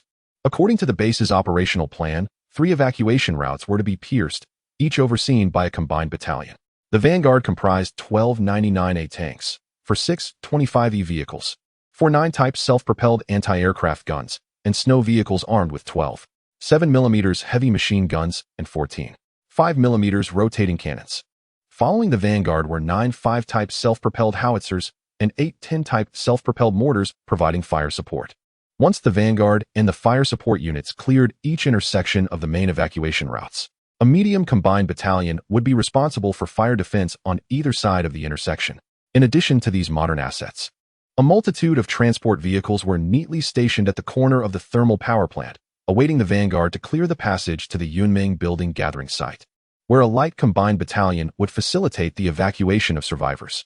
The aerial forces consisted of armed helicopters, namely the WZ-10 and WZ-19, forming a fire support formation. Each route had 4 formations of WZ-10 and 4 formations of WZ-19, with a total of 3 waves of armed helicopters. After the first wave of fire support concluded, the formations would return to replenish ammunition, followed by the second wave continuing the aerial bombardment.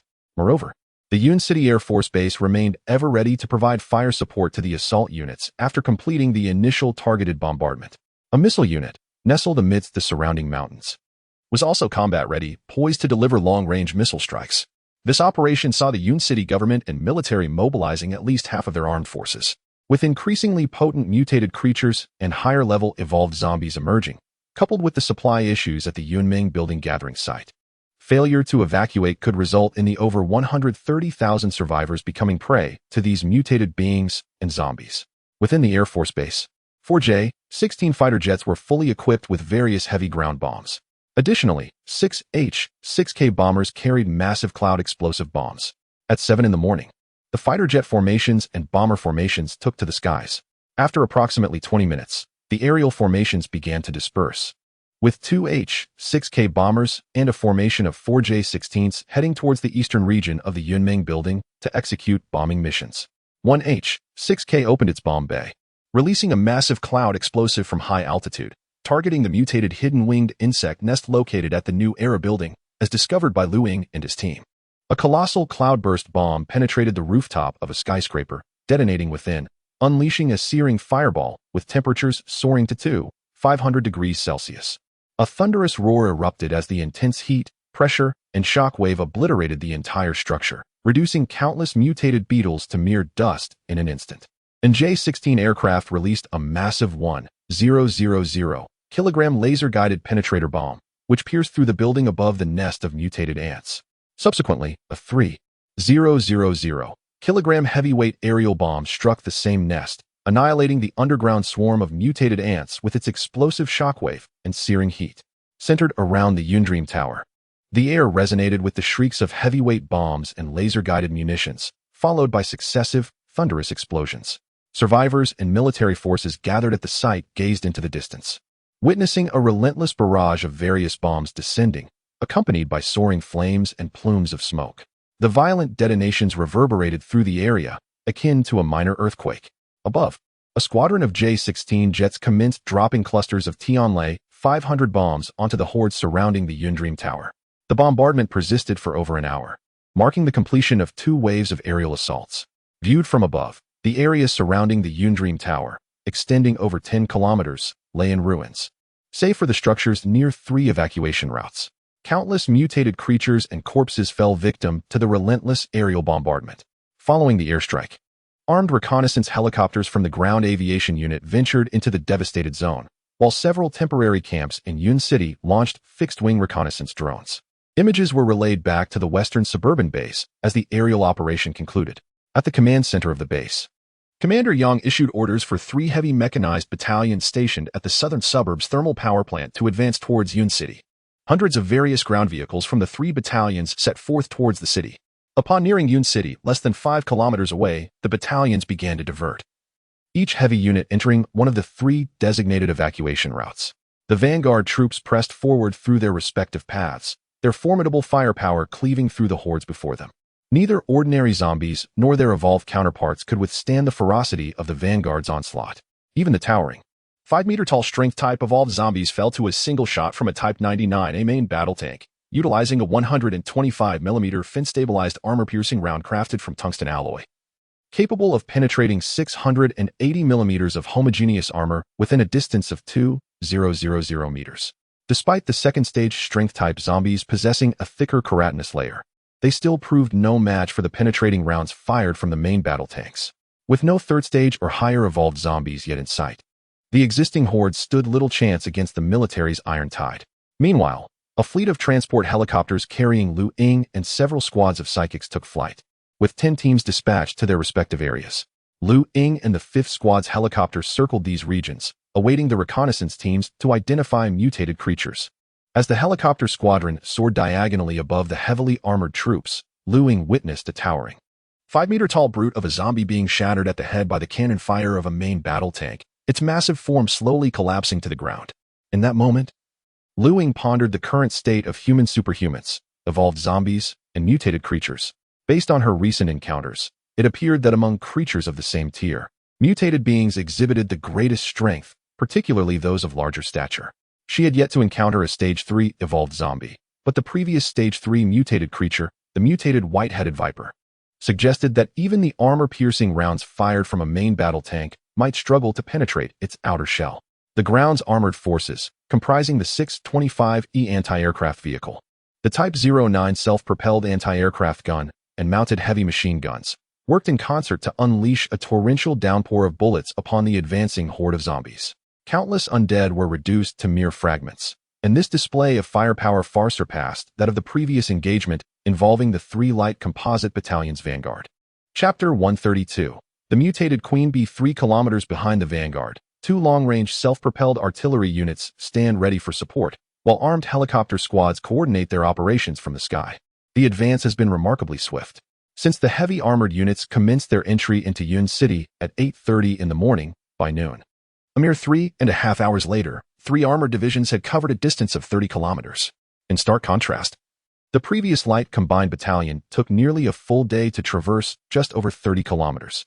The vanguard has replaced the original 8 anti-aircraft vehicles with another 8, maintaining a continuous output of firepower.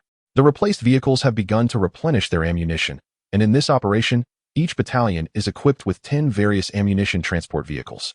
In addition to the accompanying 10 transport vehicles, the South Suburb Thermal Power Plant has 3 dedicated ammunition transport units on standby. Just before the frontline transport vehicles exhaust their supplies, the power plant dispatches transport vehicles to resupply the troops engaged in combat. Within this 3.5-hour period, 4 rounds of ammunition have been delivered. Among the 10 teams of enhancers on the ground, 1 team discovered a peculiar entity 7 kilometers northwest of Yunming Building. Lu Ying received the report and promptly dispatched a helicopter to the area. Upon landing amidst a nearby ruin, Lu Ying gazed 2 kilometers ahead.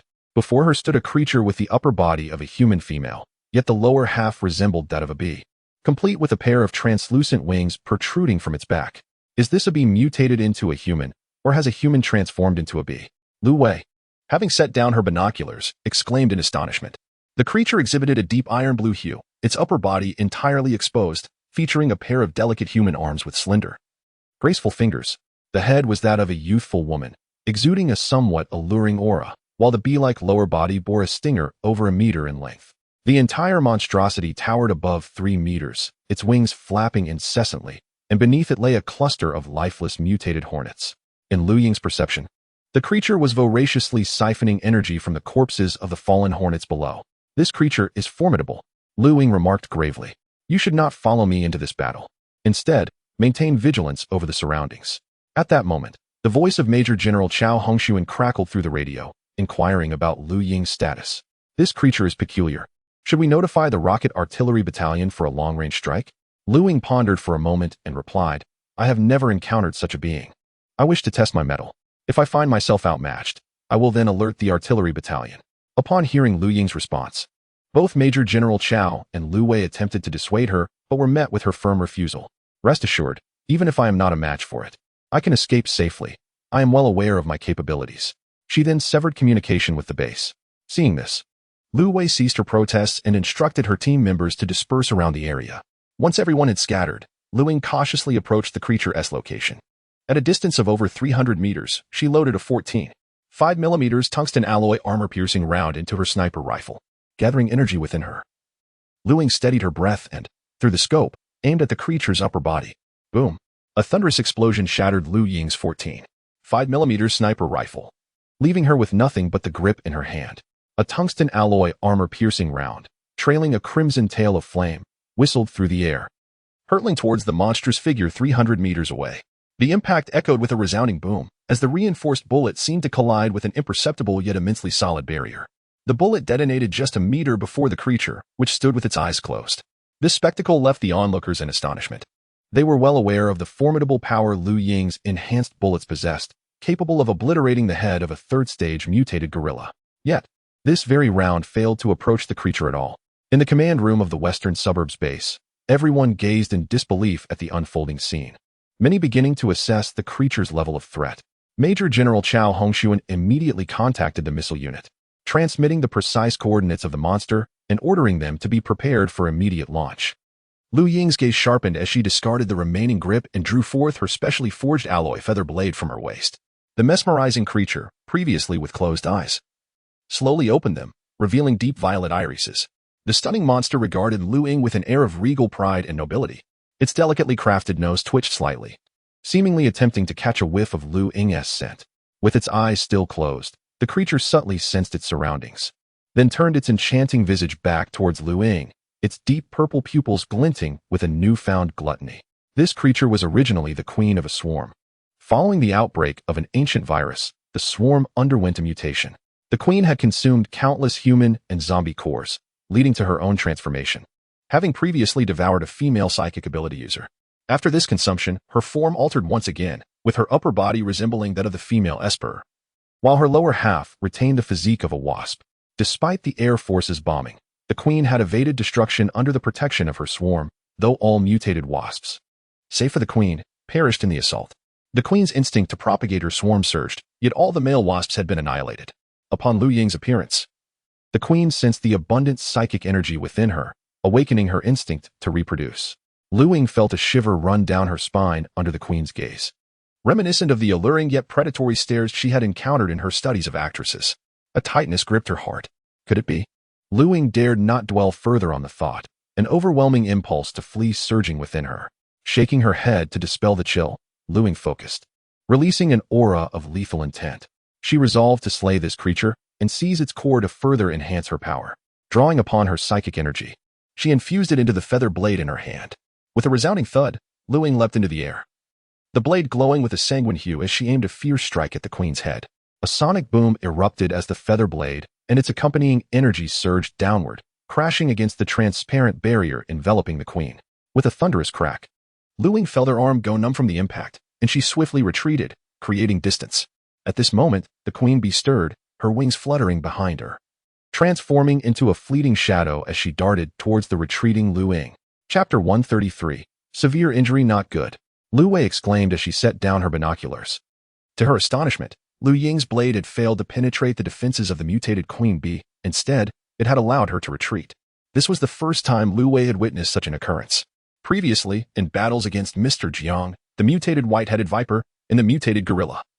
Lu Ying's combat style had been straightforward and brutal, advancing relentlessly and dispatching foes with ease. The current situation, however, suggested a singular truth. The mutated queen bee possessed formidable strength, at least on par with Lu Ying, if not exceeding it. Without delay, Lu Wei contacted the base via radio. Major General Chao Hongxuan, observing the imagery relayed by the drones alongside Lu Wei's explanations, began to feel a swell of anxiety. She communicated her analysis to him, hoping he would prepare for a long-range strike. Conventional rocket artillery might no longer suffice to harm the mutated queen bee. They needed to ready more potent weaponry, such as short-range tactical missiles or heavy aerial bombs carried by the Air Force. After severing the connection, Major General Chao promptly reached out to the Air Force base, dispatching a J-16 fighter jet armed with laser-guided munitions, poised to await the command to strike. Lu Ying, having retreated several meters, felt a jolt of surprise. The invisible barrier he had encountered seemed to be a defensive shield formed by a psychic ability. As the mutated queen bee appeared behind him as if through teleportation, Lu Ying spun around, slashing downward with his long blade. The queen, seemingly anticipating his move, halted her advance, her stunning visage graced by a soft smile, her alluring violet eyes gazing intently at Lu Ying. She extended her delicate, rosy tongue to moisten her parched lips. A shiver coursed through Lu Ying as he sensed a mesmerizing influence emanating from her violet gaze, seemingly capable of ensnaring the mind. His grip on the Yenling knife nearly faltered, but he swiftly invoked his illusionary powers. A faint crimson glow flickered in his eyes, dispelling the queen's psychic influence. Energy surged wildly within him, and the specially forged Yenling knife transformed into a blood-red heel. In an instant, Lu Ying vanished from his position, reappearing behind the queen. Clang! The sound of metal striking metal echoed, followed by the shattering of glass-like fragments. Lu Ying's strike shattered the invisible barrier surrounding the mutated queen bee. Seizing the momentum, he swung his long knife down with all his might once again. The queen responded with remarkable swiftness, turning to face him, her slender fingers flicking gently.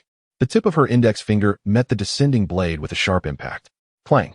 A violent clash reverberated, and Lu Ying felt a tremendous force radiate through his body. Boom! The sheer power of her fingertips sent Lu Ying hurtling backward, crashing through a dilapidated concrete wall over 20 meters behind him, a cloud of dust swirling in his wake. In the next moment, the queen's form was enveloped in a swirling purple mist. As the fog dissipated, she re-emerged, transformed as if she were an entirely different being. Her skin, now smooth and alabaster, and her long legs, rounded and firm, exuded an ethereal glow. Her once transparent wings had morphed into a radiant energy form surrounded by a violet aura, leaving only her modesty veiled by two wisps of purple mist, obscuring her from view. Lu Ying struggled to rise from the rubble of concrete debris, the blade of the special alloy goose feather knife in his hand marred by a chip. At that moment, waves of excruciating pain coursed through his body, blood trickling from his mouth and nose, while his right hand, gripping the knife, trembled uncontrollably, with the flesh of his palm torn and bleeding. The mutated queen bee had evolved to a level surpassing that of Lu Ying. With a single strike, he had sustained grave injuries. The members of Team 5, who were on alert nearby, were struck with horror and fear at the sight. If even Lu Ying could not withstand the creature, it was certain that once the mutated queen bee dealt with him, the remaining members would likely become mere nourishment for her evolution. Witnessing this, Lu Wei swiftly orchestrated her team to divert the queen bee's attention, seeking to buy time to rescue Lu Ying. The mutated queen bee, as if possessed by another being, approached Lu Ying with a feline grace. Mischievously, she leaned down, her exquisitely beautiful face breaking into a playful smile. Come with me. Your evolutionary level barely qualifies you to mate with me. The purple pupils of the queen bee shimmered with a misty allure. Inside the command room, everyone held their breath at the scene, while Chao Hongxuan immediately contacted the supporting J-16 fighter jets. The aircraft would not arrive at Lu Ying's location for another 10 minutes. However, even if the jets could reach them in an instant, the distance between Lu Ying and the mutated queen bee was scarcely more than 10 meters. A heavy bomb dropped might annihilate the queen bee, but it would likely take Lu Ying with it. He had to be rescued at once. Just as Chao Hongxuan prepared to reach out to Lu Wei, the fixed-wing drone transmitted footage showing Lu Wei and her team converging towards Lu Ying and the mutated queen bee. Lu Ying sensed a delicate fragrance wafting through the air, and through the hazy purple mist, he glimpsed the queen bee's alluring form, parching his throat. He hastily unleashed the psychic abilities he had acquired from Meng Nanxing, countering her mental seduction. Leaning against the concrete ruins, Lu Ying felt an unsettling chill. Are you human or a mutated queen bee? Does it matter? I have no interest in beasts, he replied with a sardonic smile. The mutated queen bee, unfazed, licked her vibrant red lips with her delicate tongue, extending a slender finger to lift Lu Ying's chin. Your thoughts are inconsequential. In that moment, her tone and gaze exuded a regal air reminiscent of a queen. Just then, Lu Ying's eyes narrowed, a surge of energy boiling within him, his gaze turning a blood-red hue. He grinned wickedly, a smile tinged with madness and malevolence. As the essence of humanity faded away, replaced solely by bloodlust and a thirst for slaughter, this was the manifestation of his awakened killing instinct. The queen bee's earlier strike had gravely injured Lu Ying, but it was only in this dire state of injury that his latent ability could be unleashed. At this moment, he was engulfed in a suffocating blood mist, which emanated a ferocious and extreme desire for carnage. Lu Ying let out a beastly roar, his fist propelled forward, glowing with a sanguine light as it struck the queen bee's chest with tremendous force. With a resounding crash, the blow unleashed a wave of crimson energy, sending the queen bee hurtling backward. She clutched her chest with her delicate hands, her complexion paling visibly. The queen bee's wings trembled rapidly behind her, stabilizing her form. In the next moment, the blood-red figure of Lu Ying charged forth once more, his long knife radiating bursts of crimson light. With swift precision, he unleashed a flurry of strikes, each transforming into a series of fleeting afterimages, while the mutated queen bee also morphed into a violet specter. The blood-red afterimage and the violet specter collided incessantly amidst the ruins and the air. The clang of metal against metal and the dull thud of flesh striking flesh resonated continuously, as shards of the specially forged alloy Yinling knives were sent flying and plummeting to the ground. Observing the fierce clash between the two, Lu Wei and the others halted their movements, peering through their telescopes at the brutal confrontation unfolding before them. Chapter 134. Manipulation abilities. Lu Ying's Yinling blade had suffered the loss of 2/3 of its length, and his hands were stained crimson with blood. His tactical gear lay in tatters, and a trace of blood lingered at the corner of his mouth. Yet the mutated queen bee was hardly in a better state. Her once pristine shoulders and arms bore numerous wounds inflicted by the blade, with rivulets of purple blood trickling forth. In the next moment, Lu Ying discarded the hilt of his weapon and ensnared the mutated queen bee tightly with his arms, akin to a vice. He forcefully drove his head against her alabaster forehead. With a resounding thud, red and purple blood splattered as their foreheads collided, flesh and bone exposed in the chaotic exchange. This brutal clash had devolved into a primal struggle, where every part of their bodies could be wielded as a weapon. The atmosphere was saturated with bloodshed, brutality, and an all-consuming madness that enveloped Lu Ying. Witnessing this scene through binoculars, Lu Wei and everyone at the command center were taken aback. They had not anticipated that a battle between superhumans could descend into such savagery. Even more astonishing was Lu Ying's ability to wield such ferocity despite his grievous injuries. He appeared as a bloodthirsty fiend, shrouded in a crimson aura. The mutated queen bee's once proud purple pupils had dimmed, replaced by a mist of despair. In that moment, profound fear glimmered within her gaze. Lu Ying, with a sinister grin, prepared to use his head once more as a weapon against her forehead. The queen bee's eyes glowed with an intense purple radiance, and beams of violet light surged into Lu Ying's own eyes. This was the queen bee's unique psychic ability, a concentrated assault aimed at dismantling her opponent's mental defenses. Should she succeed, her adversary would either be rendered a fool or meet an untimely demise. This was the queen bee's last resort. Lu Ying, now in a frenzied state, exceeded the queen bee's expectations. This savage exchange, where injury was reciprocated and life was wagered, instilled a sense of dread within her. Furthermore, Lu Ying's remarkable recuperative abilities allowed him to recover significantly from his injuries in a short span, while the queen bee's own wounds showed only minimal healing. If this continued, it would undoubtedly be the queen bee who would perish. A violent psychic assault crashed upon Lu Ying like a tsunami, momentarily restoring clarity to his frenzied mind. The crimson glow in his pupils intensified as he fought against the queen bee's mental onslaught. As time progressed, Lu Ying's consciousness gradually returned, though a searing headache assailed his senses. Regaining his rationality, Lu Ying swiftly comprehended the queen bee's intentions. Their gazes locked, presenting an opportune moment to deploy his illusion abilities. A faint mist of blood swirled within his eyes as the queen bee's once vibrant purple pupils began to lose their luster, the psychic assault within her gaze gradually ceasing. The queen bee's mind became ensnared within the illusion that Lu Ying had woven for her. In that instant, her surroundings transformed. She found herself and Lu Ying in an exquisitely lavish chamber. A grand wooden bed adorned with purple drapes stood prominently, and the queen bee, draped in a sheer purple gown of regal elegance, sat poised upon the bed, while Lu Ying stood before her, his tall and robust physique rising and falling with each breath. Lu Ying gazed deeply, his hand gently caressing the queen bee's flowing purple locks, the warmth of his palm reaching her heart. Their eyes met, and the queen felt a flutter within her as the curtains on either side slowly descended. She was completely immersed in the realm of illusion. Meanwhile, Ying, observing that the queen was lost in her own hallucinatory powers, drew a special alloy dagger from his waist. Energy surged within him. He focused intently, reversed his grip on the dagger, and swiftly slashed across the queen's fair neck, which had become momentarily dazed. To his surprise, Ying frowned, realizing that his strike had failed to pierce her skin. Doubtful, he continued to attack various points on her neck, heart, and temples, yet he found himself unable to breach her defenses. Something felt amiss. Ying pondered. It wasn't that her physical defenses were particularly formidable. Rather, this mutated queen was enveloped in a shield of psychic energy. However, the strength of this barrier was astonishing.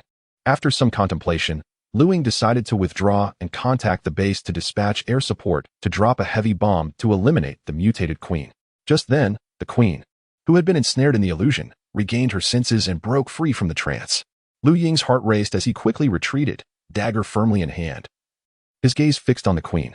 The queen's violet eyes met his, now filled with tenderness and affection, stripping away her previous haughtiness and regal demeanor. A soft, melodious voice echoed in Ying's heart.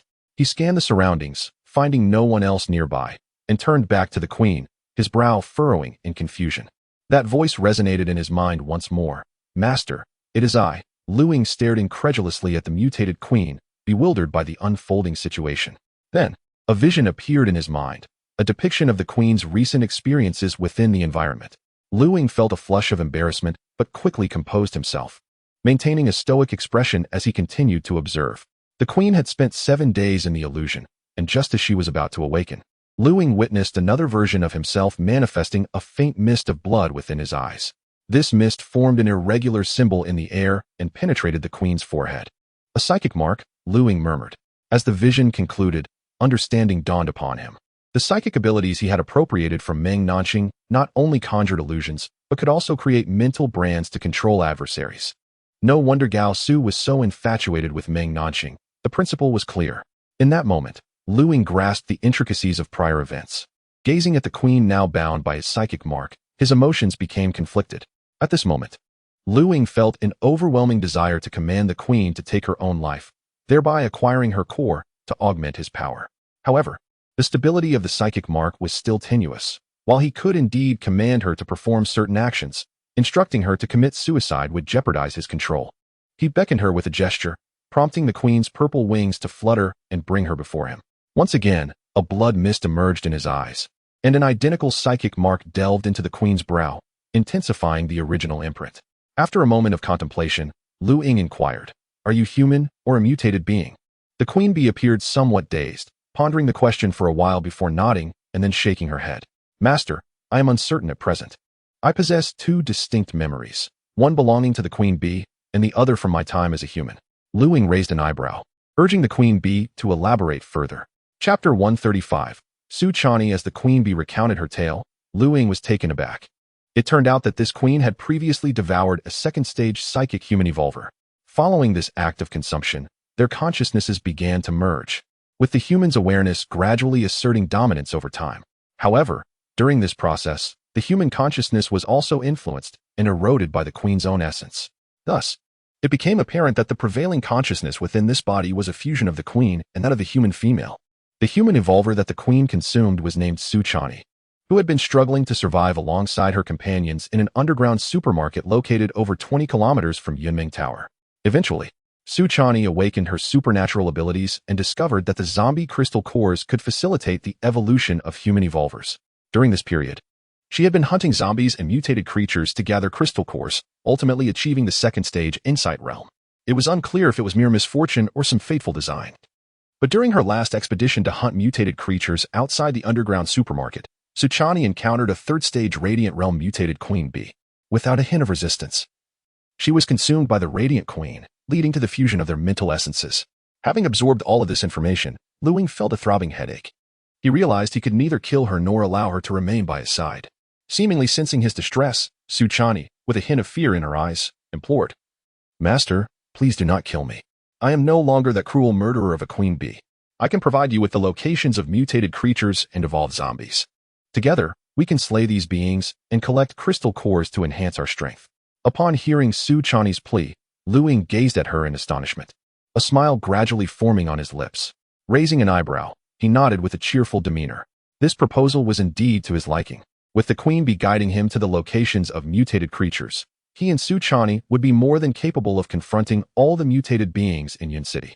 At that moment, a myriad of crystal cores danced before Lu Ying's eyes. It was akin to having an additional free ally. He assessed Su Chani before him and nodded in satisfaction.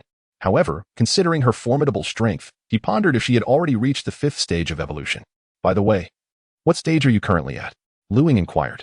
After a moment of contemplation, Su Chani replied, based on my previous memories, I should be a 3rd stage evolver now. Oh, Lu Ying responded, a hint of skepticism in his voice. A 3rd stage mutated creature, possessing such formidable power? In that instant, Lu Ying began to doubt his own strength as a 4th stage evolver. Was humanity's evolution truly so weak? With admiration in her tone, Su Chani continued, Master. As a 2nd stage evolver, being able to defeat me is truly impressive. Lu Ying raised an eyebrow, staring at Su Chani incredulously. Me? A 2nd stage evolver? He questioned, pointing at himself in disbelief. Su Chani nodded earnestly, then looked at Lu Ying with confusion. Unable to comprehend why her master found it so hard to believe that a 2nd stage evolver could best a 3rd stage being like herself. Should not the master feel exhilarated and joyful? Su Chani pondered. Are you certain I am a 2nd stage evolver? Lu Ying inquired once more. Su Chani nodded earnestly, Master. I am quite certain. I have merged memories with the queen bee and inherited her senses and abilities. The queen possesses an exceptionally keen insight, which is one of her unique powers. There is absolutely no doubt. Lu Ying was astonished at that moment. He yearned to retrieve the mysterious tome from his space and examine it closely. Having activated 4 pages, could it be that he had not undergone 4 stages of evolution? He then recalled his 1st and 2nd evolutions, realizing that the tome had absorbed only ordinary zombie cores, albeit in varying quantities. The 3rd absorption involved 1st stage evolved zombie cores, and the 4th similarly absorbed 1st stage evolved cores, differing only in number, yet identical in level. Could it be that he had undergone an additional enhancement at the same evolutionary stage compared to others? He mistakenly believed it to be another evolution. In that instant, Lu Ying comprehended many things. No wonder the previous 2 absorptions had involved ordinary cores, while the latter 2 involved evolved zombie cores of the same level. Thus, he was merely a 2nd stage evolver at the moment, yet his true capabilities surpassed those of 3rd stage mutated beings and evolved zombies.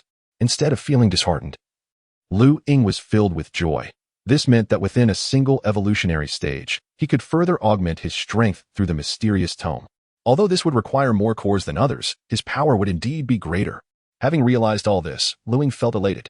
He turned to Su Chani and said, You should find a concealed place in Yun City to hide.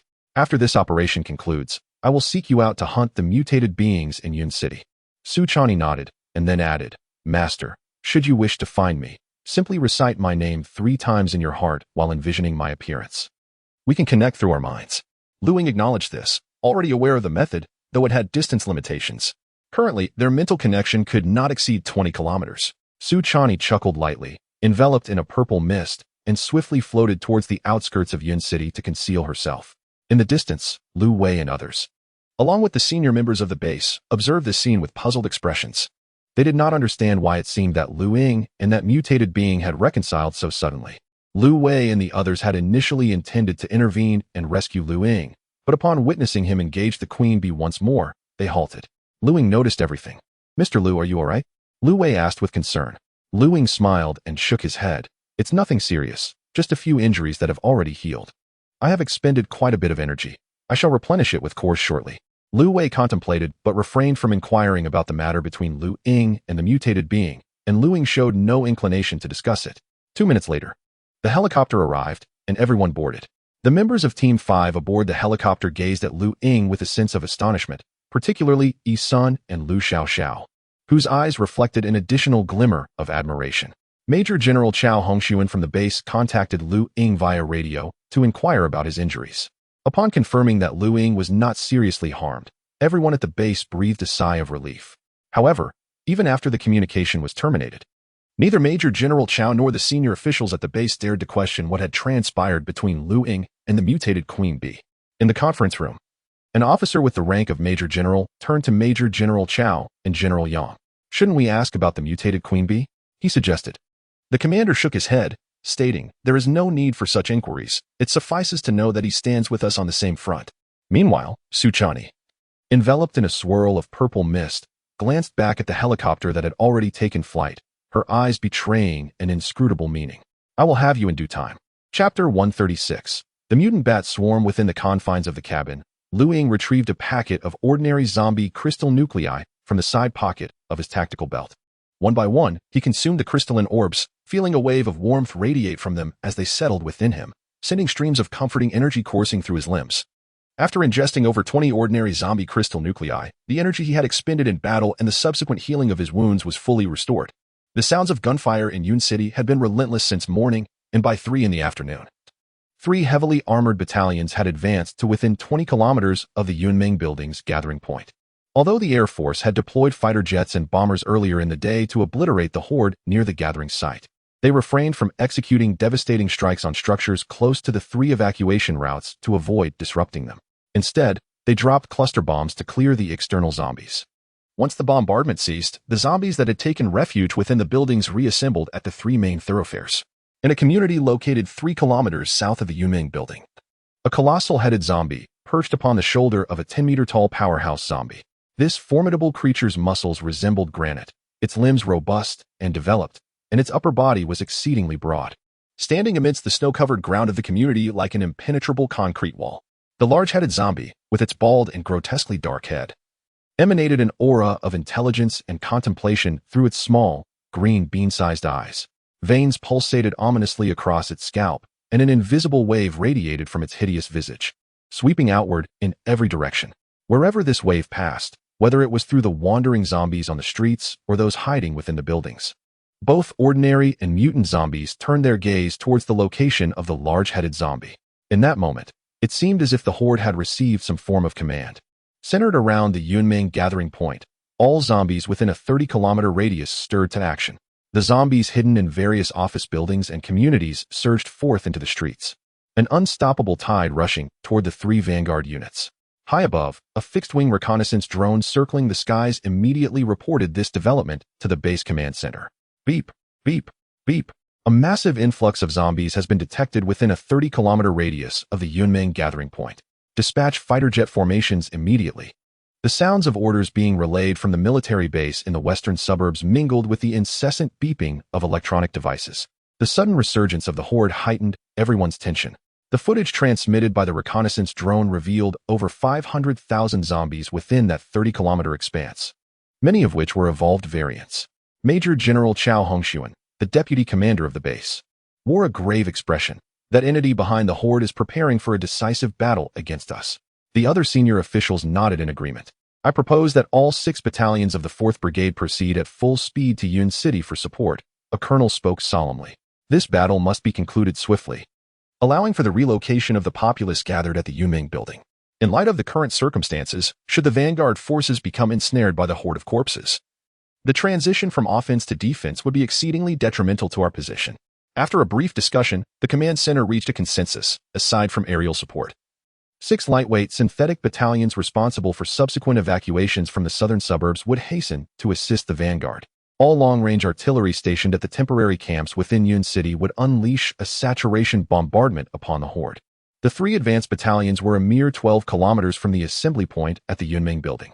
2 6.25E vehicles, 2 Type 09 35mm self-propelled anti-aircraft guns, 2 14. 5mm triple-barreled heavy machine guns, and 2 12. 7mm vehicle-mounted heavy machine guns, totaling 8 vehicles, unleashed their firepower.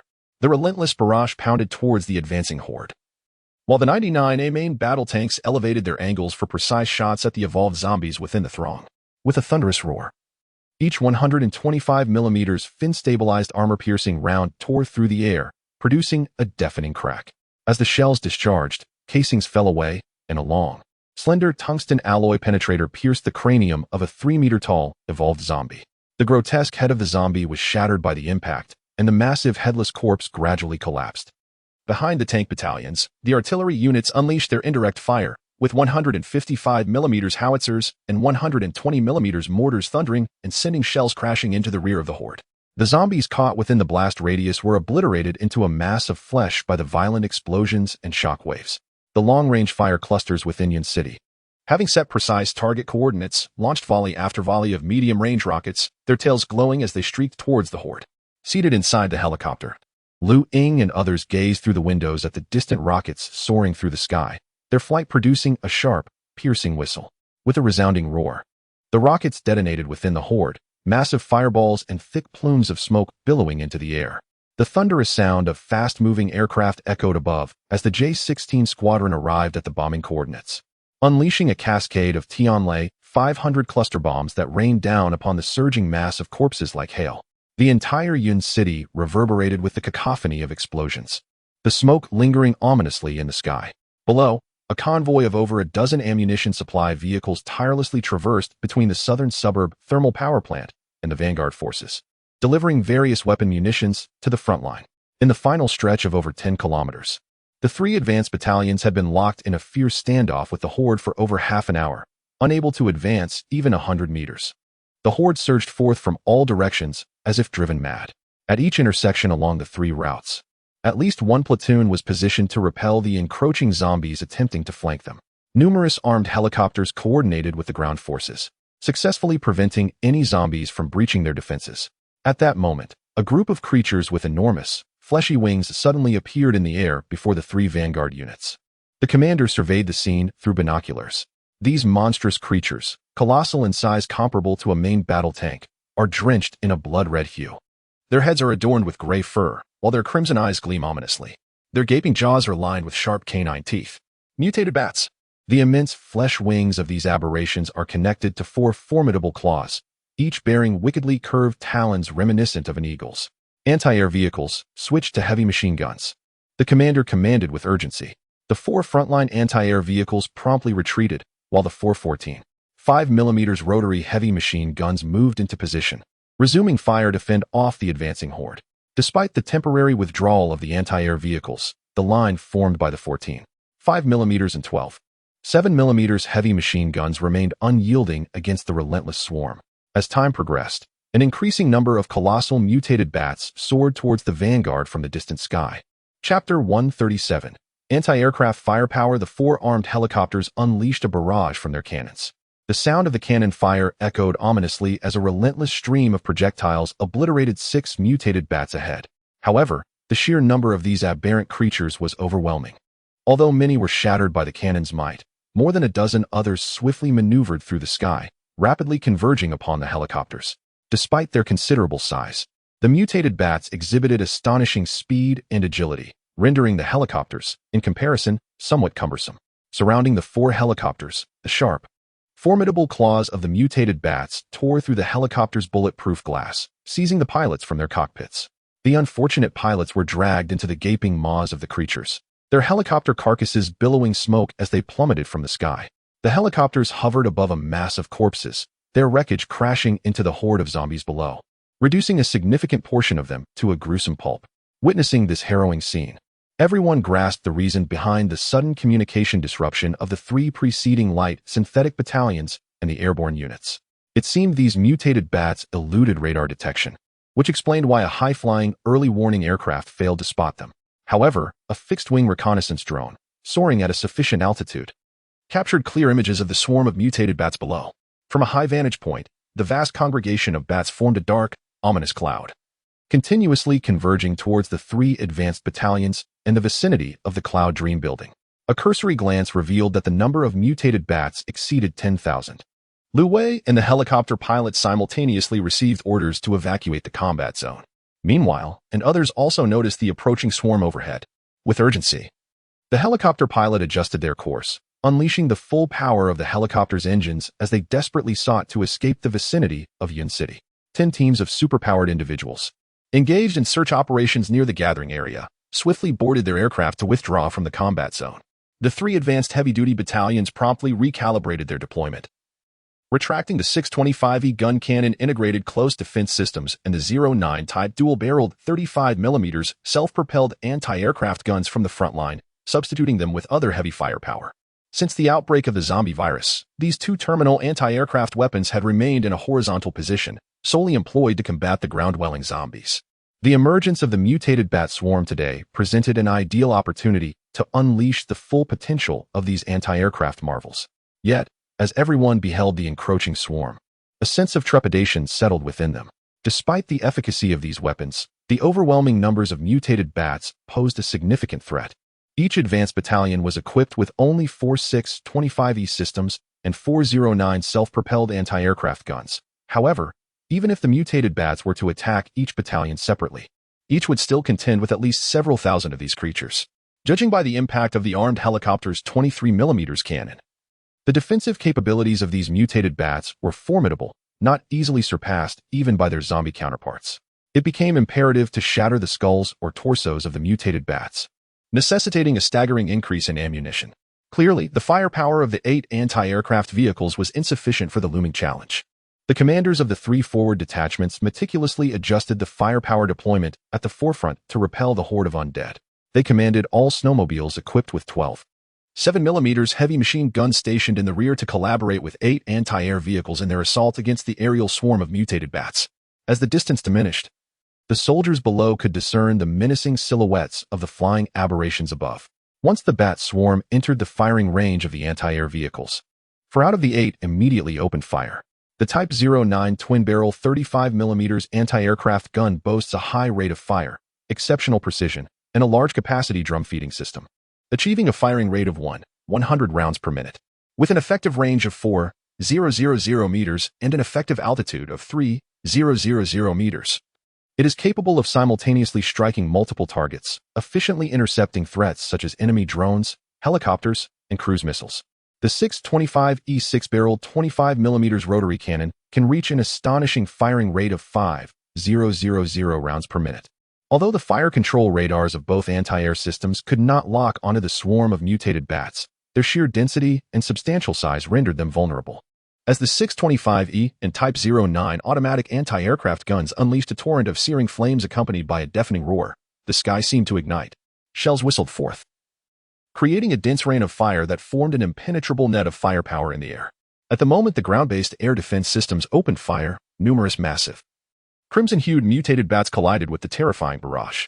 Many bats as large as main battle tanks were torn asunder by the high-caliber cannons, their bodies shredded, with limbs, blood, and visceral remains raining down from the sky. The horde below erupted in chaos, showered by the sanguine deluge of dismembered limbs and steaming entrails. Both the evolved and ordinary zombies within the throng gazed upward, bathing in a cascade of blood. Countless zombies raised their arms to catch the falling remnants, ravenously devouring the flesh. Those unfortunate enough not to receive any morsels gaped wide, eagerly awaiting the descent of fresh blood. The horde beneath the mutated bat swarm danced with glee, zealously grasping the fallen flesh in a macabre feast, igniting a frenzied celebration.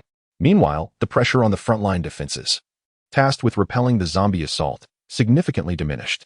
Soon, the 4 anti-air vehicles on the front line completed their first round of strikes and began reloading ammunition, while the remaining 4 took their place to fire. Despite the ferocity of their firepower, the initial assault had only downed a mere 100 mutated bats, and a seemingly endless mass of the aberrant creatures still loomed ahead. At that moment, a command from the command center at the western suburb base was relayed back to the gathering at the Yunmeng building. To fortify the building's defensive system during its initial establishment, the western suburb base had deployed 6 sets of the Land Shield 3000, a ground-based close-in defense artillery system renowned as the land-based dense formation. The Land Shield 3000 inherits the technology of the famous 1130 close-in weapon system from the 055 large destroyer and has been optimized and upgraded for terrestrial applications. Its firing rate is extraordinarily high, reaching up to 10,000 or even 12,000 rounds per minute. This capability allows it to deliver a concentrated saturation strike against incoming targets in an exceedingly brief period. The perimeter defense of the Yunjing building witnesses 3 Land Shield 3000 units simultaneously unleashing their firepower from different directions. The close-in weapon systems roar with intense smoke and flames, unleashing a torrential downpour of rounds towards the airborne swarm of mutated bats. From a distance, countless rounds of cannon fire streak through the somber sky, trailing red tails as they ascend. The aerial swarm of mutated bats is mercilessly torn apart by the relentless barrage from the 3 Land Shield 3000 units, creating 3 gaping breaches. Meanwhile, Among the 3 forward units below, over 20 snow vehicles equipped with 12 7mm heavy machine guns remained silent. Additionally, a light synthetic battalion, dispatched from the southern thermal power plant, is now less than 30 kilometers away. At that moment, a shrill shriek emanates from the swarm of bats above. Chapter 138. Destruction. Having distanced himself from the war zone, Ying was startled by a sharp sound that pierced the air. The moment the sound reached him, a wave of nausea washed over him, a sentiment echoed by the other occupants within the cabin. The helicopter, which had been flying steadily, suddenly experienced a jolt before swiftly regaining its stability. Could the ultrasonic waves emitted by the bats be the cause? Ying pondered aloud. No. The frequency of the ultrasound produced by bats exceeds the upper limit of human hearing, Isan interjected. He then seemed to recall something and continued. However, those bats have mutated, and whether the sound waves they produce have also altered remains uncertain, but the impact we just felt is undoubtedly linked to that piercing noise. The helicopter rapidly departed from Yun City, now over 60 kilometers away from the southern outskirts. The same jarring sound affected the personnel of the armed forces within Yun City. Their anti-aircraft fire experienced a momentary cessation before returning to normal. The soldiers operating the air defense systems endured a brief bout of dizziness and nausea, but quickly regained their composure. At that moment, thousands of mutated bats gathered in the sky suddenly opened their gaping maws. Their abdomens swelled, and the bats unleashed a ferocious roar towards the ground, sending shockwaves forth from their mouths. These shockwaves converged beneath the swarm of bats, amplifying rather than dissipating, resulting in a broader and more potent force. The converged sonic waves distorted the air, creating a transparent ripple that extended over 10 kilometers. The speed of the sonic shockwaves was astonishing. In the next instant, they surged towards the ground forces, resembling a cataclysmic avalanche. A thunderous roar erupted, akin to a nuclear explosion in midair, as a terrifying wave that twisted the very fabric of space radiated from the positions of 3 armored vanguard units. The snow vehicles, main battle tanks, anti-aircraft vehicles, self-propelled howitzers, and all other ground apparatus were struck as if they had been targeted by a nuclear blast. Every ground vehicle, along with nearby structures, soldiers stationed in their armored vehicles, and the corpses scattered around, disintegrated under the sheer force of the shockwave. Fragments of armor, concrete, shards of glass, human tissue, and pieces of blackened weaponry dispersed violently outward amidst the terrifying shockwave. Although the sonic wave traveled swiftly, it rapidly diminished, extending 30 kilometers to catch up with the Z-20 utility helicopter carrying Ying and his companions.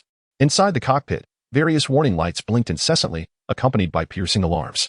The pilot struggled to maintain control, yet the helicopter swayed like a leaf caught in a tempest.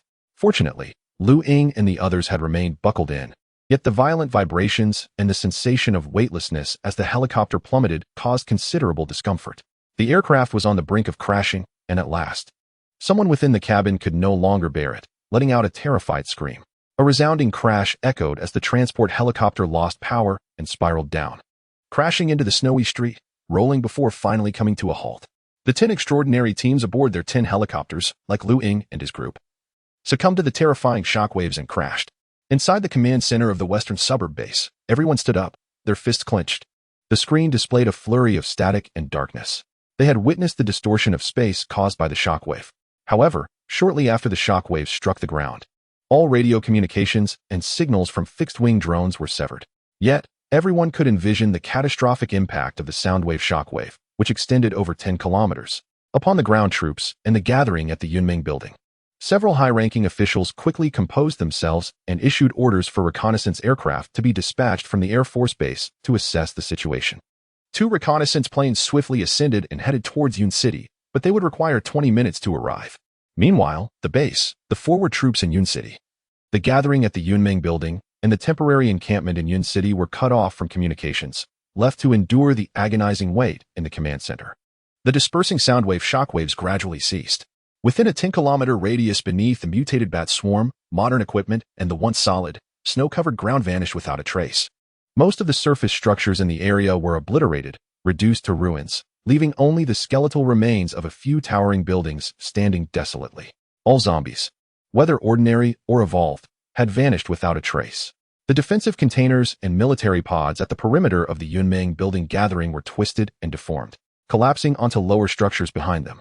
The glass facade of the over 100-story Yunming building shattered completely, and the armored vehicles, infantry fighting vehicles, and land shield 3000s within the area were all twisted and irreparably damaged. Surrounding walls were smeared with numerous fragments of flesh and blood-stained clothing. The horde of corpses outside the Yunmeng building gathering had disappeared, but the entire defensive perimeter of the building was utterly destroyed. Among the mutated bats swarm utilizing shockwaves from above, at least half seemed to have exhausted their internal energy. At that moment, a multitude of large mutated bats began plummeting from the sky, many crashing onto the hard ground and splintering apart, their heads and bodies bursting like watermelons. The remaining less than half of the mutated bats turned around, trembling as they flew towards the Yunmeng building gathering. Their eyes glowed crimson, and streams of transparent saliva dripped from their gaping maws. Having expended a significant amount of energy, they were in dire need of fresh flesh. One by one, the mutated bats arrived at the Yunmeng building, swiftly folding their wings and darting through the shattered glass into various rooms within. Many survivors had been hurled against walls by the shockwave, some instantly crushed to death, while others lost consciousness. The mutated bats encountered no resistance upon entering. Soon, the entire building echoed with frantic cries of rejection and the ecstatic screeches of the bats indulging in flesh. At this moment, the survivors hiding in the basement of the Yunmeng building, though affected, did not experience the same intensity as those above ground. The survivors on the 4th underground level listened in terror to the incessant sounds of gnawing, utterly at a loss. In the military zone on the 1st underground level, Captain Lu Yuan of the 3rd Company, 7th Battalion of the 3rd Light Synthetic Brigade, was relentlessly attempting to establish communication with the western suburb base via radio. The base had previously relayed plans for a counteroffensive to the Yunmeng building. After receiving the order, the garrison at Yunmeng building had organized the survivors for evacuation. Shortly thereafter, the base commanded the deployment of Land Shield 3000 to attack the swarm of mutated bats overhead, followed by a terrifying roar that rendered all electronic devices within the vicinity inoperative. There were 2 companies of soldiers on the 4th underground level, and Lu Yuan's 3rd company was among them. As screams and shrieks echoed, Lu Yuan ordered the signalman to maintain contact with the base while he prepared his troops to ascend to the surface to assess the situation. Upon reaching the door leading to the surface, a series of violent impacts resounded against the metal gate. Bang! Bang! The metallic door buckled irregularly with each blow. Prepare! Lu Yuan commanded immediately, and everyone raised their weapons, aiming at the door. Chapter 139. The Demise of the Ying Tower Gathering Place. Bang! Bang! With each forceful strike against the metallic door, a pronounced dent is left behind. The previous shockwave obliterated all electronic devices, including appliances, leaving the entire edifice in darkness. As its power supply was derived from a large distribution center situated at the rear of the building, which has now been utterly destroyed. Behind the door, 150 fully armed soldiers of the 3rd Company, illuminated by the powerful flashlights affixed to their assault rifles, gazed intently at the contorting, deformed metal door. Each resounding thump reverberated through their hearts. The soldiers of the 3rd Company retreated, maintaining a 20-meter distance. The relentless banging continued. As the strikes intensified, the metal door, overwhelmed by the onslaught, succumbed with a resounding crash. The entire door was violently propelled away, and the soldiers hastily dove aside as it flew less than 10 meters before crashing to the ground. In that moment, a subtle sound of safety mechanisms disengaging echoed from the basement, and beams of bright light converged towards the corridor, yet nothing was discernible to the gathered troops. A chilling, howling sound erupted, followed by the flapping of wings as something rushed inside. Open fire! At the command, the visible red dot of the laser pointer from the assault rifles illuminated the corridor. Tat tat tat. The 191 assault rifles belched fire, their muzzles flickering with flames as 5.8mm rounds were discharged into the passage. An even more horrifying cacophony of screeches and the heavy thud of feet pounding the ground ensued. Swish, swish, swish. The sound of bullets slicing through the air was accompanied by the frantic rush of the approaching entities. In the next instant, an uncountable swarm of mutated bats and grotesque creatures with gnarled limbs and exposed flesh, sporting tails akin to scorpions, surged into the space. Tat tat tat. Bullets struck the bodies of these aberrations, yet they were not substantial enough to inflict significant damage. These creatures were evolved zombies or mutated beings. The 5.8mm rounds proved ineffective. The 12.7mm heavy machine gun unleashed a torrent of fire, illuminating the entire corridor, though the larger caliber rounds had a more pronounced effect. The creatures were far too agile and swift. Soon, over a dozen mutated zombies breached the defensive perimeter. With razor-sharp claws, one of them seized a soldier, ripping him asunder at the neck with a brutal tug. Scalding blood gushed forth, splattering the face of a nearby comrade. In the next moment, this soldier was pierced through the chest by the scorpion-like tail of another mutated zombie. The young soldier, gazing at the grotesque tail protruding from his chest, stained with his own blood, felt the light in his eyes gradually dim. Turning to the company commander, Lu Yuan, he attempted to speak but lacked the strength. In the next instant, the scorpion tail lashed out, consuming the soldier whole. Lu Yuan commanded his comrades to maintain their defensive formation. His gaze fixed upon the horrific sight of dozens of his fellow soldiers being devoured by monstrous creatures, his eyes ablaze with fury. The anguished cries of those who had not yet succumbed echoed around him. One brave soldier, summoning the last vestiges of his strength, pulled the pin from a grenade. The explosion engulfed both the soldier and the creature, yet the beast merely shook its head, swallowed the remains, and continued its relentless pursuit of the main force. An increasing number of mutated bats and zombies surged forward, their grotesque visages illuminated by the gunfire, revealing faces etched with despair, which was soon replaced by a reckless abandon in the face of death. Approximately 30 kilometers south of the Yunming building, the wreckage of a downed Z-20 tactical helicopter lay near a row of shops. The helicopter's door creaked ominously before it was flung open, and a bloodied figure crawled out. Lu Ying shook his head, watching as shadows emerged from the debris behind him. This was the helicopter utilized by Team 5, brought down by the shockwaves of an ominous sound. 2 pilots had perished, but the team members, all evolved beings with superior physical capabilities, had survived, thanks to the helicopter's failure to explode upon impact. Upon emerging from the wreckage, the group surveyed their surroundings, relieved to find no zombies or mutated creatures in the vicinity. Lu Wei tidied her disheveled hair and attempted to contact the West Suburban Base via radio. West Suburban Base, please respond. The only reply was the static crackle of the radio. She had clutched the device tightly as the helicopter spiraled down, and thankfully it remained intact. The radio is down. What shall we do next? Lu Wei inquired, glancing at Lu Ying, who was sitting nearby, exhaling clouds of smoke. The other team members turned their attention to him as well, aware that the terrifying shockwave had likely obliterated 3 heavily armed units, even having flown 30 kilometers away. They had been caught in the aftermath, resulting in their helicopter's crash. The outer defenses of the Yunming building, merely 10 kilometers away from their position, were likely in ruins. From the moment they crawled out of the helicopter wreckage, such thoughts plagued them. With communication severed, the prospect of the base sending another helicopter was bleak in the near future. Throughout their time together, Lu Ying's formidable prowess had won the respect of several team members. And coupled with the directives issued by the base prior to their departure, they instinctively placed their hope of escaping the city in his hands. Exhaling the last wisp of smoke, Lu Ying did not respond. He quickly reviewed the situation in his mind, calling forth the name of Su Chani, the mutated queen bee, and visualizing her appearance. Yet, only an image of Su Chani, unclothed and ethereal, appeared in his mind.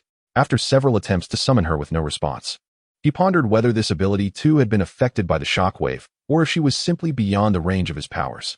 Locate our current position on the map, Lu Ying instructed Lu Wei. Understood. Lu Wei approached Lu Ying's side, unfurling the map and meticulously searching, comparing the nearby streets and buildings to ascertain their location. Here, we find ourselves 32 kilometers from the gathering point at Yunming building, and approximately 50 kilometers from the southern outskirts. Lu Wei pointed to a specific spot on the map. From our current position, a westward journey of 6 kilometers leads to a passage cleared by the advance camp. Let us first investigate that passage. With a stroke of fortune, we may utilize their vehicles to evacuate from Yun City, Lu Ying decisively concluded.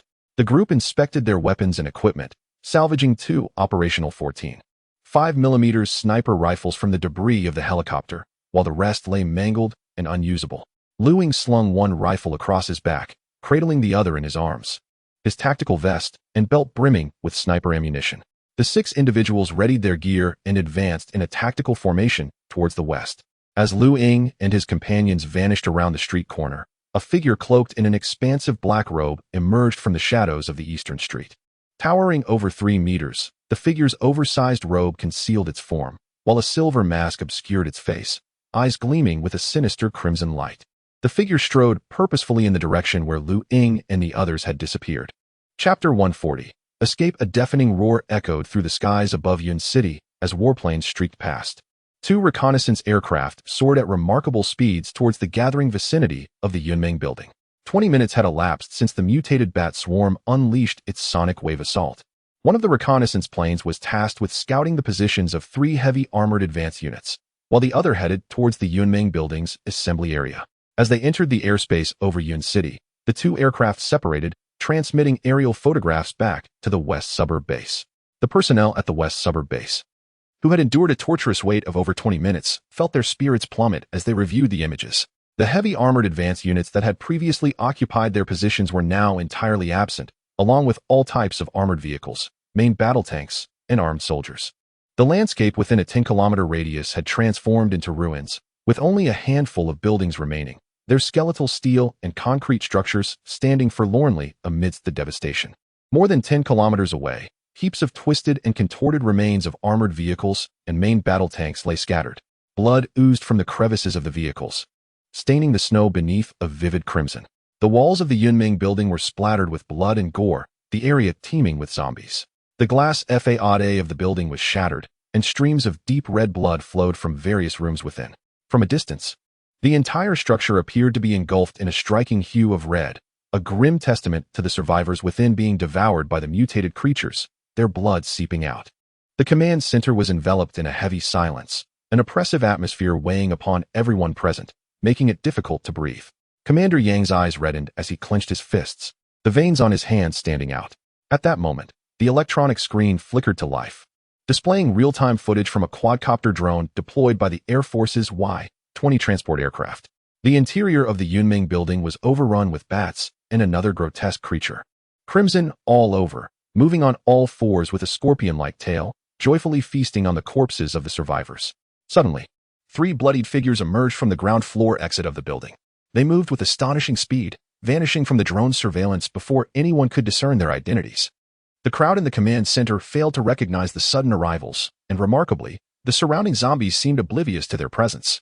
In a grave tone, Major General Yang Ming issued a command to gather the remaining troops and ability user teams still in Yun City for an immediate evacuation. The over 1.3 million survivors in the Yunming building assembly area, alongside nearly 8,000 armed guards from 6 battalions, faced near total annihilation. The 3 heavy armored advance units and their accompanying ability user teams had not a single survivor, and the 10 scattered ability user teams within Yun City had lost contact with the base, leaving their current situation shrouded in uncertainty. The terrifying shockwave had affected a radius of 50 kilometers, and the ability user teams aboard helicopters likely faced dire consequences. The personnel in the command center exchanged glances, words unspoken, ultimately surrendering to a resigned sigh. The situation at the Cloud Dream building has reached a point where it is no longer feasible to dispatch personnel for reconnaissance. We can only rely on rotary wing drones to survey the interior. Major General Yang Ming, the base commander, is eager to send troops and gifted individuals once more. Yet the losses have been staggering, with over 20 squads of extraordinary operatives and nearly 2 brigades of armed forces decimated. The western suburban base still requires strength for its defense, making it impossible to redeploy forces. Moreover, the mutated bat swarm has already entrenched itself within the Cloud Dream building, rendering any additional ground troops mere fodder for the conflict. Orders from the command center reached the Air Force base, which promptly dispatched transport aircraft laden with numerous rotary wing drones to Yun City. 1 military transport plane continuously circled above Yun City, where operators within the cabin controlled the drones, locating armed forces positioned along 3 defensive passages. They instructed these forces to consolidate their personnel and equipment and immediately evacuate Yun City, retreating to the southern suburb thermal power plant for respite. Among the 3 figures that vanished from the gathering point at the Cloud Dream building was Lu Yuan, the company commander of the 3rd Company. A horde of mutated zombies and bats breached their defensive line, resulting in near-total casualties among the company's personnel. In a dire moment, Lu Yuan was struck on the left shoulder by the scorpion tail of a mutated zombie, facing imminent death. However, it was at this critical juncture that he awakened his extraordinary ability. Additionally, another soldier from the company and a survivor also manifested their powers under extreme duress. Lu Yuan's ability, known as speed, allowed him to move with such swiftness that he became little more than a fleeting shadow, facilitating an escape for himself and the 2 others from the basement. The trio now hides within a skeletal structure of a building, just 7 kilometers from the Cloud Dream building gathering point. Their bodies are drenched in blood, indistinguishable as to whether it belongs to the monsters or their fallen comrades. Lu Yuan gasps for breath, a gaping wound over 10 centimeters long on his left shoulder continuously oozing blood, exposing bone. The other extraordinary operative, Li Ziyuan, who had previously served as an observer for Lu Ying, is applying a tactical backpack bandage to Lu Yuan's injury. Lu Yuan inhales sharply, feeling the sting of pain. "Hold on, Commander. Okay, breathe." The other extraordinary operative murmurs, shifting aside as anxiety and wariness cloud his gaze upon Lu Yuan's wound. By now, it is a well-known truth among all that once a human is injured by a zombie, transformation into one of those creatures is merely a matter of time. Soldier, the survivor whispers. Lu Yuan and Li Ziyuan turn to look at him. He has already been scratched by those monsters. It is only a matter of time before he too becomes one of them. Be quiet. Before the survivor can finish, Li Ziyuan interrupts him with a sharp rebuke. Yet the survivor, as if ignited by a spark of anger, suddenly rises and points at Lu Yuan, exclaiming loudly, "You've already been scratched by a mutated zombie. You should leave us now. If you turn into a zombie." I said, "Be silent." Li Ziyuan glares at the survivor with reddened eyes, filled with fury and a chilling sense of betrayal. In that moment, he recollects the struggles faced over this period, where all supplies within the gathering point were prioritized for the survivors of the Cloud Dream building, while they themselves subsisted on hard, tasteless compressed biscuits, scarcely having enjoyed a warm meal throughout this time. In the face of the mutated creatures and zombies that surged forth, all the soldiers of the three links stood resolutely in front of the survivors, never retreating a single step. Ultimately, only 3 of them remained on the 4th underground level, with Lu Yuan steadfastly leading the other 2 to escape from the Yunming building. "What are you staring at? You soldiers are supposed to protect us. Now that he has been infected by the monster, you must take action to eliminate him. Otherwise, what shall we do when he transforms into a zombie and poses a threat to us?" The survivor continued to shout insistently. Chapter 141. Ambush. Li Ziyuan clenched his fists tightly. At that moment, the visages of his fallen comrades and scenes from their lives, training, battles, and more, flashed through his mind. He recalled that squad leader Lu Yuan had sustained injuries to protect the individual before him. Yet now, this very person sought to take matters into his own hands against his squad leader. In an instant, Li Ziyuan's eyes turned crimson. The voice of his adversary fading into a distant murmur, his vision consumed by a crimson haze. Faint flames flickered around his clenched fists. At that critical juncture, Lu Yuan grasped Li Ziyuan's right hand firmly. Feeling the tight grip on his wrist, Li Ziyuan regained his senses and turned to look at Lu Yuan, who sat on the ground. Their eyes met, and Lu Yuan gently shook his head. Witnessing this, the survivor immediately ceased his incessant chatter, instinctively recoiling in fear. Taking 2 steps back, nervously glancing at Lu Yuan addressed the survivor, saying, "You may leave on your own, from here on. Your fate is in the hands of destiny. We remain soldiers, and thus cannot act against you." After a brief pause, he continued, "This is the apocalypse. We shall remain steadfast in our mission." Summoning his courage, the survivor shook his head defiantly. "No, I cannot possibly escape Yin City alone. You must have your subordinate escort me to the official gathering point. I can keep secret what he attempted against me, but otherwise." His words trailed off. Yet the implication was clear. The survivor had awakened an ability as well, and after momentarily succumbing to fear, he quickly recalled this fact. The 3 of them had awakened their powers one after the other. Furthermore, with Lu Yuan leading them this far and now injured, their combat effectiveness had waned.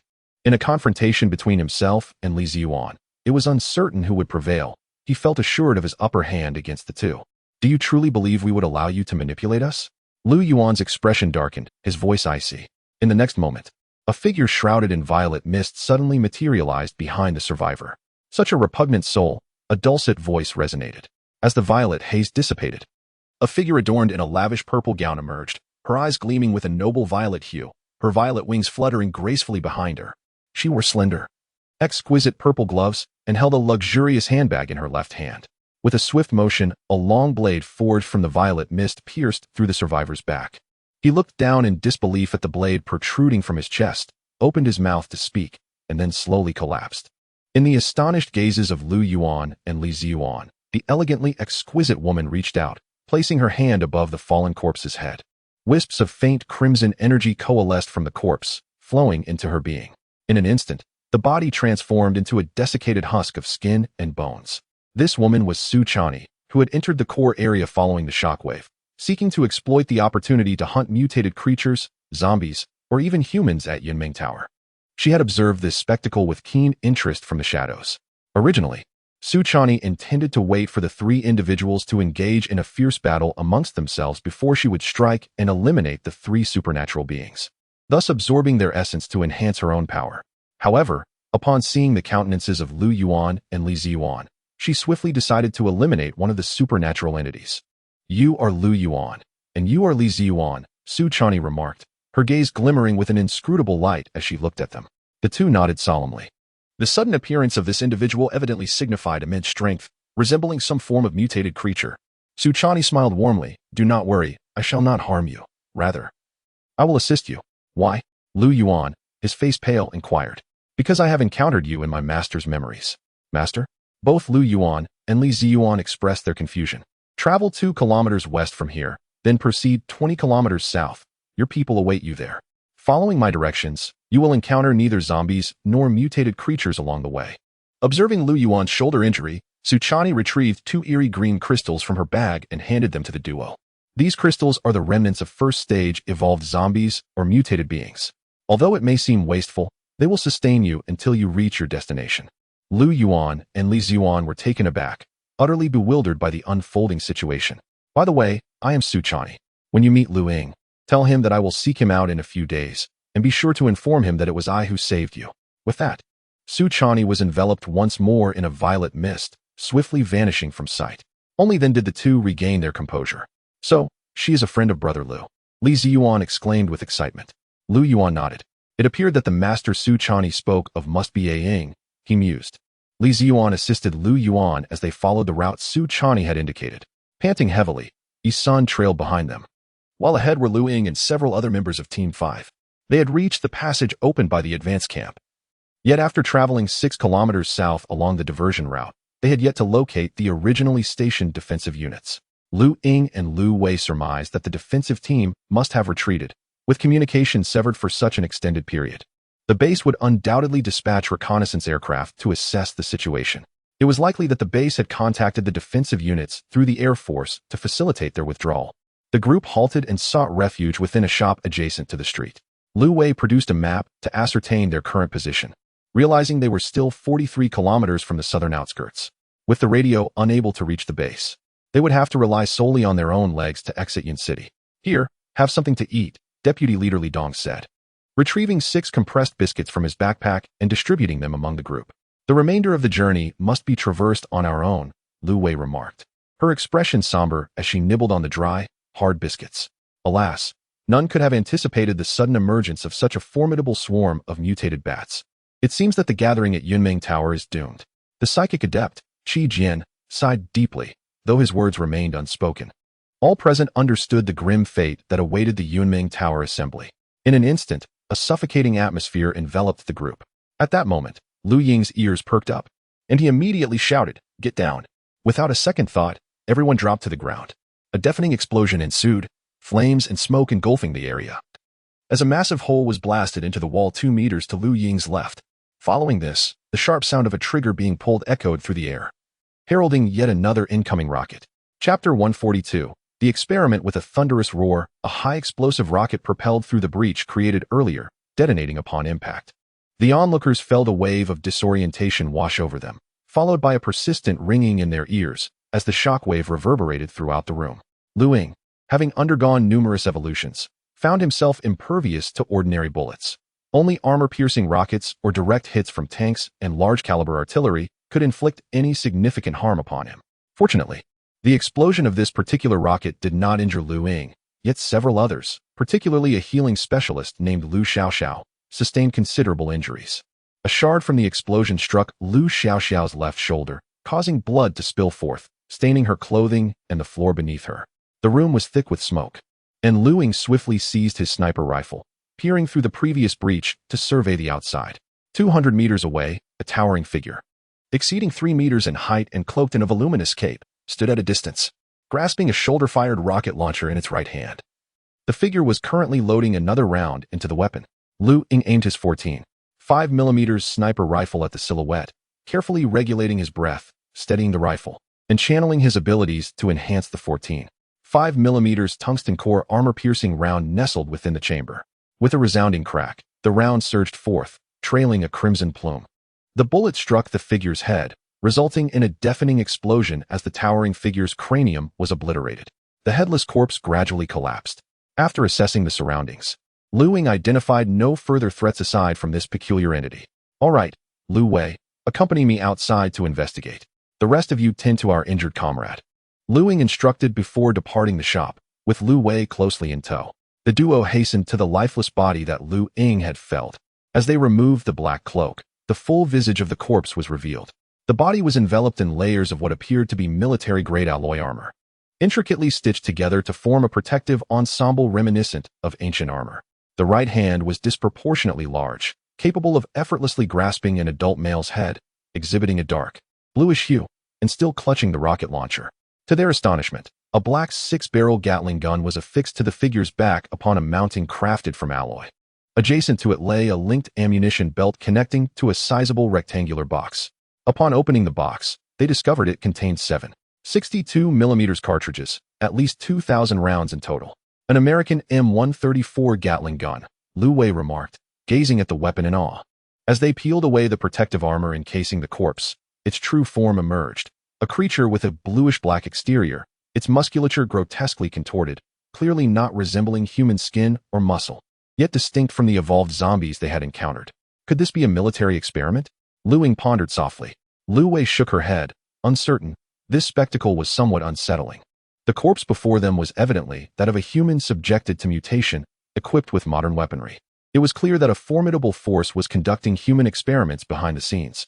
Lu Ying scrutinized the rocket launcher in the corpse's hand, finding it vaguely familiar. After a brief contemplation, Lu Ying exclaimed, "M4 recoilless rifle." Lu Wei glanced at Lu Ying. After pondering, Lu Ying refrained from mentioning the Qianqing group. Observing the M4 recoilless rifle and the M134 Gatling gun, Lu Ying speculated that these items might have been produced by the Qianqing group. However, this remained mere conjecture. Apart from the military, the only entity Lu Ying was aware of in Yun City was the Qianqing group. Whether this speculation held any truth would have to await their return to the Shijiao base, where they could inform the military and let the ensuing investigation unfold. The corpse's head had been shattered by a bullet moments ago, and Lu Wei took the remaining shell and the recoilless rifle. Lu Ying removed the weapon rack the corpse had been carrying, adjusting the 2 straps to fit his physique before slinging it over his shoulder as they made their way back. Fortunately, Lu Xiaoxiao's shoulder injury was not severe. After applying a bandage to staunch the bleeding, her mobility remained unaffected. The group hastily departed, continuing towards the southern exit. In the Qianqing group's base in the northern suburbs, within a room filled with monitors, staff members observed the departing figures of Lu Ying and his companions, enveloped in silence. A middle-aged man clad in snow camouflage wore a grim expression, promptly issuing orders. "Deploy Class 2 experimental subjects." "Understood," replied a young man seated at a desk, also donned in snow camouflage and wearing headphones. He immediately relayed the command through the conference microphone on his desk. The weapons department and the biological department activated Class 2 Subject 1, while the transport department prepared for action. Upon receiving the orders, the 3 departments sprang into motion. The weapons department retrieved 2 large metal boxes from the armory, opening them to reveal a GU 1912 7mm 3-barrel Gatling gun, alongside another box containing armor-piercing ammunition. In a room constructed of alloy, the biological department housed transparent cylindrical glass columns, each filled with a clear liquid containing humanoid specimens. One of the thicker glass columns had its liquid entirely drained, and the glass casing descended from below. A humanoid creature, towering over 5 meters and entirely crimson, opened its eyes.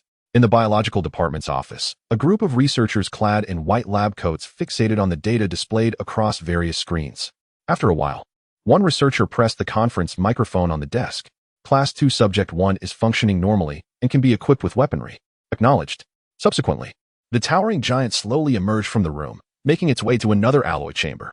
A squad of fully armed personnel entered the room with palpable tension, their weapons trained on the central figure of the red giant. Another team of personnel wheeled in a GU 1912 7mm 3-barrel Gatling gun, along with an ammunition box and a portable weapon rack. On another cart lay a substantial suit of armor crafted from composite alloy materials, designed for wear. The biological department's researchers issued the command to don the gear. The giant bent down to first don the armor, subsequently securing the weapon rack upon his back.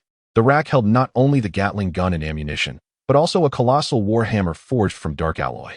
Within the transport department, a Black Hawk helicopter was undergoing pre-flight checks. Over an hour later, at the northern outskirts of the Qianqing group's base, a black-painted Black Hawk helicopter ascended, heading towards Cloud City. Chapter 143. Pursuit. The Black Hawk helicopter initially circumnavigated the outskirts of Yun City before entering from the eastern suburban area.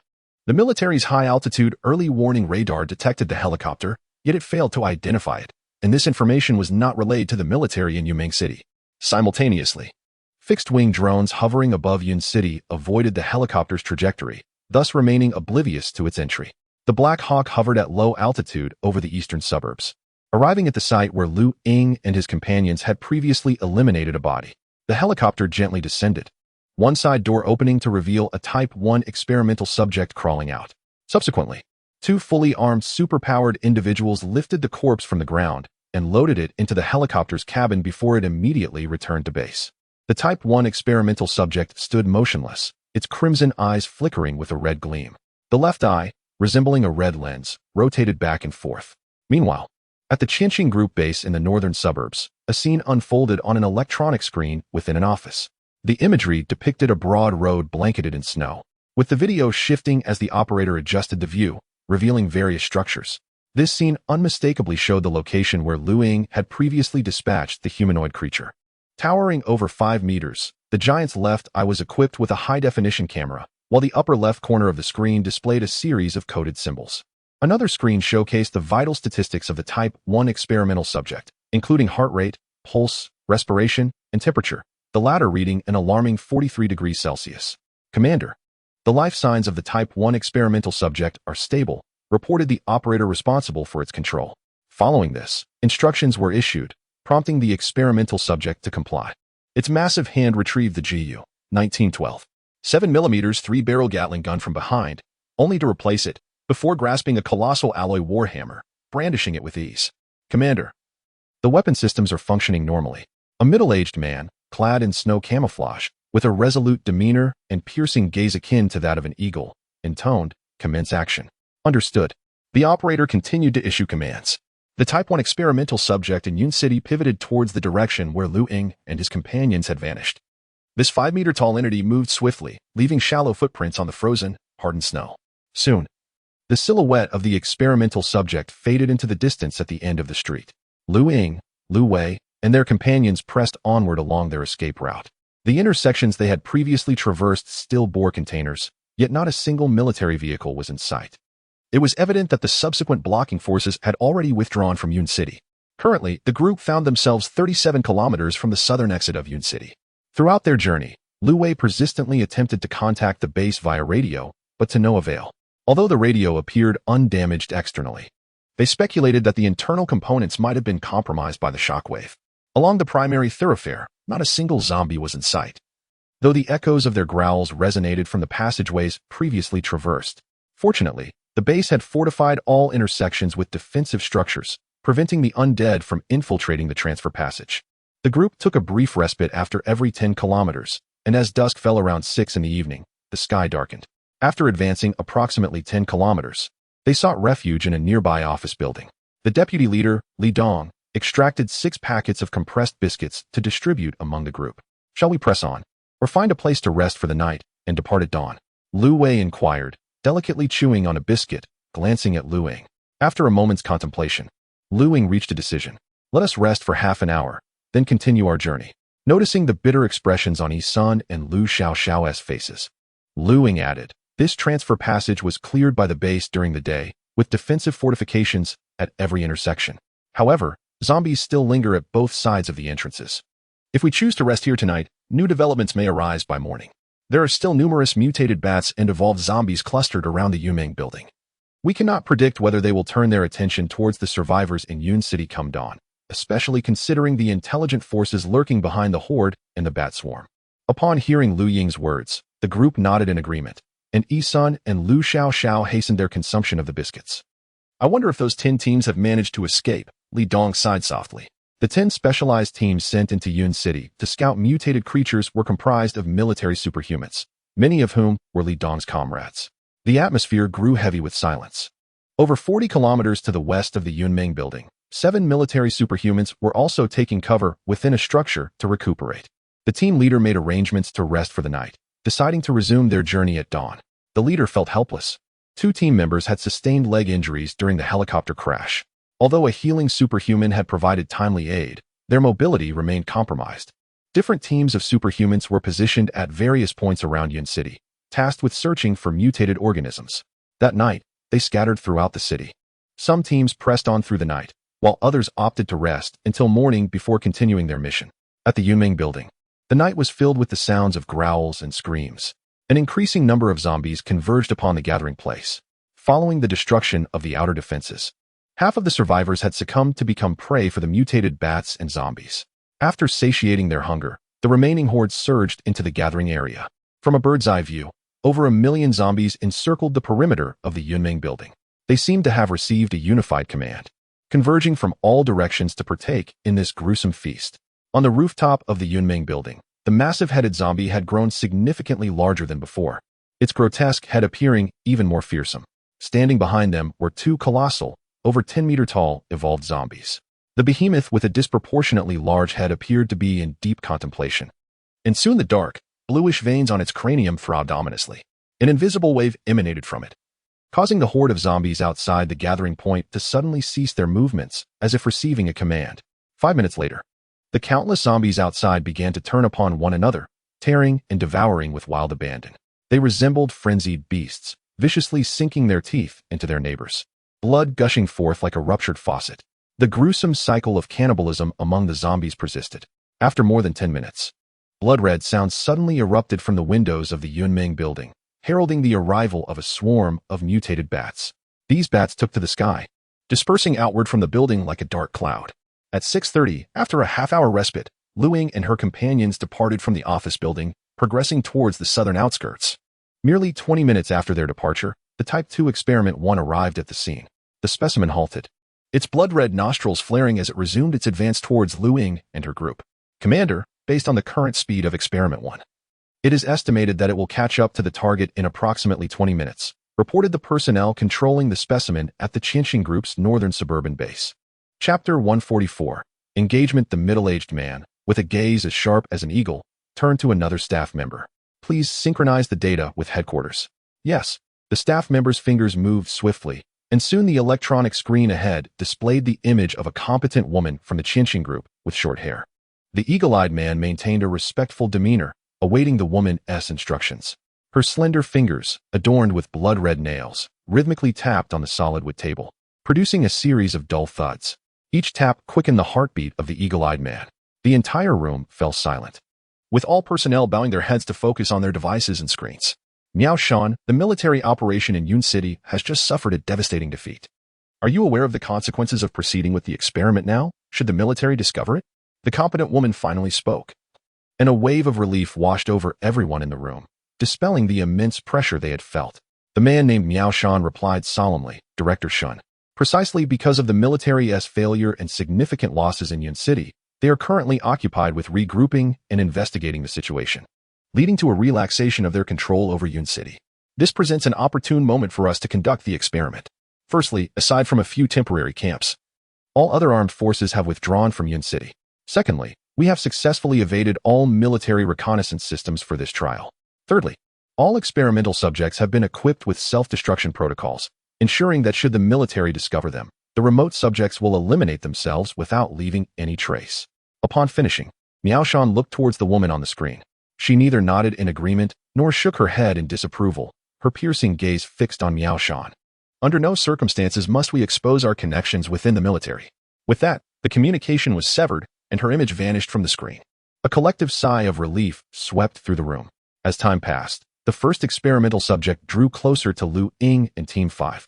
Commander, we are 2 kilometers away from the target, reported the staff member controlling the first experimental subject. Just then, his expression shifted. Commander, it seems the target has noticed us. Miao Shan leaned forward, peering at the screen. There, 2 kilometers away, 6 red silhouettes halted under the gesture of one individual. The first experimental subject's camera, equipped with infrared thermal imaging, captured the 6 figures as they swiftly entered a nearby 3-story shop, vanishing from the screen. Inside the shop, Ying and his companions grew tense. Lu Wei glanced at Ying and whispered, Can we ascertain what is following us? Ying's expression grew serious as he replied, It resembles the creature I previously dispatched, but this one is larger. If we compare it to an evolved zombie, that entity is at least at the 2nd stage of the Enlightenment realm and possesses formidable firepower, likely a heavy machine gun with a caliber of at least 12.7 millimeters. Just moments ago, Ying had turned back to see several dark, robust gun barrels alongside the first experimental subject, leading him to conclude that they were indeed 12.7 7mm rotary machine guns. Upon hearing Liu Ying's account, several individuals were taken aback. The notion of second-stage zombies armed with modern heavy weaponry invoked memories of apocalyptic films from before the end times. It was likely that the creature following them was even more formidable than those depicted on screen. "What shall we do now?" Yi-sun inquired, a hint of panic in his voice. This squad, aside from the enigmatic Liu Ying, had only their leader Liu Wei, a second-stage mind realm ability user. However, even a second-stage human evolver lacking combat prowess stood little chance against the zombies. Liu Ying surveyed the weapons in their possession, formulating a plan. "Qi Jian, hand me your sniper rifle. You will utilize this weapon system for fire suppression. Liu Wei, save your recoilless rifle. Yi-sun, take Xiao Xiao and find shelter inside. If close combat becomes necessary, Li Dong, you, and Liu Wei will provide range support." After assigning tasks, Liu Ying took the QBU-201 sniper rifle from Qi Jian and handed over his 7.62mm M134 Gatling gun in return. The team swiftly moved into position according to Liu Ying's directives, each finding a vantage point. Liu Ying settled at a window with the 201 sniper rifle. Checking the magazine, 3 armor-piercing incendiary rounds remained. The towering figure, 5 meters high, was now only a kilometer away. Liu Ying aimed at the silhouette, channeling energy to enhance an armor-piercing incendiary round. Steadying his breath and stabilizing the rifle, he squeezed the trigger. Bang! A 12.7mm armor-piercing incendiary round, trailing a crimson flame, hurtled toward the figure. In the instant Liu Ying pulled the trigger, the figure swiftly sidestepped to the right. The bullet whizzed past its ear, missing the target entirely. Back at the northern base, the staff observed Liu Ying's actions clearly through the thermal imaging of experiment number 1. Liu Ying emitted a soft exclamation, discarding the remnants of the exploded firearm, and set up the recoilless rifle, activating his abilities once more. This time, he targeted the creature's chest. The enhanced round shot forth at high velocity, trailing flames. The figure again anticipated the attack, and the recoilless round detonated against a wall 20 meters behind it, causing a violent explosion. Yet, the entity remained unscathed. Realizing this creature was either a psychic evolver zombie or remotely controlled by someone, Liu Ying leaned towards the latter hypothesis. At that moment, experiment number 1 received the command to employ the GAU 1912 7mm 3-barreled Gatling gun. Rat-a-tat-tat. Qi Jian, gripping the M134, was the first to open fire, unleashing a barrage of 7.62mm rounds that traced a crimson arc through the air. Each bullet struck experiment number 1, sending sparks flying. With a furious roar, the creature hoisted the GAU-19 Gatling gun, crouching low. Boom, boom, boom. The thunderous sound of gunfire erupted, unleashing a more terrifying firepower directed toward Qi Jian, who was concealed behind the window. As experiment number 1 commenced its assault, Liu Ying shouted to Qi Jian to take cover. However, the sound of gunfire drowned out Liu Ying's voice. Qi Jian, caught off guard, was torn to shreds by the relentless barrage of 12.7mm ammunition, leaving only his 2 legs behind, with blood and flesh splattering across the entire room. Liu Wei and Li Dong, witnessing this horrifying scene, hurriedly retreated from their respective windows, seeking refuge deeper within the shop. Experiment number 1 pivoted its position to unleash firepower towards Liu Wei and Li Dong's locations. With a thunderous roar, the terrifying gunfire erupted, shattering the concrete walls of those 2 positions and exposing the steel reinforcements within. This horrific onslaught persisted for nearly a minute, depleting the vast ammunition belt that hung from experiment number 1's back. Subsequently, under the command of the control personnel, experiment number 1 unfastened the weapon rack behind it and retrieved the enormous alloy warhammer. Chapter 145, Close Combat Concealed in the Shadows. Liu Ying halted upon hearing the gunfire. Observing the movements of subject number 1, he deduced that the individuals behind it sought to test its close combat capabilities. Glancing at the final 14.5mm sniper rifle, Liu Ying relinquished the notion of utilizing it. This creature had been fixated on him. Its adversary either possessed the ability to anticipate his gunfire or had some form of assistance. The sniper rifle was rendered ineffective. He was left with no choice but to engage in melee combat. The alloy long knife he had previously retrieved from the base had been shattered by Su Chani, prompting him to draw the specialized alloy dagger from his waist. With determination, Liu Ying advanced toward the towering 5-meter figure. As the gunfire ceased, the remaining 14 members cautiously maneuvered to the window, witnessing Liu Ying approach the monstrous entity with his dagger in hand. A sense of anxiety gripped them as they watched. Liu Wei promptly organized the 3 remaining teammates to prepare for immediate support. Li Dong, if the situation deteriorates, Use your flame abilities to distract and hold the creature at bay while I devise a plan to rescue Lu Ying." The vice captain, Li Dong, nodded solemnly in response. Within the Beijiao base, Miao Shan observed Lu Ying's approach towards subject number 1 on the screen, a smile curling at the corners of his lips. He activated the microphone on his desk, his tone laced with excitement. "Ladies and gentlemen, this is the moment we have awaited.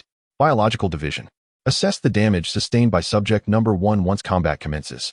Ability research division. Be vigilant for any abilities employed by the target after the engagement. Acknowledged." As Miao Shan's orders were disseminated, numerous researchers from various departments within the Beijiao base gathered. Their faces radiated exhilaration, anticipation, and even madness. Fixated on the high-definition screens displaying the unfolding events. As Lu Ying closed the distance to the creature, he channeled the energy within him. The miniature camera of the experimental subject relayed images back, revealing Lu Ying's energy surging, his entire being aglow with a blinding crimson light, akin to a resplendent sun. Before him loomed the colossal humanoid creature, reminiscent of an evolved zombie at the second phase of the Enlightenment realm. The abomination roared, wielding a massive alloy warhammer, and swung it violently toward him. Lu Ying deftly sidestepped, propelling himself toward the left flank of the zombie, his dagger shimmering with a red hue as he forcefully slashed at the creature's waist. A cacophony of jarring metallic friction ensued as the dagger cleaved through the alloy armor encasing the zombie. Sparks flew, and blood oozed from the severed area. Lu Ying swiftly maneuvered behind the creature. The gigantic zombie, howling in agony, pivoted rapidly, its alloy warhammer crashing down again at Lu Ying's position.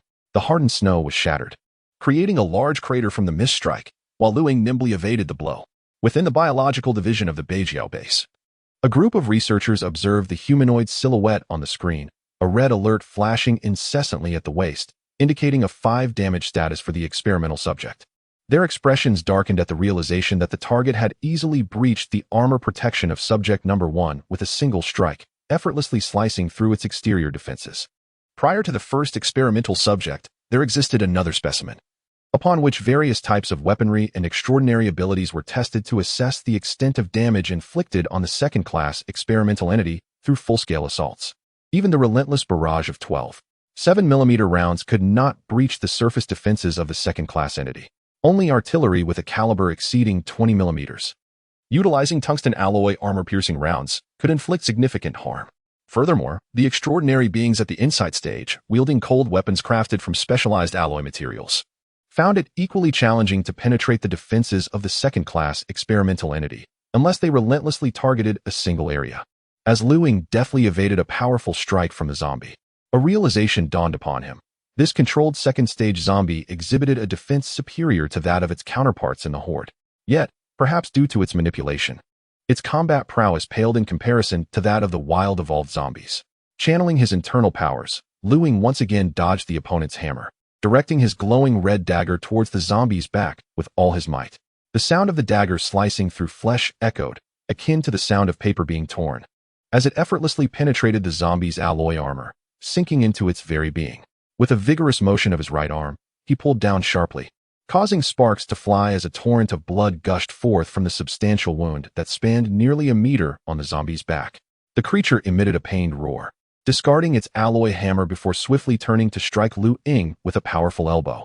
Drawing forth his dagger, Lu Ying crouched to evade the blow, and in a flash, the red glimmer of his dagger sliced through the flesh of the zombie's calf. The massive undead being stood as rigid as a wooden post, while Lu Ying, nimble and evasive, inflicted fresh wounds with every strike of his alloy dagger. In the biological department of the northern suburbs base, an elderly man with graying hair and glasses wore a grave expression. On the adjacent screen, damage to the first experimental subject had surpassed 40%, a figure that continued to rise with each of Lu Ying's strikes. The second-class entity had been a labor of immense dedication for the elderly scientist, and should it fail to eliminate even a second-stage extraordinary being, or worse, be killed, future research would undoubtedly suffer significant repercussions. As Lu Ying forcefully slashed open the abdomen of the first experimental subject, blood and intestines began to spill forth. The damage to the first subject exceeded 60%, at which moment alarms blared throughout the biological department and the office of Miao Shan. Warning, biological specimen is about to lose control. Warning, biological specimen is about to lose control. A collective shock reverberated through the crowd as staff members diligently recorded the damage markers indicating the first subject's impending loss of control. Miao Shan's expression shifted from one of excitement to a darkened scowl. With a resounding thud, he slammed his fist into the desk, causing it to dent. Useless. The eyes of the first experimental subject glowed intensely red as a tremendous roar erupted from its depths. Suddenly, the second stage evolved zombie that Lu Ying faced transformed, releasing another colossal roar. With a powerful push from its feet, the zombie lunged toward Lu Ying with alarming speed. Lu Ying's gaze sharpened as he discerned a peculiar transformation in the zombie before him. It appeared to have liberated itself from the control of the individuals behind it, its wounds inciting a frenzy within. Swiftly retreating to the side, Lu Ying fixed his unwavering stare upon the empty air where the zombie had lunged, poised to seize an opportunity for a decisive blow. "By the heavens!" he exclaimed, initially believing the creature would continue its assault. To his astonishment, the zombie merely feigned an attack, turning away and propelling itself forward with astonishing speed. What audacity! Attempting to flee. In a blur, Lu Ying transformed into a phantom, racing into the very room he had just evaded. Emerging, he had fully loaded the formidable 14.5mm sniper rifle. Through the scope, he locked onto the rapidly retreating zombie and squeezed the trigger. A resounding crack echoed, followed by another sharp report. Chapter 146. Escape from Ying City. The first ominous sound of gunfire resonated as the tungsten core armor-piercing round, enhanced with 2/10 of Lu Ying's energy, was propelled forth, radiating a blinding crimson light. The subsequent sound was that of the sniper rifle shattering, unable to withstand such overwhelming power. The tungsten alloy projectile, imbued with Lu Ying's energy, swiftly struck the frenzied, fleeing zombie. With a resounding explosion, the evolved zombie, which had sprinted over 600 meters, was obliterated. Flesh and bone erupted in a chaotic spray, and two robust thighs propelled forward for several meters before collapsing to the ground. Lu Ying hastened to the lifeless form of the zombie, locating its massive head more than 20 meters away. Despite the body being shattered, the head remained intact. With a swift motion, Lu Ying plunged his dagger into the skull, stirring its insides.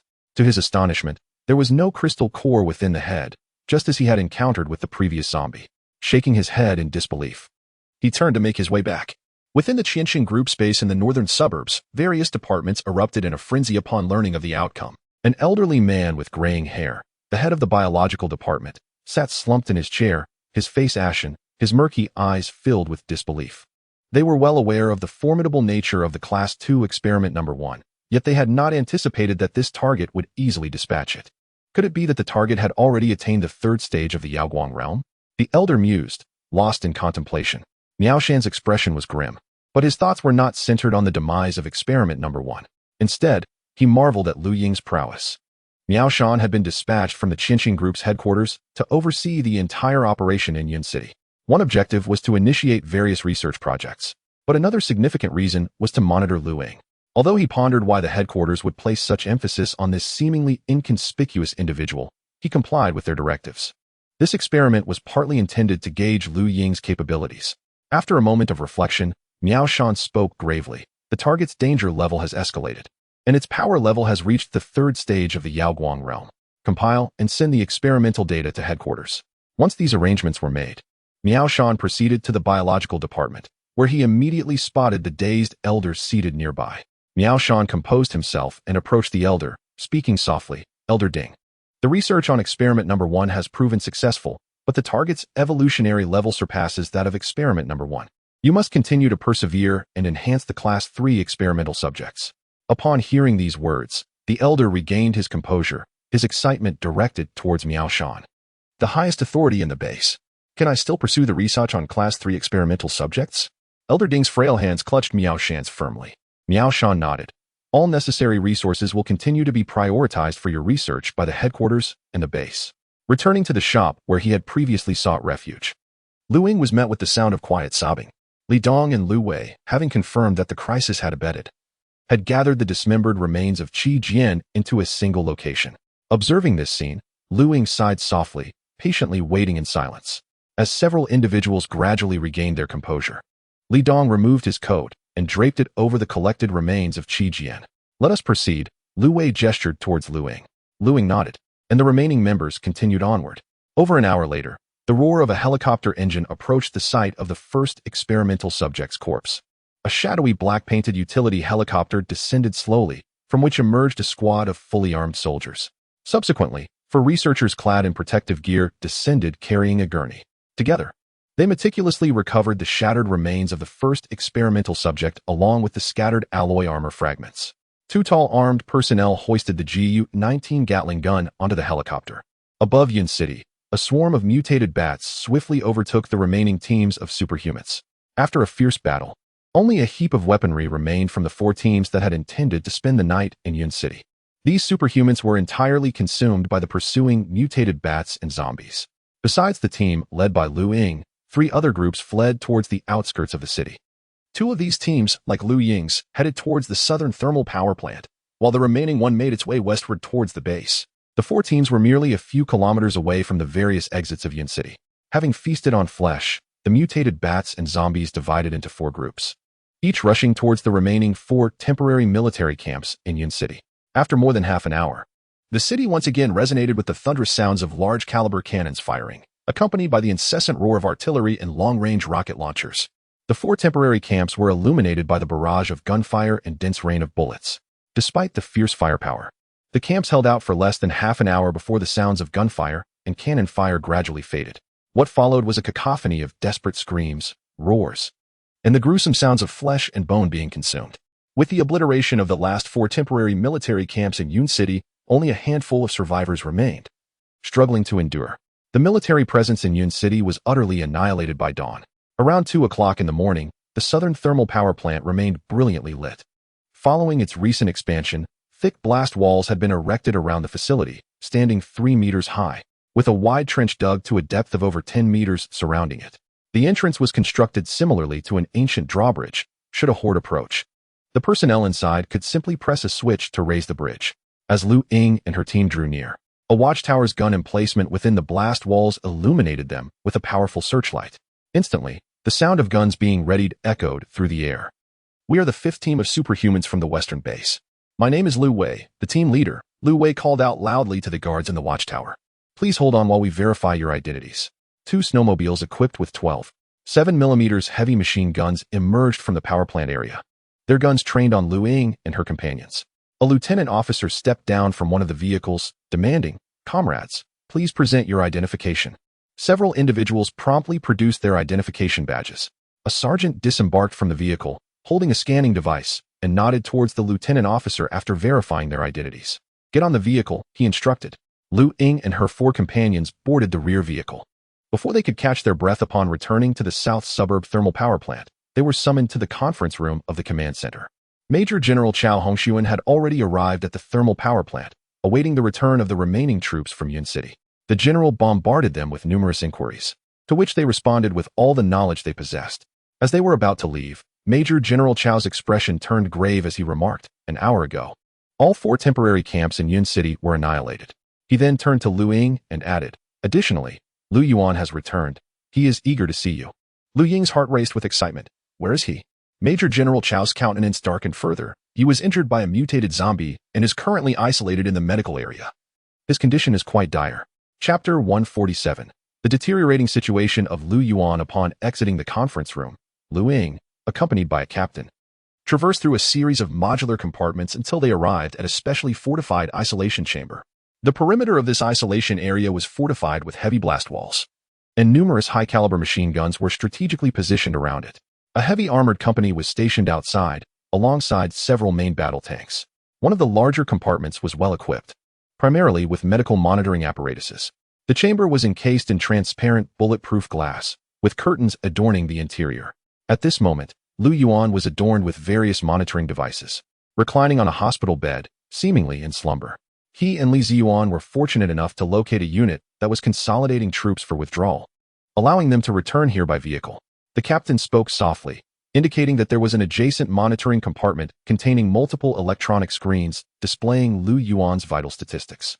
Inside, for medical personnel and biological researchers were engaged in a discussion regarding Lu Yuan's condition. Upon noticing Lu Ying and the captain entering, the conversation paused.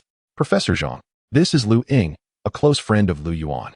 Vice Commander Chao instructed me to bring Comrade Lu here," the captain informed a bespectacled middle-aged man. Professor Zhang nodded, inviting the 2 to take a seat. "Professor Zhang, how is Yuan doing?" Lu Ying inquired anxiously. With a soft sigh, Professor Zhang collected his thoughts before looking at Lu Ying, hesitating to speak. Noting the resolute expression in Lu Ying's eyes, he began, Lu Yuan's condition is rather peculiar. He awakened his abilities prior to being injured by a mutated zombie, which is why his bodily indicators remain relatively normal without any apparent mutations. However, the blood and biological samples extracted from his wound reveal an infection from a strange virus, and blood tests indicate a high concentration of this virus within him. What are the implications of this virus? Lu Ying's gaze remained fixed on Professor Zhang. After a moment of contemplation, Professor Zhang replied, "This virus is more potent than the one typically carried by ordinary zombies. The situation is quite complex. Suffice it to say, when an ordinary person contracts the zombie virus, they will succumb to death at varying intervals, after which they will be transformed into a zombie.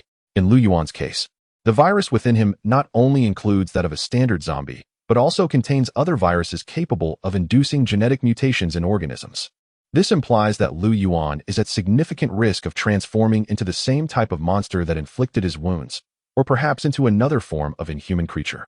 At this juncture, Professor Zhang paused before adding, however, Lu Yuan had already awakened his abilities prior to infection, which means his genes and cells have undergone a transformation and enhancement. Currently, the original genes and cells within Lu Yuan are in a state of conflict and fusion with these viruses. We speculate that once the two genetic compositions are fully integrated, Lu Yuan may undergo a new transformation. Given our current understanding of these viruses in Yun City, we are utterly unable to provide a remedy for Lu Yuan. After a brief pause, Professor Zhang continued, "Currently, Lu Yuan is in a comatose state. The base has reported this, and tomorrow an expert team will arrive. We can only hope for their expertise." Lu Ying nodded solemnly. Gazing through the blast-proof glass at Lu Yuan, she fervently wished for his recovery. Subsequently, the lieutenant escorted Lu Ying away from the quarantine zone to a designated military area, where a temporary shelter was arranged for her in Capsule 3. "Comrade Lu, Capsule 3 has been assigned to you as your temporary quarters. Tomorrow morning, let Li Ziyuan come to see you. They have acquired some information about you in Yun City that they wish to convey in person. Thank you." Upon returning to Capsule 3, Lu Ying took a hot shower and changed her clothes, yet sleep eluded her.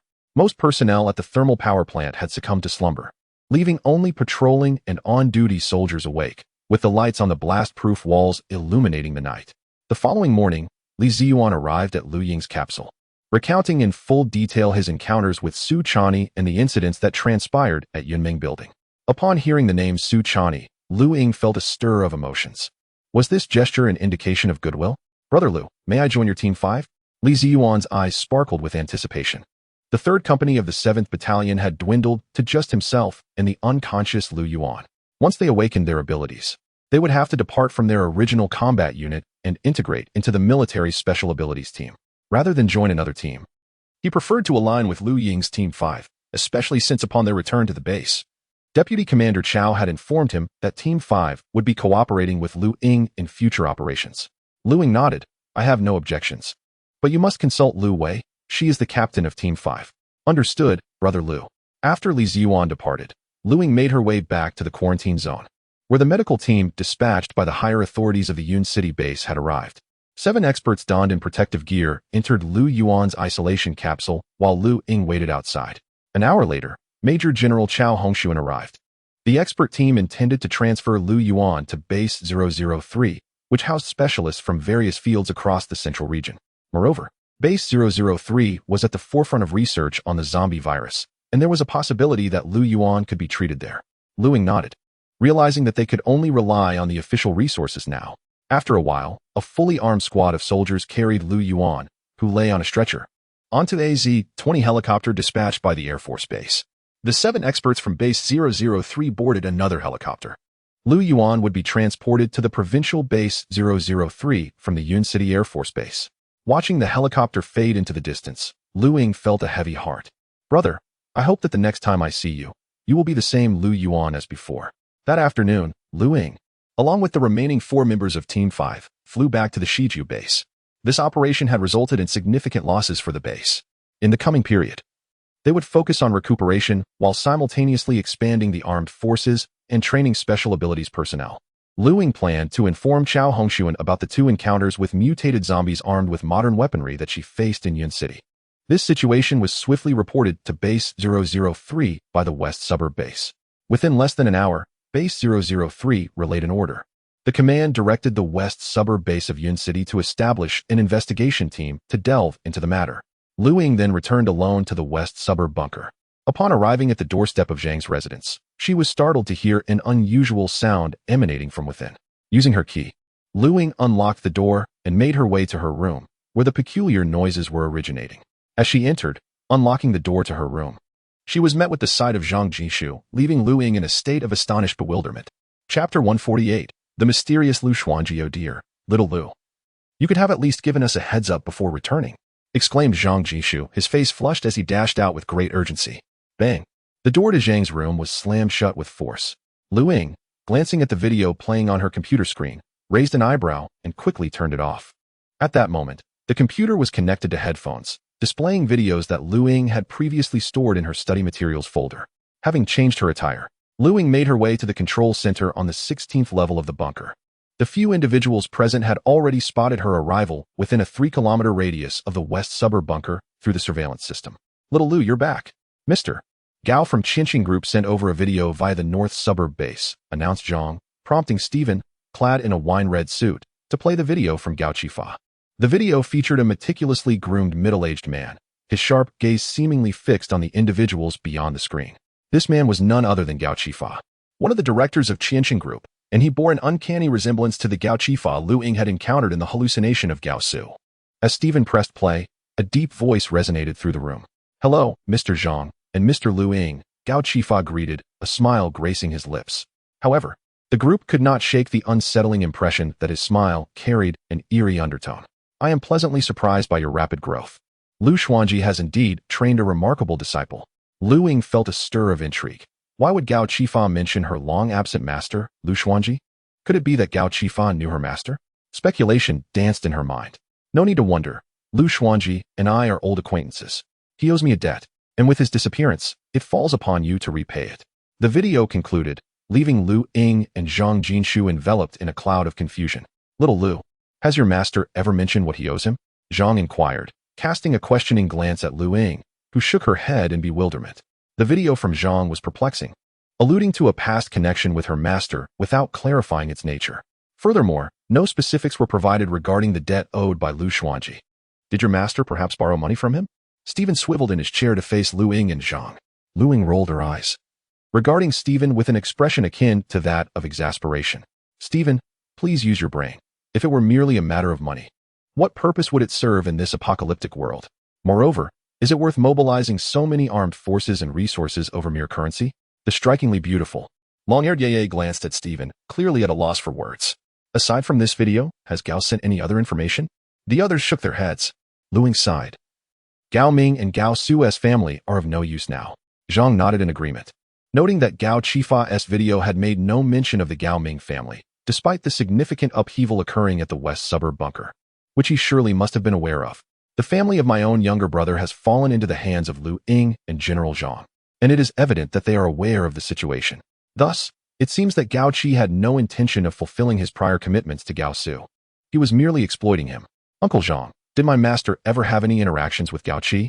General Zhang shook his head, saying, the video sent by Gao Qi has left me quite perplexed. To my recollection, old Lu has never mentioned Gao Qi. And during the time I had not yet withdrawn from the Qinxing Group, I am certain that the group had no dealings with old Lu. It appears that my master has concealed many matters from me.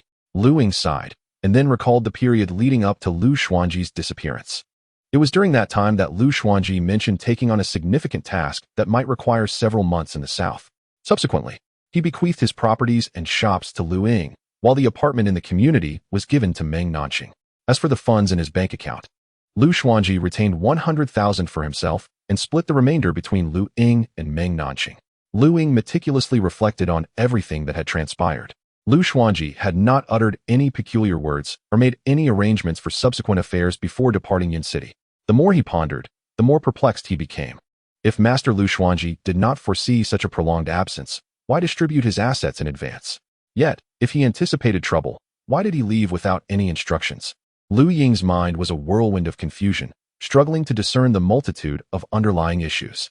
With a sigh, he acknowledged the necessity of joining the investigative team probing the Qinxing Group. Initially, Lu Ying intended to rest for a while, awaiting the military's investigation into the Qinxing Group and the Beijiao base. When the results emerged, and if the eradication of the Qinxing Group was deemed necessary, he would be prepared to intervene. However, After viewing the video from Gao Qi, Lu Ying resolved to engage personally. His master, Lu Xuanji, was undoubtedly more complex than he had previously understood. Besides his connection with Gao Qi, there were likely intricate ties to the Qinqing group as well. Returning to the hospital room where Gao Su's family was being monitored, Lu Ying's gaze turned cold. Since Gao Su's family proved to be of no use to Gao Qi, there was no longer any need to keep them. Bang, bang, bang. 3 gunshots rang out. With an expression of calmness, Lu Ying exited the room. After his departure, 4 armed personnel entered the room, pushing a cart and cleaning tools. Upon returning to the 11th floor, Zhang Jinshu had resumed her normal demeanor, donning a loose nightgown and nestled on the sofa, engrossed in a tedious court drama. Upon seeing Lu Ying return, her fair and delicate face flushed slightly. Recalling that she had been watching a movie when Lu Ying unexpectedly entered, she had nearly squirmed out of her seat. Observing Zhang Jinshu's flustered expression, Lu Ying chuckled softly. He then retrieved the 3-stage evolved zombie crystal cores he had acquired during this period. One was from a mutated white-headed viper, and the other from a mutated gorilla. Currently, there are only 2 crystal nuclei in the 3rd stage. Originally, Su Chani was also expected to become one of the crystal nuclei she harvested, but unexpectedly, she was ultimately enslaved by her own psychic abilities. As for the required 3 second-stage crystal nuclei, one was the assassin's crystal nucleus obtained from the zombie killed during the ambush on Lu Ying. The other 2 were exchanged through military merits at the base. Taking out a mysterious tome from the spatial realm, I opened it to the 5th page and placed a crystal nucleus upon it. Soon, the nucleus transformed into streams of energy, which were swiftly absorbed by the 5th page. After the absorption of the 3 nuclei, the 5th page remained indistinct, revealing none of its contents. In the future, continuing to hunt mutated creatures or zombies, the optimal choice remains Yunqing. However, the military forces in Yunqing have been entirely annihilated, and entering the city alone is tantamount to seeking death. Fortunately, Su Chani can move in and out of Yunqing freely. In the past few days, Lu Ying has been occupied with amusing Zhang Jinshu and enjoying tea. The living conditions and facilities in the West Suburb bunker are incomparably superior to those at his previous shelter and military gathering. Were it not for the need to enhance his strength, relishing life in this opulent bunker would be quite agreeable. Recently, the last remaining team of abilities successfully escaped from Yunqing, with only 3 out of 10 teams managing to flee. As for the remaining dozen or so teams that were coordinating with ground troops, they, along with the 3 advanced armored units, faced total annihilation. After the military at the West Suburb base compiled the casualty reports, the somber atmosphere was palpable among all personnel. The failure of this relocation operation in Yunqing led to the loss of 2/3 of the abilities. The military armed forces, along with the 4 temporary camps in Yunqing and the Yundream building gathering site, suffered the loss of half of the entire armed forces of the West Suburb base. Mr. Lu, the 2 alloy long knives forged for you by the base have been completed. Additionally, there is an investigation regarding the Qinqing group's northern suburb base. The commander has asked for your opinion on whether you wish to participate in the investigation team. Deputy Commander Chao Hongshuan contacted Lu Ying in the bunker via radio. That afternoon, Lu Ying departed from the West Suburb bunker to the base, eagerly anticipating the 2 alloy long knives he had long awaited. Chapter 149. The vast Qinqing group at the Cold Weapons Research Center of the West Suburb base. 2 gleaming black Yinling swords rested on the table before Wang Mu, the chief artisan of Yinling Hall, who had originally crafted the 6 long blades for Lu Ying. These 2 swords, with slightly elongated handles suitable for a 2-handed grip, featured blood grooves along their blades, rendering them longer and heftier than the ordinary Yinling swords. Lu Ying picked one up, weighing it in his hand. Its substantial heft was due to the superior materials used compared to those previously forged at Yinling Hall. However, this added weight posed no challenge for Lu Ying. As close combat ability, users inherently possessed strength and physical prowess far beyond that of ordinary individuals. Nodding in satisfaction, Lu Ying expressed his gratitude to Wang Mu with a soft thank you. Additionally, there was a dagger and a short sword. Lu Ying took all 4 blades back to his room, leaving behind 1 Yinling sword and the short sword, while the rest were stored away. In the command center of the base, the commanders and leaders of 4 composite brigades convened. The majority of the seats behind were occupied by officers of at least battalion rank and captains of various ability squads. Lu Wei, seated behind Major General Chao Hongshuan. The deputy commander nodded towards Lu Ying. As everyone settled, Deputy Commander Chao succinctly outlined the agenda of the meeting. The first item pertained to the replenishment of personnel for the base's armed forces. The second concerned the training of ability users. And the third addressed the investigation of the Qinqing group's northern suburb base. For the first 2 matters, the base had already devised appropriate plans. intending to recruit from the over 300,000 survivors within the base. In recent days, efforts had begun to disseminate news of the military expansion to the survivor gathering points, resulting in an unexpectedly enthusiastic response. The number of applicants far exceeded the capacity of the base's armed forces, prompting the issuance of a notice. This notice clarified that anyone joining the armed forces would receive basic provisions and military merit. But it emphasized one crucial point. The casualty rate in military operations against mutated creatures and zombies was exceedingly high.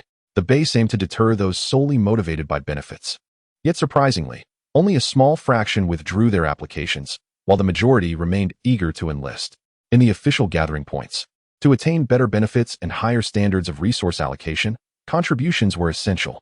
Survivors had the option to either join the military and earn merit through service or join various departments within the base, making contributions in specific fields. For instance, Wang Mu, who crafted alloy battle knives for Lu Ying, had gained substantial contributions by improving the material ratios in cold weapon research, resulting in the current weaponry employed by ability users. Wang Mu had managed to relocate his family from a living pod to a more favorable underground fortress due to his skills. However, individuals like Wang Mu, possessing craftsmanship that proved beneficial in the current apocalypse, were few and far between. Additionally, one could either become an ability user or join the armed forces, accumulating military merit through repeated operations.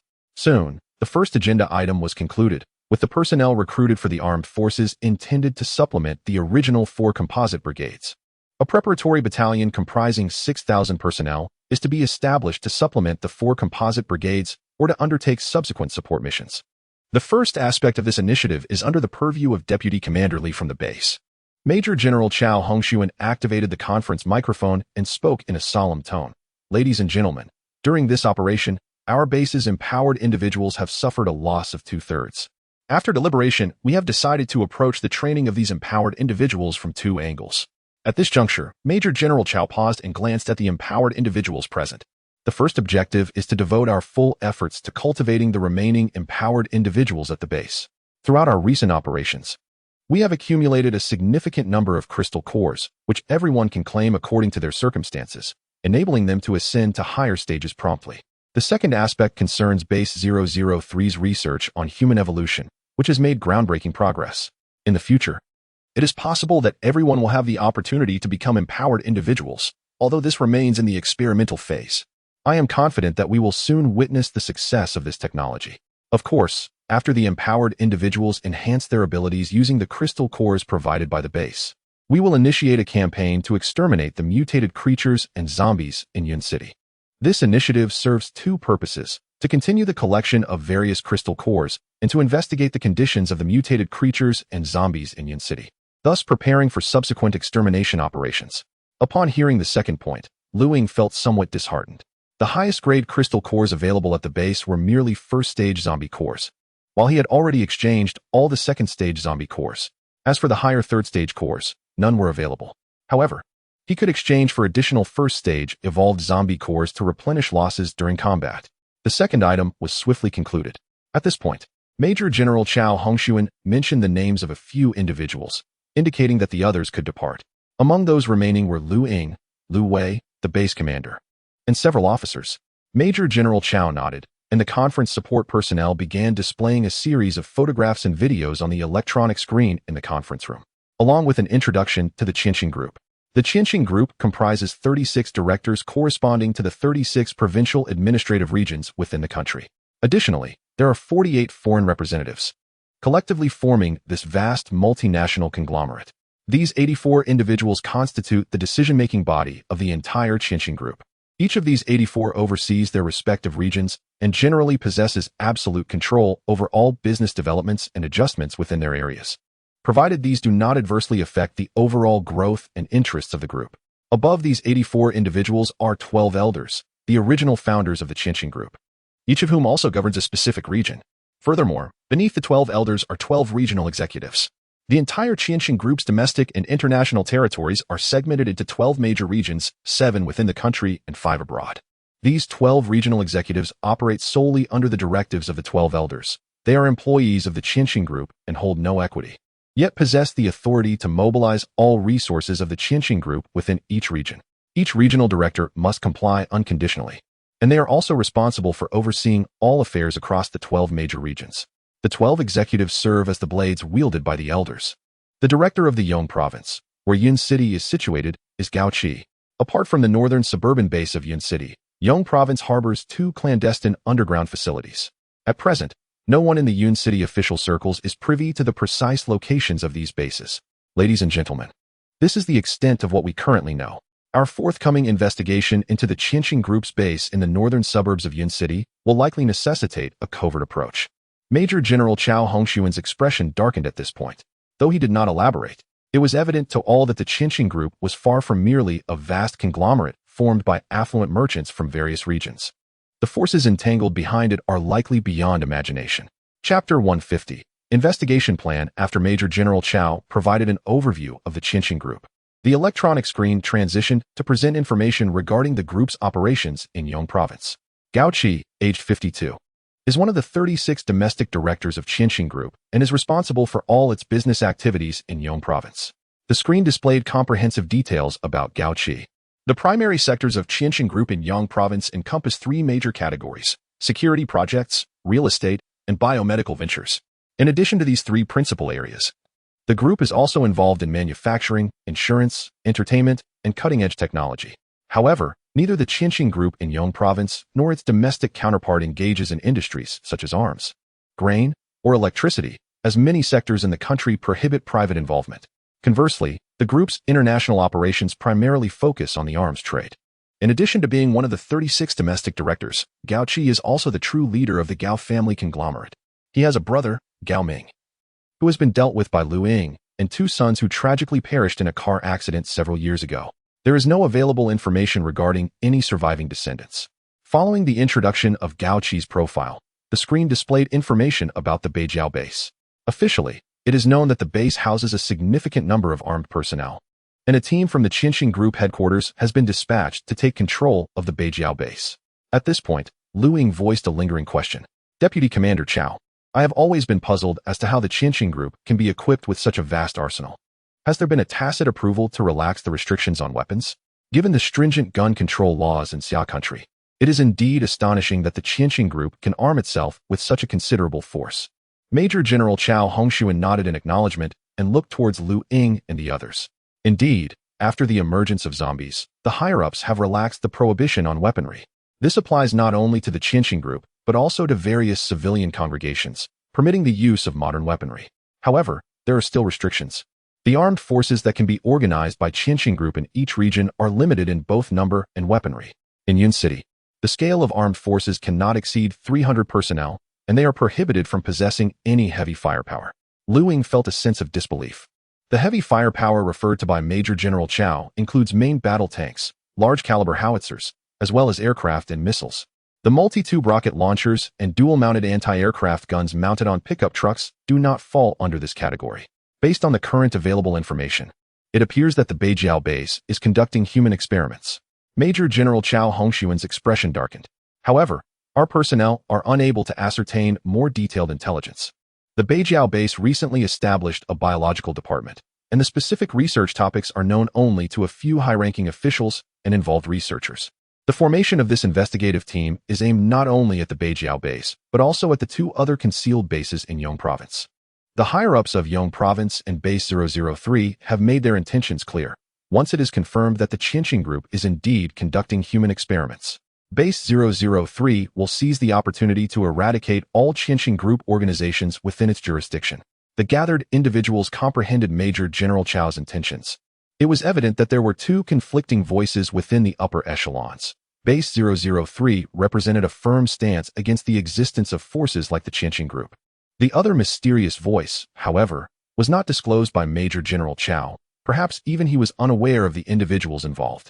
The investigative team, comprising Lu Ying, Team 5, and Team 1, was to collaborate, with the base providing comprehensive logistical and intelligence support. All inquiries concerning the Qianqing Group were to be reported solely to Major General Chao. The investigative plan assigned Team 1 to surveil the vicinity of the North Suburb base, monitoring it around the clock.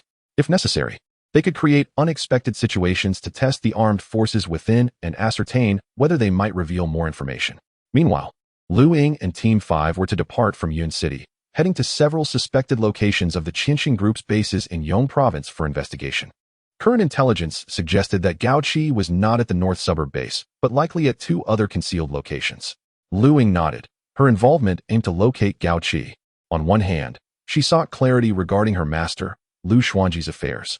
On the other, she wished to resolve the grievances with Gao Qi. The recent assaults had not escaped her memory, and now Gao Qi had set his sights on her. Failing to deal with him promptly would undoubtedly lead to further complications. Their first destination was Jiushan City in Ying province, located 270 kilometers south of Yun City. The day after tomorrow, they would head to the Yun City Air Force Base to board a transport plane bound for Jiushan City. Upon arrival, the local military would cooperate with Team 5, providing intelligence, communications, and logistical support. As the group exited the conference room, Lu Ying was intercepted by a lieutenant, who informed her that a 14.5mm caliber sniper rifle, crafted from advanced alloy materials for her use, had been completed. It was now necessary for Lu Ying to personally test the sniper rifle. Her eyes lit up as they proceeded to the testing room. On the table lay a rifle similar to the 14.5mm caliber sniper rifle she had previously used. The distinction was that this new sniper rifle was equipped with a 5-round magazine, already loaded with 5 rounds of 14.5mm tungsten core armor-piercing ammunition. After chambering a round, Lu Ying activated a portion of her enhanced abilities to reinforce the bullet within the chamber.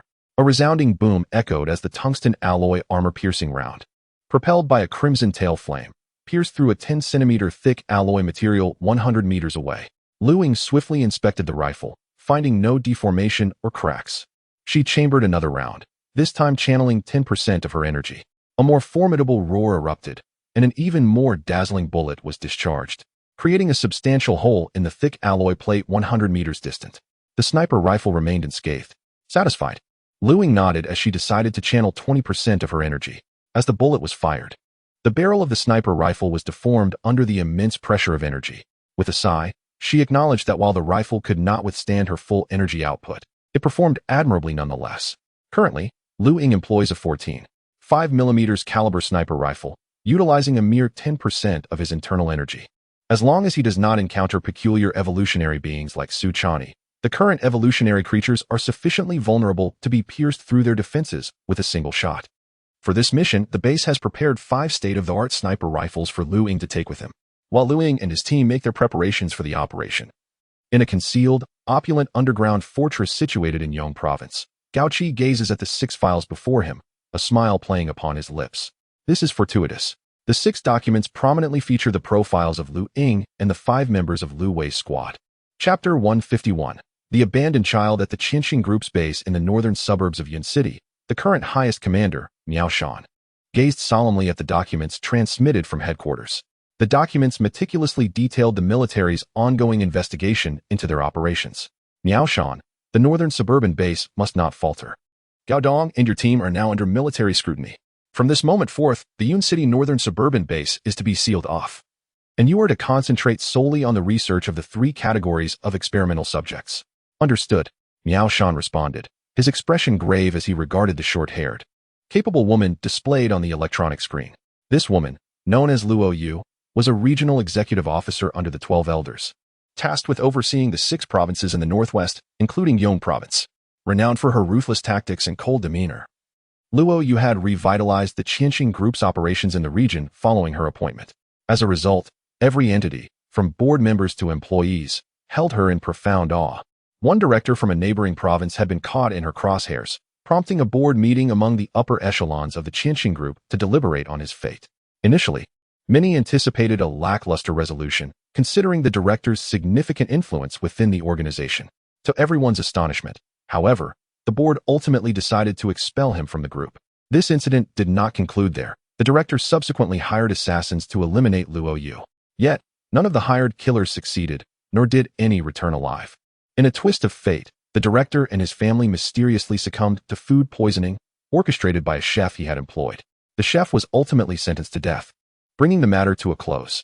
In the aftermath, dissatisfaction brewed among the domestic board regarding Luo Yu's methods, leading to another board meeting where 21 directors advocated for her dismissal. This proposal was swiftly vetoed by the 7 elders present, solidifying Luo Yu's unassailable position within the Qinxing Group. Miao Shan, being a trusted protégé of Luo Yu, had been appointed to this critical post in Yun City.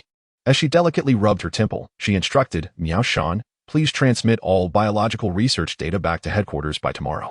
Upon hearing this, Miao Shan's expression shifted momentarily before he quickly regained his composure. Yes, he replied, his voice laced with disbelief. Luo Yu cast a deep glance at him, her eyes devoid of emotion, leaving Miao Shan unable to discern her thoughts.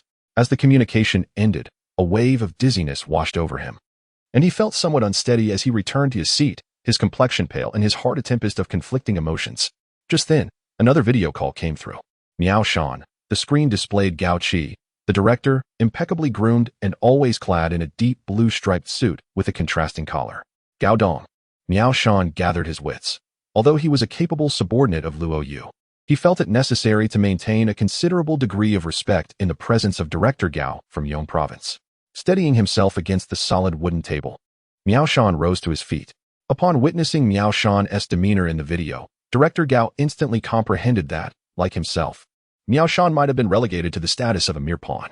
Director Gao, I implore you to discreetly provide me with several Type 3 experimental subjects. Gao Qi articulated his intentions. Miao Shan furrowed his brow and gently shook his head. Director Gao, you currently lack the authority to mobilize us.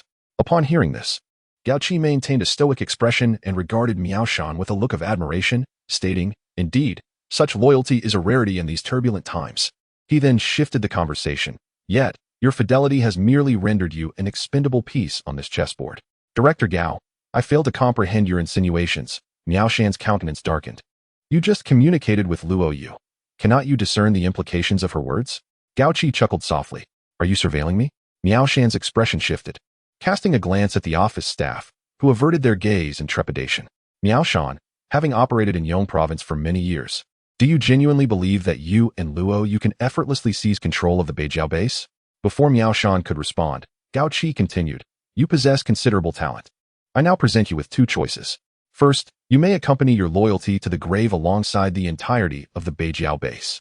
Second, you may depart the Beijiao base with all research materials and Professor Ding, and I shall arrange a new haven for you, where you can fully unleash your potential without restraint.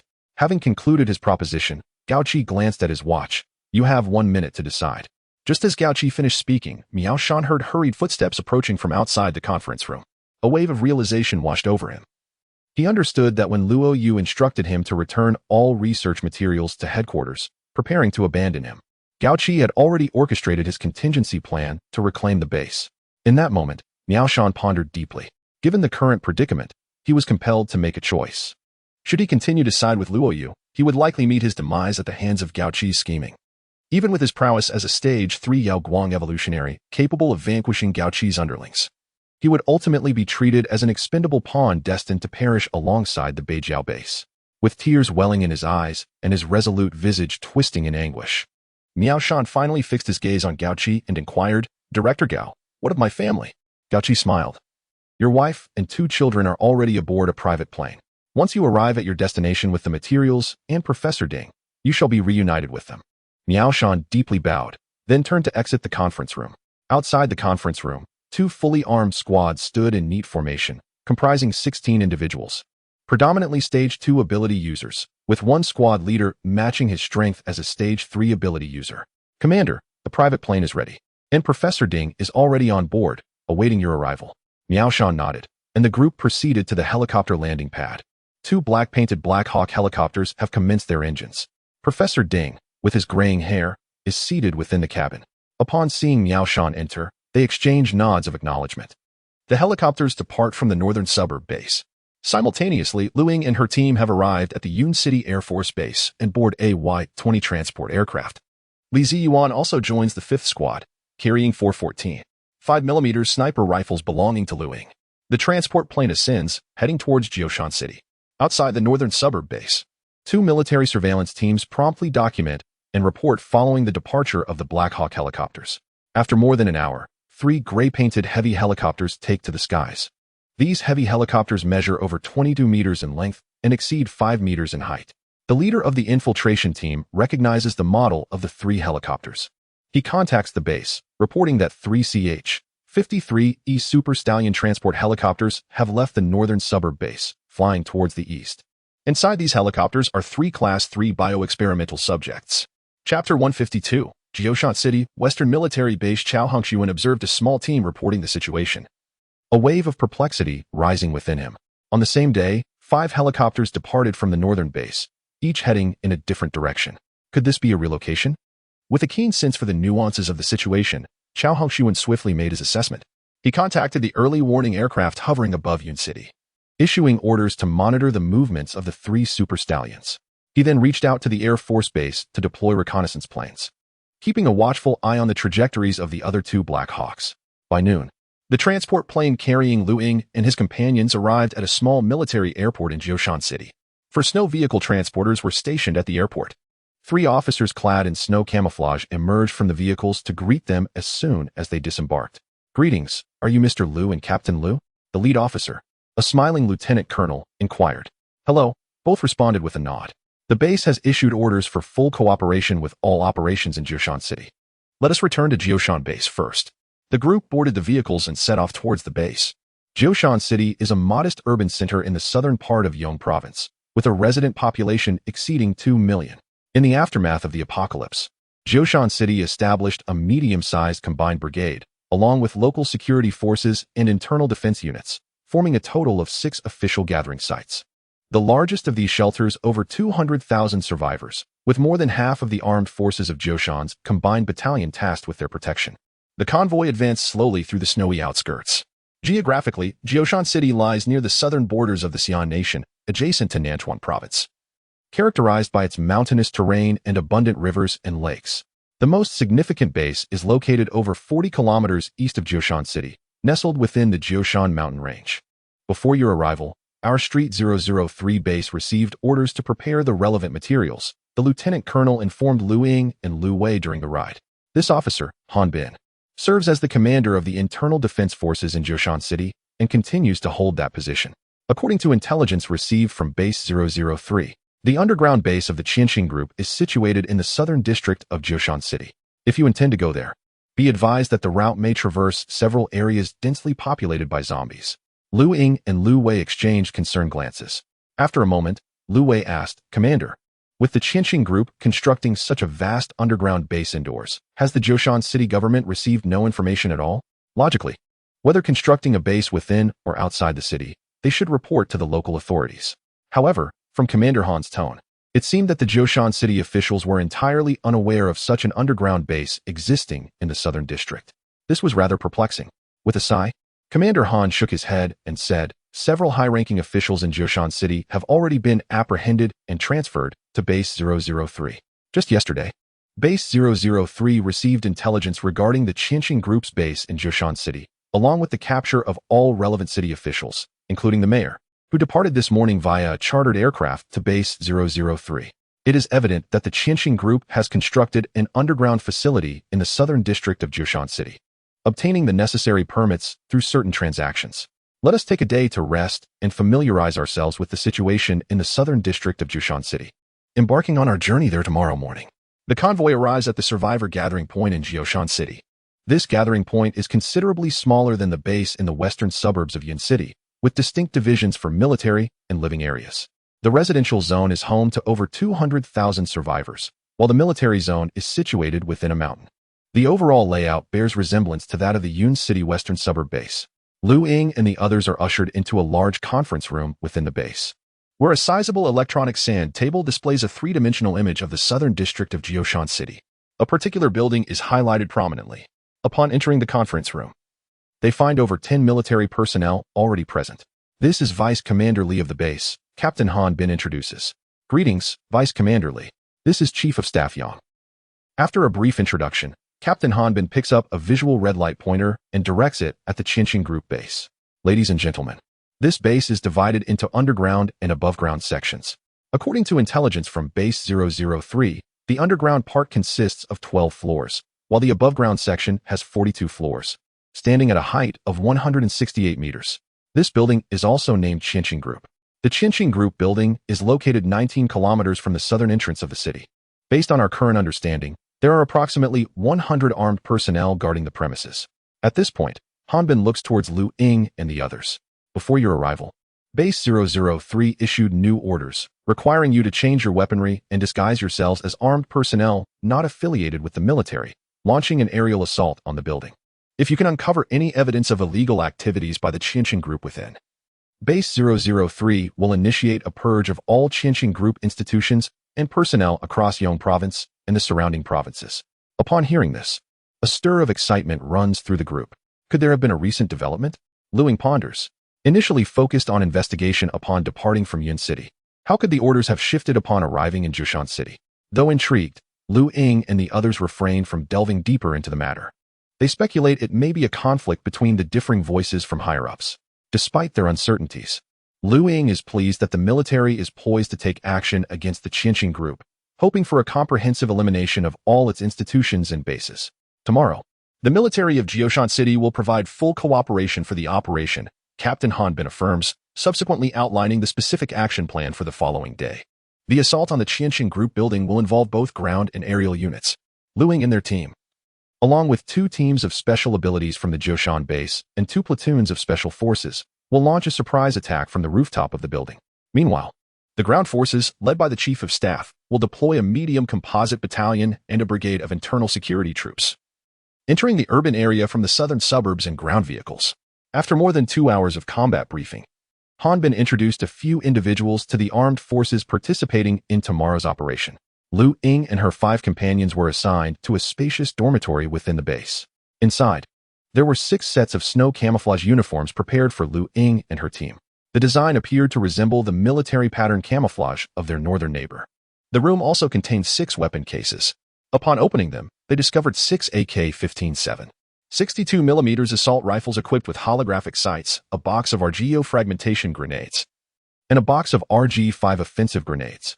Additionally, there was a DXL-512, 7mm sniper rifle, along with all necessary ammunition.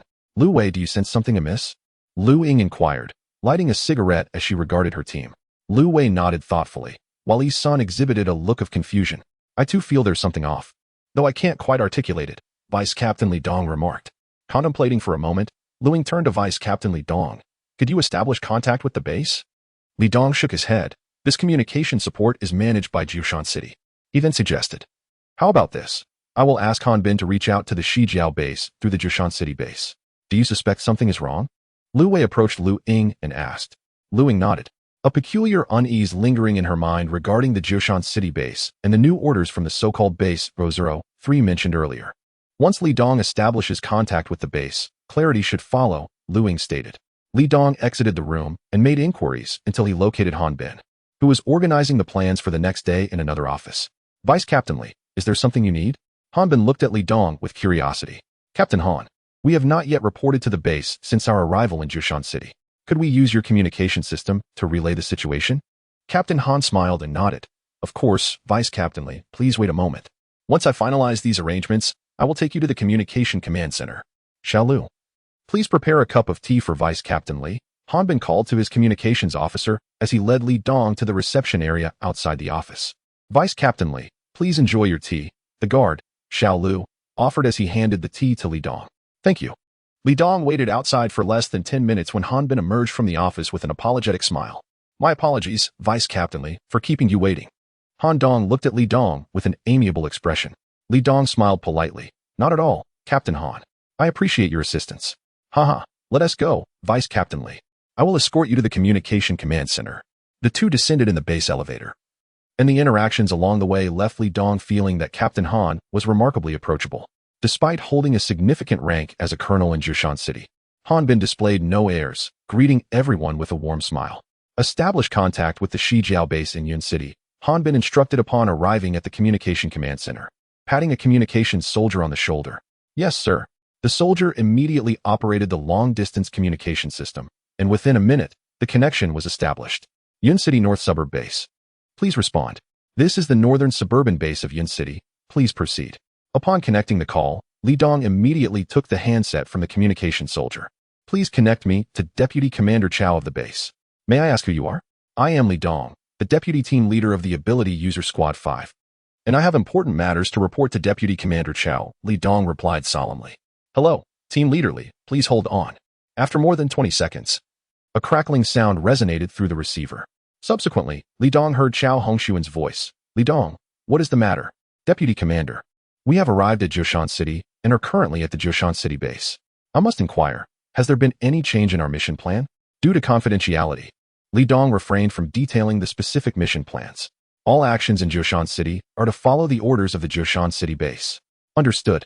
After this, the other party hung up the call. Han Bin smiled at Li Dong. Deputy Team Leader Li, is there anything else?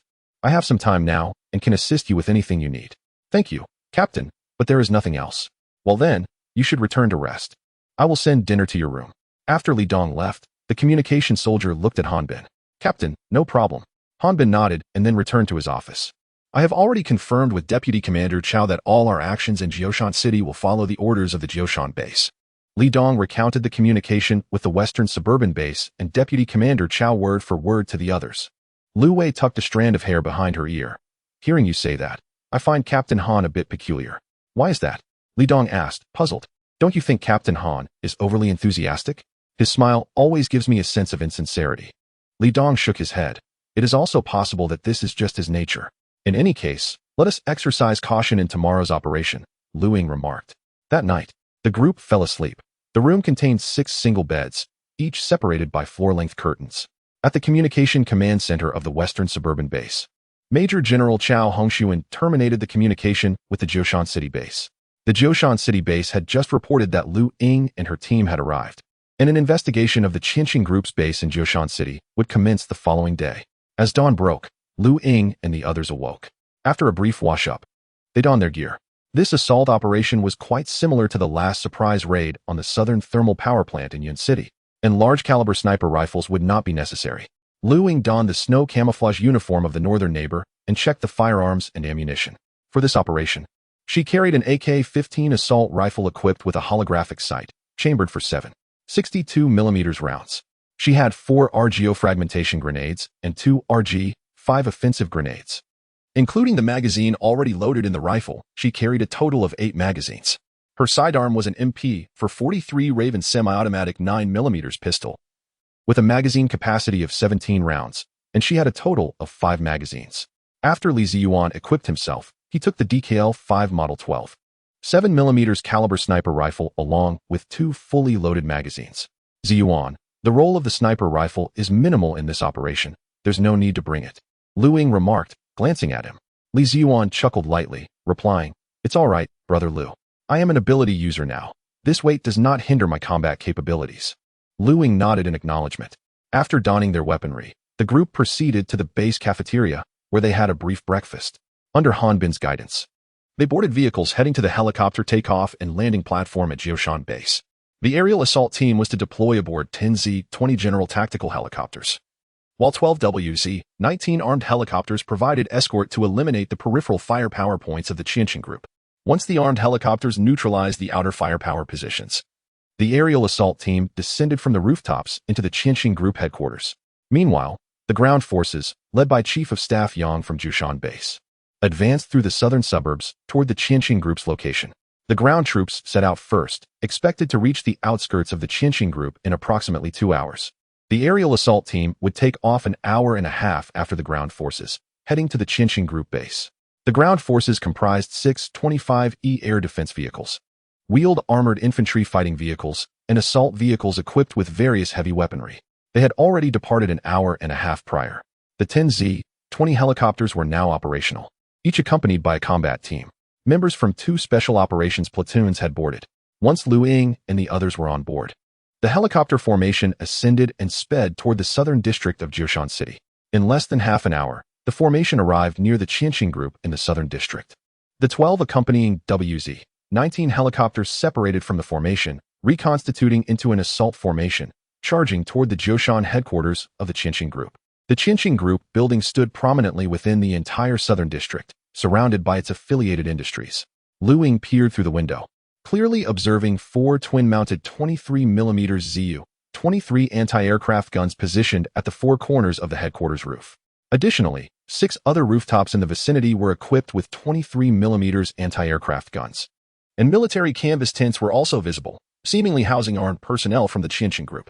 As the helicopter engines roared, armed personnel clad in snow camouflage swiftly emerged from the tents, some rushing to the anti-aircraft gun positions, while others retrieved shoulder-fired anti-aircraft missile launchers from within. Chapter 153. Qianxing Group's Jioshan Building 12 Wuji, 19 attack helicopters flew in pairs towards the Qianxing Group building and the rooftops of surrounding structures, each targeting established fire points. Upon reaching their designated positions, the helicopters unleashed their firepower.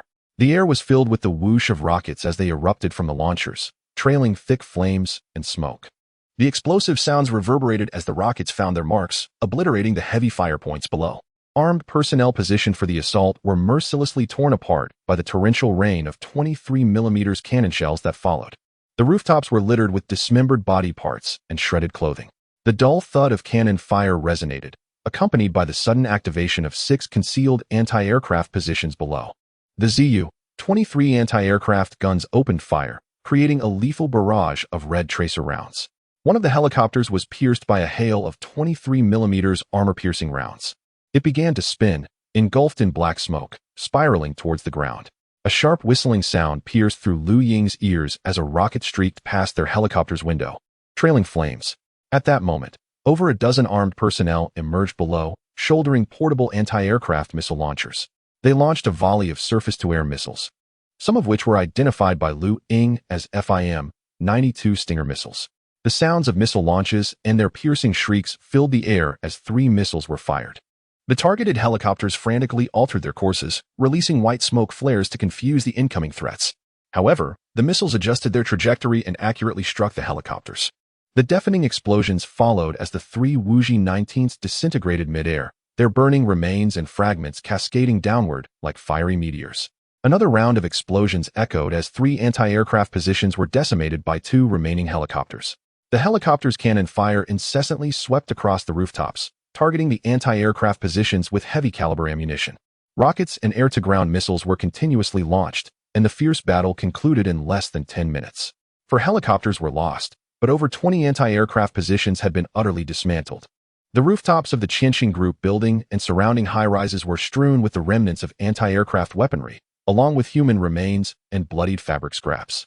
The air was thick with acrid smoke from the fires and the remnants of missile detonations. Just then, Hanbin's voice crackled through the bone conduction headset. All teams prepare for descent. 10Z, 20 utility helicopters entered the rooftop area of the Qianxing Group building. 2 helicopters hovered diagonally above, releasing ropes as special forces operatives descended from the cabins onto the rooftop. The thunderous roar of helicopter rotors echoed as armed personnel descended onto the rooftop, forming a vigilant formation. Below, Chief of Staff Yang successfully led the ground troops to the base of the forward building. The 137th Special Forces, along with Teams 1, 2, and 3, as well as the 6th Squad of Abilities, commenced their sweep from the 42nd to the 20th floor. Teams 4, 5, and 6, along with the 7th Squad of Abilities, began their clearance from the 19th floor downwards. Captain Liu, you are to land on the ground and collaborate with Chief of Staff Yang's ground forces to initiate the sweep from the 2nd floor, came the directive. Understood. Soon after, the helicopter carrying Lu Ying and her team gently descended onto the plaza. The 6 disembarked and joined Chief of Staff Yang. The rooftop teams had completed their rappelling, and all helicopters returned to base, awaiting their return once the clearance operation concluded. Chief of Staff, Lu Wei addressed Yang. Yang nodded and then instructed, Teams 2 and 3, you will accompany Captain Lu's squad into the bunker. This mission involves not only eliminating the armed personnel of the Qianxing Group inside, but also gathering evidence of their human experimentation. 4th Battalion, 3rd Company. You will clear upwards from the 2nd floor as Yang's orders resonated. 2 fully armed squads of abilities disembarked from the snow vehicles to join Lu Ying's team. The 3 squads entered the building through a shattered window on the 2nd floor. Descending the stairs, they found themselves confronted by a heavy gray blast door. A female member from one of the squads retrieved a palm-sized electronic device from her tactical backpack. She affixed the device to the blast door, observing the flickering data and waveforms on the screen. After approximately a minute, she turned to the others. This door is a meter thick. I need to locate the connecting lines to breach their security system and open it. With such a thick blast door, the wiring must be embedded within the blast-resistant material. Even if we find it, how do we penetrate the outer protective layer? Another team member inquired. The formidable blast door left the entire group at a loss. Given its unique material and thickness, even Lu Ying, harnessing all her abilities, would be unable to breach it. At that moment, the sound of mechanical gears resonated through the air. As the dull, grinding noise echoed, the blast door slowly began to open inward. The team raised their rifles. Stepping back a few paces, their eyes fixed anxiously on the opening door. Beyond it lay a staircase leading down into the unknown. Should we proceed? Came the voices of members from the other two squads through the earpieces. One squad leader did not respond, but instead reported the current situation to Chief of Staff Yang. He then commanded, Team 2, lead the way. Captain Liu, your squad will take the center, while Team 3 will provide rear support. Form 2 columns in a combat formation as we advance. All squads, maintain vigilance on both sides. Received. Understood. Echoed the voices of the 3 squad leaders through the earpieces. The 3 squads promptly organized themselves into 2 columns as per Team 2's leader's orders. Each member of the team is equipped with a fully upgraded assault rifle, adorned with an infrared indicator and a tactical flashlight, while their helmets are fitted with thermal imaging devices. The team members refrain from activating their tactical flashlights, instead opting to lower the thermal imaging apparatus on their helmets as they enter the passageway. Lu Ying and Lu Wei stand side by side at the forefront of the squad. Ahead of them are 7 members of the second team, with the remaining members trailing behind in an orderly fashion. Li Ziyuan follows closely behind Lu Ying, while Li Dong stays behind Lu Wei. And the last 2 members of the squad are Yi Sun and Lu Xiaoxiao. In the pitch-black corridor, the only sound is the echo of their boots striking the ground, with no other noise to be heard. The walls on either side of the staircase are constructed from a dense, specialized alloy, and overhead, a series of unlit lamps are positioned every 10 meters. The staircase descends steeply, and after traversing more than 40 steps, the group finally reaches the ground level. Upon arriving at the base of the stairs, they find themselves facing a straight corridor. A faint sound akin to that of an exhaust fan emanates from the end of the passage. At that moment, the lights above suddenly illuminate, and a mechanical whirring reverberates from behind them. Then, with a dull thud, the heavy alloy door slams shut. Chapter 154. Entering the bunker, the sudden turn of events instilled an immediate sense of tension among all present. Number 1, please respond. The captain of Team 2 called out repeatedly, but the communication headset remained ominously silent. With all external communication severed, each squad proceeded with utmost caution. The team members retracted the thermal imaging devices from their helmets and deactivated the laser pointers. The straight corridor stretched approximately 200 meters, flanked by walls constructed from a special alloy. The ground was marred by sporadic spots of a viscous, dark crimson liquid, reminiscent of congealed blood. Some of the bloodstains bore the marks of tire tracks. The corridor was a generous 6 meters wide and exceeded 10 meters in height. At that moment, a dull thudding sound echoed in Lu Ying's ears, seemingly emanating from the end of the passage. He promptly pressed the communication button. Caution. Something is approaching from the corridor's end. No sooner had he spoken than a figure towering over 3 meters appeared at the passage's terminus. The figure was enveloped in heavy green armored alloy, resembling an ancient warrior clad in verdant armor from a distance. A gruesome scar, reminiscent of a centipede, ran from the left eye socket to the right corner of its mouth. In its hands, it wielded a black 6-barreled M134 Gatling gun. Get down, came the startled exclamation from the captain of Team 2 through the headset. A rapid whirring noise filled the air. Virum, the M134 opened fire. Its sound distinct from ordinary firearms, with a rate of fire that was both swifter and more ferocious, as all team members immediately dropped to the ground. A barrage of 7.62mm rounds erupted from the monster's Gatling gun. Whoosh, whoosh, whoosh. The bullets whizzed perilously close over their heads. Then, 2 agonized cries pierced the air. The 2 foremost members of Team 2 were mercilessly riddled with bullets, their bodies resembling a hive of wasps. As the relentless fire continued, the 2 corpses were torn apart, blood and flesh splattering in every direction. The prone team members aimed their weapons at the monstrous figure at the end of the corridor and opened fire. Rat-a-tat-tat. A torrent of 7.62mm rifle rounds surged forth, delivering a concentrated barrage. Each bullet struck the creature, sending sparks flying, yet the heavy alloy armor it wore proved impervious to their assault. One of Team 2's psychics swiftly erected a psychic defensive barrier ahead. Bang, bang, bang. Bullets struck the barrier, producing showers of sparks. However, the psychic was only at the initial stage of the hidden element realm, and the invisible barrier began to crack under the unrelenting fire, resembling a shattered mirror. Think of something fast, I can't hold on much longer. The psychic shouted, clearly nearing his limit. Observing this, Lu Ying raised his AK-15 assault rifle, channeling 20% of his psychic energy to enhance the 7.62mm rounds within the chamber. Through the holographic scope, he locked onto the M134 Gatling gun in the creature's right hand. At the moment the defensive barrier shattered, Lu Ying squeezed the trigger.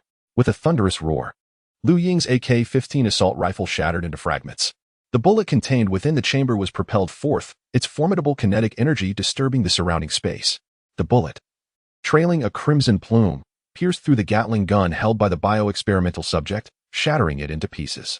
The ferocious firepower of the M134 Gatling ceased as the bio-experimental subject let out a feral roar, discarding the remnants of its weapon, and retrieved a 2-meter-long alloy war blade from behind. With a sudden burst of energy, it charged towards the team. Lu Ying's gaze sharpened, discarding the grip of his weapon, and drew forth the specially crafted Yinling knife, forged from unique alloy. Channeling his inner abilities, the blade glowed with a crimson radiance as he propelled himself forward, leaping over his comrades towards the bio-experimental subject. The members of the Jioshan City Ability User Team swiftly rose, astonished as they beheld Lu Ying's audacious advance. According to their strategy, they intended to suppress the oncoming bio-experimental subject with concentrated firepower before devising a plan to vanquish it. Yet Lu Ying's bold approach disrupted their meticulously laid plans. "Captain Lu, are your team members always this disorganized and undisciplined?" the leader of the second team inquired. Casting a glance at Lu Wei could only smile wryly and shake her head. "Mr. Lu is not one of our team, nor is he affiliated with the military. Our squad's mission is to unconditionally support any actions taken by Mr. Lu." Upon hearing Lu Wei's words, a silence enveloped the group, disbelief washing over them. Lu Ying was now mere moments away from colliding with the bio-experimental subject. As he focused on the rapidly approaching figure, he quickly discerned its vulnerability. The bio-experimental subject was clad in alloy armor, save for a vulnerable patch at the neck. The Yinling knife erupted with a blood-red brilliance. In a dazzling flash, it cleaved through the bio-experimental subject's alloy-long sword, maintaining its momentum. With a swift thrust, Lu Ying felt the sensation of slicing through flesh. In the blink of an eye, he found himself behind the bio-experimental subject, its massive head rolling to the side with a thud. A jet of blood spurted forth from the cleanly severed neck. Gasping in astonishment, the leader of the second team marveled at Lu Ying's decisive and efficient strike that had dispatched the bio-experimental subject. Based on their previous encounters with evolved zombies, this 3-meter-tall bio-experimental subject was undoubtedly a Stage 1 evolved zombie. Even as a Stage 2 evolved individual, he could not fathom achieving such a clean resolution. Turning back to Lu Wei, the leader of the second team nodded apologetically. With a single stroke, he split open the enormous head, yet no crystal core emerged from within. The remaining members rushed over. Their curiosity piqued as they observed the hollow interior of the head, surging with questions. The long knife was sheathed with a resonant clang, drawing everyone's attention. The expressions in their gazes towards Lu Ying reflected a newfound reverence, for those within the military have always held a profound respect for the strong. "Just like what we encountered that night in Yun City," Lu Ying remarked, turning his gaze towards Lu Wei. The members of the other two teams exchanged puzzled looks, unsure of the implications of their words. Lu Wei briefly recounted to the group the encounter with armed zombies on the night they evacuated Yun City. "Take a photograph," commanded the team leader of the second squad, as a member produced a camera to capture images of the decaying corpse and the shattered M134 Gatling gun. "Ladies and gentlemen, it is likely that we shall encounter entities far more formidable than this experimental subject ahead," Lu Ying stated solemnly. Yet, no signs of retreat were visible among the group, their gazes resolute and unwavering. Two members of the second squad gathered the mangled remains of their fallen comrades, wrapping them in a black shroud and placing the bundle against the wall to carry out upon their departure. "Let us press onward," they declared, reassembling into a combat formation. Lu Wei shared the tale of the towering 5-meter experimental subject that had appeared that night. "It appears that either biochemical experiments were being conducted here, or they anticipated our arrival and relocated these experimental entities from elsewhere," Lu Ying murmured. "I lean towards the latter. This expedition was steeped in enigma." Soon, they exited the passage, revealing a vast circular chamber, opposite which lay another darkened entrance. Chapter 155. Conspiracy in the enclosed space. A series of alloy boxes lay stacked. Two team members pried open one of the boxes, revealing its emptiness. At the very center of the space stood 4 elevators leading to the lower levels of the bunker. The group circumvented the elevators and proceeded towards a passage on the opposite side. Upon entering the passage, the lights flickered to life instantly. This passage featured a spiral staircase that descended, presumably serving as an escape route. "Shall we take the elevator or the stairs?" one team member inquired. Silence fell over the group. Given the circumstances, it was evident that traversing the stairs would be much safer, for the owner of the bunker was already aware of their presence. To board the elevator would likely result in a fatal plunge for everyone. Down the stairs, the captain of the second squad commanded. The team reformed into a combat formation and entered the staircase. They descended until they reached a platform where the staircase converged, featuring an already open blast door marked level -1. They entered the first layer of the bunker from opposite directions. Within the first layer, the walls were composed of metal, and overhead lights and cameras were positioned every few meters. This level was organized as a medical area, with various rooms labeled according to their respective departments. The first floor was devoid of personnel, and all facilities and documents were meticulously arranged. A thorough search yielded no valuable information. The squad proceeded downwards to the second layer. As soon as they pushed open the blast door, a series of gunshots erupted. A dozen bullets struck the door, prompting the two foremost team members to retreat immediately. Two self-propelled reconnaissance spheres were deployed, and moments later, the team received a report through their headsets. 7 armed personnel were detected on the left side, and 6 on the right, all wielding 416 Hong Kong dollars assault rifles. Prepare grenades, came the order, and 4 team members retrieved geofragmentation grenades from their tactical belts. One team member cautiously opened the blast door. A hail of bullets flew towards them, yet the soldier remained shielded behind the door as the bullets failed to penetrate. The 4 team members hurled 2 RGO grenades each towards the armed personnel on both sides. Grenade, came a bellow. Immediately, a series of explosions followed. Bang, bang, bang. 4 grenades detonated, injuring 5 armed personnel with shrapnel. The assault team split into 2, charging into the second layer. The sound of gunfire rang out, and within moments, all 13 armed personnel in the second layer were eliminated. Ying picked up an 416 Hong Kong dollars and slung it over his back, while securing another 416 Hong Kong dollars in front of him. From the bodies of the fallen armed personnel, he collected 8 magazines filled with 5.56mm ammunition, replacing the 7.62mm magazines he carried. The squad entered the second layer, dividing into 2 teams to advance through the left and right areas. The gunfire continued relentlessly. After approximately 20 minutes, the 2 teams regrouped. Having eliminated all armed personnel of the Qianxing group on this layer, which comprised a total of 23 armed individuals, the arrangement on the second level resembles a living area for armed personnel, devoid of any illicit materials. As for these armed individuals, following the apocalyptic events, the authorities have relaxed restrictions on firearms, which cannot serve as compelling evidence. The squad continues its descent into the depths. Above the bunker, an eerie scene unfolds within the towering building. Han Bin commands 2 platoons of special forces, along with 2 teams of extraordinary individuals, and over 30 armed members of the Qianxing group, engaging in combat with the ground forces led by Chief of Staff Yang. They occupy the edifice, relentlessly firing from various windows at the forces below. The sound of gunfire resonates all around.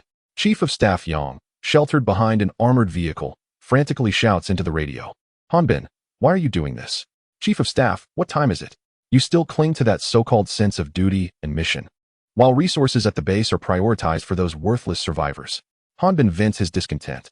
Prior to the apocalypse, his qualifications would have warranted a promotion to Deputy Commander of the Internal Security Forces, yet due to the suppression by the commander of the Jishanshi team, he remained in his position as a battalion commander. After the apocalypse, the senior officers of the Internal Security Forces were surrounded by a horde of corpses during an operation to relocate survivors, perishing in Jishanshi. Han Bin had assumed he would advance further, yet the military base in Jishanshi, now overgrown, failed to promote him, retaining him in his original role. His grievances and frustrations erupted completely. With a series of thunderous booms, the 625E anti-aircraft vehicle and the wheeled armored vehicle unleashed their heavy-caliber cannons against the building's firing points. After a barrage, over 20 armed personnel were obliterated by the cannon fire. Han Bin, lay down your weapons and surrender. Your meager numbers and armaments are insufficient to resist. Annihilating you is merely a matter of time. Do not bring about unnecessary casualties, Chief of Staff Yang implores, urging Han Bin and the special forces to disarm. Despite the ground forces possessing a firepower advantage, the troops entering the building are facing slaughter at the hands of the 2 extraordinary teams.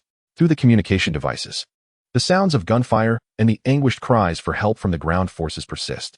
Chief of Staff, I offer you a chance. Surrender along with your brothers below, or else those inside the building will perish because of you. Bastard. Chief of Staff Yang's eyes redden with fury. At that moment, a distant, thunderous whirring of helicopter blades fills the air. 2 CH-53E Super Stallion heavy-lift helicopters hover behind the building, each carrying an upright shipping container. The structure obstructs the ground-based anti-aircraft fire's line of sight, yet Chief of Staff Yang comprehends that these containers likely hold reinforcements from the Qinqing group. With a resounding thud, the containers drop to the ground. The helicopters depart. Another 2 thuds follow, as the front of the modified containers unlocks and opens. 2 experimental entities, towering at 5 meters in height, emerge from within. The 2 experimental subjects were entirely encased in armored alloy, wielding the GU 1912 7mm 3-barrel Gatling gun. Simultaneously, 5 CH-53E Super Stallion heavy-lift helicopters appeared in the skies above the Jiushan base. 3 of these helicopters were transporting containers exceeding 5 meters in height, while the other 2 carried blue containers towering over 10 meters. As the 5 containers descended to the ground, they opened, revealing 3 biochemical entities standing over 5 meters tall, each brandishing a GU 1912 7mm 3-barrel Gatling gun. Additionally, 2 colossal zombies, each reaching a height of 10 meters, bore an enormous ammunition box on their backs. With a 20mm M61 Vulcan cannon affixed to their arms, these 5 biochemical entities advanced toward the Jiushan base. The radar within Jiushan had previously detected the 5 Super Stallion helicopters, yet the military officer on duty that day disregarded the information, leaving the entire base oblivious to the impending peril. Gao Qi, with impeccably groomed hair, sat in his opulent office, observing the figures of Lu Ying and others on the screen, along with the gradually emerging Jiushan base, a smile subtly gracing his lips. Chapter 156. Armored Zombie Dogs in the subterranean base of the Qinqing group in Jiushan City. The 6th level is designated as the Biochemical Experimentation Zone.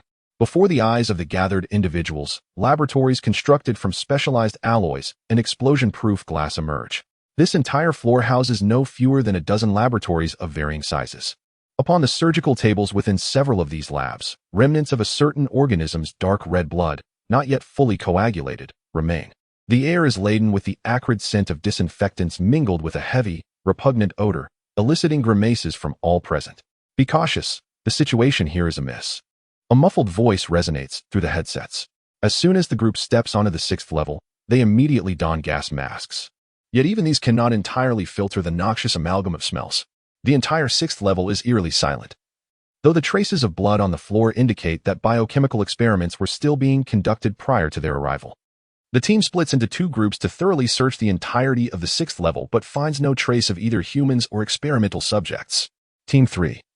Let us regroup at the stairwell and proceed to the next level, comes the voice of Team 2's leader through the headset. The sound of booted footsteps echoes against the floor as the team presses onward, unwavering in their exploration of the next level.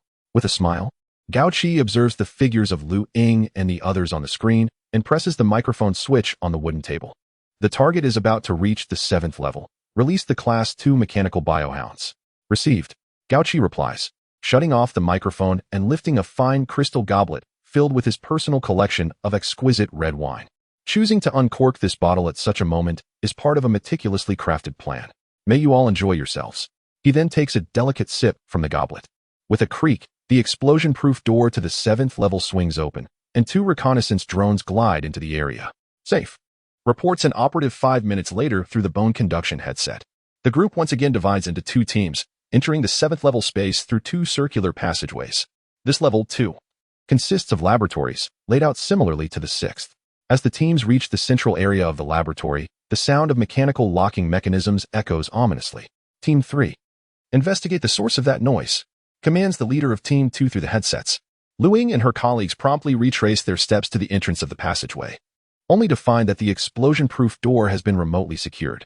Team 2. The entrance to the staircase passage has been locked, Lu Wei announces via the bone conduction headset. All team members, be cautious. Team 3. Remain in position. We will regroup immediately. Upon finishing her words, Team 2 turns back towards the entrance. At that moment, a mechanical whirring resonates from the depths of the 7th level. Stay alert. Something is about to emerge. Lu Ying urgently presses the push-to-talk switch. Received. Received. As hurried footsteps approach, 5 members of Team 2 swiftly arrive at the entrance to join Lu Ying and the others. What is going on? The leader of Team 2 inquires. Upon awakening my extraordinary abilities, I found my auditory perception far surpassing that of an ordinary person. In this central zone, there was a series of mechanical sounds, reminiscent of metal cages being unlatched, alongside a heavy, labored breathing. Lu Ying spoke, and simultaneously, a cacophony of roars echoed in my ears. sounding akin to some feral beast.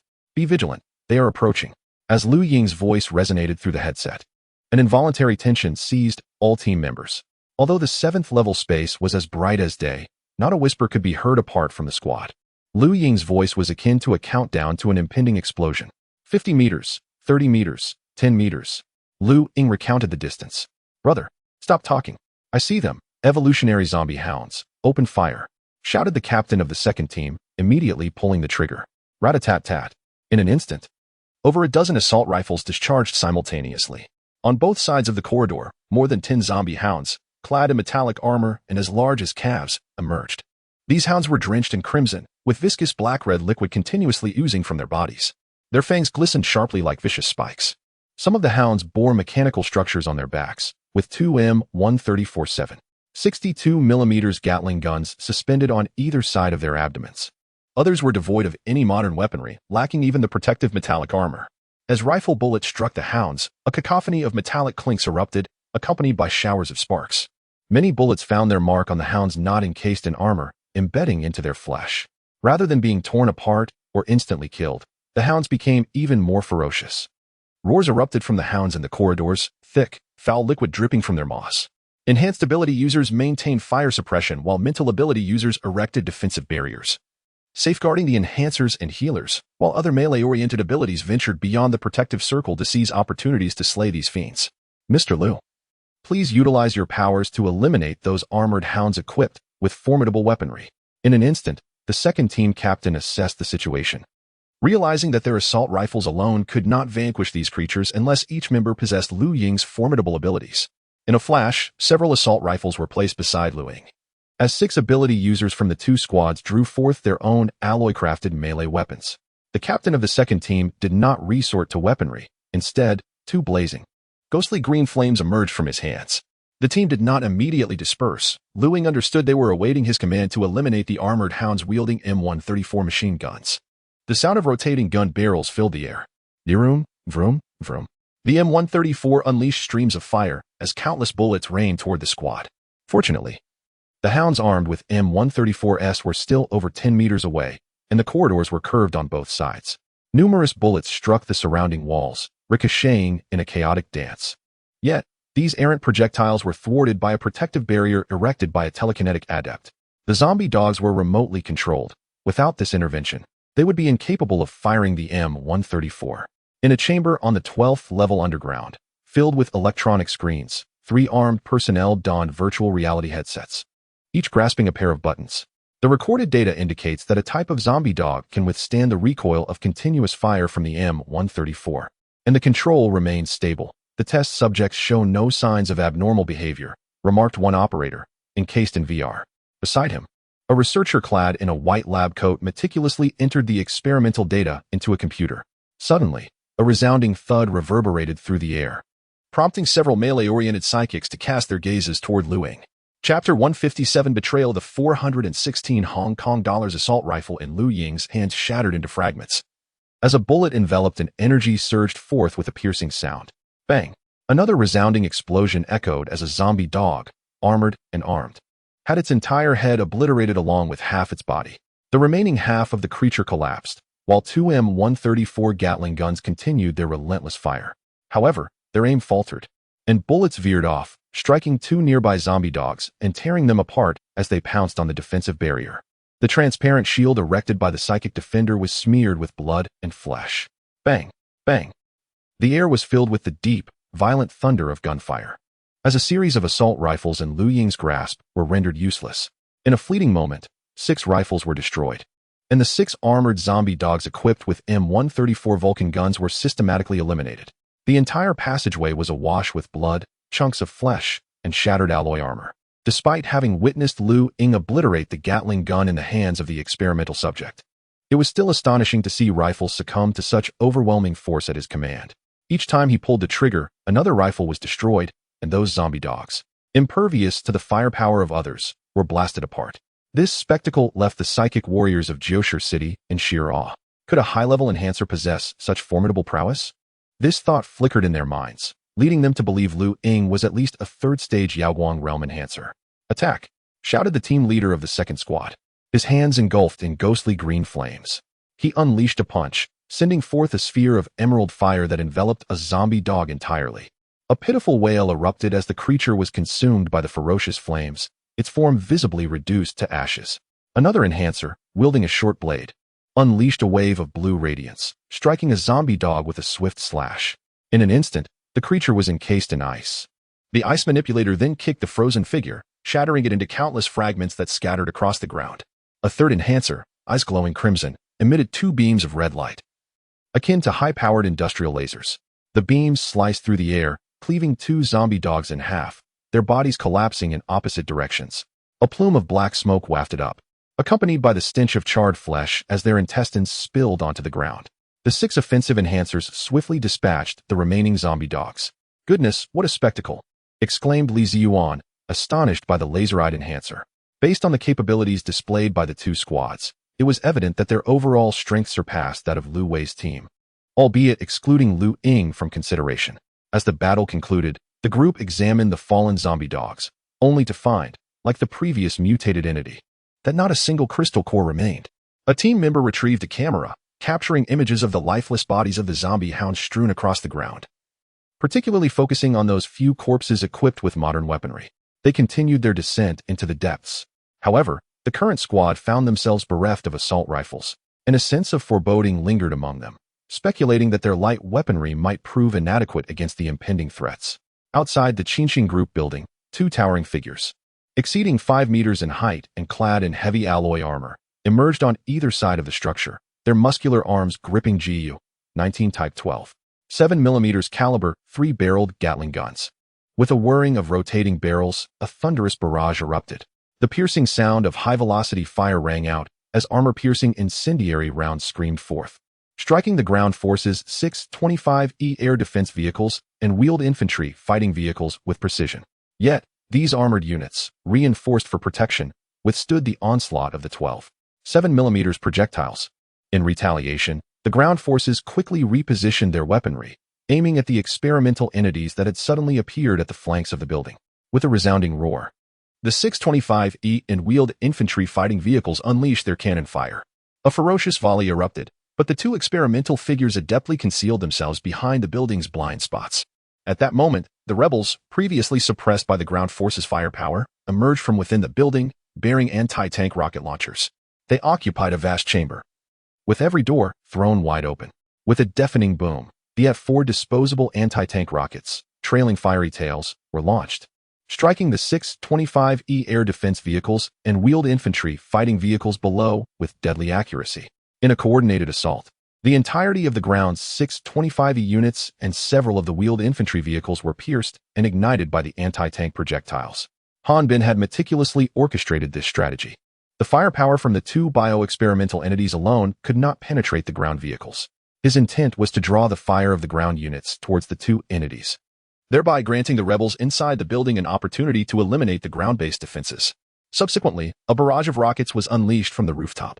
Several wheeled infantry fighting vehicles below were struck with pinpoint accuracy, their occupants turned to mere pulp by the metallic shrapnel of the anti-tank rockets. A series of terrifying roars erupted as over 30 creatures, more than 5 meters long, with exposed flesh and scorpion-like tails, charged forth from the building. These monstrosities plunged into the ranks of the ground forces. The sound of gunfire and heavy machine guns erupted incessantly from below, accompanied by desperate screams. Within a minute, the cacophony of gunfire and cries gradually subsided. From the windows, Han Bin and the rebels peered down at the scene below, where smoke billowed and burning vehicles littered the ground, alongside the grotesque sight of those monsters devouring the remains of fallen soldiers. Chief of Staff Yang's upper body was gruesomely severed by a mutated zombie, which gnawed at the flesh, blood streaming from its gaping maw. Only 2 legs and half a torso lay sprawled upon the ground, accompanied by a portion of intestines and organs, all mingling with the warm, flowing blood that stained the earth. The ground forces and the assault team that had entered the building were all slain. The rhythmic sound of footsteps echoed from within the edifice as Han Bin emerged, his expression devoid of emotion. However, the mutated zombies feasting below paid him no heed.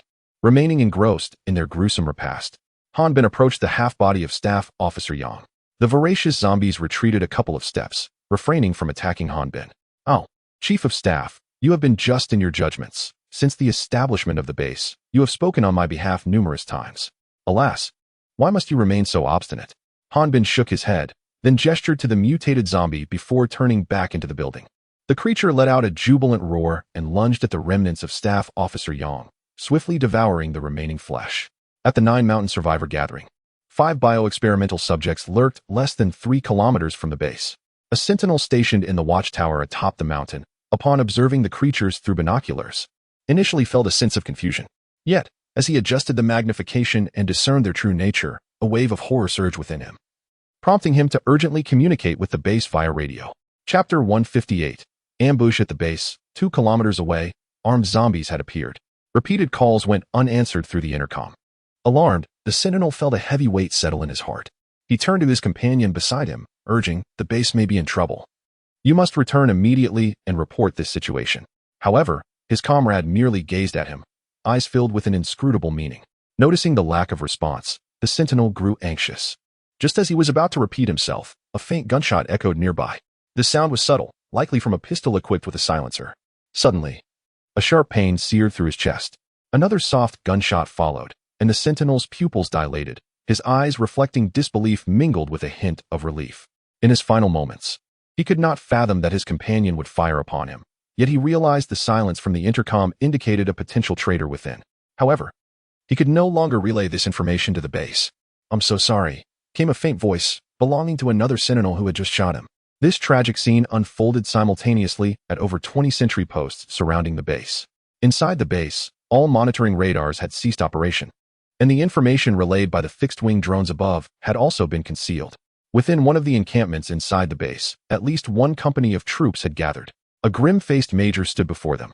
Every soldier in the company was fully armed, clad in standard snow camouflage, yet each bore a strip of blue tape wrapped around their left arm. The major glanced at the time and then surveyed the fully equipped officers and soldiers. "Move out," he commanded. With that, nearly 150 personnel were divided into 15 small teams, each heading in different directions.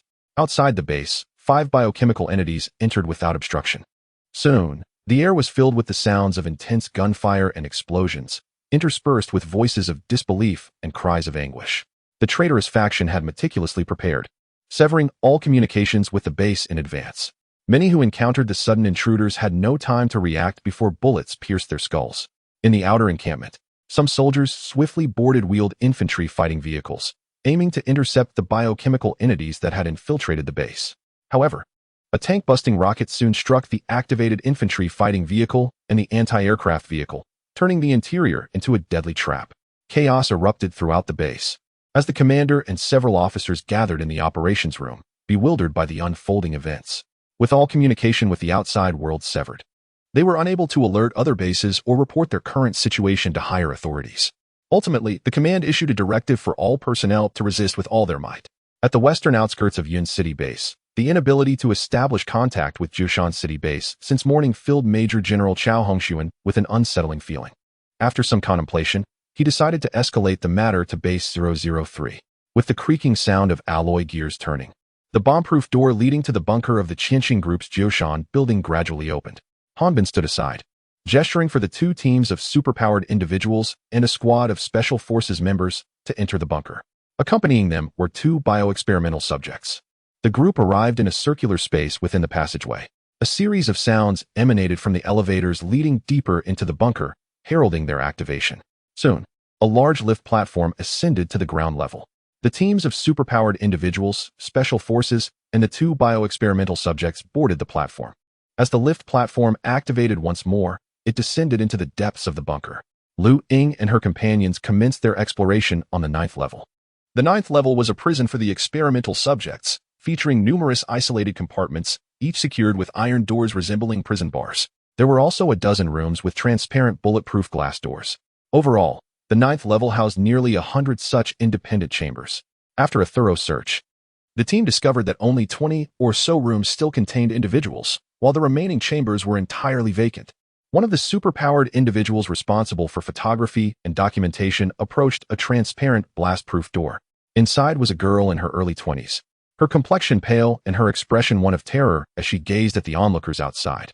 One of the healing-type superpowered individuals from the 3rd team, upon witnessing the scene, immediately attempted to open the door. However, she was halted by the captain of the second team. The female superpowered individual looked at the captain in confusion. Let us take them with us after we finish our exploration. There are still 3 levels below us that we have not examined, and we might encounter further dangers. Bringing these survivors along would only distract us from protecting them, the captain replied. The superpowered individual responsible for recording turned to the girl inside, speaking gently. Do not be afraid. We are military superpowered individuals, and we are here to rescue you. Unexpectedly, upon hearing these words, the girl within began to tremble, as if haunted by some terrifying memory. She curled up on the bed, hugging her knees, burying her head deep within her arms, unwilling to meet the gaze of those outside. What is happening? Confusion rippled through the minds of the onlookers. Seeing the girl on the brink of collapse, they moved to several other rooms for inquiries. Yet the reactions of all individuals were eerily similar to that of the girl. Lu Wei's expression hardened as she spoke in a low voice. It seems someone is impersonating military personnel, or perhaps certain members of the military brought these individuals here. Silence enveloped the group as they shared the same unsettling thought. Let us explore the lower levels first, and we can take them with us afterward. The captain of the second team sighed. The group departed once more, heading toward the 10th level. Meanwhile, the rebellious forces had already accessed the 12th level of the bunker via the lift. Through the 12th level surveillance, they noted Lu Ying and her team nearing the 10th level. Eliminate them on the 11th level, but make sure to keep that one called Lu Ying alive. A commander instructed, pointing at the screen displaying Lu Ying. Everyone nodded in agreement. Proceed with the operation. The Special Forces team and the team of superhumans departed from the room, heading towards the 11th floor for preliminary arrangements. Inside the chamber, a bio-researcher clad in a white lab coat input a series of codes into a remote control terminal, subsequently activating it. He then manipulated another device, entering yet another sequence of commands to initiate its operation. On one electronic screen, the silhouette of a human figure began to pulse violently at the heart. Another electronic display depicted a series of iron cages, each containing grotesque, blood-red, mutated zombies with menacing scorpion tails, numbering over 20. The gates of the iron enclosures slowly creaked open. Within the largest biological laboratory on the 11th floor, a bio-experimental subject, towering at 10 meters, suddenly opened its crimson eyes. Chapter 159, Bunker Level 11 in the Communication Command Center of the Western Suburbs Base in Yun City. Major General Chao Hongshuan stood anxiously behind the communication personnel. Over 4 hours had elapsed since morning without any contact established with the base in Jushan City. A sense of unease tinged Chao Hongshuan's intuition. Have we received any updates from the other bases in Jushan City? He inquired. Report, since we sent out our messages. No information has been received from the other bases in Jushan City, came the response. Continue to maintain the calls. With that, Chao Hongshuan departed from the Communication Command Center. Commander, there may be trouble in Jushan City, he stated as he entered the office of Base Commander Yang Ming. Still no contact? Major General Yang Ming's expression darkened. He removed his glasses and, after a moment of contemplation, said in a grave tone, immediately reach out to the Air Force Base and instruct them to conduct reconnaissance over Jushan City. Additionally, notify the Rapid Response Unit to prepare for deployment at a moment's notice. Yang Ming issued 2 directives. Understood. Major General Chao Hongshuan swiftly exited to relay the orders. At the barracks of the 7th Battalion of the 4th Light Combined Brigade, the command was disseminated to the battalion headquarters and subsequently to all personnel. Meanwhile, at the Yun City Air Force Base, 2J-20 fighters completed their pre-flight checks, and with a roar, they ascended into the sky, their afterburners distorting the air. Following them, AY-20 transport aircraft and an AWACS KJ-500 took off, forming a formation directed towards Jushan City. The Y-20's cargo hold contained 10 large quadrotor reconnaissance drones, which were to be airdropped over Jushan City and the Jushan base. In the KJ-500, intelligence personnel operated the drones. The helicopters that had departed from the northern suburbs base of Yun City the previous day entered the neighboring province, and upon notifying the provincial base, continuous surveillance was lifted. At the 10th level of the Qianxing Group Building's bunker, which served as a resting area for employees, an exhaustive search yielded no valuable information. The group then proceeded to descend to the 11th level. This level was characterized by greater height and area compared to the 10 levels above. After descending more than 20 meters down the staircase, they arrived at the 11th level. The 2 blast-proof doors remained ajar, and the team members exchanged knowing glances. As they entered the corridor, the entrance doors closed behind them. It became apparent that the owners of this base had trapped everyone who entered within its confines. To escape the bunker, they must locate the control center and operate it to reopen the heavy blast-proof doors. According to the data, the base consisted of 12 levels underground. The last two levels would undoubtedly present challenges far more formidable than the zombie hounds, armed forces, or the experimental entity they had previously encountered. The group steeled themselves for fierce battles, perhaps even several. As the blast-proof doors opened, darkness enveloped the 11th level. Everyone activated the thermal imaging devices on their helmets. Lu Ying held an AK-15 assault rifle in hand, while a 12.7mm sniper rifle was slung over his shoulder. The entire 11th floor was dominated by a multitude of towering alloy columns, amidst which lay an abundance of alloy crates, containers, and armored vehicles. In the depths of the space, 3 shadowy helicopters and 2 CH-53E Super Stallion helicopters loomed. Scattered throughout the bunker were numerous containers, seemingly filled with various supplies. This level appeared to serve as the logistical and vehicle hub of the entire bunker. However, deeper within, several large laboratories remained starkly empty. A sight Lu Ying discerned clearly in the dimness. 3 tactical teams, each composed of small squads, cautiously passed through the blast doors into the 11th floor. Commander, the target team has entered the 11th floor. All teams, be advised, the target has accessed the 11th floor via the stairwell. Proceed as planned. Over.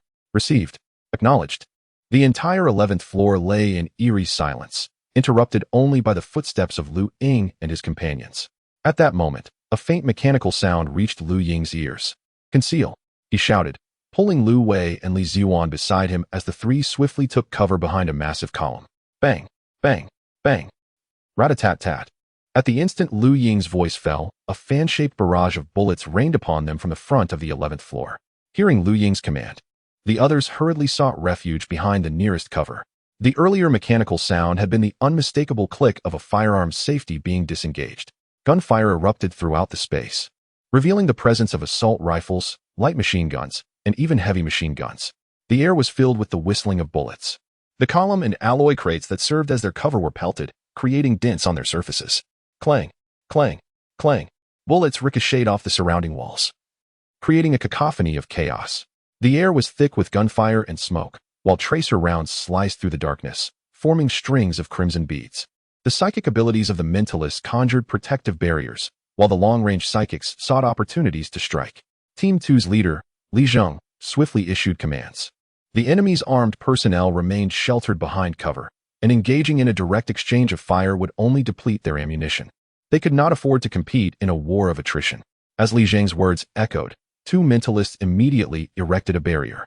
One psychic, capable of emitting laser beams from his eyes, cautiously peered around to locate the position of the enemy's heavy machine gun nest. With a sharp hiss, 2 crimson lasers sliced through the darkened space, piercing both the gunner and the heavy machine gun itself. The gunner's head erupted in a plume of white smoke, his face charred by the intense heat. The laser-wielding psychic quickly retreated behind cover, leaning against it as he gasped for breath, his complexion paling. These psychic abilities were formidable in their lethality, yet equally taxing. The psychic swiftly retrieved 2 zombie crystals from his tactical belt and swallowed them whole. Lu Wei concentrated her energy, conjuring ice spikes the thickness of her fingers, her hands dancing gracefully as she prepared for the ensuing confrontation. 10 translucent ice spikes shot forth like marionettes in the hands of a skilled puppeteer, continuously shifting positions within the space as Lu Wei deftly manipulated her fingers. With a series of soft thuds, the armed personnel opposite were pierced one by one through the skull by these crystalline projectiles. Lu Ying aimed her firearm at another heavy machine gunner, her finger gently caressing the trigger. Bang! This shot did not employ any supernatural abilities. It obliterated the machine gun's firing point perched atop a shipping container. The shooter had half of his head blown off, with blood and white matter splattering in all directions. However, upon sighting that heavy machine gun, a sense of foreboding washed over Lu Ying. The weapon was a standard military-grade heavy machine gun, model QJZ-171, with a caliber of 12.7mm. The rifles wielded by the opposing forces were all AK-15S, 7.62mm assault rifles, identical to those of her team. Additionally, the camouflage uniforms worn by the adversaries matched those of her own specialist squad, both having donned the northern neighbors' standard snow camouflage before the operation. Could it be? A suspicion began to take root in Lu Ying's mind as she promptly pressed the communication button on her walkie-talkie. I suspect the armed personnel across from us are part of the military unit that arrived with us. She relayed her observations regarding the weapons and camouflage to her comrades. Upon hearing her words, Team 2's leader, Li Zheng, changed countenance. He too had harbored suspicions following the gunfire. Due to the thermal imaging, They could only discern the outlines formed by the heat signatures of the opposing armed personnel, obscuring their visible weaponry. This was a trap targeting our supernatural operatives. The thought echoed in the minds of all present. Chapter 160. Blood Battle. The relentless sounds of gunfire and the whistling of stray bullets echoed violently, filling the 11th layer of space with the acrid scent of burning gunpowder. A multitude of extraordinary beings showcased their unique abilities as the number of armed personnel across the way dwindled. Just then, a heavy footfall and the rapid sound of crawling reached Lu Ying's ears. The familiar high-speed whir of a Gatling gun followed, soon accompanied by the thunderous roar of its fire. Buzzing. At least 312.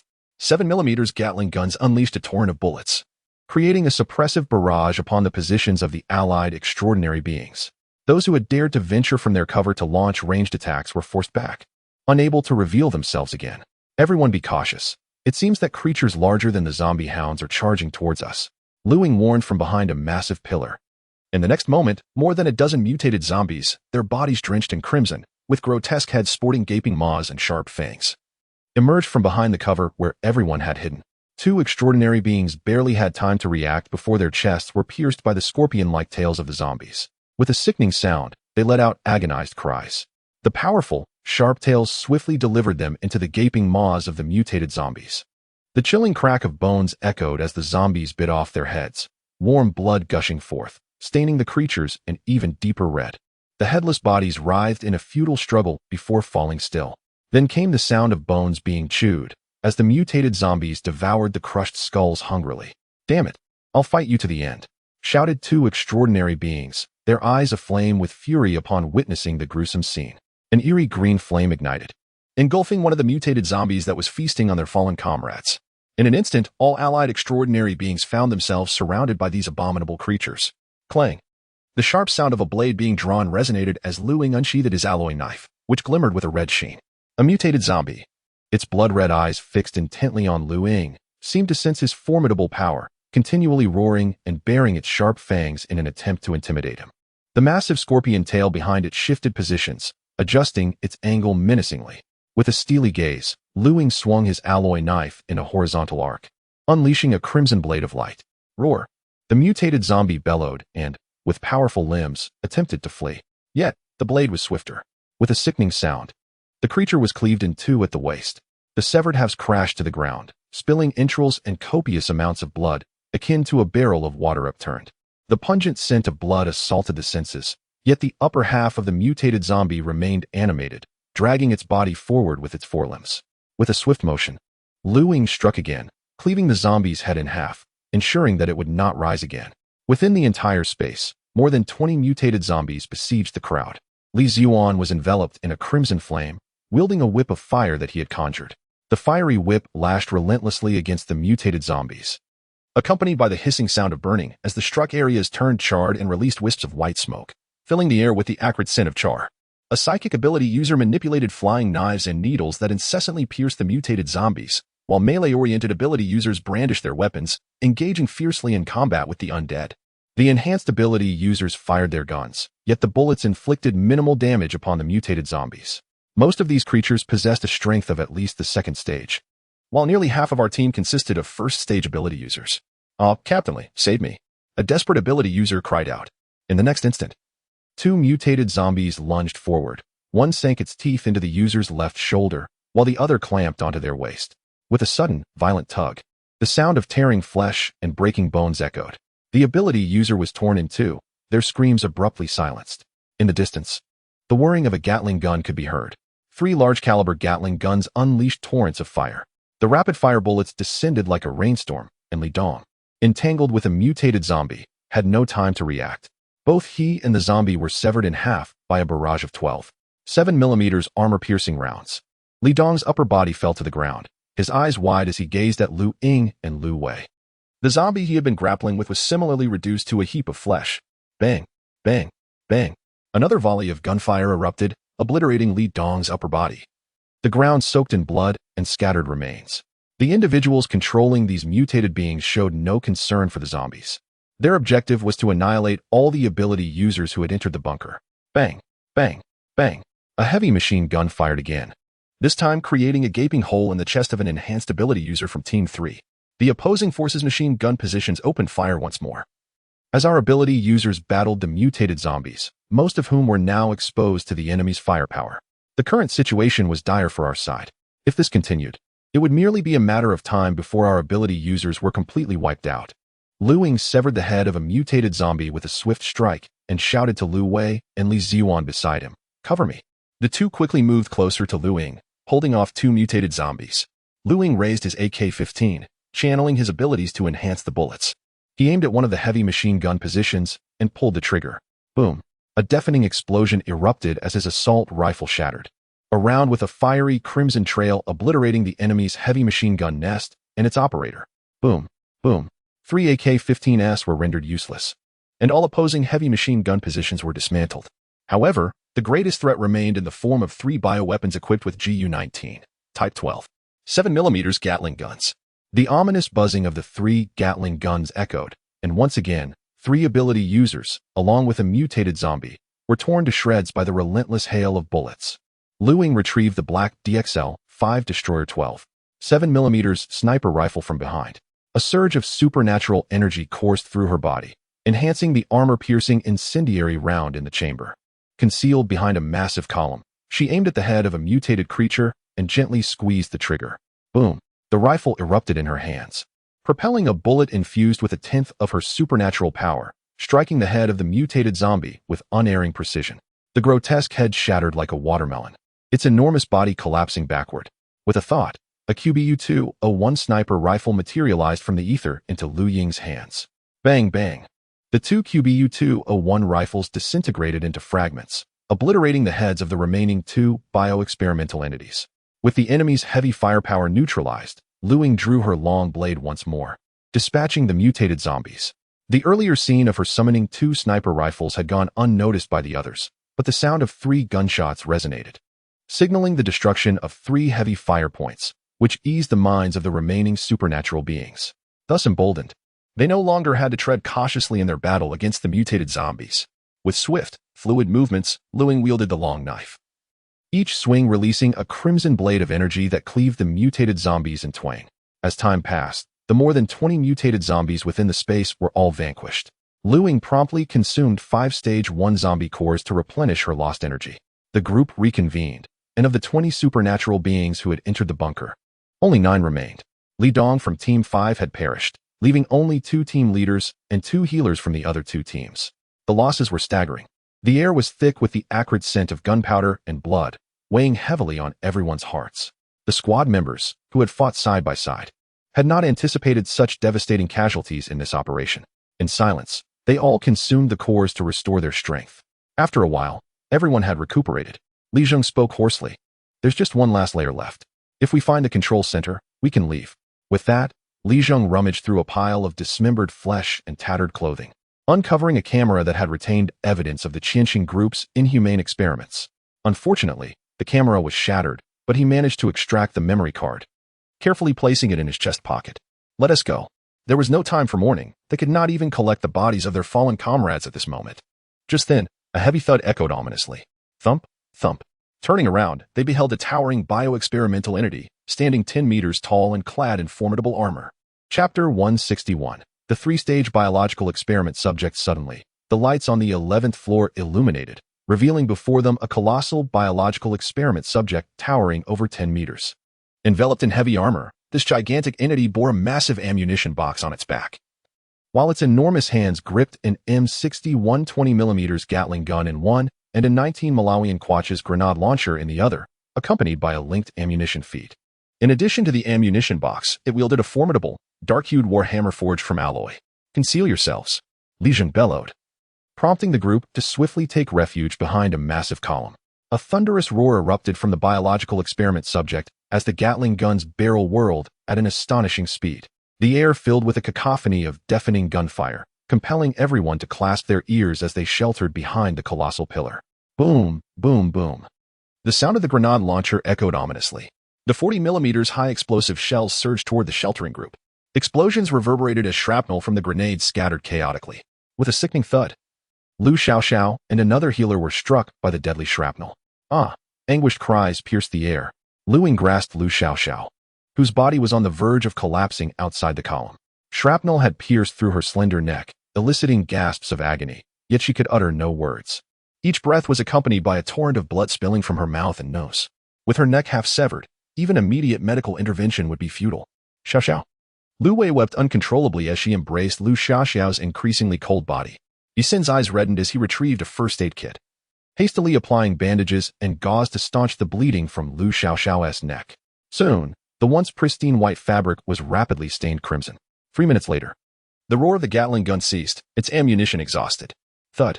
A heavy object crashed to the ground. The 10-meter-tall biological experiment subject discarded its weaponry, clutching the enormous warhammer instead. Gently, it laid Lu Xiaoxiao's lifeless body upon the ground as the group emerged from behind the massive column. Thud, thud, thud. The sound of heavy footsteps resonated. The biological experiment subject charged toward them. Clang. The sound of weaponry being drawn rang out as Lu Ying unsheathed her alloy geese feather blade. Ethereal green flames intertwined with deep crimson flames, manifestations of the pyrokinesis wielded by Li Zheng and Li Ziyuan. Lu Wei conjured a cone of ice blue energy in her hands, while the captain of the third squad unsheathed a hefty cleaver, engulfed in black flames. The group dispersed, rushing toward the advancing biological experiment subject. The crimson and ethereal green flames coalesced into 2 fiery dragons that entwined around the entity. Li Zheng's ethereal green flames ignited the heavy alloy armor encasing the biological experiment subject. However, Li Ziyuan's flames lacked the potency to penetrate the armor. As he was but a first-stage evolver, his strength insufficient. Boom. A resounding thud reverberated as the bio-experimental subject wielded its warhammer with ferocity towards Li Zheng, who adeptly evaded the blow. The enormous, obsidian alloy hammer crashed into the ground, creating a vast crater laced with fissures. The alloy armor of the bio-experimental subject was seared, leaving a gaping hole engulfed in ethereal green flames. Seizing the opportunity, Lu Ying directed the congealed cone of ice with precision into the breach. To the astonishment of all, the massive ice spear shattered into shards, dissipating into wisps of gaseous energy upon impact. The ice spear conjured by Lu Wei was no ordinary projectile. It possessed remarkable strength, having previously demonstrated the capability to penetrate the frontal armor of an armored vehicle. Yet, it failed to breach the defenses of the bio-experimental entity. An ability wielder, shrouded in black flames, transformed into a fleeting shadow, striking fiercely at the unshielded calf of the bio-experimental subject. With a resounding crash, the captain of Team 3 was sent sprawling by a kick from the bio-experimental entity, colliding painfully with an adjacent alloy crate. The sound of cracking bones echoed as the captain's spine fractured, slowly collapsing to the ground, gasping in agony, while the large blade lay discarded nearby, its black flames extinguished. This blow rendered the captain incapacitated. In the next instant, the bio-experimental subject swiftly swung its warhammer. A thunderous noise erupted, accompanied by the gruesome sight of flesh being pulverized. The captain's body was reduced to a mere pulp beneath the force of the strike. Ethereal green flames coalesced into a sharp spike, piercing the gaping wound in the creature's chest. As the flame spike dissipated, Lu Ying's pupils dilated in shock. The exposed flesh of the bio-experimental subject bore no signs of scorching. Their most formidable assaults had yielded no tangible effect, merely scorching a significant hole in the subject's exterior armor. Lu Wei and Li Zheng, pallid and incredulous, gazed at the encroaching bio-experimental entity, despair enveloping their hearts. "What shall we do?" Li Ziyuan inquired, his voice trembling as he narrowly avoided the descending alloy warhammer. "Run to the 12th floor," Li Zheng commanded emphatically. Rushing to the blast door, Li Zheng grasped the handle with fervor, only to discover that the 2 doors had been remotely locked at some point. The thickness of the Liangshan blast door exceeded 60 centimeters. "It's over," Li Zheng's voice resonated with despair. A profound sense of hopelessness once again descended upon them. Against such a formidable bio-experimental subject, their combined efforts had been futile in breaching its defenses. With the blast doors on the 11th floor secured, escape seemed impossible. Meanwhile, a group of jubilant researchers from the Qianxing group on the 12th floor fixated on the surveillance screens, their expressions brimming with excitement. When viewed through the lens of evolved zombies, this bio-experimental subject belonged to the 3rd stage, the Yaoguang realm. However, its overall prowess far surpassed that of the Yaoguang realm, having been meticulously cultivated through immense dedication and boundless resources by the research facilities of the Qianxing Group's Yong Province Division. In an exquisitely opulent office, Gao Qi, with his meticulously styled hair, gazed at the desperate figures on the screen, taking a delicate sip of the fine red wine in his glass. A subtle smile crept upon his lips. Chapter 162, Mutation Bang. The 10-meter-tall, evolved zombie wielded a metallic war hammer that relentlessly crashed down, creating numerous deep craters in the ground and on the massive pillars surrounding the area. Lu Ying had already formed a judgment in his mind. This experimental subject possessed at least the strength of a third-tier Yaoguang realm, if not greater. Its defensive and combat capabilities far surpassed those of the third-tier mutated creatures Lu Ying had previously slain in Yun City. In certain aspects, it even exceeded Su Chani. For this experimental entity was entirely immune to Lu Ying's illusions and mental manipulation abilities. As the others engaged in combat, Lu Ying had attempted to employ his mental control and illusion powers, but the opponent exhibited no response whatsoever. Exhaling slowly, Lu Ying's alloy Yanling knife surged with a crimson glow. His gaze sharpened, and in the blink of an eye, he vanished from his original position, reappearing beneath the feet of the bio-experimental entity. With both hands gripping the knife, he executed a horizontal slash, the blade radiating a blinding blood-red light. The sharp blade collided fiercely with the experimental subject's calf. The sensation was akin to striking a pile of fabric. His strike failed to breach the creature's defenses. As the bloodlight flickered, Lu Ying found himself 5 meters behind the experimental entity. Astonished that the energy capable of cleaving a third-tier mutated white-headed viper in two had failed to even break the skin of this opponent, the experimental subject promptly turned, its massive warhammer crashing down. Bang! Another enormous pit formed in the ground. I refuse to believe that I cannot breach your defenses with half my energy. Lu Ying roared inwardly as the Yanling knife in his hand transformed into a deep crimson hue. The entire blade ignited with a scarlet flame. A striking blood flame, over 5 meters long, surged forth, and in the next moment, Lu Ying reappeared more than 10 meters behind the mutated entity. Roar! The mutant howled in pain, its calves, as thick as pillars, gushing forth copious amounts of dark red blood. The flesh of the biomutant's calves peeled back, revealing bone beneath the deep gash. Seizing the opportunity, Lu Ying quickly retrieved a zombie crystal core and swallowed it, replenishing his expended energy. Captain Li Zheng and Lu Wei of the second team seized this chance, each unleashing their respective abilities. 5 ice spikes and 2 ghostly green fire dragons collided violently with the mutant's wound. One of the giant gashes in the mutant's leg was forcefully pierced by the ice spikes, which were exceptionally sharp and as thick as a finger, burrowing ruthlessly into the flesh. However, the bio-experimental entity's skin boasted formidable defenses, and even its underlying muscles were remarkably resilient. Lu Wei manipulated the ice spikes, exhausting a considerable amount of energy, yet it felt as though the spikes were attempting to penetrate specialized alloy armor. The 5 ice spikes failed to delve deep into the flesh. Li Jing's attack also yielded little effect, while it charred the mutant's wound. The ghostly green flames could not spread further into the flesh. The bio-experimental entity leaped forward, as if the injury to its calf had inflicted little harm. With another swing of its hammer, it created yet another deep pit where Lu Ying had been standing. Create some trouble for this creature while I search for an opportunity to strike. Upon finishing his words, Lu Ying once again harnessed his extraordinary abilities. With a slight bend in his knees, he forcefully propelled himself upward, akin to a cannonball. He landed upon the unwithdrawn left arm of the biochemical experiment subject, launching himself higher to ascend above its head. Die! He shouted as the massive crimson blade in his hand descended violently towards the creature's crown. A sharp crack echoed as 1/3 of the specially crafted alloy blade shattered in his grasp.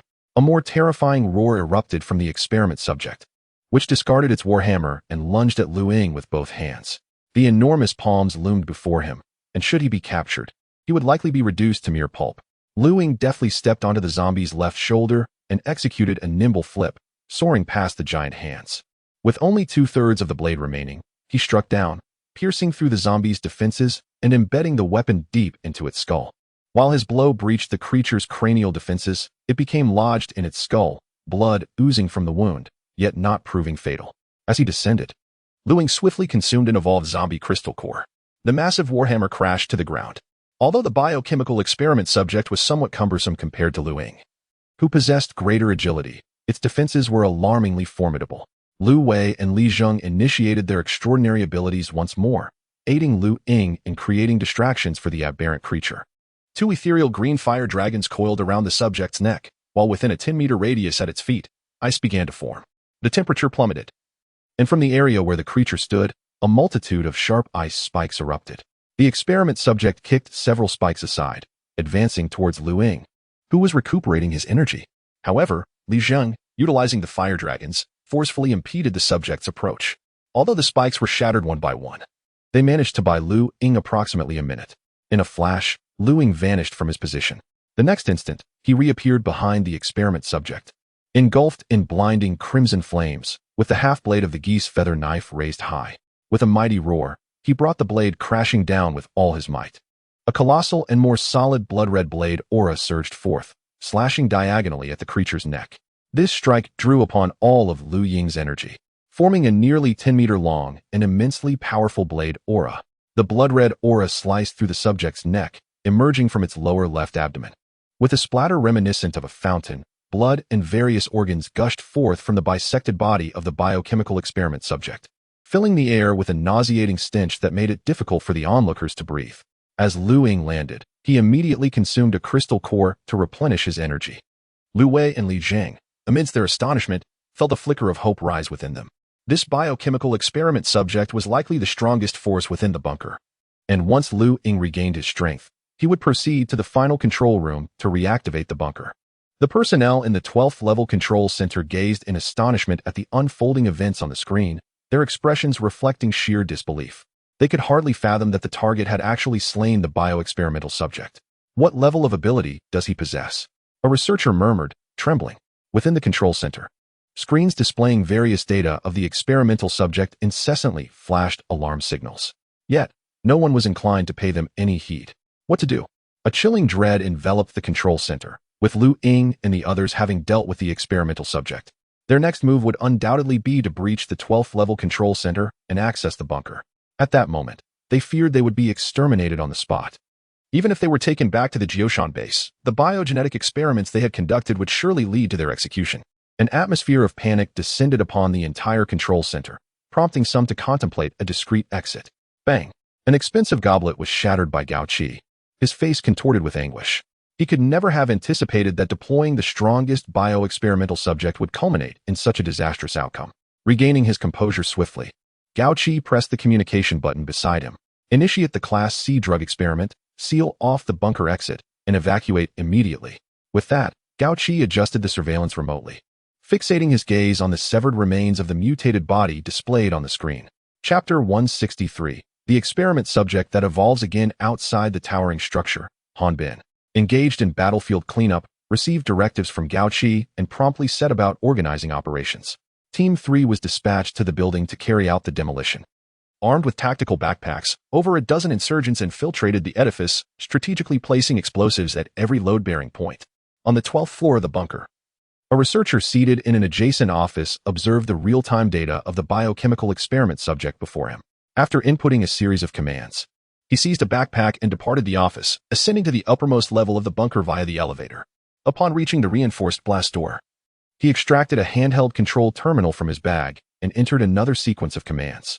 The bunker's entrance swung open. Immediately, more than 20 mutated zombies surged into the bunker. Those still stationed at the 12th floor control center witnessed this through the monitors, and one voice exclaimed, "Professor Lu is leaving." Instantly, the realization struck everyone that the higher-ups were preparing to abandon them.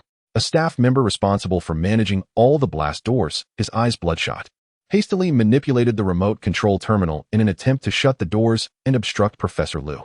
However, despite issuing multiple commands, the remote terminal failed to control the bunker's entrance. "Quick, escape. My permissions have been revoked," the staff member shouted before dashing out of the control center. The remaining personnel followed suit, fleeing the control center and entering the elevator, desperate to evade the impending doom. Professor Lu stepped through the bunker's entrance and subsequently entered a series of commands on the control device. The now opening door gradually began to close. A mechanical locking sound echoed, sealing the entrance completely. On the 11th floor, as Professor Lu entered the code in his office, the dismembered body of the experiment subject, severed by Lu Ying, emitted a faint sound of cracking from its abdomen. The red glass vial, pre-inserted into the subject's torso, shattered, scattering its crimson contents.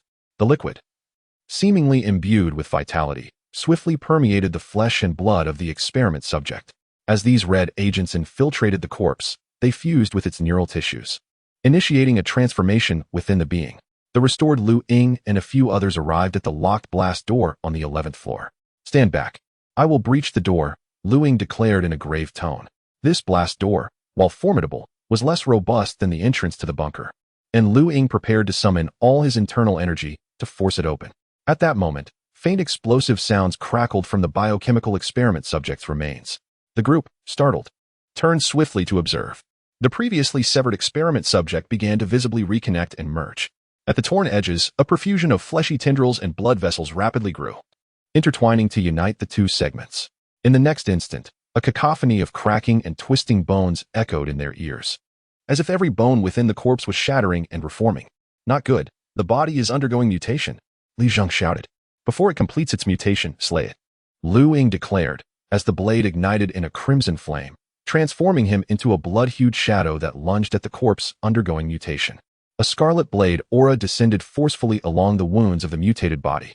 At that moment, the left arm of the mutated corpse suddenly rose and struck Lu Ying squarely in the chest. Bang! Lu Ying was propelled backward like a blood-colored cannonball, crashing into a massive supporting pillar behind him. He felt as though his body had been shattered, waves of excruciating pain coursing through him. Fortunately, Lu Ying's physique had undergone 4 enhancements, rendering him exceptionally resilient. Otherwise, this blow would have rendered him incapacitated, much like the captain of Team 3, whose bones had fractured and left him immobile. Quickly regaining his footing, Lu Ying shook his head. Lu Wei and Li Zheng, along with others, unleashed their abilities in a relentless assault on the transforming experimental subject. Yet, their attacks barely scratched the surface of the corpse, summoning energy once more. Lu Ying's gaze sharpened as he charged forward. However, a colossal whip descended towards him. He swiftly dodged, taking refuge to the side as the massive whip withdrew. Upon closer inspection, it was the long whip that had sprouted from the back of the biochemical experiment. The mutated creature appeared to have completed its transformation, its body now reduced to 2 meters, enveloped in a dense layer of hard bone spines. 6 enormous, writhing appendages, reminiscent of tentacles, emerged from its back. Each of these grotesque tentacles was adorned with sharp bone spines, their tips resembling the stinger of a mutated zombie. The transformed experimental subject seemed to have escaped the control of the Qianqing group, its eerie green eyes fixated on Lu Ying and his companions. As if contemplating its next move, a wave of dread washed over the group, although the mutated body had shrunk to 2 meters. It exuded a more formidable presence than before. Gao Qi had already replaced his wine glass, savoring the exquisite red wine with a satisfied expression. Observing the successful transformation of the experimental subject before him, his mood was notably buoyant. The image displayed on the screen before Gao Qi simultaneously appeared on a monitor in an adjacent office. This office was vast, housing over 20 researchers clad in white lab coats. Among them was Professor Ding, who had previously departed from the Qianqing group's northern suburbs base in Yin City. A cold, middle-aged man dressed in black leather, none other than Miao Shan, was also present. The researchers wore expressions of excitement, whispering fervently about the successfully mutated subject. In the 11th level space, despair once again enveloped the hearts of the onlookers. Li Zheng's eyes burned red, his hands trembling with ethereal green flames. Lu Wei's fair face paled, her slender fingers quivering, while the remaining Yi Sun and Li Zuan bore grave expressions. In the next instant, the 6 enormous tentacles of the mutated subject surged into action. 2 of them lunged directly at Lu Ying, clearly recognizing him as the greatest threat among the group. Clang, clang. Lu Ying wielded his broken knife, deflecting the 2 attacking tentacles with precision. With a swift and forceful strike, Lu Ying severed one of the tentacles, its end resembling the stinger of a scorpion. Vivid crimson blood gushed forth from the point of separation. At that moment, Yi Sun let out a harrowing scream as a tentacle pierced into his skull. Lu Ying dashed forward, but it was too late. The enormous tentacle hoisted Yi Sun aloft and rapidly retracted back towards the mutated entity. In the next instant, Yi Sun's entire head was wrenched apart by 2 grotesque hands, covered in a layer of hardened skin. A gaping fissure opened in the center of the mutant's chest, resembling a vast maw lined with sharp teeth. Yi Sun's head was delivered into the sanguine abyss of the creature's chest. Chapter 164, State of Carnage. As the sound of chewing resonated, Lu Ying halted in his tracks. Lu Wei's anguish cries echoed, leaving only her, the team leader. From the once intact squad, suddenly, a tentacle whistled perilously past Lu Wei's left cheek, creating a gaping hole in the ground. A massive ice spike, as thick as a calf and forged from ice-based abilities, forcefully struck the chest of the mutated experiment. The ice shard shattered with a crunching sound. Yet despite the full force of the blow, it failed to breach the creature's defenses. At this moment, Lu Wei's powers were nearly depleted, and a tentacle swiftly surged towards her chest. A tear welled in the corner of her eye as she managed a pained smile, a hint of relief flickering across her face. If the tentacle were to hit, it would surely pierce her heart. In the next instant, A flash of crimson light sliced through the air, severing the encroaching appendage, and vibrant blood spurted forth, staining Lu Wei's combat uniform. In that fleeting moment when Lu Ying intervened to save Lu Wei, two agonizing screams pierced the air.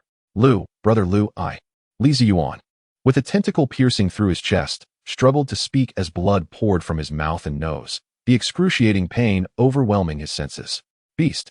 Lu Ying's eyes turned crimson as he lunged toward Li Ziyuan, but as the tentacle thrashed violently, Li Ziyuan's body was torn asunder, scattered across the floor. Taking advantage of Lu Ying's distraction while rescuing Lu Wei, the mutated biochemical entity launched a sudden attack with 4 tentacles at Li Ziyuan and Li Zhang. The two managed to evade the first tentacle, but another extended unexpectedly, striking from behind with lethal intent. The 2 tentacles pierced through their backs, emerging from their chests. As they quivered, a tremendous energy was unleashed, reducing both bodies to mere remnants. On the 11th floor, only Lu Ying and Lu Wei remained. This mutated biochemical entity transcended the 3rd phase of the Yaoguang realm, likely having reached the 4th phase of the Kaiyang realm. At that moment, Lu Ying and Lu Wei found themselves in a true deadlock. Desperately, Lu Ying summoned every ounce of energy within him and charged at the mutated entity once more. The experiment's eerie green pupils contracted, and its 2-meter-tall form vanished from sight. In the next moment, it had evaded Lu Ying's advance. The 2 severed scorpion tails had regrown, and 6 tentacles seemed to extend infinitely, relentlessly rushing toward Lu Ying. In his hands, Lu Ying's broken blade transformed into a flurry of afterimages. The clash of metal rang out, sparks flying as the hardened hooks of the scorpion tail collided with his weapon. Suddenly, 2 of the tentacles withdrew from the fray, extending again to strike from behind Lu Ying, while the remaining 4 encircled him, limiting his escape. "Watch your back," Lu Wei shouted, rushing forward in an attempt to shield Lu Ying from the impending strike. With a resounding thud, Lu Wei was flung aside by one of the tentacles, crashing against the wall. Fortunately, this attack lacked the ferocity of the previous one, delivering less force than before. A hardened scorpion tail pierced through Lu Ying's back, embedding itself in his muscles, yet it could not delve deeper. After 4 enhancements, Lu Ying's physical defenses were on par with this bioexperimental entity. Another tentacle aimed to strike at Lu Ying's neck, but in the next moment, he vanished from the encirclement of 6 appendages. Instantly, Lu Ying reappeared behind the mutated experiment, wielding a fractured blade engulfed in crimson flames, and struck down with all his might. The blade sunk into the left shoulder of the mutated entity, but it did not penetrate its entire form. A tremendous shockwave erupted from the back of the entity, propelling Lu Ying and the embedded blade away, creating a deep dent in a nearby container. Blood gushed from the grotesque wound on the entity's left shoulder, only to visibly regenerate almost immediately. However, its eerie green pupils dimmed slightly.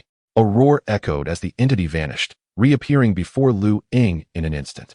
No, Lu Wei struggled to rise, attempting to rush forward, but was swiftly knocked aside by a tentacle. 10 powerful, claw-like, blood-red fingers pierced into Lu Ying's shoulders, causing blood to flow freely. Lu Wei shut her eyes in anguish, unable to bear the sight of Lu Ying. Gao Qi laughed heartily, then sighed, lamenting that the mutated entity was now uncontrollable. Otherwise, capturing Lu Ying alive would have been far more advantageous. Researchers nearby hastily documented the combat data of this formidable entity, which would be crucial for future experiments. They were solely focused on this powerful specimen, oblivious to the moment Lu Ying's pupils turned a vivid crimson after sustaining his injuries. Hee hee. At that moment, a sinister laughter resonated within the 11th floor chamber. In the next instant, Lu Ying, head bowed, slowly raised it, his crimson pupils fixating on the entity before him, which had opened its gaping maw. With a thunderous roar, Lu Ying erupted in a conflagration of scarlet blood flames, detonating like a bomb. The mutated entity was hurled backward, crashing violently against the wall. The explosive force created a 2-meter-high, half-meter-deep human-shaped indentation in the alloy wall behind it. 6 tentacles lay severed on the ground, writhing in agony. Lu Ying's garments had been completely obliterated in the explosion, including the specialized alloy blade in his grasp. Now, he stood engulfed in blood flames, his eyes a fierce red, a smile gracing his lips, presenting an exceedingly sinister visage. A fleeting scarlet afterimage darted past, and in the next moment, Lu Ying floated off the ground towards the entity embedded within the wall. He plunged his hands into the wall, extracting the battered experiment from its confines. The bioexperimental entity was now charred and blackened, its gaping maw a gruesome mess, with all its sharp teeth shattered. Most of the 6 tentacles had been obliterated, yet the entity's injuries were beginning to mend, albeit slowly. Evidently, this time the healing of the injuries proved to be far more arduous than before. Lu Ying wore a peculiar smile, gripping the left shoulder of the experimental subject with one hand while delivering a powerful punch with the other. Boom. A fist ablaze with blood flames pierced through the chest of the biochemical entity, emerging from its back. In the next instant, his right hand withdrew, extending palm first like a blade, plunging into the subject's neck. With a forceful tug, the cervical vertebrae, thick blood vessels, and strands of muscle were entirely extracted. The massive head of the biochemical entity, now severed from its cervical spine, hung precariously by mere scraps of flesh, helplessly drooping to the side. A crack echoed as the bones fractured. Lu Ying twisted and yanked the head down, supporting the still-breathing head of the biochemical entity. Lu Ying abruptly smashed it to the ground. With a resounding thud, the grotesque head shattered like a watermelon. The sound of cracking and crunching continued to resonate. Within less than a minute, the entire biochemical subject was torn to shreds by Lu Ying, who had now entered a frenzied state of slaughter. Witnessing this scene, Lu Wei felt a pang of physiological discomfort. Yet the successful annihilation of this despair-inducing entity by Lu Ying rekindled a flicker of hope within her. However, in the next moment, Lu Ying, enveloped in blood flames, appeared before Lu Wei in an instant, seizing her and holding her in front of him. Gazing at the sinister Lu Ying, a heavy dread settled in Lu Wei's heart. In that moment, Lu Ying seemed utterly foreign, his lips curled into an eerie smile. His crimson eyes fixated intently upon her.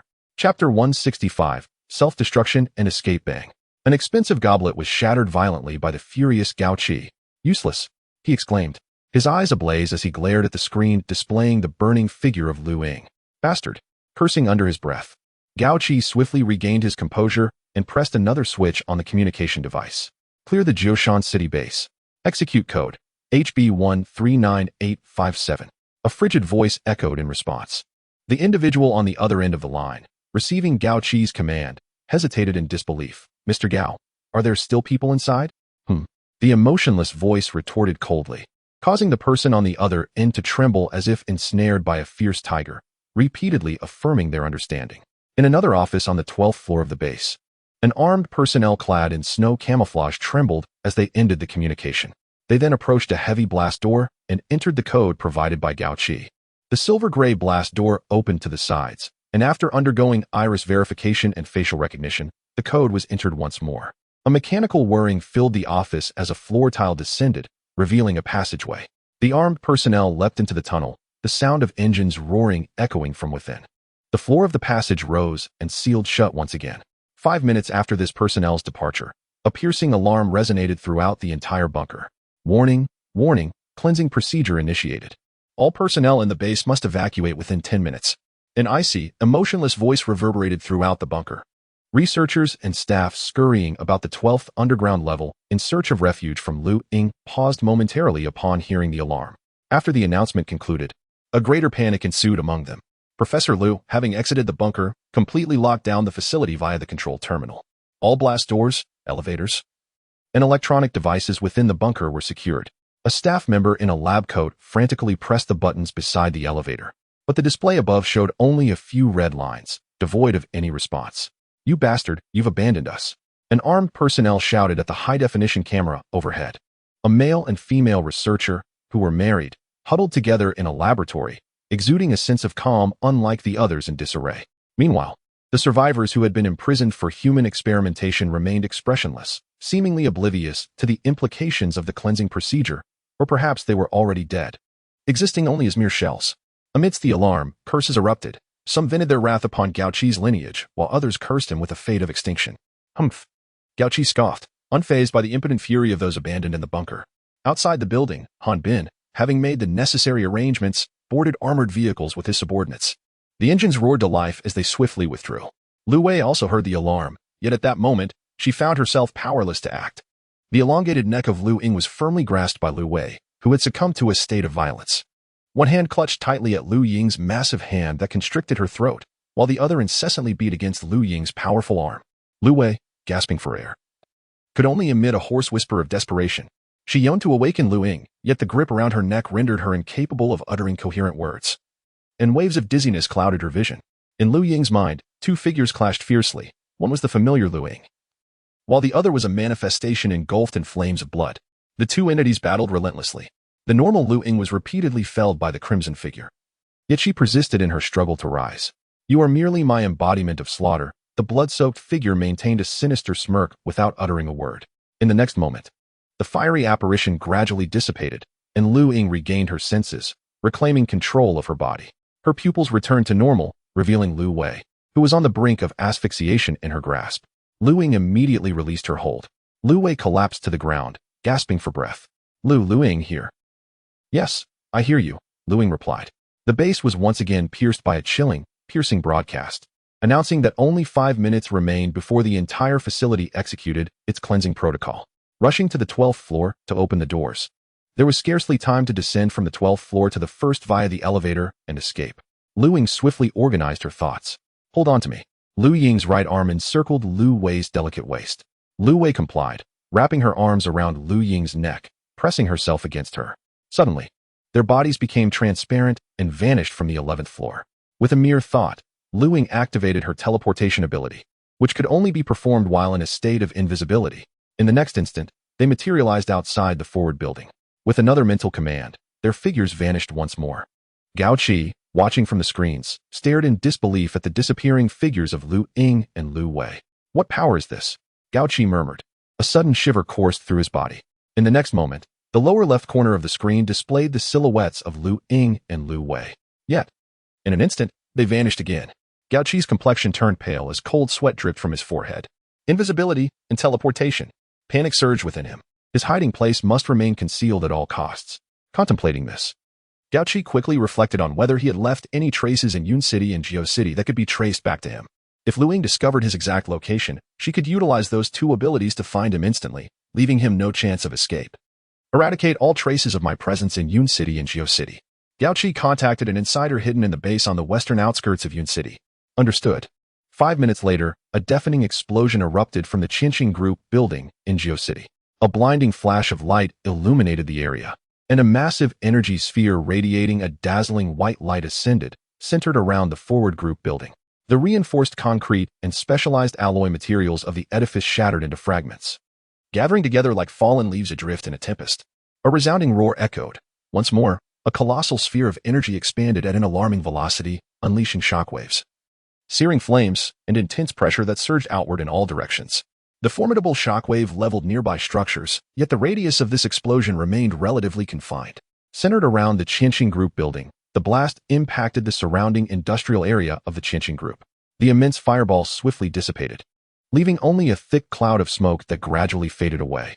The site of the Qinqing Group building was transformed into a desolate wasteland, with all evidence within the bunker completely obliterated, as if the malevolence had been shrouded in obscurity. Chapter 166. Restoration at the Jiushan base. The air was filled with the cacophony of gunfire and explosions. The entire compound was aglow with flames, billowing smoke rising skyward to form ominous columns of black and gray. The sounds of battle cries and desperate screams echoed throughout the base. The insurgents had overtaken the command center, coercing the base commander to issue a surrender order. However, none of the senior officials complied, leading to the insurgents executing the high-ranking officers. The only path left to seize control of the base was to eradicate all armed personnel within its confines.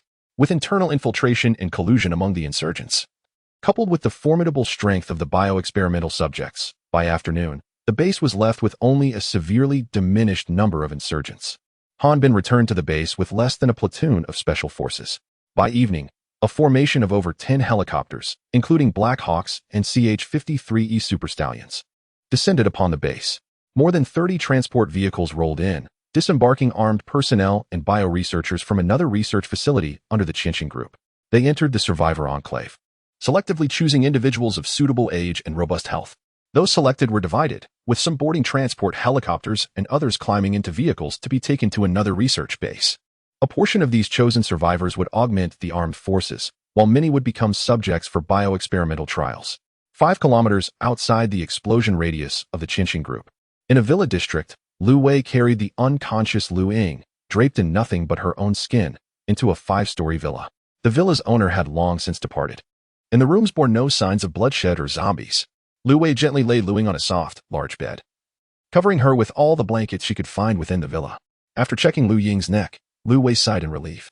Prior to the explosion at the Qinqing Group base, Lu Ying had repeatedly used her teleportation abilities to escape with Lu Wei. Following a fierce battle with a mutated bioexperimental subject, Lu Ying had exhausted all her energy, narrowly facilitating their escape from the blast zone. After the final teleportation, Lu Ying succumbed to unconsciousness due to her depleted energy and injuries. Once Lu Ying was settled, Lu Wei scoured the villa's kitchen for pots and pans, gathering a substantial amount of clean snow from outside. Upon returning, she barricaded every window on each floor with movable furniture and tables, drawing the curtains tightly. Having completed these tasks, she split a solid wooden chair from the dining room for firewood, using the spacious first floor to ignite a fire for boiling water. The villa's owner had evidently departed in a calm manner, leaving no signs of chaos. All necessary living items remained intact.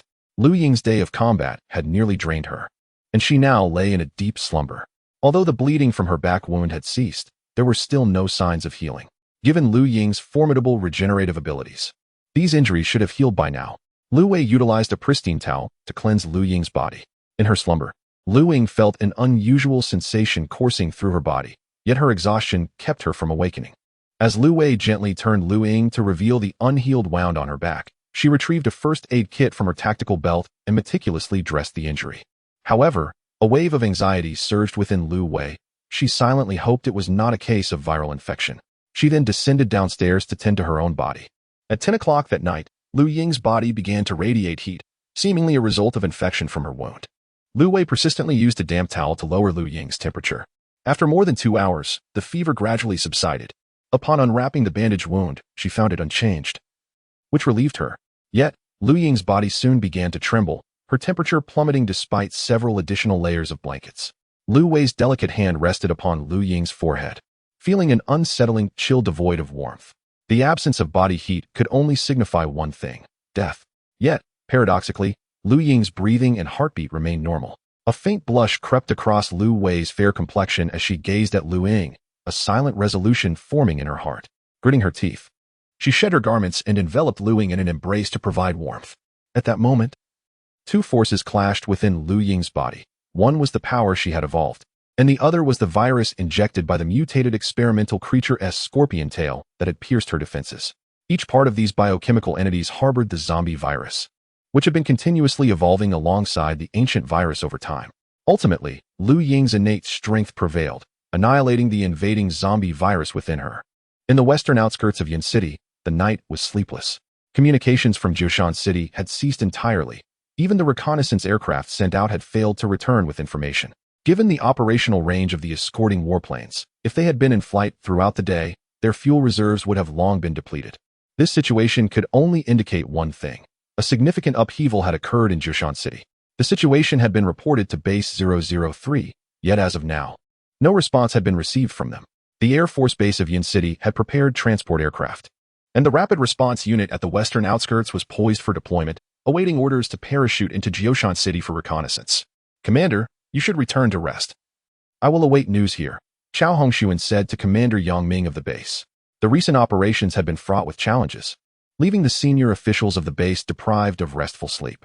With the sudden turmoil in Jiushan City, the atmosphere in the command center was tense, as everyone remained in place, awaiting developments. The following morning at 10, Lu Ying stirred awake, feeling remarkably refreshed and satisfied, her back wounds fully healed. Suddenly, she froze, sensing the softness and warmth surrounding her, her heart racing with fervor. Turning her somewhat stiff neck, Lu Ying glanced sideways. Lu Wei was still lost in slumber, her eyelashes fluttering gently, as if still ensnared in her dreams. Yet, a faint blush adorned her delicate face. Lu Ying's mind momentarily faltered. Just then, Lu Wei opened her eyes, her clear gaze locking with Lu Ying's. "Ah, you finally woke up." Lu Wei's voice was as soft as a whisper. Lu Ying nodded stiffly. "Are you healed? Are you hungry? Do you wish to eat me? What?" Lu Ying stared in disbelief at Lu Wei, whose face bore a mischievous smile. "Dream on. Turn around while I get dressed, and no peeking." Lu Ying dutifully turned away, not daring to glance back. Soon, the soft rustle of clothing reached her ears. Lu Wei's skin was as fair as snow, supple and smooth, her waist slender and delicate, her figure graceful. Unfortunately, Lu Wei was swift in her movements. The wardrobe of this villa still housed numerous winter garments. Lu Wei retrieved warm clothing and a long black overcoat that reached her knees. Once Lu Wei stepped out, Lu Ying took the opportunity to extract some intimate and warm attire from her space, donning the black coat. "What shall we do now?" Lu Wei asked softly. The sole survivors of the bunker were now just the two of them. The armed personnel that had appeared on the 11th level of the bunker had been confirmed as members of the special forces led by Han Bin after the battle concluded. They could not ascertain if the higher-ups at the Jiushan base had also turned traitorous like Han Bin. Returning to the Jiushan base was certainly out of the question. It was over 200 kilometers to Yun City. They needed to find a vehicle and sufficient fuel to drive back. The garage in this villa surely contained plenty of cars, but the snow outside was at least 2 meters thick and as hard as frozen earth. We should search the city. We ought to find something. Leaving the villa area, they oriented themselves. They were situated in the southern district of Jiushan, near the outskirts. Avoiding the explosion at the Qianqing group, they set off towards the city center. At the command center of the western outskirts of Yun City, a group of high-ranking officials, their eyes bloodshot, finally received orders from Base 003. Base 003 commanded Yun City to continue monitoring the Qianqing group base, while regarding the situation in Jiushan. They would dispatch ground and aerial forces to investigate. Base 003, located in the neighboring Yu province, was responsible for all military and political affairs in the 6 northwestern provinces, including its own. A complete army group was stationed in Yu province alone. The 6 northwestern provinces housed 3 army groups, and Base 003, which governed the largest area, also had internal security forces and military districts in 2 border provinces. Additionally, there were air forces and reserves. The entire force commanded by Base 003 exceeded 400,000.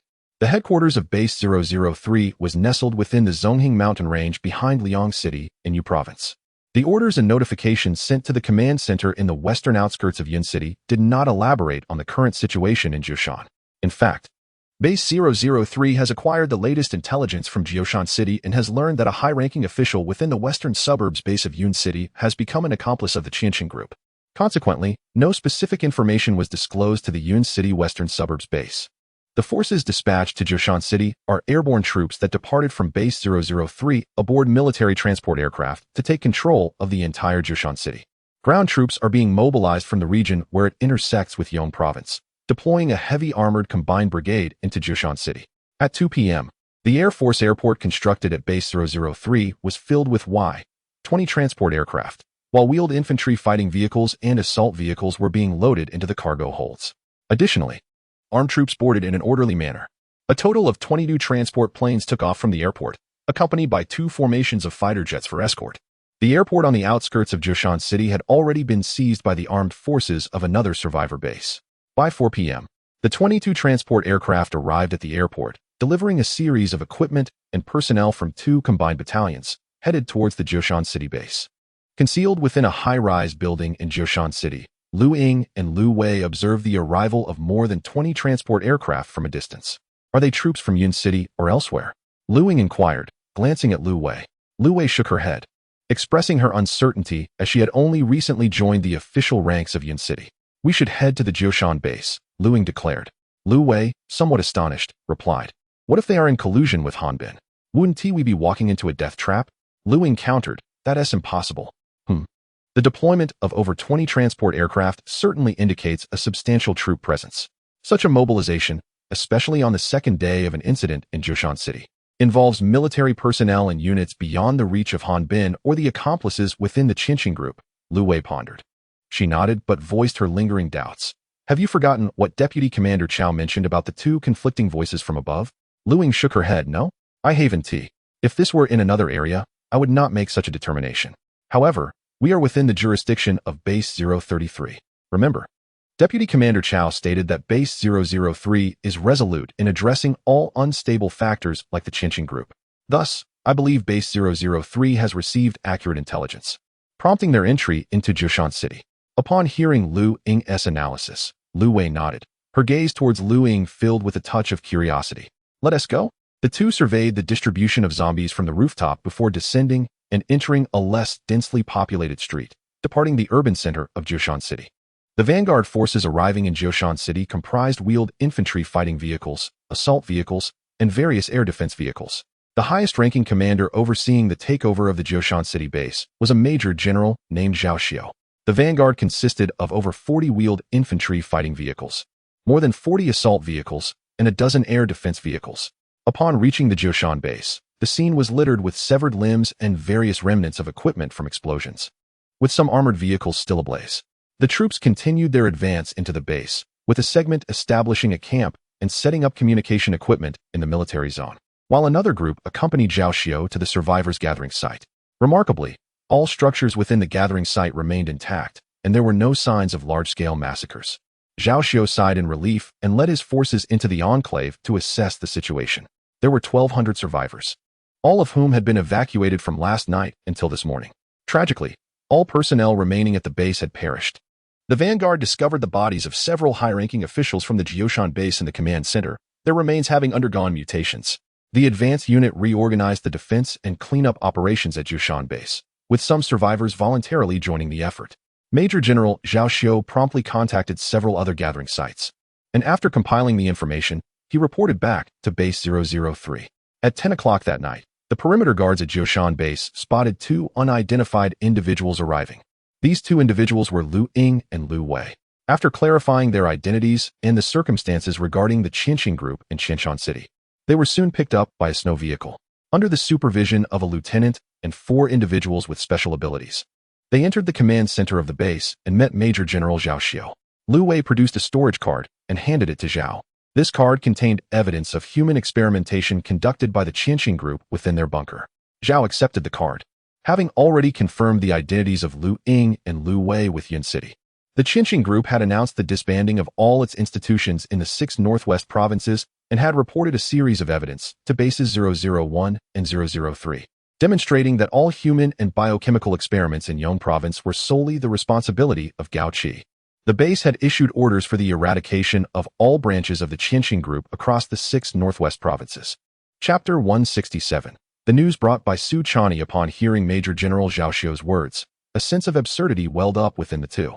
Could it truly be that the evidence obtained from this base would not affect the entire Qianxing group? In that moment, they recalled those who had sacrificed themselves within the bunker, as well as the 2 teams of supernatural beings belonging to Jioshan City.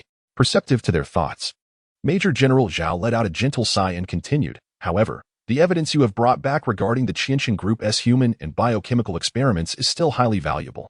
We will report this evidence from Base 003 to Base 1. They will certainly advocate for it. Moreover, after this large-scale operation across the 6 provinces of the Northwest, the Qianxing Group will cease to exist. You will be sent back to Yun City tomorrow, and this operation will commence in the northern outskirts of the Qianxing Group in Yun City. Lu Ying and Lu Wei returned to their temporary resting quarters and, the following morning, boarded a transport plane back to the western suburbs of Yun City. Lu Wei proceeded to the command center to meticulously report the details of this operation to Chao Hongshuan. Meanwhile, Base 003 issued an order to the Yun City authorities to eradicate the Qianxing Group's base in the northern suburbs. This operation would not require ground troops to enter the bunker. Instead, missile bases hidden within the deep mountains surrounding Yun City would launch DF-15C penetrating ballistic missiles to strike the bunker. After breaching the defenses, missiles would be employed to further dismantle the upper barriers, followed by the Air Force deploying heavy aerial bombs to obliterate the entire underground fortress. Upon arriving at the base, Lu Ying felt the gentle call of Su Chani resonating within him. Shortly thereafter, he independently drove a snow vehicle away from the base. Su Chani was located 7 kilometers away in the mountains. The snow vehicle came to a gradual halt as Lu Ying opened the door. From afar, a thick purple mist drifted down the mountainside, dispersing as it reached Lu Ying. There, standing before him in a luxurious pale purple gown, with fair and exquisite skin, was the graceful Su Chani, smiling softly. Master, Su Chani's delicate voice rang out. Lu Ying rolled his eyes. What is it? With a playful pout, Su Chani replied. How callous you are. Recently, there have been some unusual activities among the mutated creatures in Yun City and the surrounding mountains. What kind of unusual activities? Lu Ying inquired. Su Chani shook her head, her beautiful eyes looking somewhat aggrieved as she gazed at Lu Ying. I've been constantly on the move, without a stable place to stay. Not even a shelter. Oh, what are you trying to say? Lu Ying asked, puzzled. Doesn't the master have a sanctuary? Could you perhaps allow me to stay there as well? As soon as Su Chani uttered this, she felt an overwhelming aura of hostility enveloping her. Lu Ying's heart raced. Only Mr. Zhang and his family knew about his other sanctuary, and they would never divulge his secrets to anyone. How do you know about the other sanctuary? Lu Ying's tone turned icy, energy surging within him, prepared to eliminate Su Chani at a moment's notice. A shiver ran through Su Chani, clad in her purple gown, as she hastily replied, Master, I saw it in that spiritual mark. What else did you see? Lu Ying's gaze remained fixated on Su Chani's deep purple eyes. Su Chani shrank her neck and relayed everything she had witnessed to Lu Ying. Master, that's all I've seen. There is nothing more, Su Chani murmured. The information she provided, aside from Lu Ying's reincarnation, the spatial ring, and that mysterious book, consisted mainly of a few characters, locations, and simple relationships. They got into the car, and Lu Ying drove Su Chani back to the secluded shelter in the eastern suburbs. Having been away for so long, the temperature inside the shelter had steadily declined, yet it remained significantly warmer than the outside world. He reactivated the entire power system of the shelter, and one by one, the lights flickered to life. With a mere thought, Lu Ying retrieved 2 barrels of diesel from the spatial realm to fill the fuel tanks of the generators. Su Chani watched in astonishment as Lu Ying produced the barrels as if by magic, but a chill ran through her heart. With Lu Ying revealing such secrets before her, she understood that if she failed to navigate this situation carefully, she could very well be eliminated by him. Su Chani was acutely aware that if this secret were to leak, various human factions would undoubtedly covet Lu Ying's abilities. She pondered just how vast his spatial domain might be, and given that he could extract fuel from it, there were likely many other resources contained within. Returning to the room with Su Chani, Lu Ying removed his coat and began to boil water for tea. Su Chani stood quietly beside him, making no movements or utterances, merely observing Lu Ying's actions. The atmosphere in the room grew increasingly oppressive, and fine beads of sweat appeared on Su Chani's smooth forehead. Lu Ying could end her life with a mere thought, yet he did not pose any questions. After sipping a cup of hot tea and exhaling slowly, Lu Ying turned to Su Chani. Please sit down. From here on, cooperate with me. If I ascertain that you were truthful in your earlier statements, you may continue to live. However, if you have seen anything else. Su Chani promptly seated herself on the bed, nodding vigorously at Lu Ying. Master, I will cooperate. I absolutely spoke no lies. Lu Ying's eyes began to emit a crimson mist that enveloped Su Chani's deep violet irises. Her memories flashed before Lu Ying's eyes. Before being consumed and merged with the queen bee, Su Chani had been an emergency physician at a hospital in Yunqing. After the apocalypse struck, she awakened her psychic abilities and, prior to encountering Lu Ying, had fused with the mutated queen bee. After meeting Lu Ying, she had been subjected to his psychic control and had glimpsed fragments of his memories. Upon reviewing these memories, Lu Ying felt a wave of relief. Su Chani had indeed spoken the truth and had not seen anything concerning his reincarnation, the spatial realm, or that enigmatic book. Even the recollections of his resource gathering from the spatial realm had escaped her notice. Lu Ying had previously resolved that had Su Chani truly witnessed any of these matters, he would have eliminated her on the spot. His decision to reveal the secret of his spatial abilities was predicated on his power to determine Su Chani's fate with a mere thought. Now that these truths had been established, Lu Ying felt no inclination to strike her down, especially since her strength was, in fact, slightly superior to his own. In the future, one must continue to gather crystal cores to enhance their strength. With Su Chani's assistance, there is now a formidable ally to confront those troublesome mutated creatures and advanced zombies. As Su Chani's eyes gradually regained clarity, she saw Lu Ying still sipping tea, realizing that she could continue to live. Now let us discuss the unusual movements of those mutated beings. Su Chani sighed in relief and shared with Lu Ying all she had observed regarding the mutated creatures and her analysis. Most of the mutated beings currently remain within the mountains surrounding Yin City. In recent days, Su Chani ventured into the nearby mountains, seeking to hunt advanced mutated beings to collect crystal cores. A significant number of mutated creatures from the surrounding mountains are converging towards human gathering places, and I surmise that the mutated beings around Yin City will soon launch an assault on human settlements. Su Chani conveyed her analysis to Lu Ying. No one knows how many creatures inhabited the mountains before the apocalypse, but there were at least 1,000 species, among which many have undoubtedly undergone mutation. Lu Ying immediately recalled the swarm of mutated bats that had appeared in Yin City, where creatures from the ground, sky, and even underground simultaneously attacked human gathering spots. The mere thought of such a terrifying scene sent shivers down Lu Ying's spine. Just as Lu Ying pondered this, an uncontrollable surge of purple mist emanated from Su Chani. Upon regaining his senses, Lu Ying found himself surrounded by the purple haze, and in the next moment, this mist entered his body. Lu Ying felt an unbearable heat enveloping him, as desires within him intensified, and his body began to burn. At that moment, a soft moan escaped nearby, and Su Chani's gaze towards Lu Ying transformed into one of seductive allure. With every breath, a warm breath brushed against Lu Ying's ear, and a delicate, almost ethereal hand slipped beneath his clothing. Chapter 168. Special Abilities. At this moment, Lu Ying's mind was entirely consumed by desire as he embraced the delicate and fragile Su Chani. The sound of tearing fabric echoed through the air. Gazing at the enchanting figure of Su Chani, Lu Ying's rationality completely dissolved. With one hand, he lifted her slender arms and pressed them above her head, ferociously tearing at the already thin purple gown she wore like a beast. As he leaned closer to her neck, inhaling her intoxicating fragrance, he felt her pale, slender waist tense slightly. Su Chani's skin was exquisite, a delicate shade of white tinged with pink, elastic and devoid of excess. The purple mist emanating from her became increasingly dense, enveloping the entire room in a thick haze. Su Chani felt as if she had been struck by an arrow, a piercing pain coursing through her heart, and she couldn't help but let out a cry. Clutching a soft pillow tightly, Su Chani stared at the shadows of the two reflected against the wall, her sensuous, full red lips biting down on the corner of the pillow, while her beautiful purple eyes glistened with tears that streamed down her cheeks. On the tea table, the hot water in the transparent glass kettle was continuously boiling, having been heated for a considerable time. Finally, at a certain moment, the boiling water began to overflow, and the electromagnetic stove beneath the kettle emitted a sizzling sound. As night deepened, Lu Ying placed the unconscious Su Chani onto a chair, retrieving a mattress, blanket, and pillow from his space, while putting the original items back.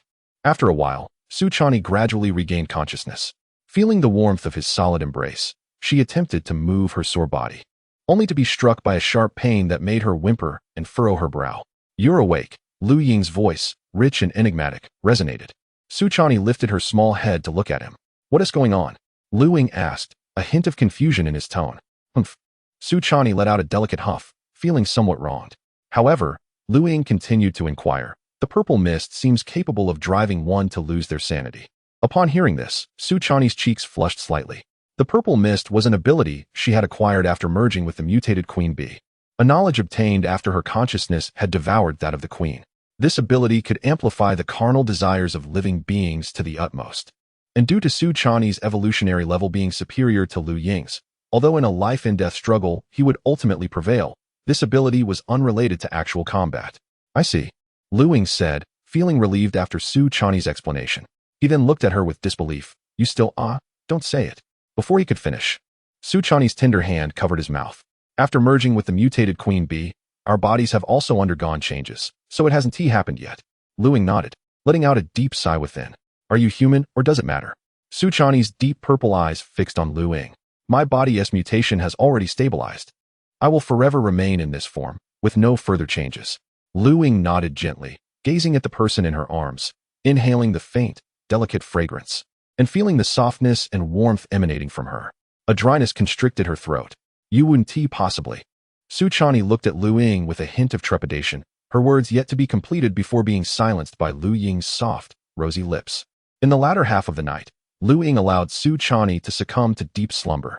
Su Chani curled herself up, hesitant to move even slightly, as each motion brought forth excruciating pain. At 11 o'clock the following noon, Lu Ying awoke, a smile gracing her lips, and continued to stir until past 1 o'clock. However, being a Stage 3 evolver, Su Chani possessed remarkable recuperative abilities. Lu Ying guided her through the entirety of the tunnel, teaching her how to start and switch the diesel engine. They then ventured to the plant cultivation room within the tunnel, where Su Chani's eyes brightened. Before the onset of the apocalypse, she had always been fond of flowers and greenery. Here, Lu Ying had not only vegetables but also an array of green plants and flower seeds. Upon exiting the tunnel, Lu Ying entrusted the key to the explosion-proof door to Su Chani. This great door can now only be closed via a mechanical device, as the electronic mechanism has been destroyed. "I have left you enough fuel and supplies for a month. The situation with the Qianxing group is not yet resolved. I must locate Gao Qi to clarify certain matters," Lu Ying instructed. "When will you return?" Su Chani inquired, looking at Lu Ying. Lu Ying pinched her small face playfully. "If there are no operations, I will come back every 2 days." Then, leaning close to Su Chani's ear, she whispered, "Of course, I could return every day as well." Su Chani's cheeks flushed, and she thought of the day's wildness as she hurried back into the tunnel. Upon returning to the western suburbs base, Lu Ying promptly relayed everything she had seen and speculated about the mountainous regions surrounding Yun City to Chao Hongxuan. Within 10 minutes, senior officials gathered at the base command center. "So, are we likely to face an attack from mutated creatures soon?" Another deputy commander fixed an intense gaze on Lu Ying. Sitting opposite, Lu Ying nodded. To gather us all here based on an unidentified mutated creature. Don't you find that somewhat absurd, Deputy Commander Chao?" Another deputy commander turned his head with a scowl towards Major General Chao Hongxuan. Lu Ying raised an eyebrow, momentarily bewildered by the opposing deputy commander's reaction. Precisely because of this news regarding mutated creatures, we must treat it with utmost seriousness. I propose we immediately initiate surveillance and exploration of all surrounding mountains in Ying City, while also consolidating our troops for defense, Chao Hongxuan firmly stated, glaring at the other deputy commander. What about the eradication of the Qinxin group? The two objectives are not mutually exclusive. This operation will primarily involve missile units and the Air Force, and we can send at most one battalion to wrap things up. The base commander, Major General Yang Ming, spoke slowly. Proceed with the eradication of the Qinxin group as planned. We must regard the potential threat of mutated creatures with great vigilance. After the meeting concluded, Deputy Commander Chao, you will oversee the investigation and monitoring of the mountains surrounding Ying City. Understood. Major General Chao Hongxuan and another deputy commander responded simultaneously. As the meeting dispersed, Chao Hongxuan retained Lu Ying, and once everyone had exited, he quietly remarked, Little Lu, prepare yourself in the coming days. Base 003 is currently tracing the specific whereabouts of Gao Qi. It will be you who leads the team to retrieve him. What do you say? Will you accept this mission? Lu Ying was somewhat taken aback. Why would I be assigned to lead the team? Chao, the deputy commander, nodded, clearly anticipating her inquiry. Because your strength is formidable. The mutated biochemical entities you encountered in Jiushan City may very well be present when we locate Gao Qi's hiding place. Hence, it is imperative that we send an ability user capable of confronting such entities.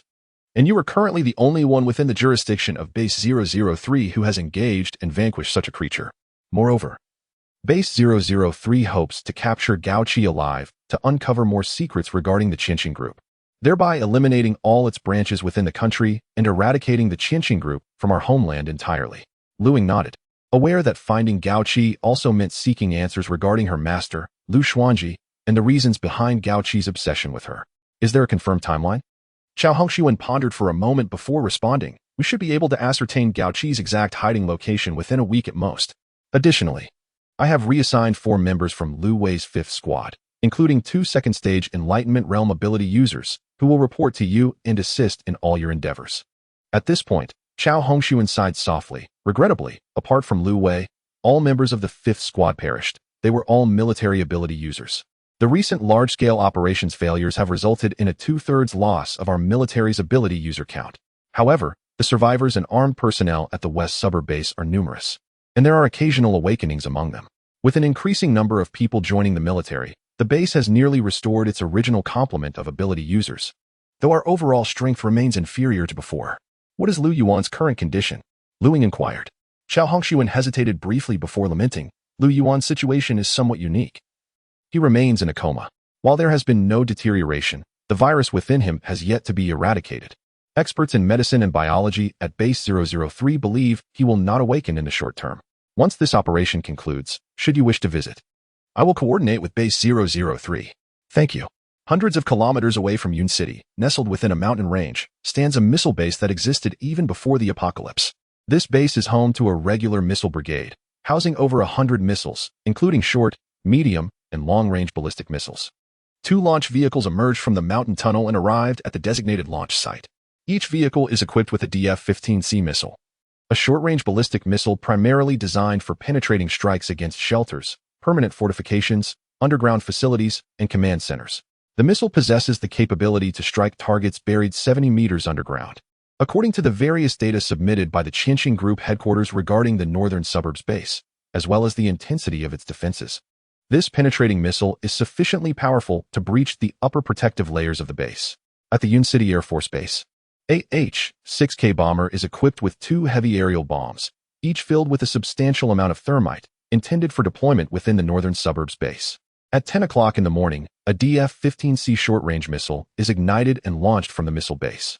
A massive white missile, approximately 10 meters long, ascends into the sky, its tail emitting a fierce flame. The missile hurtles towards the Qinxin Group's northern suburbs base, while the remaining biological researchers and armed personnel within the base remain blissfully unaware of the impending calamity. The armed forces continue their training and duties methodically, collaborating with research staff on biological studies. The survivors captured within the base have long been exhausted, but since Professor Miao and Professor Ding were relocated by Gao Qi, The base received new orders to persist in their current research without capturing additional survivors for experimentation, rendering the entire facility in a state of complete lockdown. In the underground city of Qinxing Group headquarters, the short-haired and competent Luo Yu sits in her office, her delicate features etched with fury. Just recently, the group convened a board meeting, announcing decisions regarding Luo Yu's position. The Northwest region, for which she was responsible, has been abandoned by the Qinxing Group headquarters, resulting in her dismissal as the regional executive. During the board meeting, those directors who had previously expressed dissatisfaction with her role seized the opportunity to place the blame for the betrayal of the Northwest region and Gao Qi squarely on Luo Yu, accusing her of excessive interference in regional affairs that led to the current predicament. Consequently, the directors demanded her removal. Within the Qinxing Group, the term removal signifies death or obliteration. Fortunately, an elder supporting Luo Yu stood up against the majority, preventing her execution as demanded by the directors. However, the ultimate outcome was her dismissal from the position of regional executive and her reassignment to a separate underground research base, independent of the provincial regions, where she would serve as the highest authority accountable solely to the 12 elders.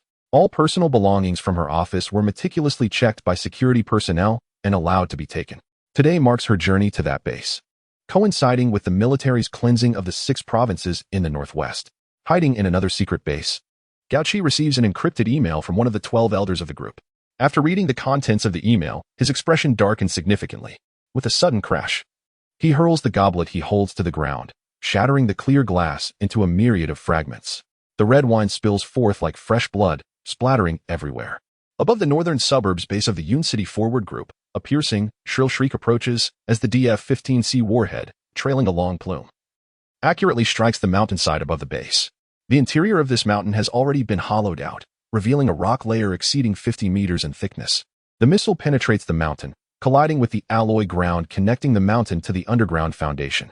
A thunderous roar echoed, followed by a deep, ominous sound as the warhead of a missile detonated, creating a gaping hole in the alloy floor at the junction.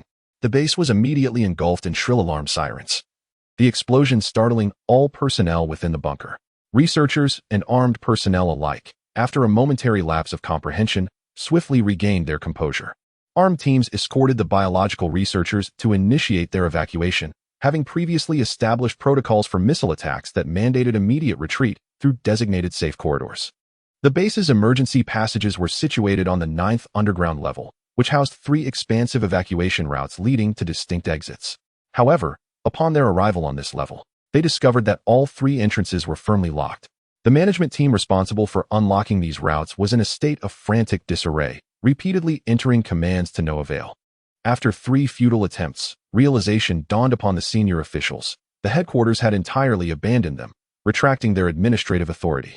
Within 10 minutes, another subterranean missile struck the bunker through the previously breached passage. This time, the warhead penetrated the entirety of the structure, resulting in an explosion at the lowest level. Those unable to escape were violently torn apart by the intense heat, pressure, and shockwaves, as if the bunker and its vicinity had experienced a seismic upheaval of 6 or 7 magnitudes. Above, a bomber opened its munitions bay. 2 precision-guided heavy bombs were released in succession. Accompanied by a piercing whistle, the bombs, laden with a substantial quantity of thermite, cascaded into the base through the shattered corridor. Following a ferocious explosion, the bunker became inundated with thermite, igniting the alloy materials and facilities within at temperatures exceeding 1,000 degrees. Most individuals and the biochemically engineered specimens met their demise in the preceding explosions. The fortunate survivors did not escape the inferno, succumbing to the searing flames. From a distance, the mountain above the bunker belched forth thick plumes of smoke. As Ying returned to the western suburban bunker, he was immediately enveloped by 2 figures grasping his arms. Glancing left and right, astonishment washed over his face. He was flanked by 2 identical Zhang Jinshus. Chapter 169. The splitting ability of Zhang Jinshu Xiao Luzi. You have finally returned. The jubilant voice of Zhang Jinshu echoed from both sides. Feeling the softness and warmth of the arms around him, Ying glanced left and right, momentarily at a loss for words. The 2 Zhang Jinshus dragged Ying back onto the sofa, both staring intently at him from either side. What is happening? Ying asked, bewildered. Xiao Luzi, can you guess which one of us is the real me? The 2 Zhang Jinshus mischievously inquired, winking in unison at Ying. Looking closely, Ying noted that their appearances and attire were identical, Even the length and position of the stray strands of hair on their smooth foreheads were the same. After pondering for a moment, Lu Ying uncertainly suggested, "The one on the left?" "Wrong. That's not it," they replied. "Could it be the one on the right?" "Oh dear. How foolish." At that moment, another voice emerged from the room. Simultaneously, the door creaked open. Dressed in a flowing, pristine white gown, another Zhang Jinshu emerged from the room. "What on earth?" "Another one," Lu Ying exclaimed as the Zhang Jinshu from the room snapped her fingers. With a pop, the two Zhang Jinshus who had been hugging Lu Ying vanished like bubbles. "Xiao Xianzhu, is this your new ability?" Lu Ying asked, his heart filled with excitement. Zhang Jinshu nodded eagerly, her large, pleading eyes fixed on Lu Ying as she earnestly asked, "So, what do you think? Isn't this ability remarkable?" Lu Ying contemplated for a moment. "The ability to create clones?" "Yes," she confirmed. "At present, I can create a maximum of 2 clones at once. And they lack independent consciousness, only able to act according to the commands I give them. They can act independently, but not beyond a kilometer from my original self. Within that range, they can move freely, and I can control all clones at any time, sharing their senses. Moreover, the abilities of the clones are closely tied to my own. Whatever I can do, they can too, and vice versa. Oh, and by the way, their existence is currently limited to 1 hour. If they engage in vigorous activity, that time decreases. I estimate that as my strength increases, I will be able to sustain them for longer durations and create more clones." Lu Ying nodded, recognizing that Zhang Jinshu had just awakened her abilities. Currently at the initial stage of the hidden essence realm, all abilities awakened by humans are not particularly potent in the early stages, but with continued evolution, they can grow stronger. At a glance, Zhang Jinshu's splitting ability did not seem formidable, yet if the clones could operate at greater distances for extended periods, coupled with a well-planned enhancement strategy for Zhang Jinshu, she could be transformed into a formidable combatant. One day, when Zhang Jinshu faced adversaries, it would be astonishing if 2, or even 20 or more, Zhang Jinshu suddenly appeared. Imagining such a scene made Lu Ying feel a twinge of envy. If this extraordinary ability were in my possession, I could have easily penetrated the defenses of the Jiushan base single-handedly. Lu Ying gently tousled Zhang Jinshu's small head, exclaiming, "Little Xian Pig, your powers are formidable." Zhang Jinshu's face lit up with joy, before he added, "By the way, little Lu, aside from this ability, I believe I have awakened another power. But it can only be unleashed in dire situations, and it comes with significant side effects. I'm still uncertain of its full manifestation." Lu Ying gazed at Zhang Jinshu, her heart swelling with delight. She had not anticipated that Zhang Jinshu would awaken a power akin to her own ability to unleash chaos in desperate circumstances. Although the specifics of this new power remained unclear, Lu Ying was confident it possessed immense strength. In her previous encounters with life-threatening crises, it was precisely the surge of energy in desperate moments that enabled her to subdue Su Chani and vanquish that mutated bioexperimental creature. "Little Xian Pig, from this day forth, you must dedicate yourself to mastering combat skills," Lu Ying declared earnestly. Zhang Jinshu nodded resolutely. After the harrowing experience of being hunted by Mr. Jiang and his cohort, Zhang Jinshu had made a firm resolution to grow stronger so as not to become a burden to Lu Ying. During this period, Lu Ying had refrained from taking her on missions due to the inherent dangers, and while she understood his concerns for her safety, Zhang Jinshu longed to assist Lu Ying. "By the way, where are Uncle Zhang and Aunt Lin?" Zhang Jinshu inquired softly, her cheeks flushing slightly. "I haven't seen them since you entered the room. Ordinarily, they would have come out to greet you." "Oh, they've moved next door. This house is now ours," she replied. "Is that so?" Lu Ying raised an eyebrow. "When I return, I shall pay Uncle Zhang a visit." Upon entering the adjacent room, they found Mr. Zhang engrossed in a book in the tea room. "Little Lu, come and sit." "Uncle Zhang, there may soon be mutated creatures attacking the settlement. We need to consolidate personnel and secure the shelter. Maintaining daily communication with the West Suburb base." Lu Ying conveyed the information she had gathered. "Understood," Mr. Zhang replied, his demeanor turning serious. Fully aware of the threats posed by mutated creatures, Lu Ying had previously informed him of the military's heavy losses due to these entities. After a brief discussion, Lu Ying returned to her room, where Zhang Jinshu awaited her on the sofa. Opening the backpack she had brought back, Lu Ying reached inside and, with a thought, summoned a plethora of crystal cores to materialize within. She extracted over 100 ordinary zombie crystal cores and handed the entire backpack to Zhang Jinshu. "There are more than 100 cores here. Let us utilize them for further evolution." "All right, what should I do?" Zhang Jinshu inquired. "Swallow them one by one. These cores have been disinfected and cleaned. I will stay here with you," Lu Ying instructed. Zhang Jinshu picked up a jade green crystal core. her expression unwavering as she placed it into her mouth, swallowing it after a moment's hesitation. Soon, waves of energy surged through her limbs, augmenting her powers. As the afternoon wore on, Zhang Jinshu had consumed over 70 crystal nuclei, yet there was no sign of further evolution. By 6 o'clock, having ingested the entire package, he still showed no indication of advancement. Lu Ying was utterly astonished by conventional wisdom. An individual of the first stage of human abilities typically required only 30 to 50 nuclei to progress. Failure to evolve would usually result in varying degrees of harm. At that moment, Zhang Jinshu exhibited neither signs of failure nor success in his evolution. What could this mean? Lu Ying pondered in confusion. When Zhang Jinshu finally opened his eyes, Lu Ying swiftly inquired, "How do you feel?" Zhang Jinshu, appearing somewhat dazed, replied, "I feel as though something is amiss. This sensation has lingered since I ingested the 100th nucleus. The energy from the nuclei consumed thereafter merely accumulates within my body." Upon hearing this, Lu Ying's mind sparked with realization. Could it be that a higher stage of crystal nucleus was required? Contemplating this, Lu Ying reached into his pocket and produced a first-stage evolved zombie crystal nucleus, offering it to Zhang Jinshu. "Try this." The nucleus was more translucent, and Zhang Jinshu recognized it as an evolved zombie crystal nucleus, one he had previously helped Lu Ying gather. He accepted it and swallowed it whole. Moments later, a look of delight spread across his face. "Little Lu, this is it. The missing element is the energy from this type of nucleus. I believe I need to consume a few more." Lu Ying then retrieved 15 first-stage evolved zombie nuclei from his chest pocket and handed them to Zhang Jinshu. "Wow, little Lu, you carry so many nuclei with you? Of course, these are all from our recent outing." As Zhang Jinshu consumed 9 of the first-stage nuclei, he suddenly fell back heavily onto the sofa. Lu Ying chose not to disturb him, recognizing that Zhang Jinshu might be undergoing evolution, an experience that varies among human abilities. Lu Ying himself had endured extreme pain before feeling a wave of euphoria. Some individuals remain in a state of exhilaration, while others faint outright. Zhang Jinshu likely belonged to the latter category. As time passed, beads of perspiration began to form on Zhang Jinshu's skin, gradually soaking through her loose, delicate dress, which clung to her form. Lu Ying's eyes widened in astonishment. Her transformation was even more remarkable than Su Chani's. Chapter 170. Zhang Jinshu's advancement upon contemplating this. Lu Ying pinched her own thigh, a sharp gasp escaping her lips as her consciousness regained clarity. The lingering effects of Su Chani's extraordinary ability still persisted. After more than an hour, Zhang Jinshu gradually awakened. At that moment, she appeared utterly drained, weakly leaning against the sofa. "Wow, Luzi, I never anticipated evolution to be so exhilarating." Lu Ying rolled her eyes, recalling the agony she endured during her own transformations. Truly, comparisons could evoke envy.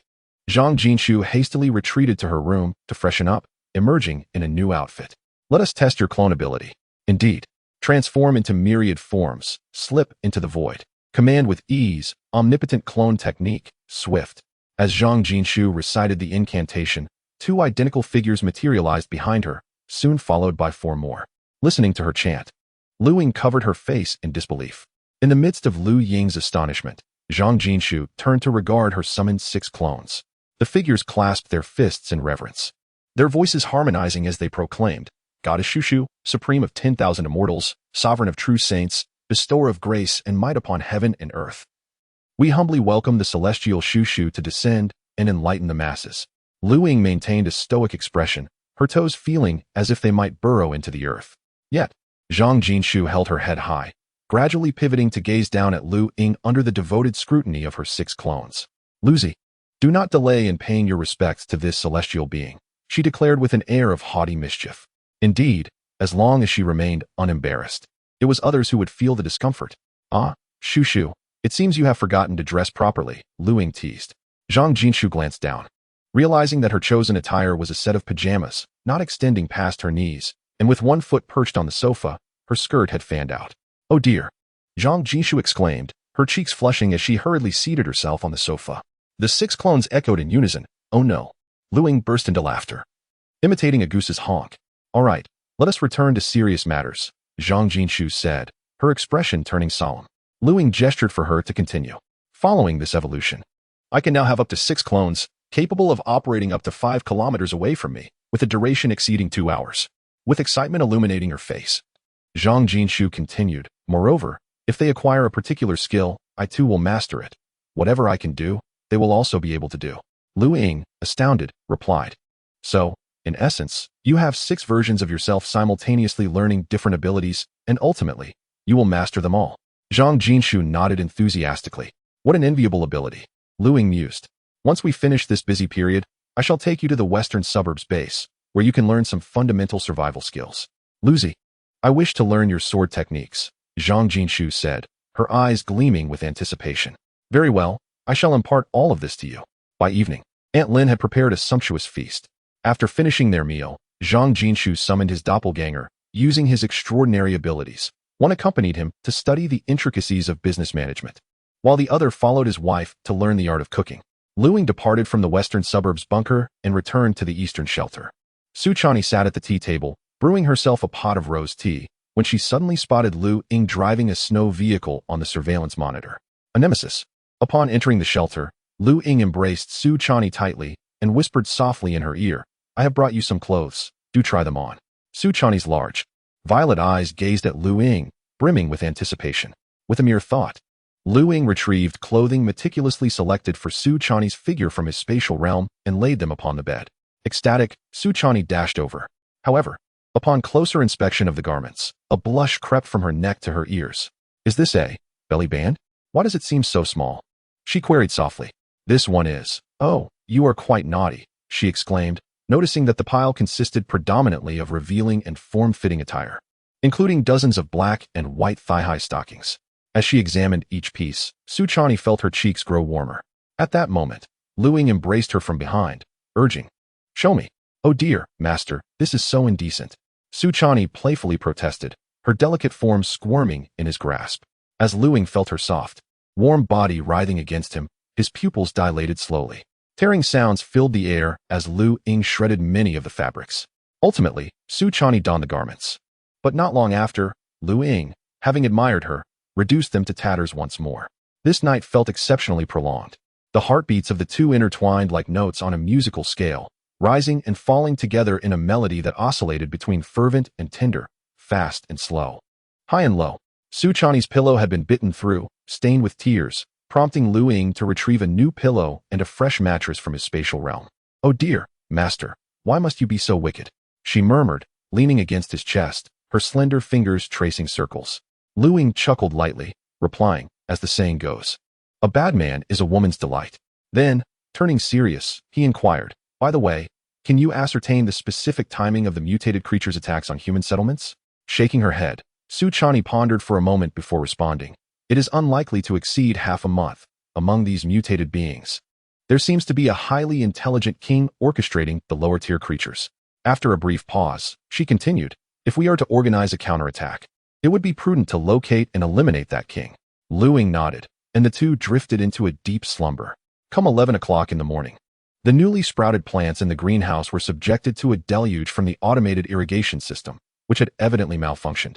As the tender shoots endured a tempest akin to a torrential storm, after a considerable time, the irrigation system finally ceased its operation. However, the greenhouse was left with water stains everywhere. Su Chani prepared 4 homely dishes in the kitchen.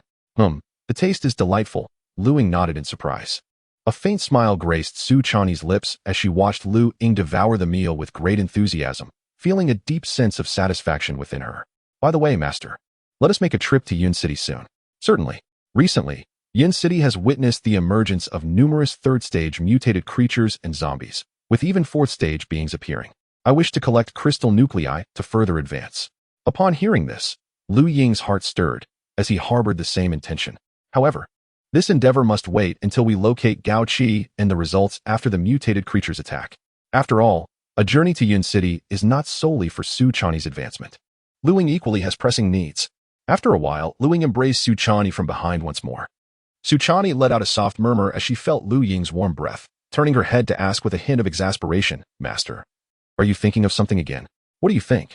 Chapter 171, The Frantic Modification of Firearms After More Than 2 Hours. Lu Ying drove away from the eastern outskirts shelter in a snowmobile. By 4 o'clock in the afternoon, he arrived at the western suburbs base, where a lieutenant escorted him to the research center located in the rear mountains. This time, the Weapon Research Center had developed several new models of the 14.5mm caliber sniper rifles, boasting significantly greater strength than the previous 5 crafted. Within the research center, there existed a vast space specifically designed for testing various newly developed weapons. A sniper rifle, nearly 2 meters long and appearing quite substantial, lay upon the testing table. Lu Ying picked up the sniper rifle, which weighed over 30 kilograms. The entire weapon was constructed from a special metal, with the barrel and chamber reinforced with a thickened, unique material. Given that those with supernatural abilities possessed physiques far superior to ordinary individuals, the design of this weapon disregarded the practicality of maneuverability for a user handling a 30-kilogram sniper rifle. It was, after all, not intended for the average person. This weight posed no challenge to Lu Ying whatsoever. At that moment, a researcher opened a metal box containing 10 completely black 14.5mm armor-piercing rounds. These projectiles were crafted from a special material, offering strength that surpassed the tungsten alloy armor-piercing rounds Lu Ying had previously utilized. Donning white gloves, the researcher handed one bullet to Lu Ying before departing with the ammunition box and the rest of the personnel. The testing area was a long, straight underground corridor exceeding 1 kilometer in length. At a distance of 1 kilometer stood a segment of armor made from the same material as the exterior of a main battle tank, with a thickness of 30 centimeters. Lu Ying loaded the specially designed armor-piercing round into the chamber, aimed at the armor plate 1,000 meters away, and steadied his breath, gently squeezing the trigger. Bang! A dull thud reverberated through the air. The bullet, trailing a crimson plume, produced a sonic boom as it struck the test material. Boom! A resounding explosion echoed, as the bullet penetrated the 30-centimeter thick armor as effortlessly as slicing through tofu. Remarkably, Lu Ying expended only 10% of his energy in this endeavor. He swiftly examined the rifle and barrel, finding no signs of deformation or cracking. Outside, 3 researchers hurriedly approached the test material, carrying folders and various testing instruments. At the center of the sizable armor plate, a gaping hole with a diameter of 10 centimeters had been created. After recording the data, the researcher carrying the ammunition box handed it to Lu Ying. Once everyone had exited, he chambered another round and activated the trigger once more. Bang! Reloading another bullet. Lu Ying continued to pull the trigger. Bang! Bang! The dull sound echoed repeatedly within the testing chamber. Lu Ying had already fired the 5th round. After the 5th round, 3 fine cracks appeared in the rifle's barrel. As he loaded another bullet, the staff replaced the previous armor plate with another, 1 meter thick. Seizing the moment, Lu Ying swiftly consumed several crystal cores to replenish the energy he had expended. This time, he utilized 70% of his internal energy. As a resounding and thunderous sound erupted, Lu Ying's sniper rifle shattered into fragments, and the armor-piercing round within swiftly discharged, producing a piercing sonic boom due to its incredible velocity. A tremendous explosion resonated, and at a distance of 1,000 meters, a 1-meter-thick armor alloy was effortlessly penetrated. A searing flame erupted from the reverse side of the armor. With a sharp intake of breath, Lu Ying heard the door swing open, followed by the astonished voices of several researchers. Goodness, this material is akin to the external armor used on main battle tanks, and its thickness matches that of the frontal armor of such tanks. A single shot could perforate this material. Indeed, the extraordinary abilities of high-tier enhanced ability users are truly eye-opening. After the researchers meticulously recorded all data, they presented another box. Inside lay a firearm reminiscent of the 191 precision rifle, albeit with a larger caliber. The researchers removed the assault rifle from the box and handed it to Lu Ying. Mr. Lu, this assault rifle has a caliber of 12.7 millimeters, inspired by our northern neighbor's ESH-12 model. The original firearms ammunition was designed with a reduced powder load. However, considering the increasingly robust defensive capabilities of evolved zombies and mutated creatures, we re-engineered a 12.7mm assault rifle based on that model. Lu Ying was taken aback, genuinely surprised that such a caliber of assault rifle could be produced. The length of the rifle was shorter than that of a 12.7mm heavy machine gun, yet it was considerably heavier. The overall design still adhered to the 191 assault rifle's aesthetics, utilizing a 20-round magazine. The bullets were also shortened, but we altered the type and ratio of the gunpowder. Although the dimensions of the bullets do not match standard 12.7mm ammunition, their power is not inferior to standard rounds. Nodding in agreement, Lu Ying surmised that this rifle was likely tailored for ability users as well. While ensuring its firepower, the recoil would undoubtedly be substantial. He accepted a magazine and, once the others had departed, switched the safety to the automatic mode. Bang, bang, bang. The dull sound of continuous firing resonated, the muzzle belching forth a torrent of flames. Round after round of 12.7mm ammunition was unleashed, creating numerous indentations in the armor material before him. After completing his testing, Lu Ying returned to his quarters in the base, satisfied, with 514. 5mm sniper rifles and 512. 7mm 191G assault rifles. He left 2 rifles in his room, storing the rest in his spatial compartment. Upon returning to the Firearms Research Institute, Lu Ying requested 500 rounds of 14. 5mm special ammunition and 2,000 rounds of the improved 12.7mm rifle ammunition. The Institute also provided him with 2 specially forged alloy Yinling knives and 2 daggers. With his firepower adequately replenished, Lu Ying returned to the western suburbs base, imparting his knowledge of swordsmanship to Zhang Jinshu. By 7 p.m., he made his way back to the eastern suburbs shelter once more. For 4 consecutive days, the rhythm of life remained unchanged, yet fortunately, Lu Ying's physique had been sufficiently strengthened to endure it all. However, Suchani had recently begun to feel a sense of trepidation. On the 5th day, she wept for an extended period, continually lamenting her pain. Yet Lu Ying was aware that her evolutionary level surpassed his own, and thus he felt no pity. In the afternoon, upon returning to the suburban base, Zhao Hongxuan informed Lu Ying that Gao Qi's location had been discovered. We shall depart tomorrow afternoon via a private aircraft, with operations commencing in the dead of night, Zhao Hongxuan stated gravely. Chapter 172. The hiding place of Gao Qi. Where exactly is Gao Qi's location? Lu Ying inquired. Zhao Hongxuan shook his head. I cannot disclose that before the operation begins. There is a traitor in the base. This time, we will catch them all. Lu Ying nodded. Recalling the intelligence provided by Su Chan regarding the mutated creatures in Yun City, uncertain whether the base had arranged for an investigation. Deputy Commander, what is the progress of the investigation regarding the mutated creatures' movements near Jushan City? Currently, no significant gatherings of mutated creatures have been discovered. Should any be found, the base will deploy air force or missile units to strike against them. Since Lu Ying provided this information, the base had formed an investigative team, utilizing reconnaissance helicopters and drones to monitor the surrounding mountains of Yun City around the clock. However, during this period, only a few low-level mutated creatures had been identified and swiftly eradicated. Lu Ying acknowledged that this matter could only be reported to the base for preemptive measures. Upon leaving the command center, Lu Ying sought out Lu Wei. This operation would once again see Lu Wei's team collaborating with Lu Ying. The team members had been replenished with 4 new recruits, 2 second-stage ability users, and 2 first-stage ability users. Ah, is that Mr. Lu? After vanishing for so long, have you finally remembered you have a team? Upon seeing Lu Wei, a playful voice echoed in Lu Ying's ear, tinged with a hint of emotion. Lu Ying smiled broadly. Well, there have been too many matters to attend to lately, and I may have neglected a certain lady. I'm here to keep you company now. With that, Lu Ying stepped forward, intending to wrap Lu Wei in a warm embrace.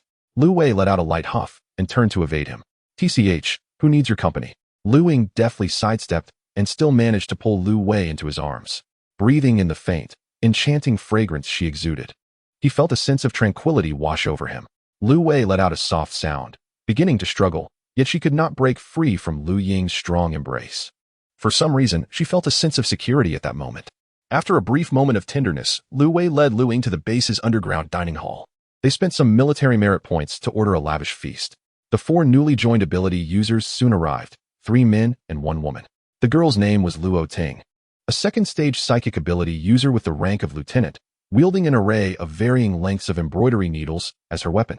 Luo Ting possessed fair skin and beauty, with shallow dimples appearing when she smiled, her face embodying the essence of a classic Eastern beauty. What caught the eye most was that although she wore a standard camouflage combat uniform, she draped a broad, blood-red cloak over her shoulders, enveloping her entirely with ample fabric.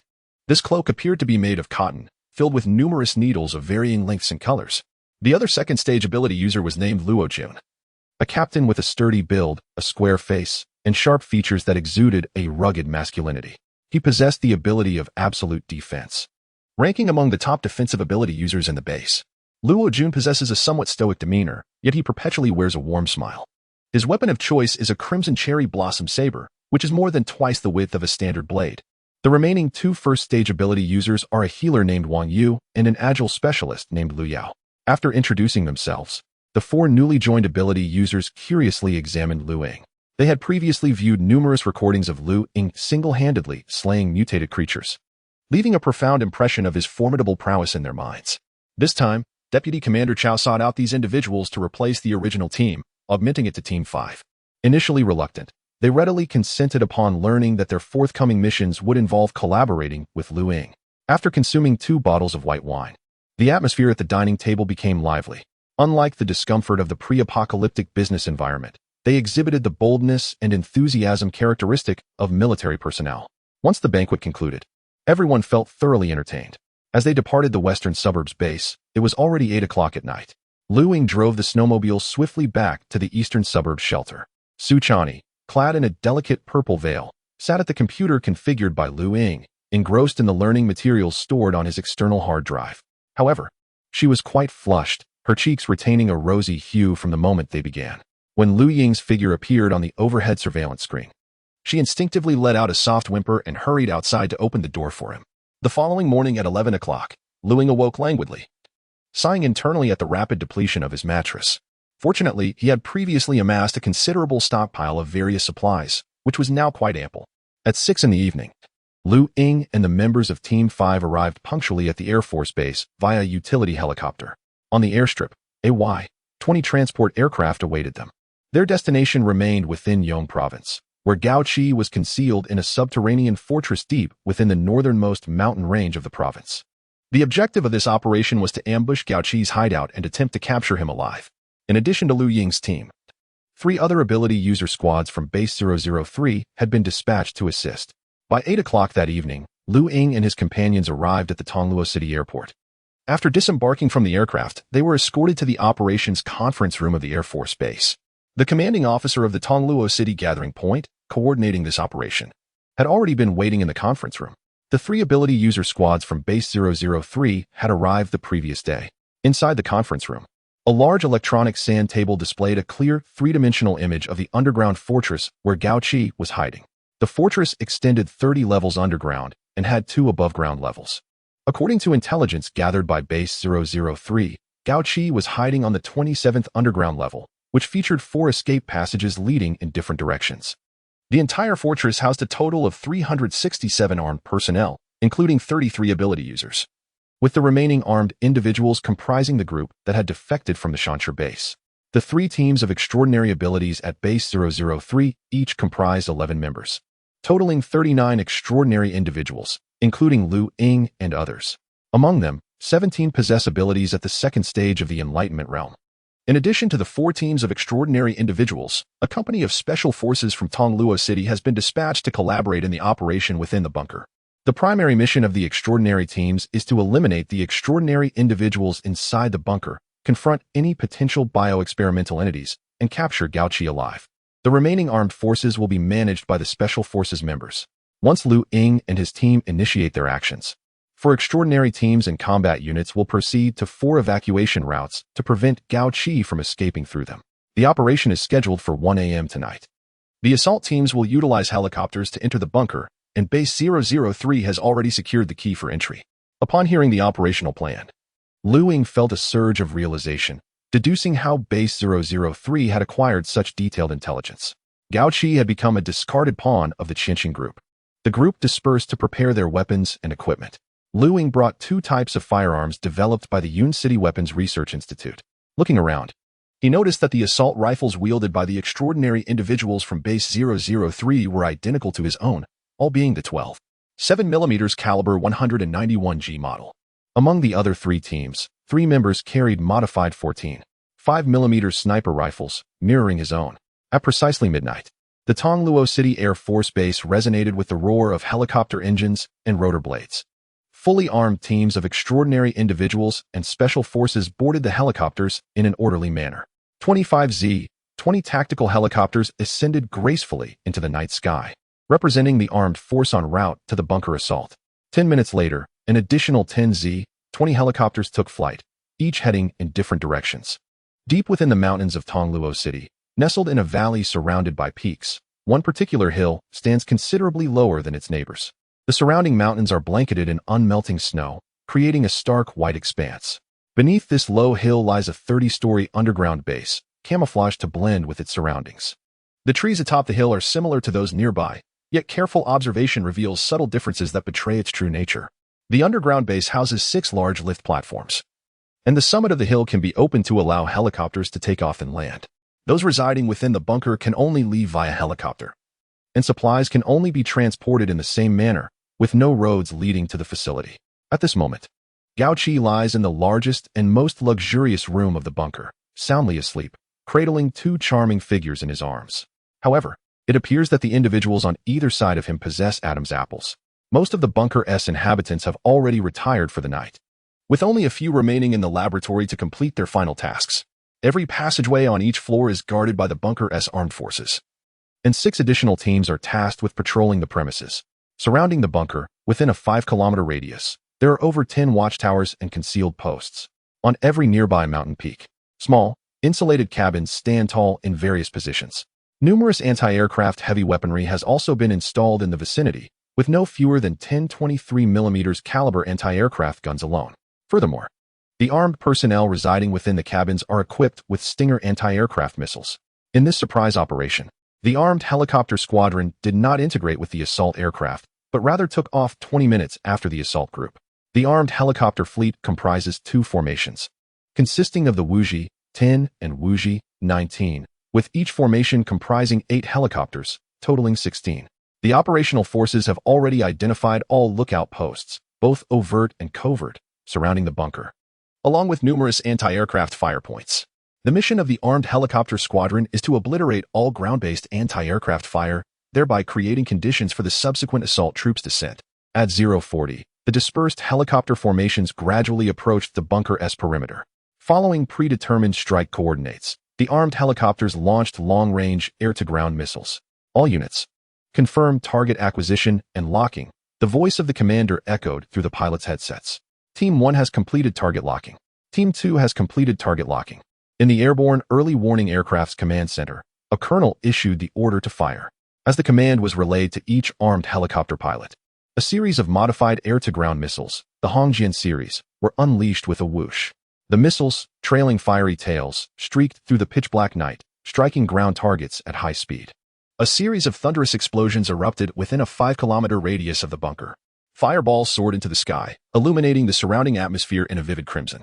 The anti-aircraft guns on the ground toppled, their barrels shattered, scattering dark metallic fragments in all directions. Some were deformed by the blasts. In addition to the anti-aircraft guns, the cabins below were precisely struck by the subsequent barrage of rockets, resulting in another round of intense explosions. Some armed personnel, who had already retired for the night, were caught unawares by the shockwaves of the rocket blasts, leaving them in disarray. A portion of the ammunition stored within the cabins ignited due to the explosion shockwave, leading to further detonations. However, a few fortunate armed personnel managed to evade the initial onslaught. They hastily retrieved their Stinger anti-aircraft missiles, desperately searching for aerial targets. Yet, before they could lock onto the armed helicopters, they were abruptly interrupted by a hail of 23mm cannon shells. One armed personnel, clad in standard military camouflage identical to that of the armed forces, suffered a grievous injury. His upper body was torn apart, blood and various organs spilling onto the ground, while his lower half lay nearby. Despite his grievous condition, the soldier, still clinging to life, crawled toward his severed lower half. But before he could reach it, the dense barrage of cannon fire reduced him to mere fragments. The 16 armed helicopters above unleashed their full firepower. An armed helicopter bore 8 air-to-ground Hongjian series missiles and 2 rocket launchers. Presently, the air-to-ground missiles and the rockets within the launchers had been entirely expended. The 23mm cannon positioned beneath the nose resembled the scythe of death. With each crimson barrage unleashed upon the ground, it claimed the lives of numerous armed personnel below. The night sky was adorned with a dazzling curtain of red projectiles, ensnaring all combatants beneath its embrace. Flames engulfed the surroundings, and smoke billowed forth. This aerial assault by the helicopter was executed with precision, having obtained prior intelligence regarding the enemy's firepower configuration and exact locations. Consequently, the ground defenses were rendered impotent, failing to discharge even a single bullet or anti-air missile. The entire massacre unfolded in under 10 minutes, after which the commander aboard the early warning aircraft received reports of mission completion. At that moment, over 20 transport helicopters had already arrived at the targeted zone. Inside the cabin, Ying listened intently to the exchanges between the commander and the pilots. The ground defenses had been utterly obliterated, and the teams prepared to descend and assault the bunker as per the original plan. The thunderous noise of helicopter rotors filled the air as the 20-plus transport helicopters hovered near the mountaintop where the bunker lay. Shadowy figures, fully armed, descended into the darkness below.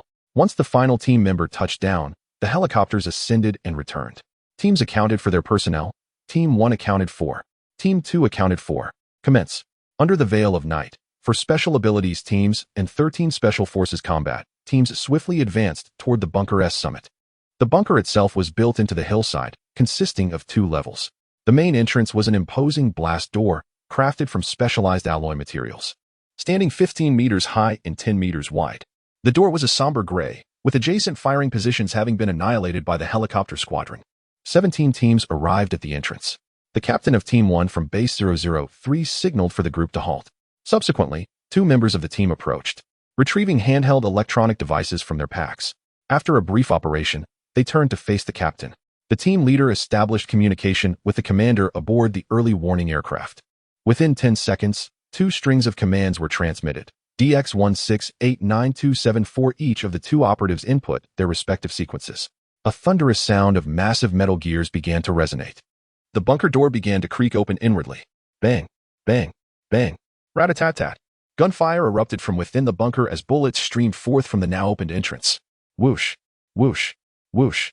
The sound of bullets whizzing past filled the air, yet none struck the assault team members, who had taken cover on either side of the door, positioned in the blind spots of the bunker's defensive fire. For second phase mental type operatives from Base 003 commenced their abilities. Countless alloy steel needles and short swords, each the length of a finger, circled around the 4, glinting menacingly. The icy, sharp weapons flashed ominously as a chorus of slicing sounds echoed around them. The minuscule weapons manipulated by the psychics infiltrated the bunker. The sounds of cold steel piercing flesh echoed, swiftly followed by anguished cries and wails emanating from within the stronghold. Another flurry of weapons slicing through the air ensued, as bloodied implements returned to the 4 psychics, still glistening with the warmth of their recent victims. Target neutralized. One of the psychics declared, just as a command to advance crackled through the bone-conducting headsets. The sound of boots striking the ground resonated as the assault team streamed in. Bang, bang. Gunfire erupted once more, this time as the team members executed follow-up shots to the heads of any remaining armed personnel within the bunker. The first level of the bunker was vast and circular, with only a few scattered rooms, likely occupied by the cleanup crew, who had already fallen to the blades of the 4 psychics from Base 003. The entire level resembled an expansive platform, apart from some alloy boxes. It was devoid of any other presence. At the center lay a colossal downward shaft, featuring 6 lift platforms, each harboring a Black Hawk helicopter. The rotors of the helicopters began to spin, while numerous armed and research personnel stood on the platforms. The Special Forces team, consisting of 6 members equipped with shoulder-mounted 120mm anti-tank rocket launchers, positioned themselves above, aiming at the helicopters that had just powered up below. Rat-a-tat-tat.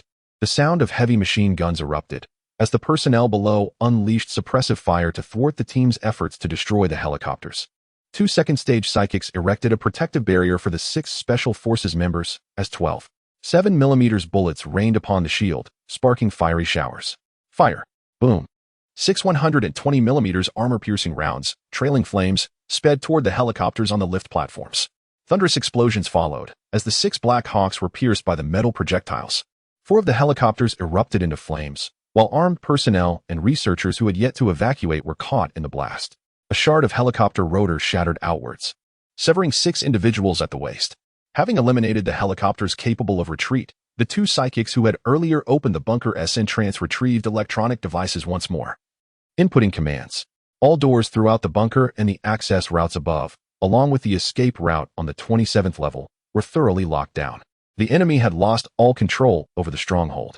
These devices, along with a series of back-end commands, had been provided by the Qianxing Group's headquarters to Base 003. In light of Gao Qi's maneuvers in Yang Province, coupled with the clandestine conflicts and contradictions within the Qianxing Group, the headquarters had decisively abandoned all establishments in the 6 northwestern provinces, a strategic move aimed at survival. Otherwise, higher authorities may target the Qianxing Group, seizing upon Gao Qi's maneuvers in Yang Province to exploit the group's vulnerabilities, ultimately dismantling all of Qianxing Group's branches and influence within Xia country. However, there are factions within the upper echelons that favor the Qianxing Group, compounded by the relinquishment of the 6 northwestern provinces and the provision of extensive technical data and various materials to the Xia military and government. Ultimately, an accord was reached, allowing the Qianxing Group to preserve its domestic operations. This time, the Qianxing Group suffered substantial losses. Over 100 operatives gathered on the first floor, where 4 teams of special abilities were assembled, Ying's team, along with half of the abilities from two other teams, were preparing to detach from the main force. Among the two other teams, 9 formidable second-stage ability users coordinated with Ying's squad to execute a mission aimed at eliminating rogue abilities, bioweapon experiments, and capturing Gao Qi alive. The remaining ability users, alongside Special Forces members, would collaborate to eradicate armed personnel within the bunker while rescuing survivors abducted from Jushan North. The bunker featured not only an elevator platform but also 10 elevators and 2 stairways for emergency evacuation, according to intelligence provided by the Qianxin Group's headquarters. The majority of second-stage ability users were concentrated on levels below the 23rd floor. 2 ability users controlled the entire bunker system, one of whom would accompany Ying and her team. They activated 3 elevators, entering sequentially from the 23rd floor downward for a systematic clearance. The remaining ability users and special forces commenced their operation from the 1st floor downward. Meanwhile, Gao Qi had long been roused from slumber by Miao Shan. With a grim expression, he sat in the opulent office on the last floor, which served as his sanctuary within the bunker. Gao Qi slowly uncorked a rare vintage wine, pouring himself a glass to savor, a look of satisfaction gracing his features. Fully armed, Miao Shan stood anxiously in the office. Director Gao, we still have time to escape. The bunker has 4 escape routes. We can still make it if we leave now. Gao Qi sighed softly and shook his head. It's already too late. He then turned the monitor in front of him, directing its screen towards Miao Shan. The display revealed covert surveillance footage of the exits to the 4 escape routes, where a substantial number of armed personnel had gathered. Judging by their weaponry, many among them were military ability users. At this juncture, anyone wielding a long blade or similar melee weapon would undoubtedly be an ability user, as ordinary soldiers would not require such armaments if firearms could not neutralize the enemy. For non-ability military personnel, if firearms failed to resolve the threat, then blades would be even less effective. In the hands of ability users, these melee weapons could inflict greater devastation than firearms. Witnessing this scene, Miao Shan's heart plummeted. Miao Shan, the only way we can survive is by eliminating everyone who has entered the bunker. Gao Qi's cold voice resonated in Miao Shan's ears. Miao Shan nodded. It was indeed the only course of action, but with the military controlling this hidden bunker, they likely possessed even more intelligence about the situation. At the moment the bunker came under attack, Gao Qi had already comprehended that he had been betrayed by the headquarters. Miao Shanxiang bowed to Gao Qi before departing the office. After a brief moment of contemplation, Gao Qi pressed a communication button on the desk. Activate all biochemical specimens within the base, he commanded, including the 3 third-tier mutated specimens. After a pause, Gao Qi continued, initiate the activation of that 4th-tier specimen. Chapter 173. The commencement of the purge. The elevator descended at a remarkable speed, its digital display fluctuating rapidly before finally halting at the 23rd floor. The sounds of gunfire erupted from the upper levels, signaling that the purge squad had engaged in combat. As the elevator doors opened, the team members disembarked, and the accompanying Esper responsible for controlling the Bunker S systems promptly locked the elevator's access. The 23rd floor housed one of the Bunker S biochemistry laboratories, featuring various laboratories of differing sizes. Due to the suddenness of the assault, a few researchers were still present, wrapping up their work. A team of Espers from Base 003 seized 2 researchers and unceremoniously tossed them before their comrades. Where's Gao Qi? The team leader's icy voice inquired. The 2 researchers trembled, exchanging bewildered glances, still struggling to comprehend their dire situation. No, we don't know. Bang. The team leader raised a smoking 92G tactical pistol, aiming it at one of the researchers. And you? I assure you, we truly have no idea. The researcher's eyes reflected desperation and sincerity. After all, Gao Qi wielded absolute authority within the base. Ordinary researchers seldom encountered him. Before the trembling researcher could finish his plea, a gunshot rang out, and a bloodied hole appeared in his forehead as he collapsed heavily to the ground. Ying observed with surprise the team leader and the Espers from Base 003. Their methods starkly contrasted with the military personnel from Yun City. They bore the demeanor of cold-blooded assassins. Continue the search. Aside from the survivors used as test subjects and Gao Qi, leave no one alive within the bunker. The reformed quartet of Esper teams advanced, meticulously inspecting each laboratory. Above, the Special Forces members collaborated with Espers to eradicate the armed forces of the Qianxin Group and the subsequent rebels within the bunker. This Special Forces unit exhibited combat capabilities significantly superior to those of the rebels and armed personnel. The coordination among the squad commanders, the teamwork of the members, and their tactical maneuvers and marksmanship were all executed with remarkable precision. In addition to the light machine gunners providing suppressive fire, Every shot fired by the remaining assault team resulted in an armed combatant being struck. Each member of this Special Forces unit had executed numerous urban warfare missions before the apocalypse, resembling harbingers of death as they relentlessly reaped lives within the bunker. Only when facing evolved adversaries did the accompanying Esper teams engage to eliminate enemy Espers. The purging operation progressed swiftly. In less than half an hour, over 50 armed personnel and more than 60 bunker staff on the first floor lay lifeless in pools of blood. Remarkably, there were no casualties among our Special Forces members or Espers. As footsteps echoed from the staircase, the armed personnel on the second floor felt a jolt of fear. They had not anticipated that the 50-odd armed team members on the first floor would be unable to hold back the purge squad for even an hour. Bang, bang, bang. Tap, tap, tap. The air was rife with the sound of gunfire, as individuals on the second level fell, struck down by bullets. Their cries of agony reverberating throughout the bunker. 30 floors below, in an office, Gao Qi and Miao Shan were ensnared by the grim scene unfolding on their monitors. Their expressions heavy with despair. Their only hope now lay in the abilities of the supernatural beings and bio-experimental subjects within the bunker, reliant on them to alter the tide of battle and secure their escape. On the 23rd level, merely a handful of researchers and fewer than 10 ordinary psychics remained. These individuals were ignorant of Gao Qi's precise location. However, one psychic revealed that the most formidable team of psychics within the bunker was concentrated on the lowest 3 floors. Aside from the research on Stage 3 biocorpses and mutated zombies, it appeared that 2 other clandestine studies were underway, though access to these secrets was beyond their reach. When a squad leader inquired about the whereabouts of the survivors relocated from Jioshan City, the researchers and psychics exhibited palpable confusion. Since their arrival in the bunker after the apocalypse, they had not witnessed a significant influx of survivors being brought in. After dealing with these individuals, the squad pressed onward, purging the lower levels. Gunfire and screams echoed throughout the bunker as many researchers frantically sought refuge, only to be discovered by the cleansing team, regardless of gender or age. All inhabitants of the bunker were executed. The moment they consented to human experimentation under the Qianxing group, their fate was sealed. Numerous researchers fell to their knees, pleading for a chance to atone for their sins. Yet, the team felt no compassion for these individuals. Prior to the operation, the evidence, including photographs and videos of the human experiments conducted by the Qianxing group, had been thoroughly reviewed by the squad. Innocent survivors, ranging from 8 or 9 years old to those in their 30s, and even pregnant women subjected to bioresearch, were portrayed in harrowing scenes that any person with a conscience would find unbearable.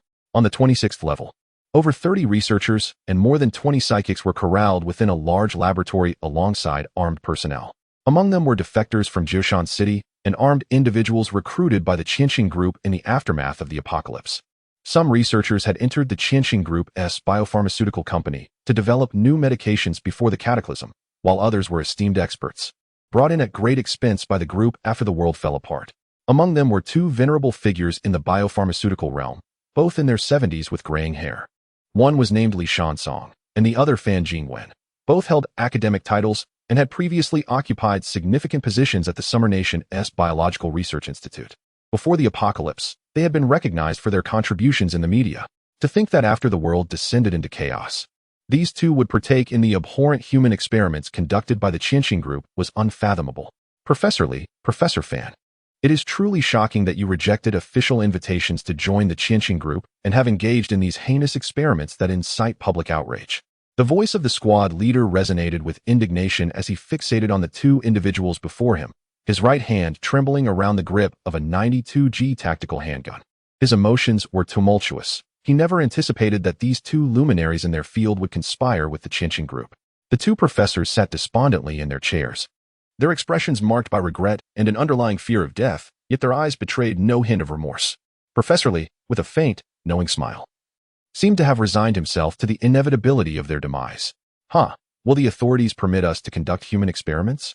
In the wake of the catastrophe, all living beings are evolving. If we continue to adhere to the outdated methods of experimentation, preaching humanitarianism, humanity will forever lag behind the evolutionary pace of other species. If granted the opportunity to conduct human trials, we could significantly expedite our advancement, ensuring that humanity remains at the apex of the food chain in the face of evolved creatures and zombies, just as we were before the apocalypse. After a brief pause, Professor Li continued, moreover, those so-called survivors have little utility prior to awakening their abilities and embarking on the path of evolution. Should we allow them to merely deplete the increasingly scarce resources in this post-catastrophe world?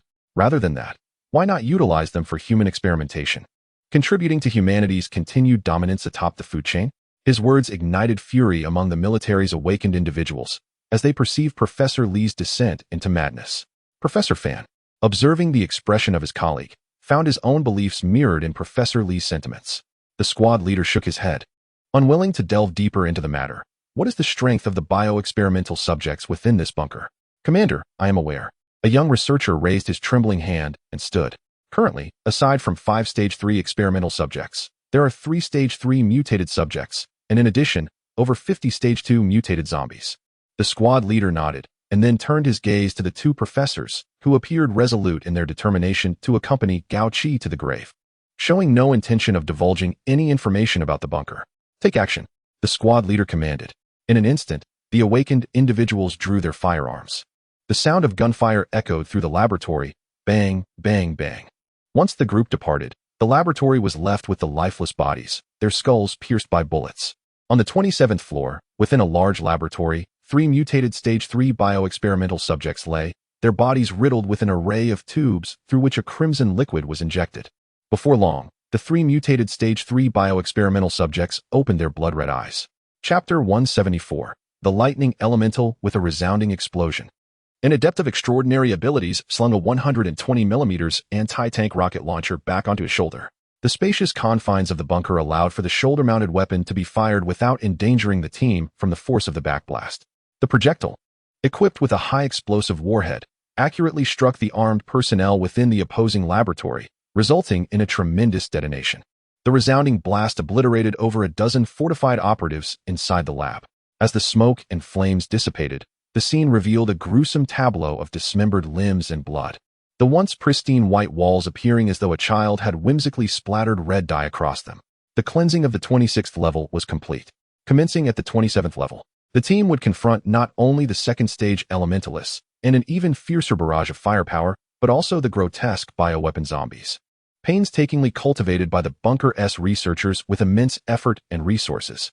The group ascended the staircase to the 27th level. As the blast door swung open, a cacophony of terrifying howls echoed from within.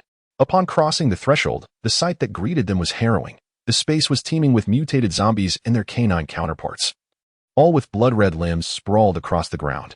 Hearing the commotion of the newcomers, hundreds of crimson eyes turned in unison to observe them. Attack with full force, barked the squad leader, uttering those 4 imperative words. 6 extraordinary beings stepped forward, 4 men and 1 woman, emanating waves of formidable psychic energy. Surrounding them were an array of long needles, flying daggers, and short swords. The 6 psychics deftly maneuvered their hands as specially crafted alloy weapons shot forth like bullets. The air was filled with a flurry of slicing sounds as hundreds of finely tuned weapons, manipulated by their psychic prowess, hurtled towards the advancing mutated zombies and zombie dogs. The sickening sounds of piercing flesh reverberated through the air as the onrushing horde was turned into a grotesque mass of perforated bodies. Numerous zombie dogs were dismembered by the sharp blades. Scalding blood gushed from the corpses of the mutated zombies and dogs, creating a crimson spray that stained the surrounding walls and bulletproof glass. The ground was littered with severed limbs and the remains of the abominations. Some of the small weapons penetrated the bodies of the zombies, striking the adjacent reinforced glass. Even the bulletproof glass, impervious to 12.7mm armor-piercing rounds, was breached by these high-velocity projectiles, leaving a series of tiny holes and spiderweb-like cracks. As Lu Ying and his comrades prepared to engage, the squad leader's icy voice pierced through the tension. Just watch. These 6 are more than sufficient to handle these creatures. The tone was chillingly dismissive. Lu Ying and the members of his squad exchanged glances, their brows furrowing in disbelief. Such underestimation.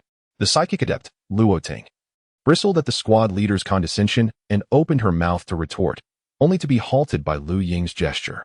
She looked to him, and he shook his head in silent admonition. Our objective is to elevate ourselves. If they can eliminate these insignificant foes, it would certainly alleviate our burdens, Lu Ying murmured. Though Lu Ying's voice was soft, it still caught the attention of the myriad of ability users at base 003, who cast sidelong glances at Lu Ying and her companions, their hearts filled with disdain. These individuals had witnessed the footage of Lu Ying battling mutated creatures in Yun City. Despite her formidable prowess, they too belonged to an elite cadre of powerful fighters within base 003, and thus possessed their own sense of pride. As the initial wave of the psychic ability users' assault concluded, the remaining ability wielders showcased their unique talents. A burly man, wielding a Yinling knife akin to Ying's, unsheathed his weapon and charged forward, plunging into the throng of mutated zombies. Golden blade auras manifested with each strike, cleaving through the undead with brutal efficiency. Blood from the mutated zombies gushed forth like a fountain, drenching the ability user in crimson, resembling a deity of death. The commander of the ability user squad leapt into the air, hovering above the 27th floor. Golden lightning crackled around him, resounding like thunder. His eyes shimmered with a golden radiance as he spread his arms wide, embodying the very essence of a thunder god. In the next instant, a tremendous roar echoed. Thick golden bolts of lightning cascaded from his hands, accurately striking down over 20 mutated zombies below. The zombies convulsed violently upon being struck, followed by a series of explosive sounds. In the blink of an eye, more than 30 mutated zombies were reduced to mere fragments by the golden thunder. "Brother Lu, this individual is astonishing," exclaimed Lu Yao, an agile ability user, gasping in awe. It was indeed the first time the group had witnessed an ability user wielding the power of lightning. At that moment, Lu Ying's emotions were complex. It was not fear she felt, but envy. The destructive potential of thunder, when combined with her blade aura, would amplify her combat prowess and the impact of each strike several-fold. As two fire-type ability users joined the fray, searing flames threatened to ignite the entire floor, swiftly annihilating all mutated zombies and zombie dogs on the 27th level. The squad leader cast a sidelong glance at Lu Ying before leading the others onward to the next level. Lu Ying rolled her eyes and followed Lu Wei and the others. Gao Qi, witnessing this scene, felt a tinge of numbness wash over him, and then switched the surveillance feed on the screen. Within the largest laboratory of the base, an enormous biochemical experiment subject was being continuously infused with a special serum. The research table supporting this colossal entity measured a staggering 20 meters in length and 10 meters in width. An alarm blared throughout the laboratory as the biochemical subject suddenly opened its eyes. In the next moment, 3 mutated Tier 3 subjects and this Tier 4 entity surged into the bunker's 30th level. The 30th level, towering over 30 meters, boasted vast internal space. As ability users cleared away all metal containers to create room, this was the chosen resting place for Gao Qi's assault team as they entered the bunker. On the 28th and 29th levels, the group searched diligently, yet they found no armed personnel or individuals with special abilities. Similarly, these two levels were devoid of any bioexperimental entities. "Captain, could it be that they have relocated everyone to the final level?" inquired an ability user from base 003. Casting a glance at the squad leader, the others contemplated this notion, sensing that the current situation was decidedly amiss. Speculations arose among them, as they feared that the last level would confront the most formidable ability users and the fiercest bioexperimental entities within the entire bunker. "Everyone, take a 20-minute break." Each member retrieved a zombie crystal core and consumed it, replenishing their previously expended energy. The upper-tier special forces had already cleared half of the bunker. By this point, only a little over 10 members had sustained injuries of varying severity, with the most serious case being a shoulder pierced by a 5.56mm rifle round. After 20 minutes, the group proceeded to the final level. As the ability user controlling the bunker's entire system activated the blast-proof door to the 30th level, all humans and mutated creatures within turned to gaze at the newcomers at the entrance. Chapter 175. The flickering blade light. Lu Ying squinted slightly as he surveyed the final layer of space, where over 22nd tier, realm, abilities were present, alongside more than 50 armed personnel clad in the standard military camouflage of Jioshan City, brandishing an array of heavy weaponry. They concealed themselves behind the supporting pillars, their dark gun muzzles aimed at the doorway where the team of abilities stood poised. Additionally, 3 grotesque creatures, identical to the mutated experimental subject encountered previously at the Jioshan City base, lurked nearby. Among them, 2 mutated zombies, each exceeding 10 meters in length, crawled on all fours, their tails resembling those of scorpions. These 2 zombies were evidently at the 3rd stage of mutation, contributing to a total of 5 such bioexperimental entities present. In the distance, beyond a transparent blast-proof window, Lu Ying caught sight of Han Bin, the captain of the traitorous internal security forces of Jioshan City. As if sensing Lu Ying's gaze, Han Bin met his eyes, making a gesture across his throat, his lips curling into a smirk, as though everything was under their control. Beside him stood a middle-aged man clad in foreign military snow gear. His visage was sharply defined, and his piercing gaze, akin to that of an eagle, fixated on Lu Ying. This man was Miao Shan, brought here by Gao Qi to oversee the security of the entire base. Meanwhile, in the room where Gao Qi resided, the heavy alloy blast-proof door had been locked tight. With a dark expression, he fixated on the screen displaying Lu Ying, his left hand, which held a cigar, unconsciously tightening its grip, deforming the precious cigar. Alongside his fury, a glimmer of greed ignited in Gao Qi's eyes. With two thunderous roars, the two third-stage mutated zombies exerted their strength, creating 4 deep craters in the ground beneath them. The massive crimson figures charged toward the crowd. Instantly, the heavy firepower concealed behind cover erupted in a barrage of gunfire. The dull thud of heavy machine guns filled the air. More than 20, 50 caliber machine guns unleashed a hail of 12, 7mm rounds, whistling toward the crowd. Within the base, 6 psychic abilities wielded small flying knives and short swords, their speed and power rivaling that of the bullets fired from the 50 caliber machine guns. The sharp whistling sound sliced through the air as trajectories of various weapons and bullets traced across the 30th floor. The 6 psychic abilities quickly erected defensive barriers. With a clatter of sparks, the bullets and flying knives collided violently against the protective shields, yet they failed to breach the defenses established by the 6 psychic abilities. In the next moment, a squad leader soared into the air, enveloped by terrifying thunderous power, arcs of golden lightning crackling around him. "Annihilate," he shouted, and with that command, even denser bolts of lightning erupted from his form. Hundreds of golden arcs of lightning surged toward the armed forces and the abilities opposing them. A resounding explosion followed, accompanied by the anguished cries of the fallen. The armed personnel at all heavy fire points were utterly obliterated by this strike, with blood and flesh scattering in every direction. The captain of a small squad returned to his team and swiftly consumed 2 evolved zombie cores to replenish his internal energy. "Engage," with the captain's command. The members of the squad flickered and charged towards their adversaries, confronting each enemy with formidable abilities. The capabilities of the psychic operatives dispatched from Base 003 surpassed those of their counterparts in Yun City and Jioshan City. The captain cast a glance at Lu Ying and Lu Wei. "The remaining members will assist you in dealing with those mutated experimental subjects. They are in your hands." Lu Ying nodded, recalling that Xiao Hongxuan had informed him prior to their departure that he would be the primary force against any mutated subjects that might emerge. At that moment, the 3 mutated experimental subjects exhibited no signs of movement, their crimson eyes scanning the squad intently. In the next instant, all 3 mutants fixed their gaze upon Lu Ying.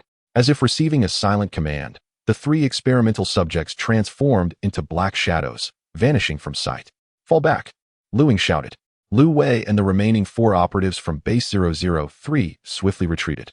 The 3 mutated bioexperimental subjects formed a triangle, encircling Lu Ying. "They are coming for me," Lu Ying thought. In a heartbeat, he unsheathed his long knife and darted towards the nearest mutant. A flash of crimson blade light swept through the air, severing the creature's left arm at the root. A hot geyser of blood erupted, yet the mutant emitted no roar. Its 6 resilient tendrils sprang to life, lunging toward Lu Ying with remarkable agility. Meanwhile, the other 2 mutated subjects were engaged by Lu Wei and 2 second-tier operatives from the squad. Another mutant was held back by 4 second-tier operatives from Base 003. Lu Ying wielded his long knife with blinding speed, cleaving through the tendrils with each stroke, as copious amounts of blood rained down from above.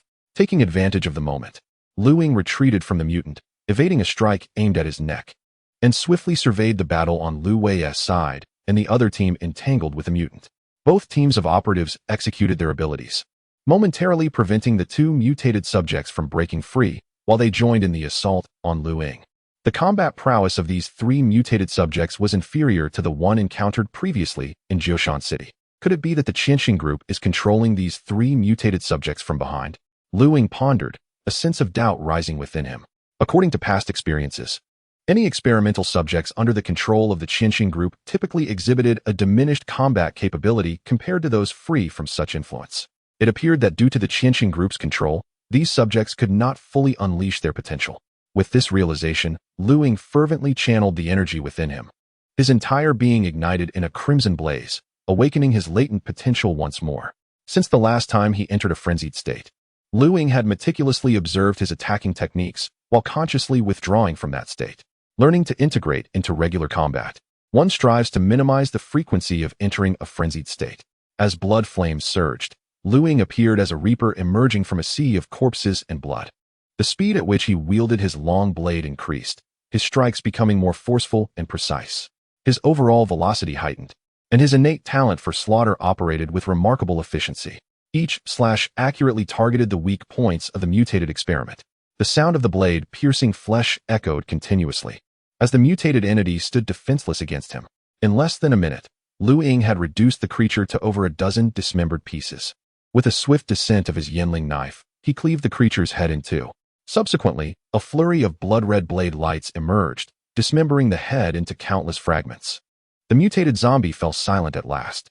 "Captain, it seems Brother Lu is even more ferocious."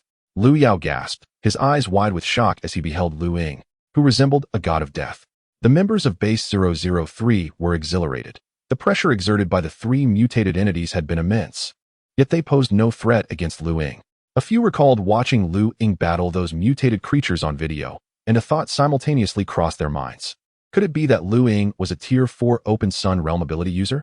Having dealt with the first mutated creature, Lu Ying transformed into a red blur and swiftly arrived before the second mutated experiment being held back by Lu Wei and others. "Step back," he commanded. The group retreated, assisting the ability users of Base 003 in confronting the other mutated entity. The crimson blade light flickered incessantly. Within a mere minute, Lu Ying's Yinling knife was swung hundreds of times. By the time the final blow was struck, hardly a piece of flesh larger than a palm remained of the experiment. Once the last mutated entity was effortlessly dispatched by Lu Ying, Han Bin, who was concealed behind a blast-proof glass, slammed his fist heavily against the glass. "Damn. Useless," he exclaimed. Miao Shan cast a sidelong glance at Han Bin, but remained silent. He understood well that had the three mutated bioexperimental subjects not been manipulated by the base, their combat strength would have been reduced by at least 30%. Otherwise, they could have annihilated everyone on the 30th floor. However, should the control over these three entities be lifted, they would likely slaughter all researchers and armed personnel within the base upon gaining their freedom. With Lu Ying having slain the three mutated subjects, the remaining four ability users from Base 003 joined the assault against the base's ability users, tipping the scales of victory in their favor. Gao Qi snorted disdainfully, continuing to fixate on the screen. In the next moment, a heavy thud reverberated through the 30th floor, accompanied by a sensation of tremors beneath their feet. Chapter 176. The biochemical experiment of the Kaiyang realm, as Lu Ying consumed more than a dozen crystalline nuclei. Akin to sugary confections, the energy he had previously expended began to be replenished. The heavy footsteps from the 30th level grew increasingly closer, while the battle among the various ability users persisted unabated. With the arrival of Lu Wei and her 5 small teams, alongside the remaining 4 ability users from Base 003, the opposing second-stage ability users began to retreat in disarray. Half of the ability users belonging to the Qianxing group had suffered decapitations or been cleaved in twain. One ability user, wielding a Yinling knife like Lu Ying, exhibited formidable close combat prowess. With his long blade, he unleashed a flurry of golden blade auras, dashing forth to confront 4 of the enemy's second-stage ability users. With each sweep of his blade, the shimmering golden light flashed, and 4 bloodied heads rolled across the ground, their expressions still imbued with disbelief. As fellow second-stage ability users, why were they unable to withstand this individual's onslaught? Lu Ying's gaze shifted towards the 6 enemy mental-type ability users, his eyes narrowing. In front of them stood 4 second-stage ability users, providing protection. In the chaos of battle, the mental-type ability users could wield considerable influence.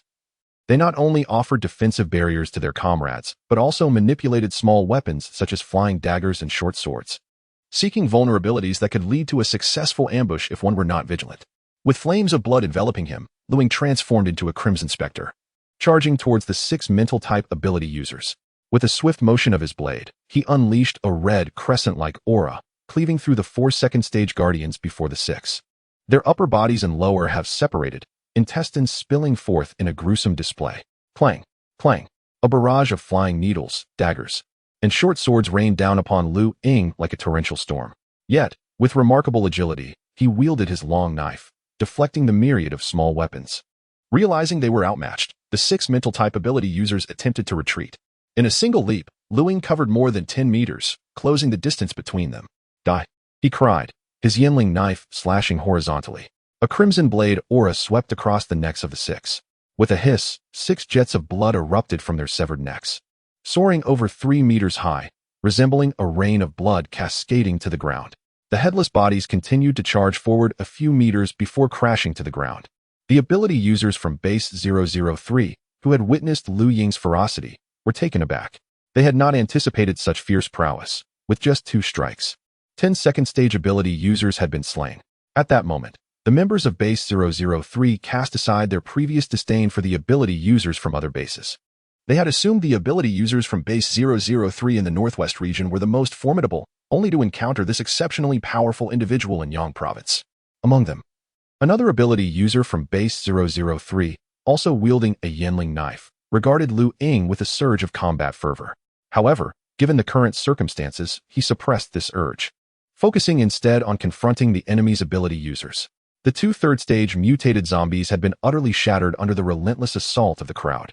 Their massive heads split in twain, and their enormous bodies severed into numerous segments, as the sound of heavy footsteps drew ever closer.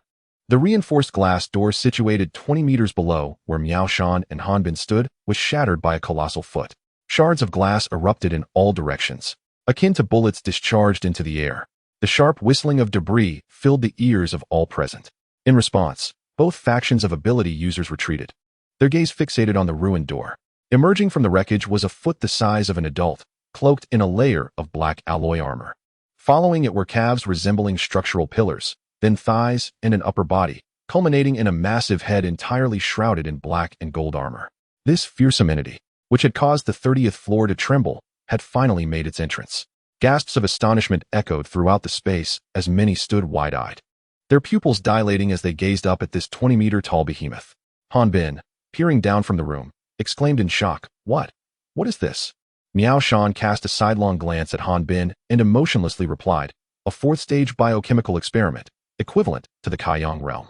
You madman," Han Bin gasped, utterly astonished, never having anticipated that while humanity generally remained at the 1st or 2nd stage, the Qianxin Group's Biochemical Research Division had already developed a 4th-stage experiment. However, Miao Shan silently noted that this specimen was highly unstable. In the next moment, Miao Shan took 2 steps back, distancing himself from the window. Observing Miao Shan's actions, Han Bin felt a stir of apprehension. Although unaware of Miao Shan's reasoning, he instinctively mirrored his retreat. Attention, this entity is a 4th-stage biochemical experiment. The upcoming battle will be led by Lu Ying, and everyone must coordinate with him to the fullest while remaining prepared for an immediate evacuation. The voice of a small team leader resonated through the bone conduction earpiece. Lu Ying cast a surprised glance at the team leader, taken aback that he had not issued the command to complete the mission at all costs. Meanwhile, Gao Qi, concealed in his office, observed the 4th-stage biochemical experiment on the screen, a smirk curling at the corners of his mouth. He gently tapped his wine glass against the screen before downing its contents. The grand performance is about to commence. Far away, deep within the mountains of another province, lies one of the Qianxin Group's extensive underground cities. In an office there, an identical scene to that on Gao Qi's screen was playing, albeit with a slight delay. 12 shadowy figures occupied the office, illuminated solely by the glow from the electronic screen embedded in the wall. Their faces remained indistinct. Despite his rebellious streak, Gao Qi possessed considerable ability. An aged voice echoed within the office, seemingly addressing Gao Qi as if he were a child, despite being around 50 years old. As the voice fell, the other 11 individuals nodded in agreement, yet no one dared to speak further. What should they do? Retreat or fight? Lu Wei glanced at Lu Ying, awaiting her response. After numerous cooperative missions and a burgeoning intimacy between them, Lu Wei instinctively sought Lu Ying's guidance in this uncertain situation. Should Lu Ying suggest a retreat, Lu Wei would unhesitatingly follow her lead. Conversely, if Lu Ying advocated for staying, Lu Wei would expend every effort to assist her. In Lu Ying's mind, strategies rapidly formed. Gao Qi was right before them. To relinquish the pursuit due to this 4th-tier experimental subject would render future encounters with Gao Qi increasingly difficult. Moreover, it was certain that Gao Qi possessed contingencies in Ying Province. Should he escape, even if they managed to locate him again, there was no telling whether a 4th-tier or even 5th-tier experimental subject might still be in play. With this realization, Lu Ying resolved firmly and pressed the communication button. Coordinate with me. Mind-type ability users, find ways to distract this mutated entity. The rest, swiftly eliminate the remaining enemy ability users. Commands flowed forth. And whether from the 15 members or the ability users from Base 003, all acted in accordance with Lu Ying's directives. In the next moment, within the bunker control center, a group of researchers input commands to sever remote control of the 4th-tier experimental subject. The experimental subject's crimson eyes quivered and then twisted its neck to survey everyone on the 30th floor. Chapter 177. slaying the mutant and locating Gao Qi with the resonant sound of mechanical gears turning. A formidable fourth-tier experimental entity revealed a dark, massive gun barrel behind it. The barrel ascended higher and eventually leveled itself horizontally across its left shoulder, aiming directly at the individuals within the room. At this moment, everyone could discern that the colossal gun barrel was constructed from 6 20mm tubes. As the sound of mechanical locking resonated, the bioweapon SM-61 Vulcan cannon on its left shoulder targeted the group. This bioweapon was equipped solely with the M61, supported by an oversized ammunition box on its back. The rapid sequence of events transpired swiftly. The 6 psychics had yet to deploy their miniature weaponry when the ominous whir of the barrel commenced. The M61 cannon unleashed a torrent of fire, each round of the 20mm autocannon screeching toward the crowd. The resounding booms reverberated throughout the 30th floor. Accompanied by the clattering of spent shell casings cascading to the ground, the group sought refuge behind the sturdy, supporting pillars indoors. Yet, 3 of their own, alongside 3 adversaries, had not managed to conceal themselves in time, being obliterated by the barrage of roaring shells.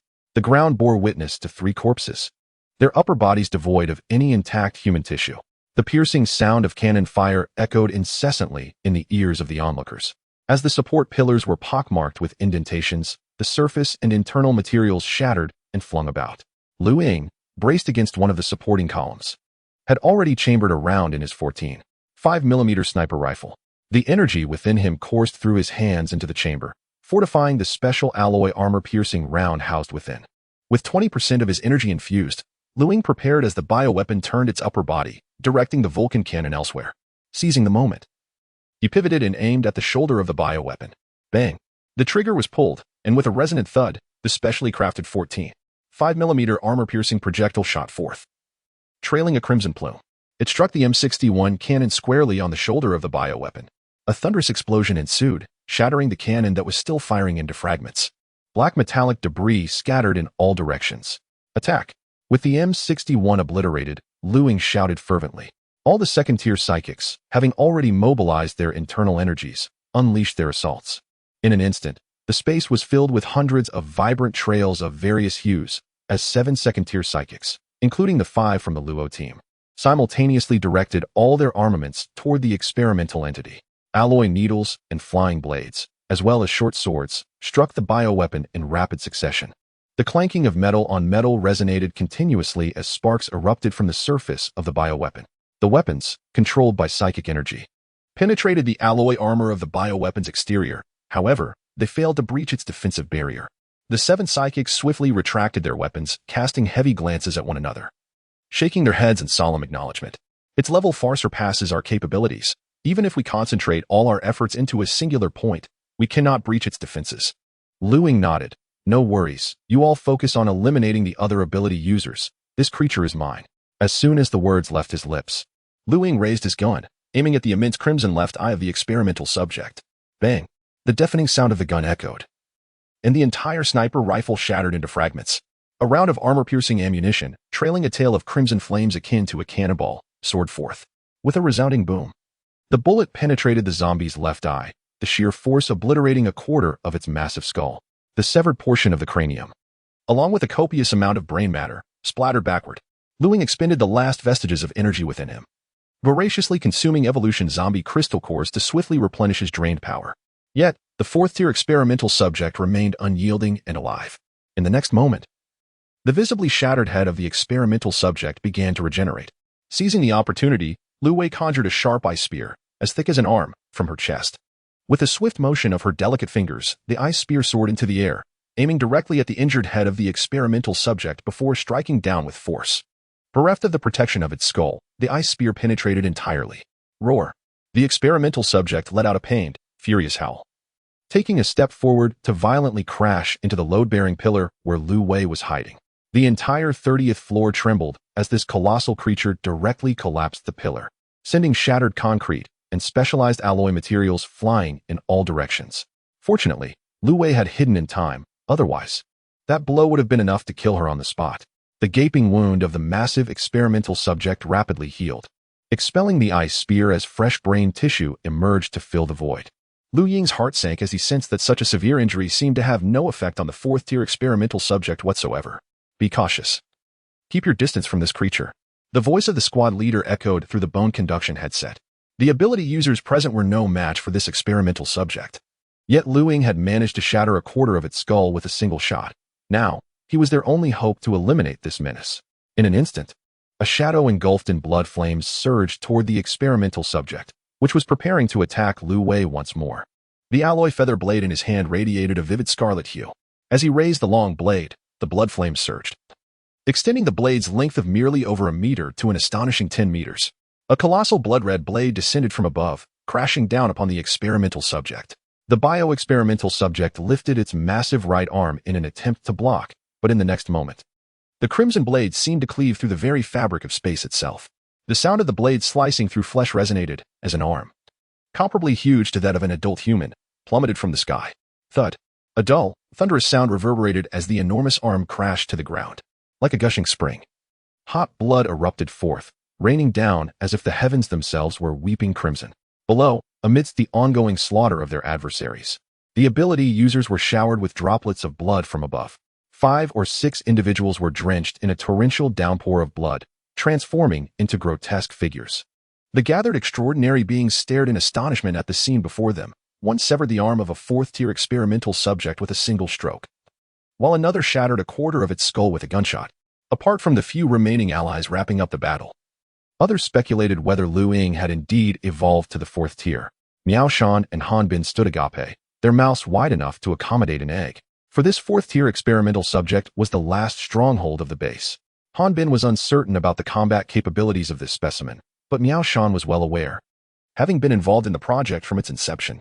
The defensive capabilities of the experimental subject's exterior were far beyond what a 2nd-tier extraordinary being could breach. His rate of growth is astonishing, Miao Shan muttered to himself. Inside the office, Gao Qi, impeccably dressed, violently smashed the goblet in his hand onto the floor. With a resounding crash, crimson liquid splattered everywhere. Gao Qi's countenance darkened. At that moment, he could no longer maintain his facade of unflinching composure. On the 30th floor, blood-red blades of light flickered incessantly, and blood flames roiled like fire. Blade after blade struck the massive form of the 4th-tier experimental subject. Fragments of alloy armor scattered across the ground, while torrents of blood erupted forth. This 4th-tier bio-experimental subject could barely defend itself, lacking any ability to counterattack. With only 30% of its energy remaining, Lu Ying's gaze sharpened, and energy surged throughout his body. In the next instant, a dazzling crimson light illuminated the entire space, casting it in a sanguine hue. The onlookers instinctively shut their eyes. A moment later, a gurgling sound resonated. As the brilliant red glow faded, the crowd opened their eyes to witness the colossal 4th-tier bio-experimental subject crashing to the ground, blood gushing from its severed neck like a high-pressure water cannon. 2 evolved zombie cores were ingested, followed by a handful of ordinary zombie cores, rapidly replenishing the expended energy. The few remaining adversaries on this floor had already been besieged and slain by their allies. Now, only Han Bin, with a darkened countenance and a look of shock, and Miao Shan remained at the window, alongside Gao Qi hiding in the office, as well as researchers and staff in the control center and other rooms. Having recovered, Lu Ying tightly grasped the Yenling blade and cautiously approached the immense head. With swift, successive strikes, he shattered the skull of the bio-experimental subject into fragments. He then moved to the body, the blade enveloped in flames, creating a flurry of afterimages that severed the colossal form into over 20 segments. Fire-type extraordinary beings. Incinerate this body, Lu Ying commanded, directing his gaze at the 2 2nd-tier fire users from base 003, still in a state of shock. They had yet to regain their composure, until a teammate nudged them in the ribs. Oh.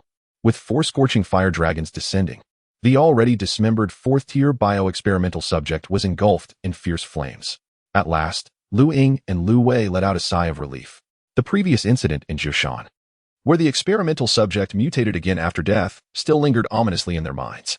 What could be the issue with this experimental subject? It appears far too weak, Lu Ying muttered to herself. The members of base 003, excluding Lu Wei, stared at Lu Ying with wide eyes, disbelief etched on their faces. Lu Ying and Lu Wei refrained from offering any explanation. Team 2 and Team 3 apprehend Han Bin and Miao Shan at all costs. The remaining personnel locate Gao Qi, commanded the voice of the leader of Team 1 through the earpiece. With a swift motion, Lu Ying sheathed her blade. The group split into 2 teams, each heading in a different direction. 8 ability users from teams 2 and 3 charged towards the upper-level room occupied by Han Bin and Miao Shan, realizing the overwhelming force advancing towards them. The two men understood that surrendering would only lead to a grim fate at the hands of the military upon their return to Base 003. Rather than face a public trial and execution, they resolved to fight fiercely, choosing to die with dignity if that was their fate. Both were ability users, with Miao Shan already having reached the 3rd stage of the Yaguang realm. As the 8 ability users reached the doorway, the heavy door creaked open. Miao Shan and Han Bin braced themselves for a bloody battle. Just then, a flurry of fragmentation grenades flew in from outside the door. Their pupils dilated in shock, unable to evade the oncoming threat. Boom, boom, boom. 16 fragmentation grenades detonated, sending countless metal shards flying in every direction. Miao Shan instinctively pulled Han Bin in front of him, shielding him from the barrage of shrapnel. As the smoke cleared, Han Bin lay drenched in blood, his body marred by numerous small wounds from the steel pellets. Miao Shan discarded Han Bin's lifeless form aside. At that moment, a barrage of flying needles and knives whizzed in from outside. Miao Shan fought valiantly to defend himself.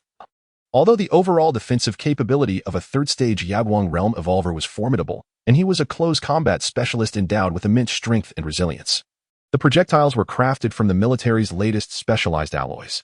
Moreover, the psychic ability users outside the door were on the brink of reaching the 3rd stage themselves. While many of the flying needles and knives failed to penetrate Miao Shan's body, a dozen or so still found their mark in his abdomen and thigh. With a furious roar, Miao Shan charged towards the door. Just then, a 120mm anti-tank armor-piercing rocket surged towards him. Impossible. Miao Shan's speed was remarkable, but the rocket's velocity was even greater. He was unable to evade as the armor-piercing round struck him squarely in the chest. With a thunderous roar, the metal jet of the rocket pierced through Miao Shan's torso, sending a spray of blood along with organs and shattered bones erupting from his back. With a heavy thud, Miao Shan collapsed to the ground, still alive, but devoid of combat ability and mobility. The ability users from teams 2 and 3 rushed forward, binding Miao Shan tightly. In the control center of the base, over a dozen individuals crouched on the ground, hands clasped atop their heads. Amidst a volley of gunfire, they were executed on the spot. Ying and her companions traversed a corridor adjacent to the control center, arriving at its end, where a grayish-white armored blast door awaited them. The extraordinary individual who manipulates the entire base control system swiftly approached, retrieving a handheld device. After a series of operations, the explosion-proof door gradually opened. One by one, the group passed through the fortified entrance and entered the room. With a look of relief, Gao Qidwan sat before an electronic screen, elegantly savoring a glass of red wine. As the liquid graced his palate, he squinted his eyes in sheer enjoyment. Gently placing the glass down, he lifted his gaze towards Ying. At long last, they were face to face. Ying, stepping forward, Ying fixed her intense gaze upon Gao Qi and inquired, "Why?" Gao Qi chuckled softly, reclining against the leather backrest. His hands were crossed over his abdomen. "It is because of your master, Lu Xuanji.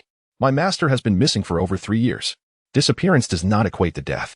Ying felt a stir within her, her eyes narrowing slightly. "If this is indeed about my master, why have you targeted me repeatedly? Are you suggesting that it is unjust to bully a junior when you have not sought out my master?" Without waiting for a response, Gao Qi shook his head and replied, "He owes me. My 2 sons perished because of him. As his chosen successor, you are naturally the one from whom I must reclaim my debts." Ying shook her head in denial. "This is not the true reason for your repeated assaults on me." "Indeed, you are astute," Gao Qi mused, contemplating for a moment before slowly uttering a single word. "Book." Ying's heart raced at the revelation. Who else knows? Gao Qi erupted into laughter, only to suddenly spit a mouthful of blood, collapsing back into the leather chair, lifeless. The healer quickly approached, examining him before shaking his head at the others. "Captain, Mr. Lu, here is a photograph with the name Ying inscribed upon it." Ying hurriedly stepped forward, snatching the photograph, her name written on the reverse. As she turned it over and glimpsed the image, her pupils constricted in shock. Chapter 178. The Trail of Lu Xuanji. Amidst the mountains cloaked in silver, a middle-aged man, whose visage bore the weight of many hardships, trudged laboriously through the vast expanse of white-clad peaks. His stooped figure, dressed in tattered garments, had his hands tucked within his sleeves. The weathered face was unmistakably that of Ying's master, Lu Xuanji. The image of Lu Xuanji appeared to have endured countless tribulations and suffered immeasurable pain. Once a man in his 40s, meticulously maintaining his appearance, the creases on his brow now formed a distinct pattern. His dark, waxy complexion was etched with deep lines, and his eyes seemed somewhat clouded. Lu Ying clutched the photograph tightly, reminiscing about the years spent searching for his master before the cataclysm, all of which had yielded no news. To his astonishment, he had now come across a picture of his master at Gao Qi's place. Yet, he was unable to ascertain the exact moment this photograph was taken. What he could deduce, however, was that it was undoubtedly captured after Lu Xuanji's disappearance. Judging by the angle, it seemed to have been taken by a low-flying drone. "Master, where on earth are you?" Lu Ying's heart swelled with confusion, his eyes glistening with unshed tears. "Mr. Lu, may we take a look at the photograph that Gao Qi left behind?" One of the squad leaders inquired softly. Having noticed Lu Ying's emotional turmoil, Lu Ying nodded and handed the photograph to the squad leader. After scrutinizing it multiple times without discovering any additional valuable information, the leader returned it to Lu Ying. "Proceed with a thorough search. Eliminate any remaining enemies," the squad leader commanded through the communication device among the teams. All the ability users on the 30th floor converged via the elevator, with the special forces still engaged in clearing the bunker above. The most formidable ability users and biochemical entities within the entire bunker had been completely vanquished. In less than 2 hours, the remaining armed personnel and ability users in the bunker were entirely eradicated. "Mr. Lu, Captain Lu, you shall rest at the Tongluo City Airport for the night. Tomorrow morning, we will arrange for military aircraft to take you back," the squad leader announced. Lu Ying and his companions nodded in agreement as the squad leader summoned a helicopter for their extraction. The 003 base would subsequently send personnel to conduct repairs, as it would be repurposed as a military installation. A distant rumble echoed through the mountains, heralding the arrival of helicopters. Over 10 Z-20 utility helicopters materialized on the horizon, and as they drew nearer, a convoy of 20 Z-8L transport helicopters trailed behind. The ability user team from the 003 base and Lu Ying's group all boarded the Z-20 helicopters for their return. Meanwhile, the Special Forces team would remain temporarily at the bunker. The Z-8L helicopters landed in the vicinity of the bunker, where numerous armed personnel, construction experts, and cybersecurity specialists began to enter. Beyond personnel, the helicopters carried a substantial amount of various supplies. Upon returning to the Tongluo City Airport, Lu Ying and the members of Team Lu were assigned to separate rooms. Throughout the night, Lu Ying pondered the connection between his master, Lu Xuanji, and the Qianxin group. From the current understanding, there exists animosity between Gao Qi and Lu Xuanji. Moreover, Gao Qi mentioned a book shortly before his demise. The book he referred to is undoubtedly the mysterious tome left by Lu Xuanji for Lu Ying. It appears that Gao Qi was aware of the book's potential to enhance his own abilities. Lu Ying felt a wave of agitation. He had thought that only he, his junior sister Meng Nanxing, and their missing master Lu Xuanji were privy to the book's secrets. Now, with Meng Nanxing having perished with that secret, it was unexpected that Gao Qi also knew. Although Gao Qi is now deceased, it remains uncertain whether others within the Qianxin group are aware of the existence of this arcane manuscript. The existence of this book could continuously elevate Lu Ying's own prowess. Yet revealing its secrets could also bring immense peril, even to the point of death. Qianxin group, Lu Ying murmured to himself. Both his master Lu Xuanji and this enigmatic book are now intricately linked to the Qianxin group. The fall of the Qianxin group in the 6 provinces of the northwest afforded Lu Ying no sense of security. The investigation into the Qianxin group must not cease. Especially now that all leads regarding Master Lu Xuanji have been severed, he can only continue his search through inquiries related to the group. The following morning, at the military airport in Tongluo City, the abilities of Base 003's personnel were bid farewell. "I am Duan Xiaochuan. Do visit Base 003 when you have the chance. Let us share a drink and spar," said the team leader with a smile during their parting. "I am Gu Jun. We both wield the Yinling saber. Next time we meet, let us have a proper duel," remarked a man, sharp-eyed and brimming with fighting spirit, who, like Lu Ying, also wielded the Yinling saber. "All right." Lu Ying nodded as everyone boarded the Y-20 transport aircraft. Ever since he had seen that photograph yesterday, he had worn an expression heavy with contemplation. Lu Wei refrained from inquiring during the journey, trusting that if Lu Ying wished to share, he would do so in his own time. Upon returning to the West Suburb base, Lu Wei proceeded to the command center to report the mission to Deputy Commander Chao Hongxuan. Meanwhile, Lu Ying directly returned to the East Suburb shelter. Upon opening the tunnel door, he found the interior orderly, yet the figure of Su Chani was absent. On the tea table lay an A4 sheet, densely inscribed with elegant script, a note left by Su Chani for Lu Ying. The gist of the content indicated that she had ventured deep into the Yinshi Mountains yesterday to investigate the movements of mutated creatures and anticipated returning the following day. The final passage struck Lu Ying as peculiar. It read, Master, if you find yourself overwhelmed by loneliness, open the D drive on the computer. There are some photos and videos that may assist you. The file was titled Su Chani Selfies for the Master. With a swift motion of the mouse, the folder's contents unfolded before Lu Ying's eyes. His pupils dilated, and a wave of warmth surged through his body. Upon opening the video, alluring sounds reverberated within the confines of the bedroom. Enchantress. After a considerable moment, Lu Ying, resolute in his will, closed the video. In the afternoon, upon returning to the western suburban bunker, Zhang Jinshu practiced the myriad knife techniques imparted to her by Lu Ying in her room, executing each move with precision. However, in the vast and empty living room, only 6 ethereal projections of Zhang Jinshu remained, while her true self seemed to have vanished. After a brief search, Lu Ying found herself at the house's temperature-controlled swimming pool, where a figure, reminiscent of a mermaid, glided gracefully through the water. Upon noticing Lu Ying's return, Zhang Jinshu emerged from the pool, her presence as pure as a lotus flower, unadorned by artifice. Lu Ying murmured to herself, but her words did not escape Zhang Jinshu's ears. In an instant, her cheeks flushed with warmth, prompting her to wrap a blanket around her elegantly curved form. Hey, little Lu, what are you gazing at? Lu Ying found herself momentarily entranced by Zhang Jinshu, her earlier composure disrupted by a sudden chill in the air. Once back in the room, Zhang Jinshu sensed that something was amiss with Lu Ying. Still clad in her wet attire, she approached Lu Ying, leaning in to gaze into her eyes. What's wrong? All that Lu Ying could see were white and round shapes, her throat tightening with an inexplicable dryness. Unconsciously, she swallowed hard. Observing Lu Ying's state, Zhang Jinshu understood, her playful pout lingering as she did not immediately retreat. The two exchanged glances, and it felt as though the temperature in the room had surged several degrees. In the next moment, Lu Ying enveloped Zhang Jinshu's soft form in her embrace. With a face as delicate as a peach blossom and eyes glistening with innocence, Zhang Jinshu appeared entranced.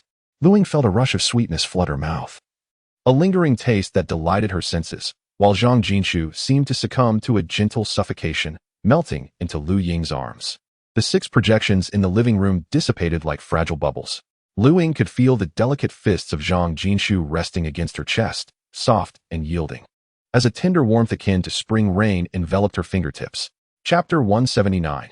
The situation deep within the mountains. Oh dear, Xiao Luzi, you are quite mischievous, Zhang Jinshu murmured, her delicate head burrowing deeper into Lu Ying's embrace. Do you like it? Lu Ying whispered softly into Zhang Jinshu's ear. A gentle breath brushed against her soft, fair earlobe, sending a shiver coursing through her entire being. The humidity in the room steadily rose, accompanied by an increase in temperature. Lu Ying savored the moment, as if indulging in the finest blessings bestowed by the heavens. Zhang Jinshu remained silent, her increasingly dazed eyes fixed intently on Lu Ying.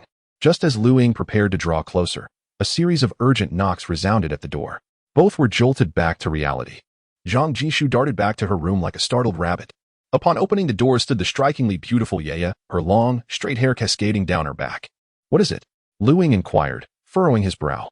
Once interrupted by Aunt Lin, and now again by the enchanting Yaya, Lu Ying felt an overwhelming heat enveloping him, his heart heavy with frustration.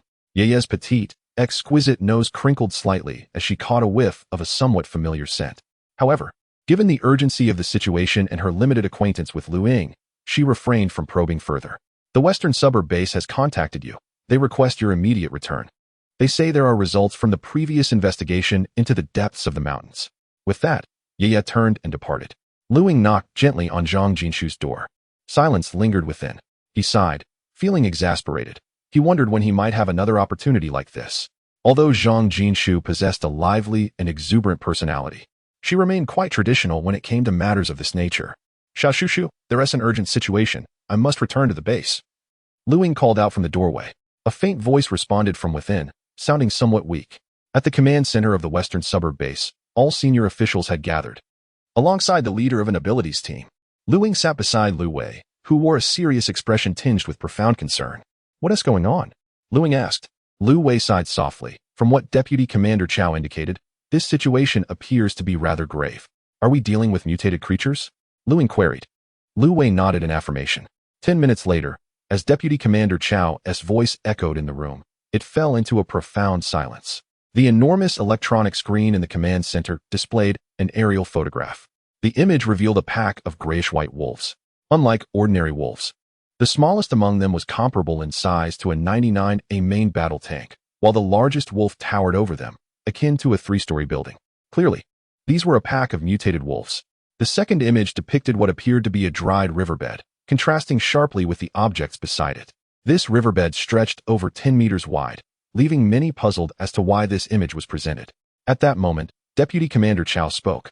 Ladies and gentlemen, this riverbed is, in fact, the resting place of a mutated giant serpent, measuring over 100 meters in length and at least 10 meters wide.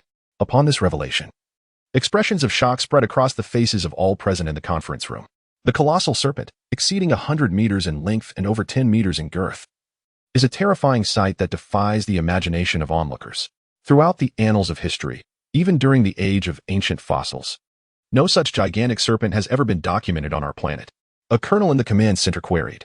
How can you ascertain from merely this photograph that it bears the traces of a serpent exceeding 100 meters in length? Major General Chow Hongshuan nodded thoughtfully and responded. Though we lack photographic evidence, our reconnaissance team has witnessed this serpent firsthand. Unfortunately, they were ambushed by a swarm of aerial mutant creatures, resulting in the destruction of their helicopter, leaving only one adept individual to return, while the camera was lost in the crash.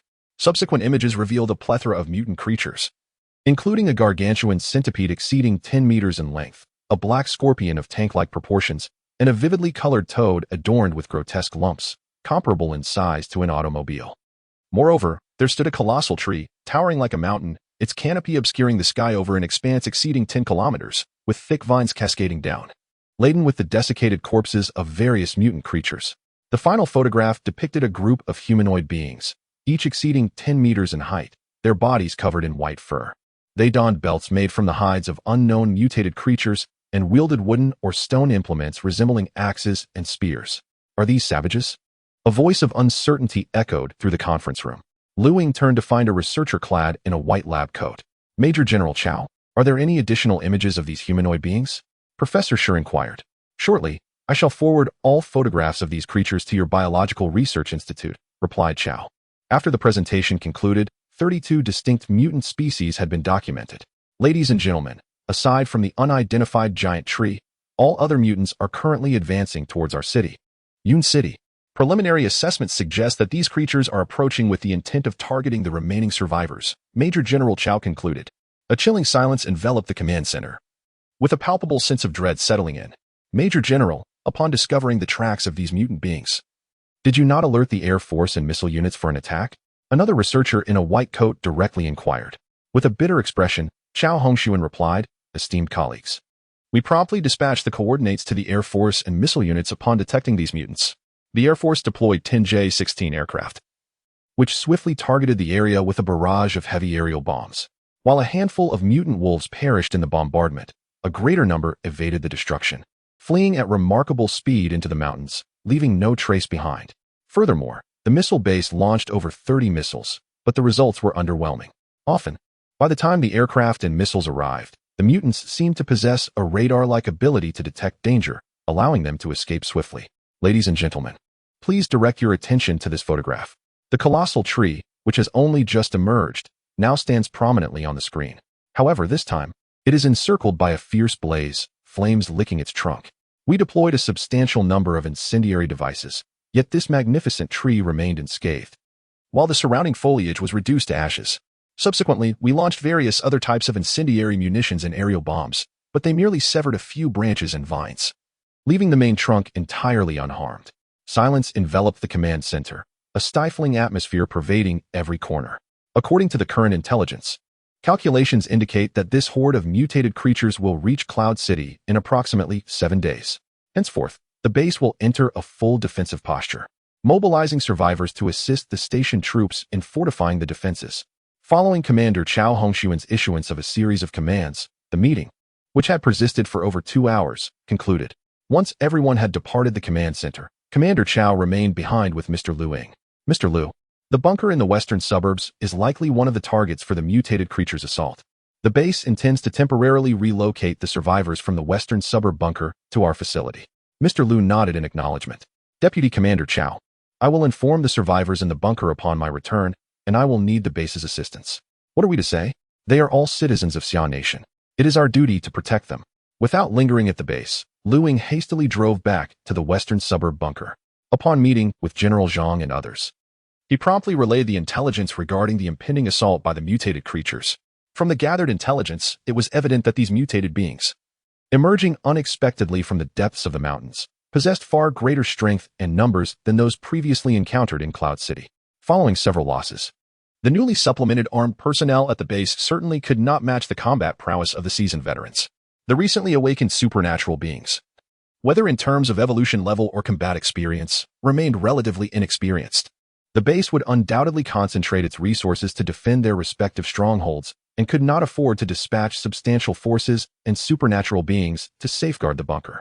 The most prudent course of action at this juncture would be to temporarily relocate to the western suburb base.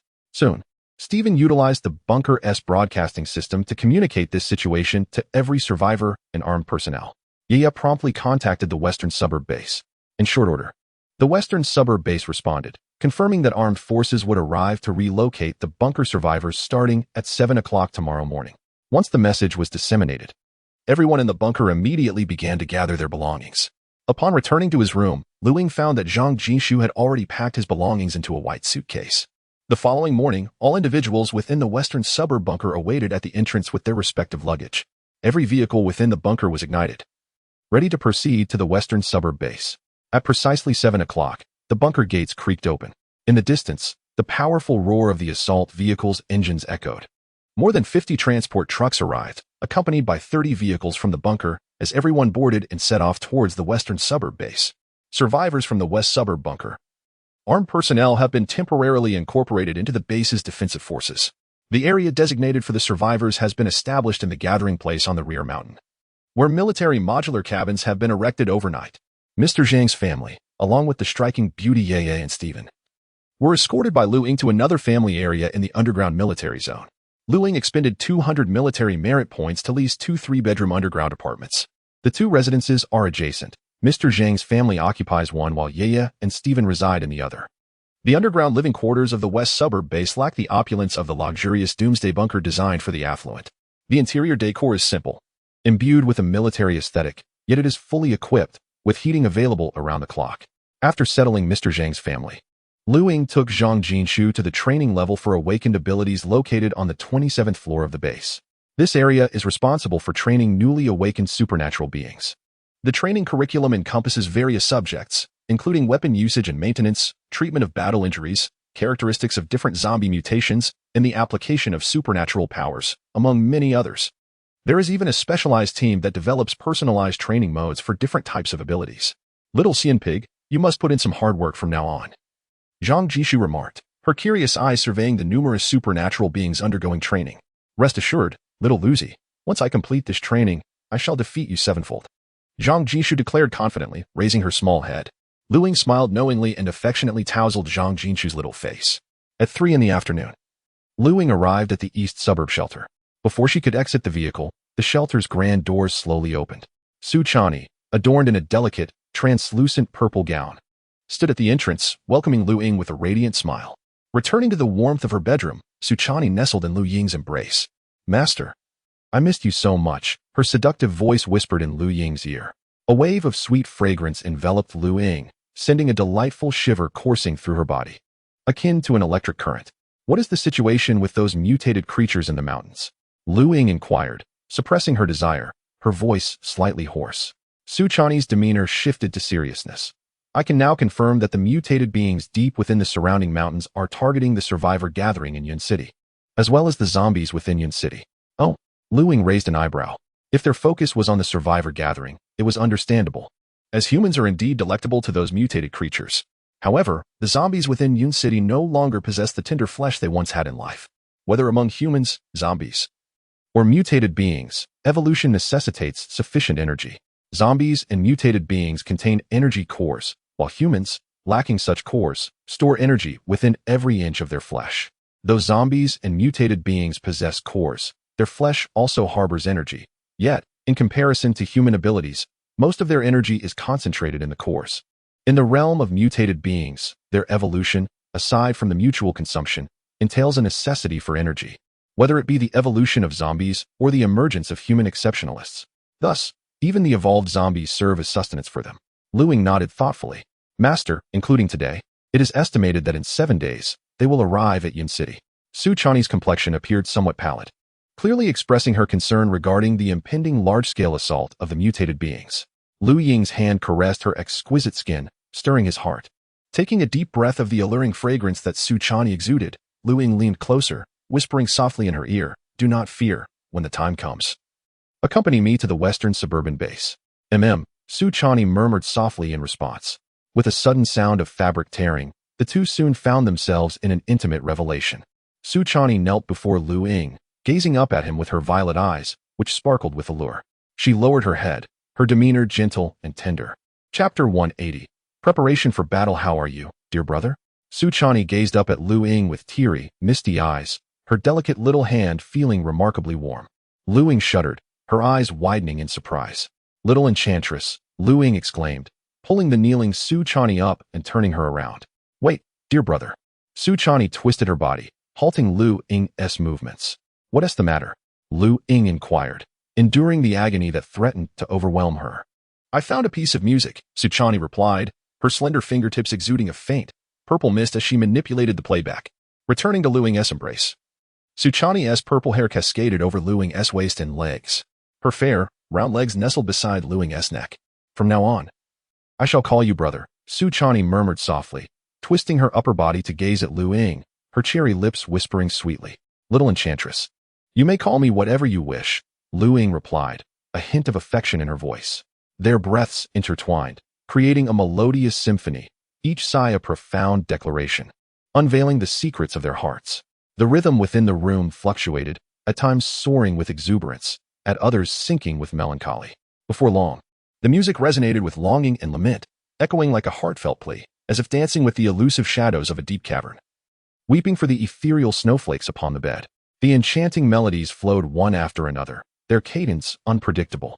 It felt as though they had melted into one another, dissolving in each other's warmth, forming an indescribable bond of understanding and intimacy. Time passed without notice until the melody's tempo gradually subsided. Whoa!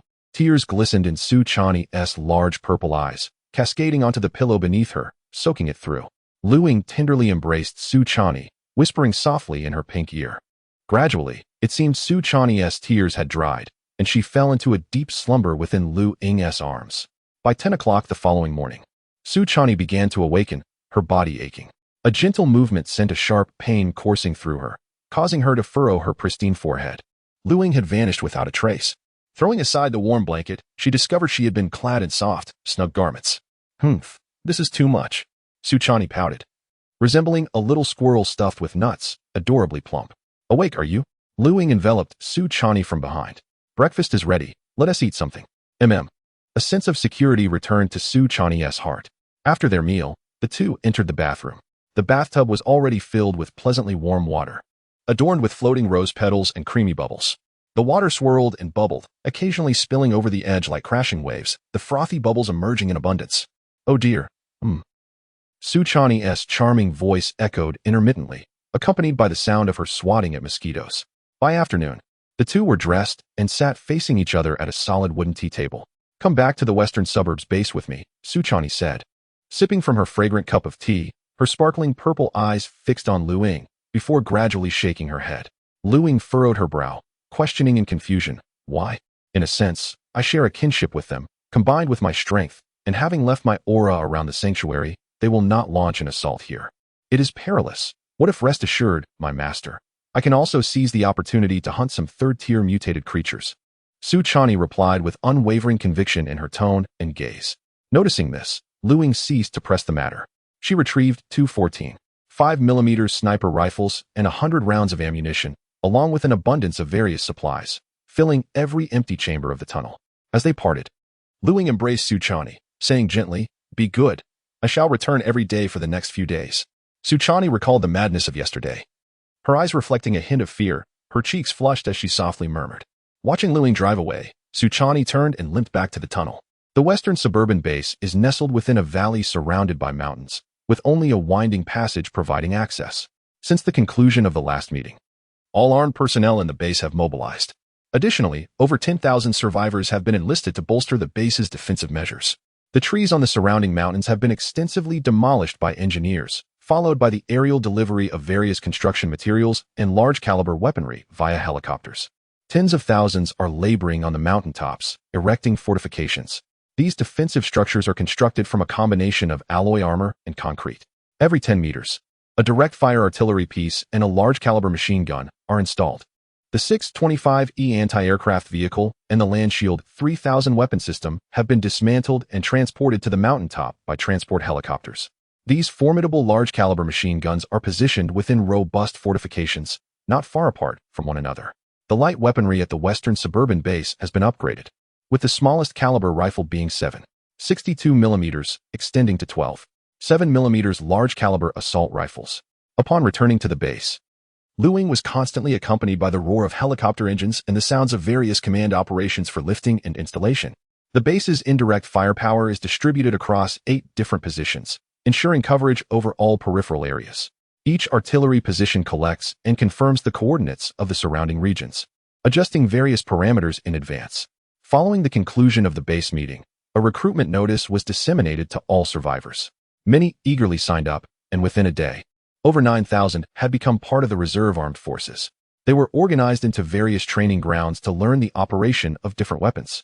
Lu Ying returned to the base interior, where Zhang Jinshu was learning to use a sniper rifle alongside an instructor. After a brief search, she found Lu Wei. Their team had been assigned to a defensive fortification on the western front, aiding the military in eliminating any mutated creatures that might breach the fire blockade. However, Lu Wei and the second-stage psychic ability user, Luo Ting, were reassigned. The base plans to form 8 elite teams of ability users, prepared to penetrate deep into the hordes of mutated creatures when necessary, to seek out and eliminate the highly intelligent Beast King. The 8 teams, each comprised of 5 members, are structured with Lu Ying at the helm of the first team, naturally accompanied by Lu Wei and Luo Ting. Subsequently, the base will dispatch 2 additional superpowered individuals to reinforce the squad. As the 2 engaged in conversation, a lieutenant officer approached, accompanied by a male and female officer clad in standard military attire. "Mr. Lu, Captain Lu, these 2 are your new team members," the lieutenant stated before promptly departing. Both newcomers held the rank of captain. The young man saluted Lu Ying and Lu Wei. "I am Lin Chuan, a Phase 2 fire elementalist. Age 23, he introduced himself. "I am Su Qian, a Phase 2 healer, age 24. It is a pleasure to meet you." Following their introductions, the newly joined superpowered individuals gazed at Lu Ying with admiration. During this period, they had repeatedly viewed footage of Lu Ying's battles against mutated creatures. Although they had never encountered him in person, they felt a sense of familiarity through the videos. Lu Ying's formidable prowess had left an indelible impression upon their minds. Later that evening, after dinner, the group returned to their quarters. Zhang Jinshu, having completed a day of training, clung to Lu Ying like a koala. "Little Lu, may I participate in the defense this time?" Zhang Jinshu's large, pleading eyes sparkled with hope as she looked at Lu Ying. "No," Lu Ying instinctively replied. Zhang Jinshu had only recently awakened her powers and had yet to engage in many combat encounters. Lu Ying was concerned that exposure to the brutal realities of battle might overwhelm her. "Why not?" Zhang Jinshu pouted in inquiry, ruffling her lustrous black hair. Lu Ying conveyed his worries to her. "Well, I could stay inside the helicopter and send a clone to fight alongside you. My clone could infiltrate the beast horde without detection, and losing one would merely mean a loss of energy." Lu Ying's eyes brightened, contemplating the feasibility of this approach, which would alleviate his concerns for Zhang Jinshu's safety while still providing assistance. "All right, but in the coming days, make sure to consult the instructor regarding reconnaissance techniques, and you will accompany our team." At 7 o'clock in the evening, Lu Ying drove back to the eastern outskirts shelter. Su Chani, adorned in a snow-white, semi-transparent short dress, showcased her shapely legs, clad in white, translucent, over-the-knee stockings. Her delicate figure was tantalizingly revealed beneath the short dress. Good brother. Chapter 181. Advancement. That night, Lu Ying was immersed in a gentle haven. Hundreds of kilometers away from Yun City, within the embrace of the mountains, a pack of colossal gray wolves, each the size of a 99, a main battle tank, lay in a hollow, led by an entirely snow-white wolf king. The number of wolves exceeded 100. Strangely, these massive wolves remained still, their enormous heads buried in their outstretched forelimbs, seemingly in fear of something unseen. Before long, a powerful tremor resonated through the air, causing the pack to shiver quietly on the snowy ground. Less than 5 kilometers away in the mountains, a terrifying white serpent, exceeding 100 meters in length, slithered towards Yun City. Its body was adorned with fine white scales, extending at least 10 meters in girth, with a pair of crimson eyes flanking its head. Most peculiar were the two protrusions on either side of its forehead. The ground where the serpent passed was indented, resembling a desiccated riverbed from afar. More than 10 kilometers from this white giant, another serpent of even greater magnitude lay concealed. This one was a deep, inky black, with a single horn protruding from its head. Under the night sky, this horn emitted a golden luminescence, occasionally sparking with arcs of electricity. As these two monstrous serpents moved away from the hollow occupied by the wolf pack, the lead white wolf emitted a long howl, prompting the entire pack to rise and join in a collective cry. Their howls reverberated through the mountains. Many smaller mutated creatures, upon hearing the wolf's howls, froze in place, paralyzed by fear. Surrounding Yun City, apart from the encircling mountains, flowed a great river known as the Yunjiang. This river was excavated thousands of years ago by feudal dynasties and had been widened and cleared through the ages. The Yunjiang traverses the entirety of Yong province, reaching from the northern grasslands to the southern sea, standing as the largest artificial river within the borders of the Xia Kingdom. At its widest, it could accommodate dozens of large cargo vessels simultaneously. In the aftermath of the apocalypse, the waters of the Yunjiang froze over with a thick layer of ice. However, the river remained deep, plunging over 300 meters at its deepest point, with an average depth exceeding 40 meters. The Yunjiang passed through Yun City, flowing just 26 kilometers south of it, with numerous tributaries coursing through the city and its surrounding areas. 100 kilometers from Yun City, the ice-locked river suddenly echoed with a series of dull thuds. The surface of the ice began to shatter like glass, as if some immense entity was relentlessly striking from beneath. Bang! Another thunderous sound erupted. The frozen surface was breached by an overwhelming force, sending shards of ice soaring. A massive head emerged from the gaping fissures in the ice. This head, adorned with a layer of dark green, menacing scales, was a serpent's head, its size comparable to that of a villa. Its eyes glowed like enormous red lanterns in the night, with slitted pupils of a profound emerald green. A whirlwind of white mist, akin to a tornado, slowly emanated from the serpent's gaping maw. In a short while, the colossal head retreated back into the river. As early as the late 1990s, a colossal dark green serpent was sighted in Yong province. Subsequently, scientists and military personnel conducted investigations and discovered that this fearsome serpent had been lurking at the bottom of the Yunjiang River for years. Occasionally, it would traverse the Yunjiang to invade other provincial rivers of the Summer Kingdom. This dark green serpent was designated as the Black Water Dragon King. At that time, however, the serpent's head was far from the immense size it boasts now. Deep within the Yunshan Mountains, a swarm of centipedes, each exceeding 2 meters in length, crawled densely over the peaks. Above them, a towering figure, over 10 meters tall and covered in white fur, crushed one of the centipedes underfoot, splattering blue-green ichor. The giant bent down to seize the mangled body of the centipede, splitting it in two, and stuffed it into its mouth, its throat convulsing as it greedily drained the creature of its blue liquid. The remaining segments of the centipede were chewed with a crisp crunch. The dozen or more white-furred giants above appeared ravenous, some indiscriminately devouring their prey, imitating their leader. One by one, the gigantic centipedes were swallowed whole by these behemoths. Originally harmless, the two groups of centipedes began to raise the front halves of their bodies after witnessing the consumption of their brethren by the white giants. In the blink of an eye, thousands of centipedes surged forth, frenziedly assaulting the white giants. These giants struggled incessantly, their massive hands slapping at the centipedes that attacked them. Accompanied by the crackling of shattered exoskeletons, torrents of blue-green blood gushed forth. Yet, the sheer number of centipedes was overwhelming. Soon, the bodies of the white giants were entirely covered in the writhing creatures. Streams of crimson blood stained the white fur of the giants a deep scarlet. Such scenes unfolded repeatedly amidst the mountains. Although these mutated beings shared a common direction and objective, instances of mutual devouring occasionally arose between the groups. Each group of mutated creatures had its own leader.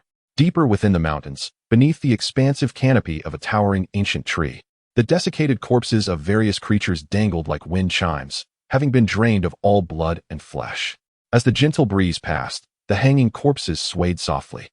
No living creature could be found in the vicinity of this colossal tree.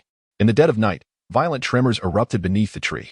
As gnarled and twisted roots broke through the earth, tens of thousands of thick roots bore the massive tree away. By the time dawn broke, the tree had relocated over 30 kilometers from its original position. It took root once more in its new location. Soon, a multitude of thick, sinuous vines, resembling agile serpents, radiated outward from the tree's center in all directions. A colony of mutated ants living nearby was discovered by these seemingly sentient vines. With a series of thuds, countless vines broke through the soil covering the ant mound. In no time, mutated ants, each as large as calves, were pierced and dragged from their subterranean lairs.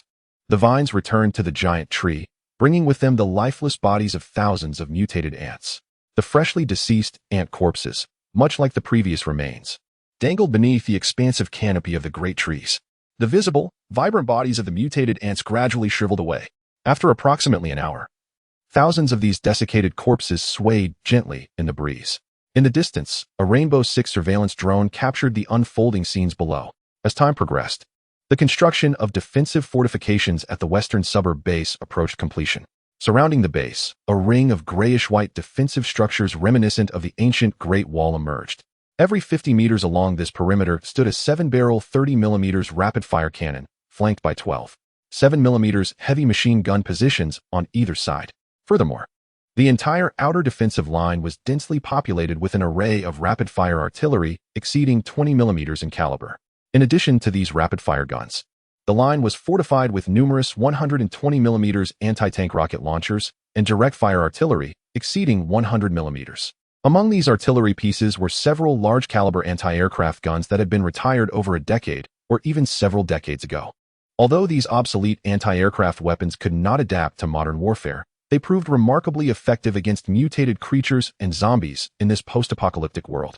The western suburb base boasted a complete production line for various weapons and ammunition, which had operated continuously since the onset of the apocalypse, amassing a substantial stockpile of diverse ordnance.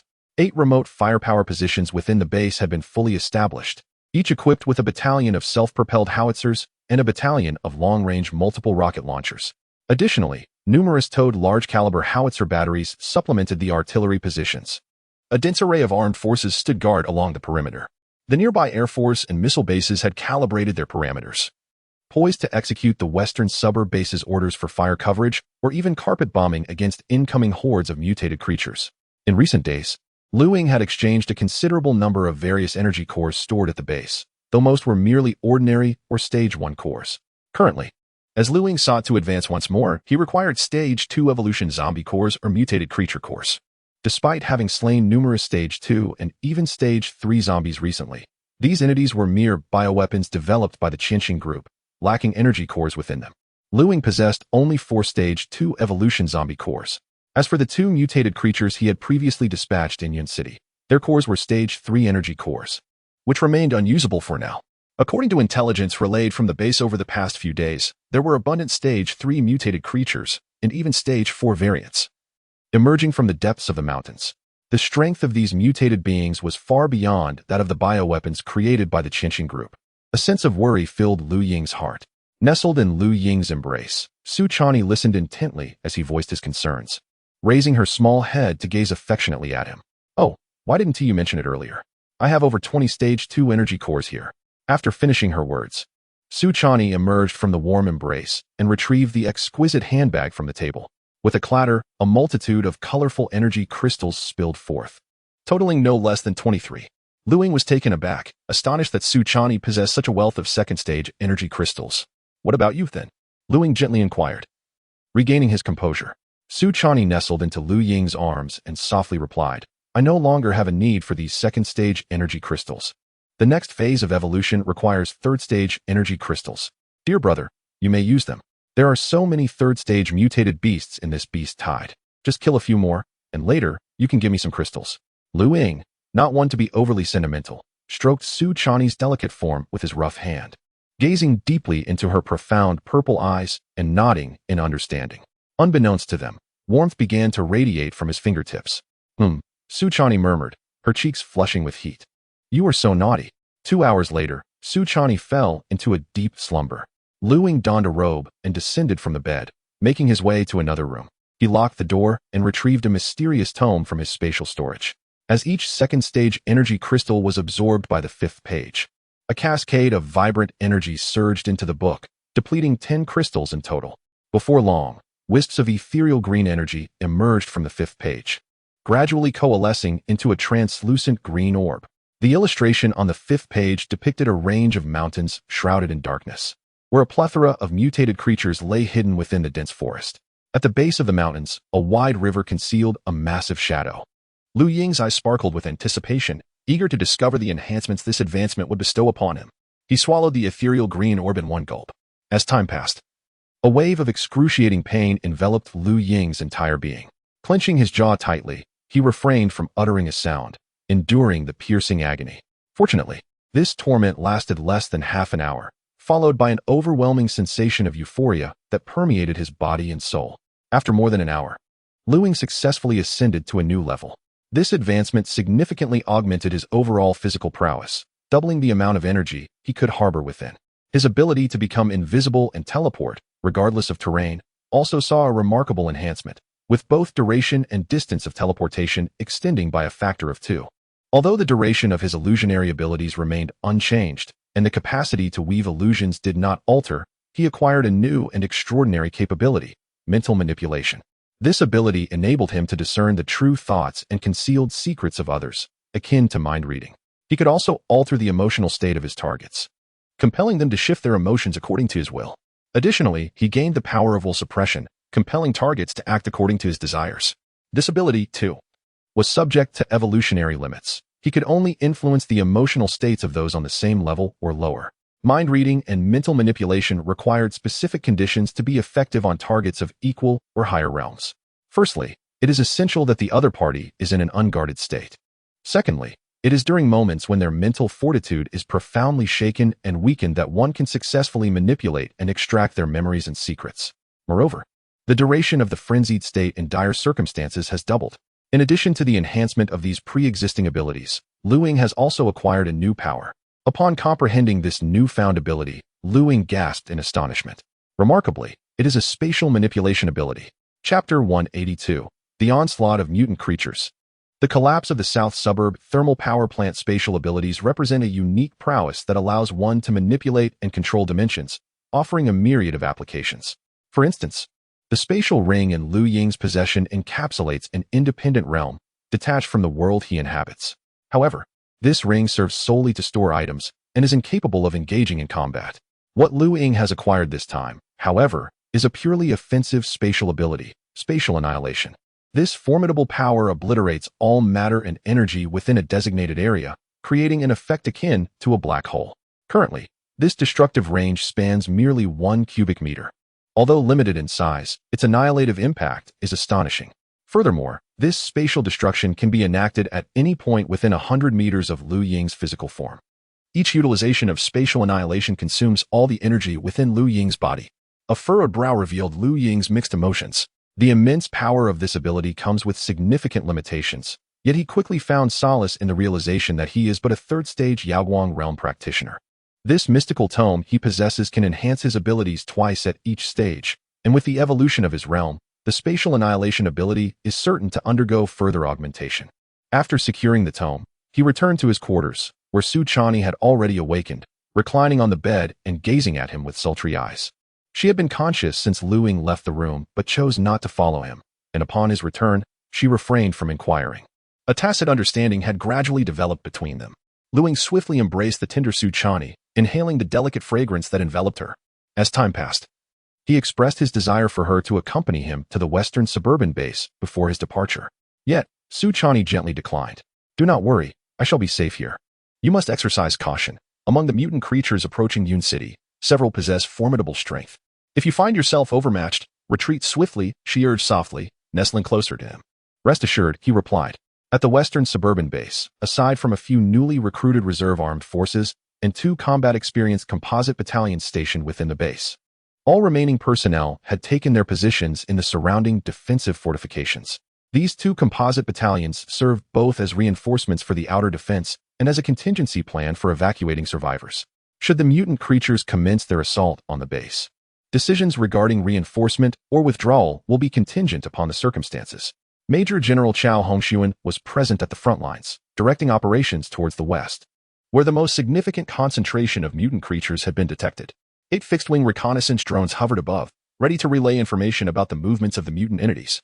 Additionally, an AWACS, airborne warning and control system, aircraft operated above, serving as a communication relay between the western suburban base, the Air Force Base, and missile units. Beneath each fixed-wing drone, numerous quadrotor reconnaissance drones provided the ground troops with real-time battlefield dynamics. Upon returning to the base, Ying first visited the underground residence of General Zhang's family, and subsequently convened with Zhang Jinshu, Lu Wei, and the other team members. The moment Zhang Jinshu laid eyes on Lu Wei, an instinctive wariness enveloped her. Her intuition signaled that this captain of the 5th team was far from ordinary. Yet, given the extraordinary circumstances, Zhang Jinshu merely heightened her vigilance towards Lu Wei without engaging in any verbal probing. The team proceeded to the Weapons Research Institute to collect their respective gear. This time, the institute had prepared 10 sniper rifles crafted from a specialized 14.5mm material, alongside 10-12, 7mm 191G assault rifles, 5 Yinling knives, and 5 short swords. Recently, the institute had enhanced the internal explosives of the 822 grenade by incorporating a mysterious substance. The modified 822 grenade not only contained a revamped explosive core, but also featured over 1,600 steel balls embedded within its structure. Ying picked up a black grenade, roughly the size of an adult's half fist, and weighed it in her hand. This newly improved grenade was 5 times heavier than its predecessor. Its destructive capacity was 10-fold greater than that of earlier models. Specifically designed for those with extraordinary abilities, the grenade's development had aimed for even greater potency. But time constraints limited their advancements to this iteration. The team boarded a Z-20 tactical utility helicopter, loading all their weaponry and equipment. At the command center of the West Suburb Base, all personnel, save for the senior officers already deployed on the front lines, gathered here. Major General Yang, overseeing the defense operation, coordinated the strategic layout and logistics of the mission, ensuring that supply chains were efficiently established. While these high-ranking officials convened in the conference room, each was prepared to rush to the front lines at a moment's notice. Currently, the nearest horde of beasts was located over 70 kilometers west of the West Suburb Base. It would take no longer than a day for them to reach the western defensive line. Among the most recent mutated creatures was a swarm of red fire ants, each ranging from 1 to 2 meters in size. Their hues varied from reddish-brown to dark brown, with the second and third segments of their bodies adorned with nearly circular pale markings and 10 segmented antennae. Biologists, analyzing photographs captured from the field, confirmed that these ants were indeed mutated red fire ants. Known for their aggressive nature, red fire ants are an invasive species that possess venomous stingers containing alkaloid toxins. A sting from these ants inflicts excruciating pain akin to burns, resulting in pus-filled sores, and in severe cases, can lead to anaphylactic shock or even death. However, these characteristics pertain to the pre-mutated state. The lethal potency of the venom from these now altered ants remained an unknown terror. According to footage relayed from fixed-wing drones, the nearest horde comprised thousands of these mutated red fire ants. In addition to them, there was a cluster of short-tailed vipers, each exceeding 10 meters in length. Adorned with a pattern of earthy yellow, their numbers were estimated to be in the hundreds.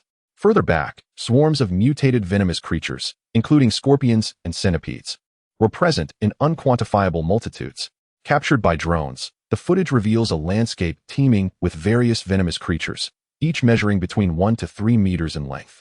Moreover, 100 kilometers away, mutated wolf packs have emerged, accompanied by a multitude of other aberrant beings lurking further back. The images relayed by the drones sent chills down the spines of all who beheld them.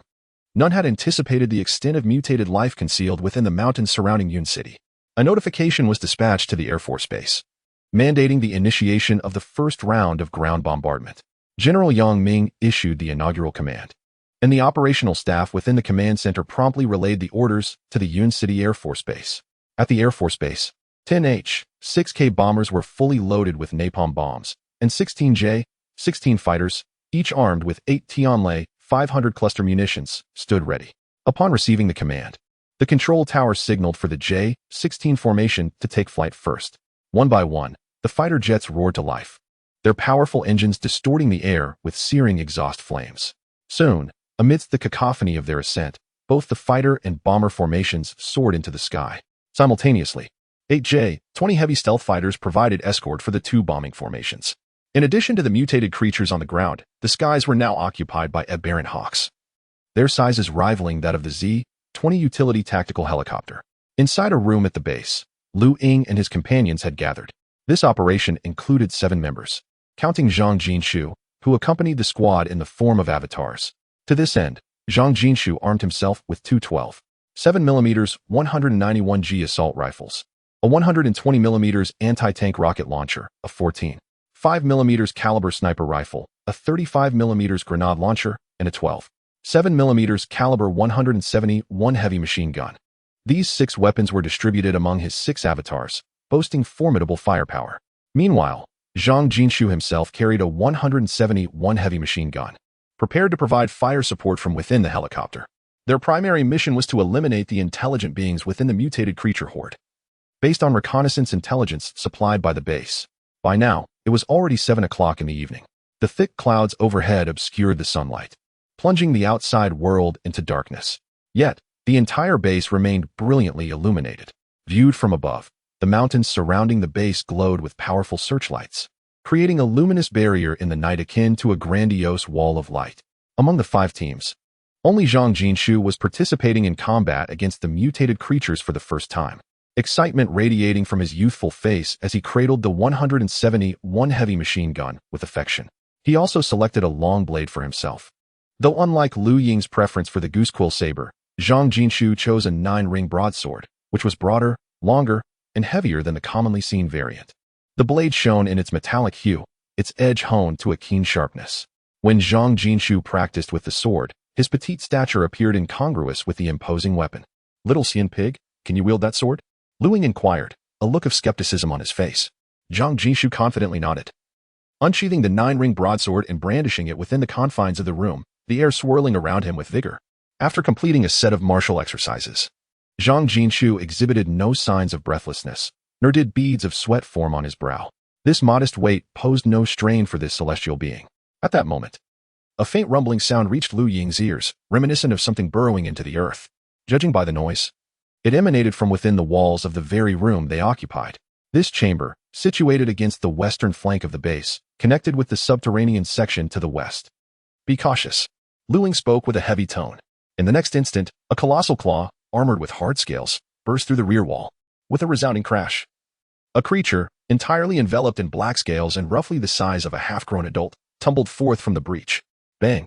A gunshot rang out as Zhang Jinshu, wielding a 12.7mm 191G assault rifle, fired at the creature, which was surveying its surroundings on the ground. The bullet struck the scaled armor on the creature's head, sending sparks flying as the armor-piercing round ricocheted into a nearby gaping hole. Drawing his long knife, Lu Ying aimed and thrust downward at the creature. A flurry of sparks erupted as the Yenling knife pierced the creature's head. The beast writhed and roared momentarily before collapsing lifelessly to the ground. "Report the situation to the command center," Lu Ying commanded solemnly, an ominous premonition rising within him. 2 members of Team 5 swiftly lifted the creature's carcass and departed. This was dire news. The remaining individuals shared a similar sense of gravity, astonished that a mutated organism could breach the robust walls crafted from special alloy material of the base. Should a horde of these aberrant creatures infiltrate the base through the tunnel created by this monster, chaos would ensue, with attacks from both outside and within. The entire base would likely crumble in short order. Soon, information regarding this mysterious organism was relayed. According to the biologists, it was identified as a mutated pangolin. Although the young province was not a natural habitat for such creatures, it was surmised that it had been illegally introduced into the province before the apocalypse.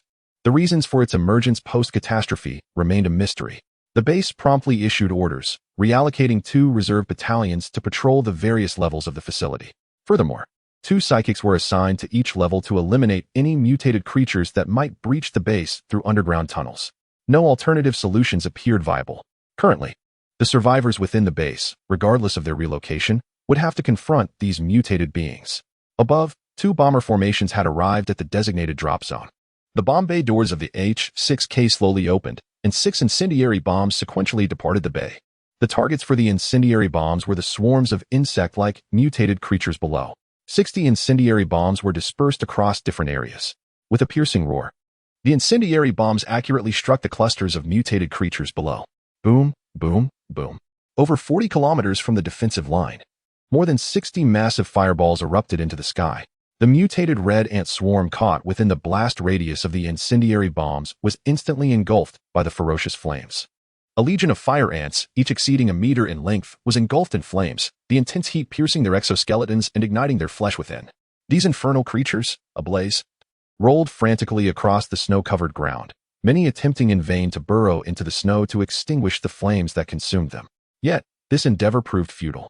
The initial blizzard coupled with the prolonged frigid temperatures had rendered the snow beneath them as hard as concrete. In their desperate agony, exacerbated by the searing pain of the flames, the fire ants found themselves incapable of penetrating the icy surface. In the distance, a horde of venomous scorpions, centipedes, and short-tailed vipers were similarly engulfed by the fierce flames unleashed by the explosion of napalm. These aberrant creatures writhed in anguish, their bodies ablaze as they fled in terror. A multitude of towering trees, already frozen to death, ignited into roaring infernos, with 3 great mountains set ablaze. Smoke and fire billowed high into the sky, accompanied by the anguished cries of the mutated beings.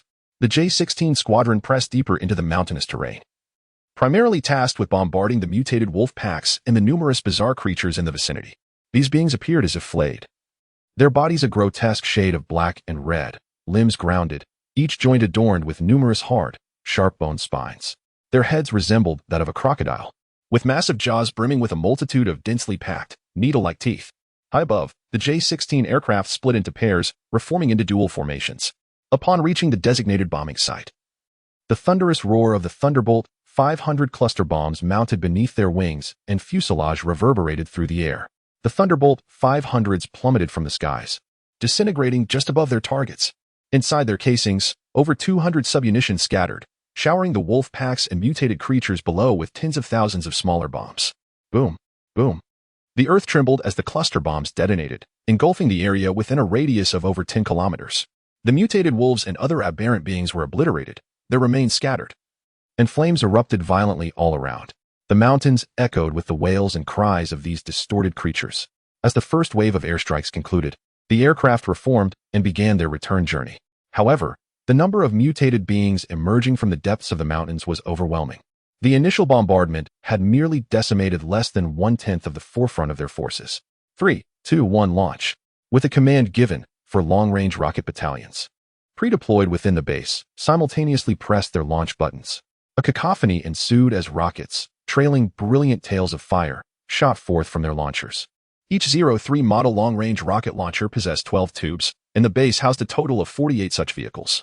In a single volley, 576 long-range rockets, trailing dazzling flames, surged toward the swarm of mutated creatures. Over 500 rockets streaked across the night sky, resembling a celestial shower of meteors.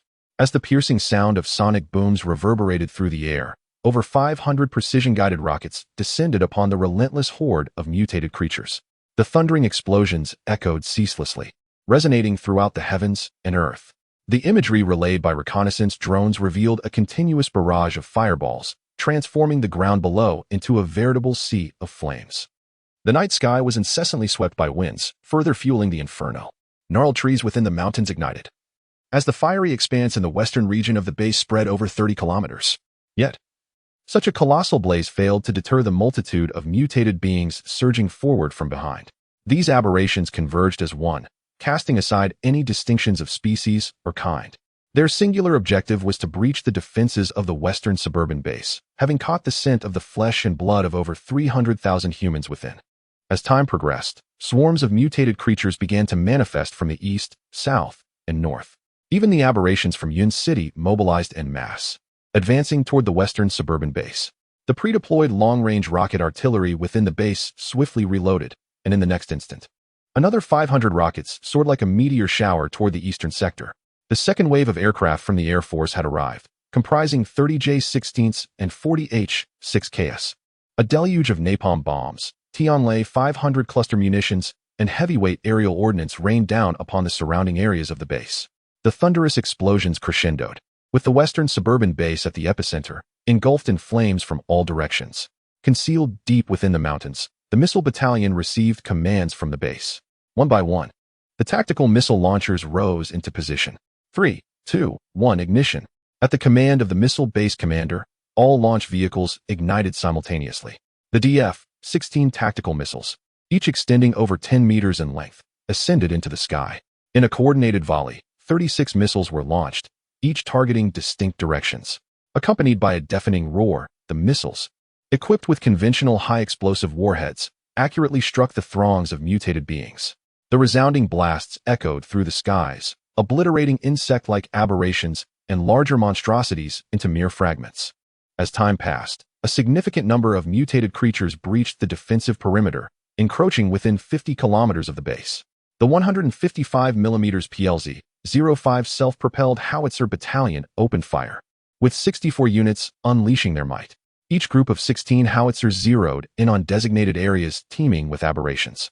At the command of their leader, all 64 self-propelled howitzers roared to life.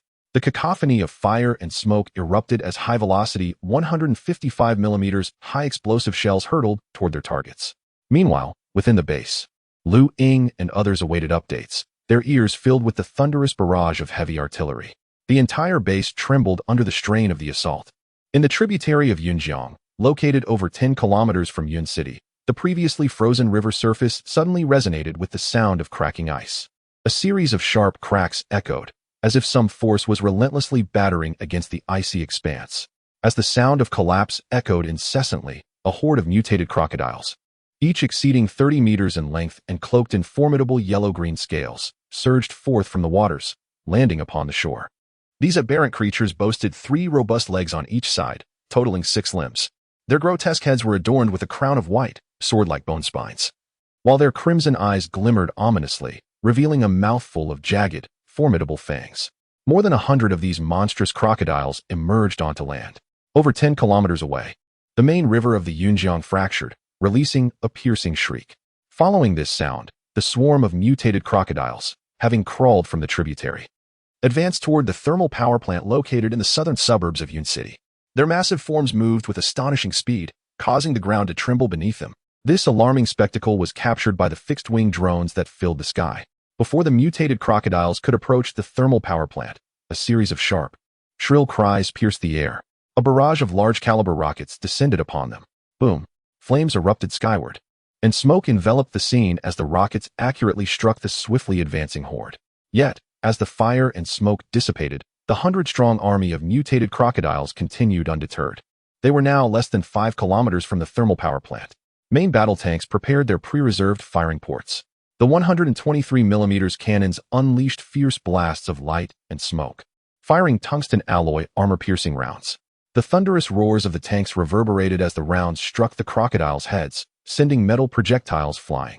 Sparks erupted from the scaled heads of the creatures. Astonishingly, the armor-piercing rounds failed to penetrate their tough exterior. Rat-a-tat-tat. Boom. The defenders of the thermal power plant unleashed a torrent of firepower, bullets and shells trailing red streaks through the night sky, all aimed at the oncoming mutated crocodiles. With a resounding crash, one of the 30-meter-long behemoths broke through the 3-meter-high protective barriers surrounding the plant.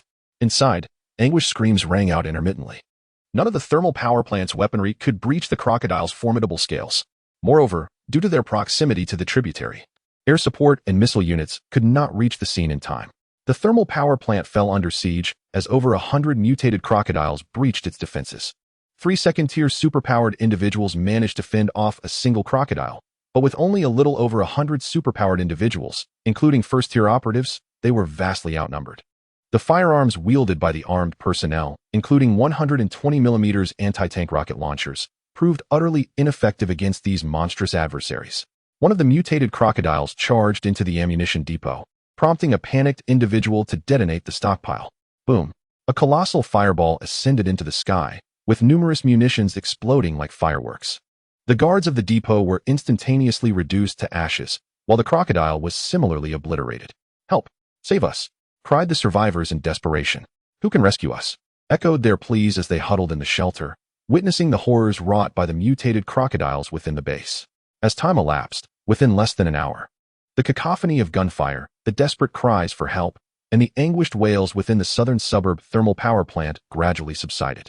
Of the hundreds of mutated crocodiles, fewer than 10 lay dead, and the entire facility was devoid of any armed personnel or survivors. In the next moment, a piercing shriek echoed once more.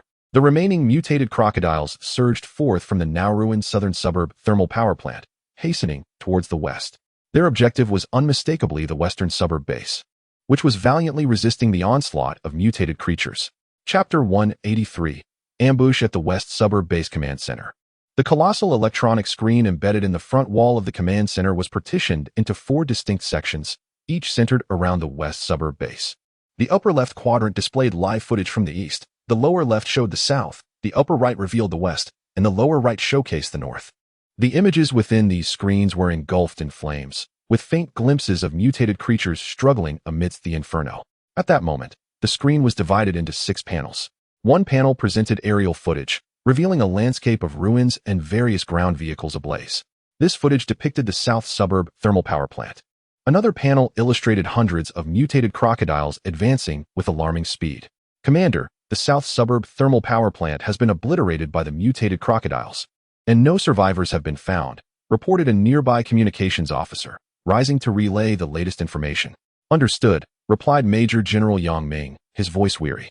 Contact the missile base and initiate fire coverage on the mutated crocodile swarm. Yes, sir.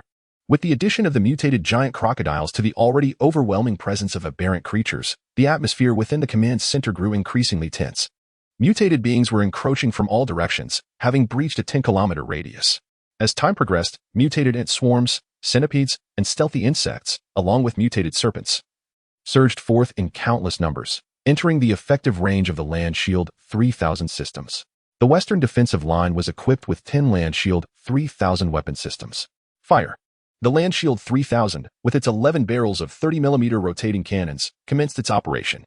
A cacophony of buzzing filled the air as the barrels unleashed tongues of fire and billowing smoke. 30mm tungsten alloy armor-piercing rounds were propelled at high velocity, creating a torrent of red projectiles that rained down upon the advancing mutated creatures. Bang, bang, bang. The armor-piercing rounds hammered the oncoming mutated fire ants into a pulp. Fragments of their dismembered limbs and shattered exoskeletons, accompanied by splashes of green venom, scattered in all directions. The densely advancing, mutated wolf pack faltered under the relentless barrage of firepower and high-intensity tungsten alloy rounds. After all, the Land Shield 3000's caliber was 30mm. Despite the ferocity of the firepower deployed, numerous mutated creatures managed to breach the defensive line. Soon, the massive aberrations entered the range of the 6.25E weapon system, followed by the 14 5mm triple-barreled cannon, and ultimately approached the range of the 12 7mm heavy machine gun. All light and heavy weaponry stationed around the base opened fire. Bang, bang, bang. Buzz, buzz, buzz. Rat-a-tat-tat. A dense hail of bullets trailed red flames, weaving an impenetrable net of firepower. One by one, the mutated creatures were shattered into pieces, yet they seemed to be driven by some primal instinct, fearlessly charging toward the defensive line. In the rear, high explosive shells of various calibers rained down upon the throng of mutated beings. Boom. The sound of explosions echoed continuously, with flames soaring into the sky. Deputy Commander Chao Hongxuan stood at a Land Shield 3000 fire point along the western defensive line, through the telescope in hand. The current state of the defensive line was scrutinized, while a nearby operator received real-time orders from several other defensive lines and the base. Presently, all peripheral defenses surrounding the base were engaged in combat, thanks to meticulous preparation. Coupled with the fact that these mutated creatures were not as formidable as the monstrous crocodiles that had devastated the South Suburb thermal power plant, the defensive lines remained stable, with no mutated creature breaching the barrage of firepower. However, intelligence relayed from drones and early warning aircraft indicated that an unceasing tide of mutated beings continued to surge toward the base from deep within the mountains. The monstrous crocodile horde from the South Suburb thermal power plant had been subjected to the overwhelming firepower of 30 DF-16 short-range missiles. Following the explosions, over 100 of these mutated crocodiles suffered casualties amounting to 1/5 of their numbers. The second wave of attacks from the missile base had already commenced, launching 60 DF-16 short-range missiles. Yet, the missile base assessed that this barrage would eliminate no more than a third of the mutated crocodile horde, as their armored scales offered formidable defense. The missile base recommended that, following the assault, the base dispatch a team of second-stage abilities to intercept the mutated crocodiles. Currently, the quantity of short-range missiles at the missile base could not sustain large-scale launches. After 10 more rounds, it would be necessary to resort to medium or long-range ballistic missiles, or even intercontinental ballistic missiles. Moreover, the West Suburb base faced not only this singular horde of mutated crocodiles, but an even greater threat from the relentless influx of mutated creatures emerging from the depths of the mountains. Upon receiving the missile base's analysis and recommendations, Major General Yang made a swift decision. He ordered 4 distant fire battalions to bombard the oncoming horde of mutated crocodiles. Simultaneously, 6 teams composed of second-stage ability users boarded the Z-20 utility helicopters to intercept and eliminate the mutated crocodiles. Boom, boom, boom. The 4 distant fire battalions unleashed a volley of over 500 300mm long-range rockets, cutting through the pitch-black night sky. Team 1, respond. Came the call from the command center through the communication headsets of Ying and others. Team 1 received, please advise. Wei promptly replied. The command center ordered. Your team is to proceed to Z-20 helicopter number 7 and board immediately to intercept the oncoming mutated crocodiles. Understood. The door swung open. And Ying and the others swiftly gathered their weapons and equipment, descending to the helicopter landing platform via the base's elevator. After their departure, an ability user and 2 armed personnel entered the room to monitor the hole created by the mutated pangolin. All elevators within the base were operational. Below, 6 Z-20 tactical helicopters whirred their rotors at high speed, as teams of ability users emerged from various elevators, heading towards their designated helicopters. Boarding helicopter number 7. Ying and her team heard the mechanical sounds of the base's alloy dome gradually opening to the sides. The 6 lifting platforms housing the helicopters activated, ascending toward the dome's aperture. Rumbling sounds echoed as the 6 Z-20s took flight, heading toward the horde of mutated crocodiles, with the piercing roar of explosions reverberating continuously. A rumble echoed as long-range rockets exploded amidst the advancing horde of mutated crocodiles, obliterating over a dozen of the colossal reptiles into mere fragments. A deluge of blood, severed limbs, and shattered scales erupted in all directions. Following this barrage, more than 100 crocodiles were reduced to a mere 30. The surviving mutated crocodiles surged forward, ravenously consuming the carcasses of their fallen brethren as they continued their relentless advance toward the western outskirts of the base. Shortly after the departure of Ying and the others, the ground in the survivors' residential area at the rear of the base was violently breached. A swarm of mutated pangolins burrowed through the earth, infiltrating the gathering of survivors. The armed personnel and psychics, who had been strategically positioned, immediately opened fire. Though these mutated pangolins were clad in hard scales, they were no match for the enhanced bullets fired by the fortified psychics. The sudden appearance of the mutated pangolins instigated a momentary chaos, but order was swiftly restored. The survivors huddled in their rooms, trembling with fear. Throughout the night, the sounds of gunfire persisted, leaving many ordinary citizens plagued by relentless tinnitus, a consequence of prolonged exposure to the cacophony. To the west of the base, 2 colossal figures, each exceeding 100 meters in length, gradually reared their massive bodies. These were 2 terrifying serpents, each with a body length surpassing 100 meters and a girth exceeding 10 meters. They lifted their forms over 60 meters high, their crimson eyes fixated intently on the perimeter defenses of the base. Their scarlet tongues flickered menacingly. In the next moment, with a resounding roar, the 2 giant serpents coiled low and surged towards the defenses at an alarming speed.